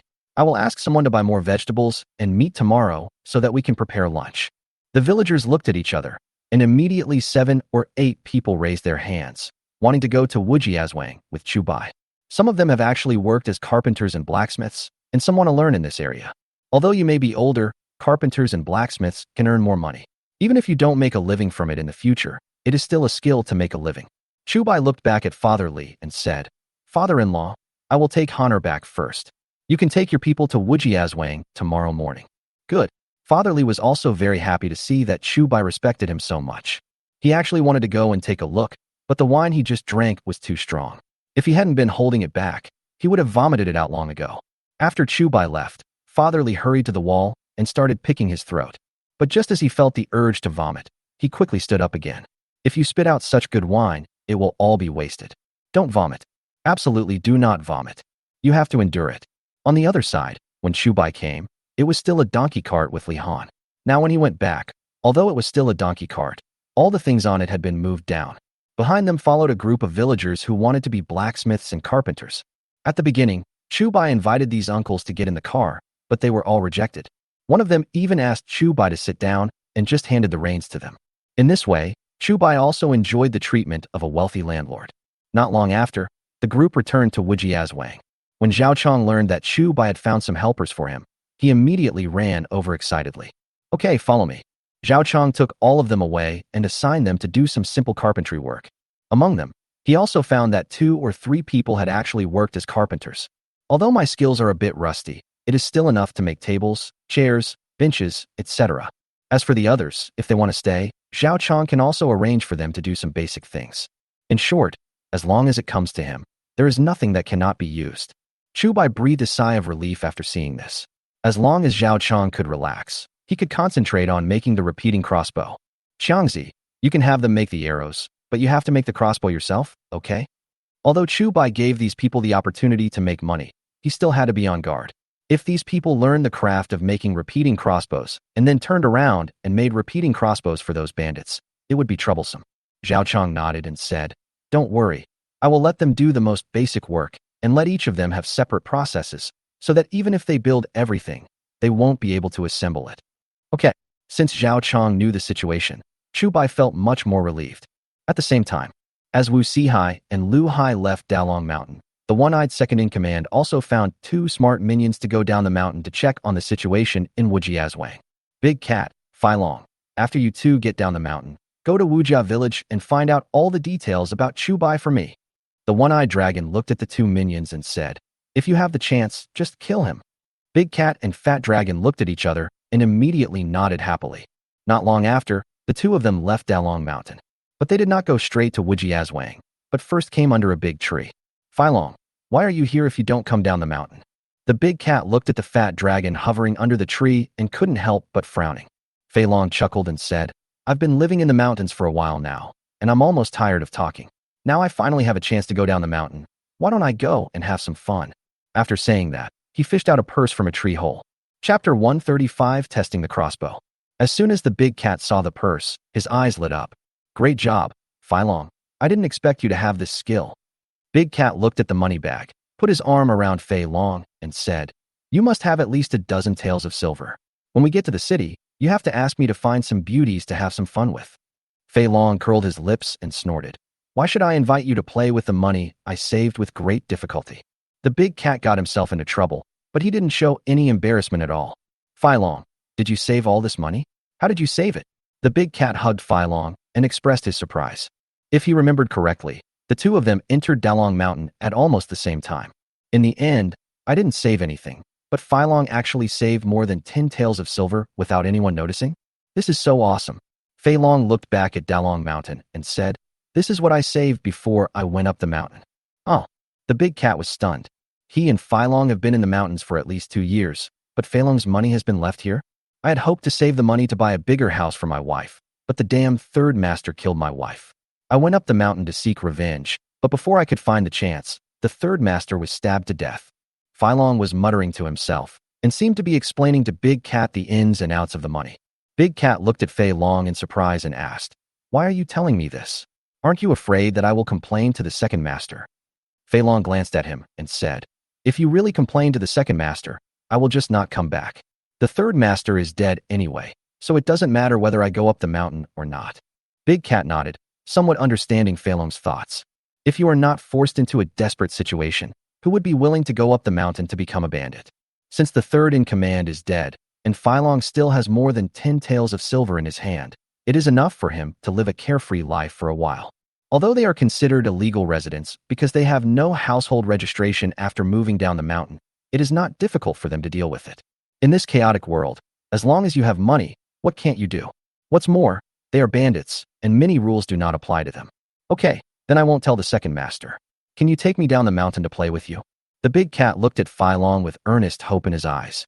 Fei Long thought about it, gritted his teeth, and said, okay, since the third master is already dead, it doesn't matter whether I take revenge or not. Let's spend all this money today. Just consider it as a celebration for me. Good. The big cat immediately made a congratulatory gesture and began to flatter. Then congratulations to brother Fai Long on getting your revenge. Let's not go home until we're drunk today. Fai Long couldn't resist the flattery and soon felt like he was floating. Soon after, the 2 of them went directly to the largest brothel in Pingan County to eat and drink. Even the prostitutes inside ordered several at once. The other side. After Chu Bai arranged the people in Dali village, he returned to his own yard and started planning again. Now all the arrangements under his command are gradually getting on track, but they are still facing a huge crisis. This crisis did not come from anyone else, but from the bandits in Dalong Mountain. Chu Bai was not sure when this group of people would attack him.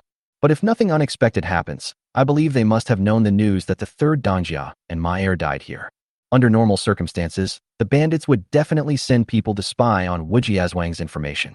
But if the other party thinks that they can easily control you, they may directly bring people to attack.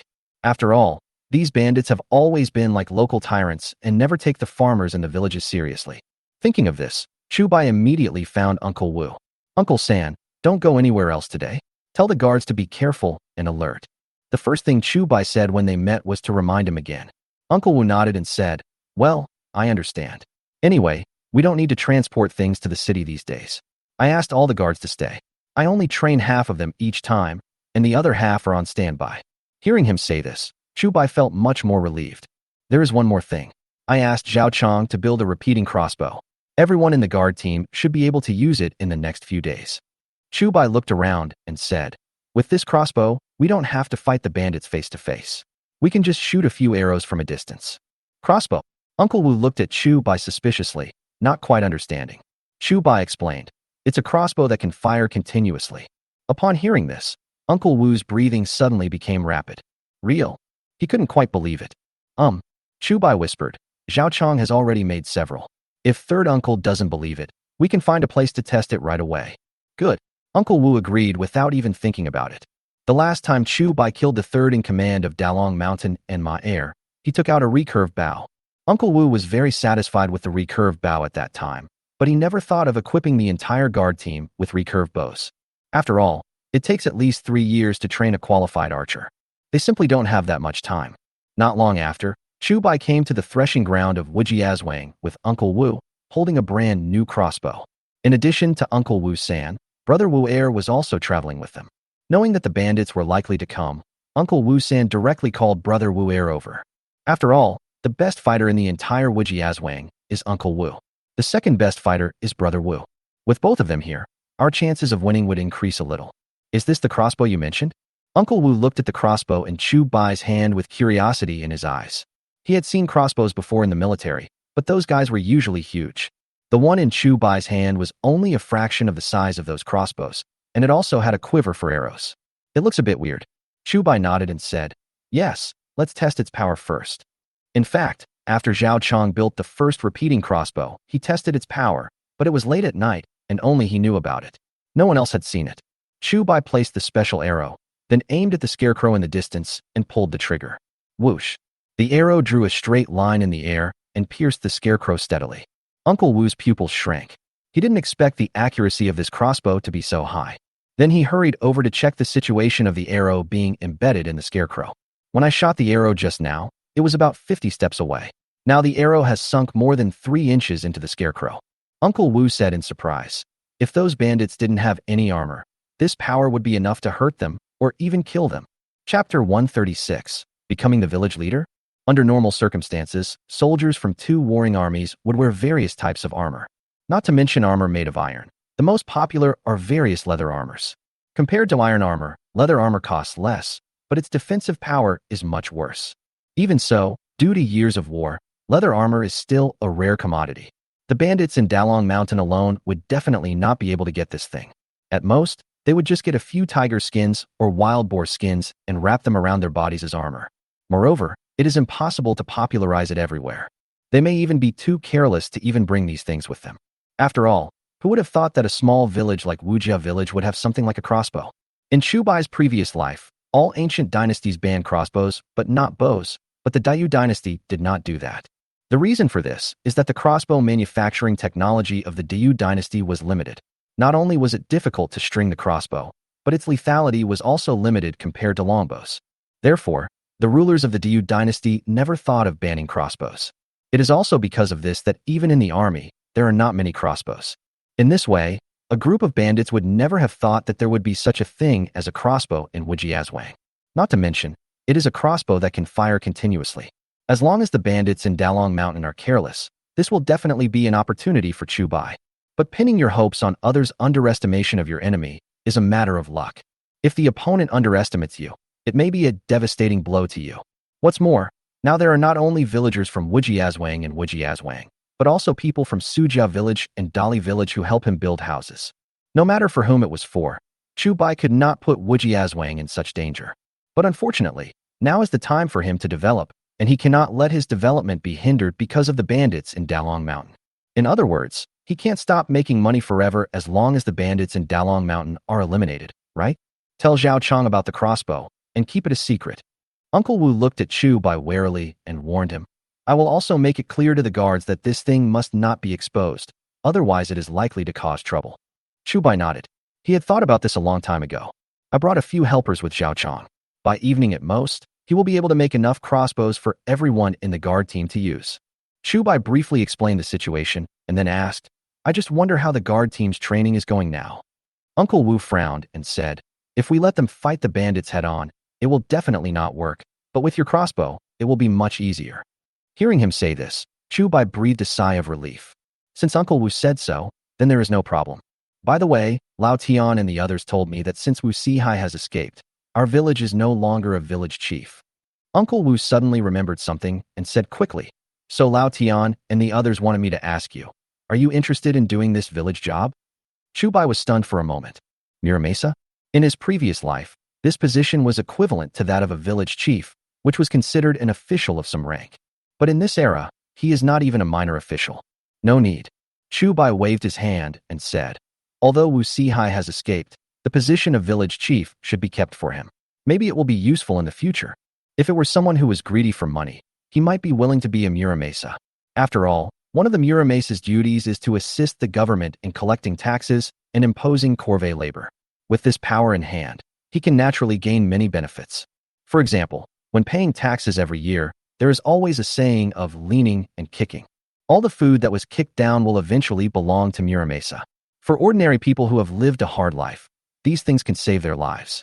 But for Chu Bai, he naturally would not take this kind of small official position, which was not even as important as a sesame seed, seriously. With his skills in kicking and dribbling, he could earn hundreds of kicks just by doing anything. What's more, although he doesn't want to be the Muramesa, the people in Wujia village regard him as their backbone. These villagers are all his own people. There was absolutely no need for him to resort to such dirty tactics as kicking and fighting to gain benefits for himself. Only by bringing more benefits to these villagers can we better bind them to ourselves and make them work for us sincerely. Uncle Wu nodded and said, I knew you would say that. I'll talk to old Tian and the others about this later. Good. Chu Bai nodded and prepared to go back and instruct Zhao Chong to make all the crossbows as soon as possible. Move family villa. Ever since Chu Bai left yesterday, Ning Zhilan has been thinking about Chu Bai all the time. Brother Qing, is your wine shop ready? Ning Zhilan found Mu Qing and asked, I haven't paid the guy named Chu for the soap he sold me yesterday. Mu Qing looked at Ning Zhilan in surprise, and then said, Sister Zhilan, are you a little too impatient? Ning Zhilan asked in confusion, What's wrong?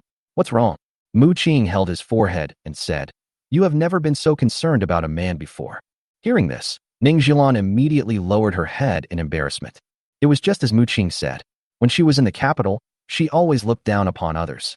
Not to mention people of Chu Bai's background. She wouldn't even look at the sons of some royal and noble families.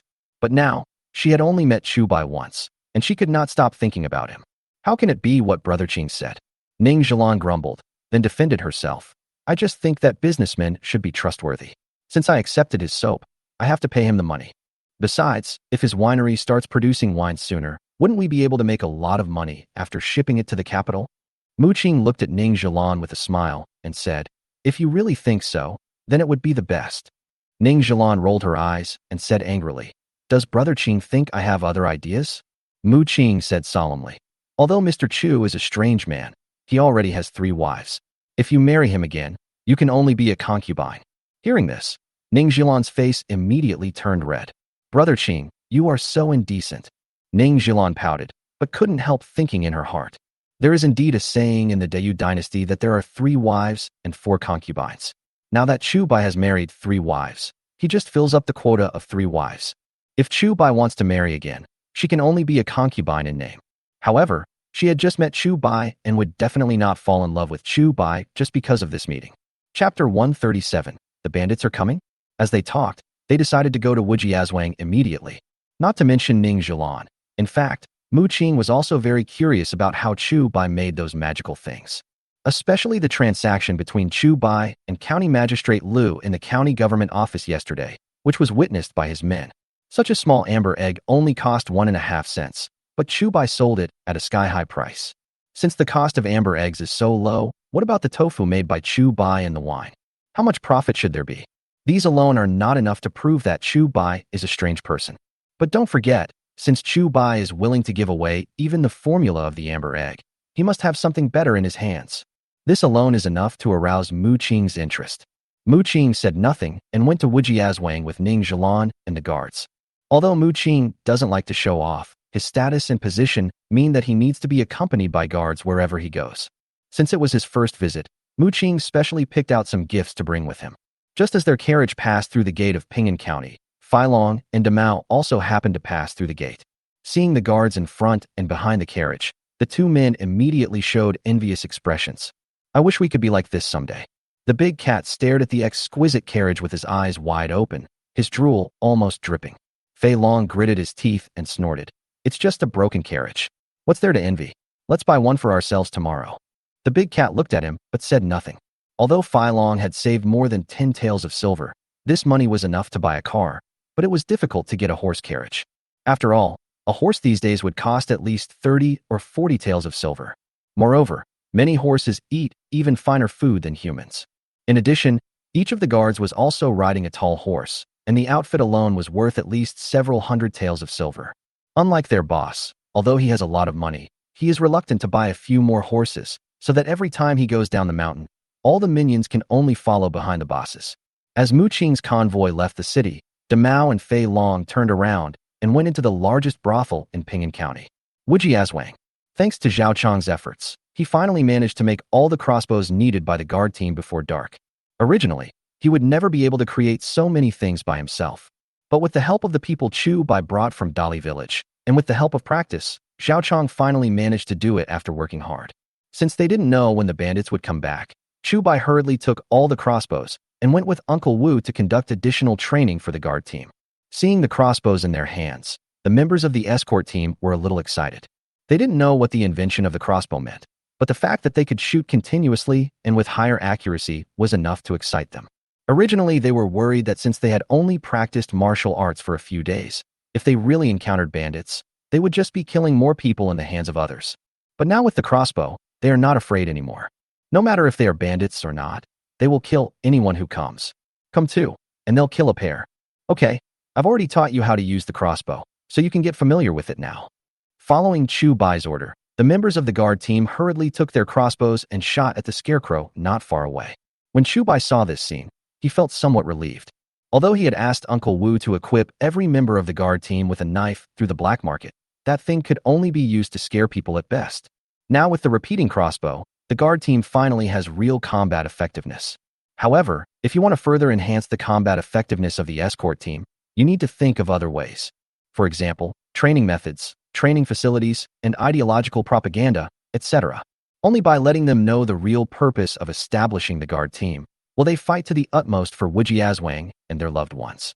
Chu Bai thought of the training grounds he had seen on military programs in his previous life, and he immediately went back to write and draw on paper.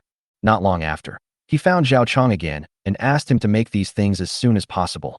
Zhao Chong, who had just breathed a sigh of relief, was suddenly filled with helplessness at being exploited by his vicious boss.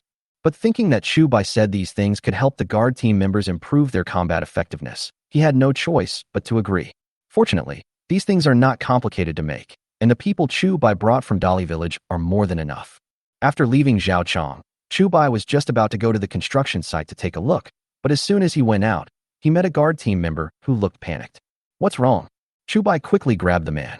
When the guards saw Chu Bai, they immediately said breathlessly, "Bandits! Bandits are coming!" What? Chu Bai was stunned for a moment. He didn't expect these bandits to come so quickly. Fortunately, Zhao Chong has already made all the crossbows he needs, and the members of the escort team have already gained some basic familiarity with them. Hurry up and call all the guards to ambush at the entrance of the village. Then let the elderly, women, and children in the village, as well as the group of people on the construction site, hide. Chu Bai didn't care about anything else and quickly made arrangements. The bandits these days are ruthless in killing people. Therefore, he had to make the elderly, the weak, women, and children in the village hide. Otherwise, if the escort team failed to stop them, those bandits would rush in and kill crazily in revenge. After Chu Bai made all the arrangements, he went straight to the village entrance. At this time, Uncle Wu had already ambushed in the courtyards on both sides with his guards. Did you see clearly? They are really bandits. Chu Bai looked ahead from a distance and said with some concern. Uncle Wu said, "It's not certain yet, but the sentry said there were at least a dozen or 20 people, and they were all on horses." Hearing him say this, Chu Bai frowned immediately. Horses are very precious in this era. The value of an ordinary horse now is even far more than an ordinary car in his previous life. Some horses with more precious bloodlines are just as good as sports cars like Rolls-Royce and Lamborghini. Because of this, even many cottages cannot afford so many horses. But now, more than 10 or 20 people are riding horses. Did he recruit all the bandits in Ping'an County? Just as he was guessing wildly, a group of people appeared in sight ahead. More than a dozen horses ran together, kicking up a lot of dust. And in the middle of the horses, there was a carriage. The moment Chu Bai saw the carriage, he was stunned. Now that there was a carriage, he felt much more at ease. In this day and age, I have never seen anyone rob a horse-drawn carriage. Could it be that he is worried that there are too many good things and he can't move them without a car? Chapter 138. Old friends recognize each other. Hey, why does this carriage look familiar? Uncle Wu was watching the carriage from afar and suddenly exclaimed. Chu Bai looked hurriedly and found that the carriage not far away also looked familiar. As the horse team approached the village entrance, their speed slowed down significantly, and the dust kicked up by their horses' hooves was not as heavy. Uncle Wu's eyes lit up and he said, "Isn't this Mu's carriage?" "Mu boy." Chu Bai was stunned for a moment, then realized that Uncle Wu was talking about Mu Qing. "Since it's Mu Qing, there's no problem. You guys wait here, my uncle and I will go meet Mr. Mu." Although he didn't know why Mu Qing appeared here, Chu Bai was still a little wary when he saw so many people on the other side, and did not let the guard team disperse. Uncle Wu hesitated for a moment, obviously wanting to say something, but stopping himself. But seeing that Chu Bai had already gone out, he had no choice but to follow. Last time he did not go to the Mu family villa with Chu Bai. If he deliberately avoided Mu Qing again this time, it would definitely arouse Chu Bai's suspicion. In that case, it is better to admit it generously. Anyway, the last time he saw Mu Qing was still a young boy, and he was not an important person. After all these years, Mu Qing might not even recognize him. Thinking of this, Uncle Wu secretly grabbed a handful of dirt from the ground and rubbed it on his face. This way, it would be much safer. As Chu Bai and Uncle Wu appeared at the entrance of the village, Mu Qing's carriage slowly stopped. "Mr. Chu, we meet again." Mu Qing walked out of the carriage and bowed to Chu Bai. Chu Bai also bowed and said politely, "I wonder why Mr. Mu came here." Mu Qing first helped Ning Jilan down from the carriage, then explained, "It's Miss Jilan. You sold soap to her yesterday, but forgot to get the payment, so I brought it to you specially." Chu Bai was stunned for a moment, and after thinking about it, it seemed to be the case. "Mr. Mu, is it really necessary for you to condescend to come here in person for such a trivial matter?" Chu Bai said quickly, "I don't have much money anyway. I can just go there when I remember it, or at least send someone over." Mu Qing smiled slightly and said, "In fact, I am also very curious about Mr. Chu, and I want to come here to make friends with him. That's why I came here today without any hesitation. I hope Mr. Chu will not be offended." After hearing what Mu Qing said, Chu Bai nodded.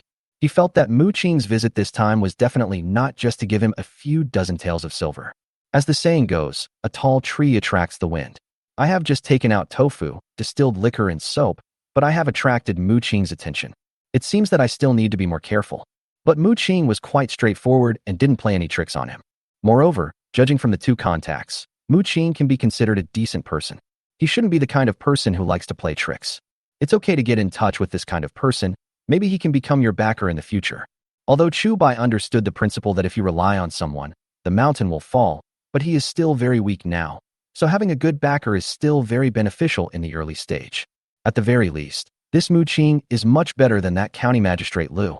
What's more, he had just put on some pretense in front of County Magistrate Liu yesterday, making the other party mistakenly believe that he was working for Mu Qing. At this time, having more contact with Mu Qing would also make it easier to confirm this matter. If he needs County Magistrate Liu again in the future, he will definitely be more dedicated and helpful. "Mr. Mu, you're welcome." Chu Bai quickly bowed and said, "It is a great honor for our Wu family manor that Mr. Mu can come. It's just that we didn't receive the news in advance, so we were unable to welcome him. I hope Mr. Mu will forgive me in advance for my poor hospitality." Haha. Seeing Chu Bai being so polite, Mu Qing laughed and said, "Well, we hit it off right away. Let's not be polite now. It's not good for so many of us to stand here. Could you please show us around, Mr. Chu?" "No problem." Chu Bai immediately turned around and extended his hand, saying, "Mr. Mu, please come to the front." Mu Qing nodded and was about to move forward. But at this moment, his eyes suddenly swept over Uncle Wu. Then, he felt as if he was hit by something. "You are? Wu-san?" Mu Qing looked at Uncle Wu in surprise, then walked up to him, held his shoulders, and looked him over carefully. "Is it really Uncle Wu? Why are you here?" Uncle Wu smiled bitterly, then knelt on one knee and saluted, saying, "Old Wu from the former Jin family army's personal guard battalion greets the young prince." "Uncle Wu, get up quickly." Mu Qing hurriedly helped Uncle Wu up and asked excitedly, "It's been many years since we last met. Are you okay?" Seeing this scene, everyone looked at Uncle Wu and Mu Qing in surprise. Chu Bai was also extremely shocked. Although he had guessed Mu Qing's identity as high as possible, he still didn't expect that Mu Qing's real identity was actually a little prince. But I don't know what this little prince means. Does he mean the prince's son, or a younger prince? As for Uncle Wu, Although he was shocked, he was not that shocked. After all, although many villagers said that Uncle Wu was just an ordinary soldier, Chu Bai knew how powerful Uncle Wu was. Even though his left hand was disabled, he could still beat a dozen servants by himself. How could an ordinary soldier compare to him? Moreover, when Uncle Wu was drinking, he inadvertently said that he once drank the best green ant wine in the capital with a certain marshal. From this we can see that Uncle Wu's position in the army was definitely not too low. However, Chu Bai did not expect that the marshal that Uncle Wu Sin mentioned would be that person. In the entire Dayu dynasty, there has only been one Jin family army since its establishment. And the Jin family army only had one commander. If it weren't for the existence of this great commander, the Dayu dynasty would have been directly destroyed by the cavalry from the north 10 years ago. However, later on, because this general's achievements surpassed his master's, he aroused the jealousy of important officials in the court. So much so that, just when the marshal was about to recover a large area of lost territory, he was summoned back to the capital by the emperor with 12 consecutive golden medals. Afterwards, the marshal was imprisoned in prison by the emperor on charges of rebellion. During this period, many loyal officials and righteous men wrote to the emperor, asking him to release the marshal as soon as possible. But at this time, the treacherous official who framed the marshal said that although he had not found any evidence of the marshal's rebellion, it did not mean that the marshal had no intention of rebellion. Therefore, they continued to imprison the marshal together with the emperor. Then, the enemy arrested many people in an attempt to torture them and extract confessions from them about the marshal's rebellion. But even so, all those who were captured held on. Faced with torture, none of them gave in. Chapter 139, Injustice. As one loyal minister after another refused to surrender and fell under the knife of treacherous officials, more upright ministers stood up. While they wrote a letter to accuse the treacherous ministers, they also requested the emperor to immediately pardon the commander-in-chief. Finally, the emperor also felt a little headache. Although he was afraid that the commander-in-chief might be more powerful than his master, he had been searching for so long but had not found any decent evidence. In desperation, he could only declare the marshal not guilty. On this day, the entire country of Dayu dynasty celebrated, and peddlers and hawkers all ran around to tell each other the news. But just as they were preparing to welcome the marshal who had been imprisoned for a year out of prison, what they waited for was the marshal's corpse. It turned out that the marshal had suffered from a year-long imprisonment and torture, and his body had already collapsed. And that treacherous minister knew that after the marshal was released from prison, even if the marshal did not take revenge on him, he would still live under the condemnation of the whole world. So he secretly ordered the execution of the marshal who already had not much time left. Then, it was claimed that the marshal died of illness in prison. When this incident happened, the entire Dayu dynasty was in an uproar. But no matter how angry the people and loyal ministers are, the treacherous minister who killed the commander-in-chief is still alive and well, and has become a figure second only to the emperor. Moreover, as time goes by, the impact of this incident is gradually dissipating. Even the great achievements of that great commander were only occasionally circulated among the people. After extracting the memories of the marshal from his previous life, Chu Bai couldn't help but feel emotional. Isn't this marshal exactly the same as Marshal Yu Fei in his previous life? It's just that Yu Fei went north to resist the Jin kingdom, and the commander happened to be named Jin, which is why the army under his command was called the Jin family army. Speaking of which, this is also a kind of inexplicable fate. Just as Chu Bai was sighing, Uncle Wu had already stood up. Thank you for your concern, young prince. Wu Sin has been doing well these years. Uncle Wu looked at the grown-up Mu Qing and said with a guilty look on his face, "It's a pity that we brothers once thought of breaking into the prison to rescue the marshal. But before we could reach the capital, we were summoned by the court to continue fighting in the north, so we could only watch the marshal die with hatred in our hearts." Hearing this, Mu Qing also felt a little emotional. "Uncle Wu, don't blame yourself," Mu Qing recalled. "Although I was still young at the time, I also asked someone to go to the prison, hoping to replace him with a substitute, but Jin Shuai was very determined. In order to avoid dragging all of us down, he refused to come out with us." Hearing this, everyone felt lonely again. This is the vision and integrity of a famous coach. Even though he knew that he would most likely die in the capital after being recalled by the 12 golden medals, he still gave up all his military power and returned to the capital calmly. He knew that going out with Mu Qing's people was his last chance, but he still stayed in prison. Chu Bai didn't know how to describe his thoughts at the moment.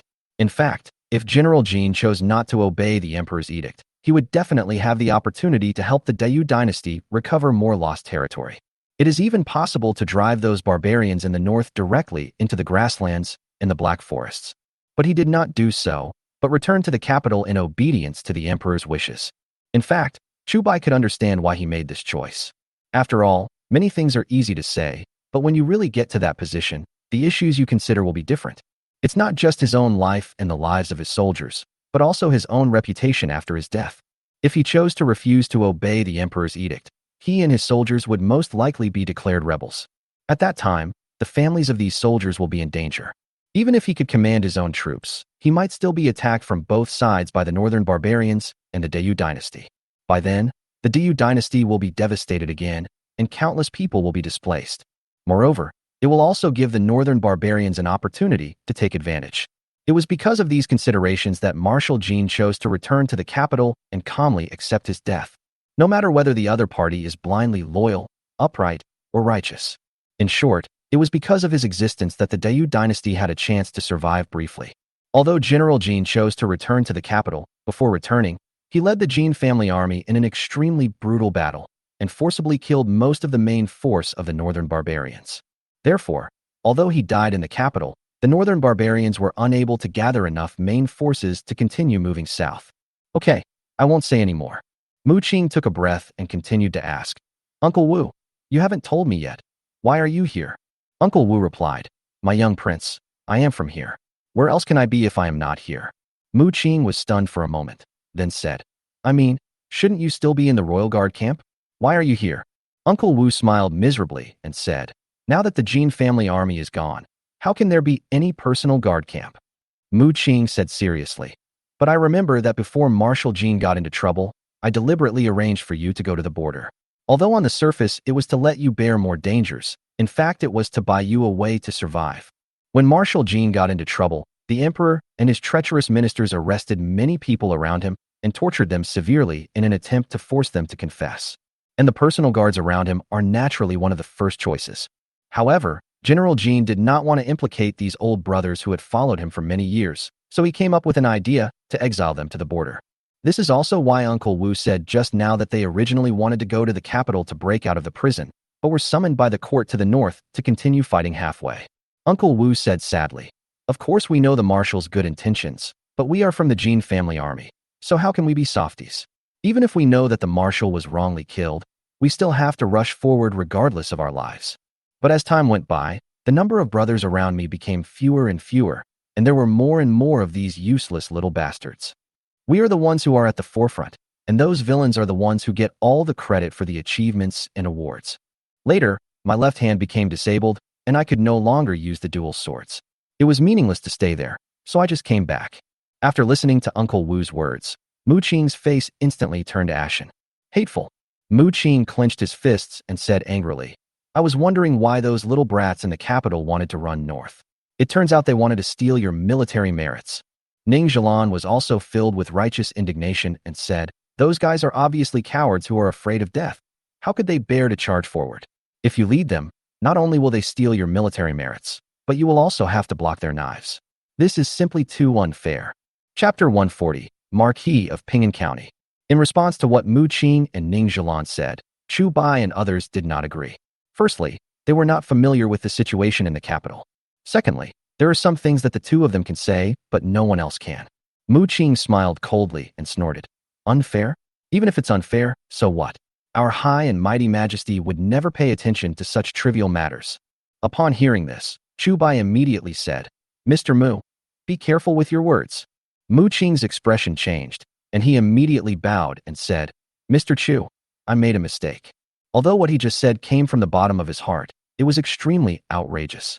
If someone with ulterior motives heard it and spread it to those people, he might not be in any danger, but Chu Bai and others would be implicated. What's more, he had always been disliked by the emperor because of General Jin's affairs. If he wants to realize his ambitions again, it will definitely be more difficult than before. Chu Bai looked at Mu Qing and had a better impression of him. No matter whether it was real or acted, at least he could act courteous and approachable, which was much better than most of the superiors. After all, many people don't even want to pretend. Mu, you are welcome, young prince. Chu Bai originally wanted to call him Mr. Mu, but when he thought of Uncle Wu's words, he immediately changed his name. Mu Qing smiled bitterly. Although he had never thought of hiding his identity, he had never thought of deliberately exposing his identity to everyone. This time, He wanted to address Chu Bai as Sir, so that they could be considered as equals. However, he unexpectedly met Uncle Wu here, and he revealed his identity. Mr. Chu, Uncle Wu. In fact, Mu has severed his relationship with the palace since last year, and he is no longer considered a young prince. Mu Qing explained bitterly to the two of them that he still didn't want to be called the little prince. Uncle Wu was stunned for a moment and asked, "Why is this happening? Is it because of the marshal?" Before Mu Qing opened his mouth, Ning Zhilan said, "Last year, someone spread bad things about Marshal Jin all over the capital. When Brother Qing heard about it, he gave those people a lesson, but he didn't expect that the younger ones would be punished by the older ones. The people behind them put pressure on the prince in the court, causing the prince to be punished by His Majesty. After returning home, the prince put all the blame on Brother Qing and told him to never speak for General Jin again. Brother Qing was so angry that he cut off all ties with the palace." After hearing what she said, Chu Bai was stunned. Mu Qing looks gentle and refined, but unexpectedly, he has a bad temper. Uncle Wu was indignant and said, "How could Prince Yong do this? He knows best whether the marshal has the intention to rebel or not. Even the court has vindicated the marshal. Those people who dared to speak ill of the marshal should be punished. How can he still blame the young prince?" Hearing the words, young prince, Mu Qing's expression changed slightly. "Uncle San, the past is the past. Don't mention it again." Mu Qing said seriously, "Also, don't call me little prince from now on. Just call me Mu boy or Qing brother like before. If that doesn't work, you can just call me Marquis Pinyin." Hearing this, Chu Bai and Uncle Wu looked at him in surprise. Uncle Wu asked, "Have you been granted a title of nobility?" Mu Qing nodded. "Well, I went to the north several times in the past few years and made some gains according to the tactics left by General Jin. That's why I was lucky enough to be named the Marquis of Pinyin County." Although he said it lightly, everyone felt sorry for him. First of all, Mu Qing's title of Marquis of Pinyin County was earned by him fighting with the barbarians on the northern border with real weapons and swords, not by stealing the credit of others like other children of the rich and powerful. Secondly, since Mu Qing chose to become the Marquis of Pinyin County, it meant that he gave up the titles of Young Prince and Crown Prince, which meant that he automatically gave up his right to inherit the throne. If King Yong died in the future, he could only choose one of his other sons to inherit the title of King Yong, and he would not choose Mu Qing, the eldest son. Under normal circumstances, it would be very impressive for Mu Qing to be granted the title of Marquis at a young age due to his own abilities. But if you want to take a step further and become a duke, it can be said to be extremely difficult. Not to mention, the prince whose status is even higher than that of the duke. Chu Bai looked at Mu Qing thoughtfully, and then he understood why Mu Qing, a little prince, would appear in a small county like Pinyin. It turned out that this was his fiefdom, and he was confined here. However, judging from the tax payment situation, Mu Qing only has a fief here but does not have the right to levy taxes, which is different from the fiefs of other people. In addition, all counties in the Dayu dynasty were basically divided into 3 levels: upper, middle, and lower. The upper, middle, and lower levels here represent not only the strength of the county, but also the comprehensive considerations of population, geography, and economy. The status of some of the more powerful upper counties is similar to that of the county-level cities in Chu Bai's previous life. The overall level of some lower counties may even be worse than that of a town in his previous life. According to what Mu Qing said before, he had clearly gained military merits worthy of being awarded a title of nobility. However, the old emperor finally only found a small county as his fiefdom. From this we can see that this little prince. No, it seems that this marquis's life is not so easy. But Chu Bai could understand it. After all, almost everyone in the court was a corrupt official. How could Mu Qing, a young lotus in this corrupt world, not be hated by others?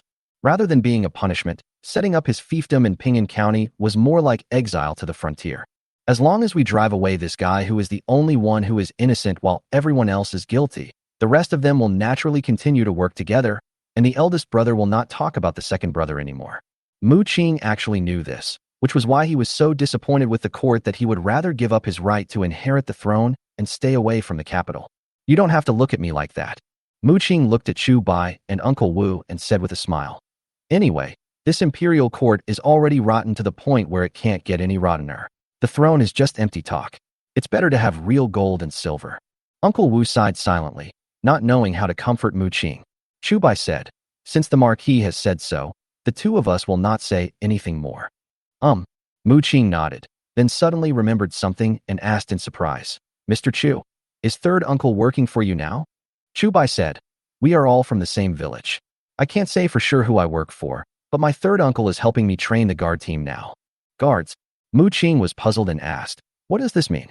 Chu Bai thought for a moment and said, my lord, you can understand it as my own private escort agency.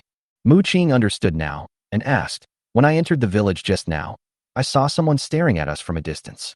Could it be that you are in trouble? Chapter 141, shocked Mu Qing. Well, the younger man who stopped me from selling alcohol and soaked to you in the county yesterday was originally the Muramesa of our village. Chu Bai did not hide anything and explained directly. He wanted to send bandits to kill me before, but he did not expect that Uncle San would take action and kill 2 bandits who wanted to monopolize the benefits. Now that group of bandits may have received the news. I see. Mu Qing nodded and said, no wonder you looked so defensive when you saw the cavalry approaching. He did not doubt Chu Bai's words. He knew Uncle Wu's skills very well. Not to mention 2 bandits. Even 20 bandits would not be Uncle Wu's match. Chu Bai continued, well, because I have found a lot of people to help me with the work, if the bandits really come to kill me, I must ensure their safety, so it is necessary to be cautious. He had no intention of hiding anything about this matter. There was even a hint in his words that he wanted Mu Qing's help.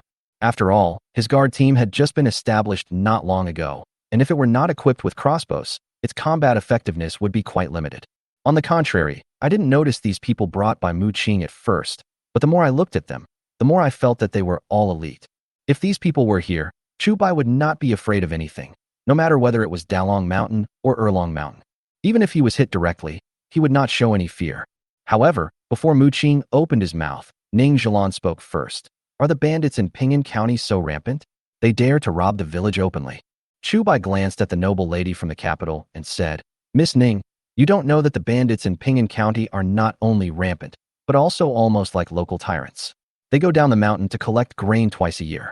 The people often have to prepare not only taxes to pay to the court, but also annual grain for the bandits. Ning Zhilan frowned. She had heard about these things in the capital before, but she didn't know the details. Now, after hearing what Chu Bai said, she realized how difficult life was for the people below. I see. Ning Zhilan immediately turned around and looked at Mu Qing and said, Brother Qing, Ping'an County is your fiefdom. If Mr. Chu encounters bandits in your fiefdom, you can't just stand by and watch. That's what I meant. Mu Qing bowed to Chu Bai and asked, I'm sorry to bother you these few days, Mr. Chu. I hope you don't mind. Chu Bai originally wanted him to help him share some of the pressure, so naturally he wouldn't refuse. You are joking, sir. It is my honor to have you stay here. Chu Bai smiled slightly and said, It just so happens that Wu Sihai has fled to the county town, and his yard is empty. Please stay there temporarily for the next few days, Lord Marquis. Okay. Mu Qing did not refuse and agreed immediately. He actually didn't care about the living conditions, but since there was a better place to live, he naturally wouldn't refuse. Let's go. Please lead the way, sir. Mu Qing stretched out his hand and gestured to make it easier for Chu Bai to walk in front. Chu Bai nodded, but just as he was about to leave, he remembered that the guards were still lying in ambush nearby. Uncle San, let the brothers come out and continue training. Chu Bai said to Uncle Wu. Good. Uncle Wu immediately gestured to the side. After a while, all the guards who were lying in ambush in the nearby yard came out. Seeing these people, Mu Qing was obviously stunned for a moment. He obviously didn't expect that he would almost be ambushed here. I didn't expect Mr. Chu to have such preparations. I'm afraid that even if the bandits really come, they won't be able to get any benefits from you, right? Mu Qing smiled slightly and said, It seems that I am a bit reckless. Chu Bai said quickly, My lord, you are wrong. I am not being modest or belittling you brothers. It is true that the guard team was established not long ago. It is not certain how much combat effectiveness it has. Mu Qing nodded. Since he was able to be awarded a title of nobility based on his military achievements, he naturally understood the difference between new recruits and old soldiers. Generally speaking, new recruits must train for at least 3 months before they can be put into combat. Moreover, this requires the leadership of enough veterans. Otherwise, it's easy to escape without a fight. However, he soon noticed that the crossbows held by the guards were different from other crossbows. Huh? What kind of weapons are they holding? Mu Qing showed an interested expression and asked, Why doesn't it look like a bow, but rather a bit like a crossbow? Since he was granted the title of nobility for his military achievements, he naturally knew about the crossbow. However, the crossbows in the army are basically those very large chariot crossbows. The main reason for this is that the crossbow can only shoot 1 arrow at a time and the winding speed is too slow. So those small individual crossbows have basically been eliminated. Only the powerful crossbow carts were preserved, but they were only used in defending and attacking cities. Chu Bai slapped his head and realized that he was so busy trying to find a way to keep Mu Qing to help him fight the bandits that he actually forgot about this. However, since the other party has already discovered it, there is no way he can pretend to be confused. Well, this is the repeating crossbow I invented. I just gave it to the brothers in the guard team today. Chu Bai directly acknowledged the existence of the crossbow and deliberately emphasized the word continuous crossbow. Sure enough, Mu Qing's expression changed immediately after hearing this. Crossbow? He was surprised and asked, Sir, are you referring to a crossbow that can fire continuously? Chu Bai nodded. Yes, it is this thing. Mu Qing's breath tightened and he asked, Can you let me try? The concept of repeating crossbow actually existed a long time ago. Many people have thought about ways to improve the problem of slow stringing of crossbows. The best way is to allow the crossbow to fire continuously. But everyone returned empty-handed. Over time, the term repeating crossbow was shelved. Some people even think that the repeating crossbow only exists in legends and is impossible to create. But now, Chu Bai told him that the repeating crossbow had been made, and dozens of them had been made. Naturally, he subconsciously wanted to test it out to see if what Chu Bai said was true. Chu Bai nodded and said, Okay, our guard team is still getting familiar with the situation, so you can try it with them. Good. Mu Qing didn't care too much and hurried to the training ground with the guard team. Chu Bai waved his hand, and someone immediately brought Mu Qing a crossbow with 10 arrows on it. Mu Qing did not rush to shoot, but carefully examined every structure of the crossbow. Immediately, he exclaimed in amazement. To be able to come up with such a design, it is definitely not something that ordinary people can do. Chu Bai raised his lips slightly and said, My lord, you are too kind. Let's test its power as soon as possible. Good. Mu Qing nodded, and then began to wind the string according to Chu Bai's instructions. It is still a little troublesome to string the crossbow for the first time, but it is much easier than the crossbows commonly seen in the military. Then, Mu Qing looked at the scarecrow in the distance and took a deep breath. Then, pull the trigger. Chapter 142, Continued Shock. Whoosh. The arrow made a sharp sound in the air and then pierced into the scarecrow not far away. A hint of surprise flashed across Mu Qing's eyes. Both the power and accuracy of this crossbow were beyond his expectations. Mu Qing was a little skeptical. He first glanced at the quiver and found that after he shot the first arrow, another one immediately fell into the arrow path and was automatically strung. Without hesitation, he pulled the trigger 3 times. Whoosh, whoosh, whoosh. With 3 soft sounds, 3 neatly arranged arrows appeared on the scarecrow. My lord, you have great archery skills. Chu Bai immediately praised sincerely.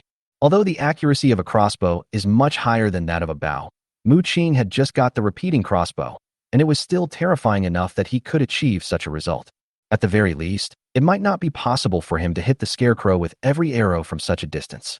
Mu Qing retracted the crossbow and kept looking at it. Mr. Chu, did you really make this crossbow yourself? He is still a little confused. How could Chu Bai make a repeating crossbow that no one has made for so many years? If Chu Bai was said to be a craftsman specializing in weapons, he might have accepted it. But Chu Bai is just a businessman. How should the Imperial Equipment Bureau and the General Administration of Works, which were responsible for researching new equipment, deal with this? Chu Bai nodded and said, I designed this crossbow, but I didn't make it. Mu Qing was immediately amazed and said, I didn't expect Mr. Chu to be so knowledgeable. Not only can he make amber eggs, tofu, and drinks, but he can also design weapons. Chu Bai said modestly, It's just a means of making a living. Mu Qing shook his head and said, If it's just for making a living, this is a waste of talent. Chu Bai did not respond to his words, because he didn't know what requests Mu Qing would make next. After all, Mu Qing is not an ordinary person, but a marquis who rose to power through military merit. Moreover, Mu Qing is the kind of person who is devoted to Dayu. If I continue to take up the topic, he might ask me to hand over the design drawings and then popularize the crossbow in the army. Although Chu Bai had no intention of rebelling, he did not want to hand over the crossbow until more powerful weapons came out. Otherwise, with the help of those officials in the imperial court, it is impossible to tell when a large number of crossbows will be sold out. It is even possible that it will be sold to bandits. In this way, isn't he just shooting himself in the foot? Mu Qing seemed to have noticed Chu Bai's concerns and also did not continue to lead the topic. He returned the crossbow to Chu Bai and then said, Let's go and take a look at Mr. Chu's construction site. Chu Bai nodded, then handed the crossbow to the guard member next to him and left with Mu Qing. Now, Chu Bai's house has begun to take shape. Mu Qing looked at the villagers of Sujia village working hard on the construction site and asked, Are these people hired by Mr. Chu? I wonder how much he pays them every day. He had seen many construction sites, but none of them were as prosperous as Chu Bai's. The workers on the construction site either slacked off or waited for the supervisor to watch before they really put in the work. But not only is there no supervisor here at Chu Bai's place, but everyone works sincerely, with no signs of laziness at all. Chu Bai nodded and said, "Well, 10 cents a day, plus a meal." Mu Qing was stunned for a moment and asked in surprise, "That's it?" Chu Bai said, "That's all, but I promised them that as long as they work hard, I will give them a raise." Mu Qing looked at the villagers in disbelief and said, "It's really hard to imagine that these people would work so hard just for 10 cents. He couldn't help but sigh in his heart. Although 10 cents is not a lot of money, these people work very hard. On the contrary, those who worked for the court were paid a lot of money, but no one was willing to work hard. And the reason behind this cannot be entirely blamed on the civilians. In this way, the truth becomes self-evident." At this time, a passing laborer suddenly said, "What do you know? Although Mr. Chu's wages are not high, he treats us sincerely. Not only do we get wages every day, but we can also eat meat. Since Mr. Chu is sincere to us, we naturally cannot let him suffer any loss." Mu Qing was startled when he heard this. Then he bowed his hands solemnly and said, "I see. I am grateful for your advice." Seeing his appearance, the person who had just spoken was stunned for a moment. "Why are you like this?" The man was obviously a little surprised and asked, "Why are you polite when you can just talk?" Chu Bai quickly rebuked, "Lu Chu, what are you talking about? This is the Marquis of Ping'an County." "County Marquis?" Lu Chu was stunned for a moment. Then he quickly knelt on the ground and said, "My lord, please forgive me. I was just talking nonsense. Please don't blame me." Mu Qing hurriedly helped Lu Chu up and said in a gentle voice, "Okay, don't be afraid. Since what you said makes sense, why should I blame you?" Lu Chu breathed a sigh of relief and then looked at Chu Bai. Chu Bai waved his hand and said, "Okay, go and do your thing." After he left, Chu Bai explained, "My lord, this man is a distant relative of the village chief of Sujia village. He is now helping me manage these people. He can be considered a foreman." Mu Qing understood and said, "So that's how it is." After saying that, he looked at Chu Bai and said, "Mr. Chu is so popular. This alone is worth learning from." Chu Bai quickly waved his hands. He really couldn't understand. Mu Qing was a marquis after all, so why did he love studying so much? Mu Qing continued walking forward and suddenly saw a built house. He asked, "What is that place?" Chu Bai said, "That is my winery, but we don't make wine in it. We only do the last process." Mu Qing immediately became interested and asked, "Can I go in and take a look?" Chu Bai curled his lips and said, "If I say no, will the marquis blame me?" Mu Qing immediately shook his head and said, "Of course not." Chu Bai breathed a sigh of relief. "Then don't go in." Mu Qing. He thought Chu Bai was just saying it casually, but he didn't expect that he would actually not let him in. Ning Zhilan was also a little disappointed. In addition to seeing Chu Bai, she also wanted to know how Chu Bai brewed those wines. Why is it so much stronger than other drinks? But since Chu Bai said so, it was obvious that he didn't welcome them, so she couldn't force her way in. Mu Qing coughed awkwardly, then asked, "I see that Mr. Chu has built more than one place. Aren't these places all Mr. Chu's yards?" Chu Bai quickly said, "Of course not. These places are the weaving workshop, school, and workshop that I planned respectively." Chapter 143, The Inexperienced Mu Qing. School. Mu Qing looked at Chu Bai in surprise and asked, "Mr. Chu, do you still want to run a school?" Chu Bai nodded and said, "Well, now many children in the village have reached school age, but there is no private school nearby, so we plan to build a school and then find a few teachers to teach the children." After hearing what he said, Mu Qing immediately nodded and said, "Sir, your righteousness is incomparable to that of ordinary people." Chu Bai opened his mouth and felt a little embarrassed even for someone as thick-skinned as him. How did Mu Qing develop the ability to praise others all the time? "My lord, you are joking." Chu Bai quickly said, "I just want to do my best to do something for the villagers." Mu Qing continued, "If you are poor, you should take care of yourself. If you are rich, you should help the world. You should be a role model for Mu Qing." Chu Bai. He was a little afraid of Mu Qing now, but there was nothing he could do. After all, Mu Qing was praising him in every word, and he couldn't just turn his face away. "My lord, I am not as noble as you think." Chu Bai said again, "I am just an ordinary person. My biggest wish is to make some money and live a richer life. It's not what you think." Mu Qing nodded, "I understand."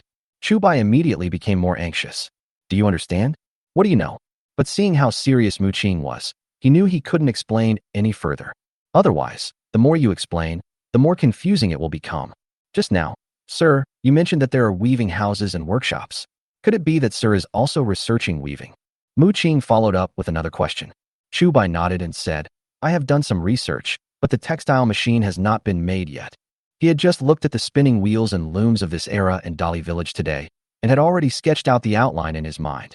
But the actual design drawings had not been drawn yet, so Zhaochang naturally did not start production. I see, Mu Qing said. I am very curious about what kind of textile machine Mr. Chu will make. Chu Bai smiled awkwardly and said, maybe in a few days, the Marquis will be able to see it. Okay then, Mu Qing immediately said. It just so happens that I need to stay here for a few more days to help you fight the bandits.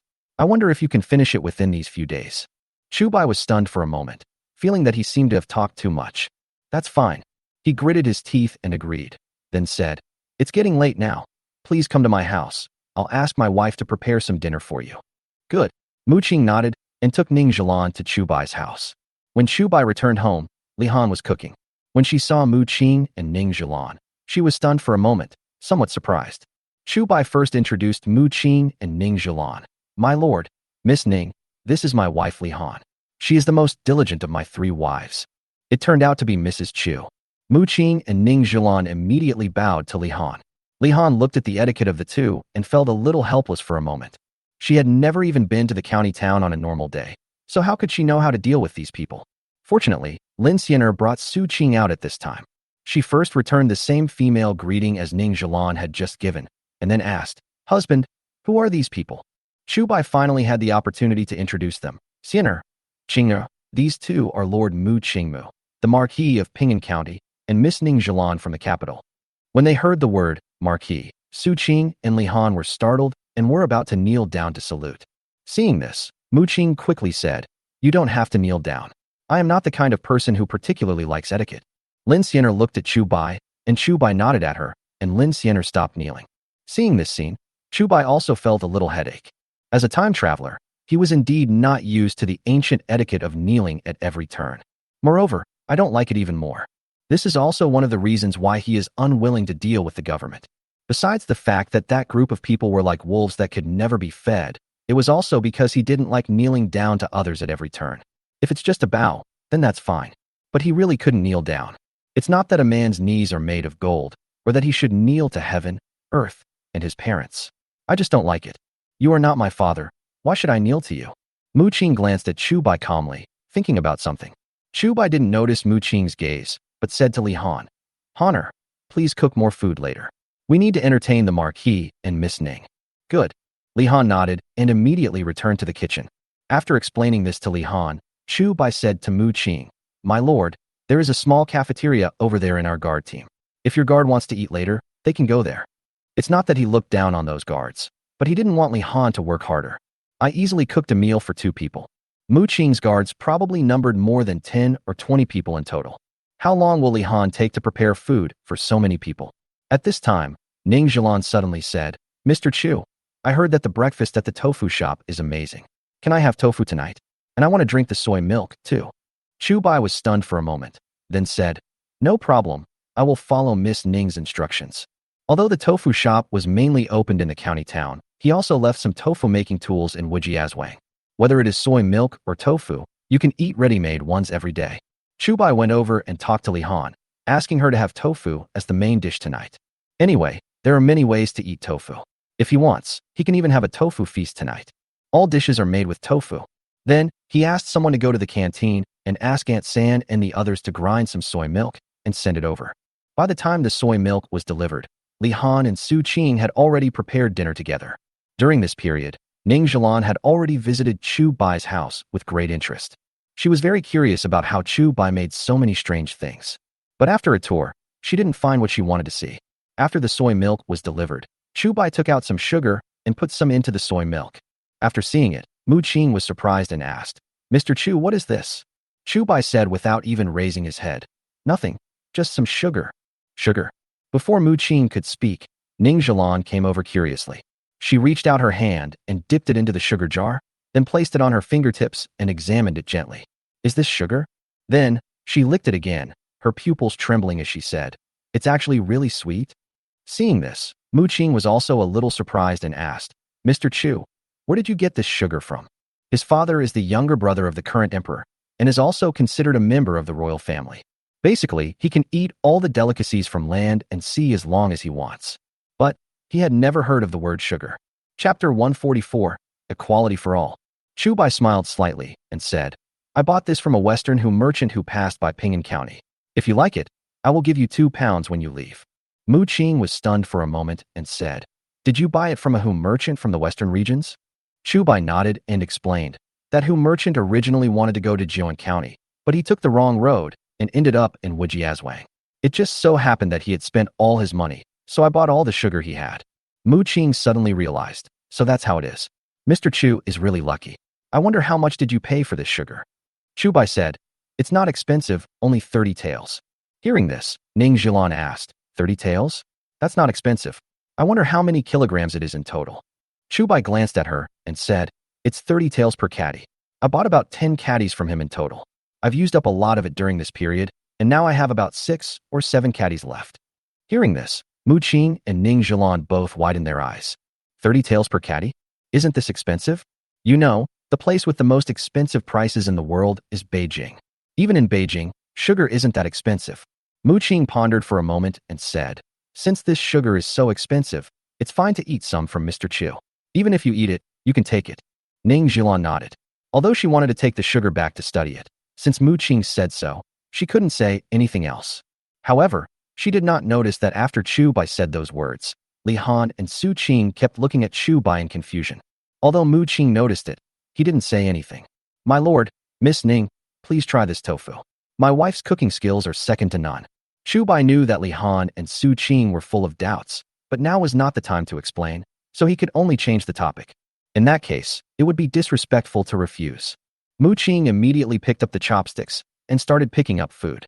I have to say that although he had someone buy some tofu at noon and had tasted the flavor of tofu, but compared with Li Han's cooking skills, whether it was the people in the tofu shop or the chef in the Mu family villa, they were all much worse than her.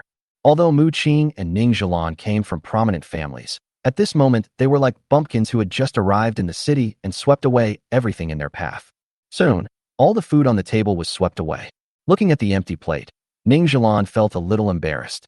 The food that Sister Han cooks is really delicious. She touched her belly and said, I haven't eaten so much in a long time. Li Han smiled slightly and said, It's good that Miss Ning likes it. In fact, I learned my cooking skills from my husband. The food he cooks is much more delicious than mine. Ning Zhilan's eyes lit up and she asked, Really?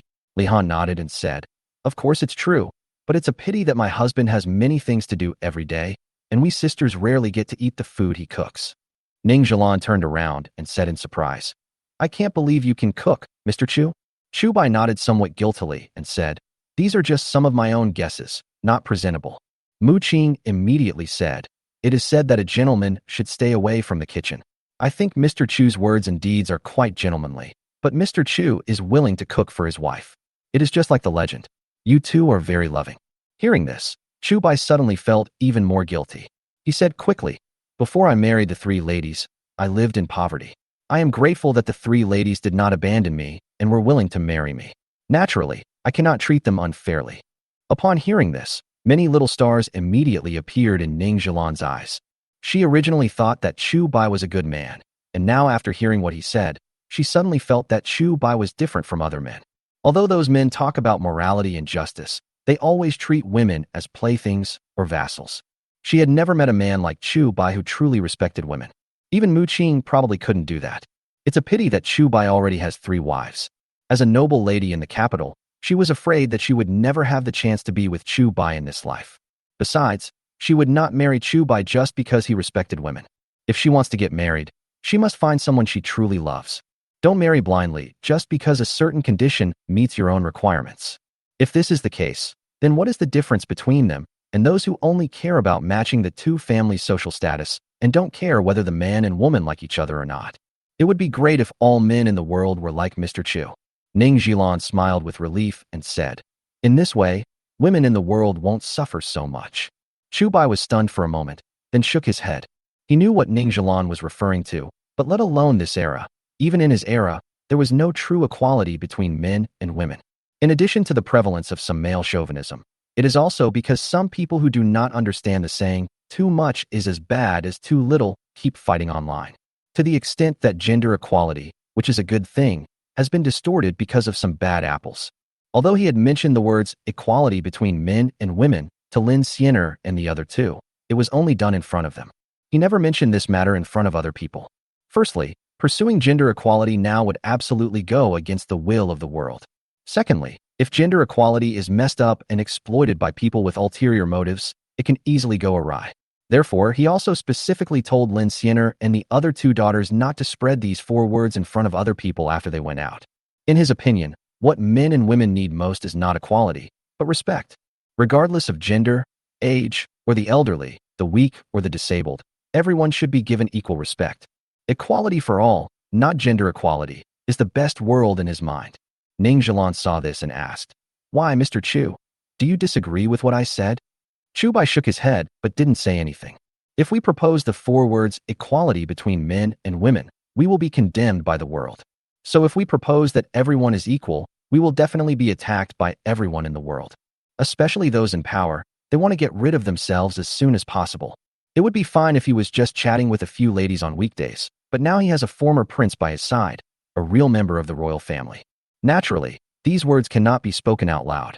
Mu Qing noticed his expression and asked in a low voice, "Mr. Chu, do you have any unspeakable secrets?" Chu Bai laughed and said, "Nothing. I just think that if all men in the world were like me, it might not be a good thing." Mu Qing was surprised and asked, "Why?"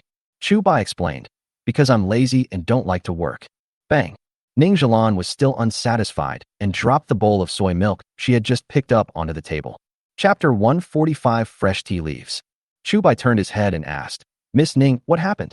Ning Zhilan hurriedly picked up the bowl and said, "Mr. Chu, what you just said is not right? Chu Bai asked, "What's wrong?" Ning Zhilan said, "If Mr. Chu is lazy, then there are probably no hard-working people in this world, right?" Chu Bai shook his head and said, "No, there are many people in this world who are more hard-working than me.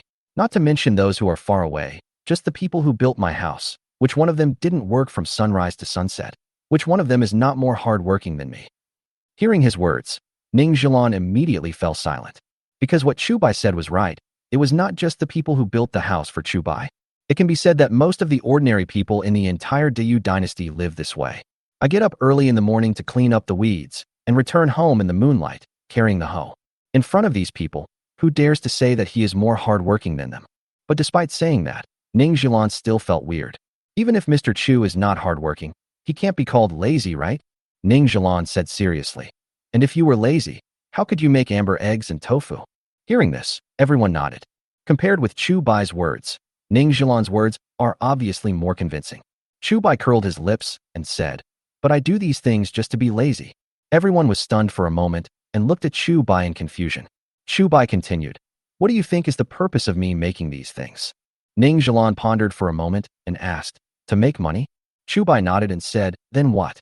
Mu Qing spoke before Ning Zhilan. "Then, lead everyone to make money together?" Chu Bai twitched his lips. He felt that Mu Qing always wanted to flatter him to death. Many things are not as great as I thought. But when it came out of Mu Qing's mouth, he made himself sound like a saint. Actually, what Miss Ning said just now is right. In order to change his image in Mu Qing's mind, Chu Bai hurriedly explained, "The purpose of doing these things is to make money, because only with money can I enjoy myself. As the saying goes, if you don't return home with wealth and honor, it's like walking in the night in fine clothes. Now that I have money, wouldn't it be a big loss if I don't use it to enjoy it? So I not only want to enjoy it, but also enjoy it better." As for what the Marquis said about making money with everyone, this is also a reason. But another reason is that I have found so many people and paid them wages every day. It seems that I am taking care of them, but the money I make is much more than before. Besides, I don't have to do any work myself. I can make money while lying down. How great is that? Listening to Chu Bai's explanation, Mu Qing and the others felt their faith somewhat collapsed. Therefore, Chu Bai is actually not as noble as they think. Everything he does is just for his own enjoyment. However, Mu Qing rolled his eyes and said, "No matter what Mr. Chu's purpose is, the benefits you bring to everyone are real, and no one can erase this." Chu Bai held his forehead and felt even weirder.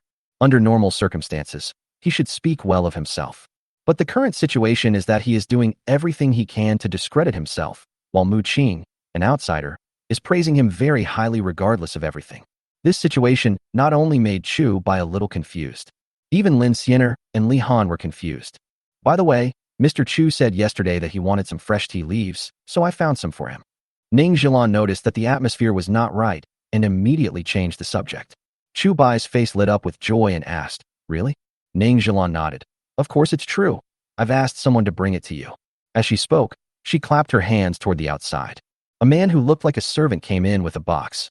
"Mr. Chu, open it and take a look." Ning Zhilan pushed the box in front of Chu Bai and said proudly, "Mr. Chu treated me to a meal, and I gave him these tea leaves. This way we are even." Chu Bai opened the box with a smile and saw that it was indeed filled with a lot of fresh, unprocessed tea leaves. He leaned in and sniffed it, then asked, "Miss Ning, what kind of tea is this?"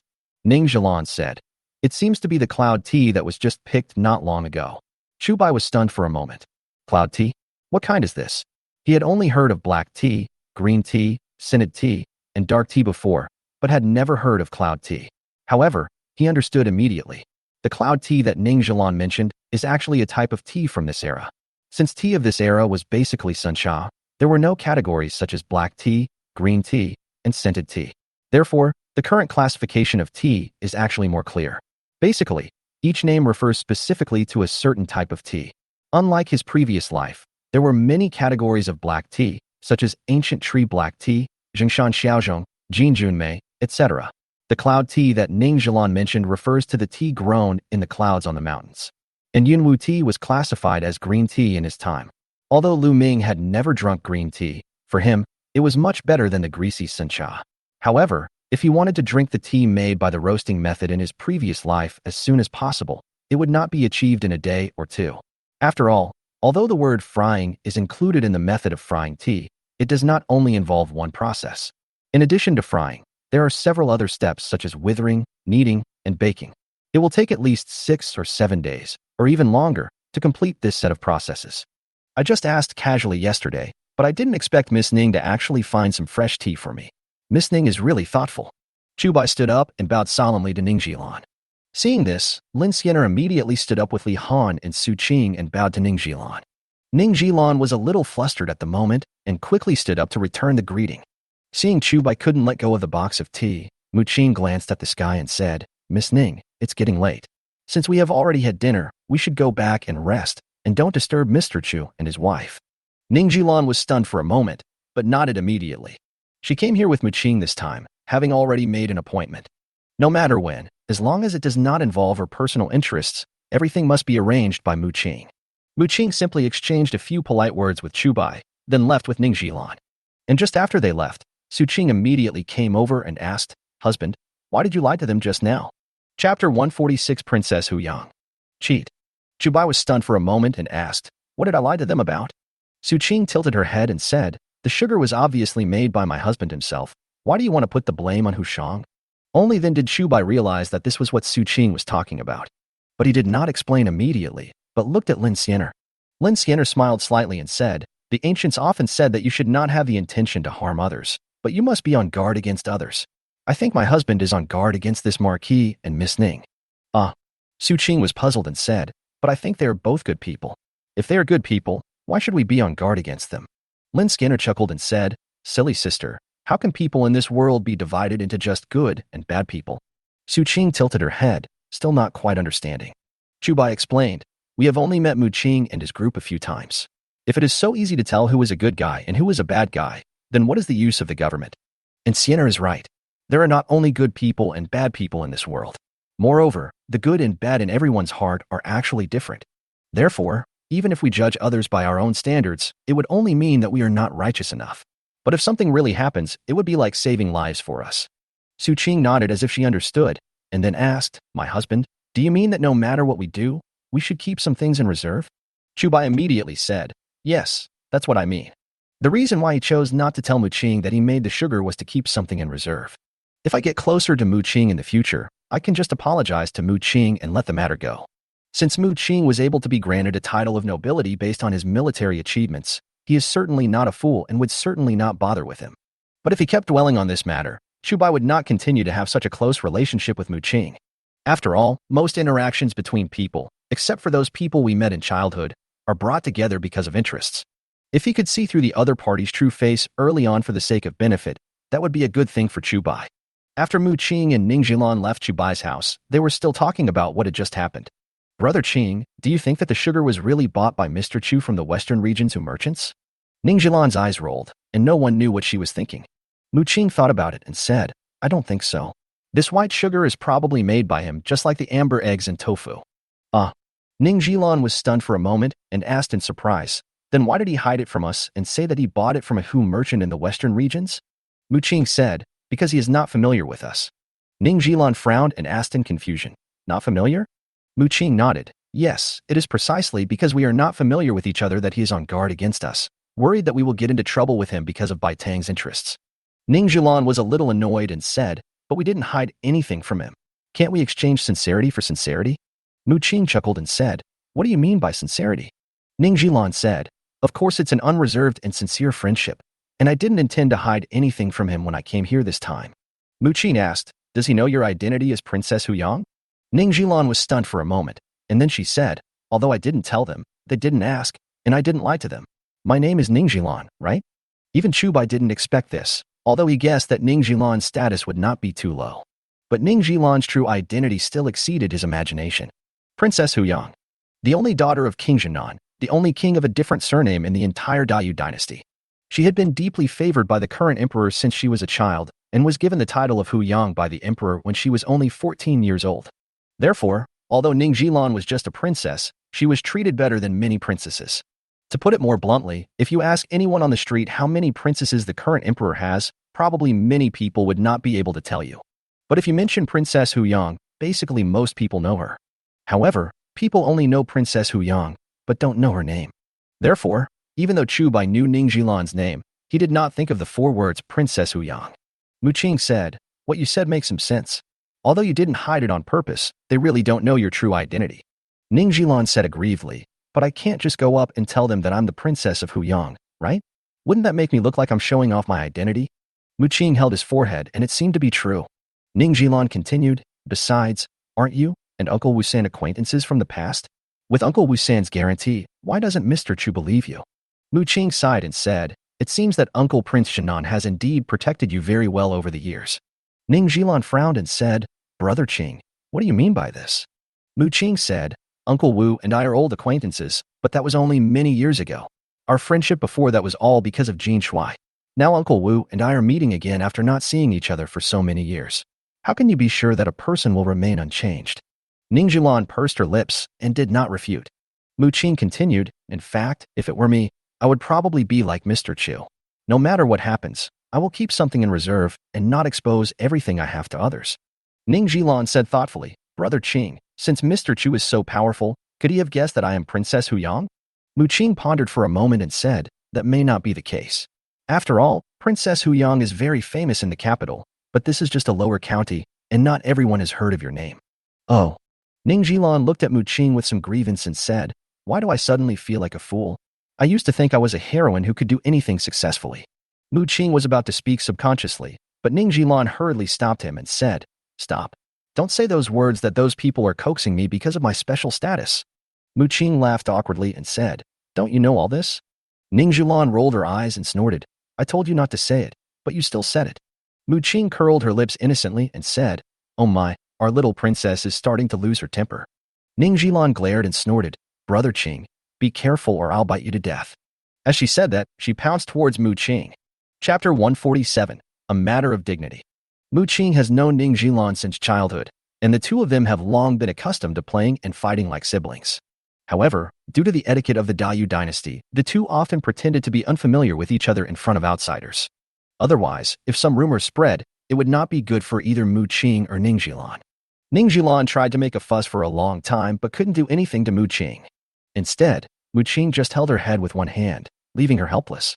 Humph, I don't want to play anymore. Ning Jilan looked at Mu Qing angrily and snorted, you have only known how to bully me since I was a child. How can you be such a brother? Mu Qing said innocently, I'm not your brother. Ning Jilan rolled her eyes, grabbed Mu Qing's arm and said, I don't care. In my heart, you have long been my brother. Mu Qing sighed and subconsciously reached out to touch Ning Jilan's head. But at this moment, Ning Jilan suddenly opened her mouth and bit down hard. Mu Qing was stunned for a moment, but did not choose to resist. He just let Ning Jilan bite his arm. Seeing that Mu Qing didn't respond, Ning Jilan let go of his arm with a little boredom. It's boring. Why don't you resist every time? Ning Jilan pouted and snorted. Besides, you were so boring. Can you find a sister-in-law for me in the future? Mu Qing said indifferently, if you can't find it, then don't look for it. Anyway, my biggest ambition in this life is not to have children, but to drive all those barbarians in the north back. Ning Jilan said, but if we can't drive the barbarians back in this lifetime, wouldn't it be possible for you to have more children so that they can continue to help you drive those barbarians back? Mu Qing was stunned when he heard this, but he still shook his head silently. If we can't drive the barbarians back in this generation, then what's the point of having children? Are we going to let them live without dignity like us? And if the ministers in the court continue like this, not only will the land that Marshal Jean had fought so hard to regain be lost, but even the capital city will be in danger at any time. If the barbarians go south and the entire Dayu dynasty falls under their iron hoof, won't our descendants lose even the last bit of dignity? Men are slaves and women are playthings. If that's the case, then I'd rather they had never come into this world. Hearing Mu Qing's words, Ning Jilan paused for a moment. After a while, she clenched her fists and said, with Brother Qing here, that day will never come. Mu Qing looked up at the bright moon and said expressionlessly, I will try my best. He didn't say whether he could do it or not. He just said he would try his best. Because he really didn't have enough confidence in the current court. Okay, Brother Qing, don't be so dull. Ning Jilan patted Mu Qing's shoulder and said, it's not up to you to drive away those barbarians. What do you think of Mr. Chu? Mu Qi was surprised and asked, Chu Bai? Why did you mention him? Ning Jilan said, we are in his territory now. Why can't we mention him? Mu Qing said, Mr. Chu is neither a warrior nor a soldier. How can he help me drive away those barbarians? Ning Jilan smiled and said, Brother Qing, what kind of businessman do you think can make that kind of crossbow? Mu Qing was stunned immediately. Yes. Although he subconsciously regarded Chu Bai as a businessman, Chu Bai was able to make super weapons like the crossbow, so why couldn't he help him? Even if Chu Bai doesn't know how to march and fight, he can just help him research some weapons to help him restrain the barbarian cavalry. Isn't this still a great achievement? I understand. I will discuss it with Mr. Chu tomorrow to see if he can help me make other powerful weapons. Although Mu Qing did not put on airs in front of Chu Bai, he did not actually think too highly of Chu Bai. He was just more curious about Chu Bai. Now that Ning Jilan reminded him, he realized that Chu Bai might be able to help him. It's not just weapons. Ning Jilan continued, Brother Qing, why do you think that third Uncle Wu would help Mr. Chu?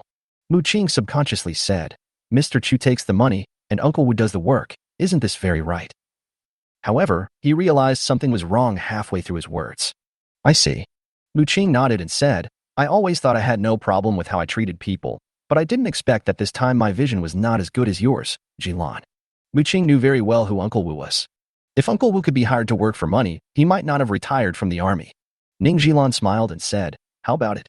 My business over the past few years has not been in vain, right?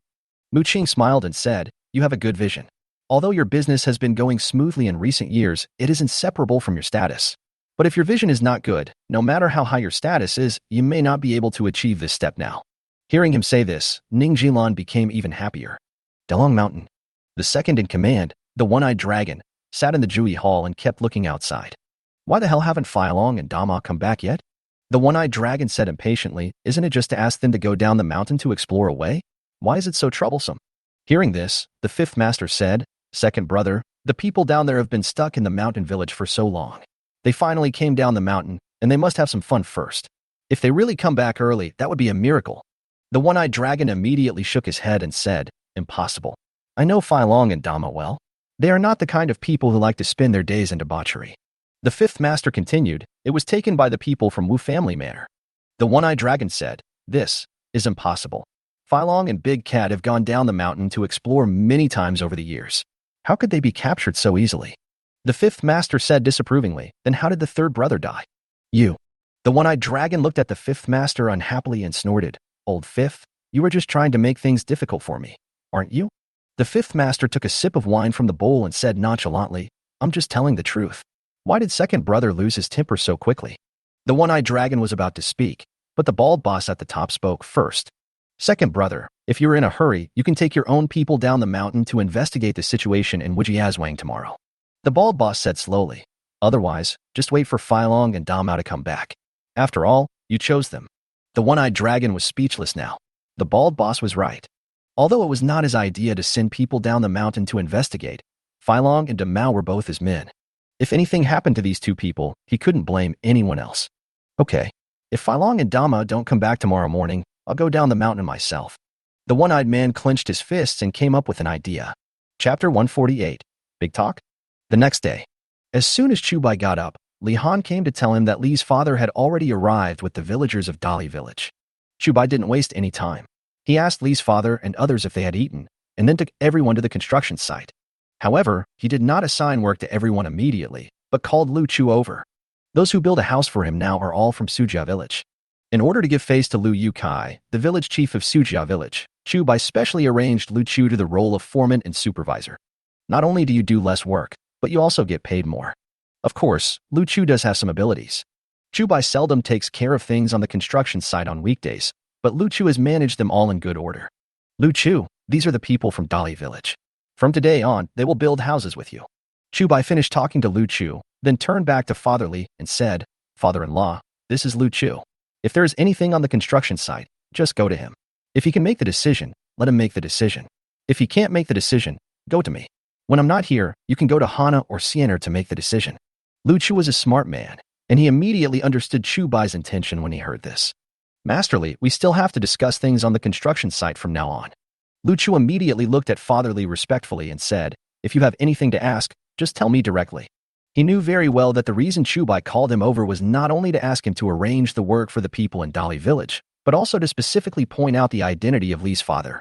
Since Father Li is Chu Bai's father-in-law, he naturally cannot be the same as others. Therefore, the best way is to let him be a foreman together with Lu Chu and manage the others.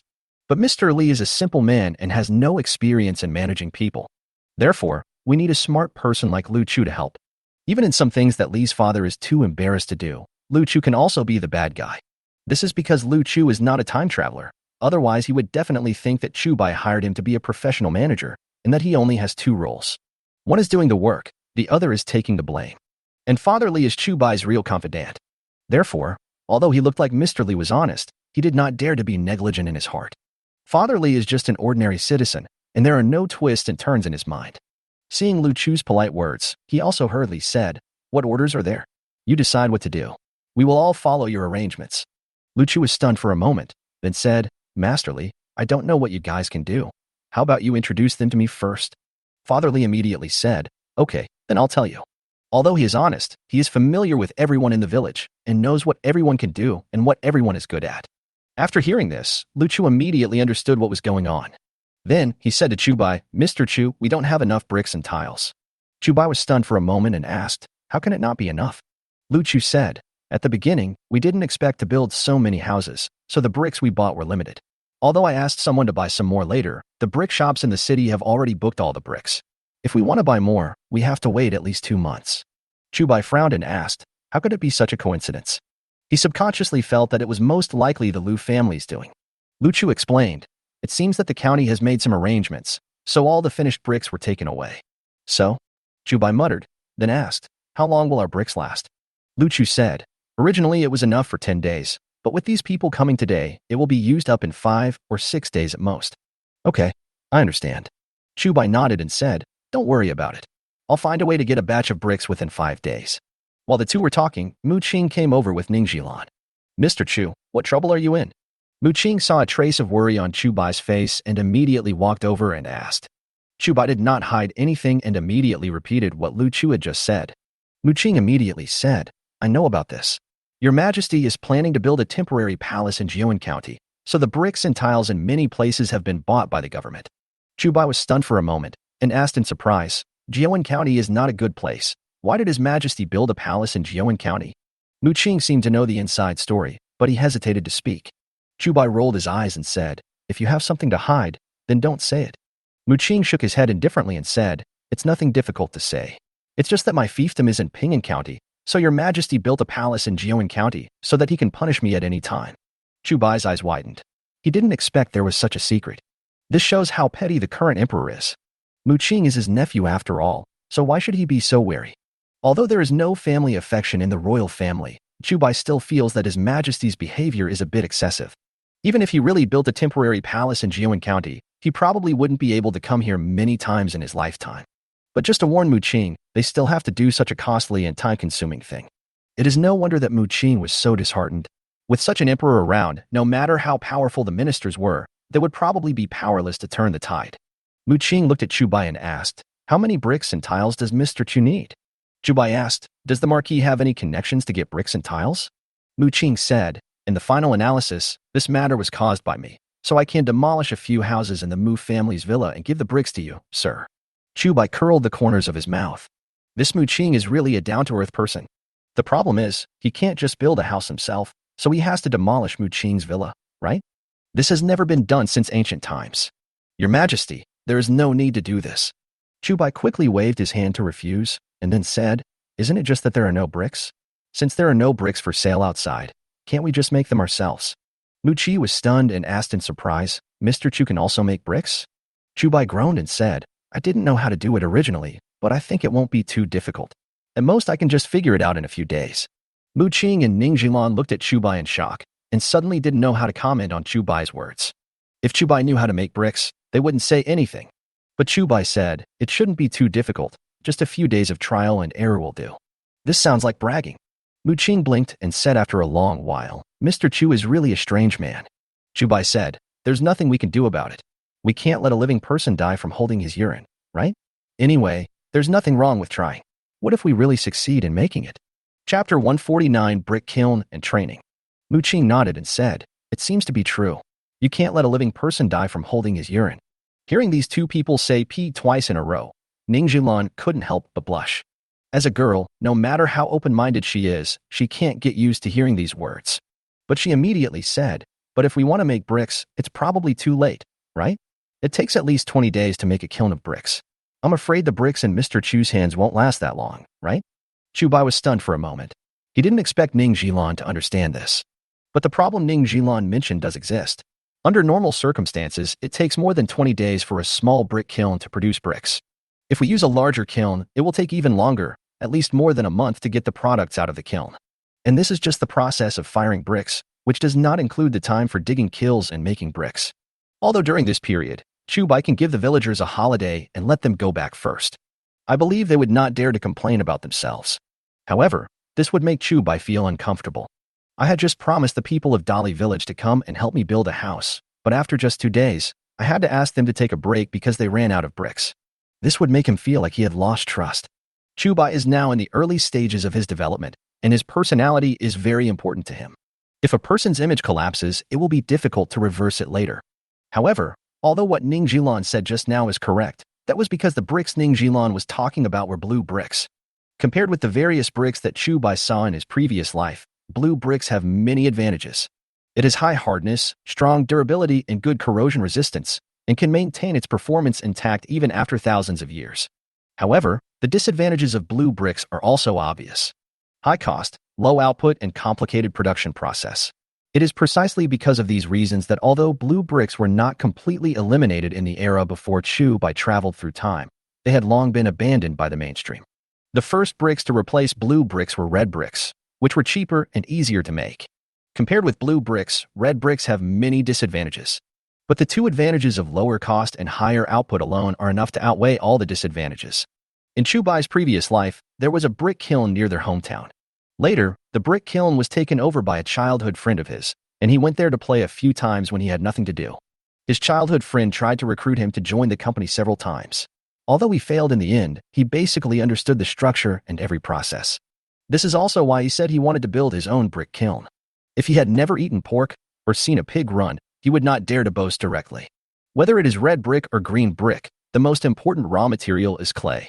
In some places, clay is subject to government control. But there are no ceramic manufacturing workshops in Ping'an County, nor any special clay, so it is relatively easy to obtain. Not to mention far away, there is a river next to Wujiazwang. As soon as it rains, there is plenty of clay on the riverside. What's more, this thing doesn't cost money. You can just dig it up as you like. My lord, Miss Ning, I have to excuse myself for a moment. Chu Bai bowed to the two of them, then immediately went home to find pen and ink and began to write and draw on it. Soon, he had finished drawing the appearance of a brick kiln. Lu Chu, let's put the house building on hold for a while. Let everyone build the brick kiln first. Chu Bai directly handed the finished brick kiln blueprint to Lu Chu and instructed, when building the brick kiln, you don't need bricks, just use adobe bricks. Lu Chu was stunned for a moment, then subconsciously took the drawing and started looking at it.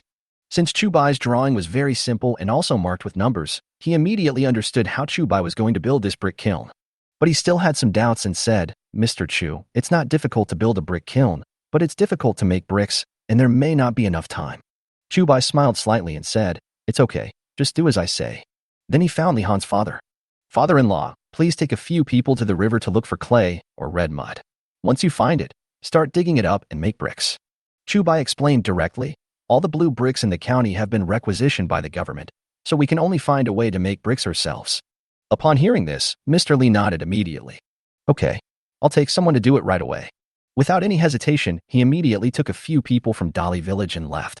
Although the job Chu Bai assigned to him did not seem difficult, it was the first thing Chu Bai assigned to him, and he had to do it well. After Lu Chu thoroughly understood the drawings given by Chu Bai, he immediately led his people to start making adobe bricks, and then used these bricks to build a brick kiln. While everyone was busy here, Brother Wu came over to tell Chu Bai that Zhao Chong had completed and installed the training facilities that Chu Bai mentioned. Chu Bai's face lit up with joy, and he immediately came to the training ground. At this time, Mu Qing was also here looking at the training facilities with great interest. Originally, he thought Chu Bai had just made the crossbow by accident. Unexpectedly, Chu Bai even studied how to train soldiers. "Mr. Chu, did you have people make all these things?" When Mu Qing saw Chu Bai coming, he immediately asked. He had just asked Uncle Wu San and knew the source of these training facilities. He originally wanted to let Uncle Wu train the guard team first to see the effect of the training. However, Uncle Wu had never seen these facilities, so he could only ask Brother Wu to call Chu Bai over. Chu Bai nodded slightly and said modestly, "I asked someone to do it, but I don't know if it will work yet. Let's practice it first." Mu Qing nodded in agreement and then asked, "I wonder how to use these things?" Chu Bai took a look at the facilities that had been installed and then said, "These things are actually very simple. They are specially used to train physical fitness, but before training physical fitness, we need to train some other things." After saying that, he walked up to Uncle Wu and told Uncle Wu about the Q training that was common in his previous life. Uncle Wu was puzzled and asked, "Shouldn't we be training our combat capabilities? Why are we training these useless things?" Chu Bai explained, "Although what I just said seems simple, it actually trains the team's cooperation, sense of honor, and most importantly, the sense of command. Only when they have these things engraved into their bones will they carry out their superior's orders without hesitation in the future." Uncle Wu was stunned for a moment, as if he didn't expect to hear these words from Chu Bai. Mu Qin was also a little surprised at this moment and immediately asked subconsciously, "Mr. Chu, can I also promote your training method in the army?" Chapter 150. Don't like to be in the spotlight. Although Mu Qing didn't know what Chu Bai's training method was, he understood the power of the 4 words, obey orders and prohibitions. If the combat effectiveness of 2 teams is the same, the winner will be the one that can enforce discipline. Moreover, if the general can command his soldiers as easily as using his fingers and arms, the improvement in combat effectiveness will definitely be enormous. Chu Bai looked at Mu Qing in surprise. He didn't expect that Mu Qing could tell that this training method was good just by listening to his 2 sentences. Sure enough, the man who could be awarded a title of nobility based on military merit at such a young age is definitely not a simple person. You know, the flying General Li Guang in his previous life fought and killed all his life, but in the end he failed to get the title of nobility as he wished. Even though Mu Qing's title of Marquis was the result of bargaining among various parties, if Mu Qing himself did not have sufficient ability, he would not have obtained the title of Marquis. If the Marquis thinks it's okay, then it would be my honor. Chu Bai didn't think of keeping it secret. Anyway, his method was not special. However, it is not easy to grasp the essence of it. Mu Qing breathed a sigh of relief and then said, "In that case, I would like to thank Mr. Chu first." This time he called himself Ben Ho instead of me. This means that this time he used the identity of Marquis of Ping'an County, rather than his personal name. Chu Bai naturally understood the difference between the two and nodded, saying, "My lord, you don't have to be polite. As a citizen of Dayu, I am already satisfied to be able to make a small contribution to Dayu." Mu Qing was stunned for a moment, then he exclaimed, "If everyone in Dayu can think like you, why would Dayu not prosper?" Although he had dealt with Mu Qing many times, he was still not used to Mu Qing praising him all the time. Chu Bai pondered for a moment and said, "Although it is said that every man has his share of responsibility for the fate of his country, for most people, even having enough food and clothing is a luxury. How can they have the time to think about other things?" Mu Qing looked at Chu Bai in surprise and said with great enthusiasm, "Every man has his share of responsibility for the fate of his country? Mr. Chu is indeed a very talented writer." Chu Bai curled the corners of his mouth. So, is this another exaggeration? Could it be that Mu Qing was the leader of the Kwa Kwa group in his previous life? "Your Excellency is too kind." Chu Bai said slightly embarrassedly, "Actually, I didn't say this. Mu Qing was surprised and asked, it wasn't Mr. Chu who said that? Then who said that? Chu Bai opened his mouth, but suddenly didn't know what to say. Many people in his previous life knew that the saying every man has his share of responsibility for the rise and fall of his country was said by Gu Yanwu.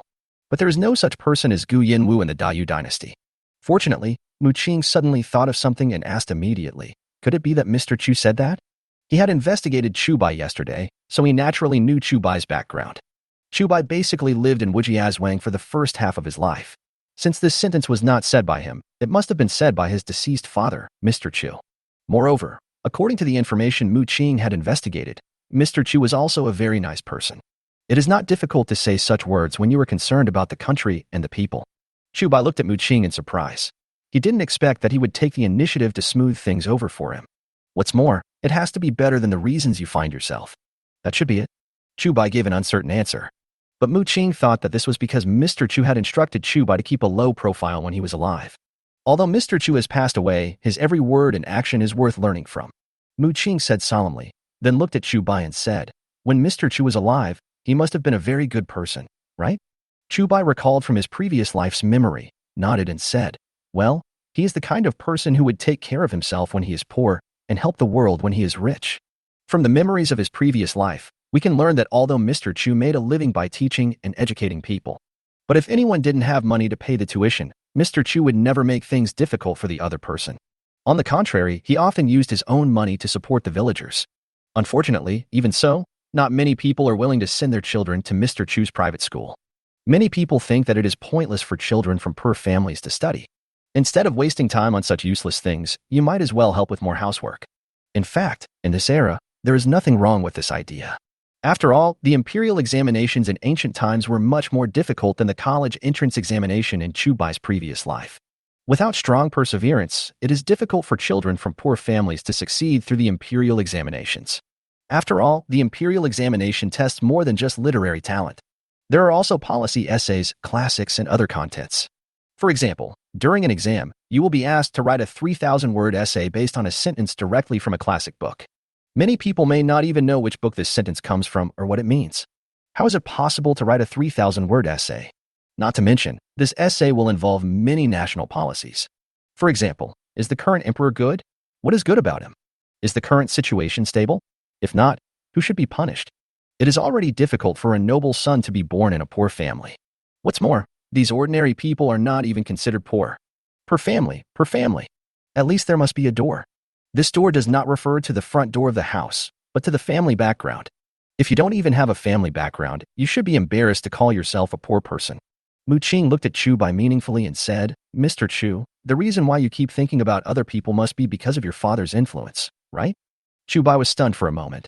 He really wasn't affected by this matter. The reason why he chose to make money with the villagers of Wujiazwang, Sujia village, and Dali village was simply to tie these people together with himself. As long as these people have received enough benefits from me and continue to rely on me to make money in the future, they will definitely protect me at all costs. If I were finished, these people would be finished with me. Who would dare to let themselves be finished? Although this may sound a bit unpleasant. But for Chu Bai, this was the only solution. What's more, although he had his own selfish motives in doing so, it actually brought benefits to those people. Moreover, it is not illegal. So why can't he do that? However, although he has considered this aspect, he is still unable to fully achieve it at this stage. Only by making these villagers more dependent on him, more people will stand up for him when he encounters trouble. My lord, I've said it before, I'm not trying to help anyone. I just like to make more money. Chu Bai smiled slightly and looked at Mu Qing.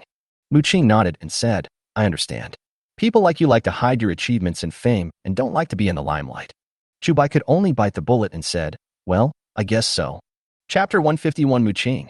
While Chu Bai and Mu Qing were chatting, Uncle Wu had already arranged the guards in line. Compared to other training items, queuing is relatively easy. Although there was no queue training in ancient times, there were various formations. Even if they don't practice formations, generals like their soldiers to be arranged in neat rows. Next, Chu Bai walked over and took over from Uncle Wu. Now let's start queue practice. Chu Bai looked at everyone solemnly and demonstrated directly. Next, I will tell you how to do these movements, and then when I shout the command later, you have to do it like me. After saying that, he began to shout slogans while performing several movements such as standing at attention, at ease, turning left, and turning right. The team members who had never seen such actions felt that Chu Bai's actions were a bit funny. However, because of Chu Bai's identity, they didn't dare to laugh. Mu Qing frowned slightly, as if thinking about something. After a while, Chu Bai completed all the movements. Do you understand everything? Chu Bai asked everyone. Everyone immediately shouted in unison, I understand. Chu Bai nodded and said, now that you understand, let's practice. Due to time constraints, we will only practice the cue for half an hour every day.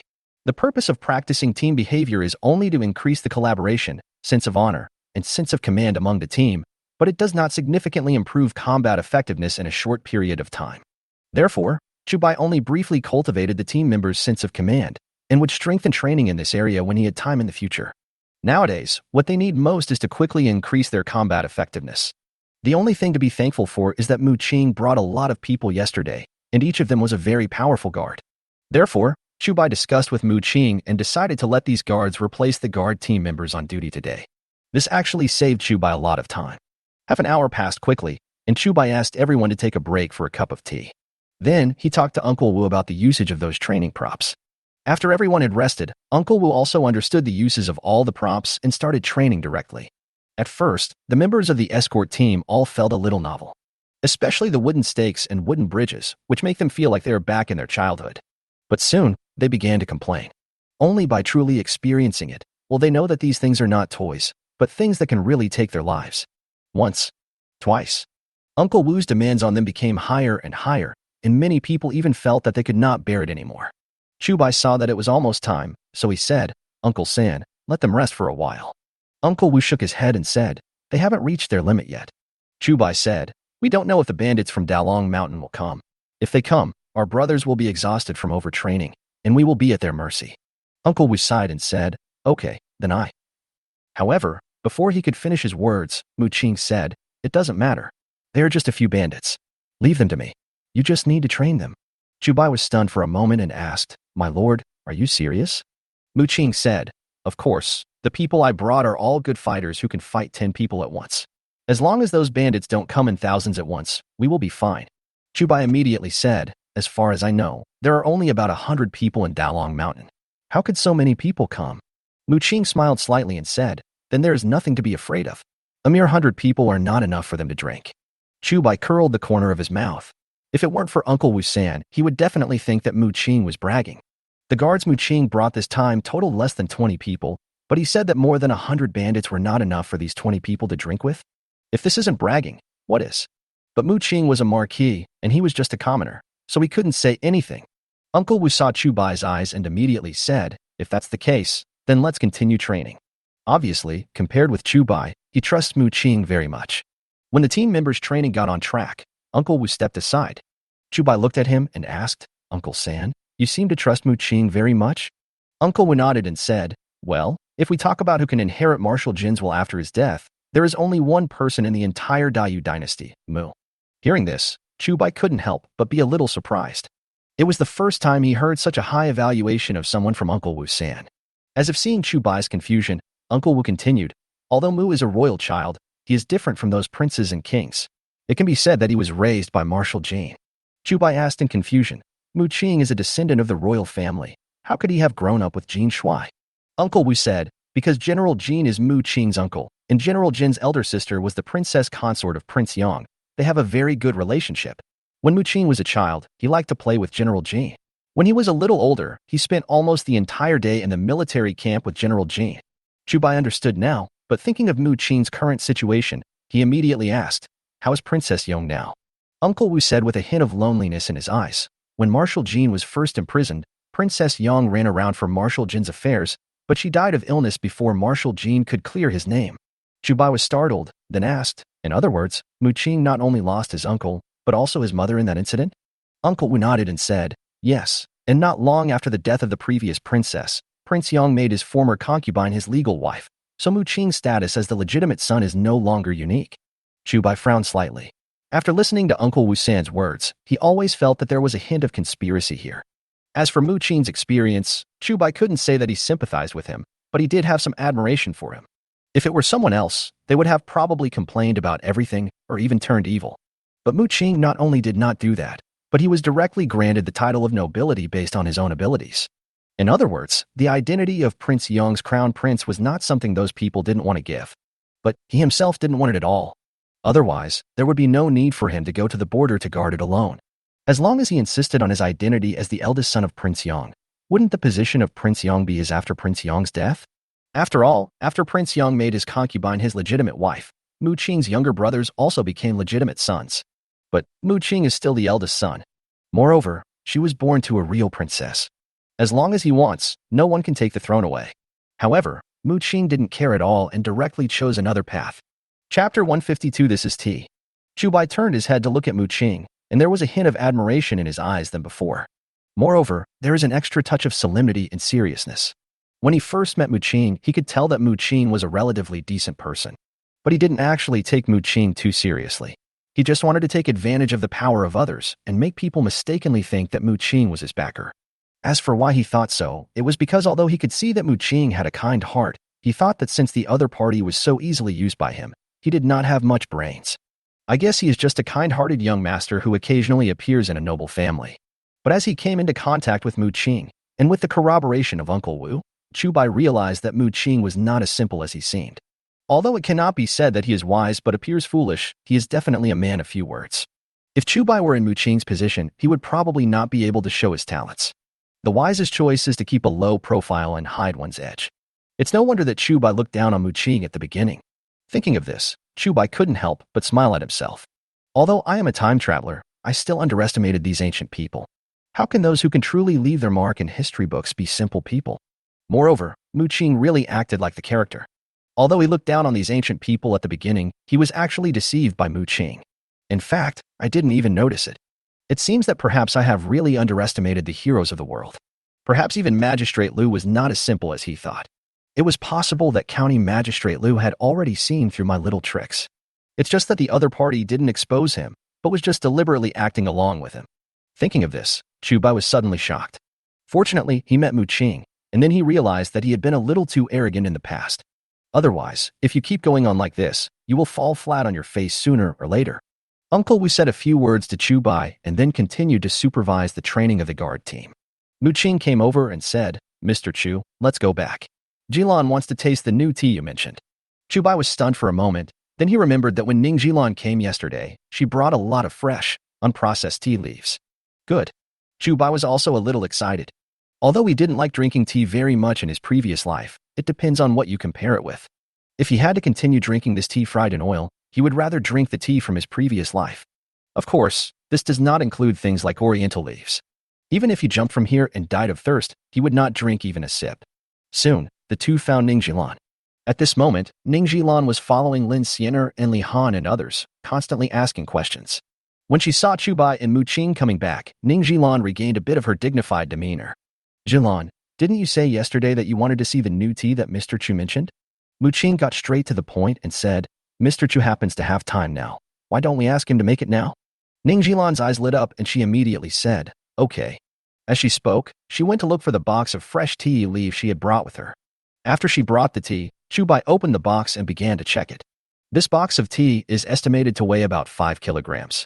Although it is fresh tea, no matter how carefully it is preserved, it is still far from the fresh tea that has just been picked. At first, Chu Bai was a little disappointed. However, when he examined it carefully, he was immediately delighted. Although much of the tea in his previous life was fried, it did not necessarily begin to be fried immediately after the tea leaves were picked. At the very least, it has to go through the processes of withering, kneading, drying, and various other methods before it can be fried. Of course, stir-frying is actually a way to kill the grain. Moreover, many teas need to be fried not just once or twice, but 3 times, or even more times. Although the tea leaves that Ning Jilan brought looked like fresh tea leaves, they were actually almost withered. You can try frying it directly now.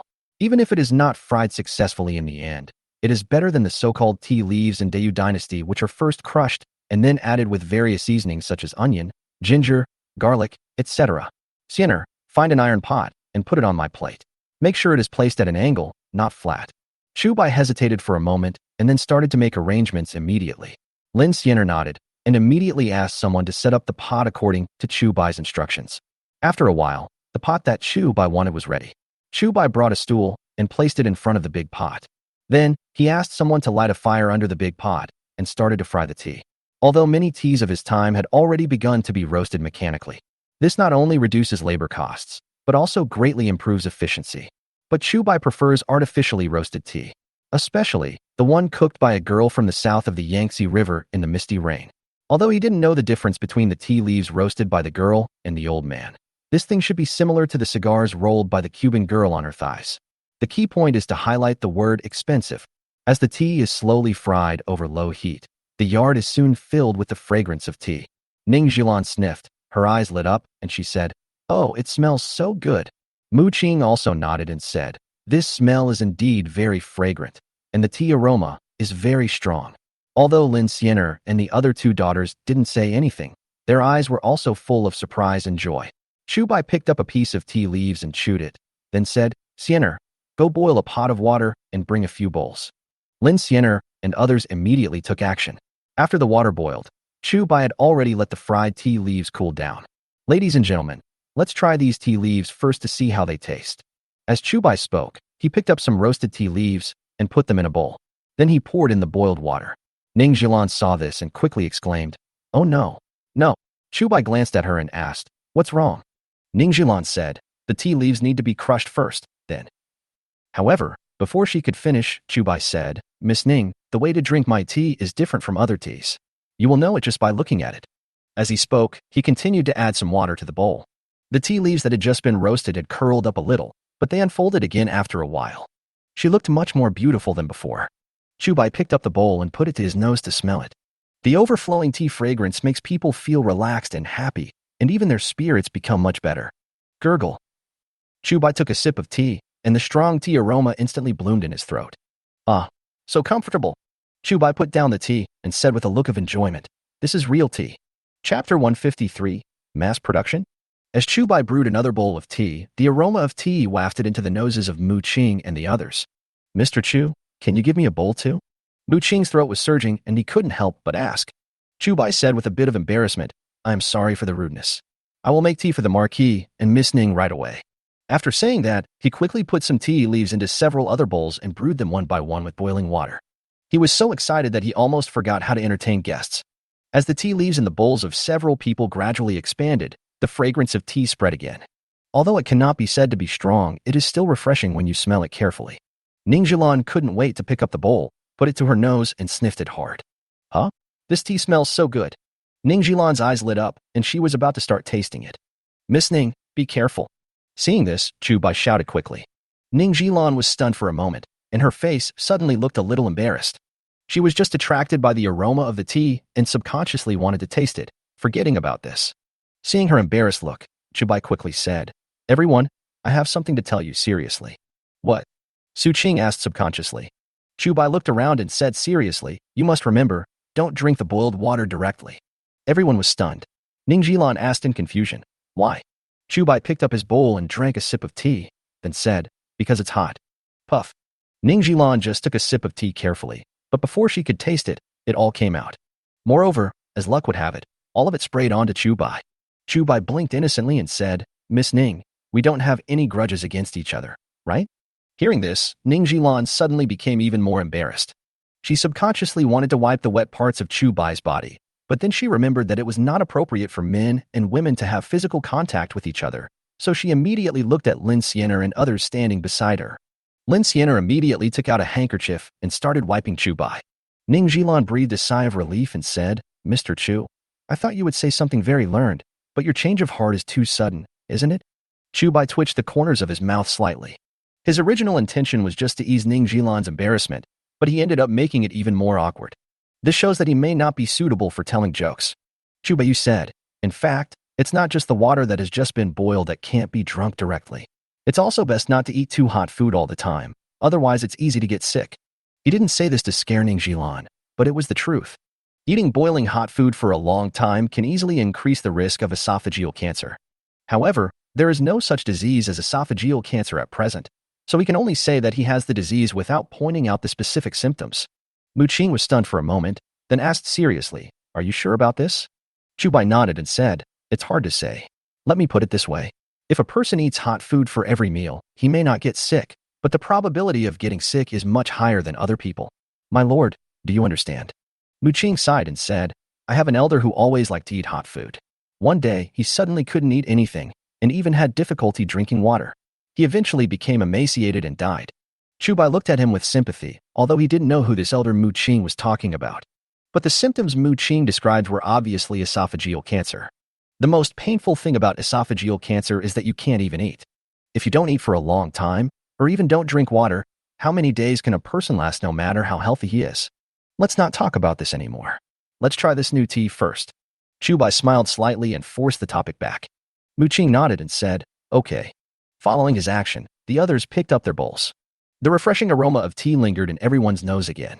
Good tea. Mu Qing exclaimed in praise, then drank the tea in the bowl. Seeing this, Ning Zhilan and Lin Xianer also started drinking. However, their movements were much more graceful compared to Mu Qing's.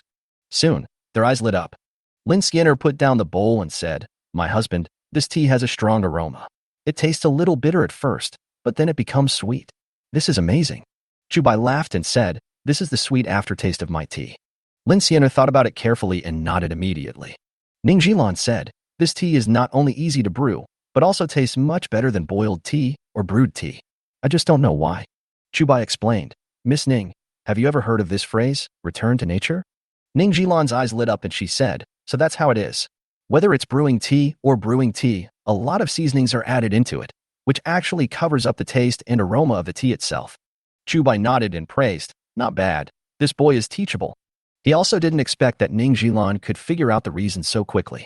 Ning Zhilan was stunned for a moment, and her face suddenly turned red with embarrassment. Chu Bai blinked, not understanding how he had offended this rich young lady again. Lin Xianer quietly kicked him and whispered, husband, you'd better be serious when talking to a woman. Chu Bai understood now. Although he was already familiar with Ning Zhilan, it was still ancient times after all. Many women usually stay at home, and there are very few who do business outside like Ning Zhilan. But because of her status, everyone who met Ning Zhilan was polite to her. And there are definitely very few people who are so casual as me.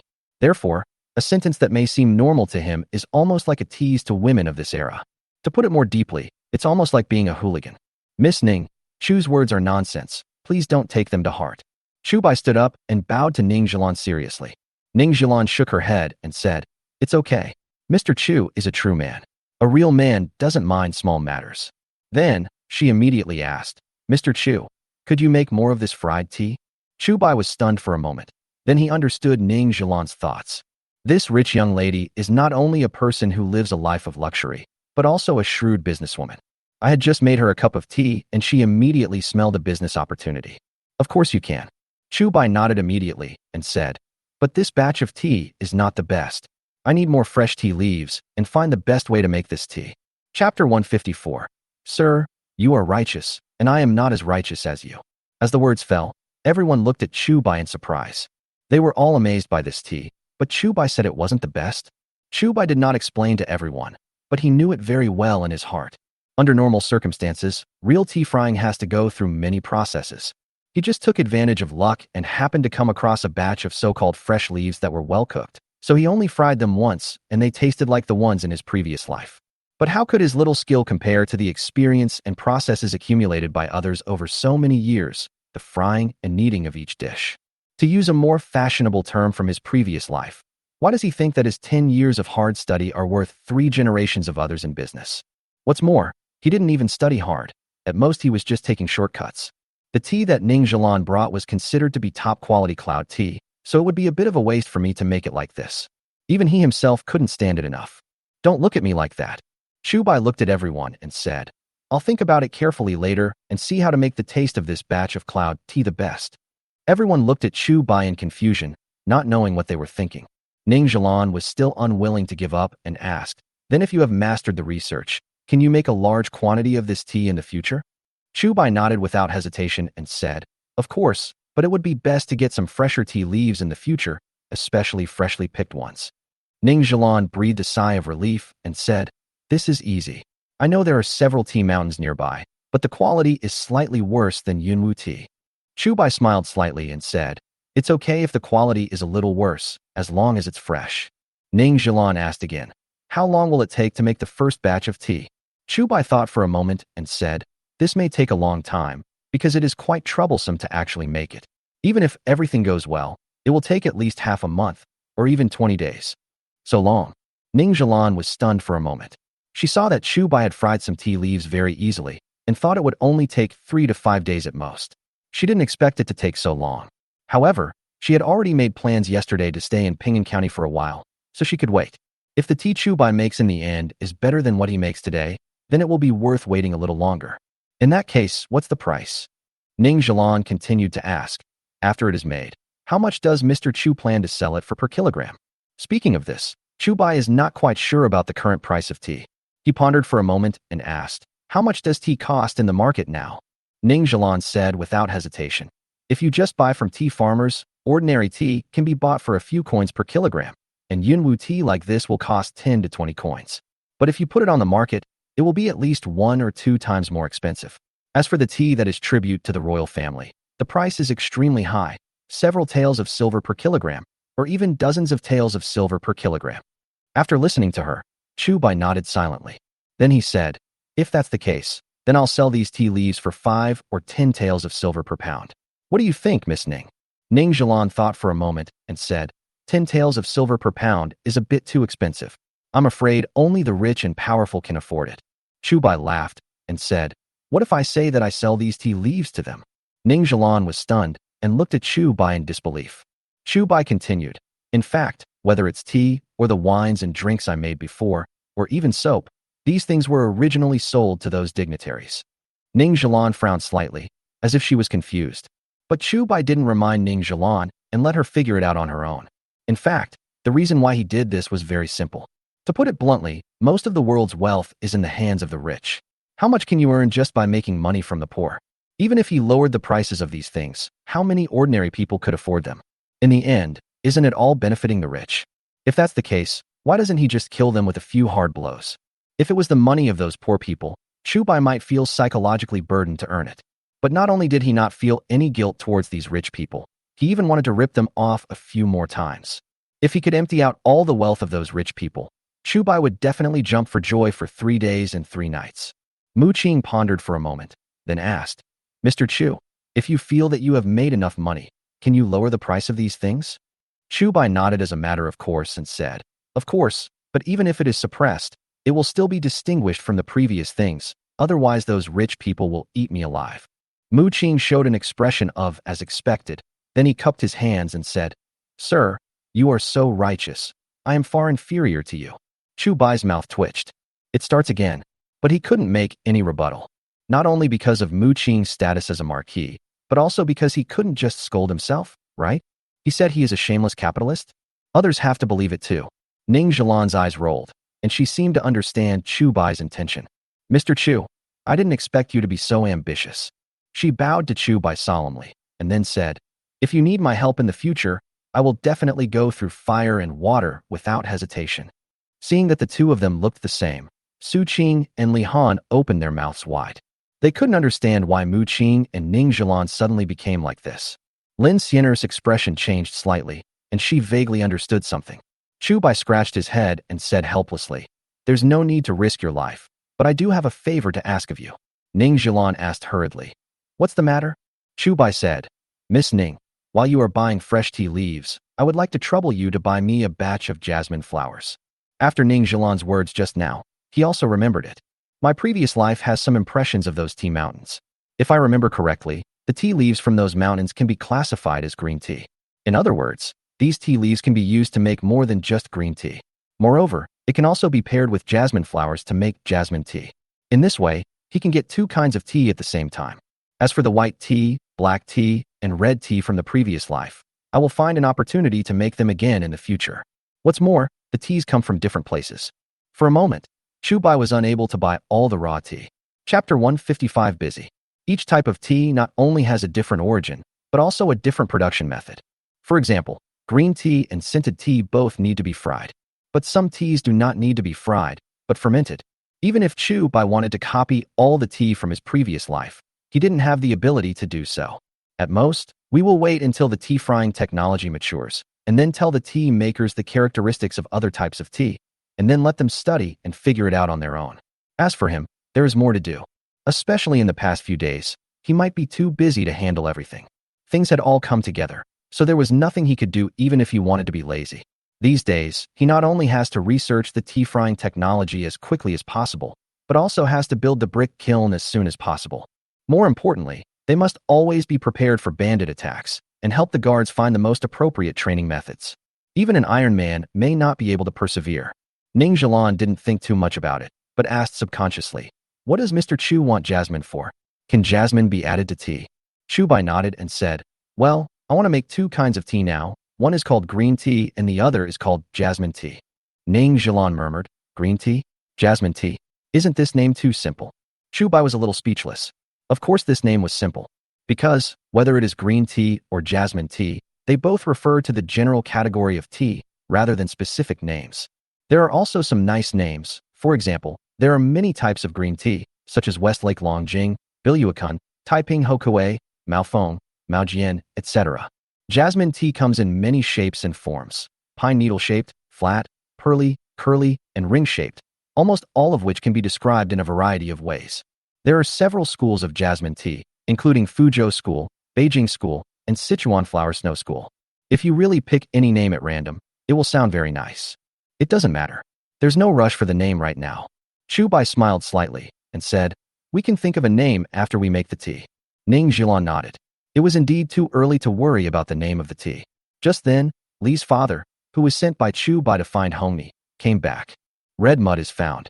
Father Li looked at Chu Bai excitedly and said, "It's just over the Anha Bridge. There's a lot of red mud on the riverside." The reason why he was so excited was simply because he felt that he could finally help Chu Bai. Yesterday, Chu Bai brought Li Han back to her parents' home. He could tell at a glance that his daughter was living very happily with Chu Bai. Although Li Han is not the kind of person who is good at speaking, he usually just works hard.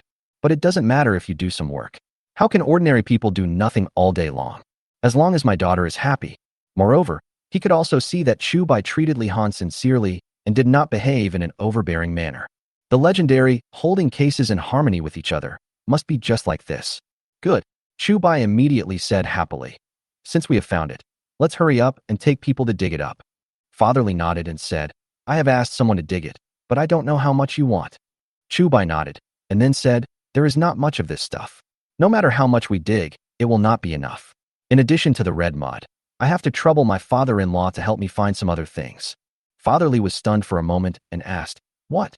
Chu Bai said, "I remember there is a coal mountain behind Dali village. I would like to ask my father-in-law to help me transport some coal gang and coal back." Hearing this, Father Li became even more confused. "Coal? What do you want with that?" Although he trusted Chu Bai very much, he still couldn't understand Chu Bai's intention. As early as before the Dayu dynasty, people discovered that coal could burn. However, because burning coal emits thick smoke and a pungent smell, it has never been promoted. No matter how poor a family is, they are reluctant to burn coal for heating in winter. Not only is this thing difficult to light, but if you're not careful, you could lose your life. Unless someone is about to freeze to death, people will take the risk of using coal for heating. Chu Bai smiled and said, "Don't worry, father-in-law. I want the coal not for heating, but for making bricks." Hearing that it was not used for heating, Father Li was relieved.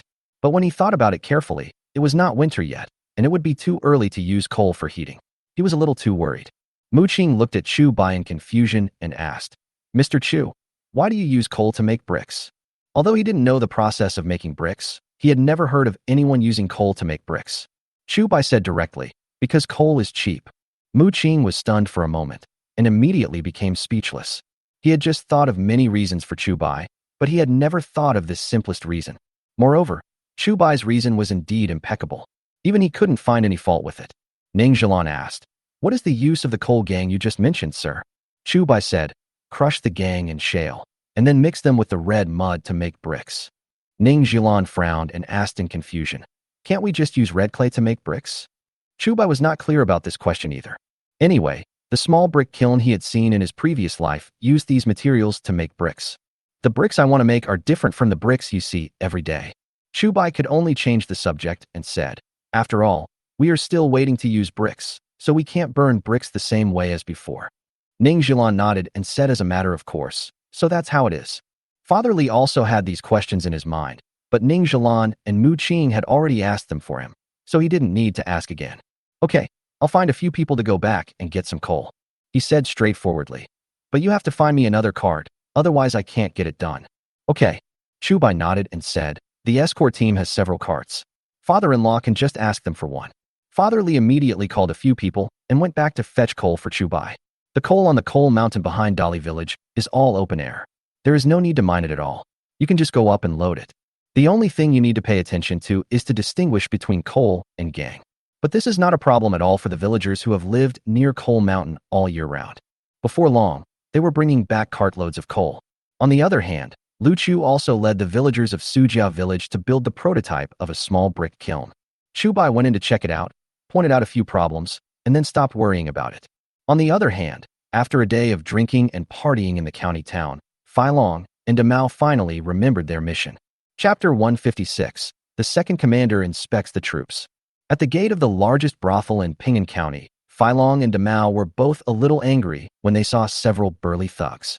When they came yesterday, he was still the uncle. But today, as soon as the money was spent, they became grandchildren. Not only did those people take every penny they had, they also threw them out in public. If the clothes they were wearing weren't torn and smelly, those people wouldn't even want to leave them the clothes. After all, they were bandits from Dalong Mountain, and they were treated like this by a mere brothel, which made them lose face. They did threaten people, but those people were not afraid at all. If they were the villagers in the countryside, they would definitely tremble in fear when they saw the bandits. But this is Ping'an County. No matter how powerful those bandits are, can they really break into the city? Fai Long and Damao were severely beaten and had no money on them, so where to go became their first problem. Damn, they say brothels are places where you spend money, but I didn't expect them to be so expensive. Fai Long watched the thugs leave, looked around, and then said something cursing. He brought more than 10 taels of silver here yesterday, and thought that even if he ate and drank to his heart's content, it would be enough to last for 10 days or half a month. Unexpectedly, it was all spent in just one day. Big Cat righteously echoed, "That's right, these guys are too shady. They want 100 coins for just a small plate of tofu.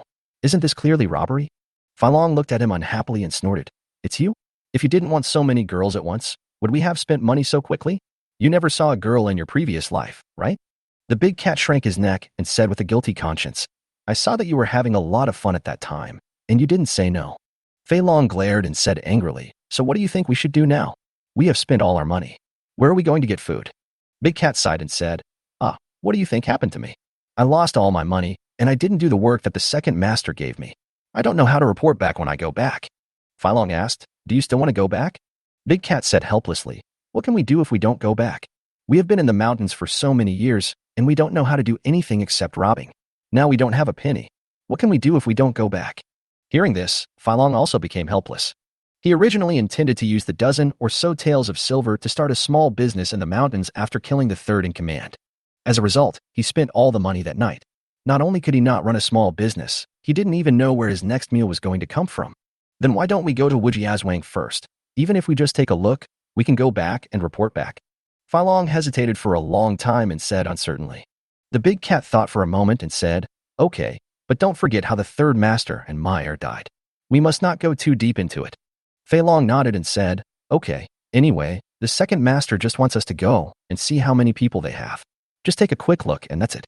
After the two of them discussed it, they immediately left the county town and headed towards Wujiazwang. The other side. The one-eyed dragon waited for a whole day, but Fatty Dragon and the big cat didn't come back. He couldn't help but feel a little anxious. Fei Long and Damao haven't come back yet. Who knows, they may have gone down the mountain to visit a brothel somewhere. The one-eyed man looked at the bald boss anxiously and said, "Brother, I think we don't need to step on anything. It's just Wujia village. If there are so many of us, we can flatten it with 1 foot each. He has a quick temper to begin with, and the third in command is his best brother." Now, he didn't want to wait even a quarter of an hour longer. If the bald boss hadn't disagreed, he would have wished he could just grow wings and take his men down the mountain to kill Chu Bai. "Second brother, why are you in such a hurry?" The fifth master looked at the one-eyed dragon disapprovingly and snorted. "If we were going down the mountain to collect food, it wouldn't matter if we stepped on the ground or not, but we are going down the mountain to seek revenge. If we don't step on the ground, how do you know how many people there are? How do you know if we can defeat them?" "You." The one-eyed dragon rolled his eyes in anger and then said, "I don't care. You can do whatever you want." After saying that, he stormed out. The fifth master looked at his back with a playful tone. "If the third master was killed by another village, I would definitely be the first to avenge him. But this time, it was obvious that he wanted to eat alone, so he was killed. In my opinion, his death was in vain." Hearing this, no one expressed any opinion. Anyway, the one-eyed dragon, who has the best relationship with the third in command, is not here, so they don't care about the bad things said by the fifth in command. After the one-eyed dragon left the Jui hall, he returned to his room, and the more he thought about it, the more he felt uncomfortable. Then he directly called his confidants. Mazi, go call all the brothers you trust over here. Let's go down the mountain and do something big today. Since the bald boss and his men are unwilling to go down the mountain, he will lead them down the mountain himself. He didn't take either Chu Bai or Wujiazwang seriously. People in Dalangshan go down the mountain to collect grain twice a year. When it is busy, they even have to collect grain from 5 or 6 villages in a day. Not to mention that the second-in-command himself had taken action. Even if the minions below had gone, none of the villagers would have dared to resist. But this time Chu Bai not only resisted, but also killed the third brother. Whether it was because of his own personal grudge or to maintain the face of Dalangshan, he had to take action. Soon, Mazi brought over more than 30 people. The one-eyed man looked at the 30-odd people, his eyes sweeping over them one by one. Why is that all? He looked a little unhappy. If it were in the past, he wouldn't think that the number of more than 30 people was too few. But he heard that Chu Bai's guard team had more than 20 people, and there was also a very capable fighter named Wu Lao San. Even if the 20 or so people in the escort team were just there to make up the numbers, more than 20 people were still quite intimidating. Therefore, although he couldn't wait to avenge the third in command, he would not be too careless. Go and call over those people who used to follow the third brother. The one-eyed dragon frowned and said, tell them that as long as they can avenge the third master, each of them will be rewarded with a girl. Hearing this, Mazi immediately continued to call for help. Although Dalangshan is a group of bandits, nominally all the bandits have to listen to the boss.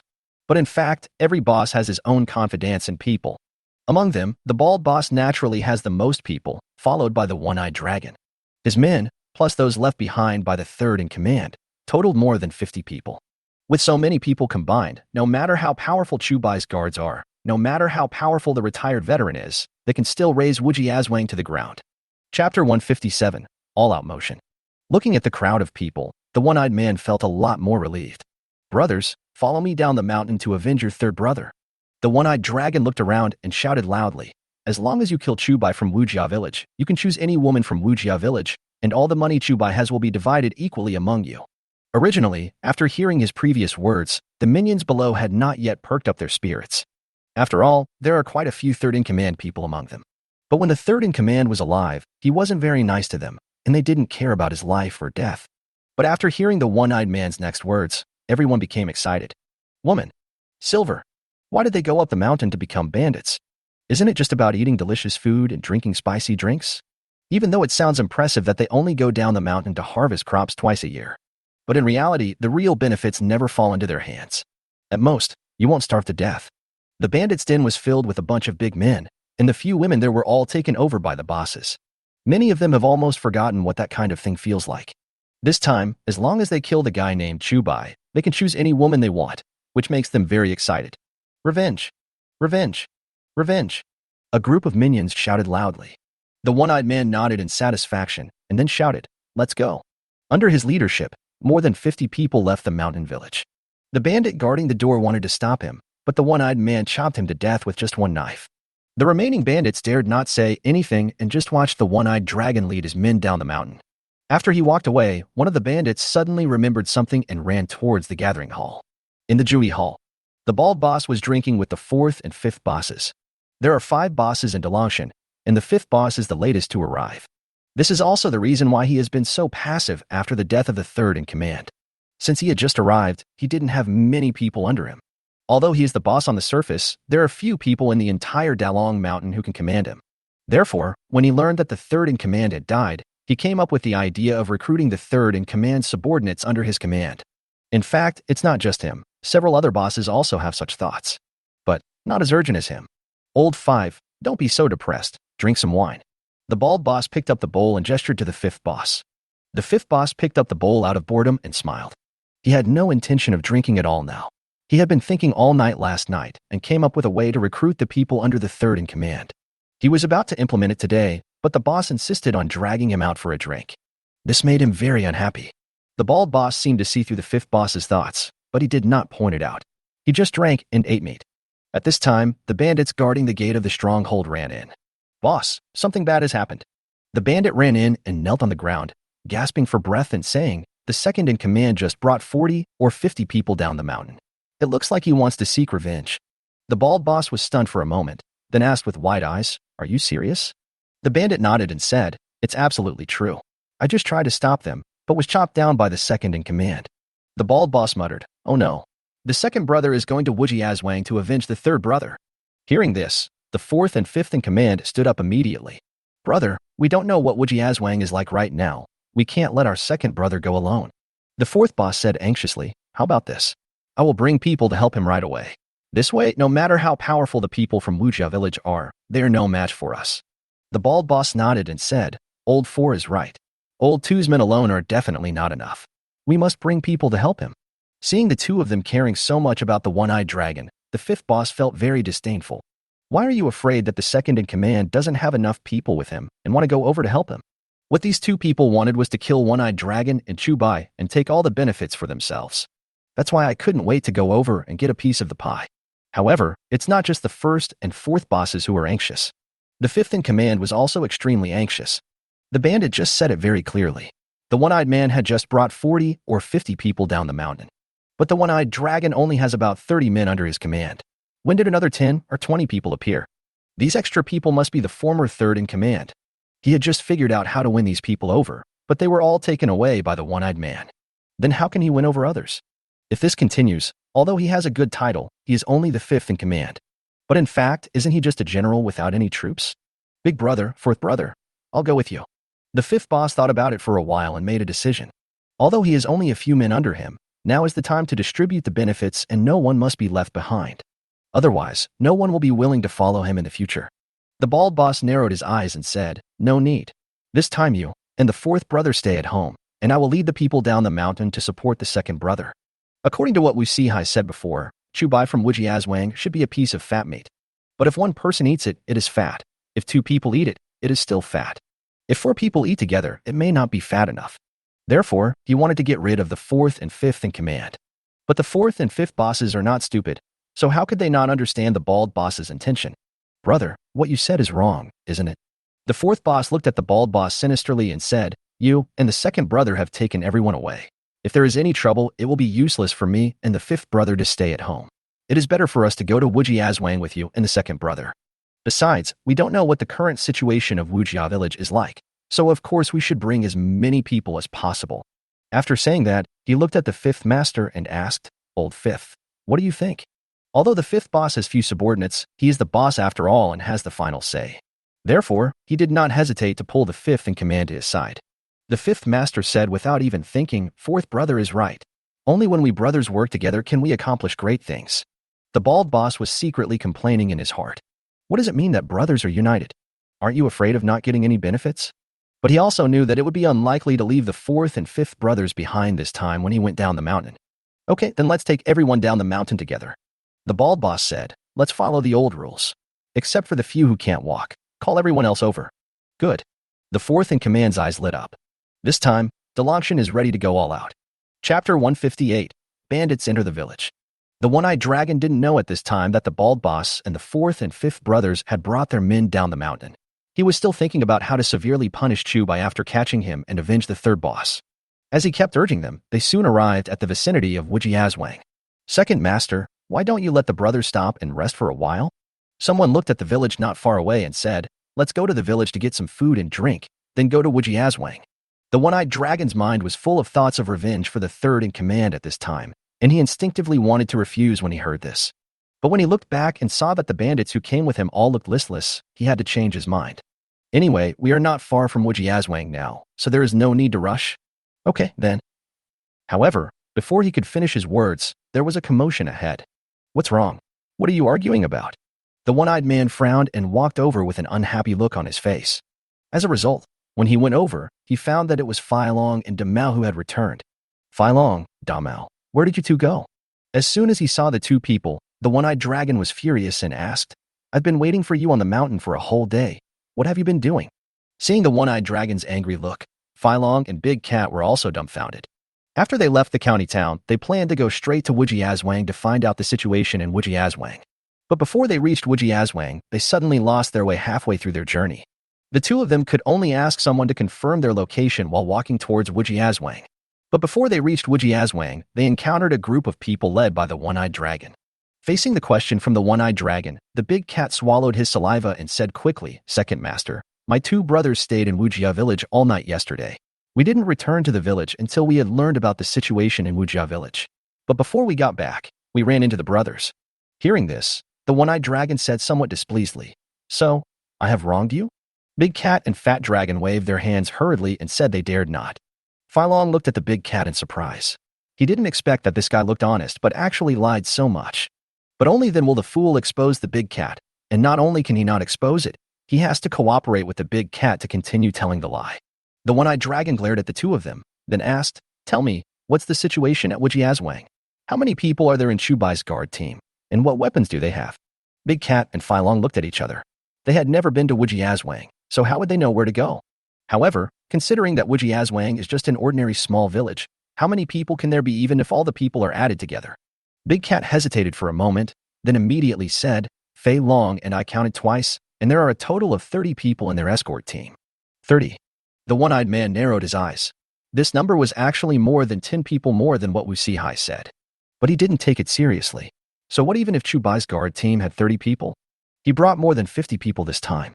Moreover, all of them are guys who live on the edge of a knife. In contrast, Chu Bai's guard team was called a guard team in name, but in reality they were just a group of peasants who had never even touched a knife. If the two sides really fight, don't mention that they have fewer people than their own. Even if we give them 30 more people, wouldn't they still be scared to pee their pants? The only tricky person is the Wu Lao San that Wu Sihai mentioned. Although he didn't know how the third in command died, whether it was the advantage in numbers or the fact that Wu Lao San was indeed a good fighter, he couldn't be too careless. What about the weapons? The one-eyed man continued to ask, "What weapons do they have? Are there knives or hoes?" The Big Cat was stunned for a moment and turned to look at Fei Long. Fei Long gritted his teeth and said, 7 or 8 of them were holding knives, and the rest were holding all kinds of weapons, some with hoes, some with guns, and some even with sticks. Hearing him say this, the one-eyed man was stunned at first, and then he burst into laughter. Humph, peasants are peasants. They can't even put together a knife. What's the point of having a guard team? He didn't think Fei Long was lying. Instead, he believed Fei Long's words very much. After all, no matter how powerful Chu Bai is, the people under him are just a bunch of peasants. Chu Bai was already considered capable for being able to get 6 or 7 knives. How far are we from Wujiazwang now? The one-eyed man taunted and then asked the two of them. After hearing this question, Fei Long and Damao finally breathed a sigh of relief. Although they were lost before, they finally remembered how to get here. Not far. Fei Long immediately said, "We'll be there if we go another 3 miles east." So close. The one-eyed dragon was delighted and immediately decided, "No need to rest. Everyone follow me to Wujia village. After we kill that bastard Chu Bai, we will have a good time." Hearing this, the bandits looked a little disappointed. They had been walking for most of the day and finally had a chance to rest. As a result, the one-eyed man still refused to give in. What kind of people are they? The one-eyed dragon looked at everyone with displeasure and snorted, "That Chu Bai is no ordinary person. Not only does his house have all kinds of gold and silver treasures, but also the best wine you have never tasted. If you want to have a sip, it will cost you 100 coins. Now, the bandits instantly became alert. What are your 2 favorite things about being a bandit? One is a woman. The other is drinking and eating meat. Especially good wine and good meat. The wine they usually drink costs only a few dozen coins per jar. But the one-eyed dragon said that Chu Bai had some good wine that cost 100 coins for just 1 sip. This means that 1 jar of wine would cost at least 1 or 2 taels of silver. If they could really drink such good wine, they would brag about it for the rest of their lives. Let's go. Once we get to Wujiazwang, charge ahead. The one-eyed dragon said with a sinister look on his face. Whoever rushes in first and grabs Chu Bai's 3 beautiful wives, I will let him be the first to choose. When Wu Sihai went to the mountain village, he also mentioned that Chu Bai not only had tofu, amber eggs, and fine wine, but also mentioned 3 beautiful wives. When ordinary families choose a wife, they don't consider how pretty she is, but whether she can work. Because having 1 more person in the family means paying 1 more tax. But the bandits didn't have such concerns. They don't have to pay taxes, so the more beautiful the women they rob, the better. Of course, whether beautiful women or ordinary women, they will basically not fall into the hands of ordinary bandits. But if they could just spend a night together, that would be enough for them. Chapter 159, War Horses Charge. The bandits, who were already extremely excited by the good wine, were now even more excited. Most of them haven't touched a woman for at least half a year. At this time, let alone giving them a beautiful woman, even if you gave them a sow, they would be excited for a long time. It's just like Chu Bai's conditions for finding a wife in his previous life. At the beginning, There were all kinds of conditions, including academic qualifications, age, and appearance. When you really get impatient, there will be only two conditions left: alive, female. After a while, these two conditions will become alive and female again. This is basically the situation of these bandits in Dalong Mountain now. However, it also shows what they would do if they were really allowed to break into Wujiazwang and did not encounter any strong resistance. Burning, killing, and looting are inevitable, and the women will definitely suffer. At the same time, the bald boss rode on horseback and led his men to chase after the one-eyed dragon, but they could not catch up with him.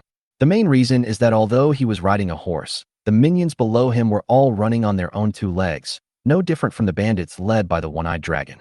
In addition, the bald boss wasted some time discussing with the fourth and fifth bosses who should go and who should stay, and when he gathered all the people under him, he fell far behind the one-eyed dragon. Hurry up, hurry up! The bald first boss and the fourth boss kept urging the bandits under their command, but they did not promise any benefits to these bandits, so most of them dared not speak out at this time. If they could also ride horses, they would definitely run faster than the bald boss and his men. But they are now relying on only two legs. How can they possibly outrun four legs? The bald boss and the fourth boss were worried that all the benefits would be taken away by the one-eyed dragon alone. The more they couldn't catch up with the one-eyed dragon, the more anxious they became. The more anxious they were, the more they urged the bandits below. Just when they were getting extremely anxious, the one-eyed dragon had already brought more than 50 bandits to a place only about 100 feet away from Wujiazwang.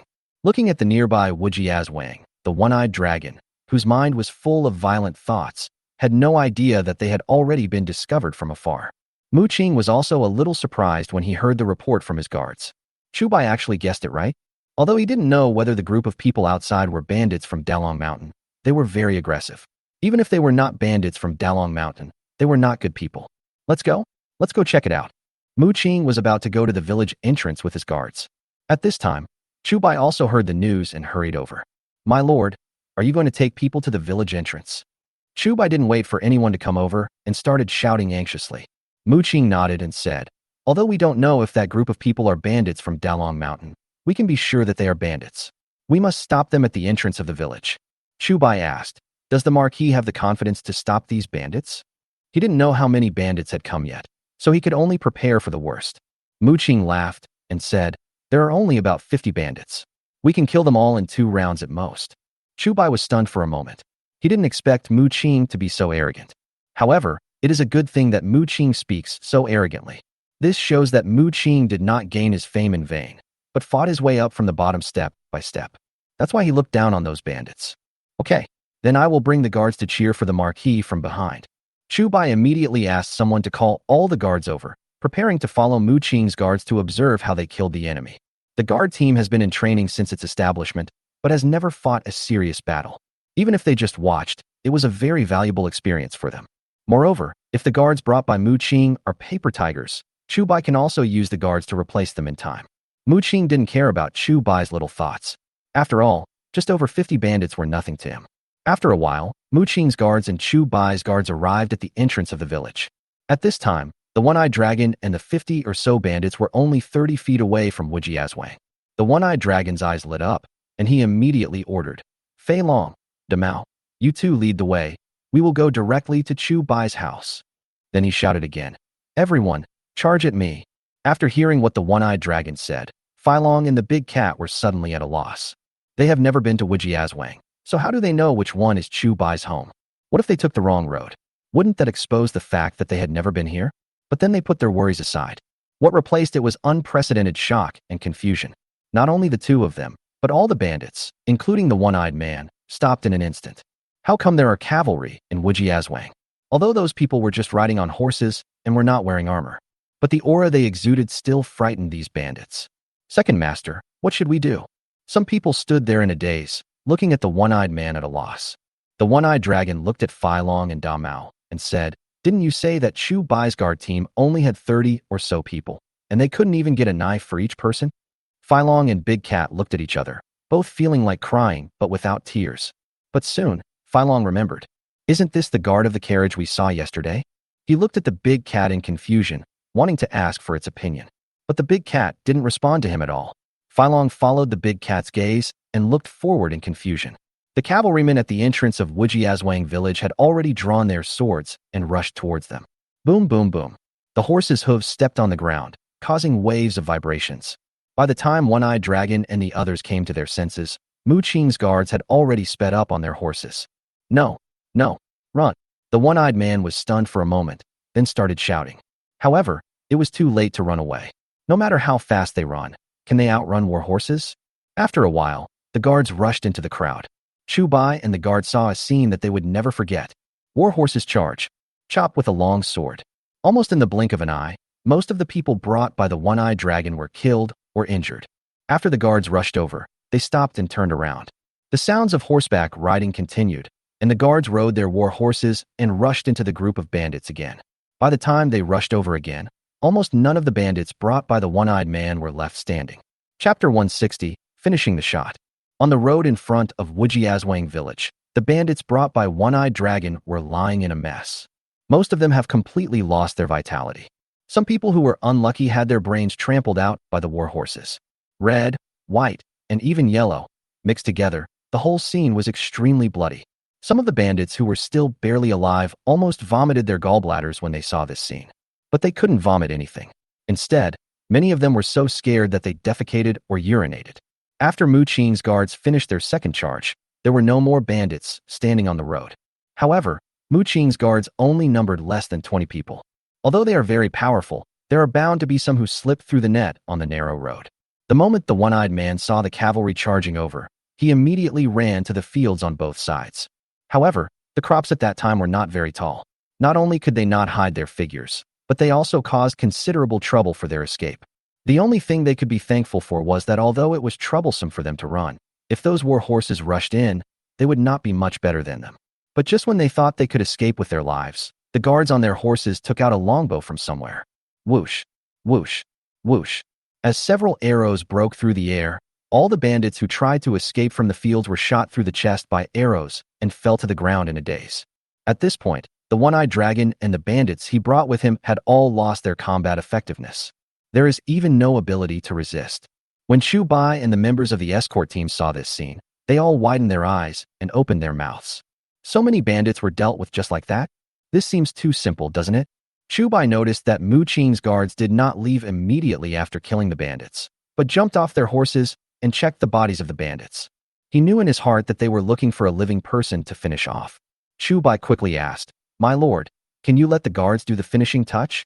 Besides, I may need 2 survivors." Mu Qing glanced at Chu Bai and knew that Chu Bai was interested in training a guard team. Good.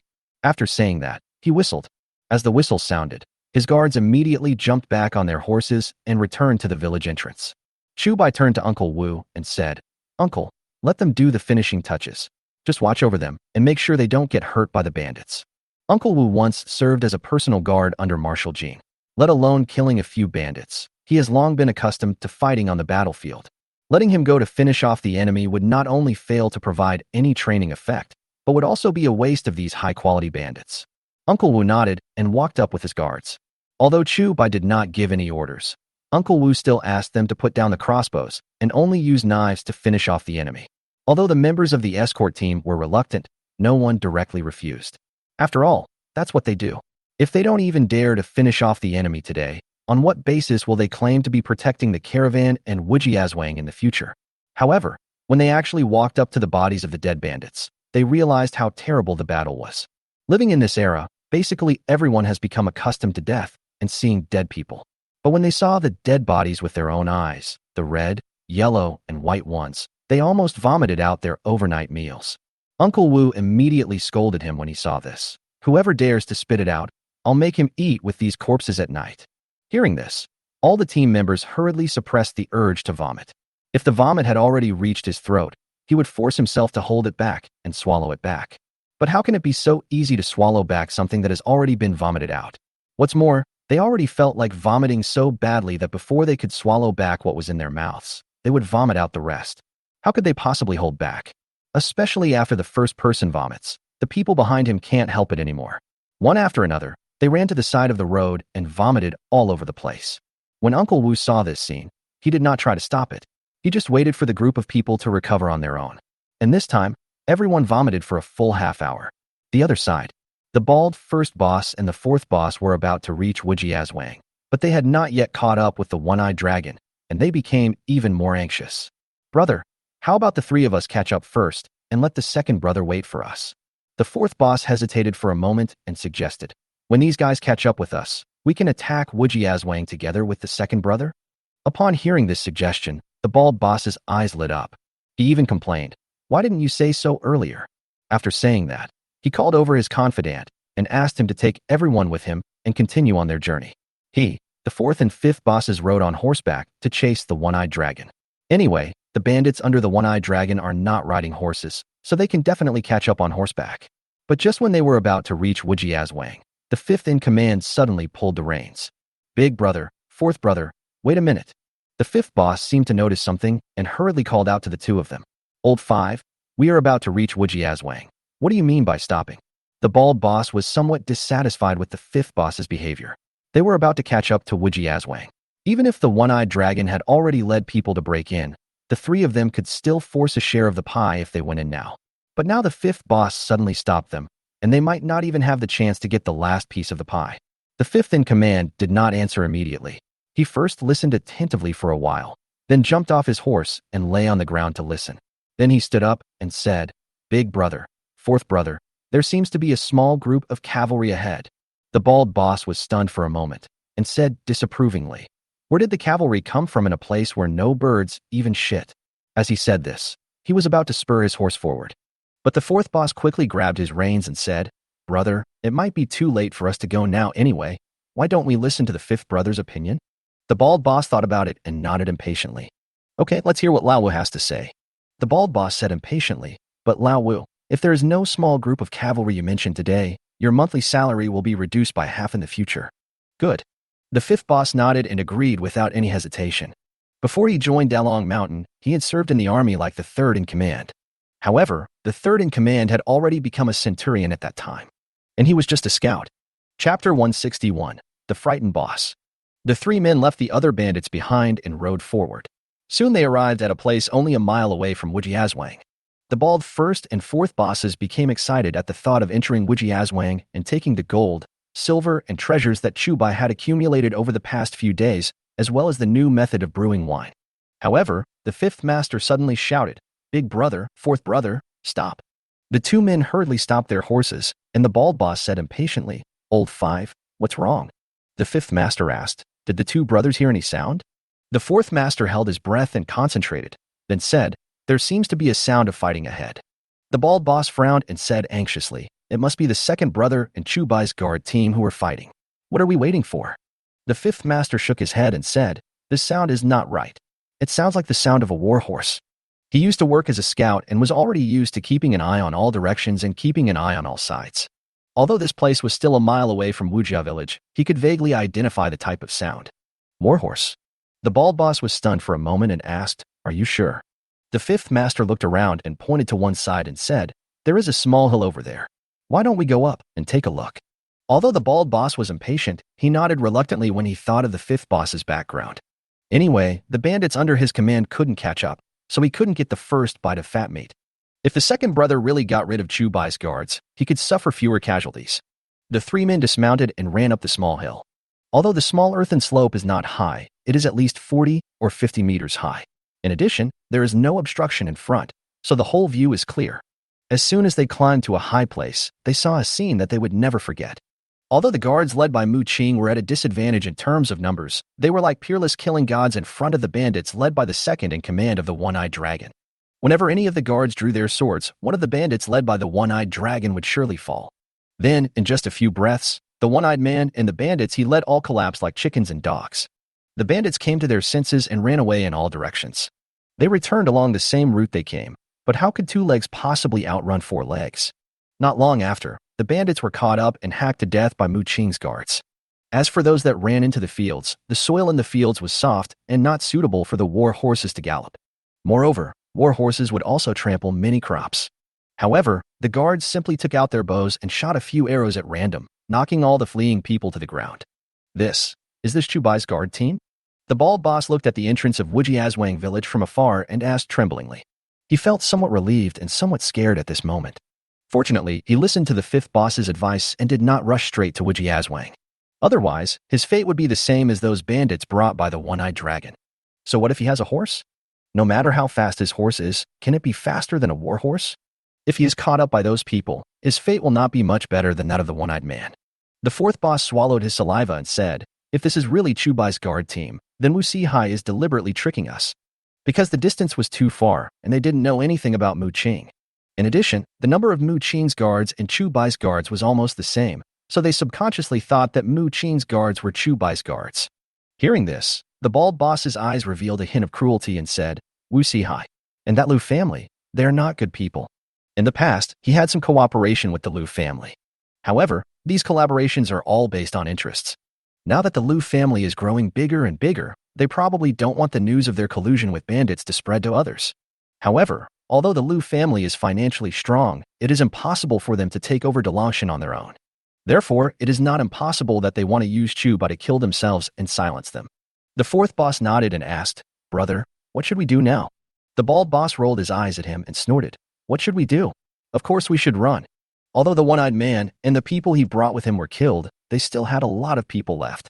As long as we take these people to another mountain, they can still eat and drink delicious food. That's right, let's go quickly and don't let those brothers be targeted again. After the fifth boss finished speaking, he quickly went down the mountain. The bald first boss and the fourth boss did not hesitate and hurried to follow. However, the bald boss still looked at Wujiazwang unwillingly before leaving. If it weren't for Chu Bai, he wouldn't have lost 2 of his leaders in a row. What's more, there will be no loss of half of the manpower.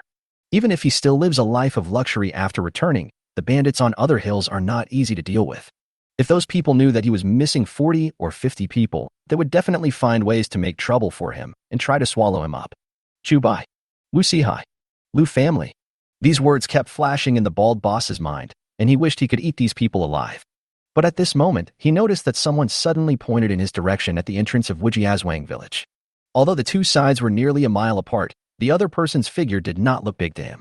But he could clearly feel that the person was pointing at him. Hurry, go. The bald boss was startled and no longer cared about anything else. He just spurred his horse and galloped away. Wujiazwang. After Chu Bai's guards took over the finishing blow, Mu Qing had some free time. Suddenly, he had a feeling that he was being watched. Then he looked around. There's someone there. Mu Qing quickly locked onto the source of that sense of gaze. Chu Bai was stunned for a moment and looked in the direction he pointed. Although the figure was not big, he did see a figure flashing on the hill not far away. Could he be passing by? Chu Bai asked subconsciously. Mu Qing shook his head and said, Not really. He lived in the army for several years and made great military achievements. In addition to his martial arts and military tactics, he also had a strong sixth sense. He almost never made a mistake in this matter. Chu Bai thought for a moment and said, According to my understanding, there are at least 100 bandits in Dalong Mountain, but these people are obviously not enough. It is very likely that there are disagreements among them. This group of people wants to kill me in advance to get the most benefit. After the others in Dalong Mountain found out, they didn't want to be eaten alone, so they temporarily gathered people to chase after us. But they didn't expect you to be here. Those who ate alone not only got no benefit, but all of them died. Speaking of this, Chu Bai also felt a little scared. Although it seemed easy for Mu Qing's guards to deal with these 40 or 50 bandits, it might not be easy if it were his guard team. Chapter 162. Chase. Mu Qing's guards are all veterans who have been on the battlefield for a long time, and those who are chosen by him to be his guards must be the elite among the elite. Coupled with the advantages of war horses and weapons, it was naturally easy to deal with dozens of bandits. But if it were his own guard team, there would definitely be a fierce battle. There is even a possibility that most of them will be killed or injured. However, after Mu Qing's guard team dealt with so many bandits, there were no casualties. If this casualty rate were applied to a battlefield, it would be horrific.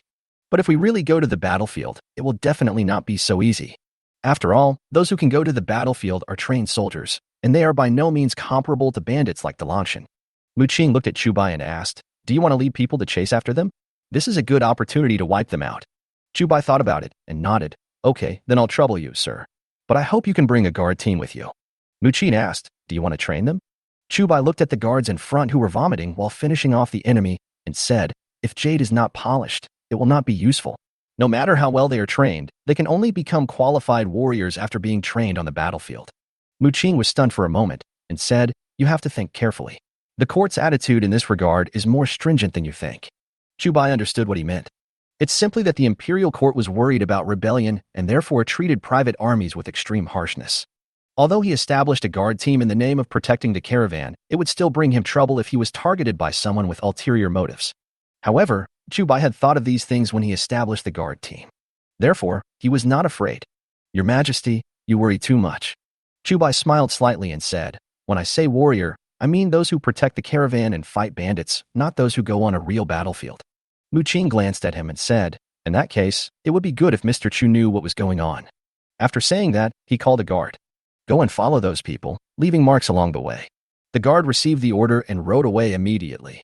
The reason why bandits were rampant in the Dayu dynasty was not only because of the corruption of the government, but also because many bandits relied on mountains for their livelihood. If they really offend some big shot, they just have to hide in the mountains like rats, and no one can find their lair. Anyway, the food hidden in the village is enough for them to eat for a long time. The government does not have so much time and energy to waste on these insignificant bandits. The siege will last 3 to 5 months at most, and then the imperial army will have to withdraw. Therefore, once the news died down, the bandits were still able to show off their power. Seeing the guard leave, Chu Bai did not delay any longer. "Uncle San, call everyone back." Although the guards did not participate in the massacre just now, they have also seen blood. Now is the time to strike while the iron is hot. Only by allowing them to participate in real fighting can they grow quickly. Sometimes, a fight is far more useful than 10 days or half a month of training. Soon, Uncle Wu gathered the guard team. When they heard Chu Bai asking them to follow Mu Qing's guards into the mountains to suppress the bandits, they felt a little nervous. Although Mu Qing's guards were there, they were still a little worried. After all, swords have no eyes, and no one can guarantee that they will not suffer the same fate as those bandits. Chu Bai looked at everyone and asked loudly, "If anyone wants to regret now, it's not too late." Everyone in the escort team remained silent, and no one spoke. Chu Bai continued, "If no one quits, then there will be no chance to regret it later. Are you sure you don't regret it?" The guards remained silent. Ever since Chu Bai established the guard team, they have been treated the best of everyone. Whether it is those who build houses or those who run tofu shops, they are no match for them. Although they were afraid in their hearts, if they quit this time, they would never find a better job in the future. Since no one is quitting, let's go into the mountain now. Chu Bai looked at everyone and said in a resounding voice, "Don't worry when you enter the mountain. If anyone among you is injured, I will find the best doctor to treat you. If anyone dies, I will take care of your family members in the future. I can't guarantee anything else. The only thing I can guarantee is that as long as I'm here, no one will bully them, and their treatment will not be reduced. What kind of life they lived when you were alive, what kind of life they will continue to live after you die." As Chu Bai finished speaking, there was finally a glimmer of light in the eyes of the guards. What they are most worried about are nothing more than two things. One is their own life. The other is their family. Since Chu Bai is willing to settle their families, all they can do next is fight hard. Chu Bai looked at Mu Qing and asked, "My lord, would you like to help me say a few words?" Mu Qing hesitated for a moment and nodded. Then he stood in front of everyone. "I won't say any more nonsense. I will just tell you an experience I gained from fighting on the battlefield." As soon as Mu Qing finished speaking, everyone looked at him with a hint of curiosity in their eyes. They all knew that Mu Qing rose from a soldier to a marquis step by step based on his military achievements, so he must have a lot of battlefield experience. Mu Qing looked around and said, "My experience is that on the battlefield, those who are afraid of death will die first. Those who are afraid of fighting will die first. Those who seek to fight will win, and those who fight to the death will live." Although his words were a little flowery, everyone could understand what he meant. What this means is that on the battlefield, whoever is afraid of death will be the first to die. And if someone is not afraid of death and is wholeheartedly seeking death, he will definitely survive. Due to his status as a marquis, no one at the scene doubted that what he said was false. Their morale also boosted a lot at this moment. Chu Bai took over from Mu Qing and said, "Okay, since there are no problems, let's go into the mountains now. After the battle, I will reward you according to your merits. The 2 people who killed the most enemies will be promoted to team leaders, with a monthly salary of 5 taels." Upon hearing this, the guard's eyes lit up. After Chu Bai established the guard team, he never managed it and basically left it to Uncle Wu. Therefore, Uncle Wu became the recognized captain. But apart from him, the more than 20 people in the guard team are all team members, and there is no such thing as a team leader. Chu Bai's words now obviously meant that he wanted to divide the guard team into 2 teams, and then find 2 people to be team leaders. Although the title of team leader may sound a bit strange, the benefits are real. Not only can he manage several people, but his salary is also 3 taels of silver more than that of ordinary team members. At this moment, everyone wanted to rush to Dalong Mountain and eat those bandits alive.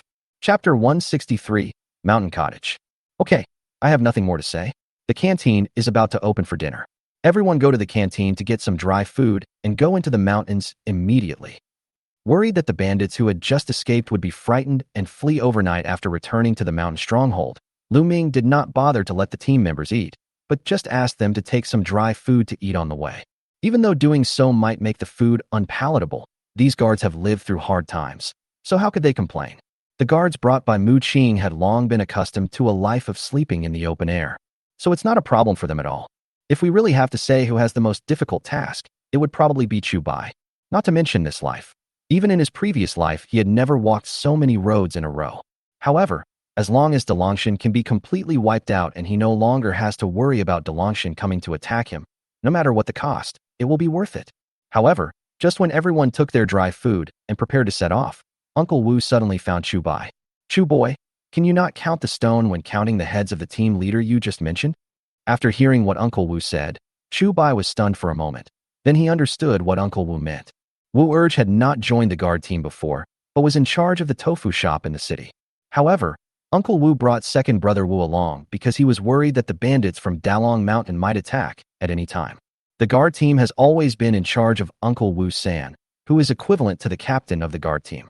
If brother Wu Er becomes a team leader again, he will easily be gossiped about by others. Therefore, Uncle Wu San wanted to exclude brother Wu Er. Chu Bai laughed and said, Uncle San, the ancients said that one should not avoid relatives when selecting talents.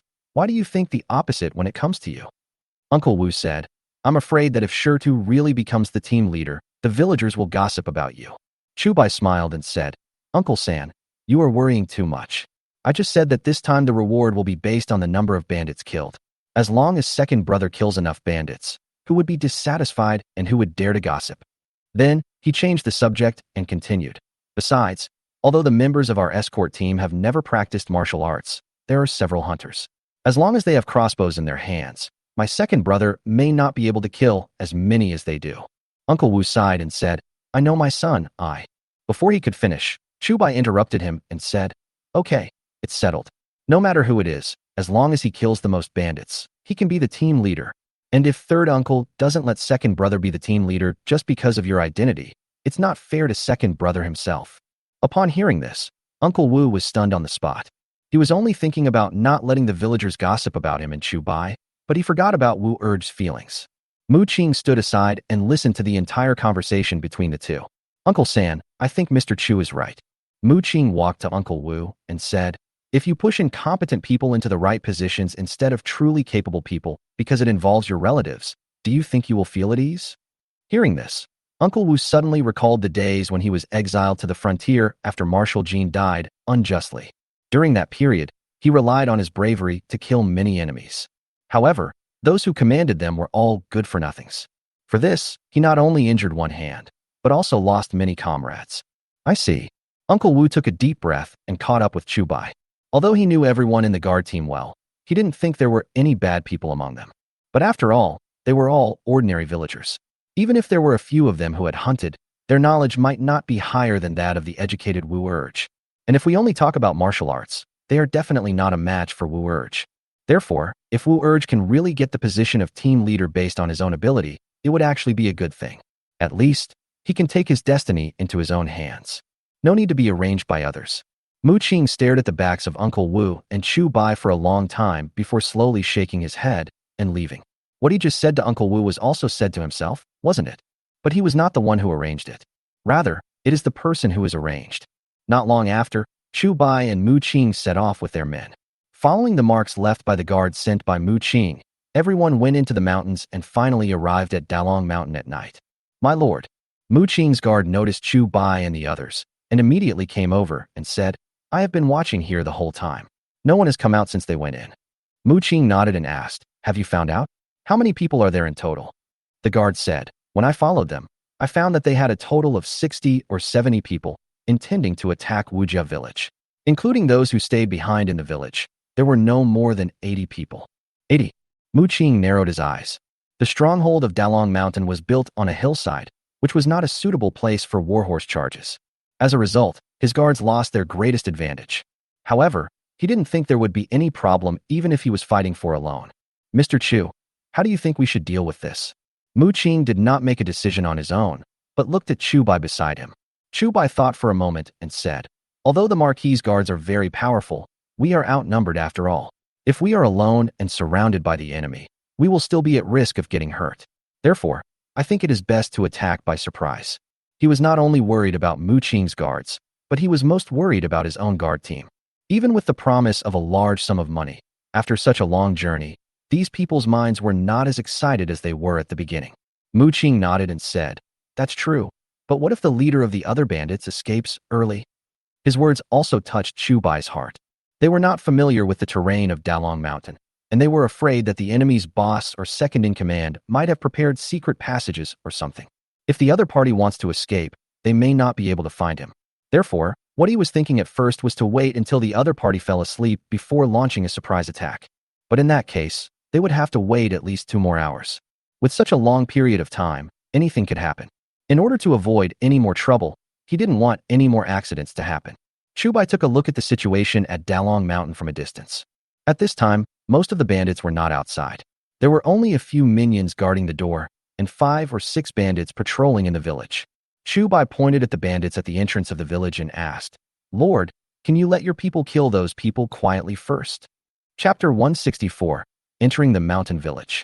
Mu Qing looked at the bandits at the entrance of the stronghold and on the makeshift building next to it.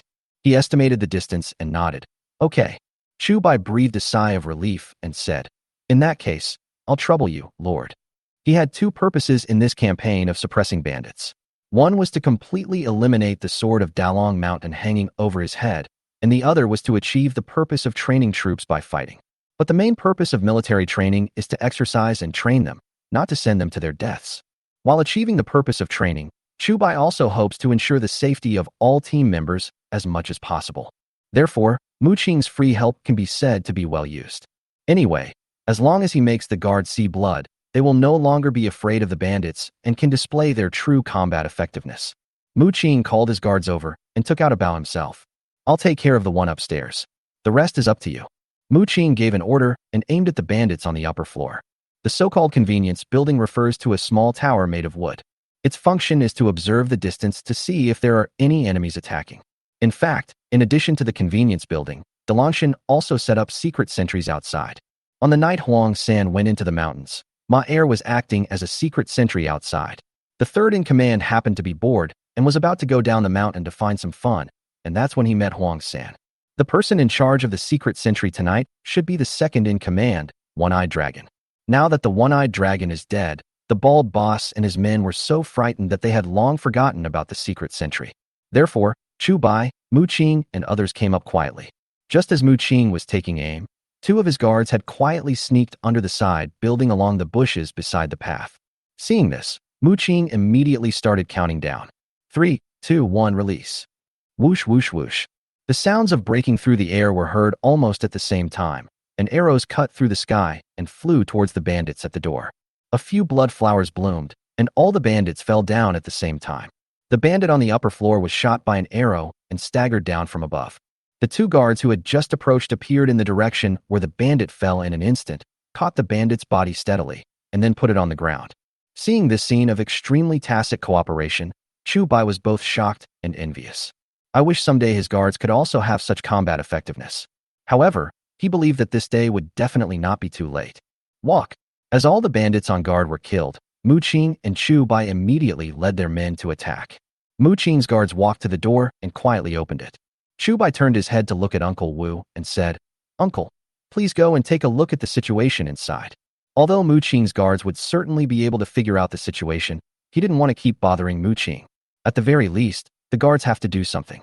And in the entire guard team, the only one who can do this is Uncle Wu. But Uncle Wu did not agree and said, let the stone go. Chu Bai was stunned for a moment, then nodded and said, all right, I'll trouble you, second brother. Brother Wu said hurriedly, it's not a bother. I took your wages, so I have to work for you. This is what I should do. As he said this, he turned over and sneaked into the village. Chu Bai watched Wu Urge's actions from a distance and found that although Wu Urge was young, he was very calm and steady. Not only did he quickly reach the most central Ji hall, but he also showed no signs of being in a hurry when he went to other places. After about an instant's stick of time, Brother Wu came back. I checked it out. There are about 80 people in there.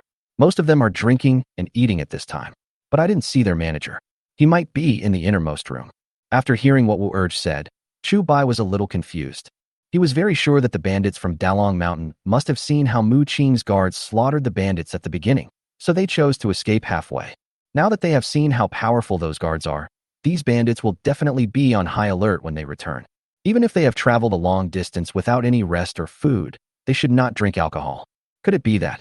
Chu Bai thought of a possibility and hurriedly asked Mu Qing, "My lord, do you think those bandits were sold out by their leader?" Mu Qing was stunned for a moment, then nodded and said, "It is very possible." There were a total of about 130 people in the entire Dalong Mountain.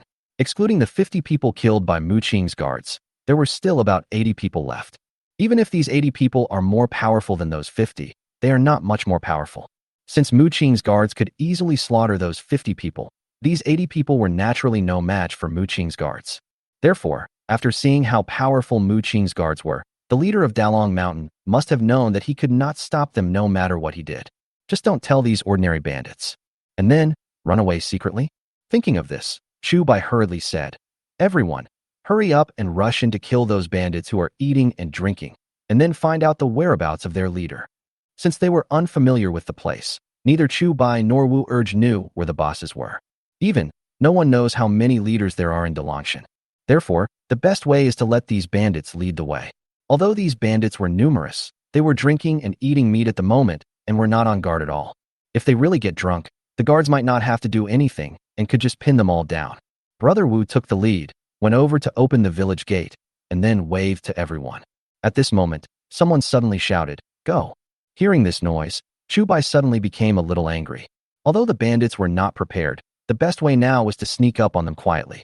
The man's shout of "charge" was tantamount to calling the police to those bandits. But now he couldn't care less about so many things and could only rush in with his men. Wu Urge ran in front and led his men directly to the place where the bandits were drinking and eating meat. Fortunately, the bandits inside were drunk at the time and didn't pay any attention to what was happening outside.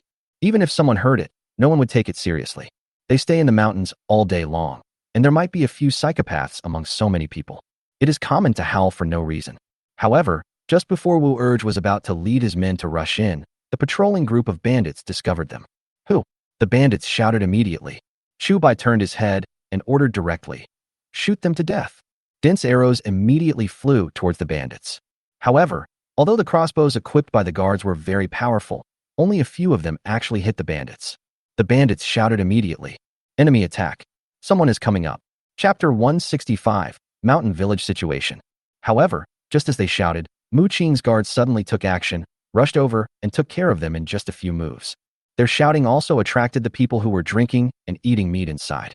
No matter how dumb they were, they knew something must have happened outside. However, they still didn't take it seriously. Dalong Mountain is the most powerful mountain stronghold within a radius of 50 miles. Even if the second in command took more than 50 people away, the remaining people should not be underestimated. "Monkey, go and see what's going on." A drunk man gave orders to the henchman next to him. The man named Monkey was a little reluctant, but he still stood up and went out. After all, the person who called him just now was not the boss, but he was the boss's confidant. People like them always have a much higher status than ordinary minions like him. But just as he reached the door, an arrow suddenly pierced his chest. The monkey looked down in disbelief, then fell straight back. The sudden scene instantly sobered up all the bandits who were eating meat and drinking. "Fuck! Someone is coming to kill us. You dare to cause trouble for our Dalong Mountain. Do you want to die?" The bandits shouted and prepared to draw their swords. But this time they were there to drink and eat meat, so they didn't have the knives with them. In addition, they were drunk, so even if they had a knife, they might not be able to hold it steadily. "Kill!" Brother Wuer roared and rushed over with his guards holding knives. All these bandits were eating in the hall, which meant that everyone was gathered together. However, the distance between the two sides was too close, and the space in the hall was limited, so at this time a knife was much more useful than a crossbow or a bow. Brother Wu took the lead, wielding an ordinary long sword with great force. Wherever the blade went, a bandit would almost certainly die. The other team members were immediately shocked when they saw this. Most of them are older than Wu Urge, and some are of higher generation than Wu Urge. How could they let Wu Urge be the only one to take the limelight? What's more, Chu Bai had said that the two people who killed the most bandits this time would be made team leaders. Receive 5 taels of silver every month. For a moment, the entire dining hall was filled with the sound of killing. Although there were many bandits, they were already drunk and had no weapons, so they were soon controlled by Wu Urge and others. Chu Bai took a look and said, "My lord, I'd like to trouble you to send someone to search the back to prevent the bandit leader of Dalong Mountain from escaping." Mu Qing nodded and turned back to signal. The 10 guards immediately moved towards the back of the stronghold. According to their experience, the leader of the bandits usually lives in a relatively backward position. Firstly, it makes it easier to escape. Secondly, it highlights their status. Soon, they found several lighted rooms. Judging from the appearance, there should be someone inside. However, they did not act rashly, but blocked several intersections and waited for the next instructions from Mu Qing and Chu Bai. On the other hand, although the bandits were caught off guard at first, they gradually stabilized the situation with their numerical advantage.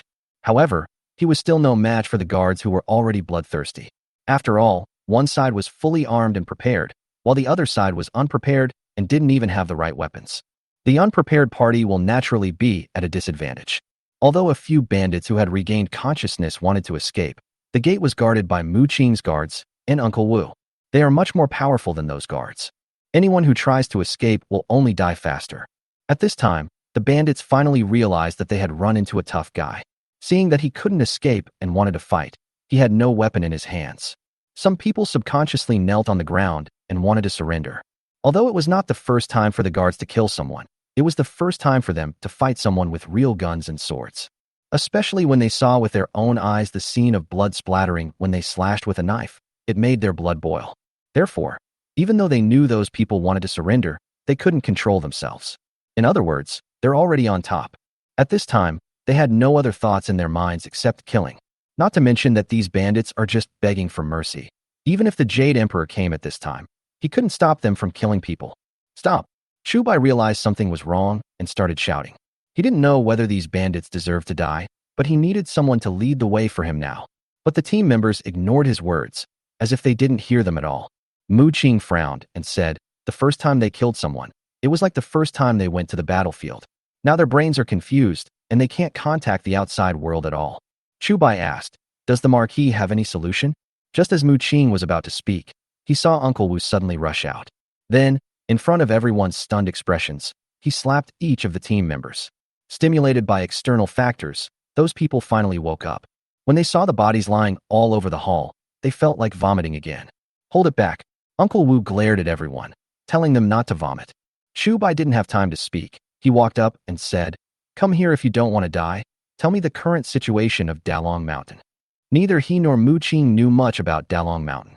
The people that One-Eyed Dragon brought to Wujiazwang were basically dealt with by Mu Qing's guards. For those who are still breathing, basically they are breathing in less than they are breathing out. Therefore, if Chu Bai wants to understand Dalong Mountain, he has to rely on these people in front of him. At the very least, he had to find out how many bandits there were in Dalong Mountain and how many of them were in charge. A small thug knelt down and asked, sir, what do you want to know? Seeing that he had gotten there first, the other bandits were a little annoyed. Chu Bai didn't say anything more and asked directly, how many heads are there in Dalong Mountain? The minion said, there are 5 bosses in total. The third boss died not long ago, and the second boss went to avenge him and hasn't returned yet. The bald boss and his men did not tell the bandits below that the One-Eyed Dragon and the people he brought with him were dead. They just said there were more important things to do, so asked everyone to return to the village. When they came back, they said they would drink and eat meat tonight, and then disappeared. Therefore, they naturally didn't know about the One-Eyed Man. Chu Bai frowned and asked, how many people are there in Dalong Mountain? The little henchman continued, not counting women and the elderly, there are a total of 120 to 130 people. Except for the people taken away by the second in command, they are all here. Hearing him say this, Chu Bai breathed a sigh of relief, and then asked, where do your bosses live? Chapter 166.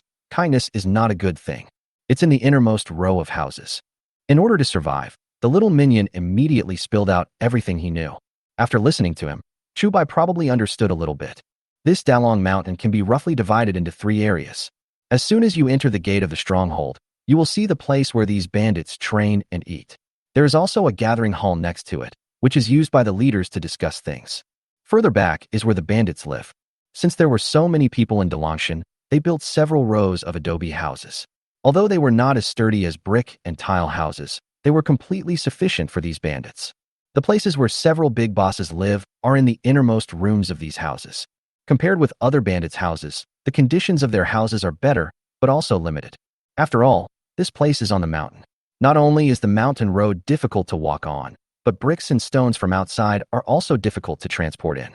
Moreover, none of the bosses wanted to expose the location of Dalong Mountain, so naturally they would not buy bricks and stones from outside.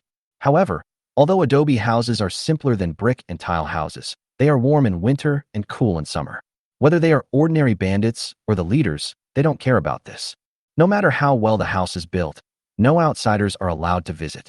What's the difference between this and night walk in brocade? Behind these adobe houses are several cells specially prepared by the head of the family. These cells are divided into earthen dungeons and water dungeons. The earthen dungeons are where they use to detain hostages who have been robbed up the mountain, while the water dungeons are closed and used to punish those who are disobedient. Knowing the distribution of the Dalangshan strongholds, Chu Bai turned around and glanced at Mu Qing. Mu Qing nodded at him, indicating that his guards had guarded all the intersections. Only then did Chu Bai look at the bandits who had surrendered. At this time, there were less than 20 bandits still alive in the entire hall, and almost all of them were injured. Mu Qing's guards killed 5 or 6 of them at the entrance of the mountain stronghold, and the group of bandits that were patrolling just now were also killed. Including the bandits who had already died in the hall, nearly 60 bandits had died since Chu Bai and his men arrived at Dalong Mountain. Uncle Wu looked at Chu Bai and asked, "How do we deal with these bandits?" Chu Bai was also hesitating, wondering how to deal with these people. In ancient times, it was believed that killing prisoners was unlucky. Moreover, as a time traveler, the education he received in his previous life made it impossible for him to kill so many people just by his own words. Mu Qing didn't say anything, but just looked at Chu Bai quietly, waiting for Chu Bai to make his own decision. Chu Bai thought for a moment and said, "Let's tie them all up first. I'll keep them for later use." Hearing this, Mu Qing was slightly disappointed. Since ancient times, kindness is not allowed in commanding troops and righteousness is not allowed in commanding wealth, and a general should avoid being lenient and soft-handed the most. By doing this, Chu Bai showed that he was absolutely unsuitable to be a qualified general. But on second thought, Chu Bai is just a businessman, not someone who leads troops to fight, so it seems that it would be okay for him to be merciful. However, although he thought so in his heart, his impression of Chu Bai inexplicably dropped a point. It was not until several hours later that he realized that he had misunderstood Chu Bai, and Chu Bai's image in his mind rose again. After the guards found ropes and tied up the surrendered bandits, Chu Bai asked them to regroup. Chu Bai glanced coldly at the team members who were in full swing, but his expression was not as good as everyone thought. "Mr. Xiao Chu, why are you not happy even though we won the battle?" Someone bravely asked. Chu Bai glanced at the man, then asked everyone, "Do you really think you have won the battle?" Everyone was about to speak subconsciously when they suddenly saw Chu Bai's face full of anger. They immediately shrank their necks and dared not speak. Chu Bai looked around and asked, "Who shouted charge when we entered the village just now?" Everyone was stunned for a moment, and a man in his early 20s took a step forward, raised his hand, and said, I shouted." When he shouted, he was so excited that he even felt that he would become the team leader soon. If he really becomes a team leader, even if he is like Chu Bai, it won't be a problem for him to marry 3 money-losing wives. But now the war has not yet ended, and he was directly pulled out by Chu Bai, which made him a little confused. Chu Bai looked at him and asked, "Da Chong, when you shouted that, were you feeling quite proud? Did you feel like a great general or hero in a storybook?" Da Chong glanced at him subconsciously. He did think so at the time, but Chu Bai's expression was so fierce that he didn't dare to admit it. Chu Bai suddenly walked up to Da Qiang and kicked him hard without saying a word. Da Qiang was caught off guard and was immediately kicked to the ground by Chu Bai. "What are you doing?" Although Da Qiang made a living under Chu Bai, he was still unhappy when Chu Bai kicked him indiscriminately. "What?" Chu Bai stared at him and cursed. "Do you know how many people might have been killed by your shout just now?" Da Qiang was puzzled and asked, "Isn't that to boost morale?" Chu Bai became furious again upon hearing this and was about to kick him a few times. The people around him hurriedly stopped him. If they hadn't stopped him in time, Da Qiang might have been kicked to death by him. Chu Bai was stopped by someone and realized that he was a little impulsive. But he still pointed at Da Qiang and cursed. "We came here mainly for a surprise attack this time. Otherwise, why do you think I asked the Marquis' men to kill those bandits guarding the gate first? But you were so good, you yelled before we even came in. Who are you on?" And you're trying to boost morale? Do you think it's all the same as what's written in the storybooks you read? Do you know that you're informing those bandits? That's because those bandits didn't expect the Marquis guards to be so powerful. Otherwise, if only half of us could make it back today, we'd be lucky. After hearing Chu Bai's words, everyone finally understood why Chu Bai was so angry. Those who were worried about Chu Bai's temper just now also glared at Daqiang. Daqiang lowered his head with a look of guilt on his face. At that time, he was only thinking about being a hero and showing off, but he forgot the potential dangers of doing so. Fortunately, the bandits were drinking and eating meat. Otherwise, as soon as they heard his words, they would definitely hold their weapons and be on full alert. At that time, these rookies would definitely suffer a great loss. Not to mention that only half of them returned. They were lucky enough to have anyone return. I was wrong. Daqiang lowered his head and no longer dared to speak loudly. Okay, that's it for now. Chu Bai glanced at him and said, when you return, you will voluntarily withdraw from the escort team. Chapter 167. The Fourth Master's Hatred. Chu Bai's punishment was not light.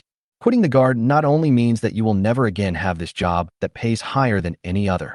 Moreover, they will be despised by the villagers. After all, there are strict requirements for recruiting members for the guard team. Almost every villager is proud to join the guard, but unfortunately the guard has strict restrictions on recruitment. In addition, the first batch of guards are not yet able to act independently, so Chu Bai and Uncle Wu have no intention of recruiting more people. Therefore, those guards have a very high status in the village. During this period, even the matchmakers ran to the homes of the guards all day long. Although the government would organize a wedding procession, those who participated were those who could not find a wife or were unable to get married. How can what others have left be as fragrant as what you choose? Even so, these guards did not easily agree to anyone's matchmaking. If it were in the past, they would definitely choose a strong woman with a big, but who could give birth to a son and work hard. But now that they have money in their hands, they are no longer worried about not being able to pay the head tax. As a result, they naturally want to find some gentle and beautiful women to be their wives.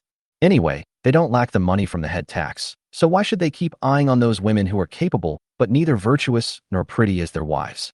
Daqiang had already fallen in love with a girl a few days ago. They just need to wait until they return from suppressing the bandits so that they can register with the government and officially become husband and wife. If they go back this time, I'm afraid that their relationship will fail. But Daqiang did not bear any grudge against Chu Bai. After all, he knew how stupid his behavior just now was. If it was really because of his stupidity that only 1 in 10 of the guards survived, let alone losing a wife, it would not be a pity even if he died 10,000 times. After dealing with Daqiang, Chu Bai took his men to the houses at the back to look for the leaders of Dalangshan. Since Mu Qing's guards had controlled all the intersections, he was not worried that his scolding would scare away the bosses. Besides, the noise he made just now was not small. If those bosses were frightened, they would have been frightened a long time ago. It wouldn't matter if they were frightened for a moment. After a while, everyone came to a row of small courtyards that looked more spacious than the other houses. According to the confessions of other bandits, this is where several leaders live. The other houses were the same kind of townhouses that Chu Bai had seen in his previous life, with houses next to each other, similar to the village primary school 20 years ago. The heads of several families all have their own independent courtyards. No one has shown up during this time, right? Chu Bai glanced at the guard in charge and asked casually. The guard nodded and said, no one came out. In fact, it was almost what Chu Bai and Mu Qing expected. The 3 remaining leaders of Dalong Mountain did not tell their bandits that the second-in-command and the 50-odd bandits were dead.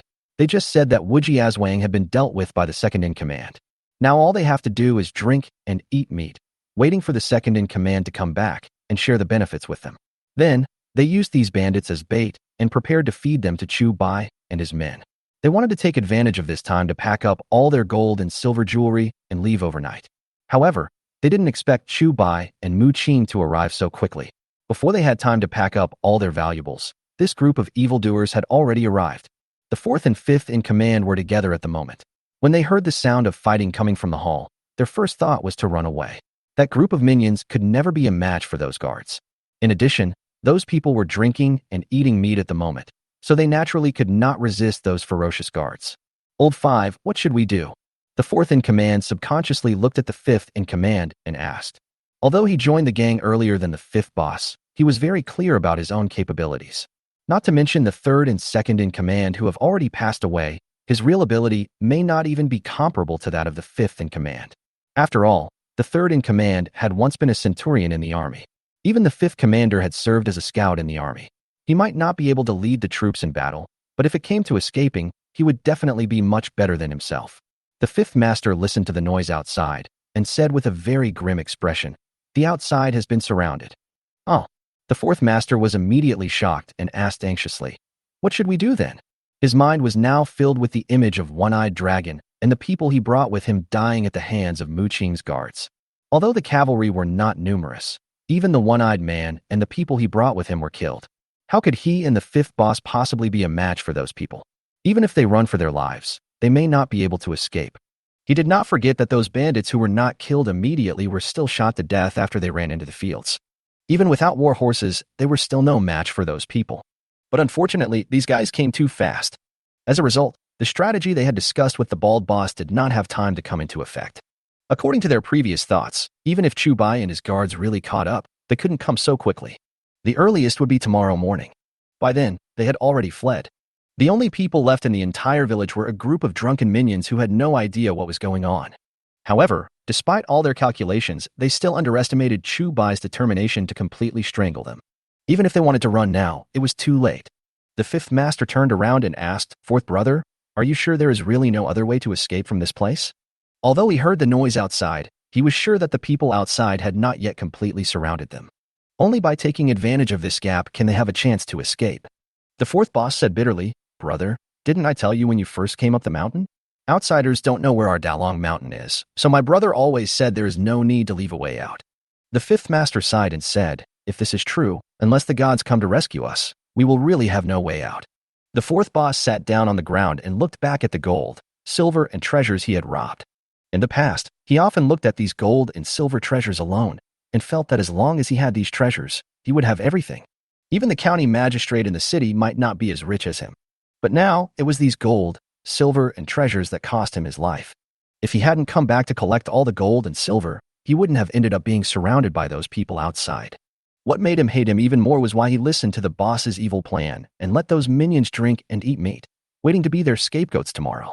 Now, those minions are dead, but he is going to die too. Chapter 168, Internal Strife. The fourth leader took a breath, feeling sad and powerless. Suddenly, he hated the dead third master and Wu Sihai for no reason. If it weren't for these two people, how could their Dalangshan have offended Chu Bai? If he hadn't provoked Chu Bai, how could he be about to die? No. No way. The fourth boss' eyes suddenly widened and he said, "We absolutely cannot just sit there and wait for death." As he said this, he was about to push open the door and rush out. Even if he died, he didn't want to wait for others to put the butcher's knife to his neck before dying. But at this moment, the fifth master suddenly stopped him and asked, "Fourth brother, where do you think the first master is now?" The fourth in command was stunned for a moment, feeling a little surprised. After coming back, the bald boss made the plan with them, and they separated immediately. The fourth master said, "He should be packing up his belongings now, right?" The fifth master groaned, "Do you think he knows if there is another way out of Dalong Mountain?" The fourth in command suddenly hesitated. He had once asked the bald boss if there were any other options, but he remembered very clearly that the boss insisted that there was only one way to go to Dalong Mountain. But how could the boss, who was such a smart man, not leave a way out for himself? Seeing the fourth boss's hesitation, the fifth boss said, "Let's go find the first boss now. Only he can save our lives now." The fourth master took a deep breath, then widened his eyes and said, "Okay, we'll go right over there." At this point, he had no other way to go, only this one way left. If the boss really has a way out, then he can go with him.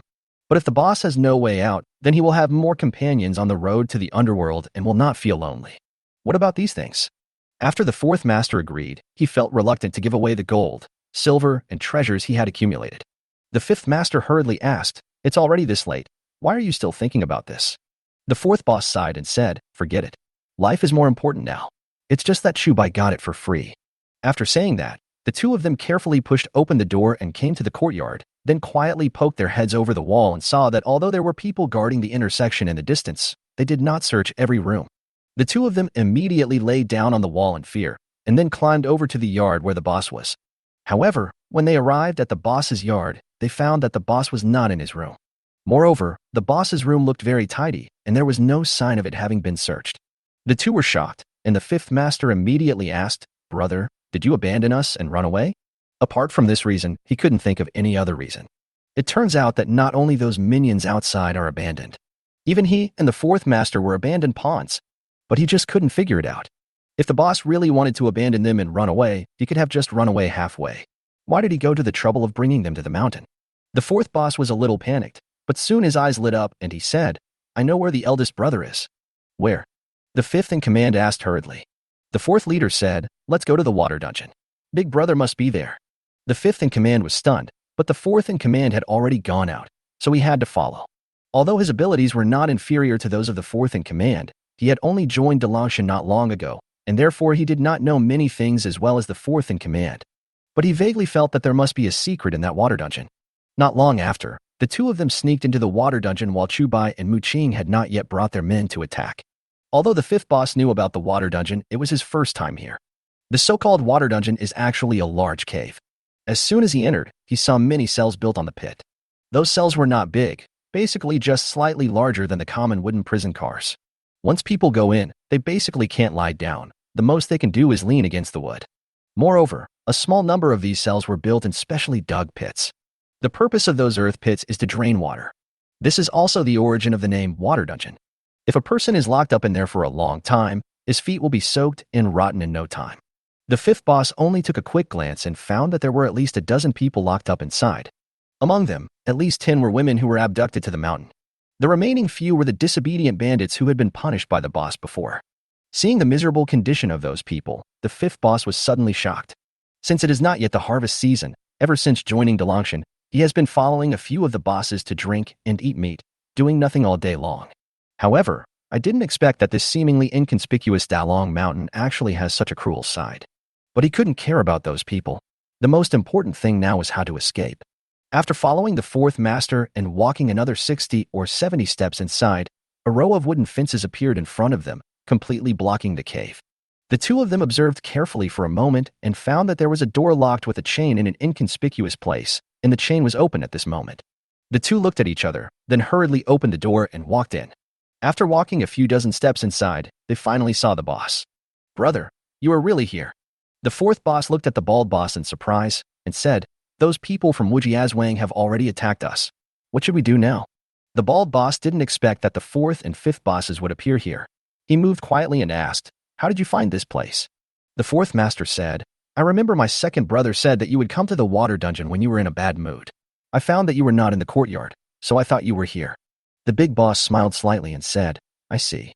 Did anyone notice you're coming this time?" The fourth master was stunned for a moment and subconsciously said, "No, the two of us have been hiding, and those people from Wujiazwang haven't found us yet." After saying that, he looked around and said, "Brother, is there a way out here? If there is, please lead us away quickly, otherwise those people will catch up with us soon." He was extremely anxious now. It was a pity enough that all those gold, silver, and treasures were lost. If he couldn't even save his life in the end, he would feel even more devastated. However, at this moment, the fifth master suddenly shouted, "Fourth brother, be careful." The fourth boss looked at him in surprise, then looked at the first boss.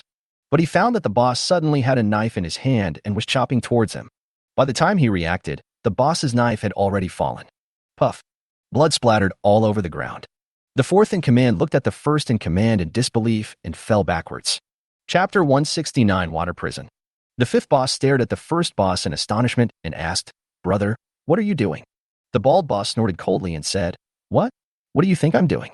The fifth master rolled his eyes and said, "You want to abandon us and escape alone?"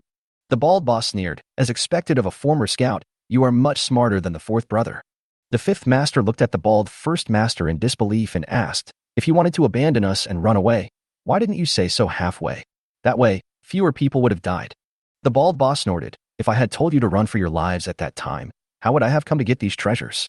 The fifth boss glanced down and saw several large boxes behind the first boss, which were filled with silver and jewelry. Gulp. The fifth in command swallowed subconsciously.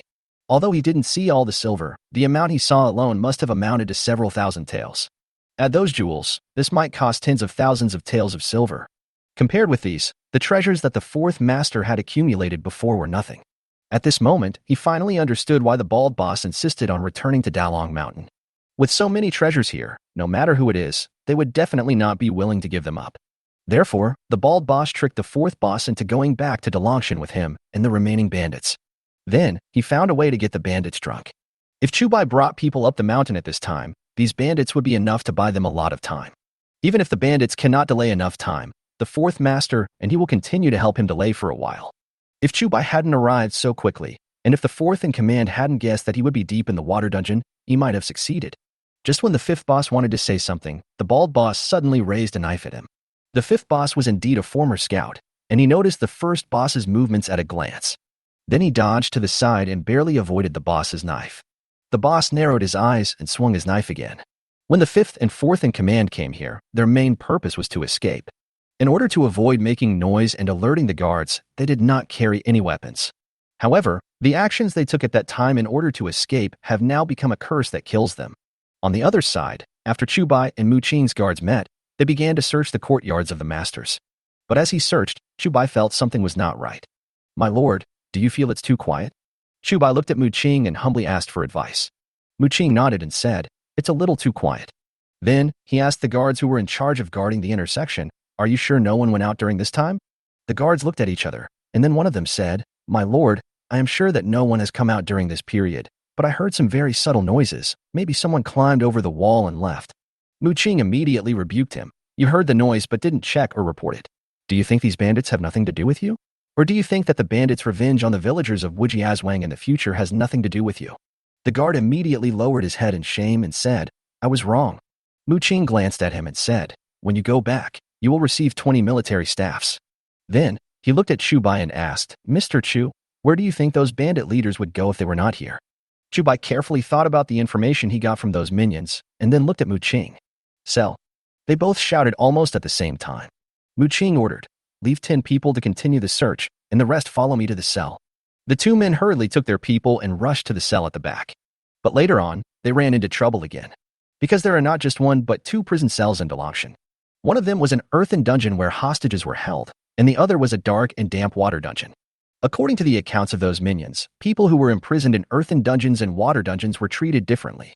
Although being locked up in a dungeon meant losing one's freedom, one would not suffer much torture.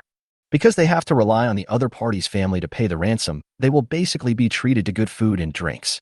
But those who were locked up in the water dungeon would be tortured beyond recognition by the dark and damp environment and the stagnant water in the dungeon, even if no one tortured them. Among the bandits in Dalong Mountain, there is a saying that it is better to go to earth prison than to go to water prison. Even these bandits are afraid of the water dungeon, which shows how terrifying it is. "Mr. Xiaochu, which prison are we going to?" Since the earthen dungeon and the water dungeon were some distance apart, they could not search at the same time, and Wu Urge asked subconsciously. Chu Bai thought for a moment and said, 10 people go to the earthen dungeon, and the rest go to the water dungeon. Since the water dungeon is the place most feared by all the bandits in Dalong Mountain, it would definitely be the most appropriate place to hide something. If the leaders of Dalong Mountain wanted to leave a way out, they would most likely be in the water dungeon. However, he was not completely sure. What if the other party did the opposite? He would really let all these people run away. But who should take people to the dungeon became a new problem. Those who escaped were all the bosses, so their martial arts skills must be very good.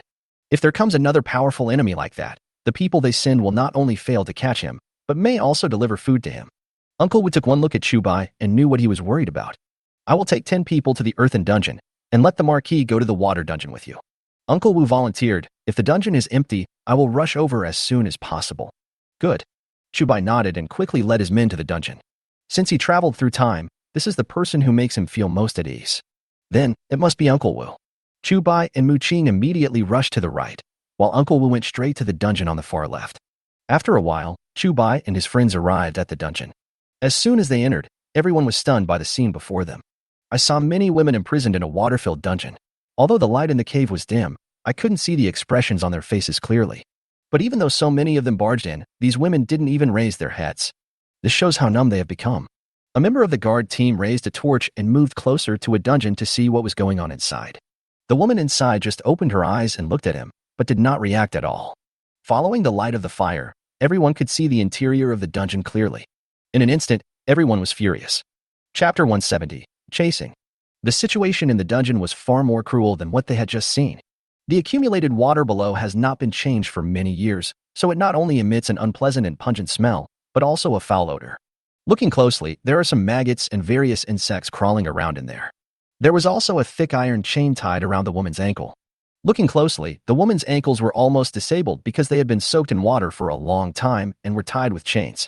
These beasts! Some people couldn't help but start cursing. At this moment, Mu Qing suddenly said, "Quiet." Everyone didn't know what Mu Qing had discovered, but they immediately quieted down. Mu Qing listened for a moment, then pointed to the depths and said, "There's someone inside." Chu Bai's eyes widened, and he immediately said, "Leave 10 people to release these women, and the rest of you follow me." Everyone rushed forward, leaving only a few members of the guard team behind to find a way to open the cages and free the women inside. Chu Bai and the others walked forward for several dozen feet and saw the wooden fences that the fourth and fifth bosses had passed by before. The bald boss didn't expect anyone to find this place, and he didn't lock the door on the wooden fence before. The fourth and fifth in command left in a hurry and also did not lock their cars. Brother Wu went over, threw the chain aside, and opened the door. "There's still room inside." Brother Wu ran in first. Chu Bai and Mu Qing hurriedly led everyone to follow. Deep in the water dungeon, the bald boss and the fifth boss were still fighting. Although the fifth master used to be a scout, he was also quite skilled in martial arts. But since the bald boss can be the boss, his martial arts skills must be excellent as well. The two men were in a stalemate for a long time. Although there were dangers everywhere, neither of them could do anything to the other. However, the bald boss is older and more ruthless after all. Therefore, although neither of them could do anything to the other, the bald boss always had the upper hand. As long as he is given some more time, it is only a matter of time before he takes down the fifth boss. At this moment, the fifth boss ears suddenly moved. Someone is coming. He immediately drew his sword and chopped, then stepped back 4 or 5 steps. The people coming to the water dungeon at this time are definitely not ordinary bandits.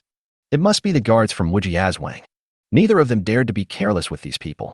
Even though those guards had lost their horses, anyone could tell from the swift and efficient way they killed people that they were not ordinary people. Wu Sihai said that Chu Bai's guards were all young and strong men recruited from Wujiazwang, but now it seems that those people are most likely elite veterans who retired from the battlefield. Of course, until now they didn't know that the cavalry they saw were not Chu Bai's guards, but Mu Qing's guards, the real elite among the elite. If they had known, they would definitely not have escaped at night and left those minions behind as bait. Instead, he took everyone to find a place to hide first, and waited for Mu Qing and his men to leave before looting Wujiazwang again. The bald boss looked outside. Not only did the fifth boss hear it, he also heard hurried footsteps coming from outside. Looking down at the gold, silver, and treasures he had prepared, he felt extremely angry. If it weren't for the fourth and fifth brothers, he would have run away with all these gold, silver, and treasures long ago. But now, it would be difficult for him to take these away. Thinking of this, his eyes suddenly became fierce. The next moment, he attacked the fifth in command with lightning speed. Although the fifth boss had been keeping an eye on the movements at the other end of the water dungeon, he did not dare to be careless given the fourth boss's experience. Therefore, when the boss's knife came over, he subconsciously blocked it with his knife. "Brother, at this time, are you still thinking about a life and death battle between us?" The fifth master said angrily, "The most urgent thing is to escape." The bald boss hesitated for a moment, as if what the fifth boss said was right. "Good." As he spoke, he walked over to the gold, silver, and treasures and pushed a large box with great effort. The fifth boss looked at the first boss warily but did not move. The eldest boss turned around and asked, "Why don't you help?" The fifth in command then walked over and helped him push the box. He was a little confused. The pursuers behind him were about to arrive, so why was he still pushing the box at this time? Can money be more important than life? What's more, he had just looked carefully and found that there was no road ahead. The two of them worked together to push the box to the edge of the stone wall. The first boss looked back at the fifth boss, and seeing that the fifth boss was being cautious and guarding against him, he did not make any other moves. "Help me push this door open." The eldest master knocked on the stone wall and said, "There is a secret passage here that leads directly to the outside of the mountain." The fifth boss was overjoyed when he heard this. He knew that since the first boss was here, he must have left a way out for him. Sure enough, he has finally waited for it. Good. The fifth boss hurried over and pushed open the stone door with the first boss. This stone door is very hidden, and it is impossible to find it if you don't look carefully. Moreover, the weight of the stone gate was far beyond the fifth boss's expectations. He almost used all his strength to push it open together with the boss.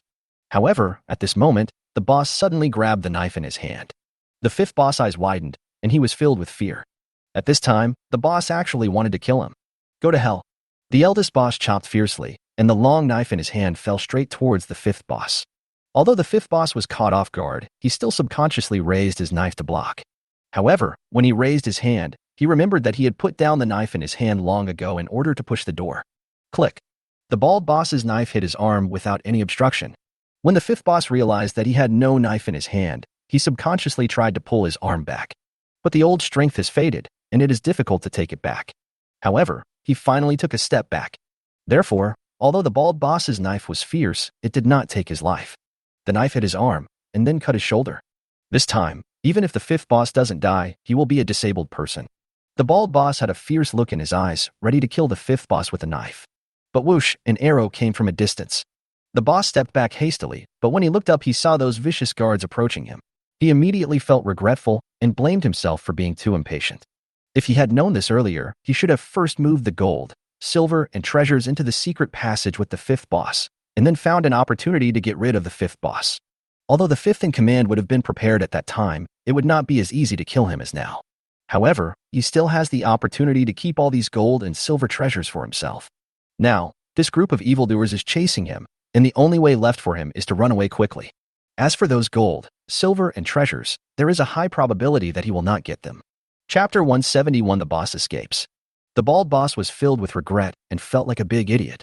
Seeing that Mu Qing and others were catching up with him, he could only reluctantly give up his savings of many years, then turned around and entered the secret passage.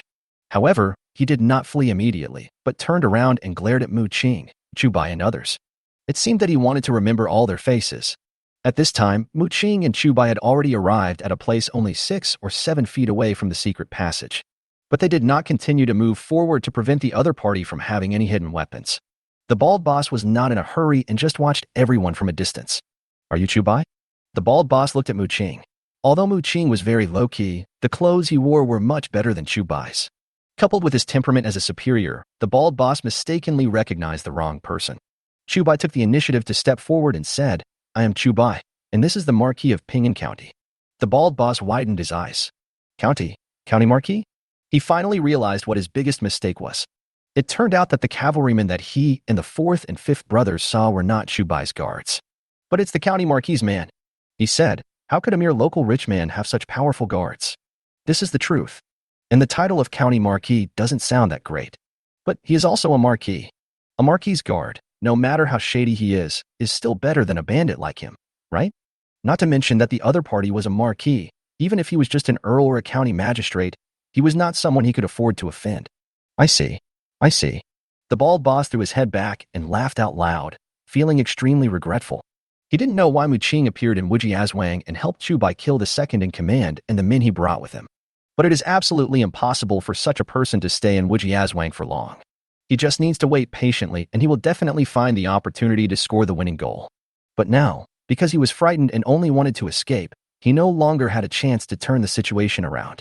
"Chu Bai, Marquis of Ping'an County, I will remember you." The bald boss looked at the two men viciously, then turned around and ran away. Chase. Although Chu Bai was aware of the trap, he didn't want to let the bald boss go. But before they could reach the secret passage, they heard a loud noise coming from inside. Brother Wu went over to take a look, then turned back and said, "There is a mechanism inside, and the secret passage has collapsed." Chu Bai clenched his fists and thought to himself that it was indeed true. This man didn't run away when he saw me chasing him. It turned out that he had a backup plan. And this collapsed secret passage was the other party's final preparation. Although there are no hidden weapons, if I chase too closely, I will definitely be buried inside. Once the other party leaves, it is like letting a tiger return to the mountains, and there may never be a chance to catch him again. However, it was not completely without gain for him this time. He glanced at the fifth boss who was lying on the ground, severely injured by the bald boss. "Who are you?" Chu Bai stared at him with a hint of coldness in his eyes and said, "Don't lie to me. There are many people out there who can testify against you." The fifth master swallowed weakly, covering the wound on his shoulder and said, I am Chi Feng, the fifth master of Dalong Mountain. The one who escaped just now was the first master Shan. Chu Bai glanced at the dead fourth master and asked, "What about him?" The fifth master Chi Feng said, "He is the fourth master." Chu Bai nodded, and now the 5 leaders of Dalong Mountain were all gathered together. The third in command died at the hands of Uncle Wu, the second in command was killed by one of Mu Qing's guards, and the fourth in command seemed to have died in an internal conflict. Of the remaining first and fifth bosses, one escaped and the other was seriously injured. "Take away." Chu Bai ordered someone to take the fifth in command away without hesitation. 2 ferocious guards immediately ran up and carried away the fifth in command, Chi Feng.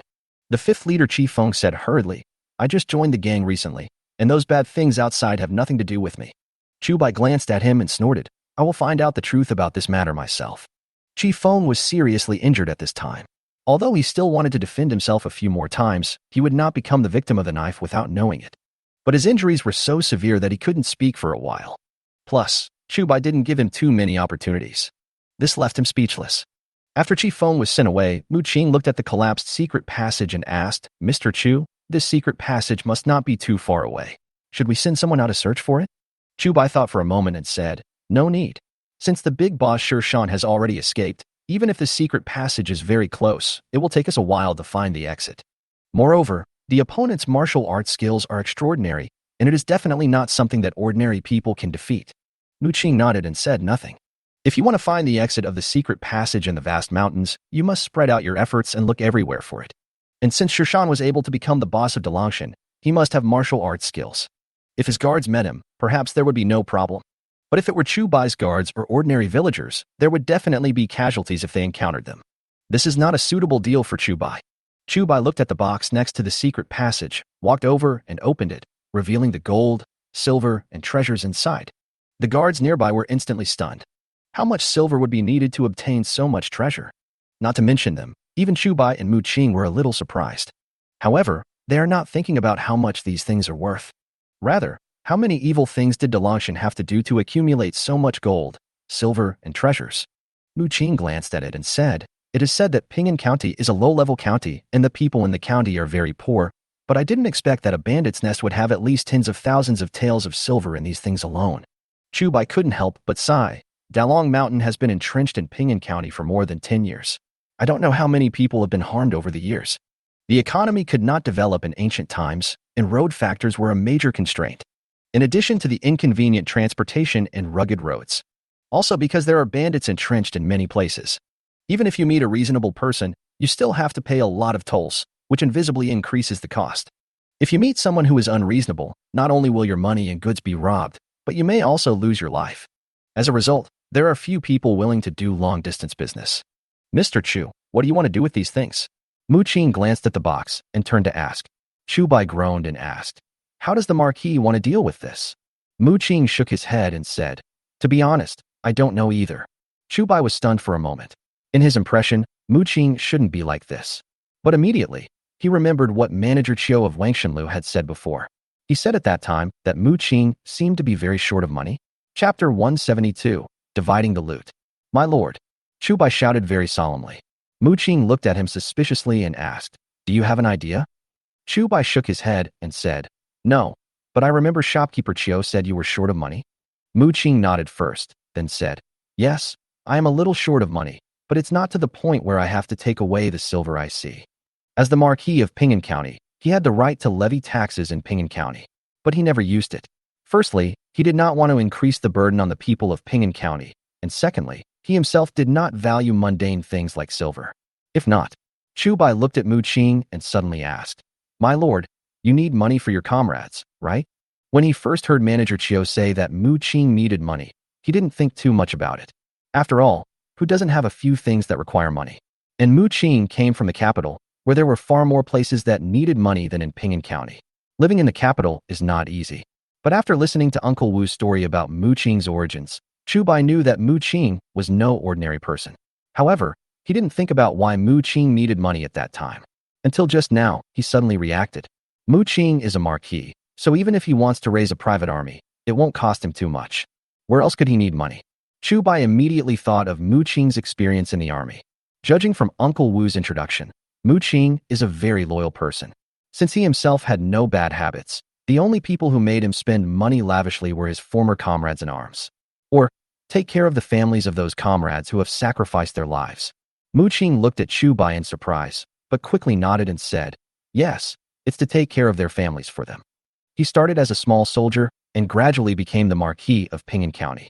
Naturally, the comrades around him are much more numerous than those second-generation people who were directly parachuted in as commanders, lieutenants, and colonels. Moreover, the comrades around him were either trying to push him up or desperately resisting the alien invasion. Over the years, those people have been replaced one batch after another. Those who were replaced either died or became disabled. Whether they were dead or disabled, they would naturally no longer receive military pay. If I can't get my military pay, I can no longer support myself or take care of my family. Therefore, what Mu Qing has been doing silently over the years is to find as many of his former comrades and their families as possible. If we say that we should try our best to prevent these people from being bullied, it is basically a joke. The only thing he could do was to give these people some financial help. Chu Bai sighed and asked, after they died in battle or were injured and retired, did the court not care? Mu Qing sneered and said, the imperial court? If they died in battle, the imperial court would indeed provide a pension, but the money is not much to begin with, and with officials at all levels cutting into it, how much will actually reach their relatives? Chu Bai paused for a moment, then smiled helplessly. He suddenly found himself a little funny. How could he not understand such a simple truth? If the imperial court really cares, would Mu Qing still need to contribute money and effort? He continued, what about the injured? Mu Qing said bitterly, the injured ones don't have a penny. This? Chu Bai stared at Mu Qing in a daze and said, but they were injured because of Dayu? Mu Qing looked back and said, so what? What does this have to do with those high-ranking figures? Chu Bai suddenly felt even more surprised. It would not be strange if such words came from other people. But Mu Qing? Isn't he a royal descendant? Chu Bai swallowed his saliva and asked, if that's the case, then why does the Marquis want to be conferred a title for military merit? Mu Qing retracted his gaze and said, because what I want to protect is not this court, but the people. Chu Bai immediately bowed solemnly towards Mu Qing. My lord, you are so righteous, I am far inferior to you. He truly admired Mu Qing, whether Mu Qing just said it or really did it. Just based on Mu Qing's words, Chu Bai wanted to go with him. Mu Qing chuckled, helped Chu Bai up and said, come back to the village and have a few drinks with me, okay? Chu Bai immediately said, it's an honor. Then, he looked at the box of gold, silver, and treasures and said, my lord, let your guards take this box of treasure away later. Mu Qing was stunned for a moment. Chu Bai's words meant that he wanted to give these treasures to him. He hesitated for a moment and said, I'm not short of money. Chu Bai said, just think of it as doing it for those who protect the world. Mu Qing sighed and said, I understand. I'll take this box, but if you find any other gold, silver, or treasures in the village, they will all be yours. Chu Bai didn't waste any time and agreed directly. The total value of these gold, silver, and treasures is nearly 10,000 taels. Even if this is not all of Dalongshan's savings, it is definitely the vast majority of it. All the remaining gold, silver, and treasures added together would definitely not be half of these. However, this is no longer important to Chu Bai. To put it bluntly, his most important task now is development. But whether it was building a house, making bricks, or running a wine shop, a tofu shop, or even a weaving shop in the future, he had already earned enough money. Once everything is on track, there will be a steady stream of money flowing into his pocket. Therefore, what he needed was time, not money. Come two people, carry this box out first. Since Mu Qing had made up his mind, he didn't hesitate and asked someone to take the box away. At the same time, Uncle Wu also came back with a few other people. Just as they thought, there was no secret passage in the dungeon. However, Uncle Wu did find a few tied-up hostages. Obviously, some leaders of Dalongshan captured the man and wanted to demand a ransom from the other party's family. But Uncle Wu was not in a hurry to release those people. He just told them that they were safe for the time being. How to deal with these people specifically needs to be asked to Mu Qing and Chu Bai. Chu Bai was not in a hurry after hearing this. As long as those people didn't die, it would be fine. He has several things to deal with right now, which are much more important than a few rich second generations. After walking outside, Chu Bai discovered that the members of the guard team had released the women who were soaking in the water dungeon. In addition to them, several bandits who had made mistakes were also released.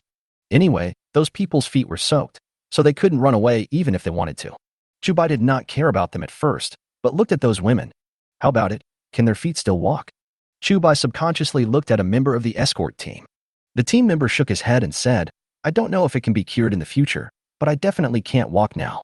Chapter 173, Overthrow the Liu family? Okay, let's settle them here first, and then go down the mountain to find a doctor to see them. Chu Bai sighed. These women must have suffered more torture than what he saw now. Even if we really take them down the mountain now, not to mention that we don't have a stretcher, these women may not be willing to leave. It's not that they are reluctant to leave Dalong Mountain, but they must hate these bandits deep in their hearts. But women in ancient times attached great importance to chastity. Even after they came down the mountain, they returned to their original homes. If people knew that they had been bullied by bandits, those foaming eggs would be enough to drown them, even though they are the victims. But this is the way the world is, and it cannot be changed by just words or actions. Moreover, these women probably also have burdens in their hearts and don't know how to face their relatives. Even in Chu Bai's previous life, once a woman was forced, most of them would feel that they could not hold their heads up. What about this era? Following Chu Bai's instructions, the guards began to act in an orderly manner. All the surrendered bandits had been tied up and detained on the spot where they drank and ate meat. Seeing so many people dead, the bandits were all scared to death and didn't have the courage to resist at all. Those hostages who were captured by the bandits were still imprisoned in the dungeon. The rest of the people continued to search the rooms of the bandits and the boss to loot the treasures. Chu Bai thought for a moment and asked, "My lord, do you want to make another fortune?" Mu Qing was stunned for a moment, then asked, "Are you talking about the Lu family?" Chu Bai nodded and said, "In fact, the Lu family doesn't have much hatred towards me.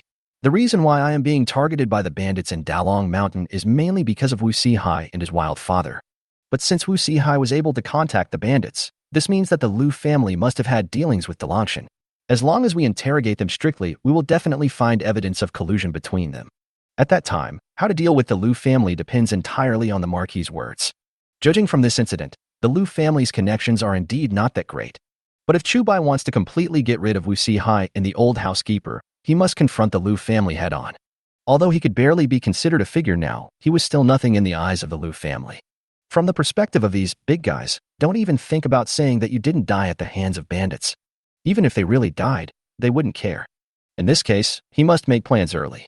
As long as the Lu family is eliminated, Wu Sihai and the old butler will be nothing. What's more, it is certain that the Lu family colluded with the bandits. Besides, few of the 4 wealthy merchants in Pingan County have clean bottoms. In this way, Chu Bai no longer had any psychological burden. But it is obviously impossible for him to eliminate the Lu family by himself. Even if he gave Magistrate Lu several thousand taels of silver, he might not be able to bring down the Lu family. But if it were Mu Qing, it would be much easier. Pingan County is his fiefdom. Moreover, he is a legitimate marquis with military merits. Although Mu Qing was born a military general, he was also a member of the royal family and had been exposed to many things since childhood. Therefore, he quickly guessed Chu Bai's intention. However, he only hesitated for a moment before nodding and agreeing. Just based on the charge of colluding with bandits, the Lu family can be said to be guilty of a heinous crime. On that day, Wu Sihai's biological father was just a steward of the Lu family, but he was rampant on the street and did not allow anyone to buy Chu Bai's products. If it were a member of the Lu family, wouldn't he be even more arrogant? The Lu family is just one of the 4 largest merchants, but they are like local tyrants. If they really get Chu Bai's secret recipe and surpass the other 3 wealthy merchants, will Pingan County be ruled by the Mu family or the Lu family? Okay, I've also heard about the Lu family's affairs. Mu Qing nodded and said, they rely on their wealth accumulated over the years to constantly bully men and women. They have long become the cancer of Pingan County. Such a family should have been eradicated long ago. Although he built a villa in Pingan County, it was mainly because Pingan County was his fiefdom. Even if he did not live here much, he needed a place to rest here. As for how Pingan County developed, he had not thought about it. He was more concerned about how to resist foreign invaders. If foreign invaders come, how can Pingan County remain intact? When the nest is overturned, no eggs will remain intact. But this time, whether it is to help Chu Bai or to covet the wealth of the Lu family, he was indeed moved. If we want to find evidence of the Lu family's collusion with the bandits, we still need to ask the 5th master for help. Chu Bai breathed a sigh of relief. What he was most worried about was that Mu Qing was too much of a gentleman and was unwilling to vent his anger on the Lu family. And if the Lu family is not reconciled, he will never live a peaceful life in the future. Wu Sihai and the old housekeeper dared to collude with bandits. It was expected that they would use sinister means against him in the future by relying on the Lu family. Therefore, he could only feel at ease if he completely overthrew the Lu family. Mu Qing nodded and went with Chu Bai to find the half-dead 5th boss. Although the 5th boss was a bandit, out of humanitarian concern, Mu Qing still asked his guards to simply bandage the 5th boss's wounds. You will definitely not die in a short time, but if you say it's good, it's definitely not going to be much better. If you can't die, then stand up and answer a few questions. Chu Bai didn't have a good face towards the bandit like the 5th Dongjia, so he just went up and kicked him. The 5th in command, Chi Feng, was complaining bitterly in his heart. He had not joined Dalangshan for long and had not had time to enjoy the good life. As a result, the other in command of Dalangshan were either killed or escaped, leaving him alone as a prisoner, at the mercy of others. This feeling is so uncomfortable.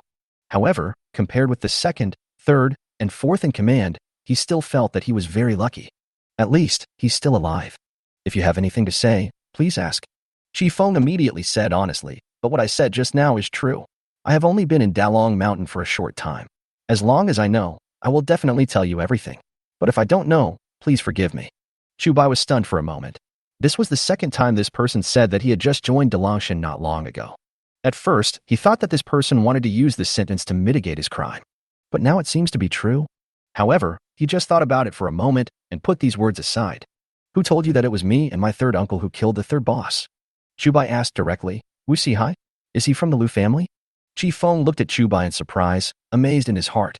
Only then did he understand that the death of the second in command, One-Eyed Dragon, was not unjust. People have known for a long time that you were going to attack Wang. How could you not be prepared at all? Even if there were no guards from this marquee, there would be other preparations. Chapter 174. Meeting an Old Friend. It's Wu Sihai. Chi Feng immediately bowed his head and said, "A servant of the Lu family took him up the mountain and told us by name how much treasure you have and how many businesses you can make a fortune in. He also told us that you have a guard team." He paused for a moment, then continued, "When the three of us went to chase the second brother, we saw those cavalrymen and thought they were your guards. We didn't expect that they were the Marquis's men." He couldn't say he felt regretful, but he just felt mixed emotions. It was obvious that he was a scout by profession, and he was an expert at both covering traces and tracking enemies. The reason why Chu Bai and Mu Qing were able to catch up so quickly was that they must have had scouts following them and leaving marks along the way, which allowed the two to find the Delangshan lair accurately. But in order to escape, he even forgot such a simple thing. In fact, when it came down to it, the bald boss was frightened by Mu Qing's guards and was only thinking about escaping, not considering anything else at all. He could also understand the boss's considerations. It was simply that since Delangshan had offended Chu Bai would definitely find a way to resolve the issue sooner or later. And with so many people with him, he became a huge target. If the fourth in command, him, and those minions were all dead, he could carry the gold, silver, and treasures with him and continue to live freely in any place. That's why he was so cruel and treated all the bandits as bait and pawns. But the same thing still applies. Neither he nor the boss expected Chu Bai and Mu Qing to come so quickly. This caused the boss's plan to go awry, and even because of human nature, he ended up losing the big picture for the small, and the wealth he had accumulated over the years went to the two of them. Thinking of the boss's final move, Chi Feng felt that he had followed an idiot. Even if he didn't want to divide his treasure between himself and the fourth master, he could just escape and then do it. But this idiot, he is so anxious to take action before the two of them have even escaped. But if you think about it carefully, he can still understand it. After all, after escaping, he and the fourth in command would definitely be on guard against the first in command, and there would never be such a good opportunity to take action as just now. But even though he understood it, the fifth boss still felt that the first boss's choice was too stupid. Chu Bai and Mu Qing didn't know what the fifth boss was thinking at the moment, but they felt that his words confirmed their previous guess. "Then if I ask you to testify against Wu Sihai and the Lu family, would you be willing?" Chu Bai groaned and asked. Chi Feng was stunned at first, then he understood Chu Bai's intention. "Yes, I do." He knew that after he testified, he would be thrown into jail because of his identity as a bandit. But if he doesn't agree, he will probably die now. Moreover, Mu Qing is the Marquis of Ping'an County. He is a big shot who is countless times more noble than the county magistrate. As long as this person gives the order, I may not even have to go to jail. Chi Feng immediately ignored his injuries and knelt down and said, "Chi Feng, the former scout of the Shaozi Battalion of the Northern Border Army, is willing to serve the Marquis and Master Chu at your command." Hearing this, Mu Qing was stunned for a moment. Zai. He looked at Chi Feng and asked, "Are you from Yu Feng's group?" Now it was Chi Feng's turn to be confused. He looked at Mu Qing in shock and asked in confusion, "Does the Marquis know our captain Yu?" Mu Qing took a deep breath and then said, "Yu Feng was once my subordinate. When he first joined the army, he joined the Northern Frontier Army. Then, he made great contributions step by step and was granted the title of Marquis of Ping'an County." Chi Feng looked at Mu Qing in surprise, and after a while he said, You are young Prince Mu?" Mu Qing nodded and said, "It's me, but there will be no little Prince Mu from now on.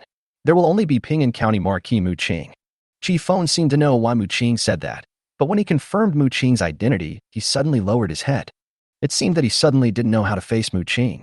After a long while, he said with shame, "My lord, after I help you to testify against the Lu family, you can kill me. I, Chi Feng, am ashamed of Captain Yu and my lord." Mu Qing was a little hesitant for a moment and also didn't know how to deal with Chi Feng. Although Chi Feng is the fifth in command of Delangshan, he has only been in the gang for a short time and has not done anything harmful to the world. But if he just let Chi Feng go like this, how would Chu Bai look at him? Overcoming public interest for personal ones? Abuse of power for personal gain? Just then, Uncle Wu came over. "Those ones." He was about to speak when he suddenly saw Chi Feng kneeling on the ground. "Chi Sanjiang?" Uncle Wu looked at Chi Feng in surprise and called out Chi Feng's nickname directly. When he came in just now, he was only concerned with reporting the situation to Chu Bai and Mu Qing, and did not pay attention to Chi Feng. At this time, Chi Feng was kneeling in front of the two of them. Although he lowered his head, he still recognized them at a glance. Chi Feng was also a little surprised to hear this nickname, because only his buddies in the army knew this nickname. When he first joined the army, he joked with others that he could urinate 3 meters high into the wind, so he was called Chi Sanjiang. Over time, many people have forgotten his real name, but they remember Chi Sanjiang. Chi Feng looked up in astonishment. As soon as he saw Uncle Wu San, he asked in surprise, "Wu, are you Wu San?" Uncle Wu Sanchu used to be General Jin's personal guard, but after General Jin's death, these personal guards were disbanded and incorporated into other armies. Uncle Wu joined the Shao camp of the Northern Border Army. Moreover, he was not treated preferentially just because he was Marshal Jin's personal guard, but still started from the bottom. He thought that with his martial arts skills, even if he started from the bottom, he could still contribute a little to the Dayu dynasty. Even if you don't do much, just killing a few more enemies will be enough. But at that time, almost all the generals in the north were a bunch of good-for-nothings. Not only are they incapable of commanding, but they will also claim as their own even the results of battle that their subordinates have fought desperately for. If there are heavy casualties and the battle is lost, people will desperately try to put the blame on others, saying that it was the subordinates who did not fight well enough, etc. Later, Uncle Wu injured his left hand. Although he was still very capable in fighting, he no longer had any intention of staying in the border army. In addition, his wife was not in good health, so he retired from the army and returned home on the pretext of being injured. And Chi Feng was the person he knew from that time. Although the two had not been together for a long time, he recognized her at first sight. Uncle Wu nodded, looked at Chi Feng with some regret and said, "I just heard that the fifth master was being tried. I didn't expect it to be you." Chi Feng suddenly felt even more ashamed. Originally, there was only one Mu Qing, and he was already very embarrassed. As a result, Wu San, who used to be with him day and night, now appears. The shame was doubled. Chapter 175 Mu Qing's anger.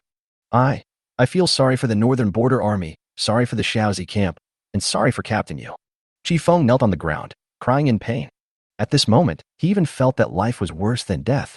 It's like a hero who was once praised by everyone, suddenly appears in front of the world one day, but becomes a thief that everyone hates. Although this description may not be very accurate, it is roughly the same meaning. What Chi Feng was most proud of was the time he spent as a scout in the Shaozi camp of the Northern Border Army. Even when he later became a bandit, he was always proud of it. Even if he was a bandit, he was not an ordinary bandit, but a meritorious person who once protected this country. He became a bandit only to make a living. But now, standing in front of Mu Qing and Wu Lao San, all the pride in his heart was shattered. What meritorious person! In front of these two people, he is a waste and a cowardly deserter. Mu Qing and Wu Laosan looked at Chi Feng's appearance and felt a little sad. In fact, whether it was the Dayu dynasty or other dynasties, it was not uncommon for soldiers to take off their armor and go up the mountain to become bandits. They could all understand Chi Feng's choice. But now that it's done, it's done. The reason why Chi Feng is like this now is simply because he still has a conscience in his heart. Mu Qing sighed and asked, "Since you were doing well in the Shaozi camp, why did you come here and hang out with the bandits from Dalong Mountain?" Chi Feng took a deep breath and tried his best to calm himself down. When Captain Yu Feng was still here, the Shao camp was naturally doing well, but 3 months ago, someone falsely accused Captain Yu Feng of rebellion. The brothers in the camp all defended the captain, but it was of no use. Captain Yu wanted to emulate Marshal Jin back then.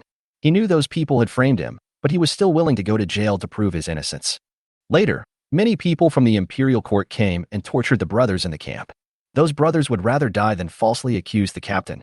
When the lieutenant heard about it, he committed suicide in prison in order not to burden his brothers.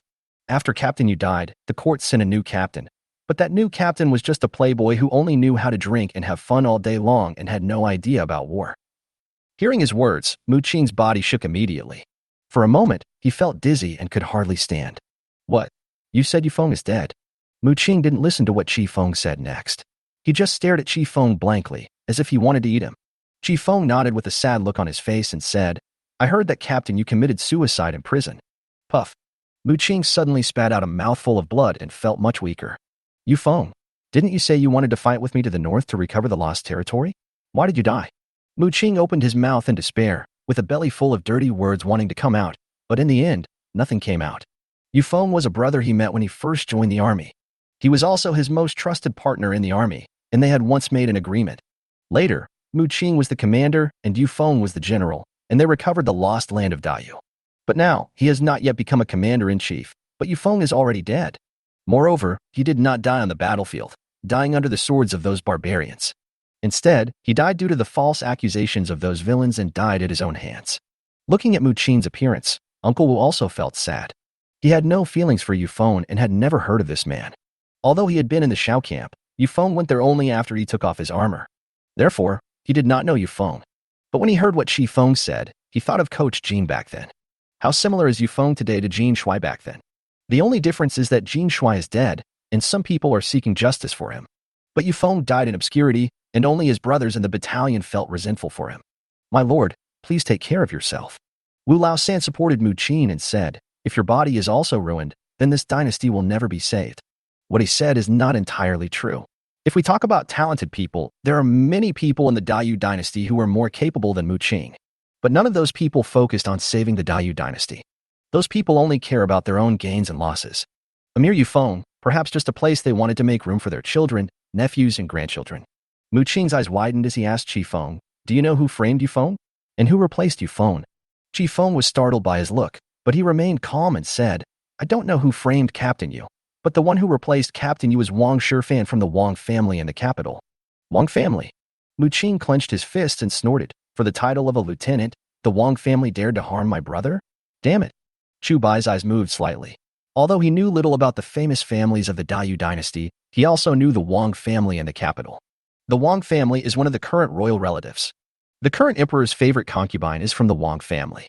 Not to mention that Mu Qin is only a marquis now. Even if he is still the Prince of Yong, he cannot overthrow the Wang family. The Wang family not only has a noble concubine in the harem, but the head of the Wang family is also the current Minister of Personnel, known as the Heavenly Official. It is no exaggeration to say that his disciples and former officials are spread all over the world. Therefore, even if Mu Qin knew who killed Yufeng, it would be difficult for him to avenge his brother. My lord, since Captain Yu is already dead, you must preserve your useful body. Chu Bai bowed to Mu Qin and said, besides anything else, if Captain Yu has any family, they will need your care. Otherwise, I am afraid that his family will also be murdered. Mu Qin's expression changed, and then he came to his senses. Just as Chu Bai guessed, it was simply a pipe dream for him to overthrow the Wang family on his own. The dead cannot be resurrected, so even if he killed that damn Wang Shifan, it would be of no use. The most important thing right now is to find Yufeng's relatives and settle them down. Having seen too many widows of soldiers who died in battle over the years, he knows their situation best. Mu understands. Mu Qin also bowed to Chu Bai in return, and then said, I know where Yufeng's hometown is. I will have people look for his relatives tomorrow. We must not let them be bullied by others again. Seeing that Mu Qin had woken up, Chu Bai breathed a sigh of relief. If the Marquis needs any help, Chu Bai is willing to lend a helping hand. He knew very well that the current Dayu dynasty was already riddled with problems, and it was definitely not something that Mu Qin could solve alone. But, in his heart, he admired people like Mu Qin very much. Chapter 176, finished. Although Chu Bai knew that Mu Qin alone could not save the Dayu dynasty, out of admiration for Mu Qin, he was still willing to lend a hand if he could. After all, faced with such a dynasty, not everyone has the courage to try to save it. Most people can only choose to go with the flow or go with the crowd. If you really can't stand it, you can only choose to give up. Only Mu Qin always wanted to save the Dayu dynasty in his own way. In fact, in Chu Bai's opinion, there is another way to save the Dayu dynasty. However, this path is more difficult. Moreover, not everyone has the courage to choose to bear the stigma. Chu Bai didn't know whether Mu Qin had thought about this path. Maybe he had, maybe he hadn't, but Mu Qin had never tried to take this path. Mu Qin didn't know what Chu Bai was thinking, but he was somewhat moved by Chu Bai's words. He and Chu Bai had only known each other for 2 days. It was not easy for Chu Bai to say these words. What's more, Chu Bai was not tempted by the tens of thousands of taels of gold and silver treasures, but chose to give them to him. Although his appearance happened to help Chu Bai, he did not think of using it to threaten Chu Bai to do something. But when Chu Bai took the initiative to do it, the meaning was different. Looking at Yifeng, who was still kneeling on the ground with a look of remorse and guilt on his face, Mu Qin felt a rare pity for him. Mr. Chu, since Yifeng has just joined the gang and hasn't done anything harmful, can you spare his life considering that he once followed Yifeng? Although Mu Qin was too embarrassed to speak, he still said it out loud. Chu Bai was stunned for a moment, then said, what I say doesn't count. Mu Qin was surprised and asked, Mr. Chu, are you worried about the consequences? Chu Bai shook his head and said, to be honest, if it weren't for Lord Chu, I would have been captured by the bandits of Dalong Mountain by now, and I would not be qualified to judge the fifth master. Mu Qin frowned, not knowing what he was thinking. Chu Bai continued, I am not trying to give the Marquis face, but what he said just now is one-sided. If it is all true, it is not impossible to let him go, but we still need to verify it with other people. Hearing this, Mu Qing and Qi Feng both breathed a sigh of relief. Even Uncle Wu felt much more relaxed. As comrades, they naturally did not want to see Qi Feng just waiting to be killed. But if what Qi Feng said was false, and he really was an unforgivable evildoer, then they would not let him go just because of their comradeship. Mu Qing looked at Chu Bai with more admiration in his eyes than before. He and Uncle Wu San had a brotherhood with Qi Feng, which made them more emotional than rational. Chu Bai had never dealt with Qi Feng, so naturally there was no question of emotion or rationality. He was definitely the most rational of the three. But reason is reason, and anyone would agree to a marquis's request without hesitation. Chu Bai was able to clearly explain the pros and cons and did not agree directly. This courage alone is more than enough to surpass countless others. Because of their comrades in arms, Mu Qing immediately asked someone to come over and examine Qi Feng carefully. The guards he brought with him were not only battle-hardened, but also had first-aid skills. Although I can't be called a doctor, I can bandage wounds and treat injuries in an emergency. In order to verify what Qi Feng said, Chu Bai and Mu Qing specifically found the surrendered bandits and questioned them. The results confirmed that Qi Feng had indeed just joined the gang not long ago, and he didn't even have a single confidant. Mu Qing and Uncle Wu breathed a sigh of relief. Since Qi Feng had never done anything bad, his life was saved. Although according to what Chu Bai and Mu Qing had discussed before, Qi Feng had to serve as a witness to incriminate Wu Sihai and the Lu family. Under normal circumstances, a captured bandit leader would definitely be sent to prison. But Mu Qing was a dignified marquis, so it was very easy for County Magistrate Lu to turn a blind eye. In addition to Qi Feng's matter, Chu Bai asked these people again to see if they knew the exit of the secret passage in the dungeon. Because he knew that even if he sent everyone out to look for it, they might not find it, but he still didn't give up and could only place his hopes on these people. But the result was almost what he expected. Even the fourth in command didn't know about this secret passage, so how could those minions know it? However, after seeing how powerful Mu Qing is today, the bald boss named Shirshan would probably not dare to retaliate against Chu Bai alone. They may not even dare to stay in Ping'an County. Then, Chu Bai asked the bandits a lot of questions. For example, when did Dalongshan and the Lu family start to collude? What did the two sides do when they colluded together, and so on? Or, is there any direct evidence? Now, in order to save their lives, the bandits showed up and told everything they knew. According to them, the Lu family had actually colluded with the bandits in Dalongshan a long time ago. In fact, the boss at that time was not Shirshan, but another person. After Shirshan became the boss of Dalongshan, he did not sever his ties with the Lu family, but instead they became closer. Over the years, the Lu family has used Dalong Mountain to do countless shameful things. Kidnapping, kill, rob a woman, rob the caravan.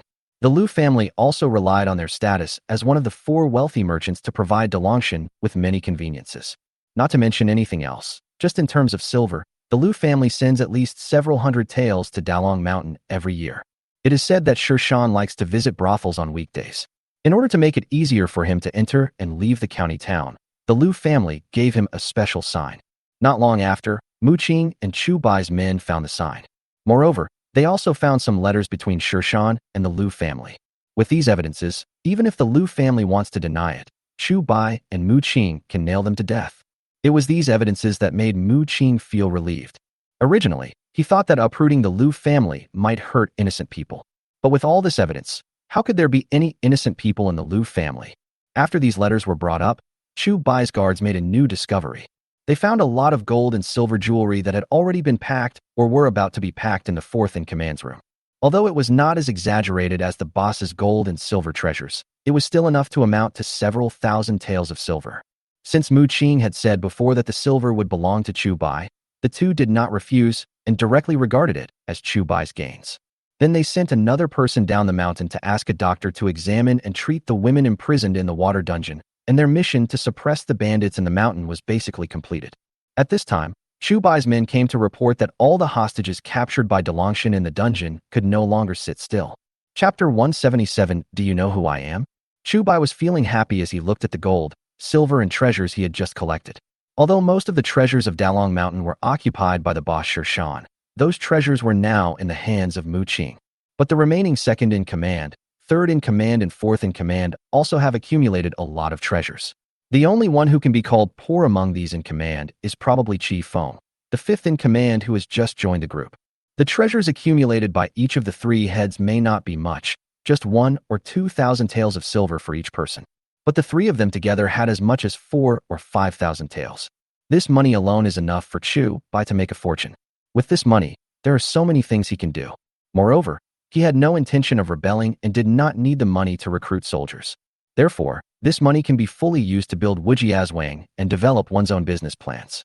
Now that the Liu family has cut off his business in the county, he has no source of money for the time being. This money is a timely relief. However, his goal was still to overthrow the Liu family. The Liu family has been entrenched in Ping'an County for a long time, and Mu Qing's orders alone may not be effective. Therefore, he still needs the cooperation of County Magistrate Liu.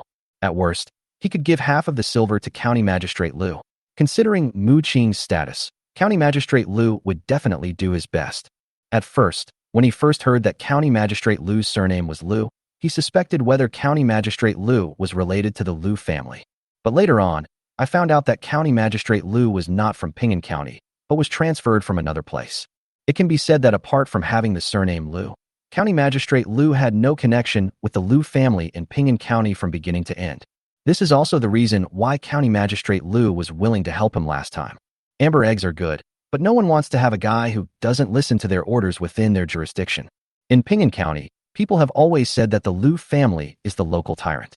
But they forgot that the real local emperor of Ping'an County should be County Magistrate Liu.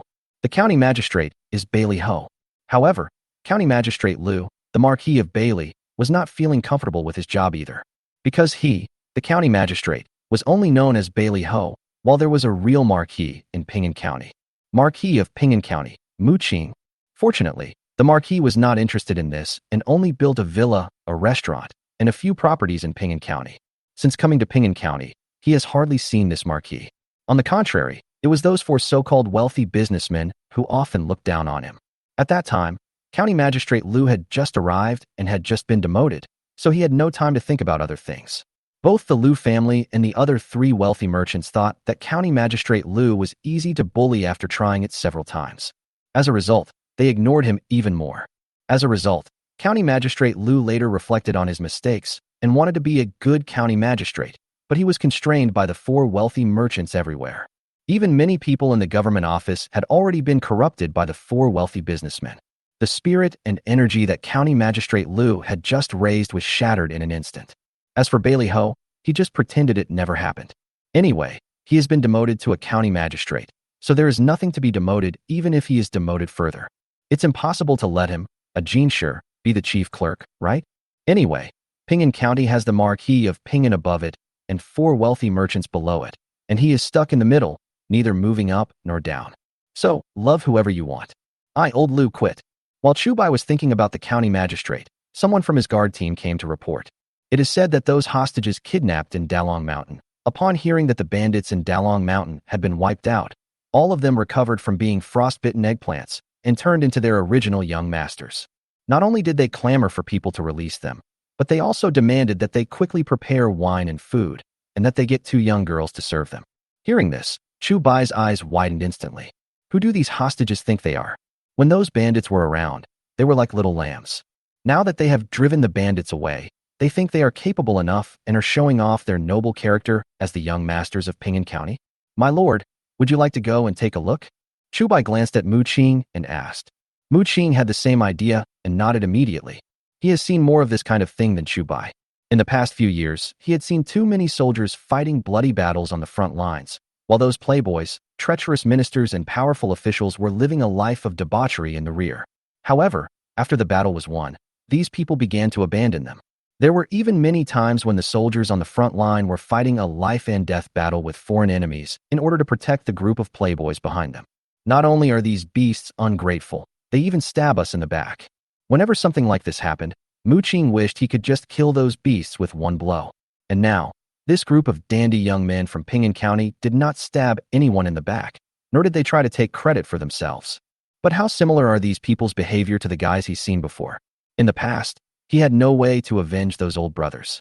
But now, isn't it a piece of cake to deal with a few ungrateful little playboys? Led by the guards, the two soon arrived at the dungeon. With the help of the torchlight, they could barely see the environment inside. Although the earthen dungeon is also a prison, it is much better than the environment in the water dungeon. At the very least, the environment in here is not that humid, and there is no stinking water filled with all kinds of filth to submerge the ankles. Seeing Mu Qing and Chu Bai coming, the young masters immediately became alert. What are you doing? Why don't you let us go? I don't care who you are, just let me go. Send someone to take good care of me, and send me home.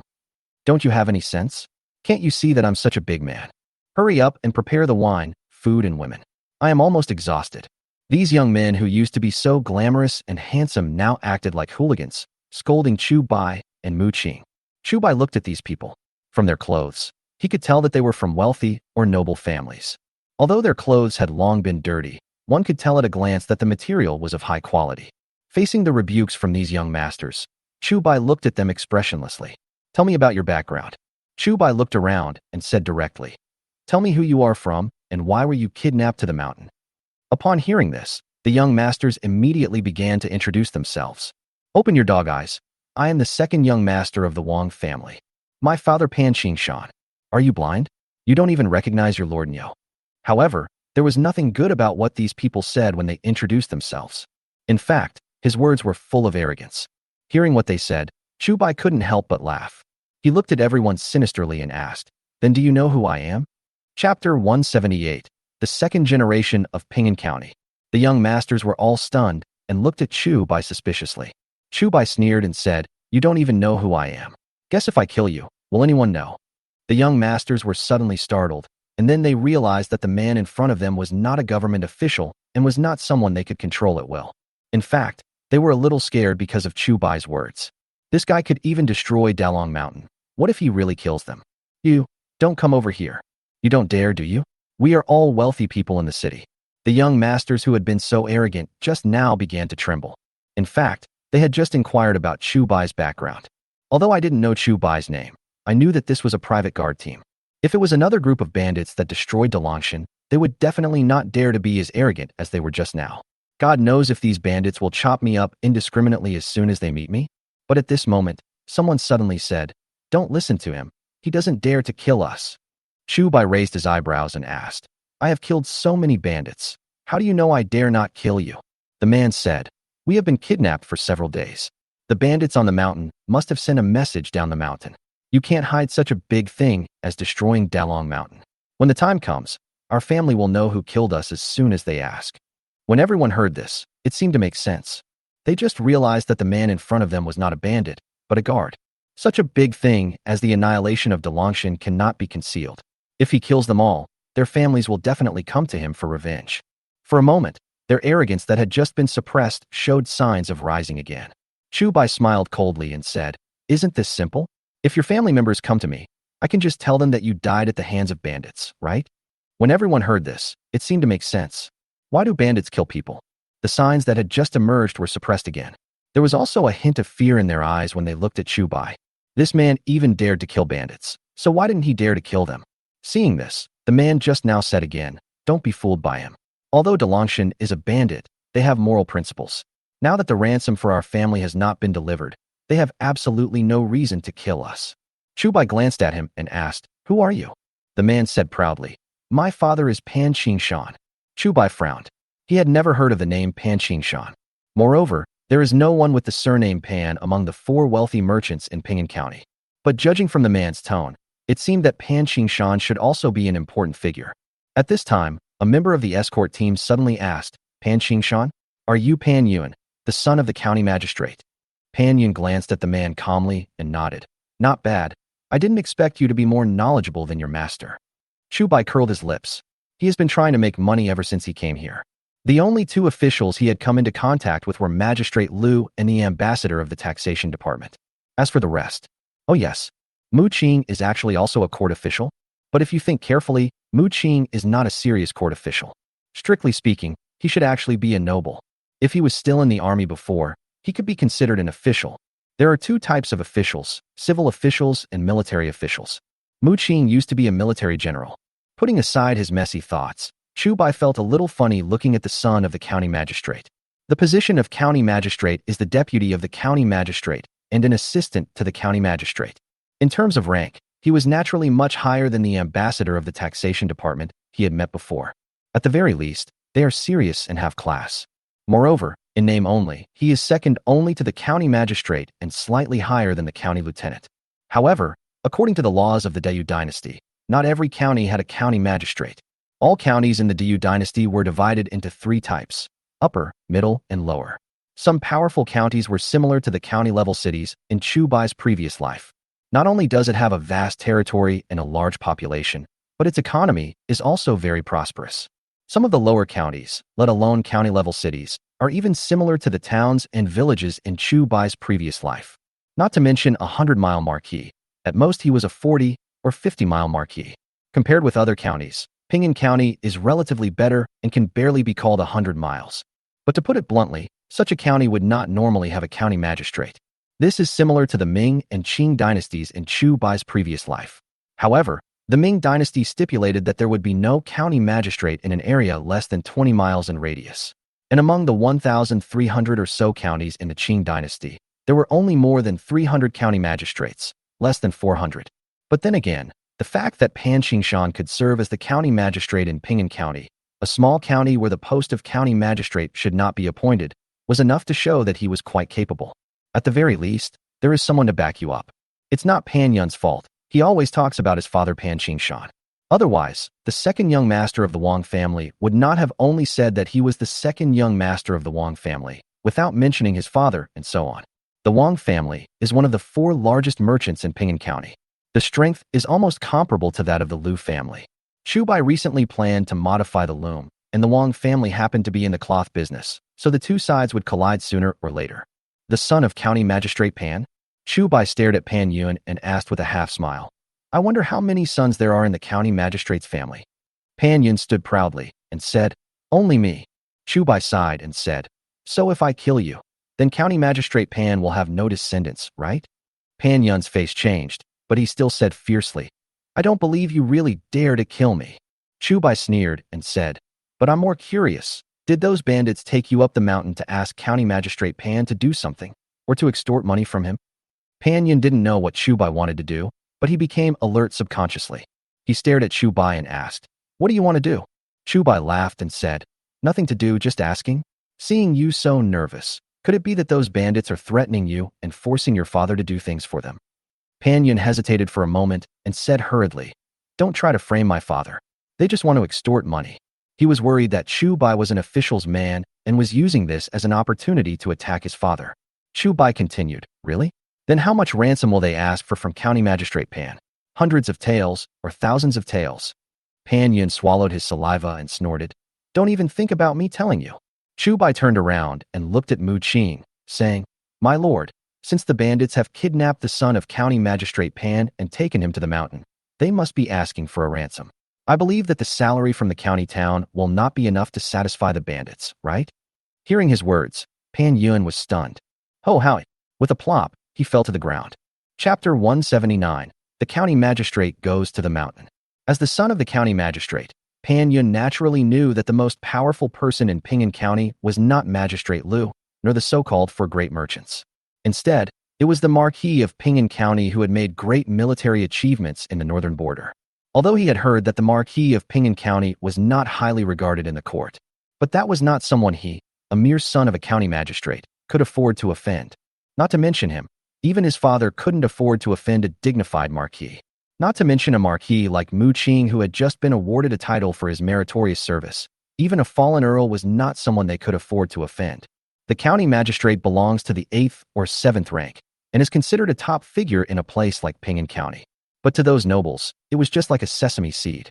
Even if this noble has no real power and has fallen, his connections are still there, and as long as he says a word, people in the same noble camp will stand up for him. His father, the county magistrate, was a powerful figure in Ping'an County and even had more prestige than County Magistrate Liu. But once people knew that his father, the county magistrate, actually had several thousand taels of silver, and that he seemed to have just offended the Marquis's people. After returning to Ping'an County, the Marquis will definitely punish his father. It's not that he would be beheaded, but his property would be confiscated and he would be exiled. Even the best outcome was just being dismissed from office. Without his father's position as county magistrate, he would no longer be able to use the phrase, "My father is Pan Qingshan," to show off. I just said nonsense." Pan Yun knelt down without hesitation and said, "My lord, please don't believe what I just said. In fact, those bandits took me to the mountain to threaten my father to do things for them. My father didn't agree to them at all. He regretted it so much that he would not have said such nonsense if he had known earlier. What he regretted more was that he was captured by bandits and taken to the mountains this time. If he had not been captured by bandits and taken to the mountains, he would not have met this marquis. But now that he appeared in the mountains, whether the bandits demanded a ransom from his father or threatened his father to help them with something, it would be very disadvantageous to his father. If it is the former, then his father is a corrupt official. Because his father always considered himself an upright person, it was impossible for him to raise so much ransom. If it was the latter, his father could easily be accused of colluding with bandits. Even though his father did not compromise with the bandits. In today's world, what is most lacking is all kinds of so-called evidence. As long as they are determined to frame someone, won't they be able to catch him? Seeing him like this, Chu Bai also found it a little funny. Don't be fooled by Pan Yun's arrogant appearance just now. He actually is a flexible person. If it were someone else, they might not be as decisive as he is and kneel down right away when told to do so. But just as he was about to speak, a guard ran over. My lord, Mr. Chu, there is a man outside who calls himself Pan Qingshan. Hearing this, Pan Yun fell to the ground. Finished. This time I'm really in trouble. The next moment, he shouted, Father, run, run. Chu Bai's eyes widened, and he quickly said, shut his mouth. The guard next to him immediately cut off the iron lock on the outside with a knife, then rushed in and stuffed a piece of cloth obtained from somewhere into Pan Yun's mouth and controlled his hands. Chu Bai said to Mu Qing, my lord, shall we be bandits for a while? Mu Qing nodded and said, okay, that's exactly what I meant. Although he didn't want to interfere in the affairs of Ping'an County, he heard something different from what Pan Yun had just said. Now that Pan Qingshan has gone up the mountain in person, he has the opportunity to investigate. The two men left the dungeon and walked towards the gathering hall of the mountain stronghold. When passing by the dining hall, Chu Bai paused, walked in, and said, come here, two smart guys. Whether you can survive depends on your performance. Hearing this, the bandits stood up one after another, wanting to fight for this chance to survive. Chu Bai scanned the crowd and found two bandits who seemed to be compatible with him. Just the two of you. Chu Bai looked at the two of them and said, someone will come up the mountain in a while. Tell them that this person and I are the military advisors that Dalong Mountain has just recruited. Although he had decided to pretend to be a bandit with Mu Qing, the fact that Pan Qingshan went up the mountain himself meant that he must have someone with him who knew the way. Otherwise, he wouldn't have come here in the middle of the night. Regardless of his origins, the person who led him must have known several of the leaders of Dalong Mountain. But the leaders of Dalongshan were either dead or fled, and now only the fifth leader Chi Feng, who had just joined the gang, is left. If the other party doesn't know Chi Feng, then his identity is likely to be exposed.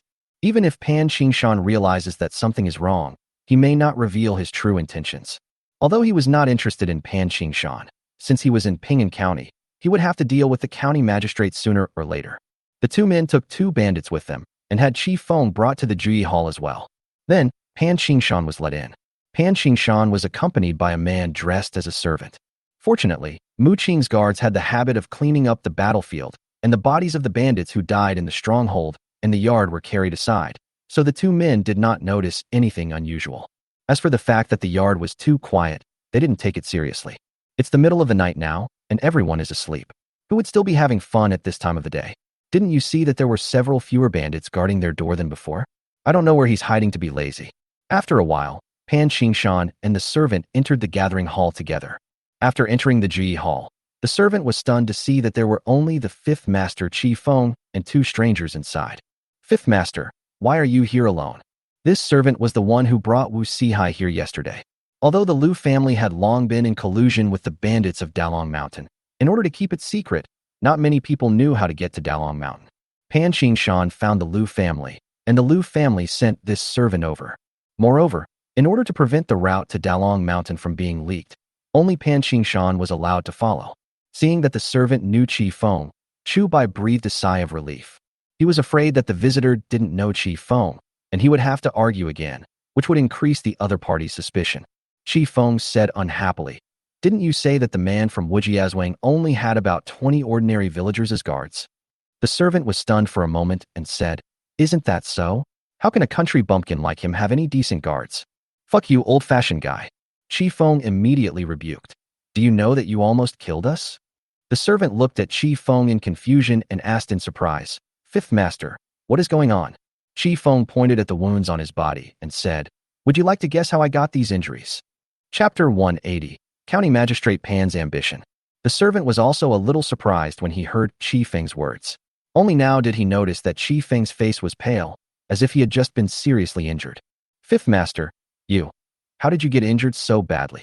He asked subconsciously, then revealed an incredible expression and said, could it be that he was injured in the fight against Wu Jiazwang? Chi Feng rolled his eyes and snorted. What else? What nonsense do you think I just said to you? Today, we led people down the mountain, but if we hadn't run fast, we wouldn't have come back, you know? The servant was suddenly even more confused. He had also heard what Wu Sihai said. Chu Bai's guard team consists of only about 20 people. Even if other young and strong people are added, there will only be 30 or 40 people. But Chi Feng told him that they almost died there. There are more than 100 people in Dalangshan. With so many bloodthirsty bandits, can't they take down a crappy guard team of only a few dozen people? Go back and tell your manager to give us 2,000 taels of silver, and then send us that damn Sihai, and this matter will be settled. Chi Feng knew that talking too much would lead to mistakes, so he simply stopped discussing the matter and asked for compensation directly. Although he had only joined the gang for a short time, he knew what kind of people those bandits were. That's why he was so arrogant and directly demanded compensation. The servant was stunned for a moment, with some anger on his face. Among the entire Liu family, he has been dealing with this group of bandits for the longest time, and he also knows this group of guys best. To say that these guys are greedy is a compliment. They had no idea how much money they had cheated from the Liu family over the years, but now they were asking for 2,000 taels. However, he concealed this anger very well. Even Mu Qing and Chu Bai didn't notice it. Then he lowered his head and said, Fifth Master, 2,000 taels of silver is too much. I can't make the decision. How about going back and telling the head of the family? He knew very well that this incident was entirely a personal vendetta between the old butler and Wu Sihai. It would be strange if the Liu family could give them these 2,000 taels of silver. What's more, the leaders of Dalong Mountain were also very clear about this matter. They were going for Chu Bai's wealth. Now that he has suffered a loss at the hands of Chu Bai, he turns around and asks the Liu family to make up for it. How can there be such a good thing? But he knew better than to admit defeat, so he could only let the matter go for now. Chi Feng also knew that the servant in front of him could not make the decision, but his goal was also to deal with the matter first, and what he said just now was just to prevent them from being suspicious. Yes, I understand. Chi Feng responded calmly, then looked at Pan Qingshan next to him and asked, Who is this? The servant quickly introduced, Fifth Master, this is the county magistrate Pan Qingshan. Oh, although he already knew Pan Qingshan's identity, Chi Feng was still surprised. Sir Pan is an official appointed by the imperial court, but he actually came to our bandit den. I wonder what he is doing here.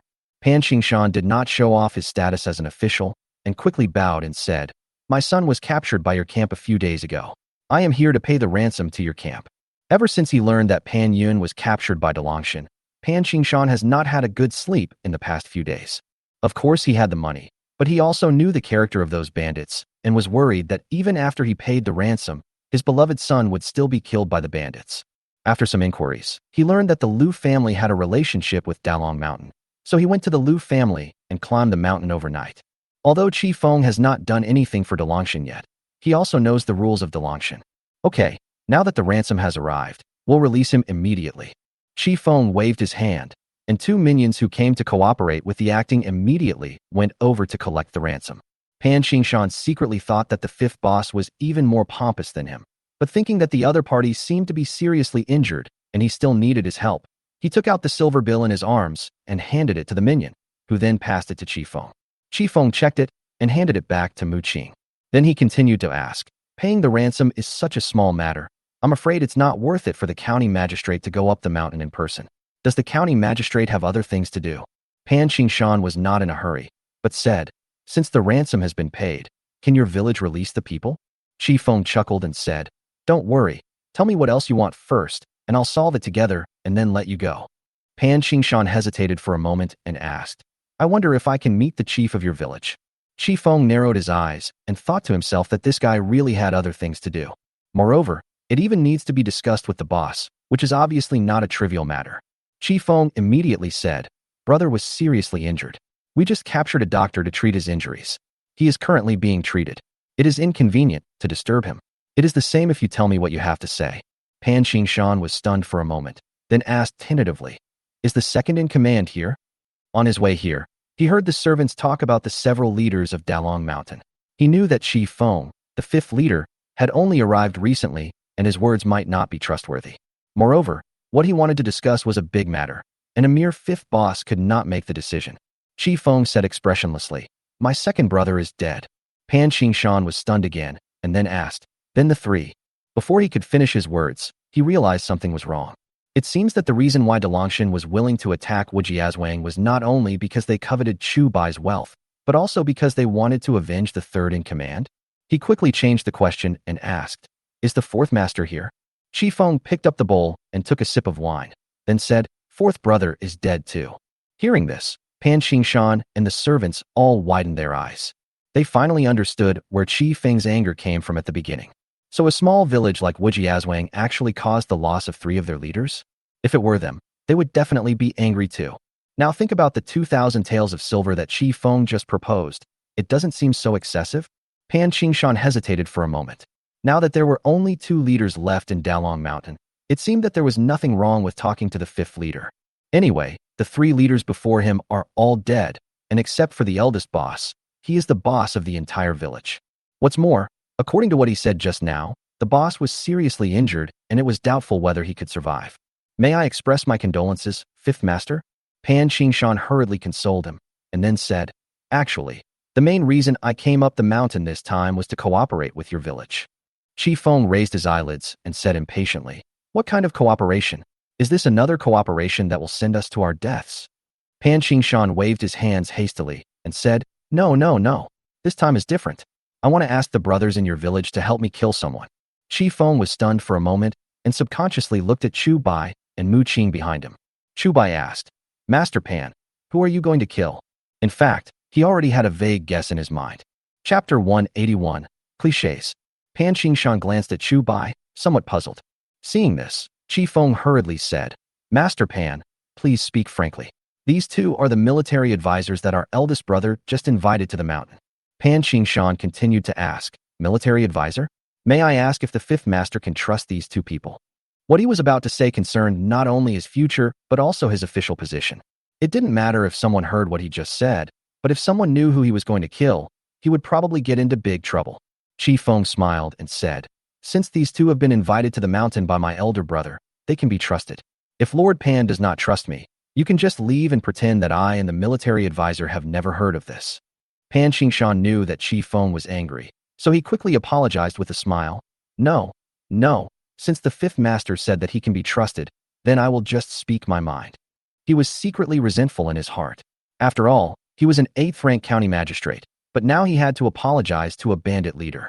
Once his goal is achieved, the first thing he will do is send troops to destroy the bandits in Dalangshan. Chi Feng just looked at Pan Qingshan without saying anything. Mu Qing and Chu Bai had told him that they asked him to come out purely to get some information.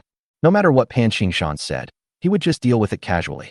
As for whether he would be able to help Pan Qingshan complete it in the end, that had nothing to do with him. Anyway, he is just a prisoner now. Seeing that Chi Feng's face was getting uglier, Pan Qingshan quickly asked the servant who brought him to leave the gathering hall. Then he said hurriedly, "Actually, I came here this time to ask you heroes to help me kill Lu, the county magistrate of Ping'an County." Hearing this, Mu Qing and Chu Bai were both shocked. Although they had guessed Pan Qingshan's purpose, they were still shocked when they heard these words from Pan Qingshan's mouth. On the contrary, Chi Feng did not show any surprise, as if he had already gotten used to it. Pan Qingshan glanced at Mu Qing and Chu Bai, then asked Chi Feng, "I wonder if the 5th master can make the decision on this matter?" Chi Feng pretended to think for a moment, then said, "Killing an official of the imperial court is a big deal. I want to ask the 2 military advisors for their opinions." Pan Qingshan was not surprised. He just cupped his hands and said, "Why don't you 3 discuss it first, and then find someone to release my son? I just happen to have a few words to say to him." Mu Qing immediately said, "Don't worry, Master Pan. I have a few questions for you." Pan Qingshan looked at Mu Qing and suddenly asked, "Mr. Guan looks familiar to me. Have we met before?" Mu Qing said casually, "Maybe it's because I look too ordinary. Many people think I look familiar." Pan Qingshan nodded but didn't take it seriously. Then he asked, "What questions does this gentleman have?" Mu Qing groaned for a moment and asked, "The county magistrate is an official appointed by the court, and he is also your superior. Since you asked us to kill him, have you ever thought about the consequences for yourself and for us?" Hearing this, Pan Qingshan was obviously stunned. He now suddenly understood why Dalong Mountain wanted to invite 2 military advisors to the mountain for no reason. If it had been in the past, when these bandits heard that he wanted to kill the county magistrate, the only thing they would think about was how to gain benefits from him. How could I start to consider the consequences like I am doing now? Of course he knew what the consequences would be, but he couldn't tell these bandits. After all, he had already made up his mind that as soon as County Magistrate Liu died, he would immediately lead his men into the mountains along today's route and kill all these lawless bandits first. In this way, not only could he silence the witness, but no one would know that he had killed the county magistrate. Even if the Liu family who brought him here might guess it, he had already sent the servant away, so even if the other party guessed it, they would have no evidence. What's more, after wiping out this group of bandits, he can also bring himself 2 great merits. One is for his meritorious service in suppressing bandits. The other one was rewarded for avenging the county magistrate. Either of these 2 achievements alone would be enough to get him promoted, let alone 2 of them. Chu Bai kept looking at Pan Qingshan. Although Pan Qingshan concealed it well, he still saw something meaningful on Pan Qingshan's face. In other words, Pan Qingshan had no good intentions when he went to Dalangshan to kill County Magistrate Liu. Of course, this has nothing to do with them. He is not from Dalangshan. What he wants to do now is to find something to hold against this county magistrate. In fact, ever since Pan Qingshan took out those banknotes, he had handed the handle to Mu Qing. And now, he had unknowingly handed his nickname over to Mu Qing to deal with. Pan Qingshan thought for a moment and said, "Of course I have considered this. This time I will arrange for you to pretend to be attacked by assassins on the way.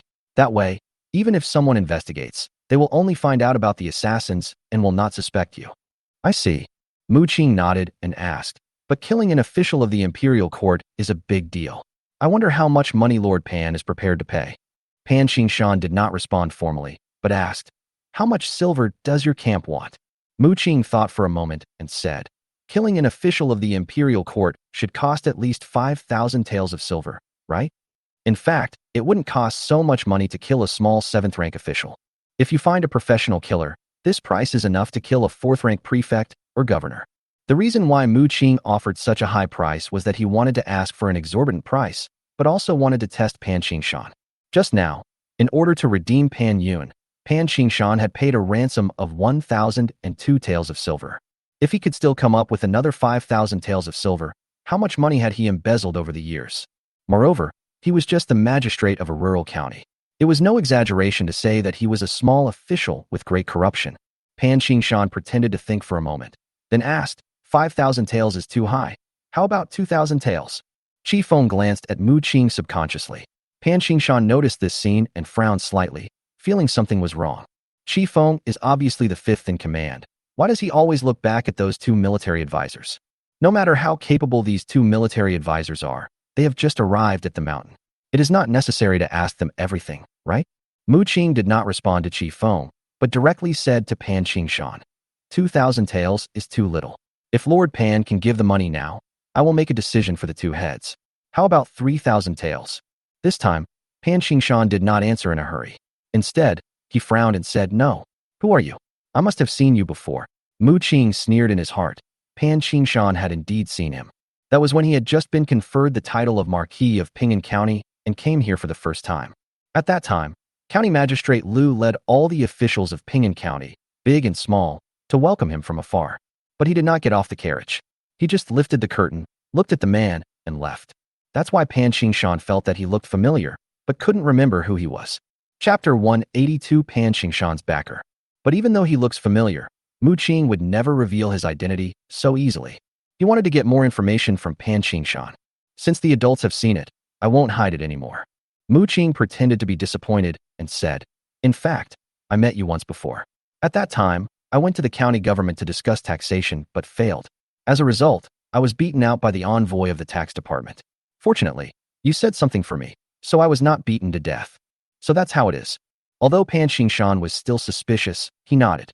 Many people have asked him to do things for them over the years, and he might have helped this person unintentionally. Pan Qingshan thought for a moment and said, "Since I have helped you before, why don't you do me a favor this time and charge me less money?" Mu Qing glanced at Chi Feng, and then pretended to be embarrassed and said, "Sir, in fact, you should also know our difficulties in this matter. If we just go down the mountain to collect some food and rob the passing caravans, the government will not make it difficult for us. But if we kill the imperial officials, we will be no different from rebels, and the brothers in the entire village may suffer. 3,000 taels of silver is really not a lot. Listening to his words, Pan Qingshan also felt that there was some truth in them. However, he still said, "You can rest assured about this. As long as you help me kill the county magistrate, the next county magistrate will definitely be me. Since I am cooperating with you, why would I send people into the mountains to wipe you out?" As he spoke, he looked around and added in a low voice, "Besides, what the Liu family did to you, I can do the same with you." Mu Qing sneered in his heart. Pan Qingshan was so shameless. In order to murder his superior, he colluded with bandits. If that's the case, 2,000 taels is not a bad idea. Mu Qing pondered for a while and said, "But we want to know why Lord Pan is so sure that the next county magistrate will be you?" Pan Qingshan pointed upwards and said, "Of course there is someone up there." Mu Qing continued to ask, "Which sir is it?" Pan Qingshan looked at Mu Qing warily and said, "This is not something you can know, right?" Mu Qing laughed and said, "Killing the county magistrate is a capital offense, so we must be vigilant. If you can't even tell us who your backers are, how can we know if what you say is true?" In fact, he just said so much, and this sentence now is his real purpose. For him, killing Pan Qingshan was a piece of cake. But what he wanted to kill more were thousands and thousands of Pan Qingshans. If he wanted peace and prosperity for the entire Dayu dynasty, he couldn't do it alone. If we kill one more person, there may be one less corrupt official in the world. Pan Qingshan hesitated for a moment and said, "Since it's okay to tell you this, do you know that Ping'an County, as a lower county, originally did not have a position of county magistrate, but I became the county magistrate of Ping'an County?" Mu Qing immediately said, "I would like to hear the details." Pan Qingshan sneered and snorted. "Of course it's because I have someone above me. That person not only calls the shots in the county, but also has great power in the capital." He still spoke in a riddle, but Mu Qing had a guess about the person he was talking about. "So it's this guy?" Mu Qing smiled slightly and said, "Now that we know it's him, it's easy to deal with. There is basically no one else who can call the shots in the county town and has a certain say in the capital except that person." Pan Qingshan looked at him in surprise and asked, "Oh, could it be that Mr. Military Advisor also knows that gentleman?" Mu Qing nodded and said, "Okay, after all that, Lord Pan can go visit your son now." Pan Qingshan smiled subconsciously, but he immediately realized something was wrong. "Visit?" What this means is that he can't take Pan Yun away. But before he could ask, Mu Qing called out, "Come here, throw him into the dungeon and lock him up with Pan Yun." Pan Qingshan was stunned. "This lord? This?" He finally remembered. Who else in the entire Ping'an County could call himself the Marquis? And his first encounter did not take place at the county government office, but at the gate of the county town. It was the time when County Magistrate Liu led all the officials of Ping'an County, big and small, to welcome the Marquis of Ping'an County. "It's you." Pan Qingshan's eyes widened, but before he could say much, two ferocious guards rushed in, grabbed his arms with both hands, and took him away by force. Pan Qingshan was in so much pain that he didn't even have time to beg for mercy. After he left, Qifeng consciously took his two minions and left. Chu Bai looked at Mu Qing and asked, "Does the Marquis know who his backer is?" Mu Qing nodded and said, "Well, if it goes as expected, it should be Huan, the prefect of Jiuan County." Chu Bai frowned. He was very unfamiliar with this official position and name. But judging from the word county magistrate, it should be similar to county magistrate, both of whom are deputies to the chief official of this administrative unit. In other words, Huan's status in Jiuan County was second only to the county magistrate. It is no exaggeration to say that he can call the wind and rain. Mu Qing continued, "Huan is not only the county magistrate of Jiuan County, he is also from the Hu family in the capital. Huan's father is the current minister of war." Chu Bai opened his mouth. No wonder Pan Qingshan said just now that the man had great power even in the capital. The minister of war, one of the 6 ministers, also holds great power. As the son of a minister, even if he cannot call the shots in the capital, no one dares to underestimate him. In this way, this Huan relied on his father's status to do whatever he wanted in Jiuan County, and I'm afraid even the real county magistrate could not suppress him. Chu Bai asked, "Does the Marquis want to deal with this one?" Mu Qing sighed and said, "I really want to kill him, but I'm afraid I can't do it alone." Although he was a Marquis, he had no real power. On the other hand, one is not only a 5th-rank county magistrate, but also has a father who is the minister of war and has the Hu family as a big tree behind him. If he was still the Prince of Yong, he might be able to use his status to suppress Wan. But now, just because he is a Marquis, he cannot deal with Wan. Chu Bai said, "Huan is far away in the county town. It is too early for us to deal with him now. It is better for us to think about how to deal with Pan Qingshan first. Although Pan Qingshan was arrested, they still had evidence against him. But how to deal with him is also a problem. At the same time, if Pan Qingshan was dealt with, the biggest beneficiary should be County Magistrate Liu. But the problem is that he doesn't know whether County Magistrate Liu is a good person or a bad person. If they killed Pan Qingshan, and Magistrate Liu became even worse than Pan Qingshan after taking control of the country, wouldn't they have meant well, but ended up doing something bad? Chapter 183: The idea of expanding the guard team. Now that we have Pan Qingshan's handle in our hands, it will be easy for the Marquis to keep him or get rid of him. Chu Bai thought for a moment and said, I just wonder if the Marquis wants to help him or County Magistrate Liu? Even though he was still thinking about it just now, what if County Magistrate Liu was also a bad guy and helped him eliminate Pan Qingshan? Would County Magistrate Liu become the next Pan Qingshan? But in fact, these have nothing to do with him directly. The person who is truly qualified to make the decision is Mu Qing, not him. Even though Mu Qing respected him very much, to be frank, he was just an ordinary citizen.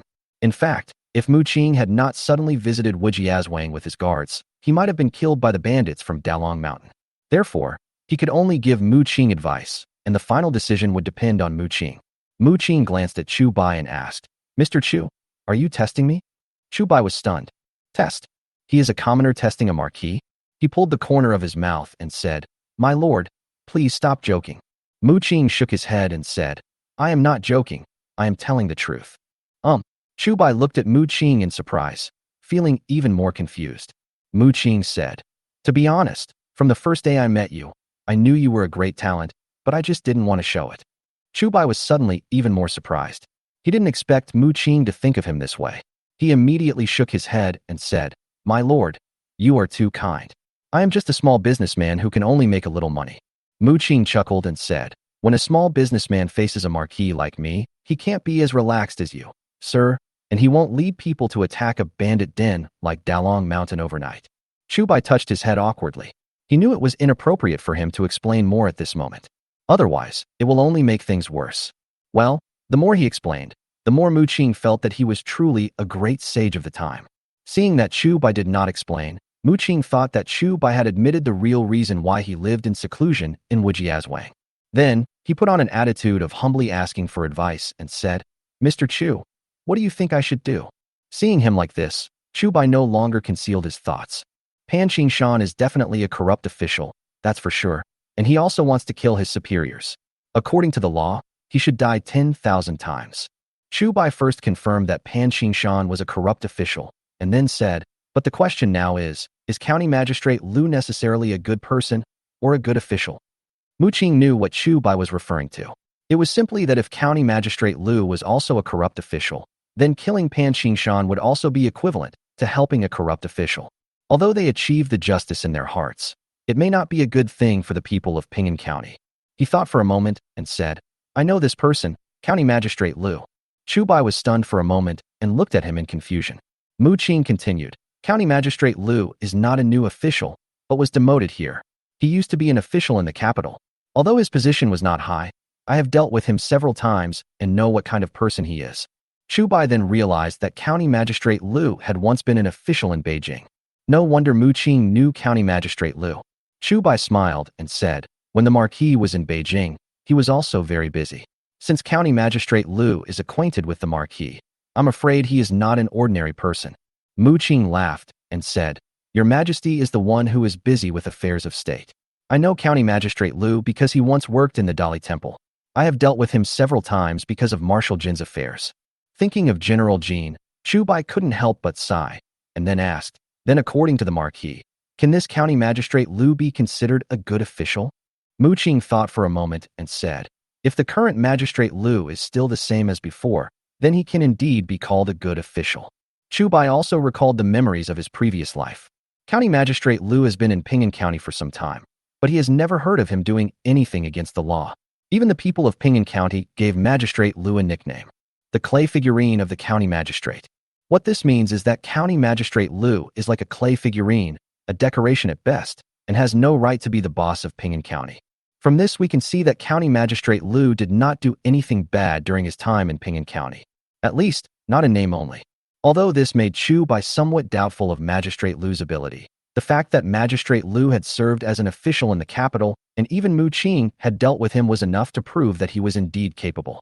Then, shall we help this clay figure county magistrate? Chu Bai glanced at Mu Qing with some joking. Mu Qing said, "It's all up to you, sir." Chu Bai suddenly felt even more embarrassed. He really didn't know how Mu Qing thought that he was a great talent of the time. Could it be because I stopped his car that day? But that is the only solution. It only shows one's incompetence. Why does Mu Qing think he is so great? For a moment, he didn't know what went wrong. Chu Bai coughed dryly and said, "My lord, I think no matter what we do in the end, we need to meet this county magistrate Liu first." Mu Qing pondered and said, "If I go to see him, I'm afraid it won't be appropriate." Chu Bai immediately volunteered, "I'll go." Good. Mu Qing nodded immediately. At the same time, things on the copycat are basically over. Mu Qing's 2 guards came back and handed over the 3,000 taels of silver notes they had found on Pan Qingshan to Mu Qing. Neither he nor Chu Bai had expected that Pan Qingshan would carry so many banknotes with him. Thinking about it this way, Mu Qing's offer of 5,000 taels didn't seem to be an exorbitant price. The 2,000 taels that Pan Qingshan mentioned were just repayments on the spot. This guy actually planned to use 3,000 taels of silver, or even more, to ask the bandits from Dalong Mountain to help him kill County Magistrate Liu. "My lord, the villagers are probably waiting for us to go back. Let's leave one team here and let the rest go back first, okay?" Since things here have come to an end, Chu Bai has no intention of staying here any longer. The reason why he left the team behind was purely because there were still people who wanted to watch it. For example, the bandits who were previously imprisoned in the water dungeon in Dalangshan, the hostages they imprisoned in the earth dungeon, and the bandits who surrendered not long ago.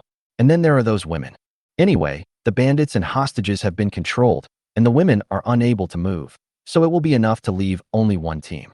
Mu Qing took a look at the environment of the mountain village. Although he had no requirements for food, clothing, housing, and transportation, he was unwilling to stay in the bandits' lair, so he immediately agreed. In addition to the small team left by Chu Bai, he also left 5 guards. When Chu Bai saw his guards, his eyes were filled with envy. Immediately, he asked, "My lord, can you help me find some retired veterans? I want to expand my guard team." While attacking Dalong Mountain, he suddenly realized that his previous thoughts might not be right. He is recruiting people in Wujiazwang to form a guard team. How many people can he recruit in total? Moreover, even if you recruit people, you still have to train and cultivate them from start to finish. But if we directly recruit some veterans, the combat effectiveness will be ready. Chapter 184. The one who carries firewood for everyone. Chu Bai started looking for young and strong people in the village to form a guard team, mainly for 2 considerations. One reason is that we are all from the same village, so if we really encounter bandits, we will definitely be more cohesive. Another thing was that he didn't have much time at the time, and if he really wanted to find those veterans to form a guard, it would definitely take a lot of time. And now, since Mu Qing has been helping those veterans, he must have the contact information of many people. In addition, with him, the Marquis, coming forward, those veterans would definitely be more willing to join the guard than if he went to find them himself. Now Mu Qing has helped him solve the problems of the bandits in Dalong Mountain. Even if the bald boss escapes, he will not pose a threat to him in the short term. Therefore, he was able to spare the time and energy to do this. Mu Qing looked at Chu Bai in surprise and obviously understood what Chu Bai was thinking. Although Chu Bai formed a guard team and also specially developed a repeating crossbow, Uncle Wu was responsible for the training of this guard team. However, due to the short time in which it was formed, the combat effectiveness of this guard team is still too weak. If he could find a group of retired veterans, his combat effectiveness would definitely be more than 1 or 2 levels higher than it is now. Good. Mu Qing nodded and said, "The lives of veterans are very hard now. As long as you can give them half the treatment of other guards, they will definitely rush over." The treatment Chu Bai gave to the guards was quite good. 2 taels of silver a month, and 3 meals a day, with meat for every meal. Not to mention ordinary soldiers, even some elite troops did not receive such treatment. However, Chu Bai said, "Half the salary? Lord, isn't this embarrassing for me?" Mu Qing looked at him in confusion. Chu Bai explained, "Since you are here, we should treat you all equally. Why should we treat you differently?" Mu Qing then realized that he had just misunderstood. He thought that Chu Bai didn't want outsiders to be treated the same as the villagers in his own village, and wanted to treat those veterans with the ordinary treatment of the army. Thinking of this, he suddenly felt a little embarrassed. At this time, Chu Bai said again, "Not only those veterans who retired normally, but also those who retired due to injuries. As long as they are experienced, they can be invited to serve as instructors." Hearing this, Mu Qing immediately looked at him in disbelief. He could understand why Chu Bai wanted to find those veterans who had retired normally. After all, although those people had retired, their fighting power was still there. Even if they were abandoned for a time, at least with a little training, they can become a powerful army again. But Chu Bai was actually willing to accept those disabled people who were injured and unable to continue fighting. Moreover, he is called an instructor? Mu Qing paused for a moment and asked, "How are these instructors treated?" Chu Bai thought for a moment and said, "It depends on their specific circumstances, but as long as they are capable enough, they will at least be the same as the ordinary players." Mu Qing clenched his fist and then performed a military etiquette to Chu Bai very solemnly. Seeing this, Chu Bai hurriedly asked, "What is the Marquis doing?" Mu Qing said, "Sir, your vision is beyond my reach." Chu Bai was even more confused and said puzzledly, "I did this for myself, and it's really embarrassing for the Marquis to say this." Mu Qing continued, "When I gave money to those people before, I could actually sense the humiliation in their hearts, thinking that I was giving them alms. But if you do this, they will certainly be happy to go, because you have given them the opportunity to be self-reliant again." Hearing his words, Chu Bai felt a surge of emotion. He could understand the humiliation that Mu Qing was talking about. These people used to be men in the army. It would be fine if I were injured once and could never go into battle to kill the enemy again. Even in life, they could not support themselves and could only rely on Mu Qing's financial support. They instinctively felt that this was not funding, but charity. But if they don't accept this charity, not only will they be unable to support themselves, but they will also bring trouble to their families. This is indeed a great humiliation for a man who once stood tall and proud. Perhaps they think it is charity, because the money is given by the Marquis. Chu Bai sighed. But these people were injured or died in battle to protect the Dayu dynasty and to protect tens of thousands of civilians from being trampled by the barbarians' cavalry. This money should have been paid by the court, not by the Marquis himself. Mu Qing was stunned for a moment. It was the first time he heard such remarks. In fact, the imperial court also provided pensions. However, only those who died in battle would receive compensation. Moreover, the amount of pension was not much to begin with, and with the officials at all levels deducting money from the money, there was not much left for the families. As for the injured, he had never thought about the idea that they should be compensated by the court before. In other words, he had never counted on those people in the court. He just relied on his own strength and tried every means to feed those people. If the court, Mu Qing just thought of the word imperial court and shook his head helplessly. The treasury is empty now. The imperial court certainly can't come up with so much money to resettle those wounded soldiers. Moreover, even if there is money, it may not fall into the hands of those people. What he said was both reality and his helplessness. Chu Bai said, "It's a little early to say this now, but I believe that sooner or later this day will come. Those who carry firewood for the public should not be left to freeze to death in the wilderness." Mu Qing was stunned and looked at Chu Bai in surprise. A warm current flowed through his heart. Chu Bai's image became taller again in his heart. "Don't worry, sir. When I get back, I will immediately write a letter to ask your majesty to properly arrange for these soldiers who were injured in protecting Dayu." Mu Qing said seriously, "Even if your majesty refuses, I will persist to the end." Chu Bai was stunned for a moment and said, "My lord, this matter cannot be rushed." Mu Qing was a little puzzled and asked, "Why?" Chu Bai said, "Does the Marquis have any allies in the court?" Mu Qing shook his head with a gloomy look. Chu Bai continued to ask, "Does the Marquis have any rivals in the court?" The light in Mu Qing's eyes dimmed again. Chu Bai still asked, "My lord, even if his majesty agrees to this, who will benefit in the end?" Mu Qing paused for a moment, and suddenly he understood what Chu Bai meant. "Let's not talk about whether his majesty would agree if he really brought up this matter. Even if your majesty really agreed, due to the petty thoughts of those court officials, the money would still be deducted at various levels in the end. Ultimately, it won't really bring much improvement to the veterans, but will only fatten the pockets of officials at all levels." "I see." Mu Qing nodded, but still didn't give up and asked, "Then sir, when do you think is the right time?" Chapter 185, Going Down the Mountain. Chu Bai looked at Mu Qing and didn't answer for a long time. When is the right time? He had no answer in his mind. Or, yes, but he can't say it. Otherwise, he would be persuading Mu Qing to rebel. Chu Bai's attitude towards this time travel has always been to make the best of it. His biggest goal is to live a wealthy life. All his efforts were just to prevent himself from being taken advantage of at any time. As for rebellion, he had never really thought about it. But seeing Mu Qing's eager eyes, Chu Bai had no choice but to say, "It's too early to talk about the timing now, but when the Marquis becomes so powerful that no one dares to refute him, Everything will be implemented and developed according to the Marquis's will. Mu Qing was stunned for a moment and vaguely understood what Chu Bai meant. However, Chu Bai's words did not mean that he should rebel. It points out another path. Powerful official. As long as he can be second to none and above everyone else, the power in his hands will be unbreakable. Even the emperor was wary of him. At that time, whatever he said, even if it was not an imperial edict, others would treat it as an imperial edict and execute it. However, although Mu Qing understood it, he himself was not a person who coveted power. Otherwise, he would not have given up the position of Prince of Yong, joined the army, and finally obtained only the title of Marquis of Ping'an County. Although he earned this through his own ability, and it was also more than most of the nobles. But there are dukes, marquises, earls, viscounts, and barons. Above the marquis is the duke. How can they be compared with the princes who are above the duke? Especially, Prince Yong is a real prince. To some extent, letting Mu Qing fight for power and profit is more difficult than killing him.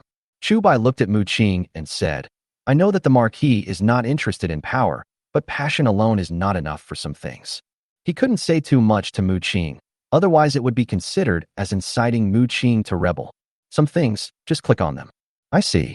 Mu Qing nodded. How could he not know what Chu Bai said? However, getting him to make that decision is extremely difficult. Okay, these things are for later, let's not talk about them now. Chu Bai laughed and said, I think the villagers are getting impatient.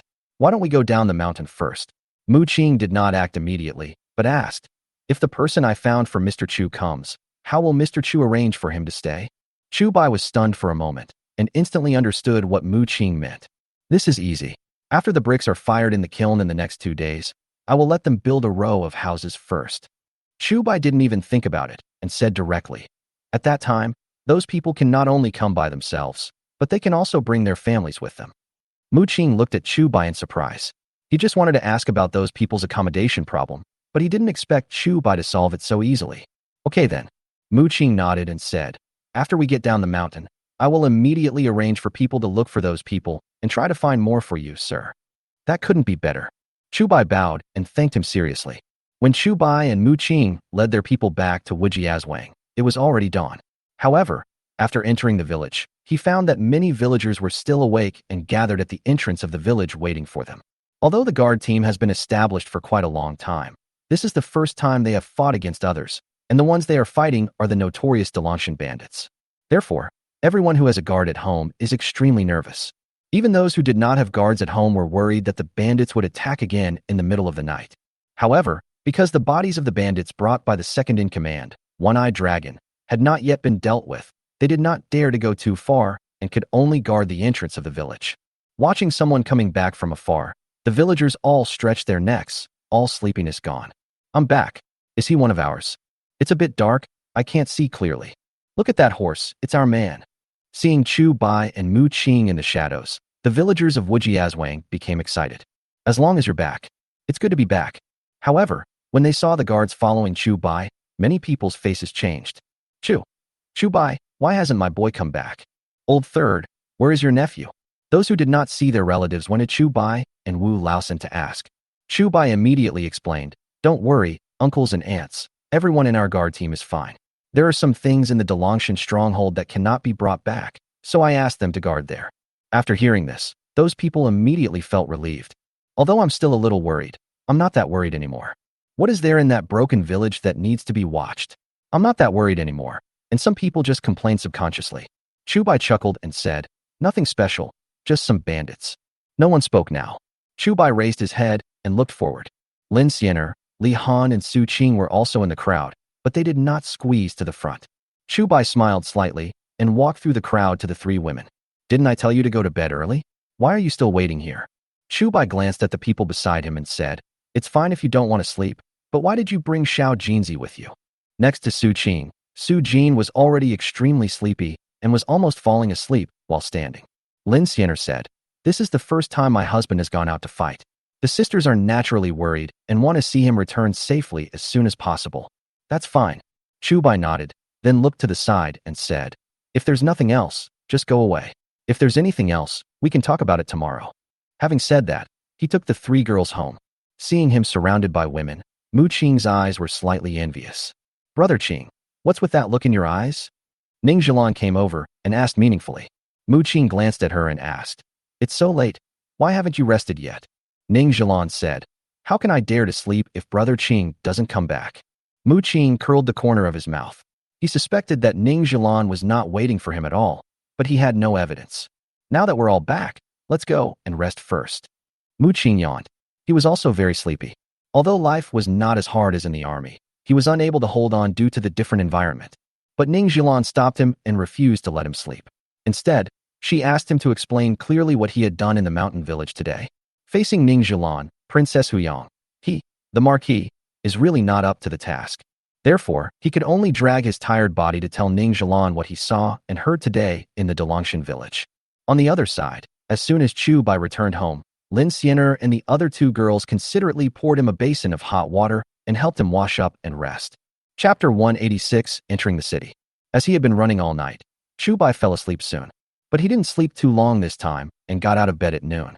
He thought Mu Qing would sleep a little longer, but it turned out that Mu Qing woke up earlier than him. "Why don't you sleep a little longer, sir?" Chu Bai asked while eating. Mu Qing picked up a small pickle and said, "I missed Mr. Chu's pickles, so I got up because I couldn't sleep." Chu Bai curled the corners of his mouth. He actually had a feeling that Mu Qing was going to rely on him. Of course, he also felt it was unlikely, but he just had such a ridiculous feeling. The next moment, he suddenly shivered. Could this Mu Qing be a man who loves men? Gender, male, hobbies, male? Chu Bai suddenly felt a chill. Mu Qing looked at him suspiciously and asked, "Did Mr. Chu catch a cold last night?" Chu Bai smiled awkwardly and said, "No, maybe I'm just a little too tired recently." Mu Qing nodded and said, "Mr. Chu has indeed been busy lately. He will probably be fine once he's done with this." Chu Bai responded, "He was indeed very busy recently. Especially various things are even more complicated. Brick kills, weaving, winemaking, and bandit suppression, no matter which aspect, he had to take care of it personally. Even then, he had no time to tinker with weaving and brick kills. At the brick kiln, Lu Chu has already led people to build it. But it will take another 2 or 3 days to complete the construction. In the next 2 or 3 days, Chu Bai will ask Li Han's father to continue making bricks with his men. However, the bricks made this time were not the large bricks used to build adobe houses, but bricks used to make red bricks. Although red bricks do not require as long a time to be fired in a kiln as blue bricks, they do require more additions than blue bricks. These things can be found on the mountain behind Wujiazwang, but Chu Bai still needs to go and give some guidance on the proportions. Once Father Li and the others become proficient, I will never be short of bricks again. He could even build dormitories for the veterans that Mu Qing introduced to him when they arrived. In this case, the villagers of Sujiao village and Dali village will have a lot to do. Thinking of this, Chu Bai couldn't help but feel a little emotional. He originally just wanted to take the opportunity to punish Su Qing's greedy father and build a new house for himself. Unexpectedly, I was supporting so many people without realizing it. "Mr. Chu, this is the banknote found on Pan Qing Shan." Mu Qing took out a stack of silver notes and said, including the 1,000 taels he intends to use to redeem the person, the total is 4,000 taels. Chu Bai was stunned for a moment and quickly declined. "My lord, what are you doing? Didn't we divide the money on the mountain?" Mu Qing laughed and said, "We have indeed divided it up. The tens of thousands of taels of gold and silver treasures left by the boss are mine, and the rest are yours." Chu Bai was stunned for a moment and said, "This is different. This belongs to Pan Qing Shan. I have enough other treasures." When they were at Dalong Mountain, Mu Qing asked for nearly 10,000 taels of gold and silver treasures. He collected the wealth accumulated by the other bosses. Although it was not as much as the eldest boss, it still added up to about 4 or 5,000 taels of silver. If he collected these 4,000 taels, his harvest this time would not be much less than Mu Qing's. You know, the ones who really contributed this time were Mu Qing's guards. The guard team he led could only be considered as going out to broaden their horizons. Therefore, he felt very embarrassed to accept the treasure of 4 or 5,000 taels of silver. If he accepted another 4,000 taels, he would not be able to sit in front of Mu Qing. Mu Qing said, "Mr. Chu is willing to take in those retired veterans, which is a great help to me. If you are not willing to take it, I would be embarrassed to trouble you." "This," Chu Bai hurriedly explained, "My lord, what you said is wrong. It was clearly you who helped me. How did it become me helping you?" Mu Qing said again, "If we can make those old soldiers self-reliant, it will not only help them regain their dignity, but also solve my biggest worry. Naturally, you will help me." Chu Bai wanted to continue explaining, but Mu Qing made the final decision. "Okay, this matter is settled. Mr. Chu, you don't have to say anything more." Chu Bai sighed. It was the first time he saw someone giving money so generously. It was as if I didn't accept it, I would have committed a serious crime. While the two were talking, Ning Zhilan also came over. Mr. Chu, I have asked someone to pick the fresh tea leaves you requested. When are you free? Can we fry the tea leaves again? Ning Zhilan looked at Chu Bai with a smile and sat down in a familiar manner. Chu Bai was stunned for a moment and suddenly felt more lonely than ever before. The pressure came up all of a sudden. How easy it was for him when he first started traveling through time. He doesn't even have to do anything else every day. Just hand over the preserved eggs to Uncle Wu, and he can make a net profit of 7 or 8 taels of silver a day. But now, he is making more and more money, but he feels so exhausted. If this continues, when will he be able to have a child? I see. Chu Bai lowered his head silently and took a big mouthful of rice. Ning Zhilan looked at him in confusion and was stopped by Mu Qing just as she was about to speak. Miss Ning, let Mr. Chu have a rest. Mu Qing could also feel Chu Bai's helplessness. Ning Zhilan blinked her beautiful eyes, but said nothing more. After Chu Bai finished his meal, Mu Qing said, Pan Qingshan's matter should be dealt with sooner rather than later. Why don't you go to the county town now, Mr. Chu? Hearing this, Chu Bai immediately perked up. Of course he had to go to the county town, but not just for Pan Qingshan. It's also because of Wu Sihai and the Liu family. The bandits in Dalong Mountain are finished. If the Liu family is wiped out, then he will be able to truly stabilize himself. Otherwise, he was afraid that he would have to run back and forth like this in the future. Okay, I'll go there now. Chu Bai nodded, then asked, but does the Marquis have anything to say that I need to pass on to Magistrate Liu? Mu Qing thought about it and took off a jade token from his body. Show this to Magistrate Liu, and he will understand everything. Mu Qing said as he handed the jade token to Chu Bai. Chu Bai didn't ask Mu Qing the stupid question of whether he would go or not. As a dignified marquis, it was impossible for Mu Qing to personally take care of everything. Having this jade token is like giving yourself a backup. I see. Chu Bai immediately said, I'll be back soon. Because he was worried that Wu Sihai would get the news and run away, Chu Bai hurriedly took a few people into the city. He should have done this when he came back today, but he was so tired at that time that he forgot about it. Now that I'm awake, I can't sit idle any longer. Chapter 187. The Troublesome Little Devil. After a lot of travel, Chu Bai arrived in Ping'an County. However, he did not show his true face, but covered it up slightly. Since Wu Sihai has colluded with Delangshan and wants to kill him, he will definitely keep an eye on his movements. Especially the old butler, who is extremely shrewd. Who knows, they may have someone guarding the city gate right now. When Chu Bai passed by the city gate, he looked around and found that there were indeed a few people squatting at the city gate. They would look up whenever someone came. A sentence suddenly popped up in his mind. The smaller the temple, the stronger the evil spirits, the shallower the pond, the more turtles there are. Ping'an County is just an ordinary county, but there are so many monsters and demons here. Pass through the city gate and arrive at the county government office. Chu Bai walked up to him and said, Brother officer, please inform Magistrate Liu that Chu Bai from Wujiazwang is here to visit. As he said this, he stuffed a piece of silver into the mouth of the yamen runner. The bailiff stretched out his hand to weigh it, but did not move. Brothers, if you give me a piece of silver, how should we divide it? The bailiff looked at Chu Bai and asked with a playful expression. Chu Bai was stunned for a moment and suddenly remembered that the tofu shop was closed. Although he later asked Magistrate Liu to deal with the ambassador of the taxation department, not everyone might know the reason why the ambassador of the taxation department was dismissed. This yamen runner probably heard about the tofu shop being closed down and wanted to take advantage of me, but he didn't know anything about the ambassador of the taxation department. Chu Bai looked at the yamen runner and asked, How much do you want, big brother? The yamen runner weighed the silver and said with a look of utter dismay, You can't even tell this. How can you ask me to report it to you? If any random person comes to see the master, will our master be able to see him? Hearing this, the people who came with Chu Bai were a little angry. If Chu Bai are just cats and dogs, then what are they? Chu Bai stopped a few people and said with a smile, I am short-sighted. Brother officer, please accept my advice. As he said this, he took out a few pieces of silver and handed them to the bailiff. As the saying goes, there is a 7th-rank official in front of the prime minister. Although these yamen runners are nothing, they are indeed some trouble for Chu Bai, who has no official status. It is easy to see the king of hell, but it is difficult to deal with little devils. As long as he meets County Magistrate Liu, he has plenty of ways to deal with these yamen runners. But if these people didn't pass the message, he might not be able to meet County Magistrate Liu. Seeing that Chu Bai was so sensible, the bailiff felt even happier. But he still didn't want to do things for Chu Bai like this, so he asked, What did your men mean just now? Did they want to hit me? Chu Bai was stunned for a moment. He didn't expect that this Yamen runner would be so greedy. I am sorry for my poor teaching and for making the Yamen runner laugh at me. Chu Bai immediately took out another piece of silver and handed it over. That's more like it. The bailiff looked proudly at Wu Urge and others behind Chu Bai, then said, wait, and entered the county government office. Chu Bai could only wait, but soon the bailiff came out. The master doesn't want to see you anymore. Go back to where you came from. The bailiff shouted directly at Chu Bai. Hearing this, Chu Bai became furious. It's not like he hasn't been to the county government office before. In just such a short period of time, it was impossible for the runner to run back and forth inside. In other words, this person took his own money but was dealing with himself. Moreover, they humiliated us. Seeing the anger on Chu Bai's face, the Yamen runner said disdainfully, why? You still don't accept it?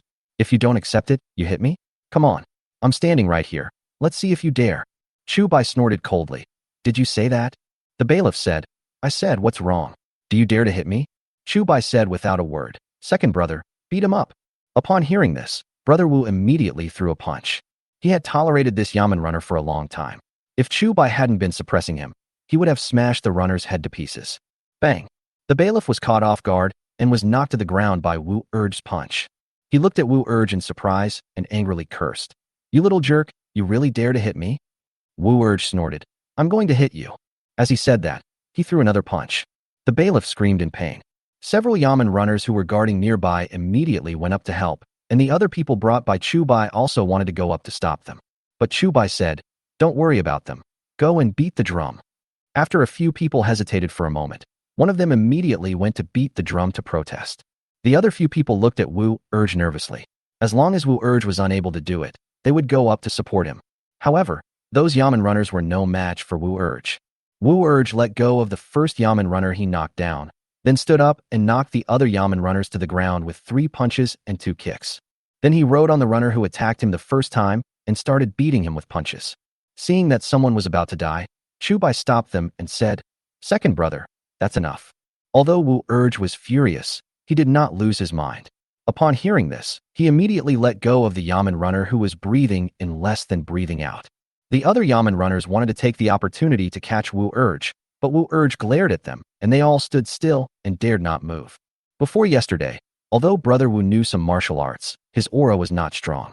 If he really goes crazy, people will probably think he's a fool. But after last night's baptism, his aura had changed. If before he just had the domineering and fearful aura, now there is a hint of murderous intent. Although Chu Bai has not officially appointed 2 team leaders, Wu Urge is already one of the 2 team leaders. In the battle last night, apart from Mu Qing's guards, it was Brother Wu who killed the most people. Even Uncle Wu San did not kill as many bandits as Brother Wu Air because he was protecting Chu Bai. The other few people brought by Chu Bai had all been stained with blood to varying degrees, and their temperament was not comparable to those Yamen runners who rarely saw blood. As the drum of complaint was struck, several people immediately ran out of the Yamen. Seeing the scene in front of them, these people were also a little confused. What's going on? The leader asked subconsciously. Chu Bai glanced at the man. He was wearing an official uniform and had a rank. Judging from the style of the uniform, he should be a county lieutenant. He immediately bowed and said, Sir, county lieutenant, I just wanted to ask them to pass on a message to the county magistrate. But these people not only took my money but did not do anything, and also ridiculed me in various ways. I had no choice but to use this method. The county lieutenant frowned and reprimanded. Even if they have, you shouldn't use this method. However, before he could finish his words, he suddenly froze. Chu, which Chu are you? He looked at Chu Bai and asked, could it be the Chu Bai who sells tofu? Chu Bai cupped his hands and said, it is Chu. The county lieutenant frowned even more. He asked in confusion, why don't you just sell tofu? Why do you come to the county government office to cause trouble? Chapter 188, Deceiving with Methods. Chu Bai looked at the county lieutenant and couldn't help but sneer in his heart. It was obvious that these Yamen runners were at fault first, but the county lieutenant came up and accused himself of causing trouble. It cannot be said that officials protected each other. After all, those Yamen runners were not even officials. But it is not unfair to say that they are a family of snakes and rats. Sir, don't you really know why I don't sell tofu? Chu Bai looked at the county lieutenant and questioned him directly. There were some things he didn't want to argue with those Yamen runners about. Because it is easy to see the king of hell, but it is difficult to deal with little ghosts.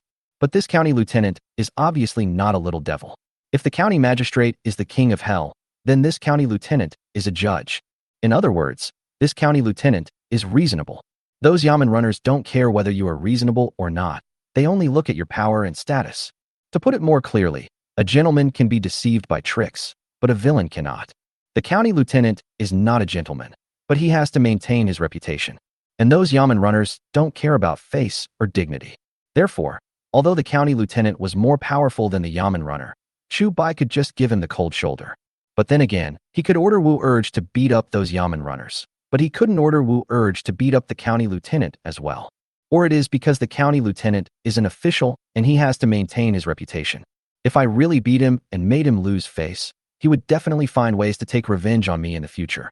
On the contrary, those Yamen runners just beat him up. As long as County Magistrate Lu said something, they would not dare to retaliate against him. The county lieutenant frowned.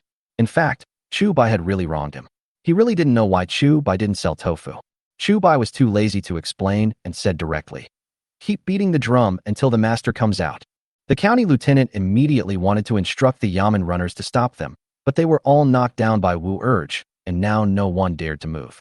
As he was the county lieutenant, it was impossible for him to personally fight against a few troublemakers. For a moment, he finally understood the dilemma that Chu Bai had felt before. Seeing that the guard was banging again, he took a deep breath and shouted, "Enough!" But the guard ignored him and continued knocking. The county lieutenant turned his head and glared at Chu Bai, saying unhappily, "Don't you want to see the county magistrate? I'll go and pass the message on to you. Can you stop now?" Looking at his furious appearance, Chu Bai smiled faintly. "Stop it, no need to knock." After hearing this, the guard put down the drumstick in his hand. Chu Bai bowed to the county lieutenant and said, "In that case, I'll trouble you, sir." The county lieutenant rolled his eyes and almost passed out from anger. The one who was unreasonable just now is Chu Bai, and the one who is polite now is still Chu Bai. But he didn't want to be angry anymore, so he turned around and went back to the county government office. After he left, Chu Bai saw several Yamen runners lying on the ground. Wu Urge asked, "Do you want to take our silver back?" These people took the money but didn't do the job and even mocked them. He had long been unable to bear it. Chu Bai laughed and said, "No need. Since you beat them up, we have to pay for their medical expenses, right?" Brother Wu thought about it, and it seemed to be true. But he still said, "But isn't the medical bill too much?" Chu Bai thought for a moment and said, "It's indeed a bit too much, so let's leave a penny for each of them." Okay. Brother Wu Air suddenly became full of energy. He first fumbled around on these Yamen runners, took back the silver that Chu Bai had just thrown to them, and then took out a few copper coins and threw them on the ground. "Take it and get out of here." The copper coins fell to the ground, making a clanging sound. Several Yamen runners were lying on the ground, their eyes full of resentment, but they did not dare to do anything to Chu Bai and Wu Urge. They gritted their teeth secretly and decided that when the county magistrate came out, they would teach these two unruly people a lesson. Chu Bai looked at the Yamen runner on the ground and sneered in his heart. He used to hate this kind of bullying the most, but now he felt an inexplicable sense of satisfaction in his heart. He couldn't help but wonder, could it be that he had also become a bad person? Are you just like those playboys who enjoy bullying others? But if you think about it carefully, it is unlikely. Only children from big families would not bother to bully ordinary people. It's not that they are kind-hearted, but they feel that ordinary people are not worthy of being bullied by them. If you really go up and bully someone you see, you'd just be considered a small-time punk. Just when Chu Bai was thinking about a few Yamen runners, County Magistrate Lu walked out of the county government office. "Mr. Chu." When County Magistrate Lu heard that Chu Bai was looking for him, he was very surprised.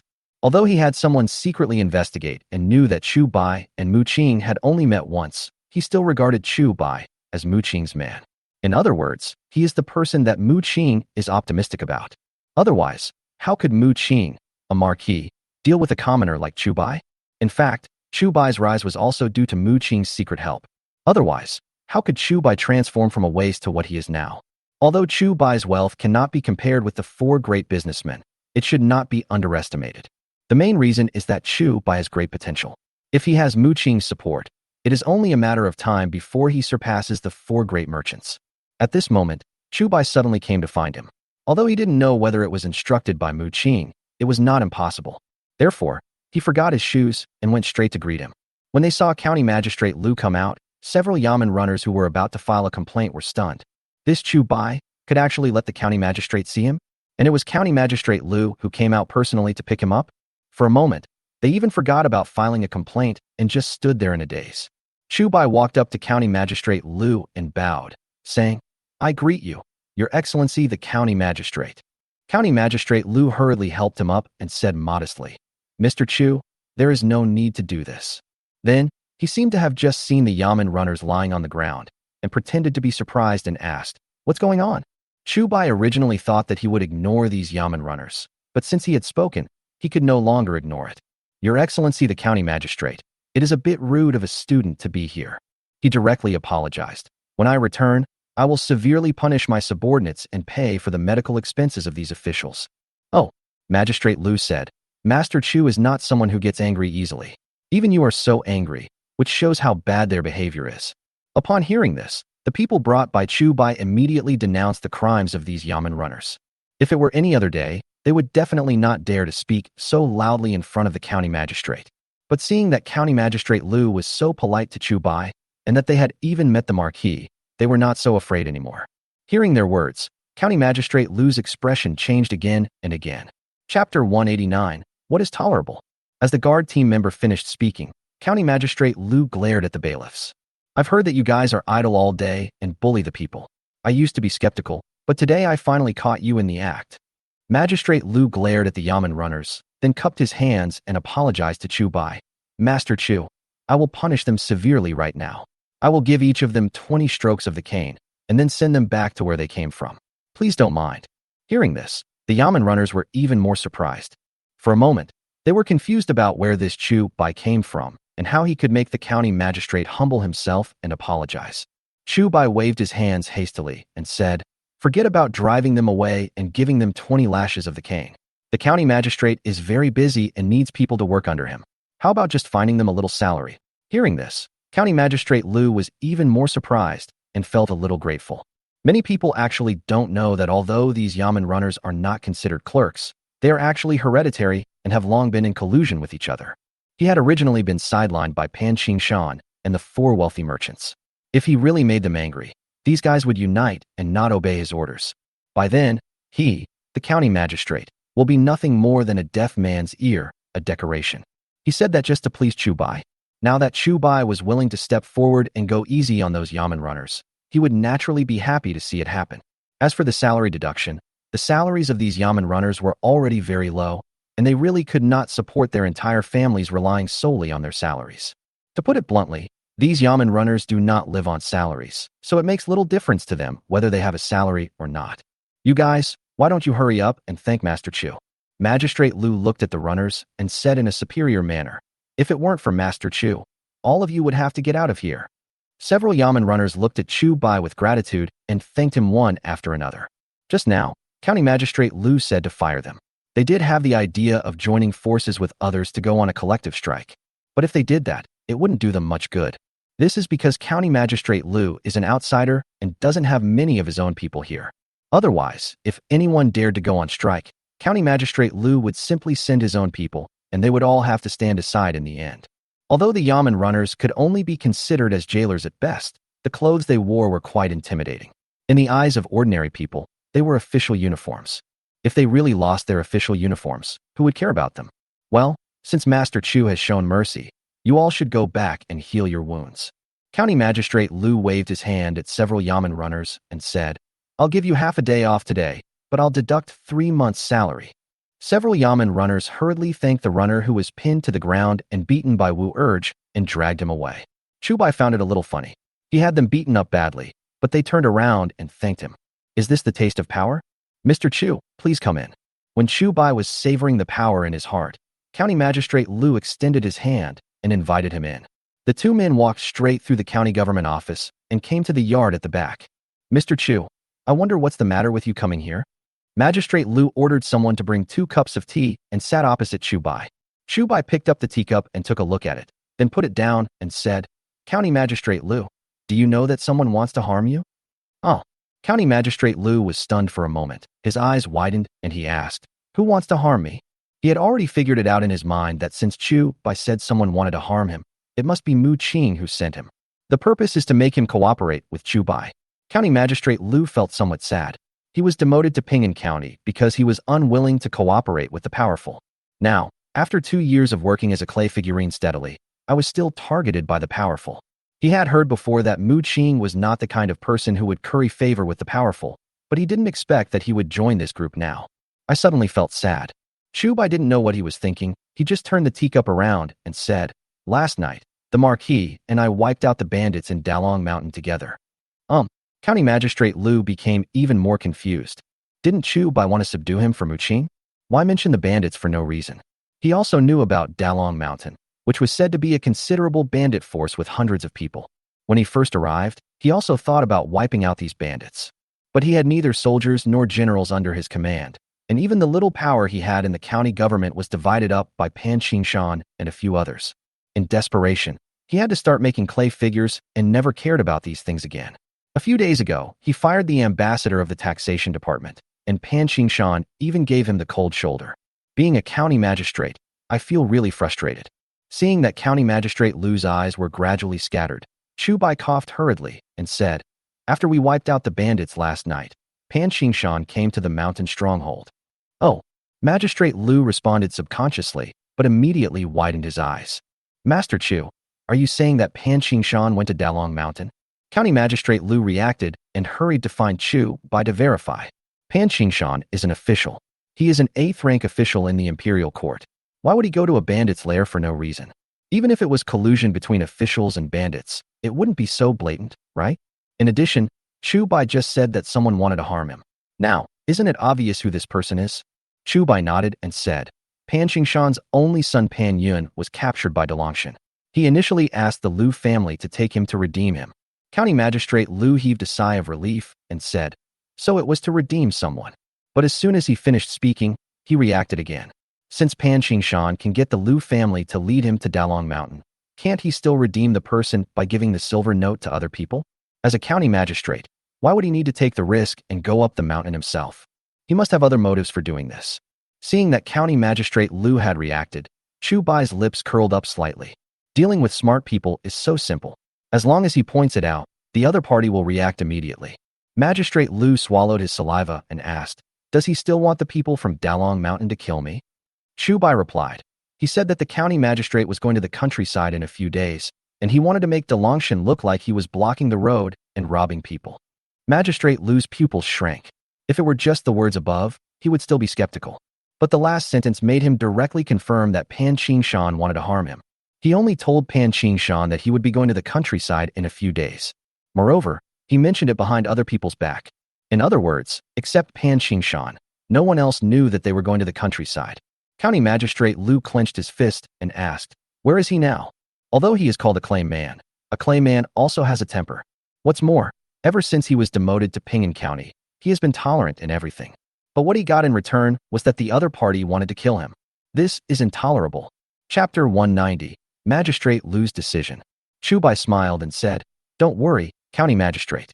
Since I'm here to tell you this, it means that Pan Qingshan is not a threat to you for the time being." Hearing this, County Magistrate Liu also calmed down. He raised his head and stared at Chu Bai for a long time. He was now more certain that Chu Bai was the one sent by Mu Qing to subdue him. However, he was somewhat confused. He was just a county magistrate who was being sidelined. Not to mention that all the power had been divided up by Pan Qingshan and others. Even the nominal king of Pingan County should belong to Mu Qing. If Mu Qing wanted to do something in Pingan County, it would not only be legitimate, but also much more convenient for him than it was for him. After all, Mu Qing was granted the title of Marquis of Pingan County, and the entire Pingan County was his fiefdom. As long as he didn't rebel, he could do whatever he wanted. In this case, why did Mu Qing want to subdue me? Could it be that? County Magistrate Liu shuddered and couldn't help but doubt Mu Qing's true purpose. Mu Qing was staying in the county town just fine, when suddenly he wiped out Dalongshan and happened to catch Pan Qingshan who wanted to murder him. Then, let Chu Bai subdue him. Doesn't this mean that Mu Qing is likely to rebel? His purpose in subduing me was not to make me do something, but to make me shut up. Otherwise, as long as he exposed Mu Qing's rebellion, the anti-Mu Qing movement would definitely not succeed. Thinking of this, County Magistrate Liu suddenly became panic-stricken.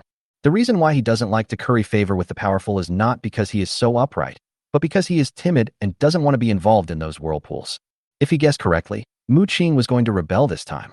This is even more brutal than those court struggles. Once you rebel, there are only two outcomes. Either live or die. Mr. County Magistrate. Seeing County Magistrate Liu daydreaming again, Chu Bai waved his hand in front of him. County Magistrate Lu finally reacted and said hurriedly, "Mr. Chu, please speak." Chu Bai smiled slightly and said, "The reason I came here this time is to ask the county magistrate for a favor." County Magistrate Lu's heart skipped a beat. Something fatal was about to happen. However, just when he was hesitating whether to follow Mu Qing, Chu Bai said, "I think you are also aware of the matter between me and the Lu family.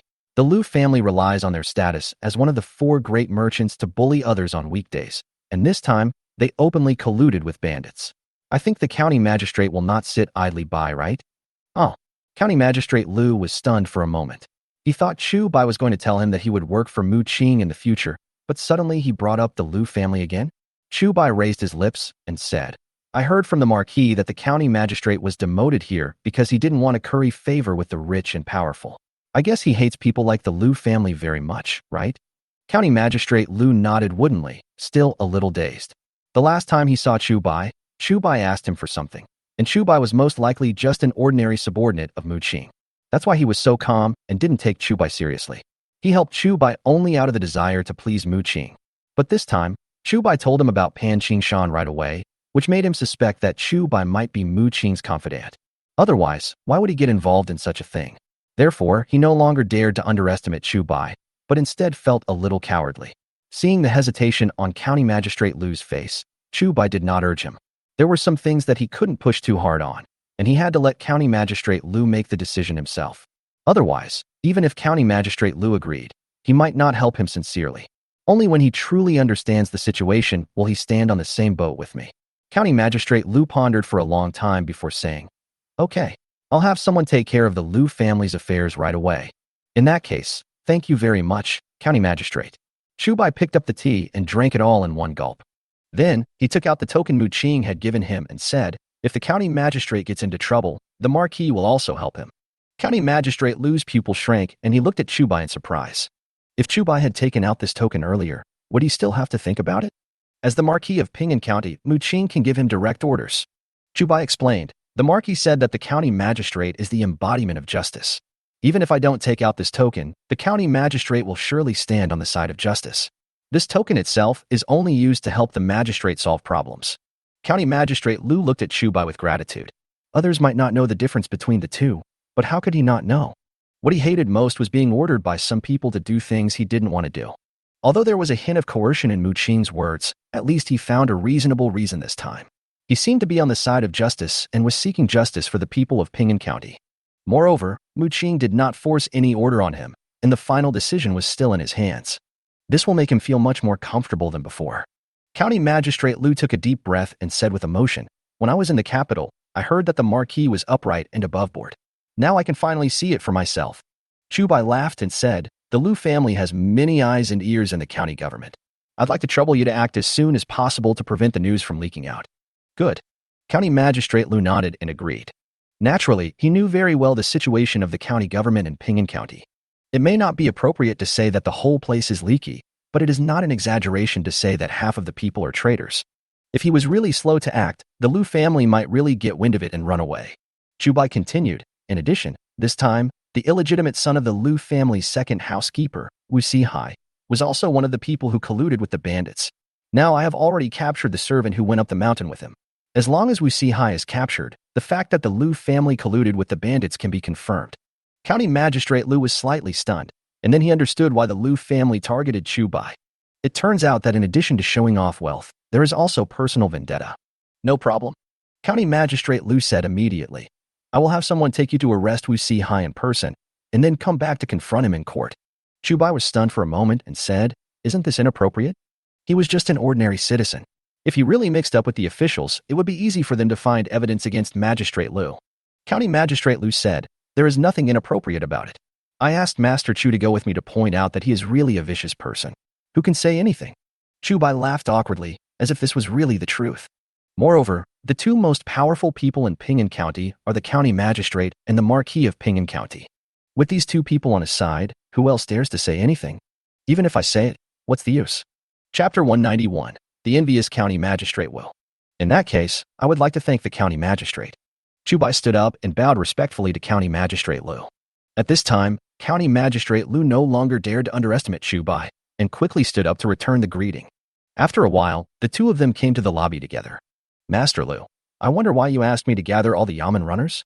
The county lieutenant that Chu Bai had met stood in the hall and asked County Magistrate Lu in confusion. However, although he called himself a subordinate, there was some doubt in his tone. County Magistrate Lu glanced at him and said, "Gather all the Yamen runners. Of course, there is something important going on. You don't need to ask any more questions. Just do as you were told."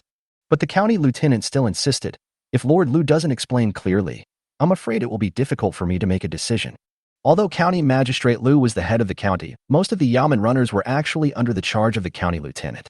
The position of the county lieutenant, together with the county magistrate, is an assistant to the county magistrate. He is in charge of public security and catching thieves, and is also responsible for reviewing archers and prohibiting violence. The word Yamen runner is actually just a general term. The Yamen runners were divided into two types, inner and outer classes. The inner class served within the Yamen, such as doormen and servants.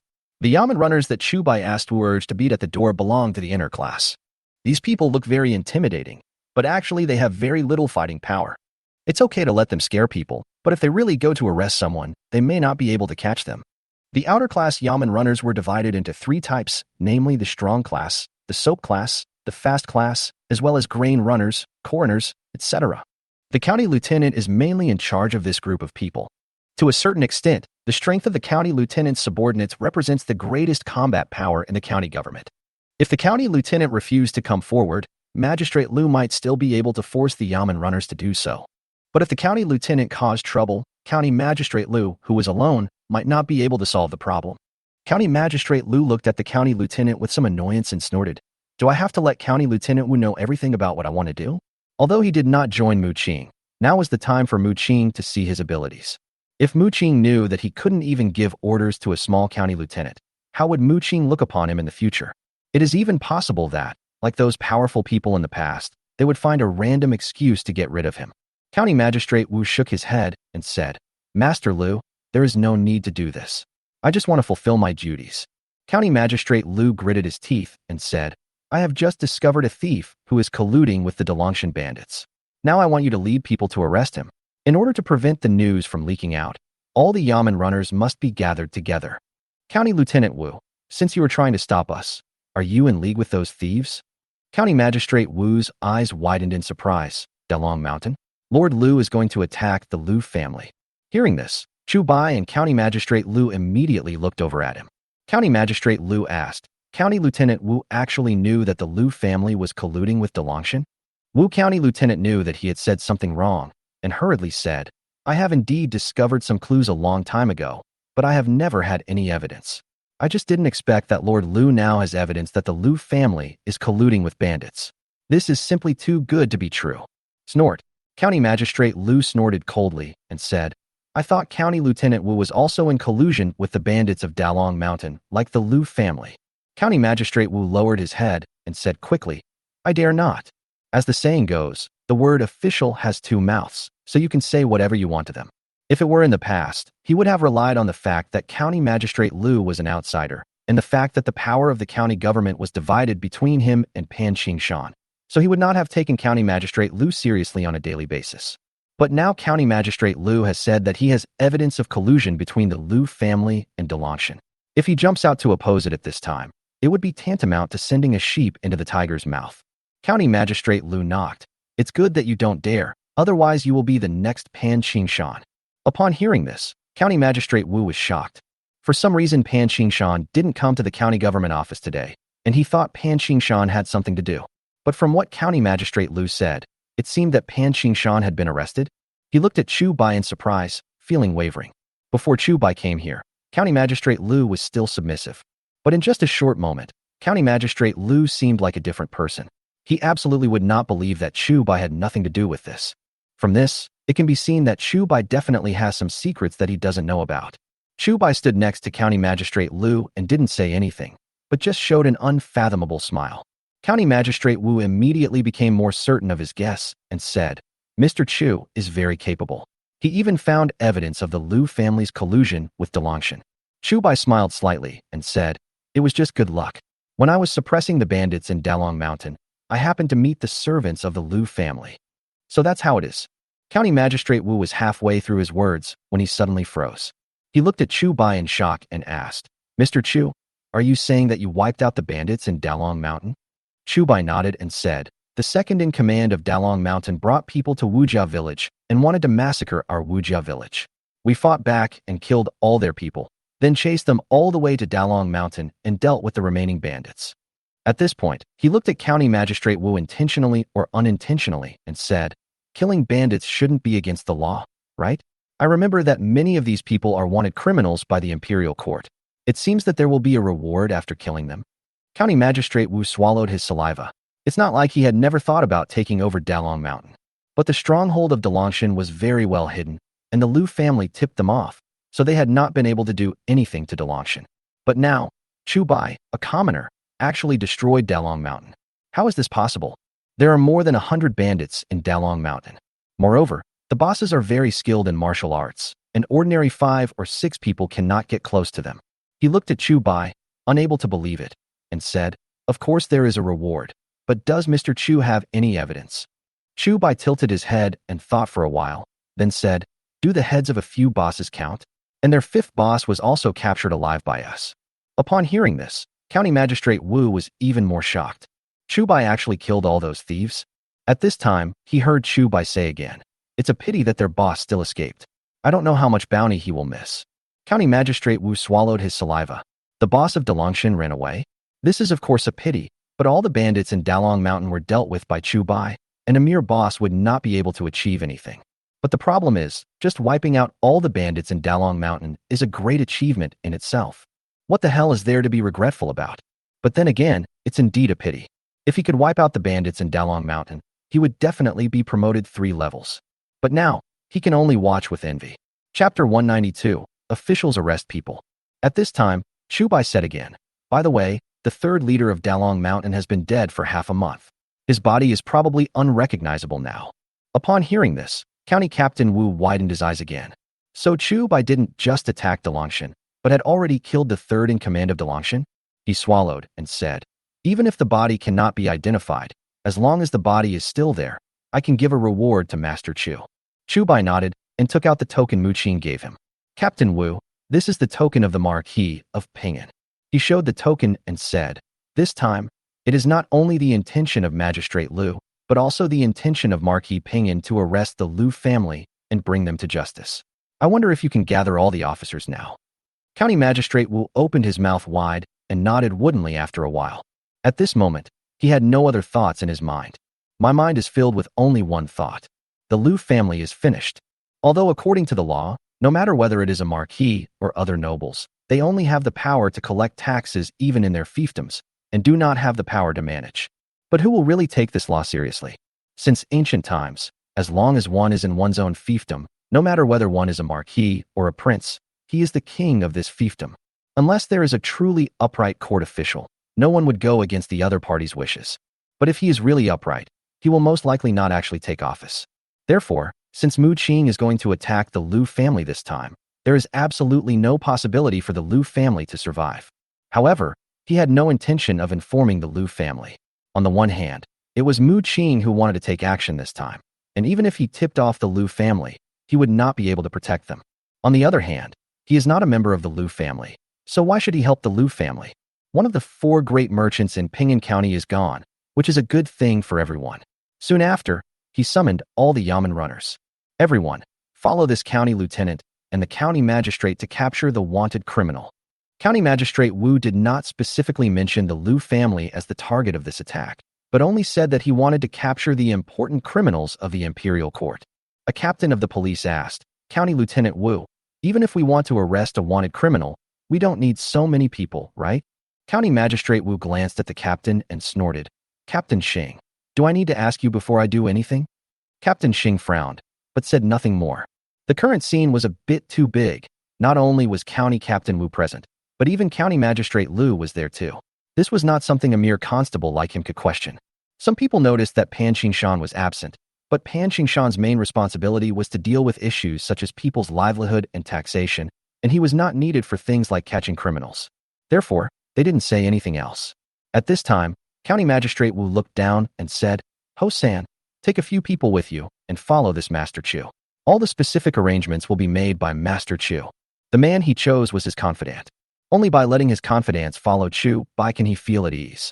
Since Chu Bai was able to take out Mu Qing's token, there is no doubt that he is Mu Qing's man. No matter how reluctant he was, he couldn't let anything happen to Chu Bai. Ho San was stunned for a moment, and when he was about to speak, he saw County Captain Wu winking at him. He stopped asking questions and immediately pointed out a few people. Okay, except for Ho San, everyone else come with me. At a command from County Magistrate Wu, numerous Yamen runners set out from the county government office in a mighty procession. Although Ping'an County was only a lower county, it had about 50 or 60 Yamen runners and miscellaneous servants, which was quite intimidating. Ho San took the opportunity to walk to Wu County Wei and asked a few questions in a low voice. Wu County Wei looked at Chu Bai and once again reminded him to listen to Chu Bai. Although Ho San didn't know why County Captain Wu gave him this order, he knew in his heart that County Captain Wu must have his reasons for doing so. On the other side, Captain Xing turned his head and glanced at Chu Bai and immediately guessed Chu Bai's identity. He was suddenly startled. Could it be that this action was related to Chu Bai?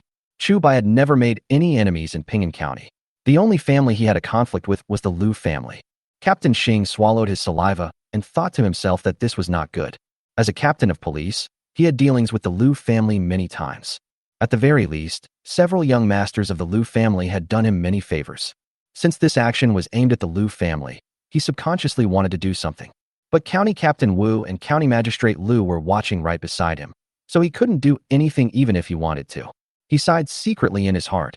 It seemed that he could only find an opportunity to inform the Liu family after he got out. After everyone left, Ho San brought his men to Chu Bai. Mr. Chu, what do you want? He chuckled, a little flatteringly. Chu Bai said, of course, it's the same as the county lieutenant. We are also going to arrest people. Ho San was stunned for a moment, but did not ask who was being arrested. Let's go. Chu Bai glanced at the sky and left with everyone. Not long after, he was led by a member of the escort team to find Wu Sihai's small courtyard in the county town. Ever since Wu Sihai fled to the county town, the people at the tofu shop had already found out where he was living. It's right here. Brother Ho, please go and ask them to open the door and arrest all the people inside. Chu Bai pointed at the gate of the courtyard and gave orders directly. You're welcome. Just call me Ho San. Ho San was polite at first, and then he knocked on the door rudely and blatantly. Open the door. He held the torch in one hand and knocked on the door with the other hand, unconsciously moving closer to the hilt of the knife. Whenever there is any accident, he can react in time. After a while, an impatient voice came from inside. Who is it? Calling a ghost. The person inside opened the door with an unhappy look on his face. But as soon as the door was opened, a knife was placed directly on his neck. The police are investigating the case, so just stay aside. Ho San threatened the person who opened the door and pushed him into the yard step by step. The Yamen runners behind him immediately entered with torches in hand. When the other party saw this, he was even more dumbfounded. He was just an ordinary servant. When had he ever seen such a scene? But when Chu Bai brought Wu Urge and others in, the servant's eyes widened. He thought it was the police who were arresting someone. In the end, isn't this Chu Bai arresting people? A moment. He was completely stunned, looking at Chu Bai in disbelief. Isn't Chu Bai just a pauper? Since when can we ask the police to arrest people? Chu Bai walked over to the servant, took a look at him, and said with a smile, Brother Hu, long time no see. The servant called Brother Hu shuddered and asked, Chu Bai, why are you here? Chapter 193, Capturing Wu Sihai. Chu Bai smiled slightly and said, I haven't seen you for a long time. I miss you a little. Brother Hu suddenly revealed a smile that was uglier than crying. If that's the way he thought, he would rather let Chu Bai hate him for the rest of his life. Brother Hu, what are you doing? Chu Bai patted Hu Ji's shoulder and said, Aren't you usually very unruly? Why did you cry when I said I missed you? Brother Hu pulled the corner of his mouth with difficulty and said, Don't be ridiculous. The master is in there. If you really want to bring people to catch him, go quickly. Otherwise he will run out the back door and it will be too late. Chu Bai was stunned for a moment and asked in confusion, Where is the back door of this yard? He had inquired before coming here and found out that Wu Sihai's yard only had this one door. Otherwise he would not have deliberately come here to have fun with Brother Hu. Brother Hu said immediately, Since Wu Sihai came here, he has been afraid of being retaliated by you. His former housekeeper also bought the courtyard next door and opened a secret door in the room where he lived and moved to the courtyard next door. Upon hearing this, Chu Bai immediately patted his shoulder and said, Thank you, Brother Hu. I'll give you credit for this time.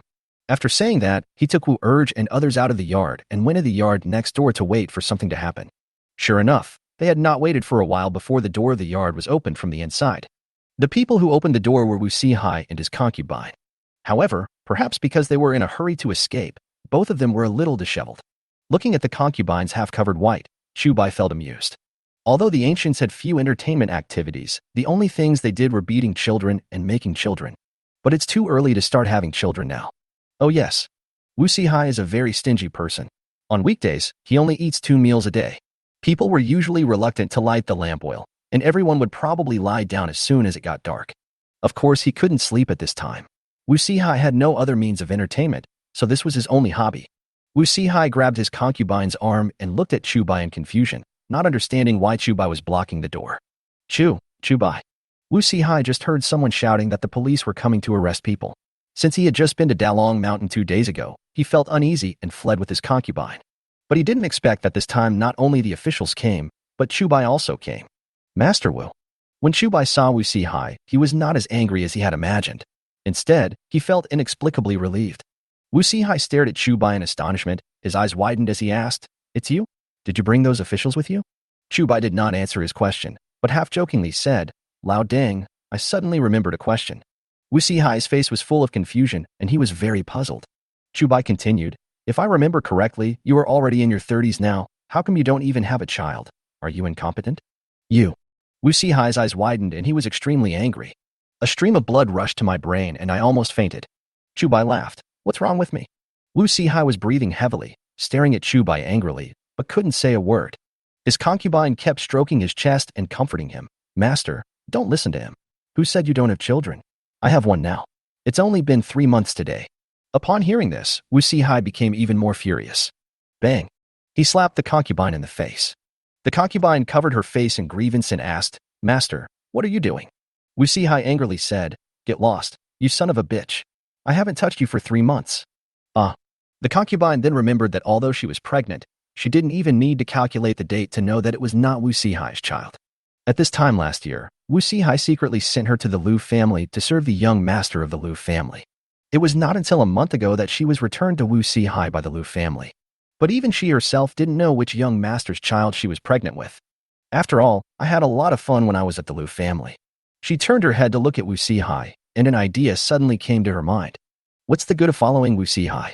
No matter how powerful Wu Sihai is, isn't he still the lackey of the young master of the Liu family?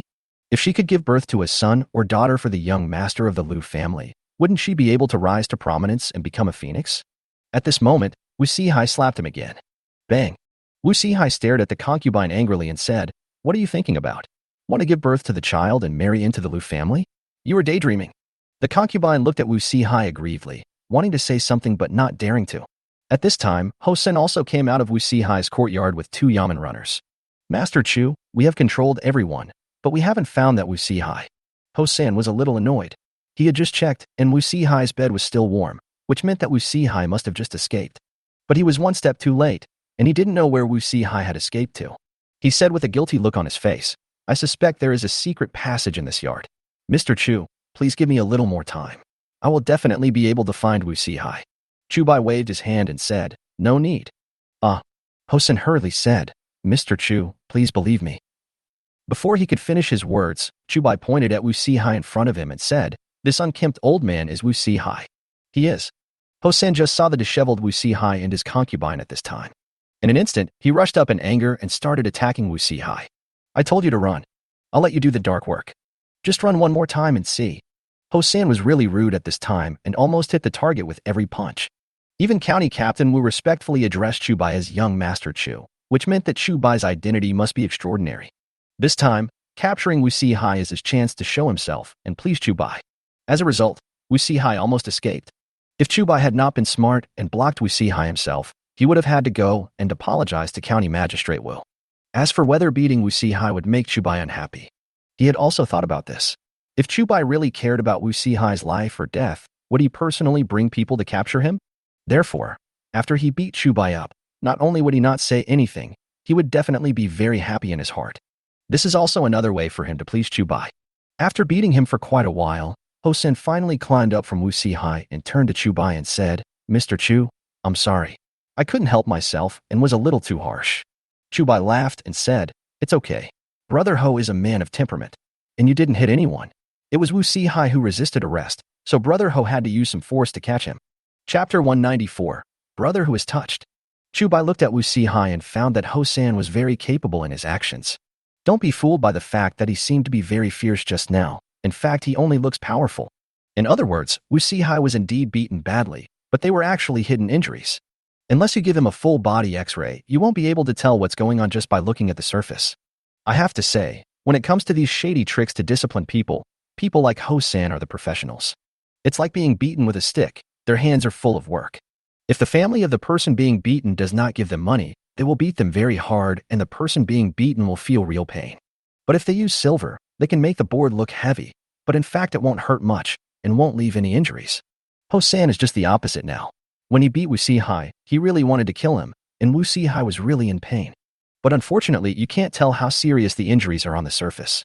Even if Wu Sihai knew the truth, there was nothing he could do because no serious injuries could be diagnosed. No one would believe him even if he complained. It is said that a dumb person eats Coptish Chinensis, and that is absolutely true. Ho-san looked at the smile on Chu Bai's face and knew that he was right to flatter him this time. Chu Bai could see his little action at a glance and was obviously very satisfied. "Mr. Chu, this kind of person is like this. He won't behave himself unless he is beaten up." Ho-san smiled flatteringly, then looked at Wu Sihai and said, "Boy, do you know how to behave yourself now?" Wu Sihai looked at Ho-san with grievance, then looked at Chu Bai and said, "You were colluding with officials and bandits. I will sue you." Ho-san immediately went up and slapped Wu Sihai on the face, pressing his head and saying, "Boy, who do you say is a bandit?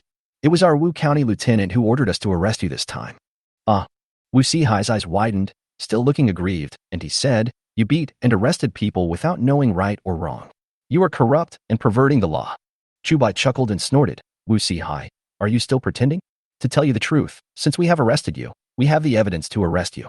Have you forgotten what you did on Dalong Mountain that day?" When Wu Sihai heard the word Dalangshan, his eyes widened instantly. He looked at Chu Bai with horror and asked, How do you know about Dalong Mountain?" Chu Bai chuckled, "How should I know? How do you think I knew that?" Wu Sihai swallowed his saliva and said, You actually survived the bandits in Dalong Mountain?" Chu Bai asked back, "Why don't you ask what happened to the bandits in Dalong Mountain?" Wu Sihai was stunned for a moment, and an incredible thought popped up in his mind. You won't kill them all?" Wu Sihai murmured, his face full of shock. Hearing this, Ho-san on the side was also a little dumbfounded. He knew that Chu Bai had an extraordinary background, but he never expected that Chu Bai could actually destroy Dalong Mountain. They were not ordinary bandits. There were several leaders alone, and more than 100 bandits. Chu Bai was actually able to destroy Dalong Mountain? Since Chu Bai has such strength, why does he need to ask them to capture Wu Sihai? Wouldn't it be enough to just find a few people to kill Wu Sihai? But on second thought, that was the thinking of a small person like him. How could he guess what a big shot like Chu Bai was thinking? Chu Bai didn't know what Ho-san was thinking. He just smiled at Wu Sihai and said, "It's not like they killed them all. You should have seen their bald boss. Everyone in Dalong Mountain was either dead or captured. He was the only one who ran away." Hearing that there were still people alive in Dalong Mountain, Wu Sihai subconsciously breathed a sigh of relief. No matter how powerful Chu Bai is, it is impossible for him to completely destroy Dalong Mountain. But as soon as he let out a sigh of relief, he brought it up again. Is anyone still alive? Only one big boss of the entire Dalong Mountain ran away. What's the difference between this and wiping out all the people? What is he celebrating here? The bald boss ran away, but he is still being held in Chu Bai's hands. Chu Bai, you can't." Wu Sihai subconsciously begged for mercy, but Chu Bai didn't even look at him and turned away. "Brother Ho, take him away." Chu Bai turned around and went back to Wu Sihai's courtyard and found that Brother Hu had informed him of the news, had also been controlled. He immediately said, "Let Brother Hu go. It's all thanks to him that we were able to catch Wu Sihai this time." Brother Hu immediately gave him a look of gratitude, but the next moment he saw Wu Sihai was also behind Chu Bai. Brother Hu suddenly felt like the sky was falling. How could Wu Sihai be okay when he knew that he was the one who betrayed him? Chu Bai turned his head to look at Wu Sihai, then walked over and patted Brother Hu on the shoulder. "Don't worry, he won't have the chance to do anything to you again." Hearing this, Brother Hu looked at Chu Bai suddenly. Only then did he realize that Wu Sihai was finished. Moreover, it couldn't be more perfect. But think about it, if Chu Bai couldn't kill Wu Sihai completely, why would he bring people to capture him? The feud between Chu Bai and Wu Sihai is almost irreconcilable. Since Chu Bai has captured Wu Sihai, how could he let Wu Sihai leave?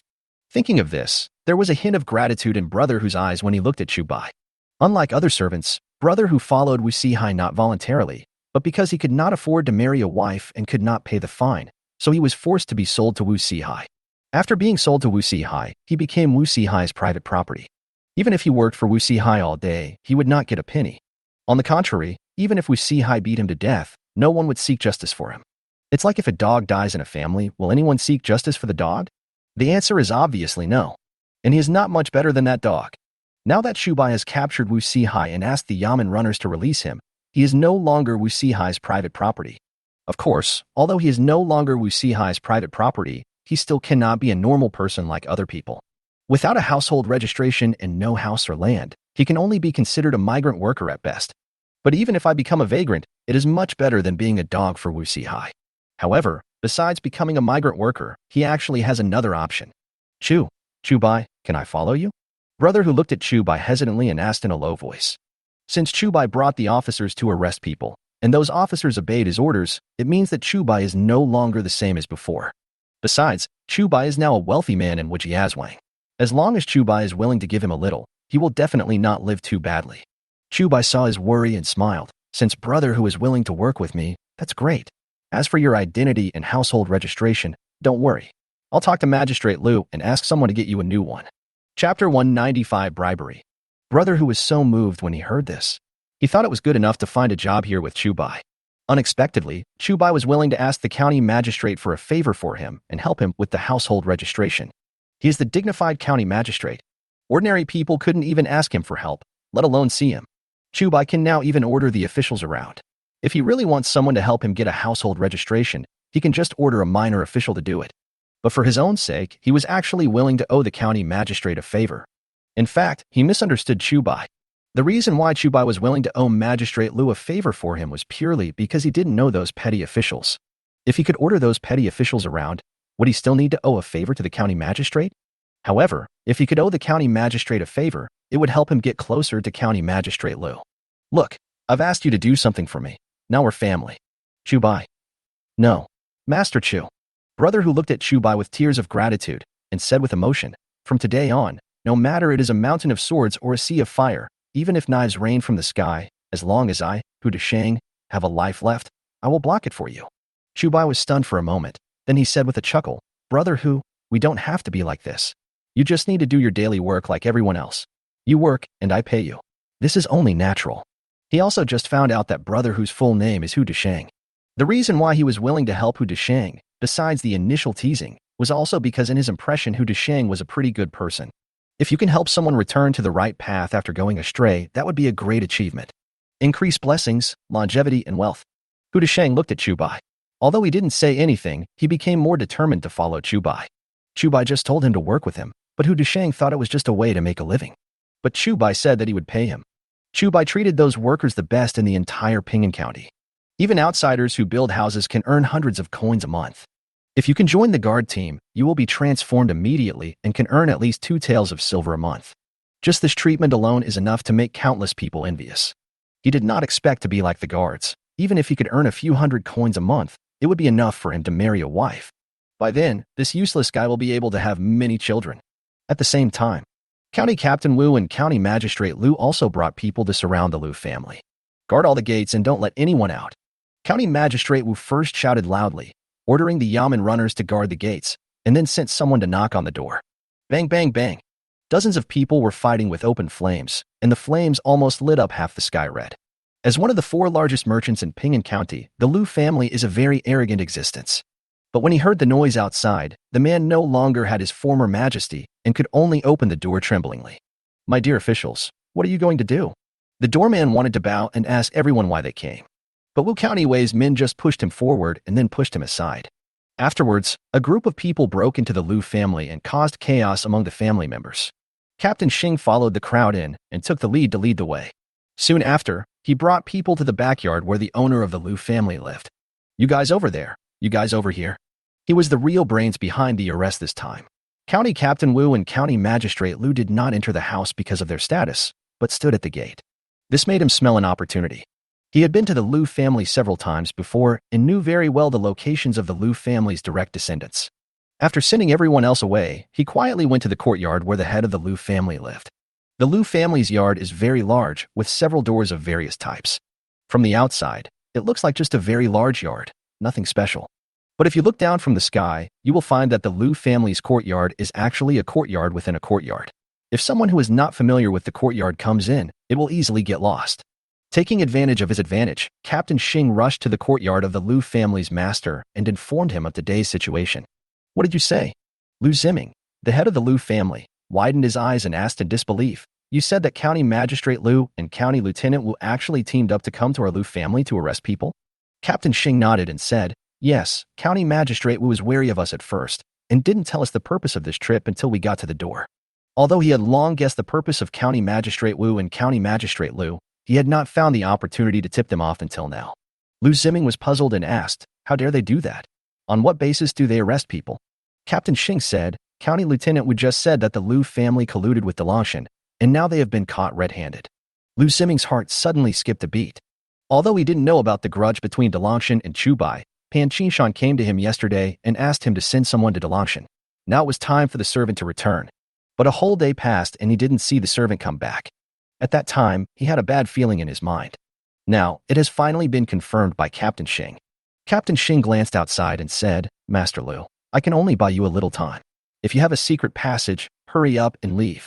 Liu Ziming sighed and said, I want to take the eldest and the second brother with me. Collaborating with bandits is a serious crime. If he does not take them with him when he leaves and is caught by Wu Xianwei and others, his life and death will be in the hands of others. Just as Captain Xing was about to speak, there was a sudden noise outside. Captain Xing glared and said, oh no, it's County Magistrate Wu himself. Liu Ziming no longer wanted to save his son and immediately handed a silver note to Constable Xing, saying, Constable Xing, please help me delay for a cup of tea. Captain Xing took a look at the words on the banknote and his eyes lit up. Liu Ziming actually gave him 1,000 taels. Good.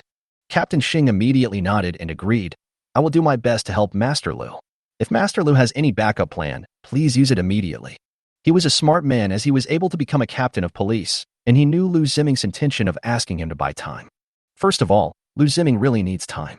Secondly, Liu Ziming was also on guard against him and wanted him to go out. Captain Xing took a deep breath, quickly opened the door and walked out. Then, he met County Magistrate Wu who had just walked in from outside. Sir, why are you here? Captain Xing pretended to be serious and said, there are thieves causing trouble here. It's better for you to stay in the back. County Magistrate Wu glanced at him and snorted. Why? Do you think I'm in the way?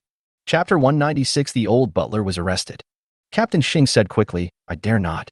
Although he was a captain of the police, he was not an official but only a clerk. Therefore, he was not even qualified to call himself a subordinate in front of County Magistrate Wu. It's good that you know you don't dare. County Magistrate Wu snorted and asked, did you catch Liu Ziming, the head of the Liu family, when you went in just now?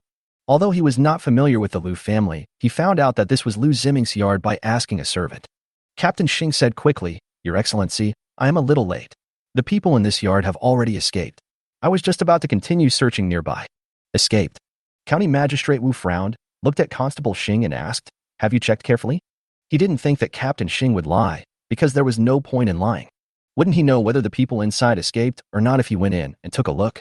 Therefore, he did not suspect that Captain Xing was lying, but just casually asked Captain Xing whether he had checked it thoroughly. Captain Xing said immediately, I checked very carefully, even under the bed. County Magistrate Wu frowned and said, come on, take me to have a look. There are two crucial people in this arrest trip to the Liu family. One was the old butler whom Chu Bai had specifically instructed, and the other was Liu Ziming, the head of the Liu family. As the saying goes, if you don't kill the tiger, you will suffer from it. Since he chose to take action against the Liu family, he had to beat all the Liu family members to death with one stick, leaving them no chance of making a comeback. The backbone of the Liu family is undoubtedly the current head of the family, Liu Ziming. The second are the young masters of the Liu family. As long as these direct descendants are captured, it doesn't matter even if some of the side descendants are let go. Anyway, the backbone is gone, and those people can't cause any trouble. But if we let Liu Ziming run away like this, no one can guarantee whether he will make a comeback in the future. Although the four terms scholars, farmers, merchants, and artisans were there, County Magistrate Wu did not take the so-called four great merchants too seriously, but everyone understood that the four terms scholars, farmers, merchants, and artisans were just words. If Liu Ziming really ran away, even if he might not be able to make a comeback, if he took the Liu family's savings over the years and relied on any big shot, it would cause him some trouble. Therefore, although he did not suspect Captain Xing, he still decided to go in and take a look. Captain Xing was startled. He said he would buy Lu Ziming a cup of tea, but now he didn't even have half a cup of tea, and County Lieutenant Wu was about to come in to search. Master Wu. Captain Xing hurriedly called out to County Lieutenant Wu. County Magistrate Wu turned around and asked, "What else?" Captain Xing said with a stiff face, "Although I didn't catch Lu Ziming, I did find some clues. He seemed to go that way."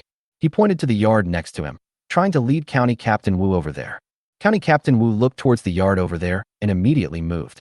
But he didn't walk over, but paced back and forth. After a moment, he ordered, "A few people go over there and take a look. The rest of you follow me and continue to search." Captain Xing's heart skipped a beat. If County Lieutenant Wu went in now, his lie would be exposed immediately. At that time, not only would Lu Ziming be unable to escape, he would also be held accountable by County Magistrate Wu. Sheltering a criminal and bullying his superiors, these two charges alone are enough to get him killed 10 times. Master Wu, let's go over there first, otherwise it would be bad if we let the prisoner escape." Captain Xing trembled slightly and said hurriedly to County Lieutenant Wu. County Captain Wu glanced at him and felt something was wrong. "No need for that. I want to see if there is anyone guilty here." County Captain Wu immediately led his men into the courtyard to check the situation inside. Looking at the back of County Captain Wu's head, Captain Xing quietly clenched his fists. But not long after, he let go again. If County Captain Wu found out that Lu Ziming was still there, he would be finished. But if he killed an imperial official in front of so many people, he would really have no chance of survival. Unless you run to the mountains and become a bandit. But he was doing well as a constable, so how could he be willing to give up all his wealth and become a mountain king in a place where even birds don't shit? Captain Xing followed County Captain Wu silently, but did not enter the house.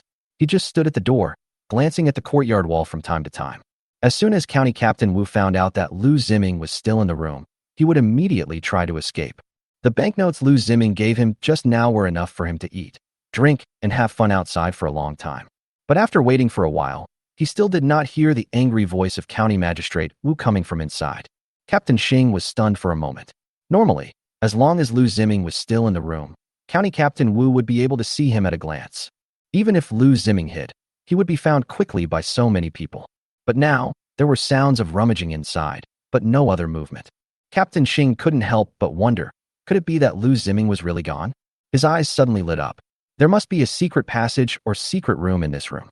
If it was a secret passage, it would be fine, but if it was a secret room, then he had to find the secret room before anyone else knew about it. Then, take everything inside away. The secret room of the Lu family patriarch must be filled with gold, silver, and treasures. Not to mention several thousand taels of silver. Even tens of thousands of taels of silver are possible. Thinking of this, Captain Xing felt that his heart was about to jump out of his chest with excitement. At this time, County Magistrate Wu came out. The quilt is still warm. Lu Ziming must not have run far. Hurry up and lead the others to chase him. County Captain Wu's face looked very ugly.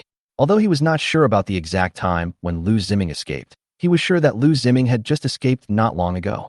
If he had arrived earlier, even just for a cup of tea, he might have been able to catch the other person. County Captain Wu looked at Captain Xing suspiciously. Lu Ziming was able to escape so timely, someone must have informed him. Before he came, Captain Xing was the only one in the yard. If someone really informed Lu Ziming, the most likely person would be Captain Xing. Captain Xing felt a little nervous when being stared at by County Lieutenant Wu, but he felt very guilty now and did not dare to ask some questions. He could only endure it. "You haven't colluded with someone long ago, have you?" County Captain Wu stared at Captain Xing and asked directly. Captain Xing shuddered and said quickly, "Master Wu, you know me well. If you want me to accept some benefits, I dare to do it, but I will never dare to tip off others." County Magistrate Wu laughed and said, "I didn't say you leaked the information. Why are you so nervous?" Captain Xing knew he had spoken out of turn, but he didn't know what to say.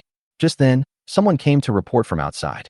"Master Wu, the second butler of the Lu mansion you mentioned has been captured." Chapter 197, Captain Xing's Discovery. Caught. County Captain Wu's eyes lit up. Lu Ziming had escaped now, and he didn't know if he could be caught. But if we catch this second butler, we can give an explanation to Chu Bai and Mu Qing. Good. County Magistrate Wu said immediately. The others continued to arrest Lu Ziming and other prisoners of the Lu family. "You go and bring the second butler up here.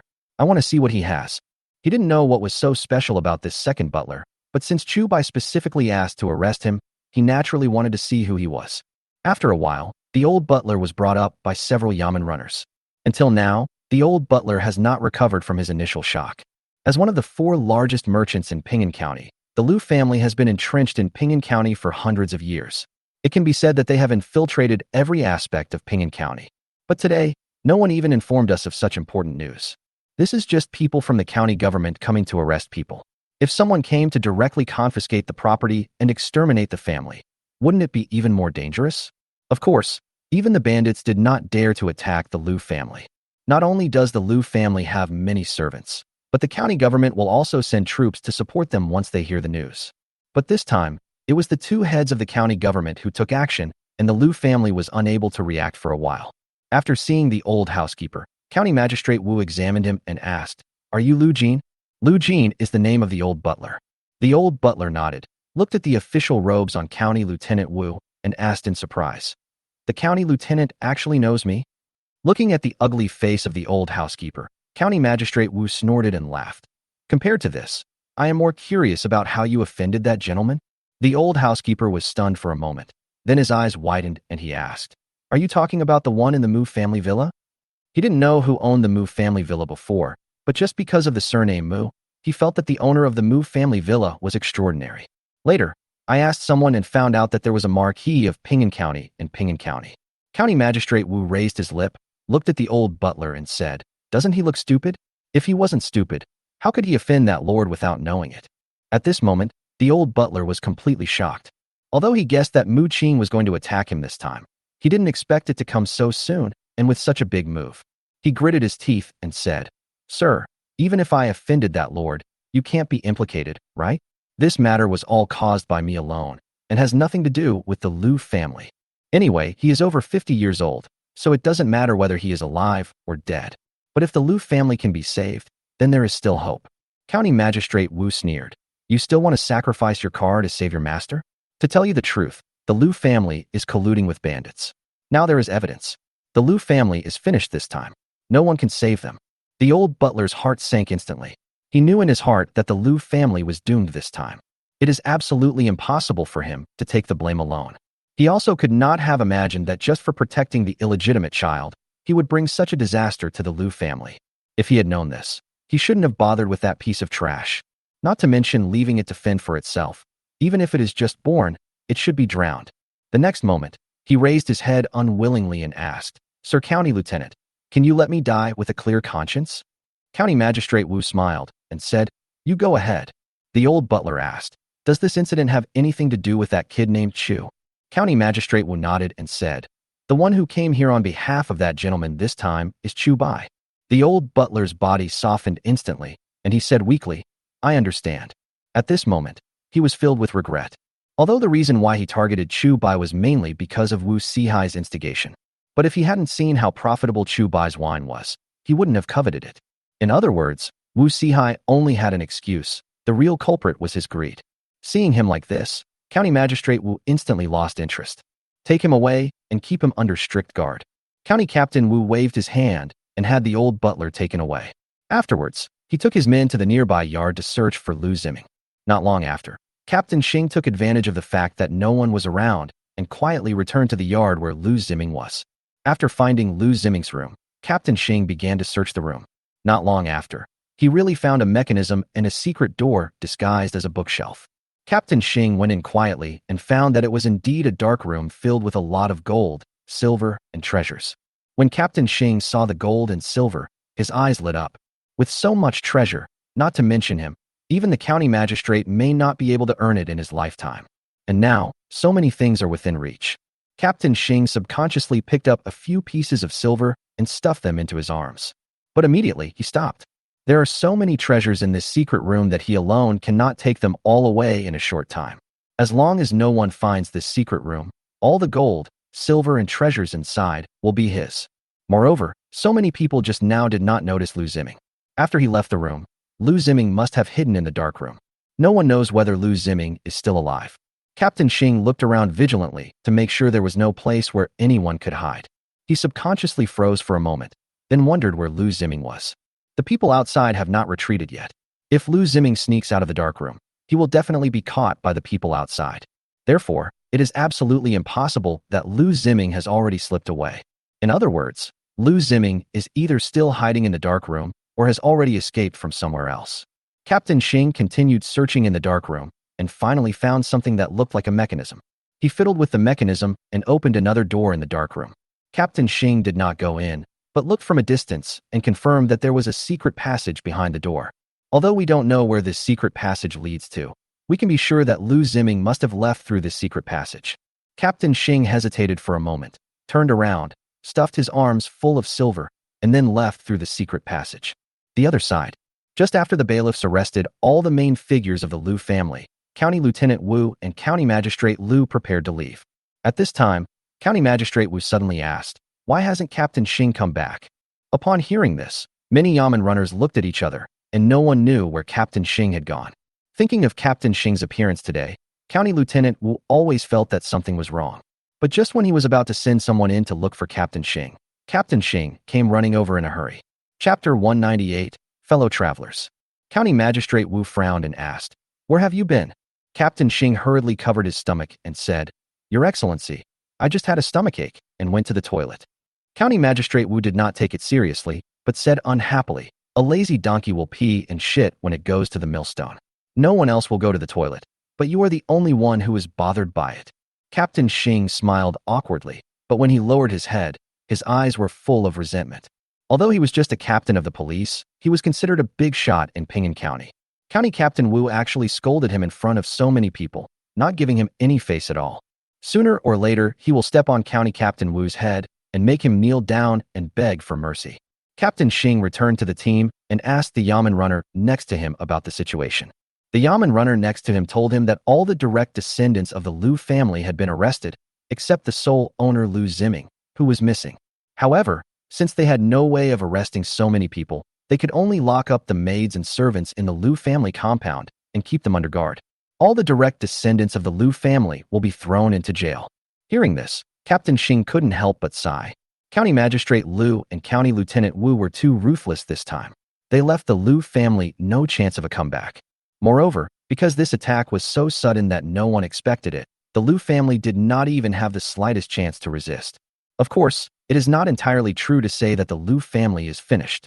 After all, the Lu family has been multiplying for hundreds of years, and in addition to the direct line, there are also many collateral descendants. However, it is obviously unrealistic to expect these collateral descendants to turn the tables. What's more, even if these collateral descendants really turn the tables, they would not care about the lives of the direct descendants. Others may not know, but Captain Xing may not know. Those direct disciples never regard those collateral disciples as members of the Lu family. If that time really comes, these collateral descendants would be doing their utmost if they don't step in and step on it. However, this time he let Lu Ziming, the head of the Lu family, go, so the Lu family was not so easily destroyed. Thinking of the treasures in the secret room, Captain Xing felt extremely proud. Perhaps even Lu Ziming did not expect that all the treasures he wanted to keep for a comeback ended up being taken away by himself. He just walked out along the secret passage and soon came out of an inconspicuous house. He understood that this house was Lu Ziming's backup plan. Captain Xing locked the house without saying a word and slammed the door of the secret passage. Even if Lu Ziming went there, he alone would not be able to open the door in a short time. And he could easily transfer all the treasures away before anyone discovered the secret room. After hearing the report from the Yamen runner, both County Magistrate Lu and County Lieutenant Wu looked unhappy. This was the first time they helped Mu Qing with something, but they still couldn't get it done. How will Mu Qing look at them in the future? In fact, County Magistrate Lu is okay. He is usually quite Buddhist and doesn't care much about currying favor with others. But it was not the case with County Captain Wu. Although he had his own backers, he wanted to take this opportunity to hold on to Mu Qing's thighs so that he would have a chance to climb up. But now, he couldn't even catch Lu Ziming. So how could he please Mu Qing? "Have you searched the house thoroughly?" County Magistrate Wu stared at the bailiff who answered and said angrily. The Yamen runner hurriedly said, "Master Wu, we have searched everything, and we have even verified the identities of the servants, but we don't know where Lu Ziming is." County Magistrate Wu clenched his fists. At this moment, he also understood that there must be a secret passage in the Lu family compound that led to the outside. But the problem is that Lu Ziming has already run away, so it would be useless even if he found the secret passage. County Magistrate Lu also understood what County Lieutenant Wu was thinking and patted him on the shoulder and said, "County Lieutenant Wu, it's getting late. Let's go back first and don't let that person wait anxiously." Although County Magistrate Wu was unwilling, he had no choice but to leave with him. As soon as they returned to the county government, Magistrate Liu ordered, "Post an official document saying that the Liu family colluded with bandits. Tomorrow the county will hold a trial. If the people have other grievances, feel free to come forward and file a complaint." Upon hearing this, the people below immediately went back to do it. County Captain Wu looked at County Magistrate Liu in surprise, even though County Magistrate Liu was usually called a clay man. But this time, he was determined to kill the Liu family. All the direct descendants of the Liu family have been arrested. The charge of colluding with bandits alone is enough to punish them. If more people file a complaint, will the Liu family still have any chance of turning things around? Let's not talk about whether the Liu family was wronged or not. Just look at the behavior of the 4 wealthy businessmen. How many of them are good people in the eyes of the world? Bullying people in the market, bullying men and women, these are all very common things. However, in the past, people were afraid of the identities of the 4 wealthy merchants and did not dare to resist. Now that County Magistrate Liu has taken the lead, won't those people who have been bullied come forward to file complaints? However, he would do the same if it were him. Since you want to show off in front of Mu Qing, how can you not do things beautifully? Not long after they returned to the county government office, Chu Bai and Ho Sin also returned with Wu Sihai and others. Seeing Chu Bai, County Magistrate Liu and County Lieutenant Wu immediately came forward to greet him. "Mr. Chu, have you caught the person?" County Magistrate Liu asked politely first. Wu Sihai behind Chu Bai was stunned for a moment. Although he did not know County Magistrate Liu, he could recognize the official robe on County Magistrate Liu. Whether it was County Magistrate Liu or the official next to him, they were both so polite to Chu Bai. Isn't Chu Bai just an ordinary citizen? When did he become so powerful? Chu Bai bowed and said, "It lived up to your expectations. The prisoner has been brought back." "Good." County Magistrate Liu turned his head to look at Wu Sihai, and after seeing Wu Sihai's appearance clearly, he felt a little disdainful. He originally thought that anyone who could offend Chu Bai must at least be a big shot. But if you look closely, there doesn't seem to be anything special. And it's a bit ugly? He immediately asked, "Are you Wu Sihai?" Wu Sihai was stunned for a moment. Then he trembled and said, "My lord, I am innocent." "Unjust?" Seeing Wu Sihai about to wet his pants, he snorted, "Is it unjust or not? I don't know. Come on, throw him to jail." The bailiffs came over immediately and wanted to take Wu Sihai to the jail. At this time, County Magistrate Wu suddenly said, "Put him in the same cell with the young masters of the Liu family and tell them why he was arrested today." Upon hearing this, Wu Sihai was immediately frightened out of his wits. Chu Bai looked at County Captain Wu with interest, even though County Captain Wu was not very cooperative at first. But now that I see it this way, I realize that he is actually a fellow traveler. "Master Wu, you are amazing." Chu Bai bowed and asked, "I wonder how the Liu family is doing?" County Captain Wu and County Magistrate Liu immediately lowered their heads in embarrassment. Chapter 199, County Magistrate Wu apologizes. As soon as he saw the expressions of the 2 men, Chu Bai knew that the Liu family was definitely going to have a bad start. He immediately asked, "Is there a problem with the Liu family?" County Magistrate Liu glanced at County Lieutenant Wu, then hesitated and said, "Please ask Master Chu to report to the Marquis that all the Liu family members have been arrested, except for the head of the Liu family, Liu Ziming, who escaped." Chu Bai then understood why County Captain Wu and County Magistrate Liu had such expressions. He immediately said, "You two don't have to blame yourselves. Liu Ziming's escape is fine. It won't affect the overall situation. We just need to issue a wanted order and mobilize the people who have been harmed by the Liu family. Sooner or later, we will be able to catch him." Upon hearing this, County Captain Wu and County Magistrate Liu breathed a sigh of relief. At this time, Chu Bai asked again, "However, do you two know how Liu Ziming escaped?" Speaking of this, County Magistrate Wu immediately explained, "I suspect someone secretly tipped off the Liu family, but because the incident happened suddenly, that person only had time to inform Liu Ziming and was unable to help the rest of the Liu family escape." Chu Bai thought for a moment and asked, "Master Wu, do you mean that Liu Ziming slipped away right under your noses?" Wu Xianwei nodded embarrassedly and said, "I was worried about the work of the people below, so I went there on purpose and found that Liu Ziming's quilt was still warm." Chu Bai nodded and immediately understood why County Captain Wu said that just now. He said, "So, someone must have known that we were going to the Liu family, but he had no way to inform them under the eyes of the 2 adults, so he could only hurriedly inform Liu Ziming after he arrived at the Liu family?" Wu County Lieutenant replied, "That should be the case. Otherwise, Lu Ziming would not be the only one who escaped. Chu Bai thought for a moment and said, "Since the other party informed Lu Ziming right under your noses, it is impossible for Lu Ziming to escape in advance. Have you searched for secret passages or secret rooms in Lu's mansion?" County Magistrate Wu said, "I had people search it, but found nothing."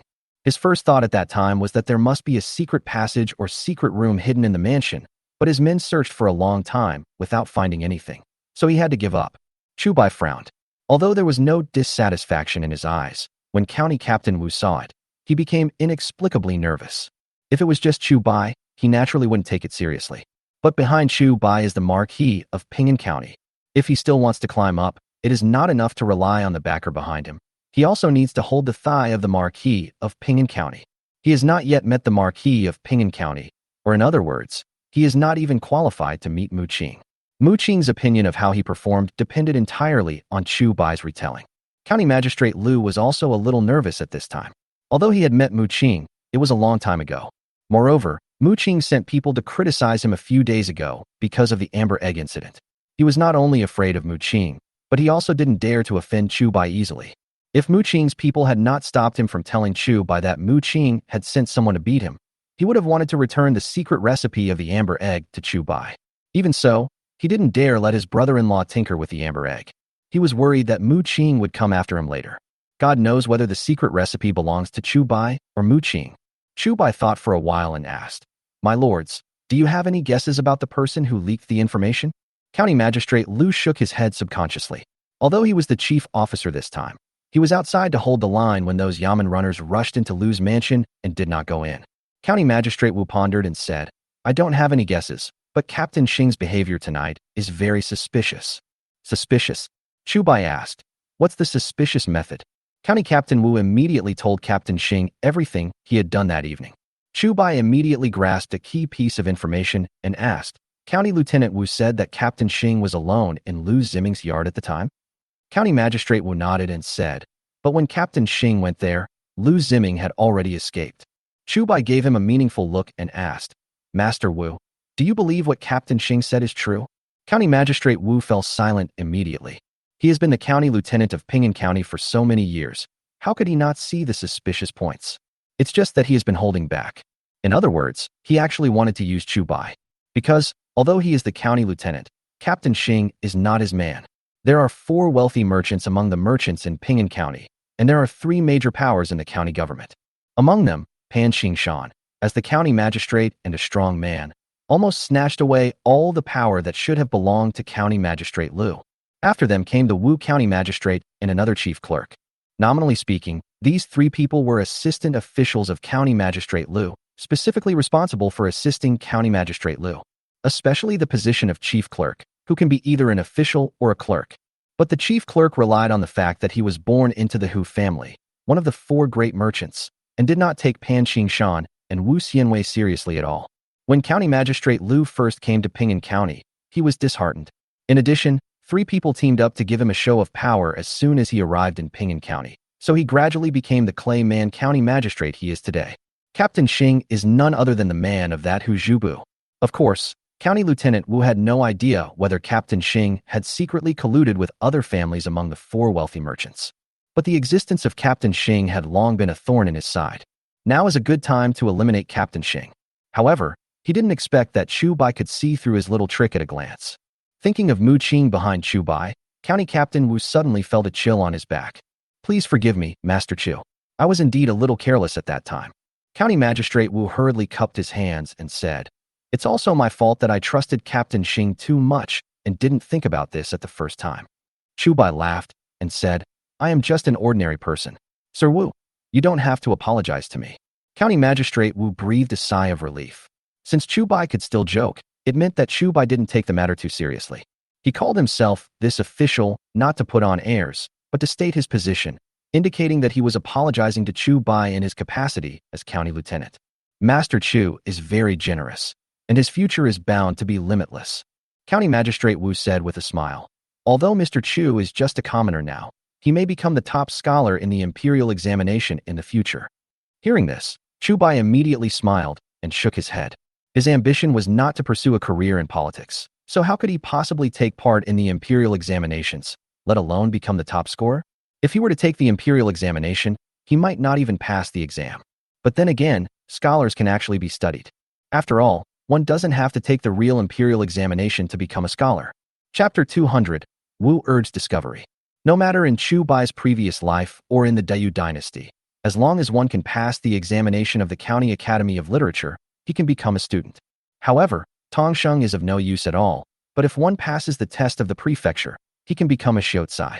Xiaocai are divided into Fuxing, Zengxing, and Binxing.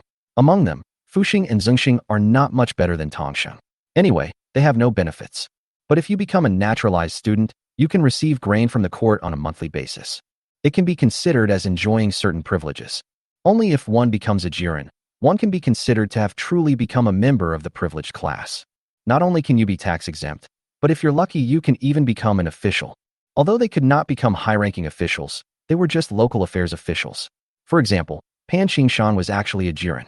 And if one has a strong background and handles things properly, he can even be a candidate for a county magistrate. As long as you enter the bureaucratic system, it is not impossible to get promoted.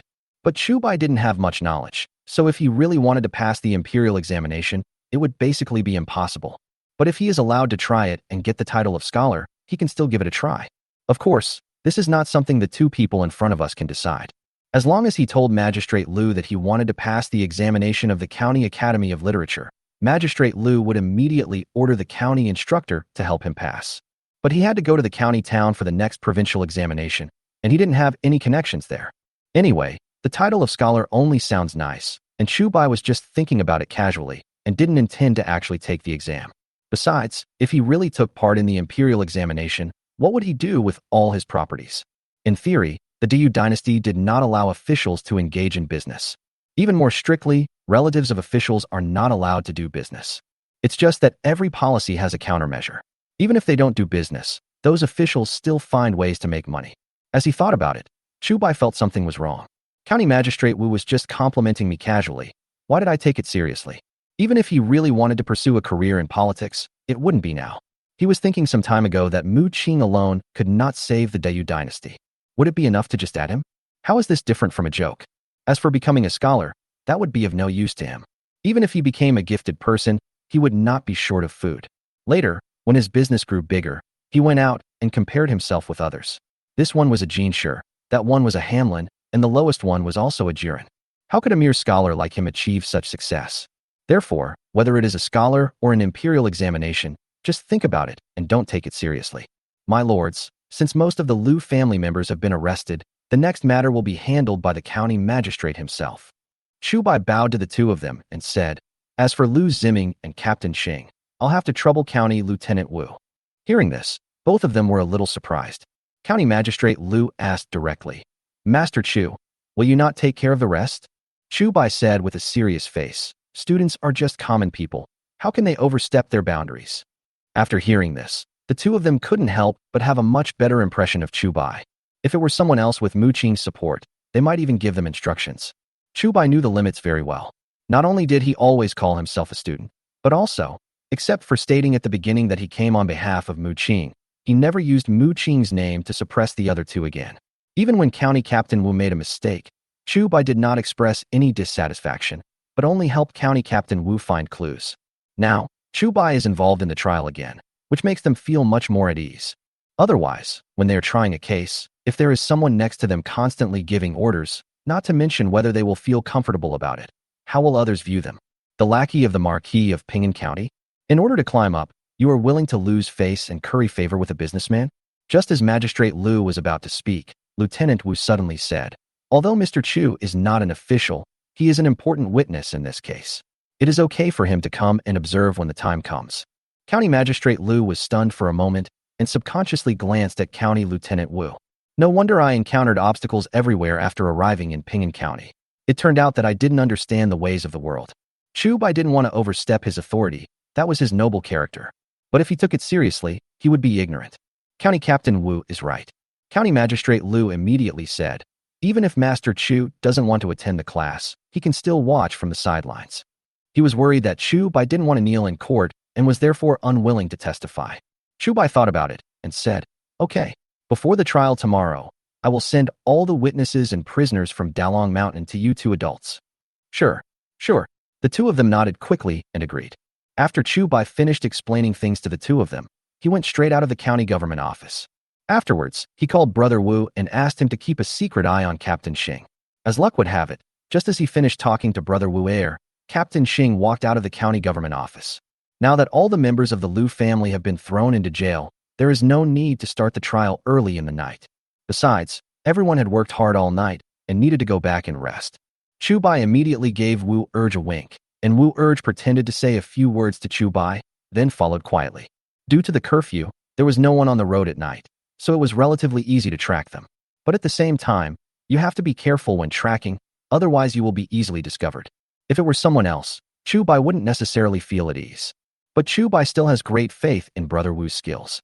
After explaining everything to Brother Wu, Chu Bai went to the tofu shop to rest. The next morning, Brother Wu came looking for him. Did Brother Wu find anything last night?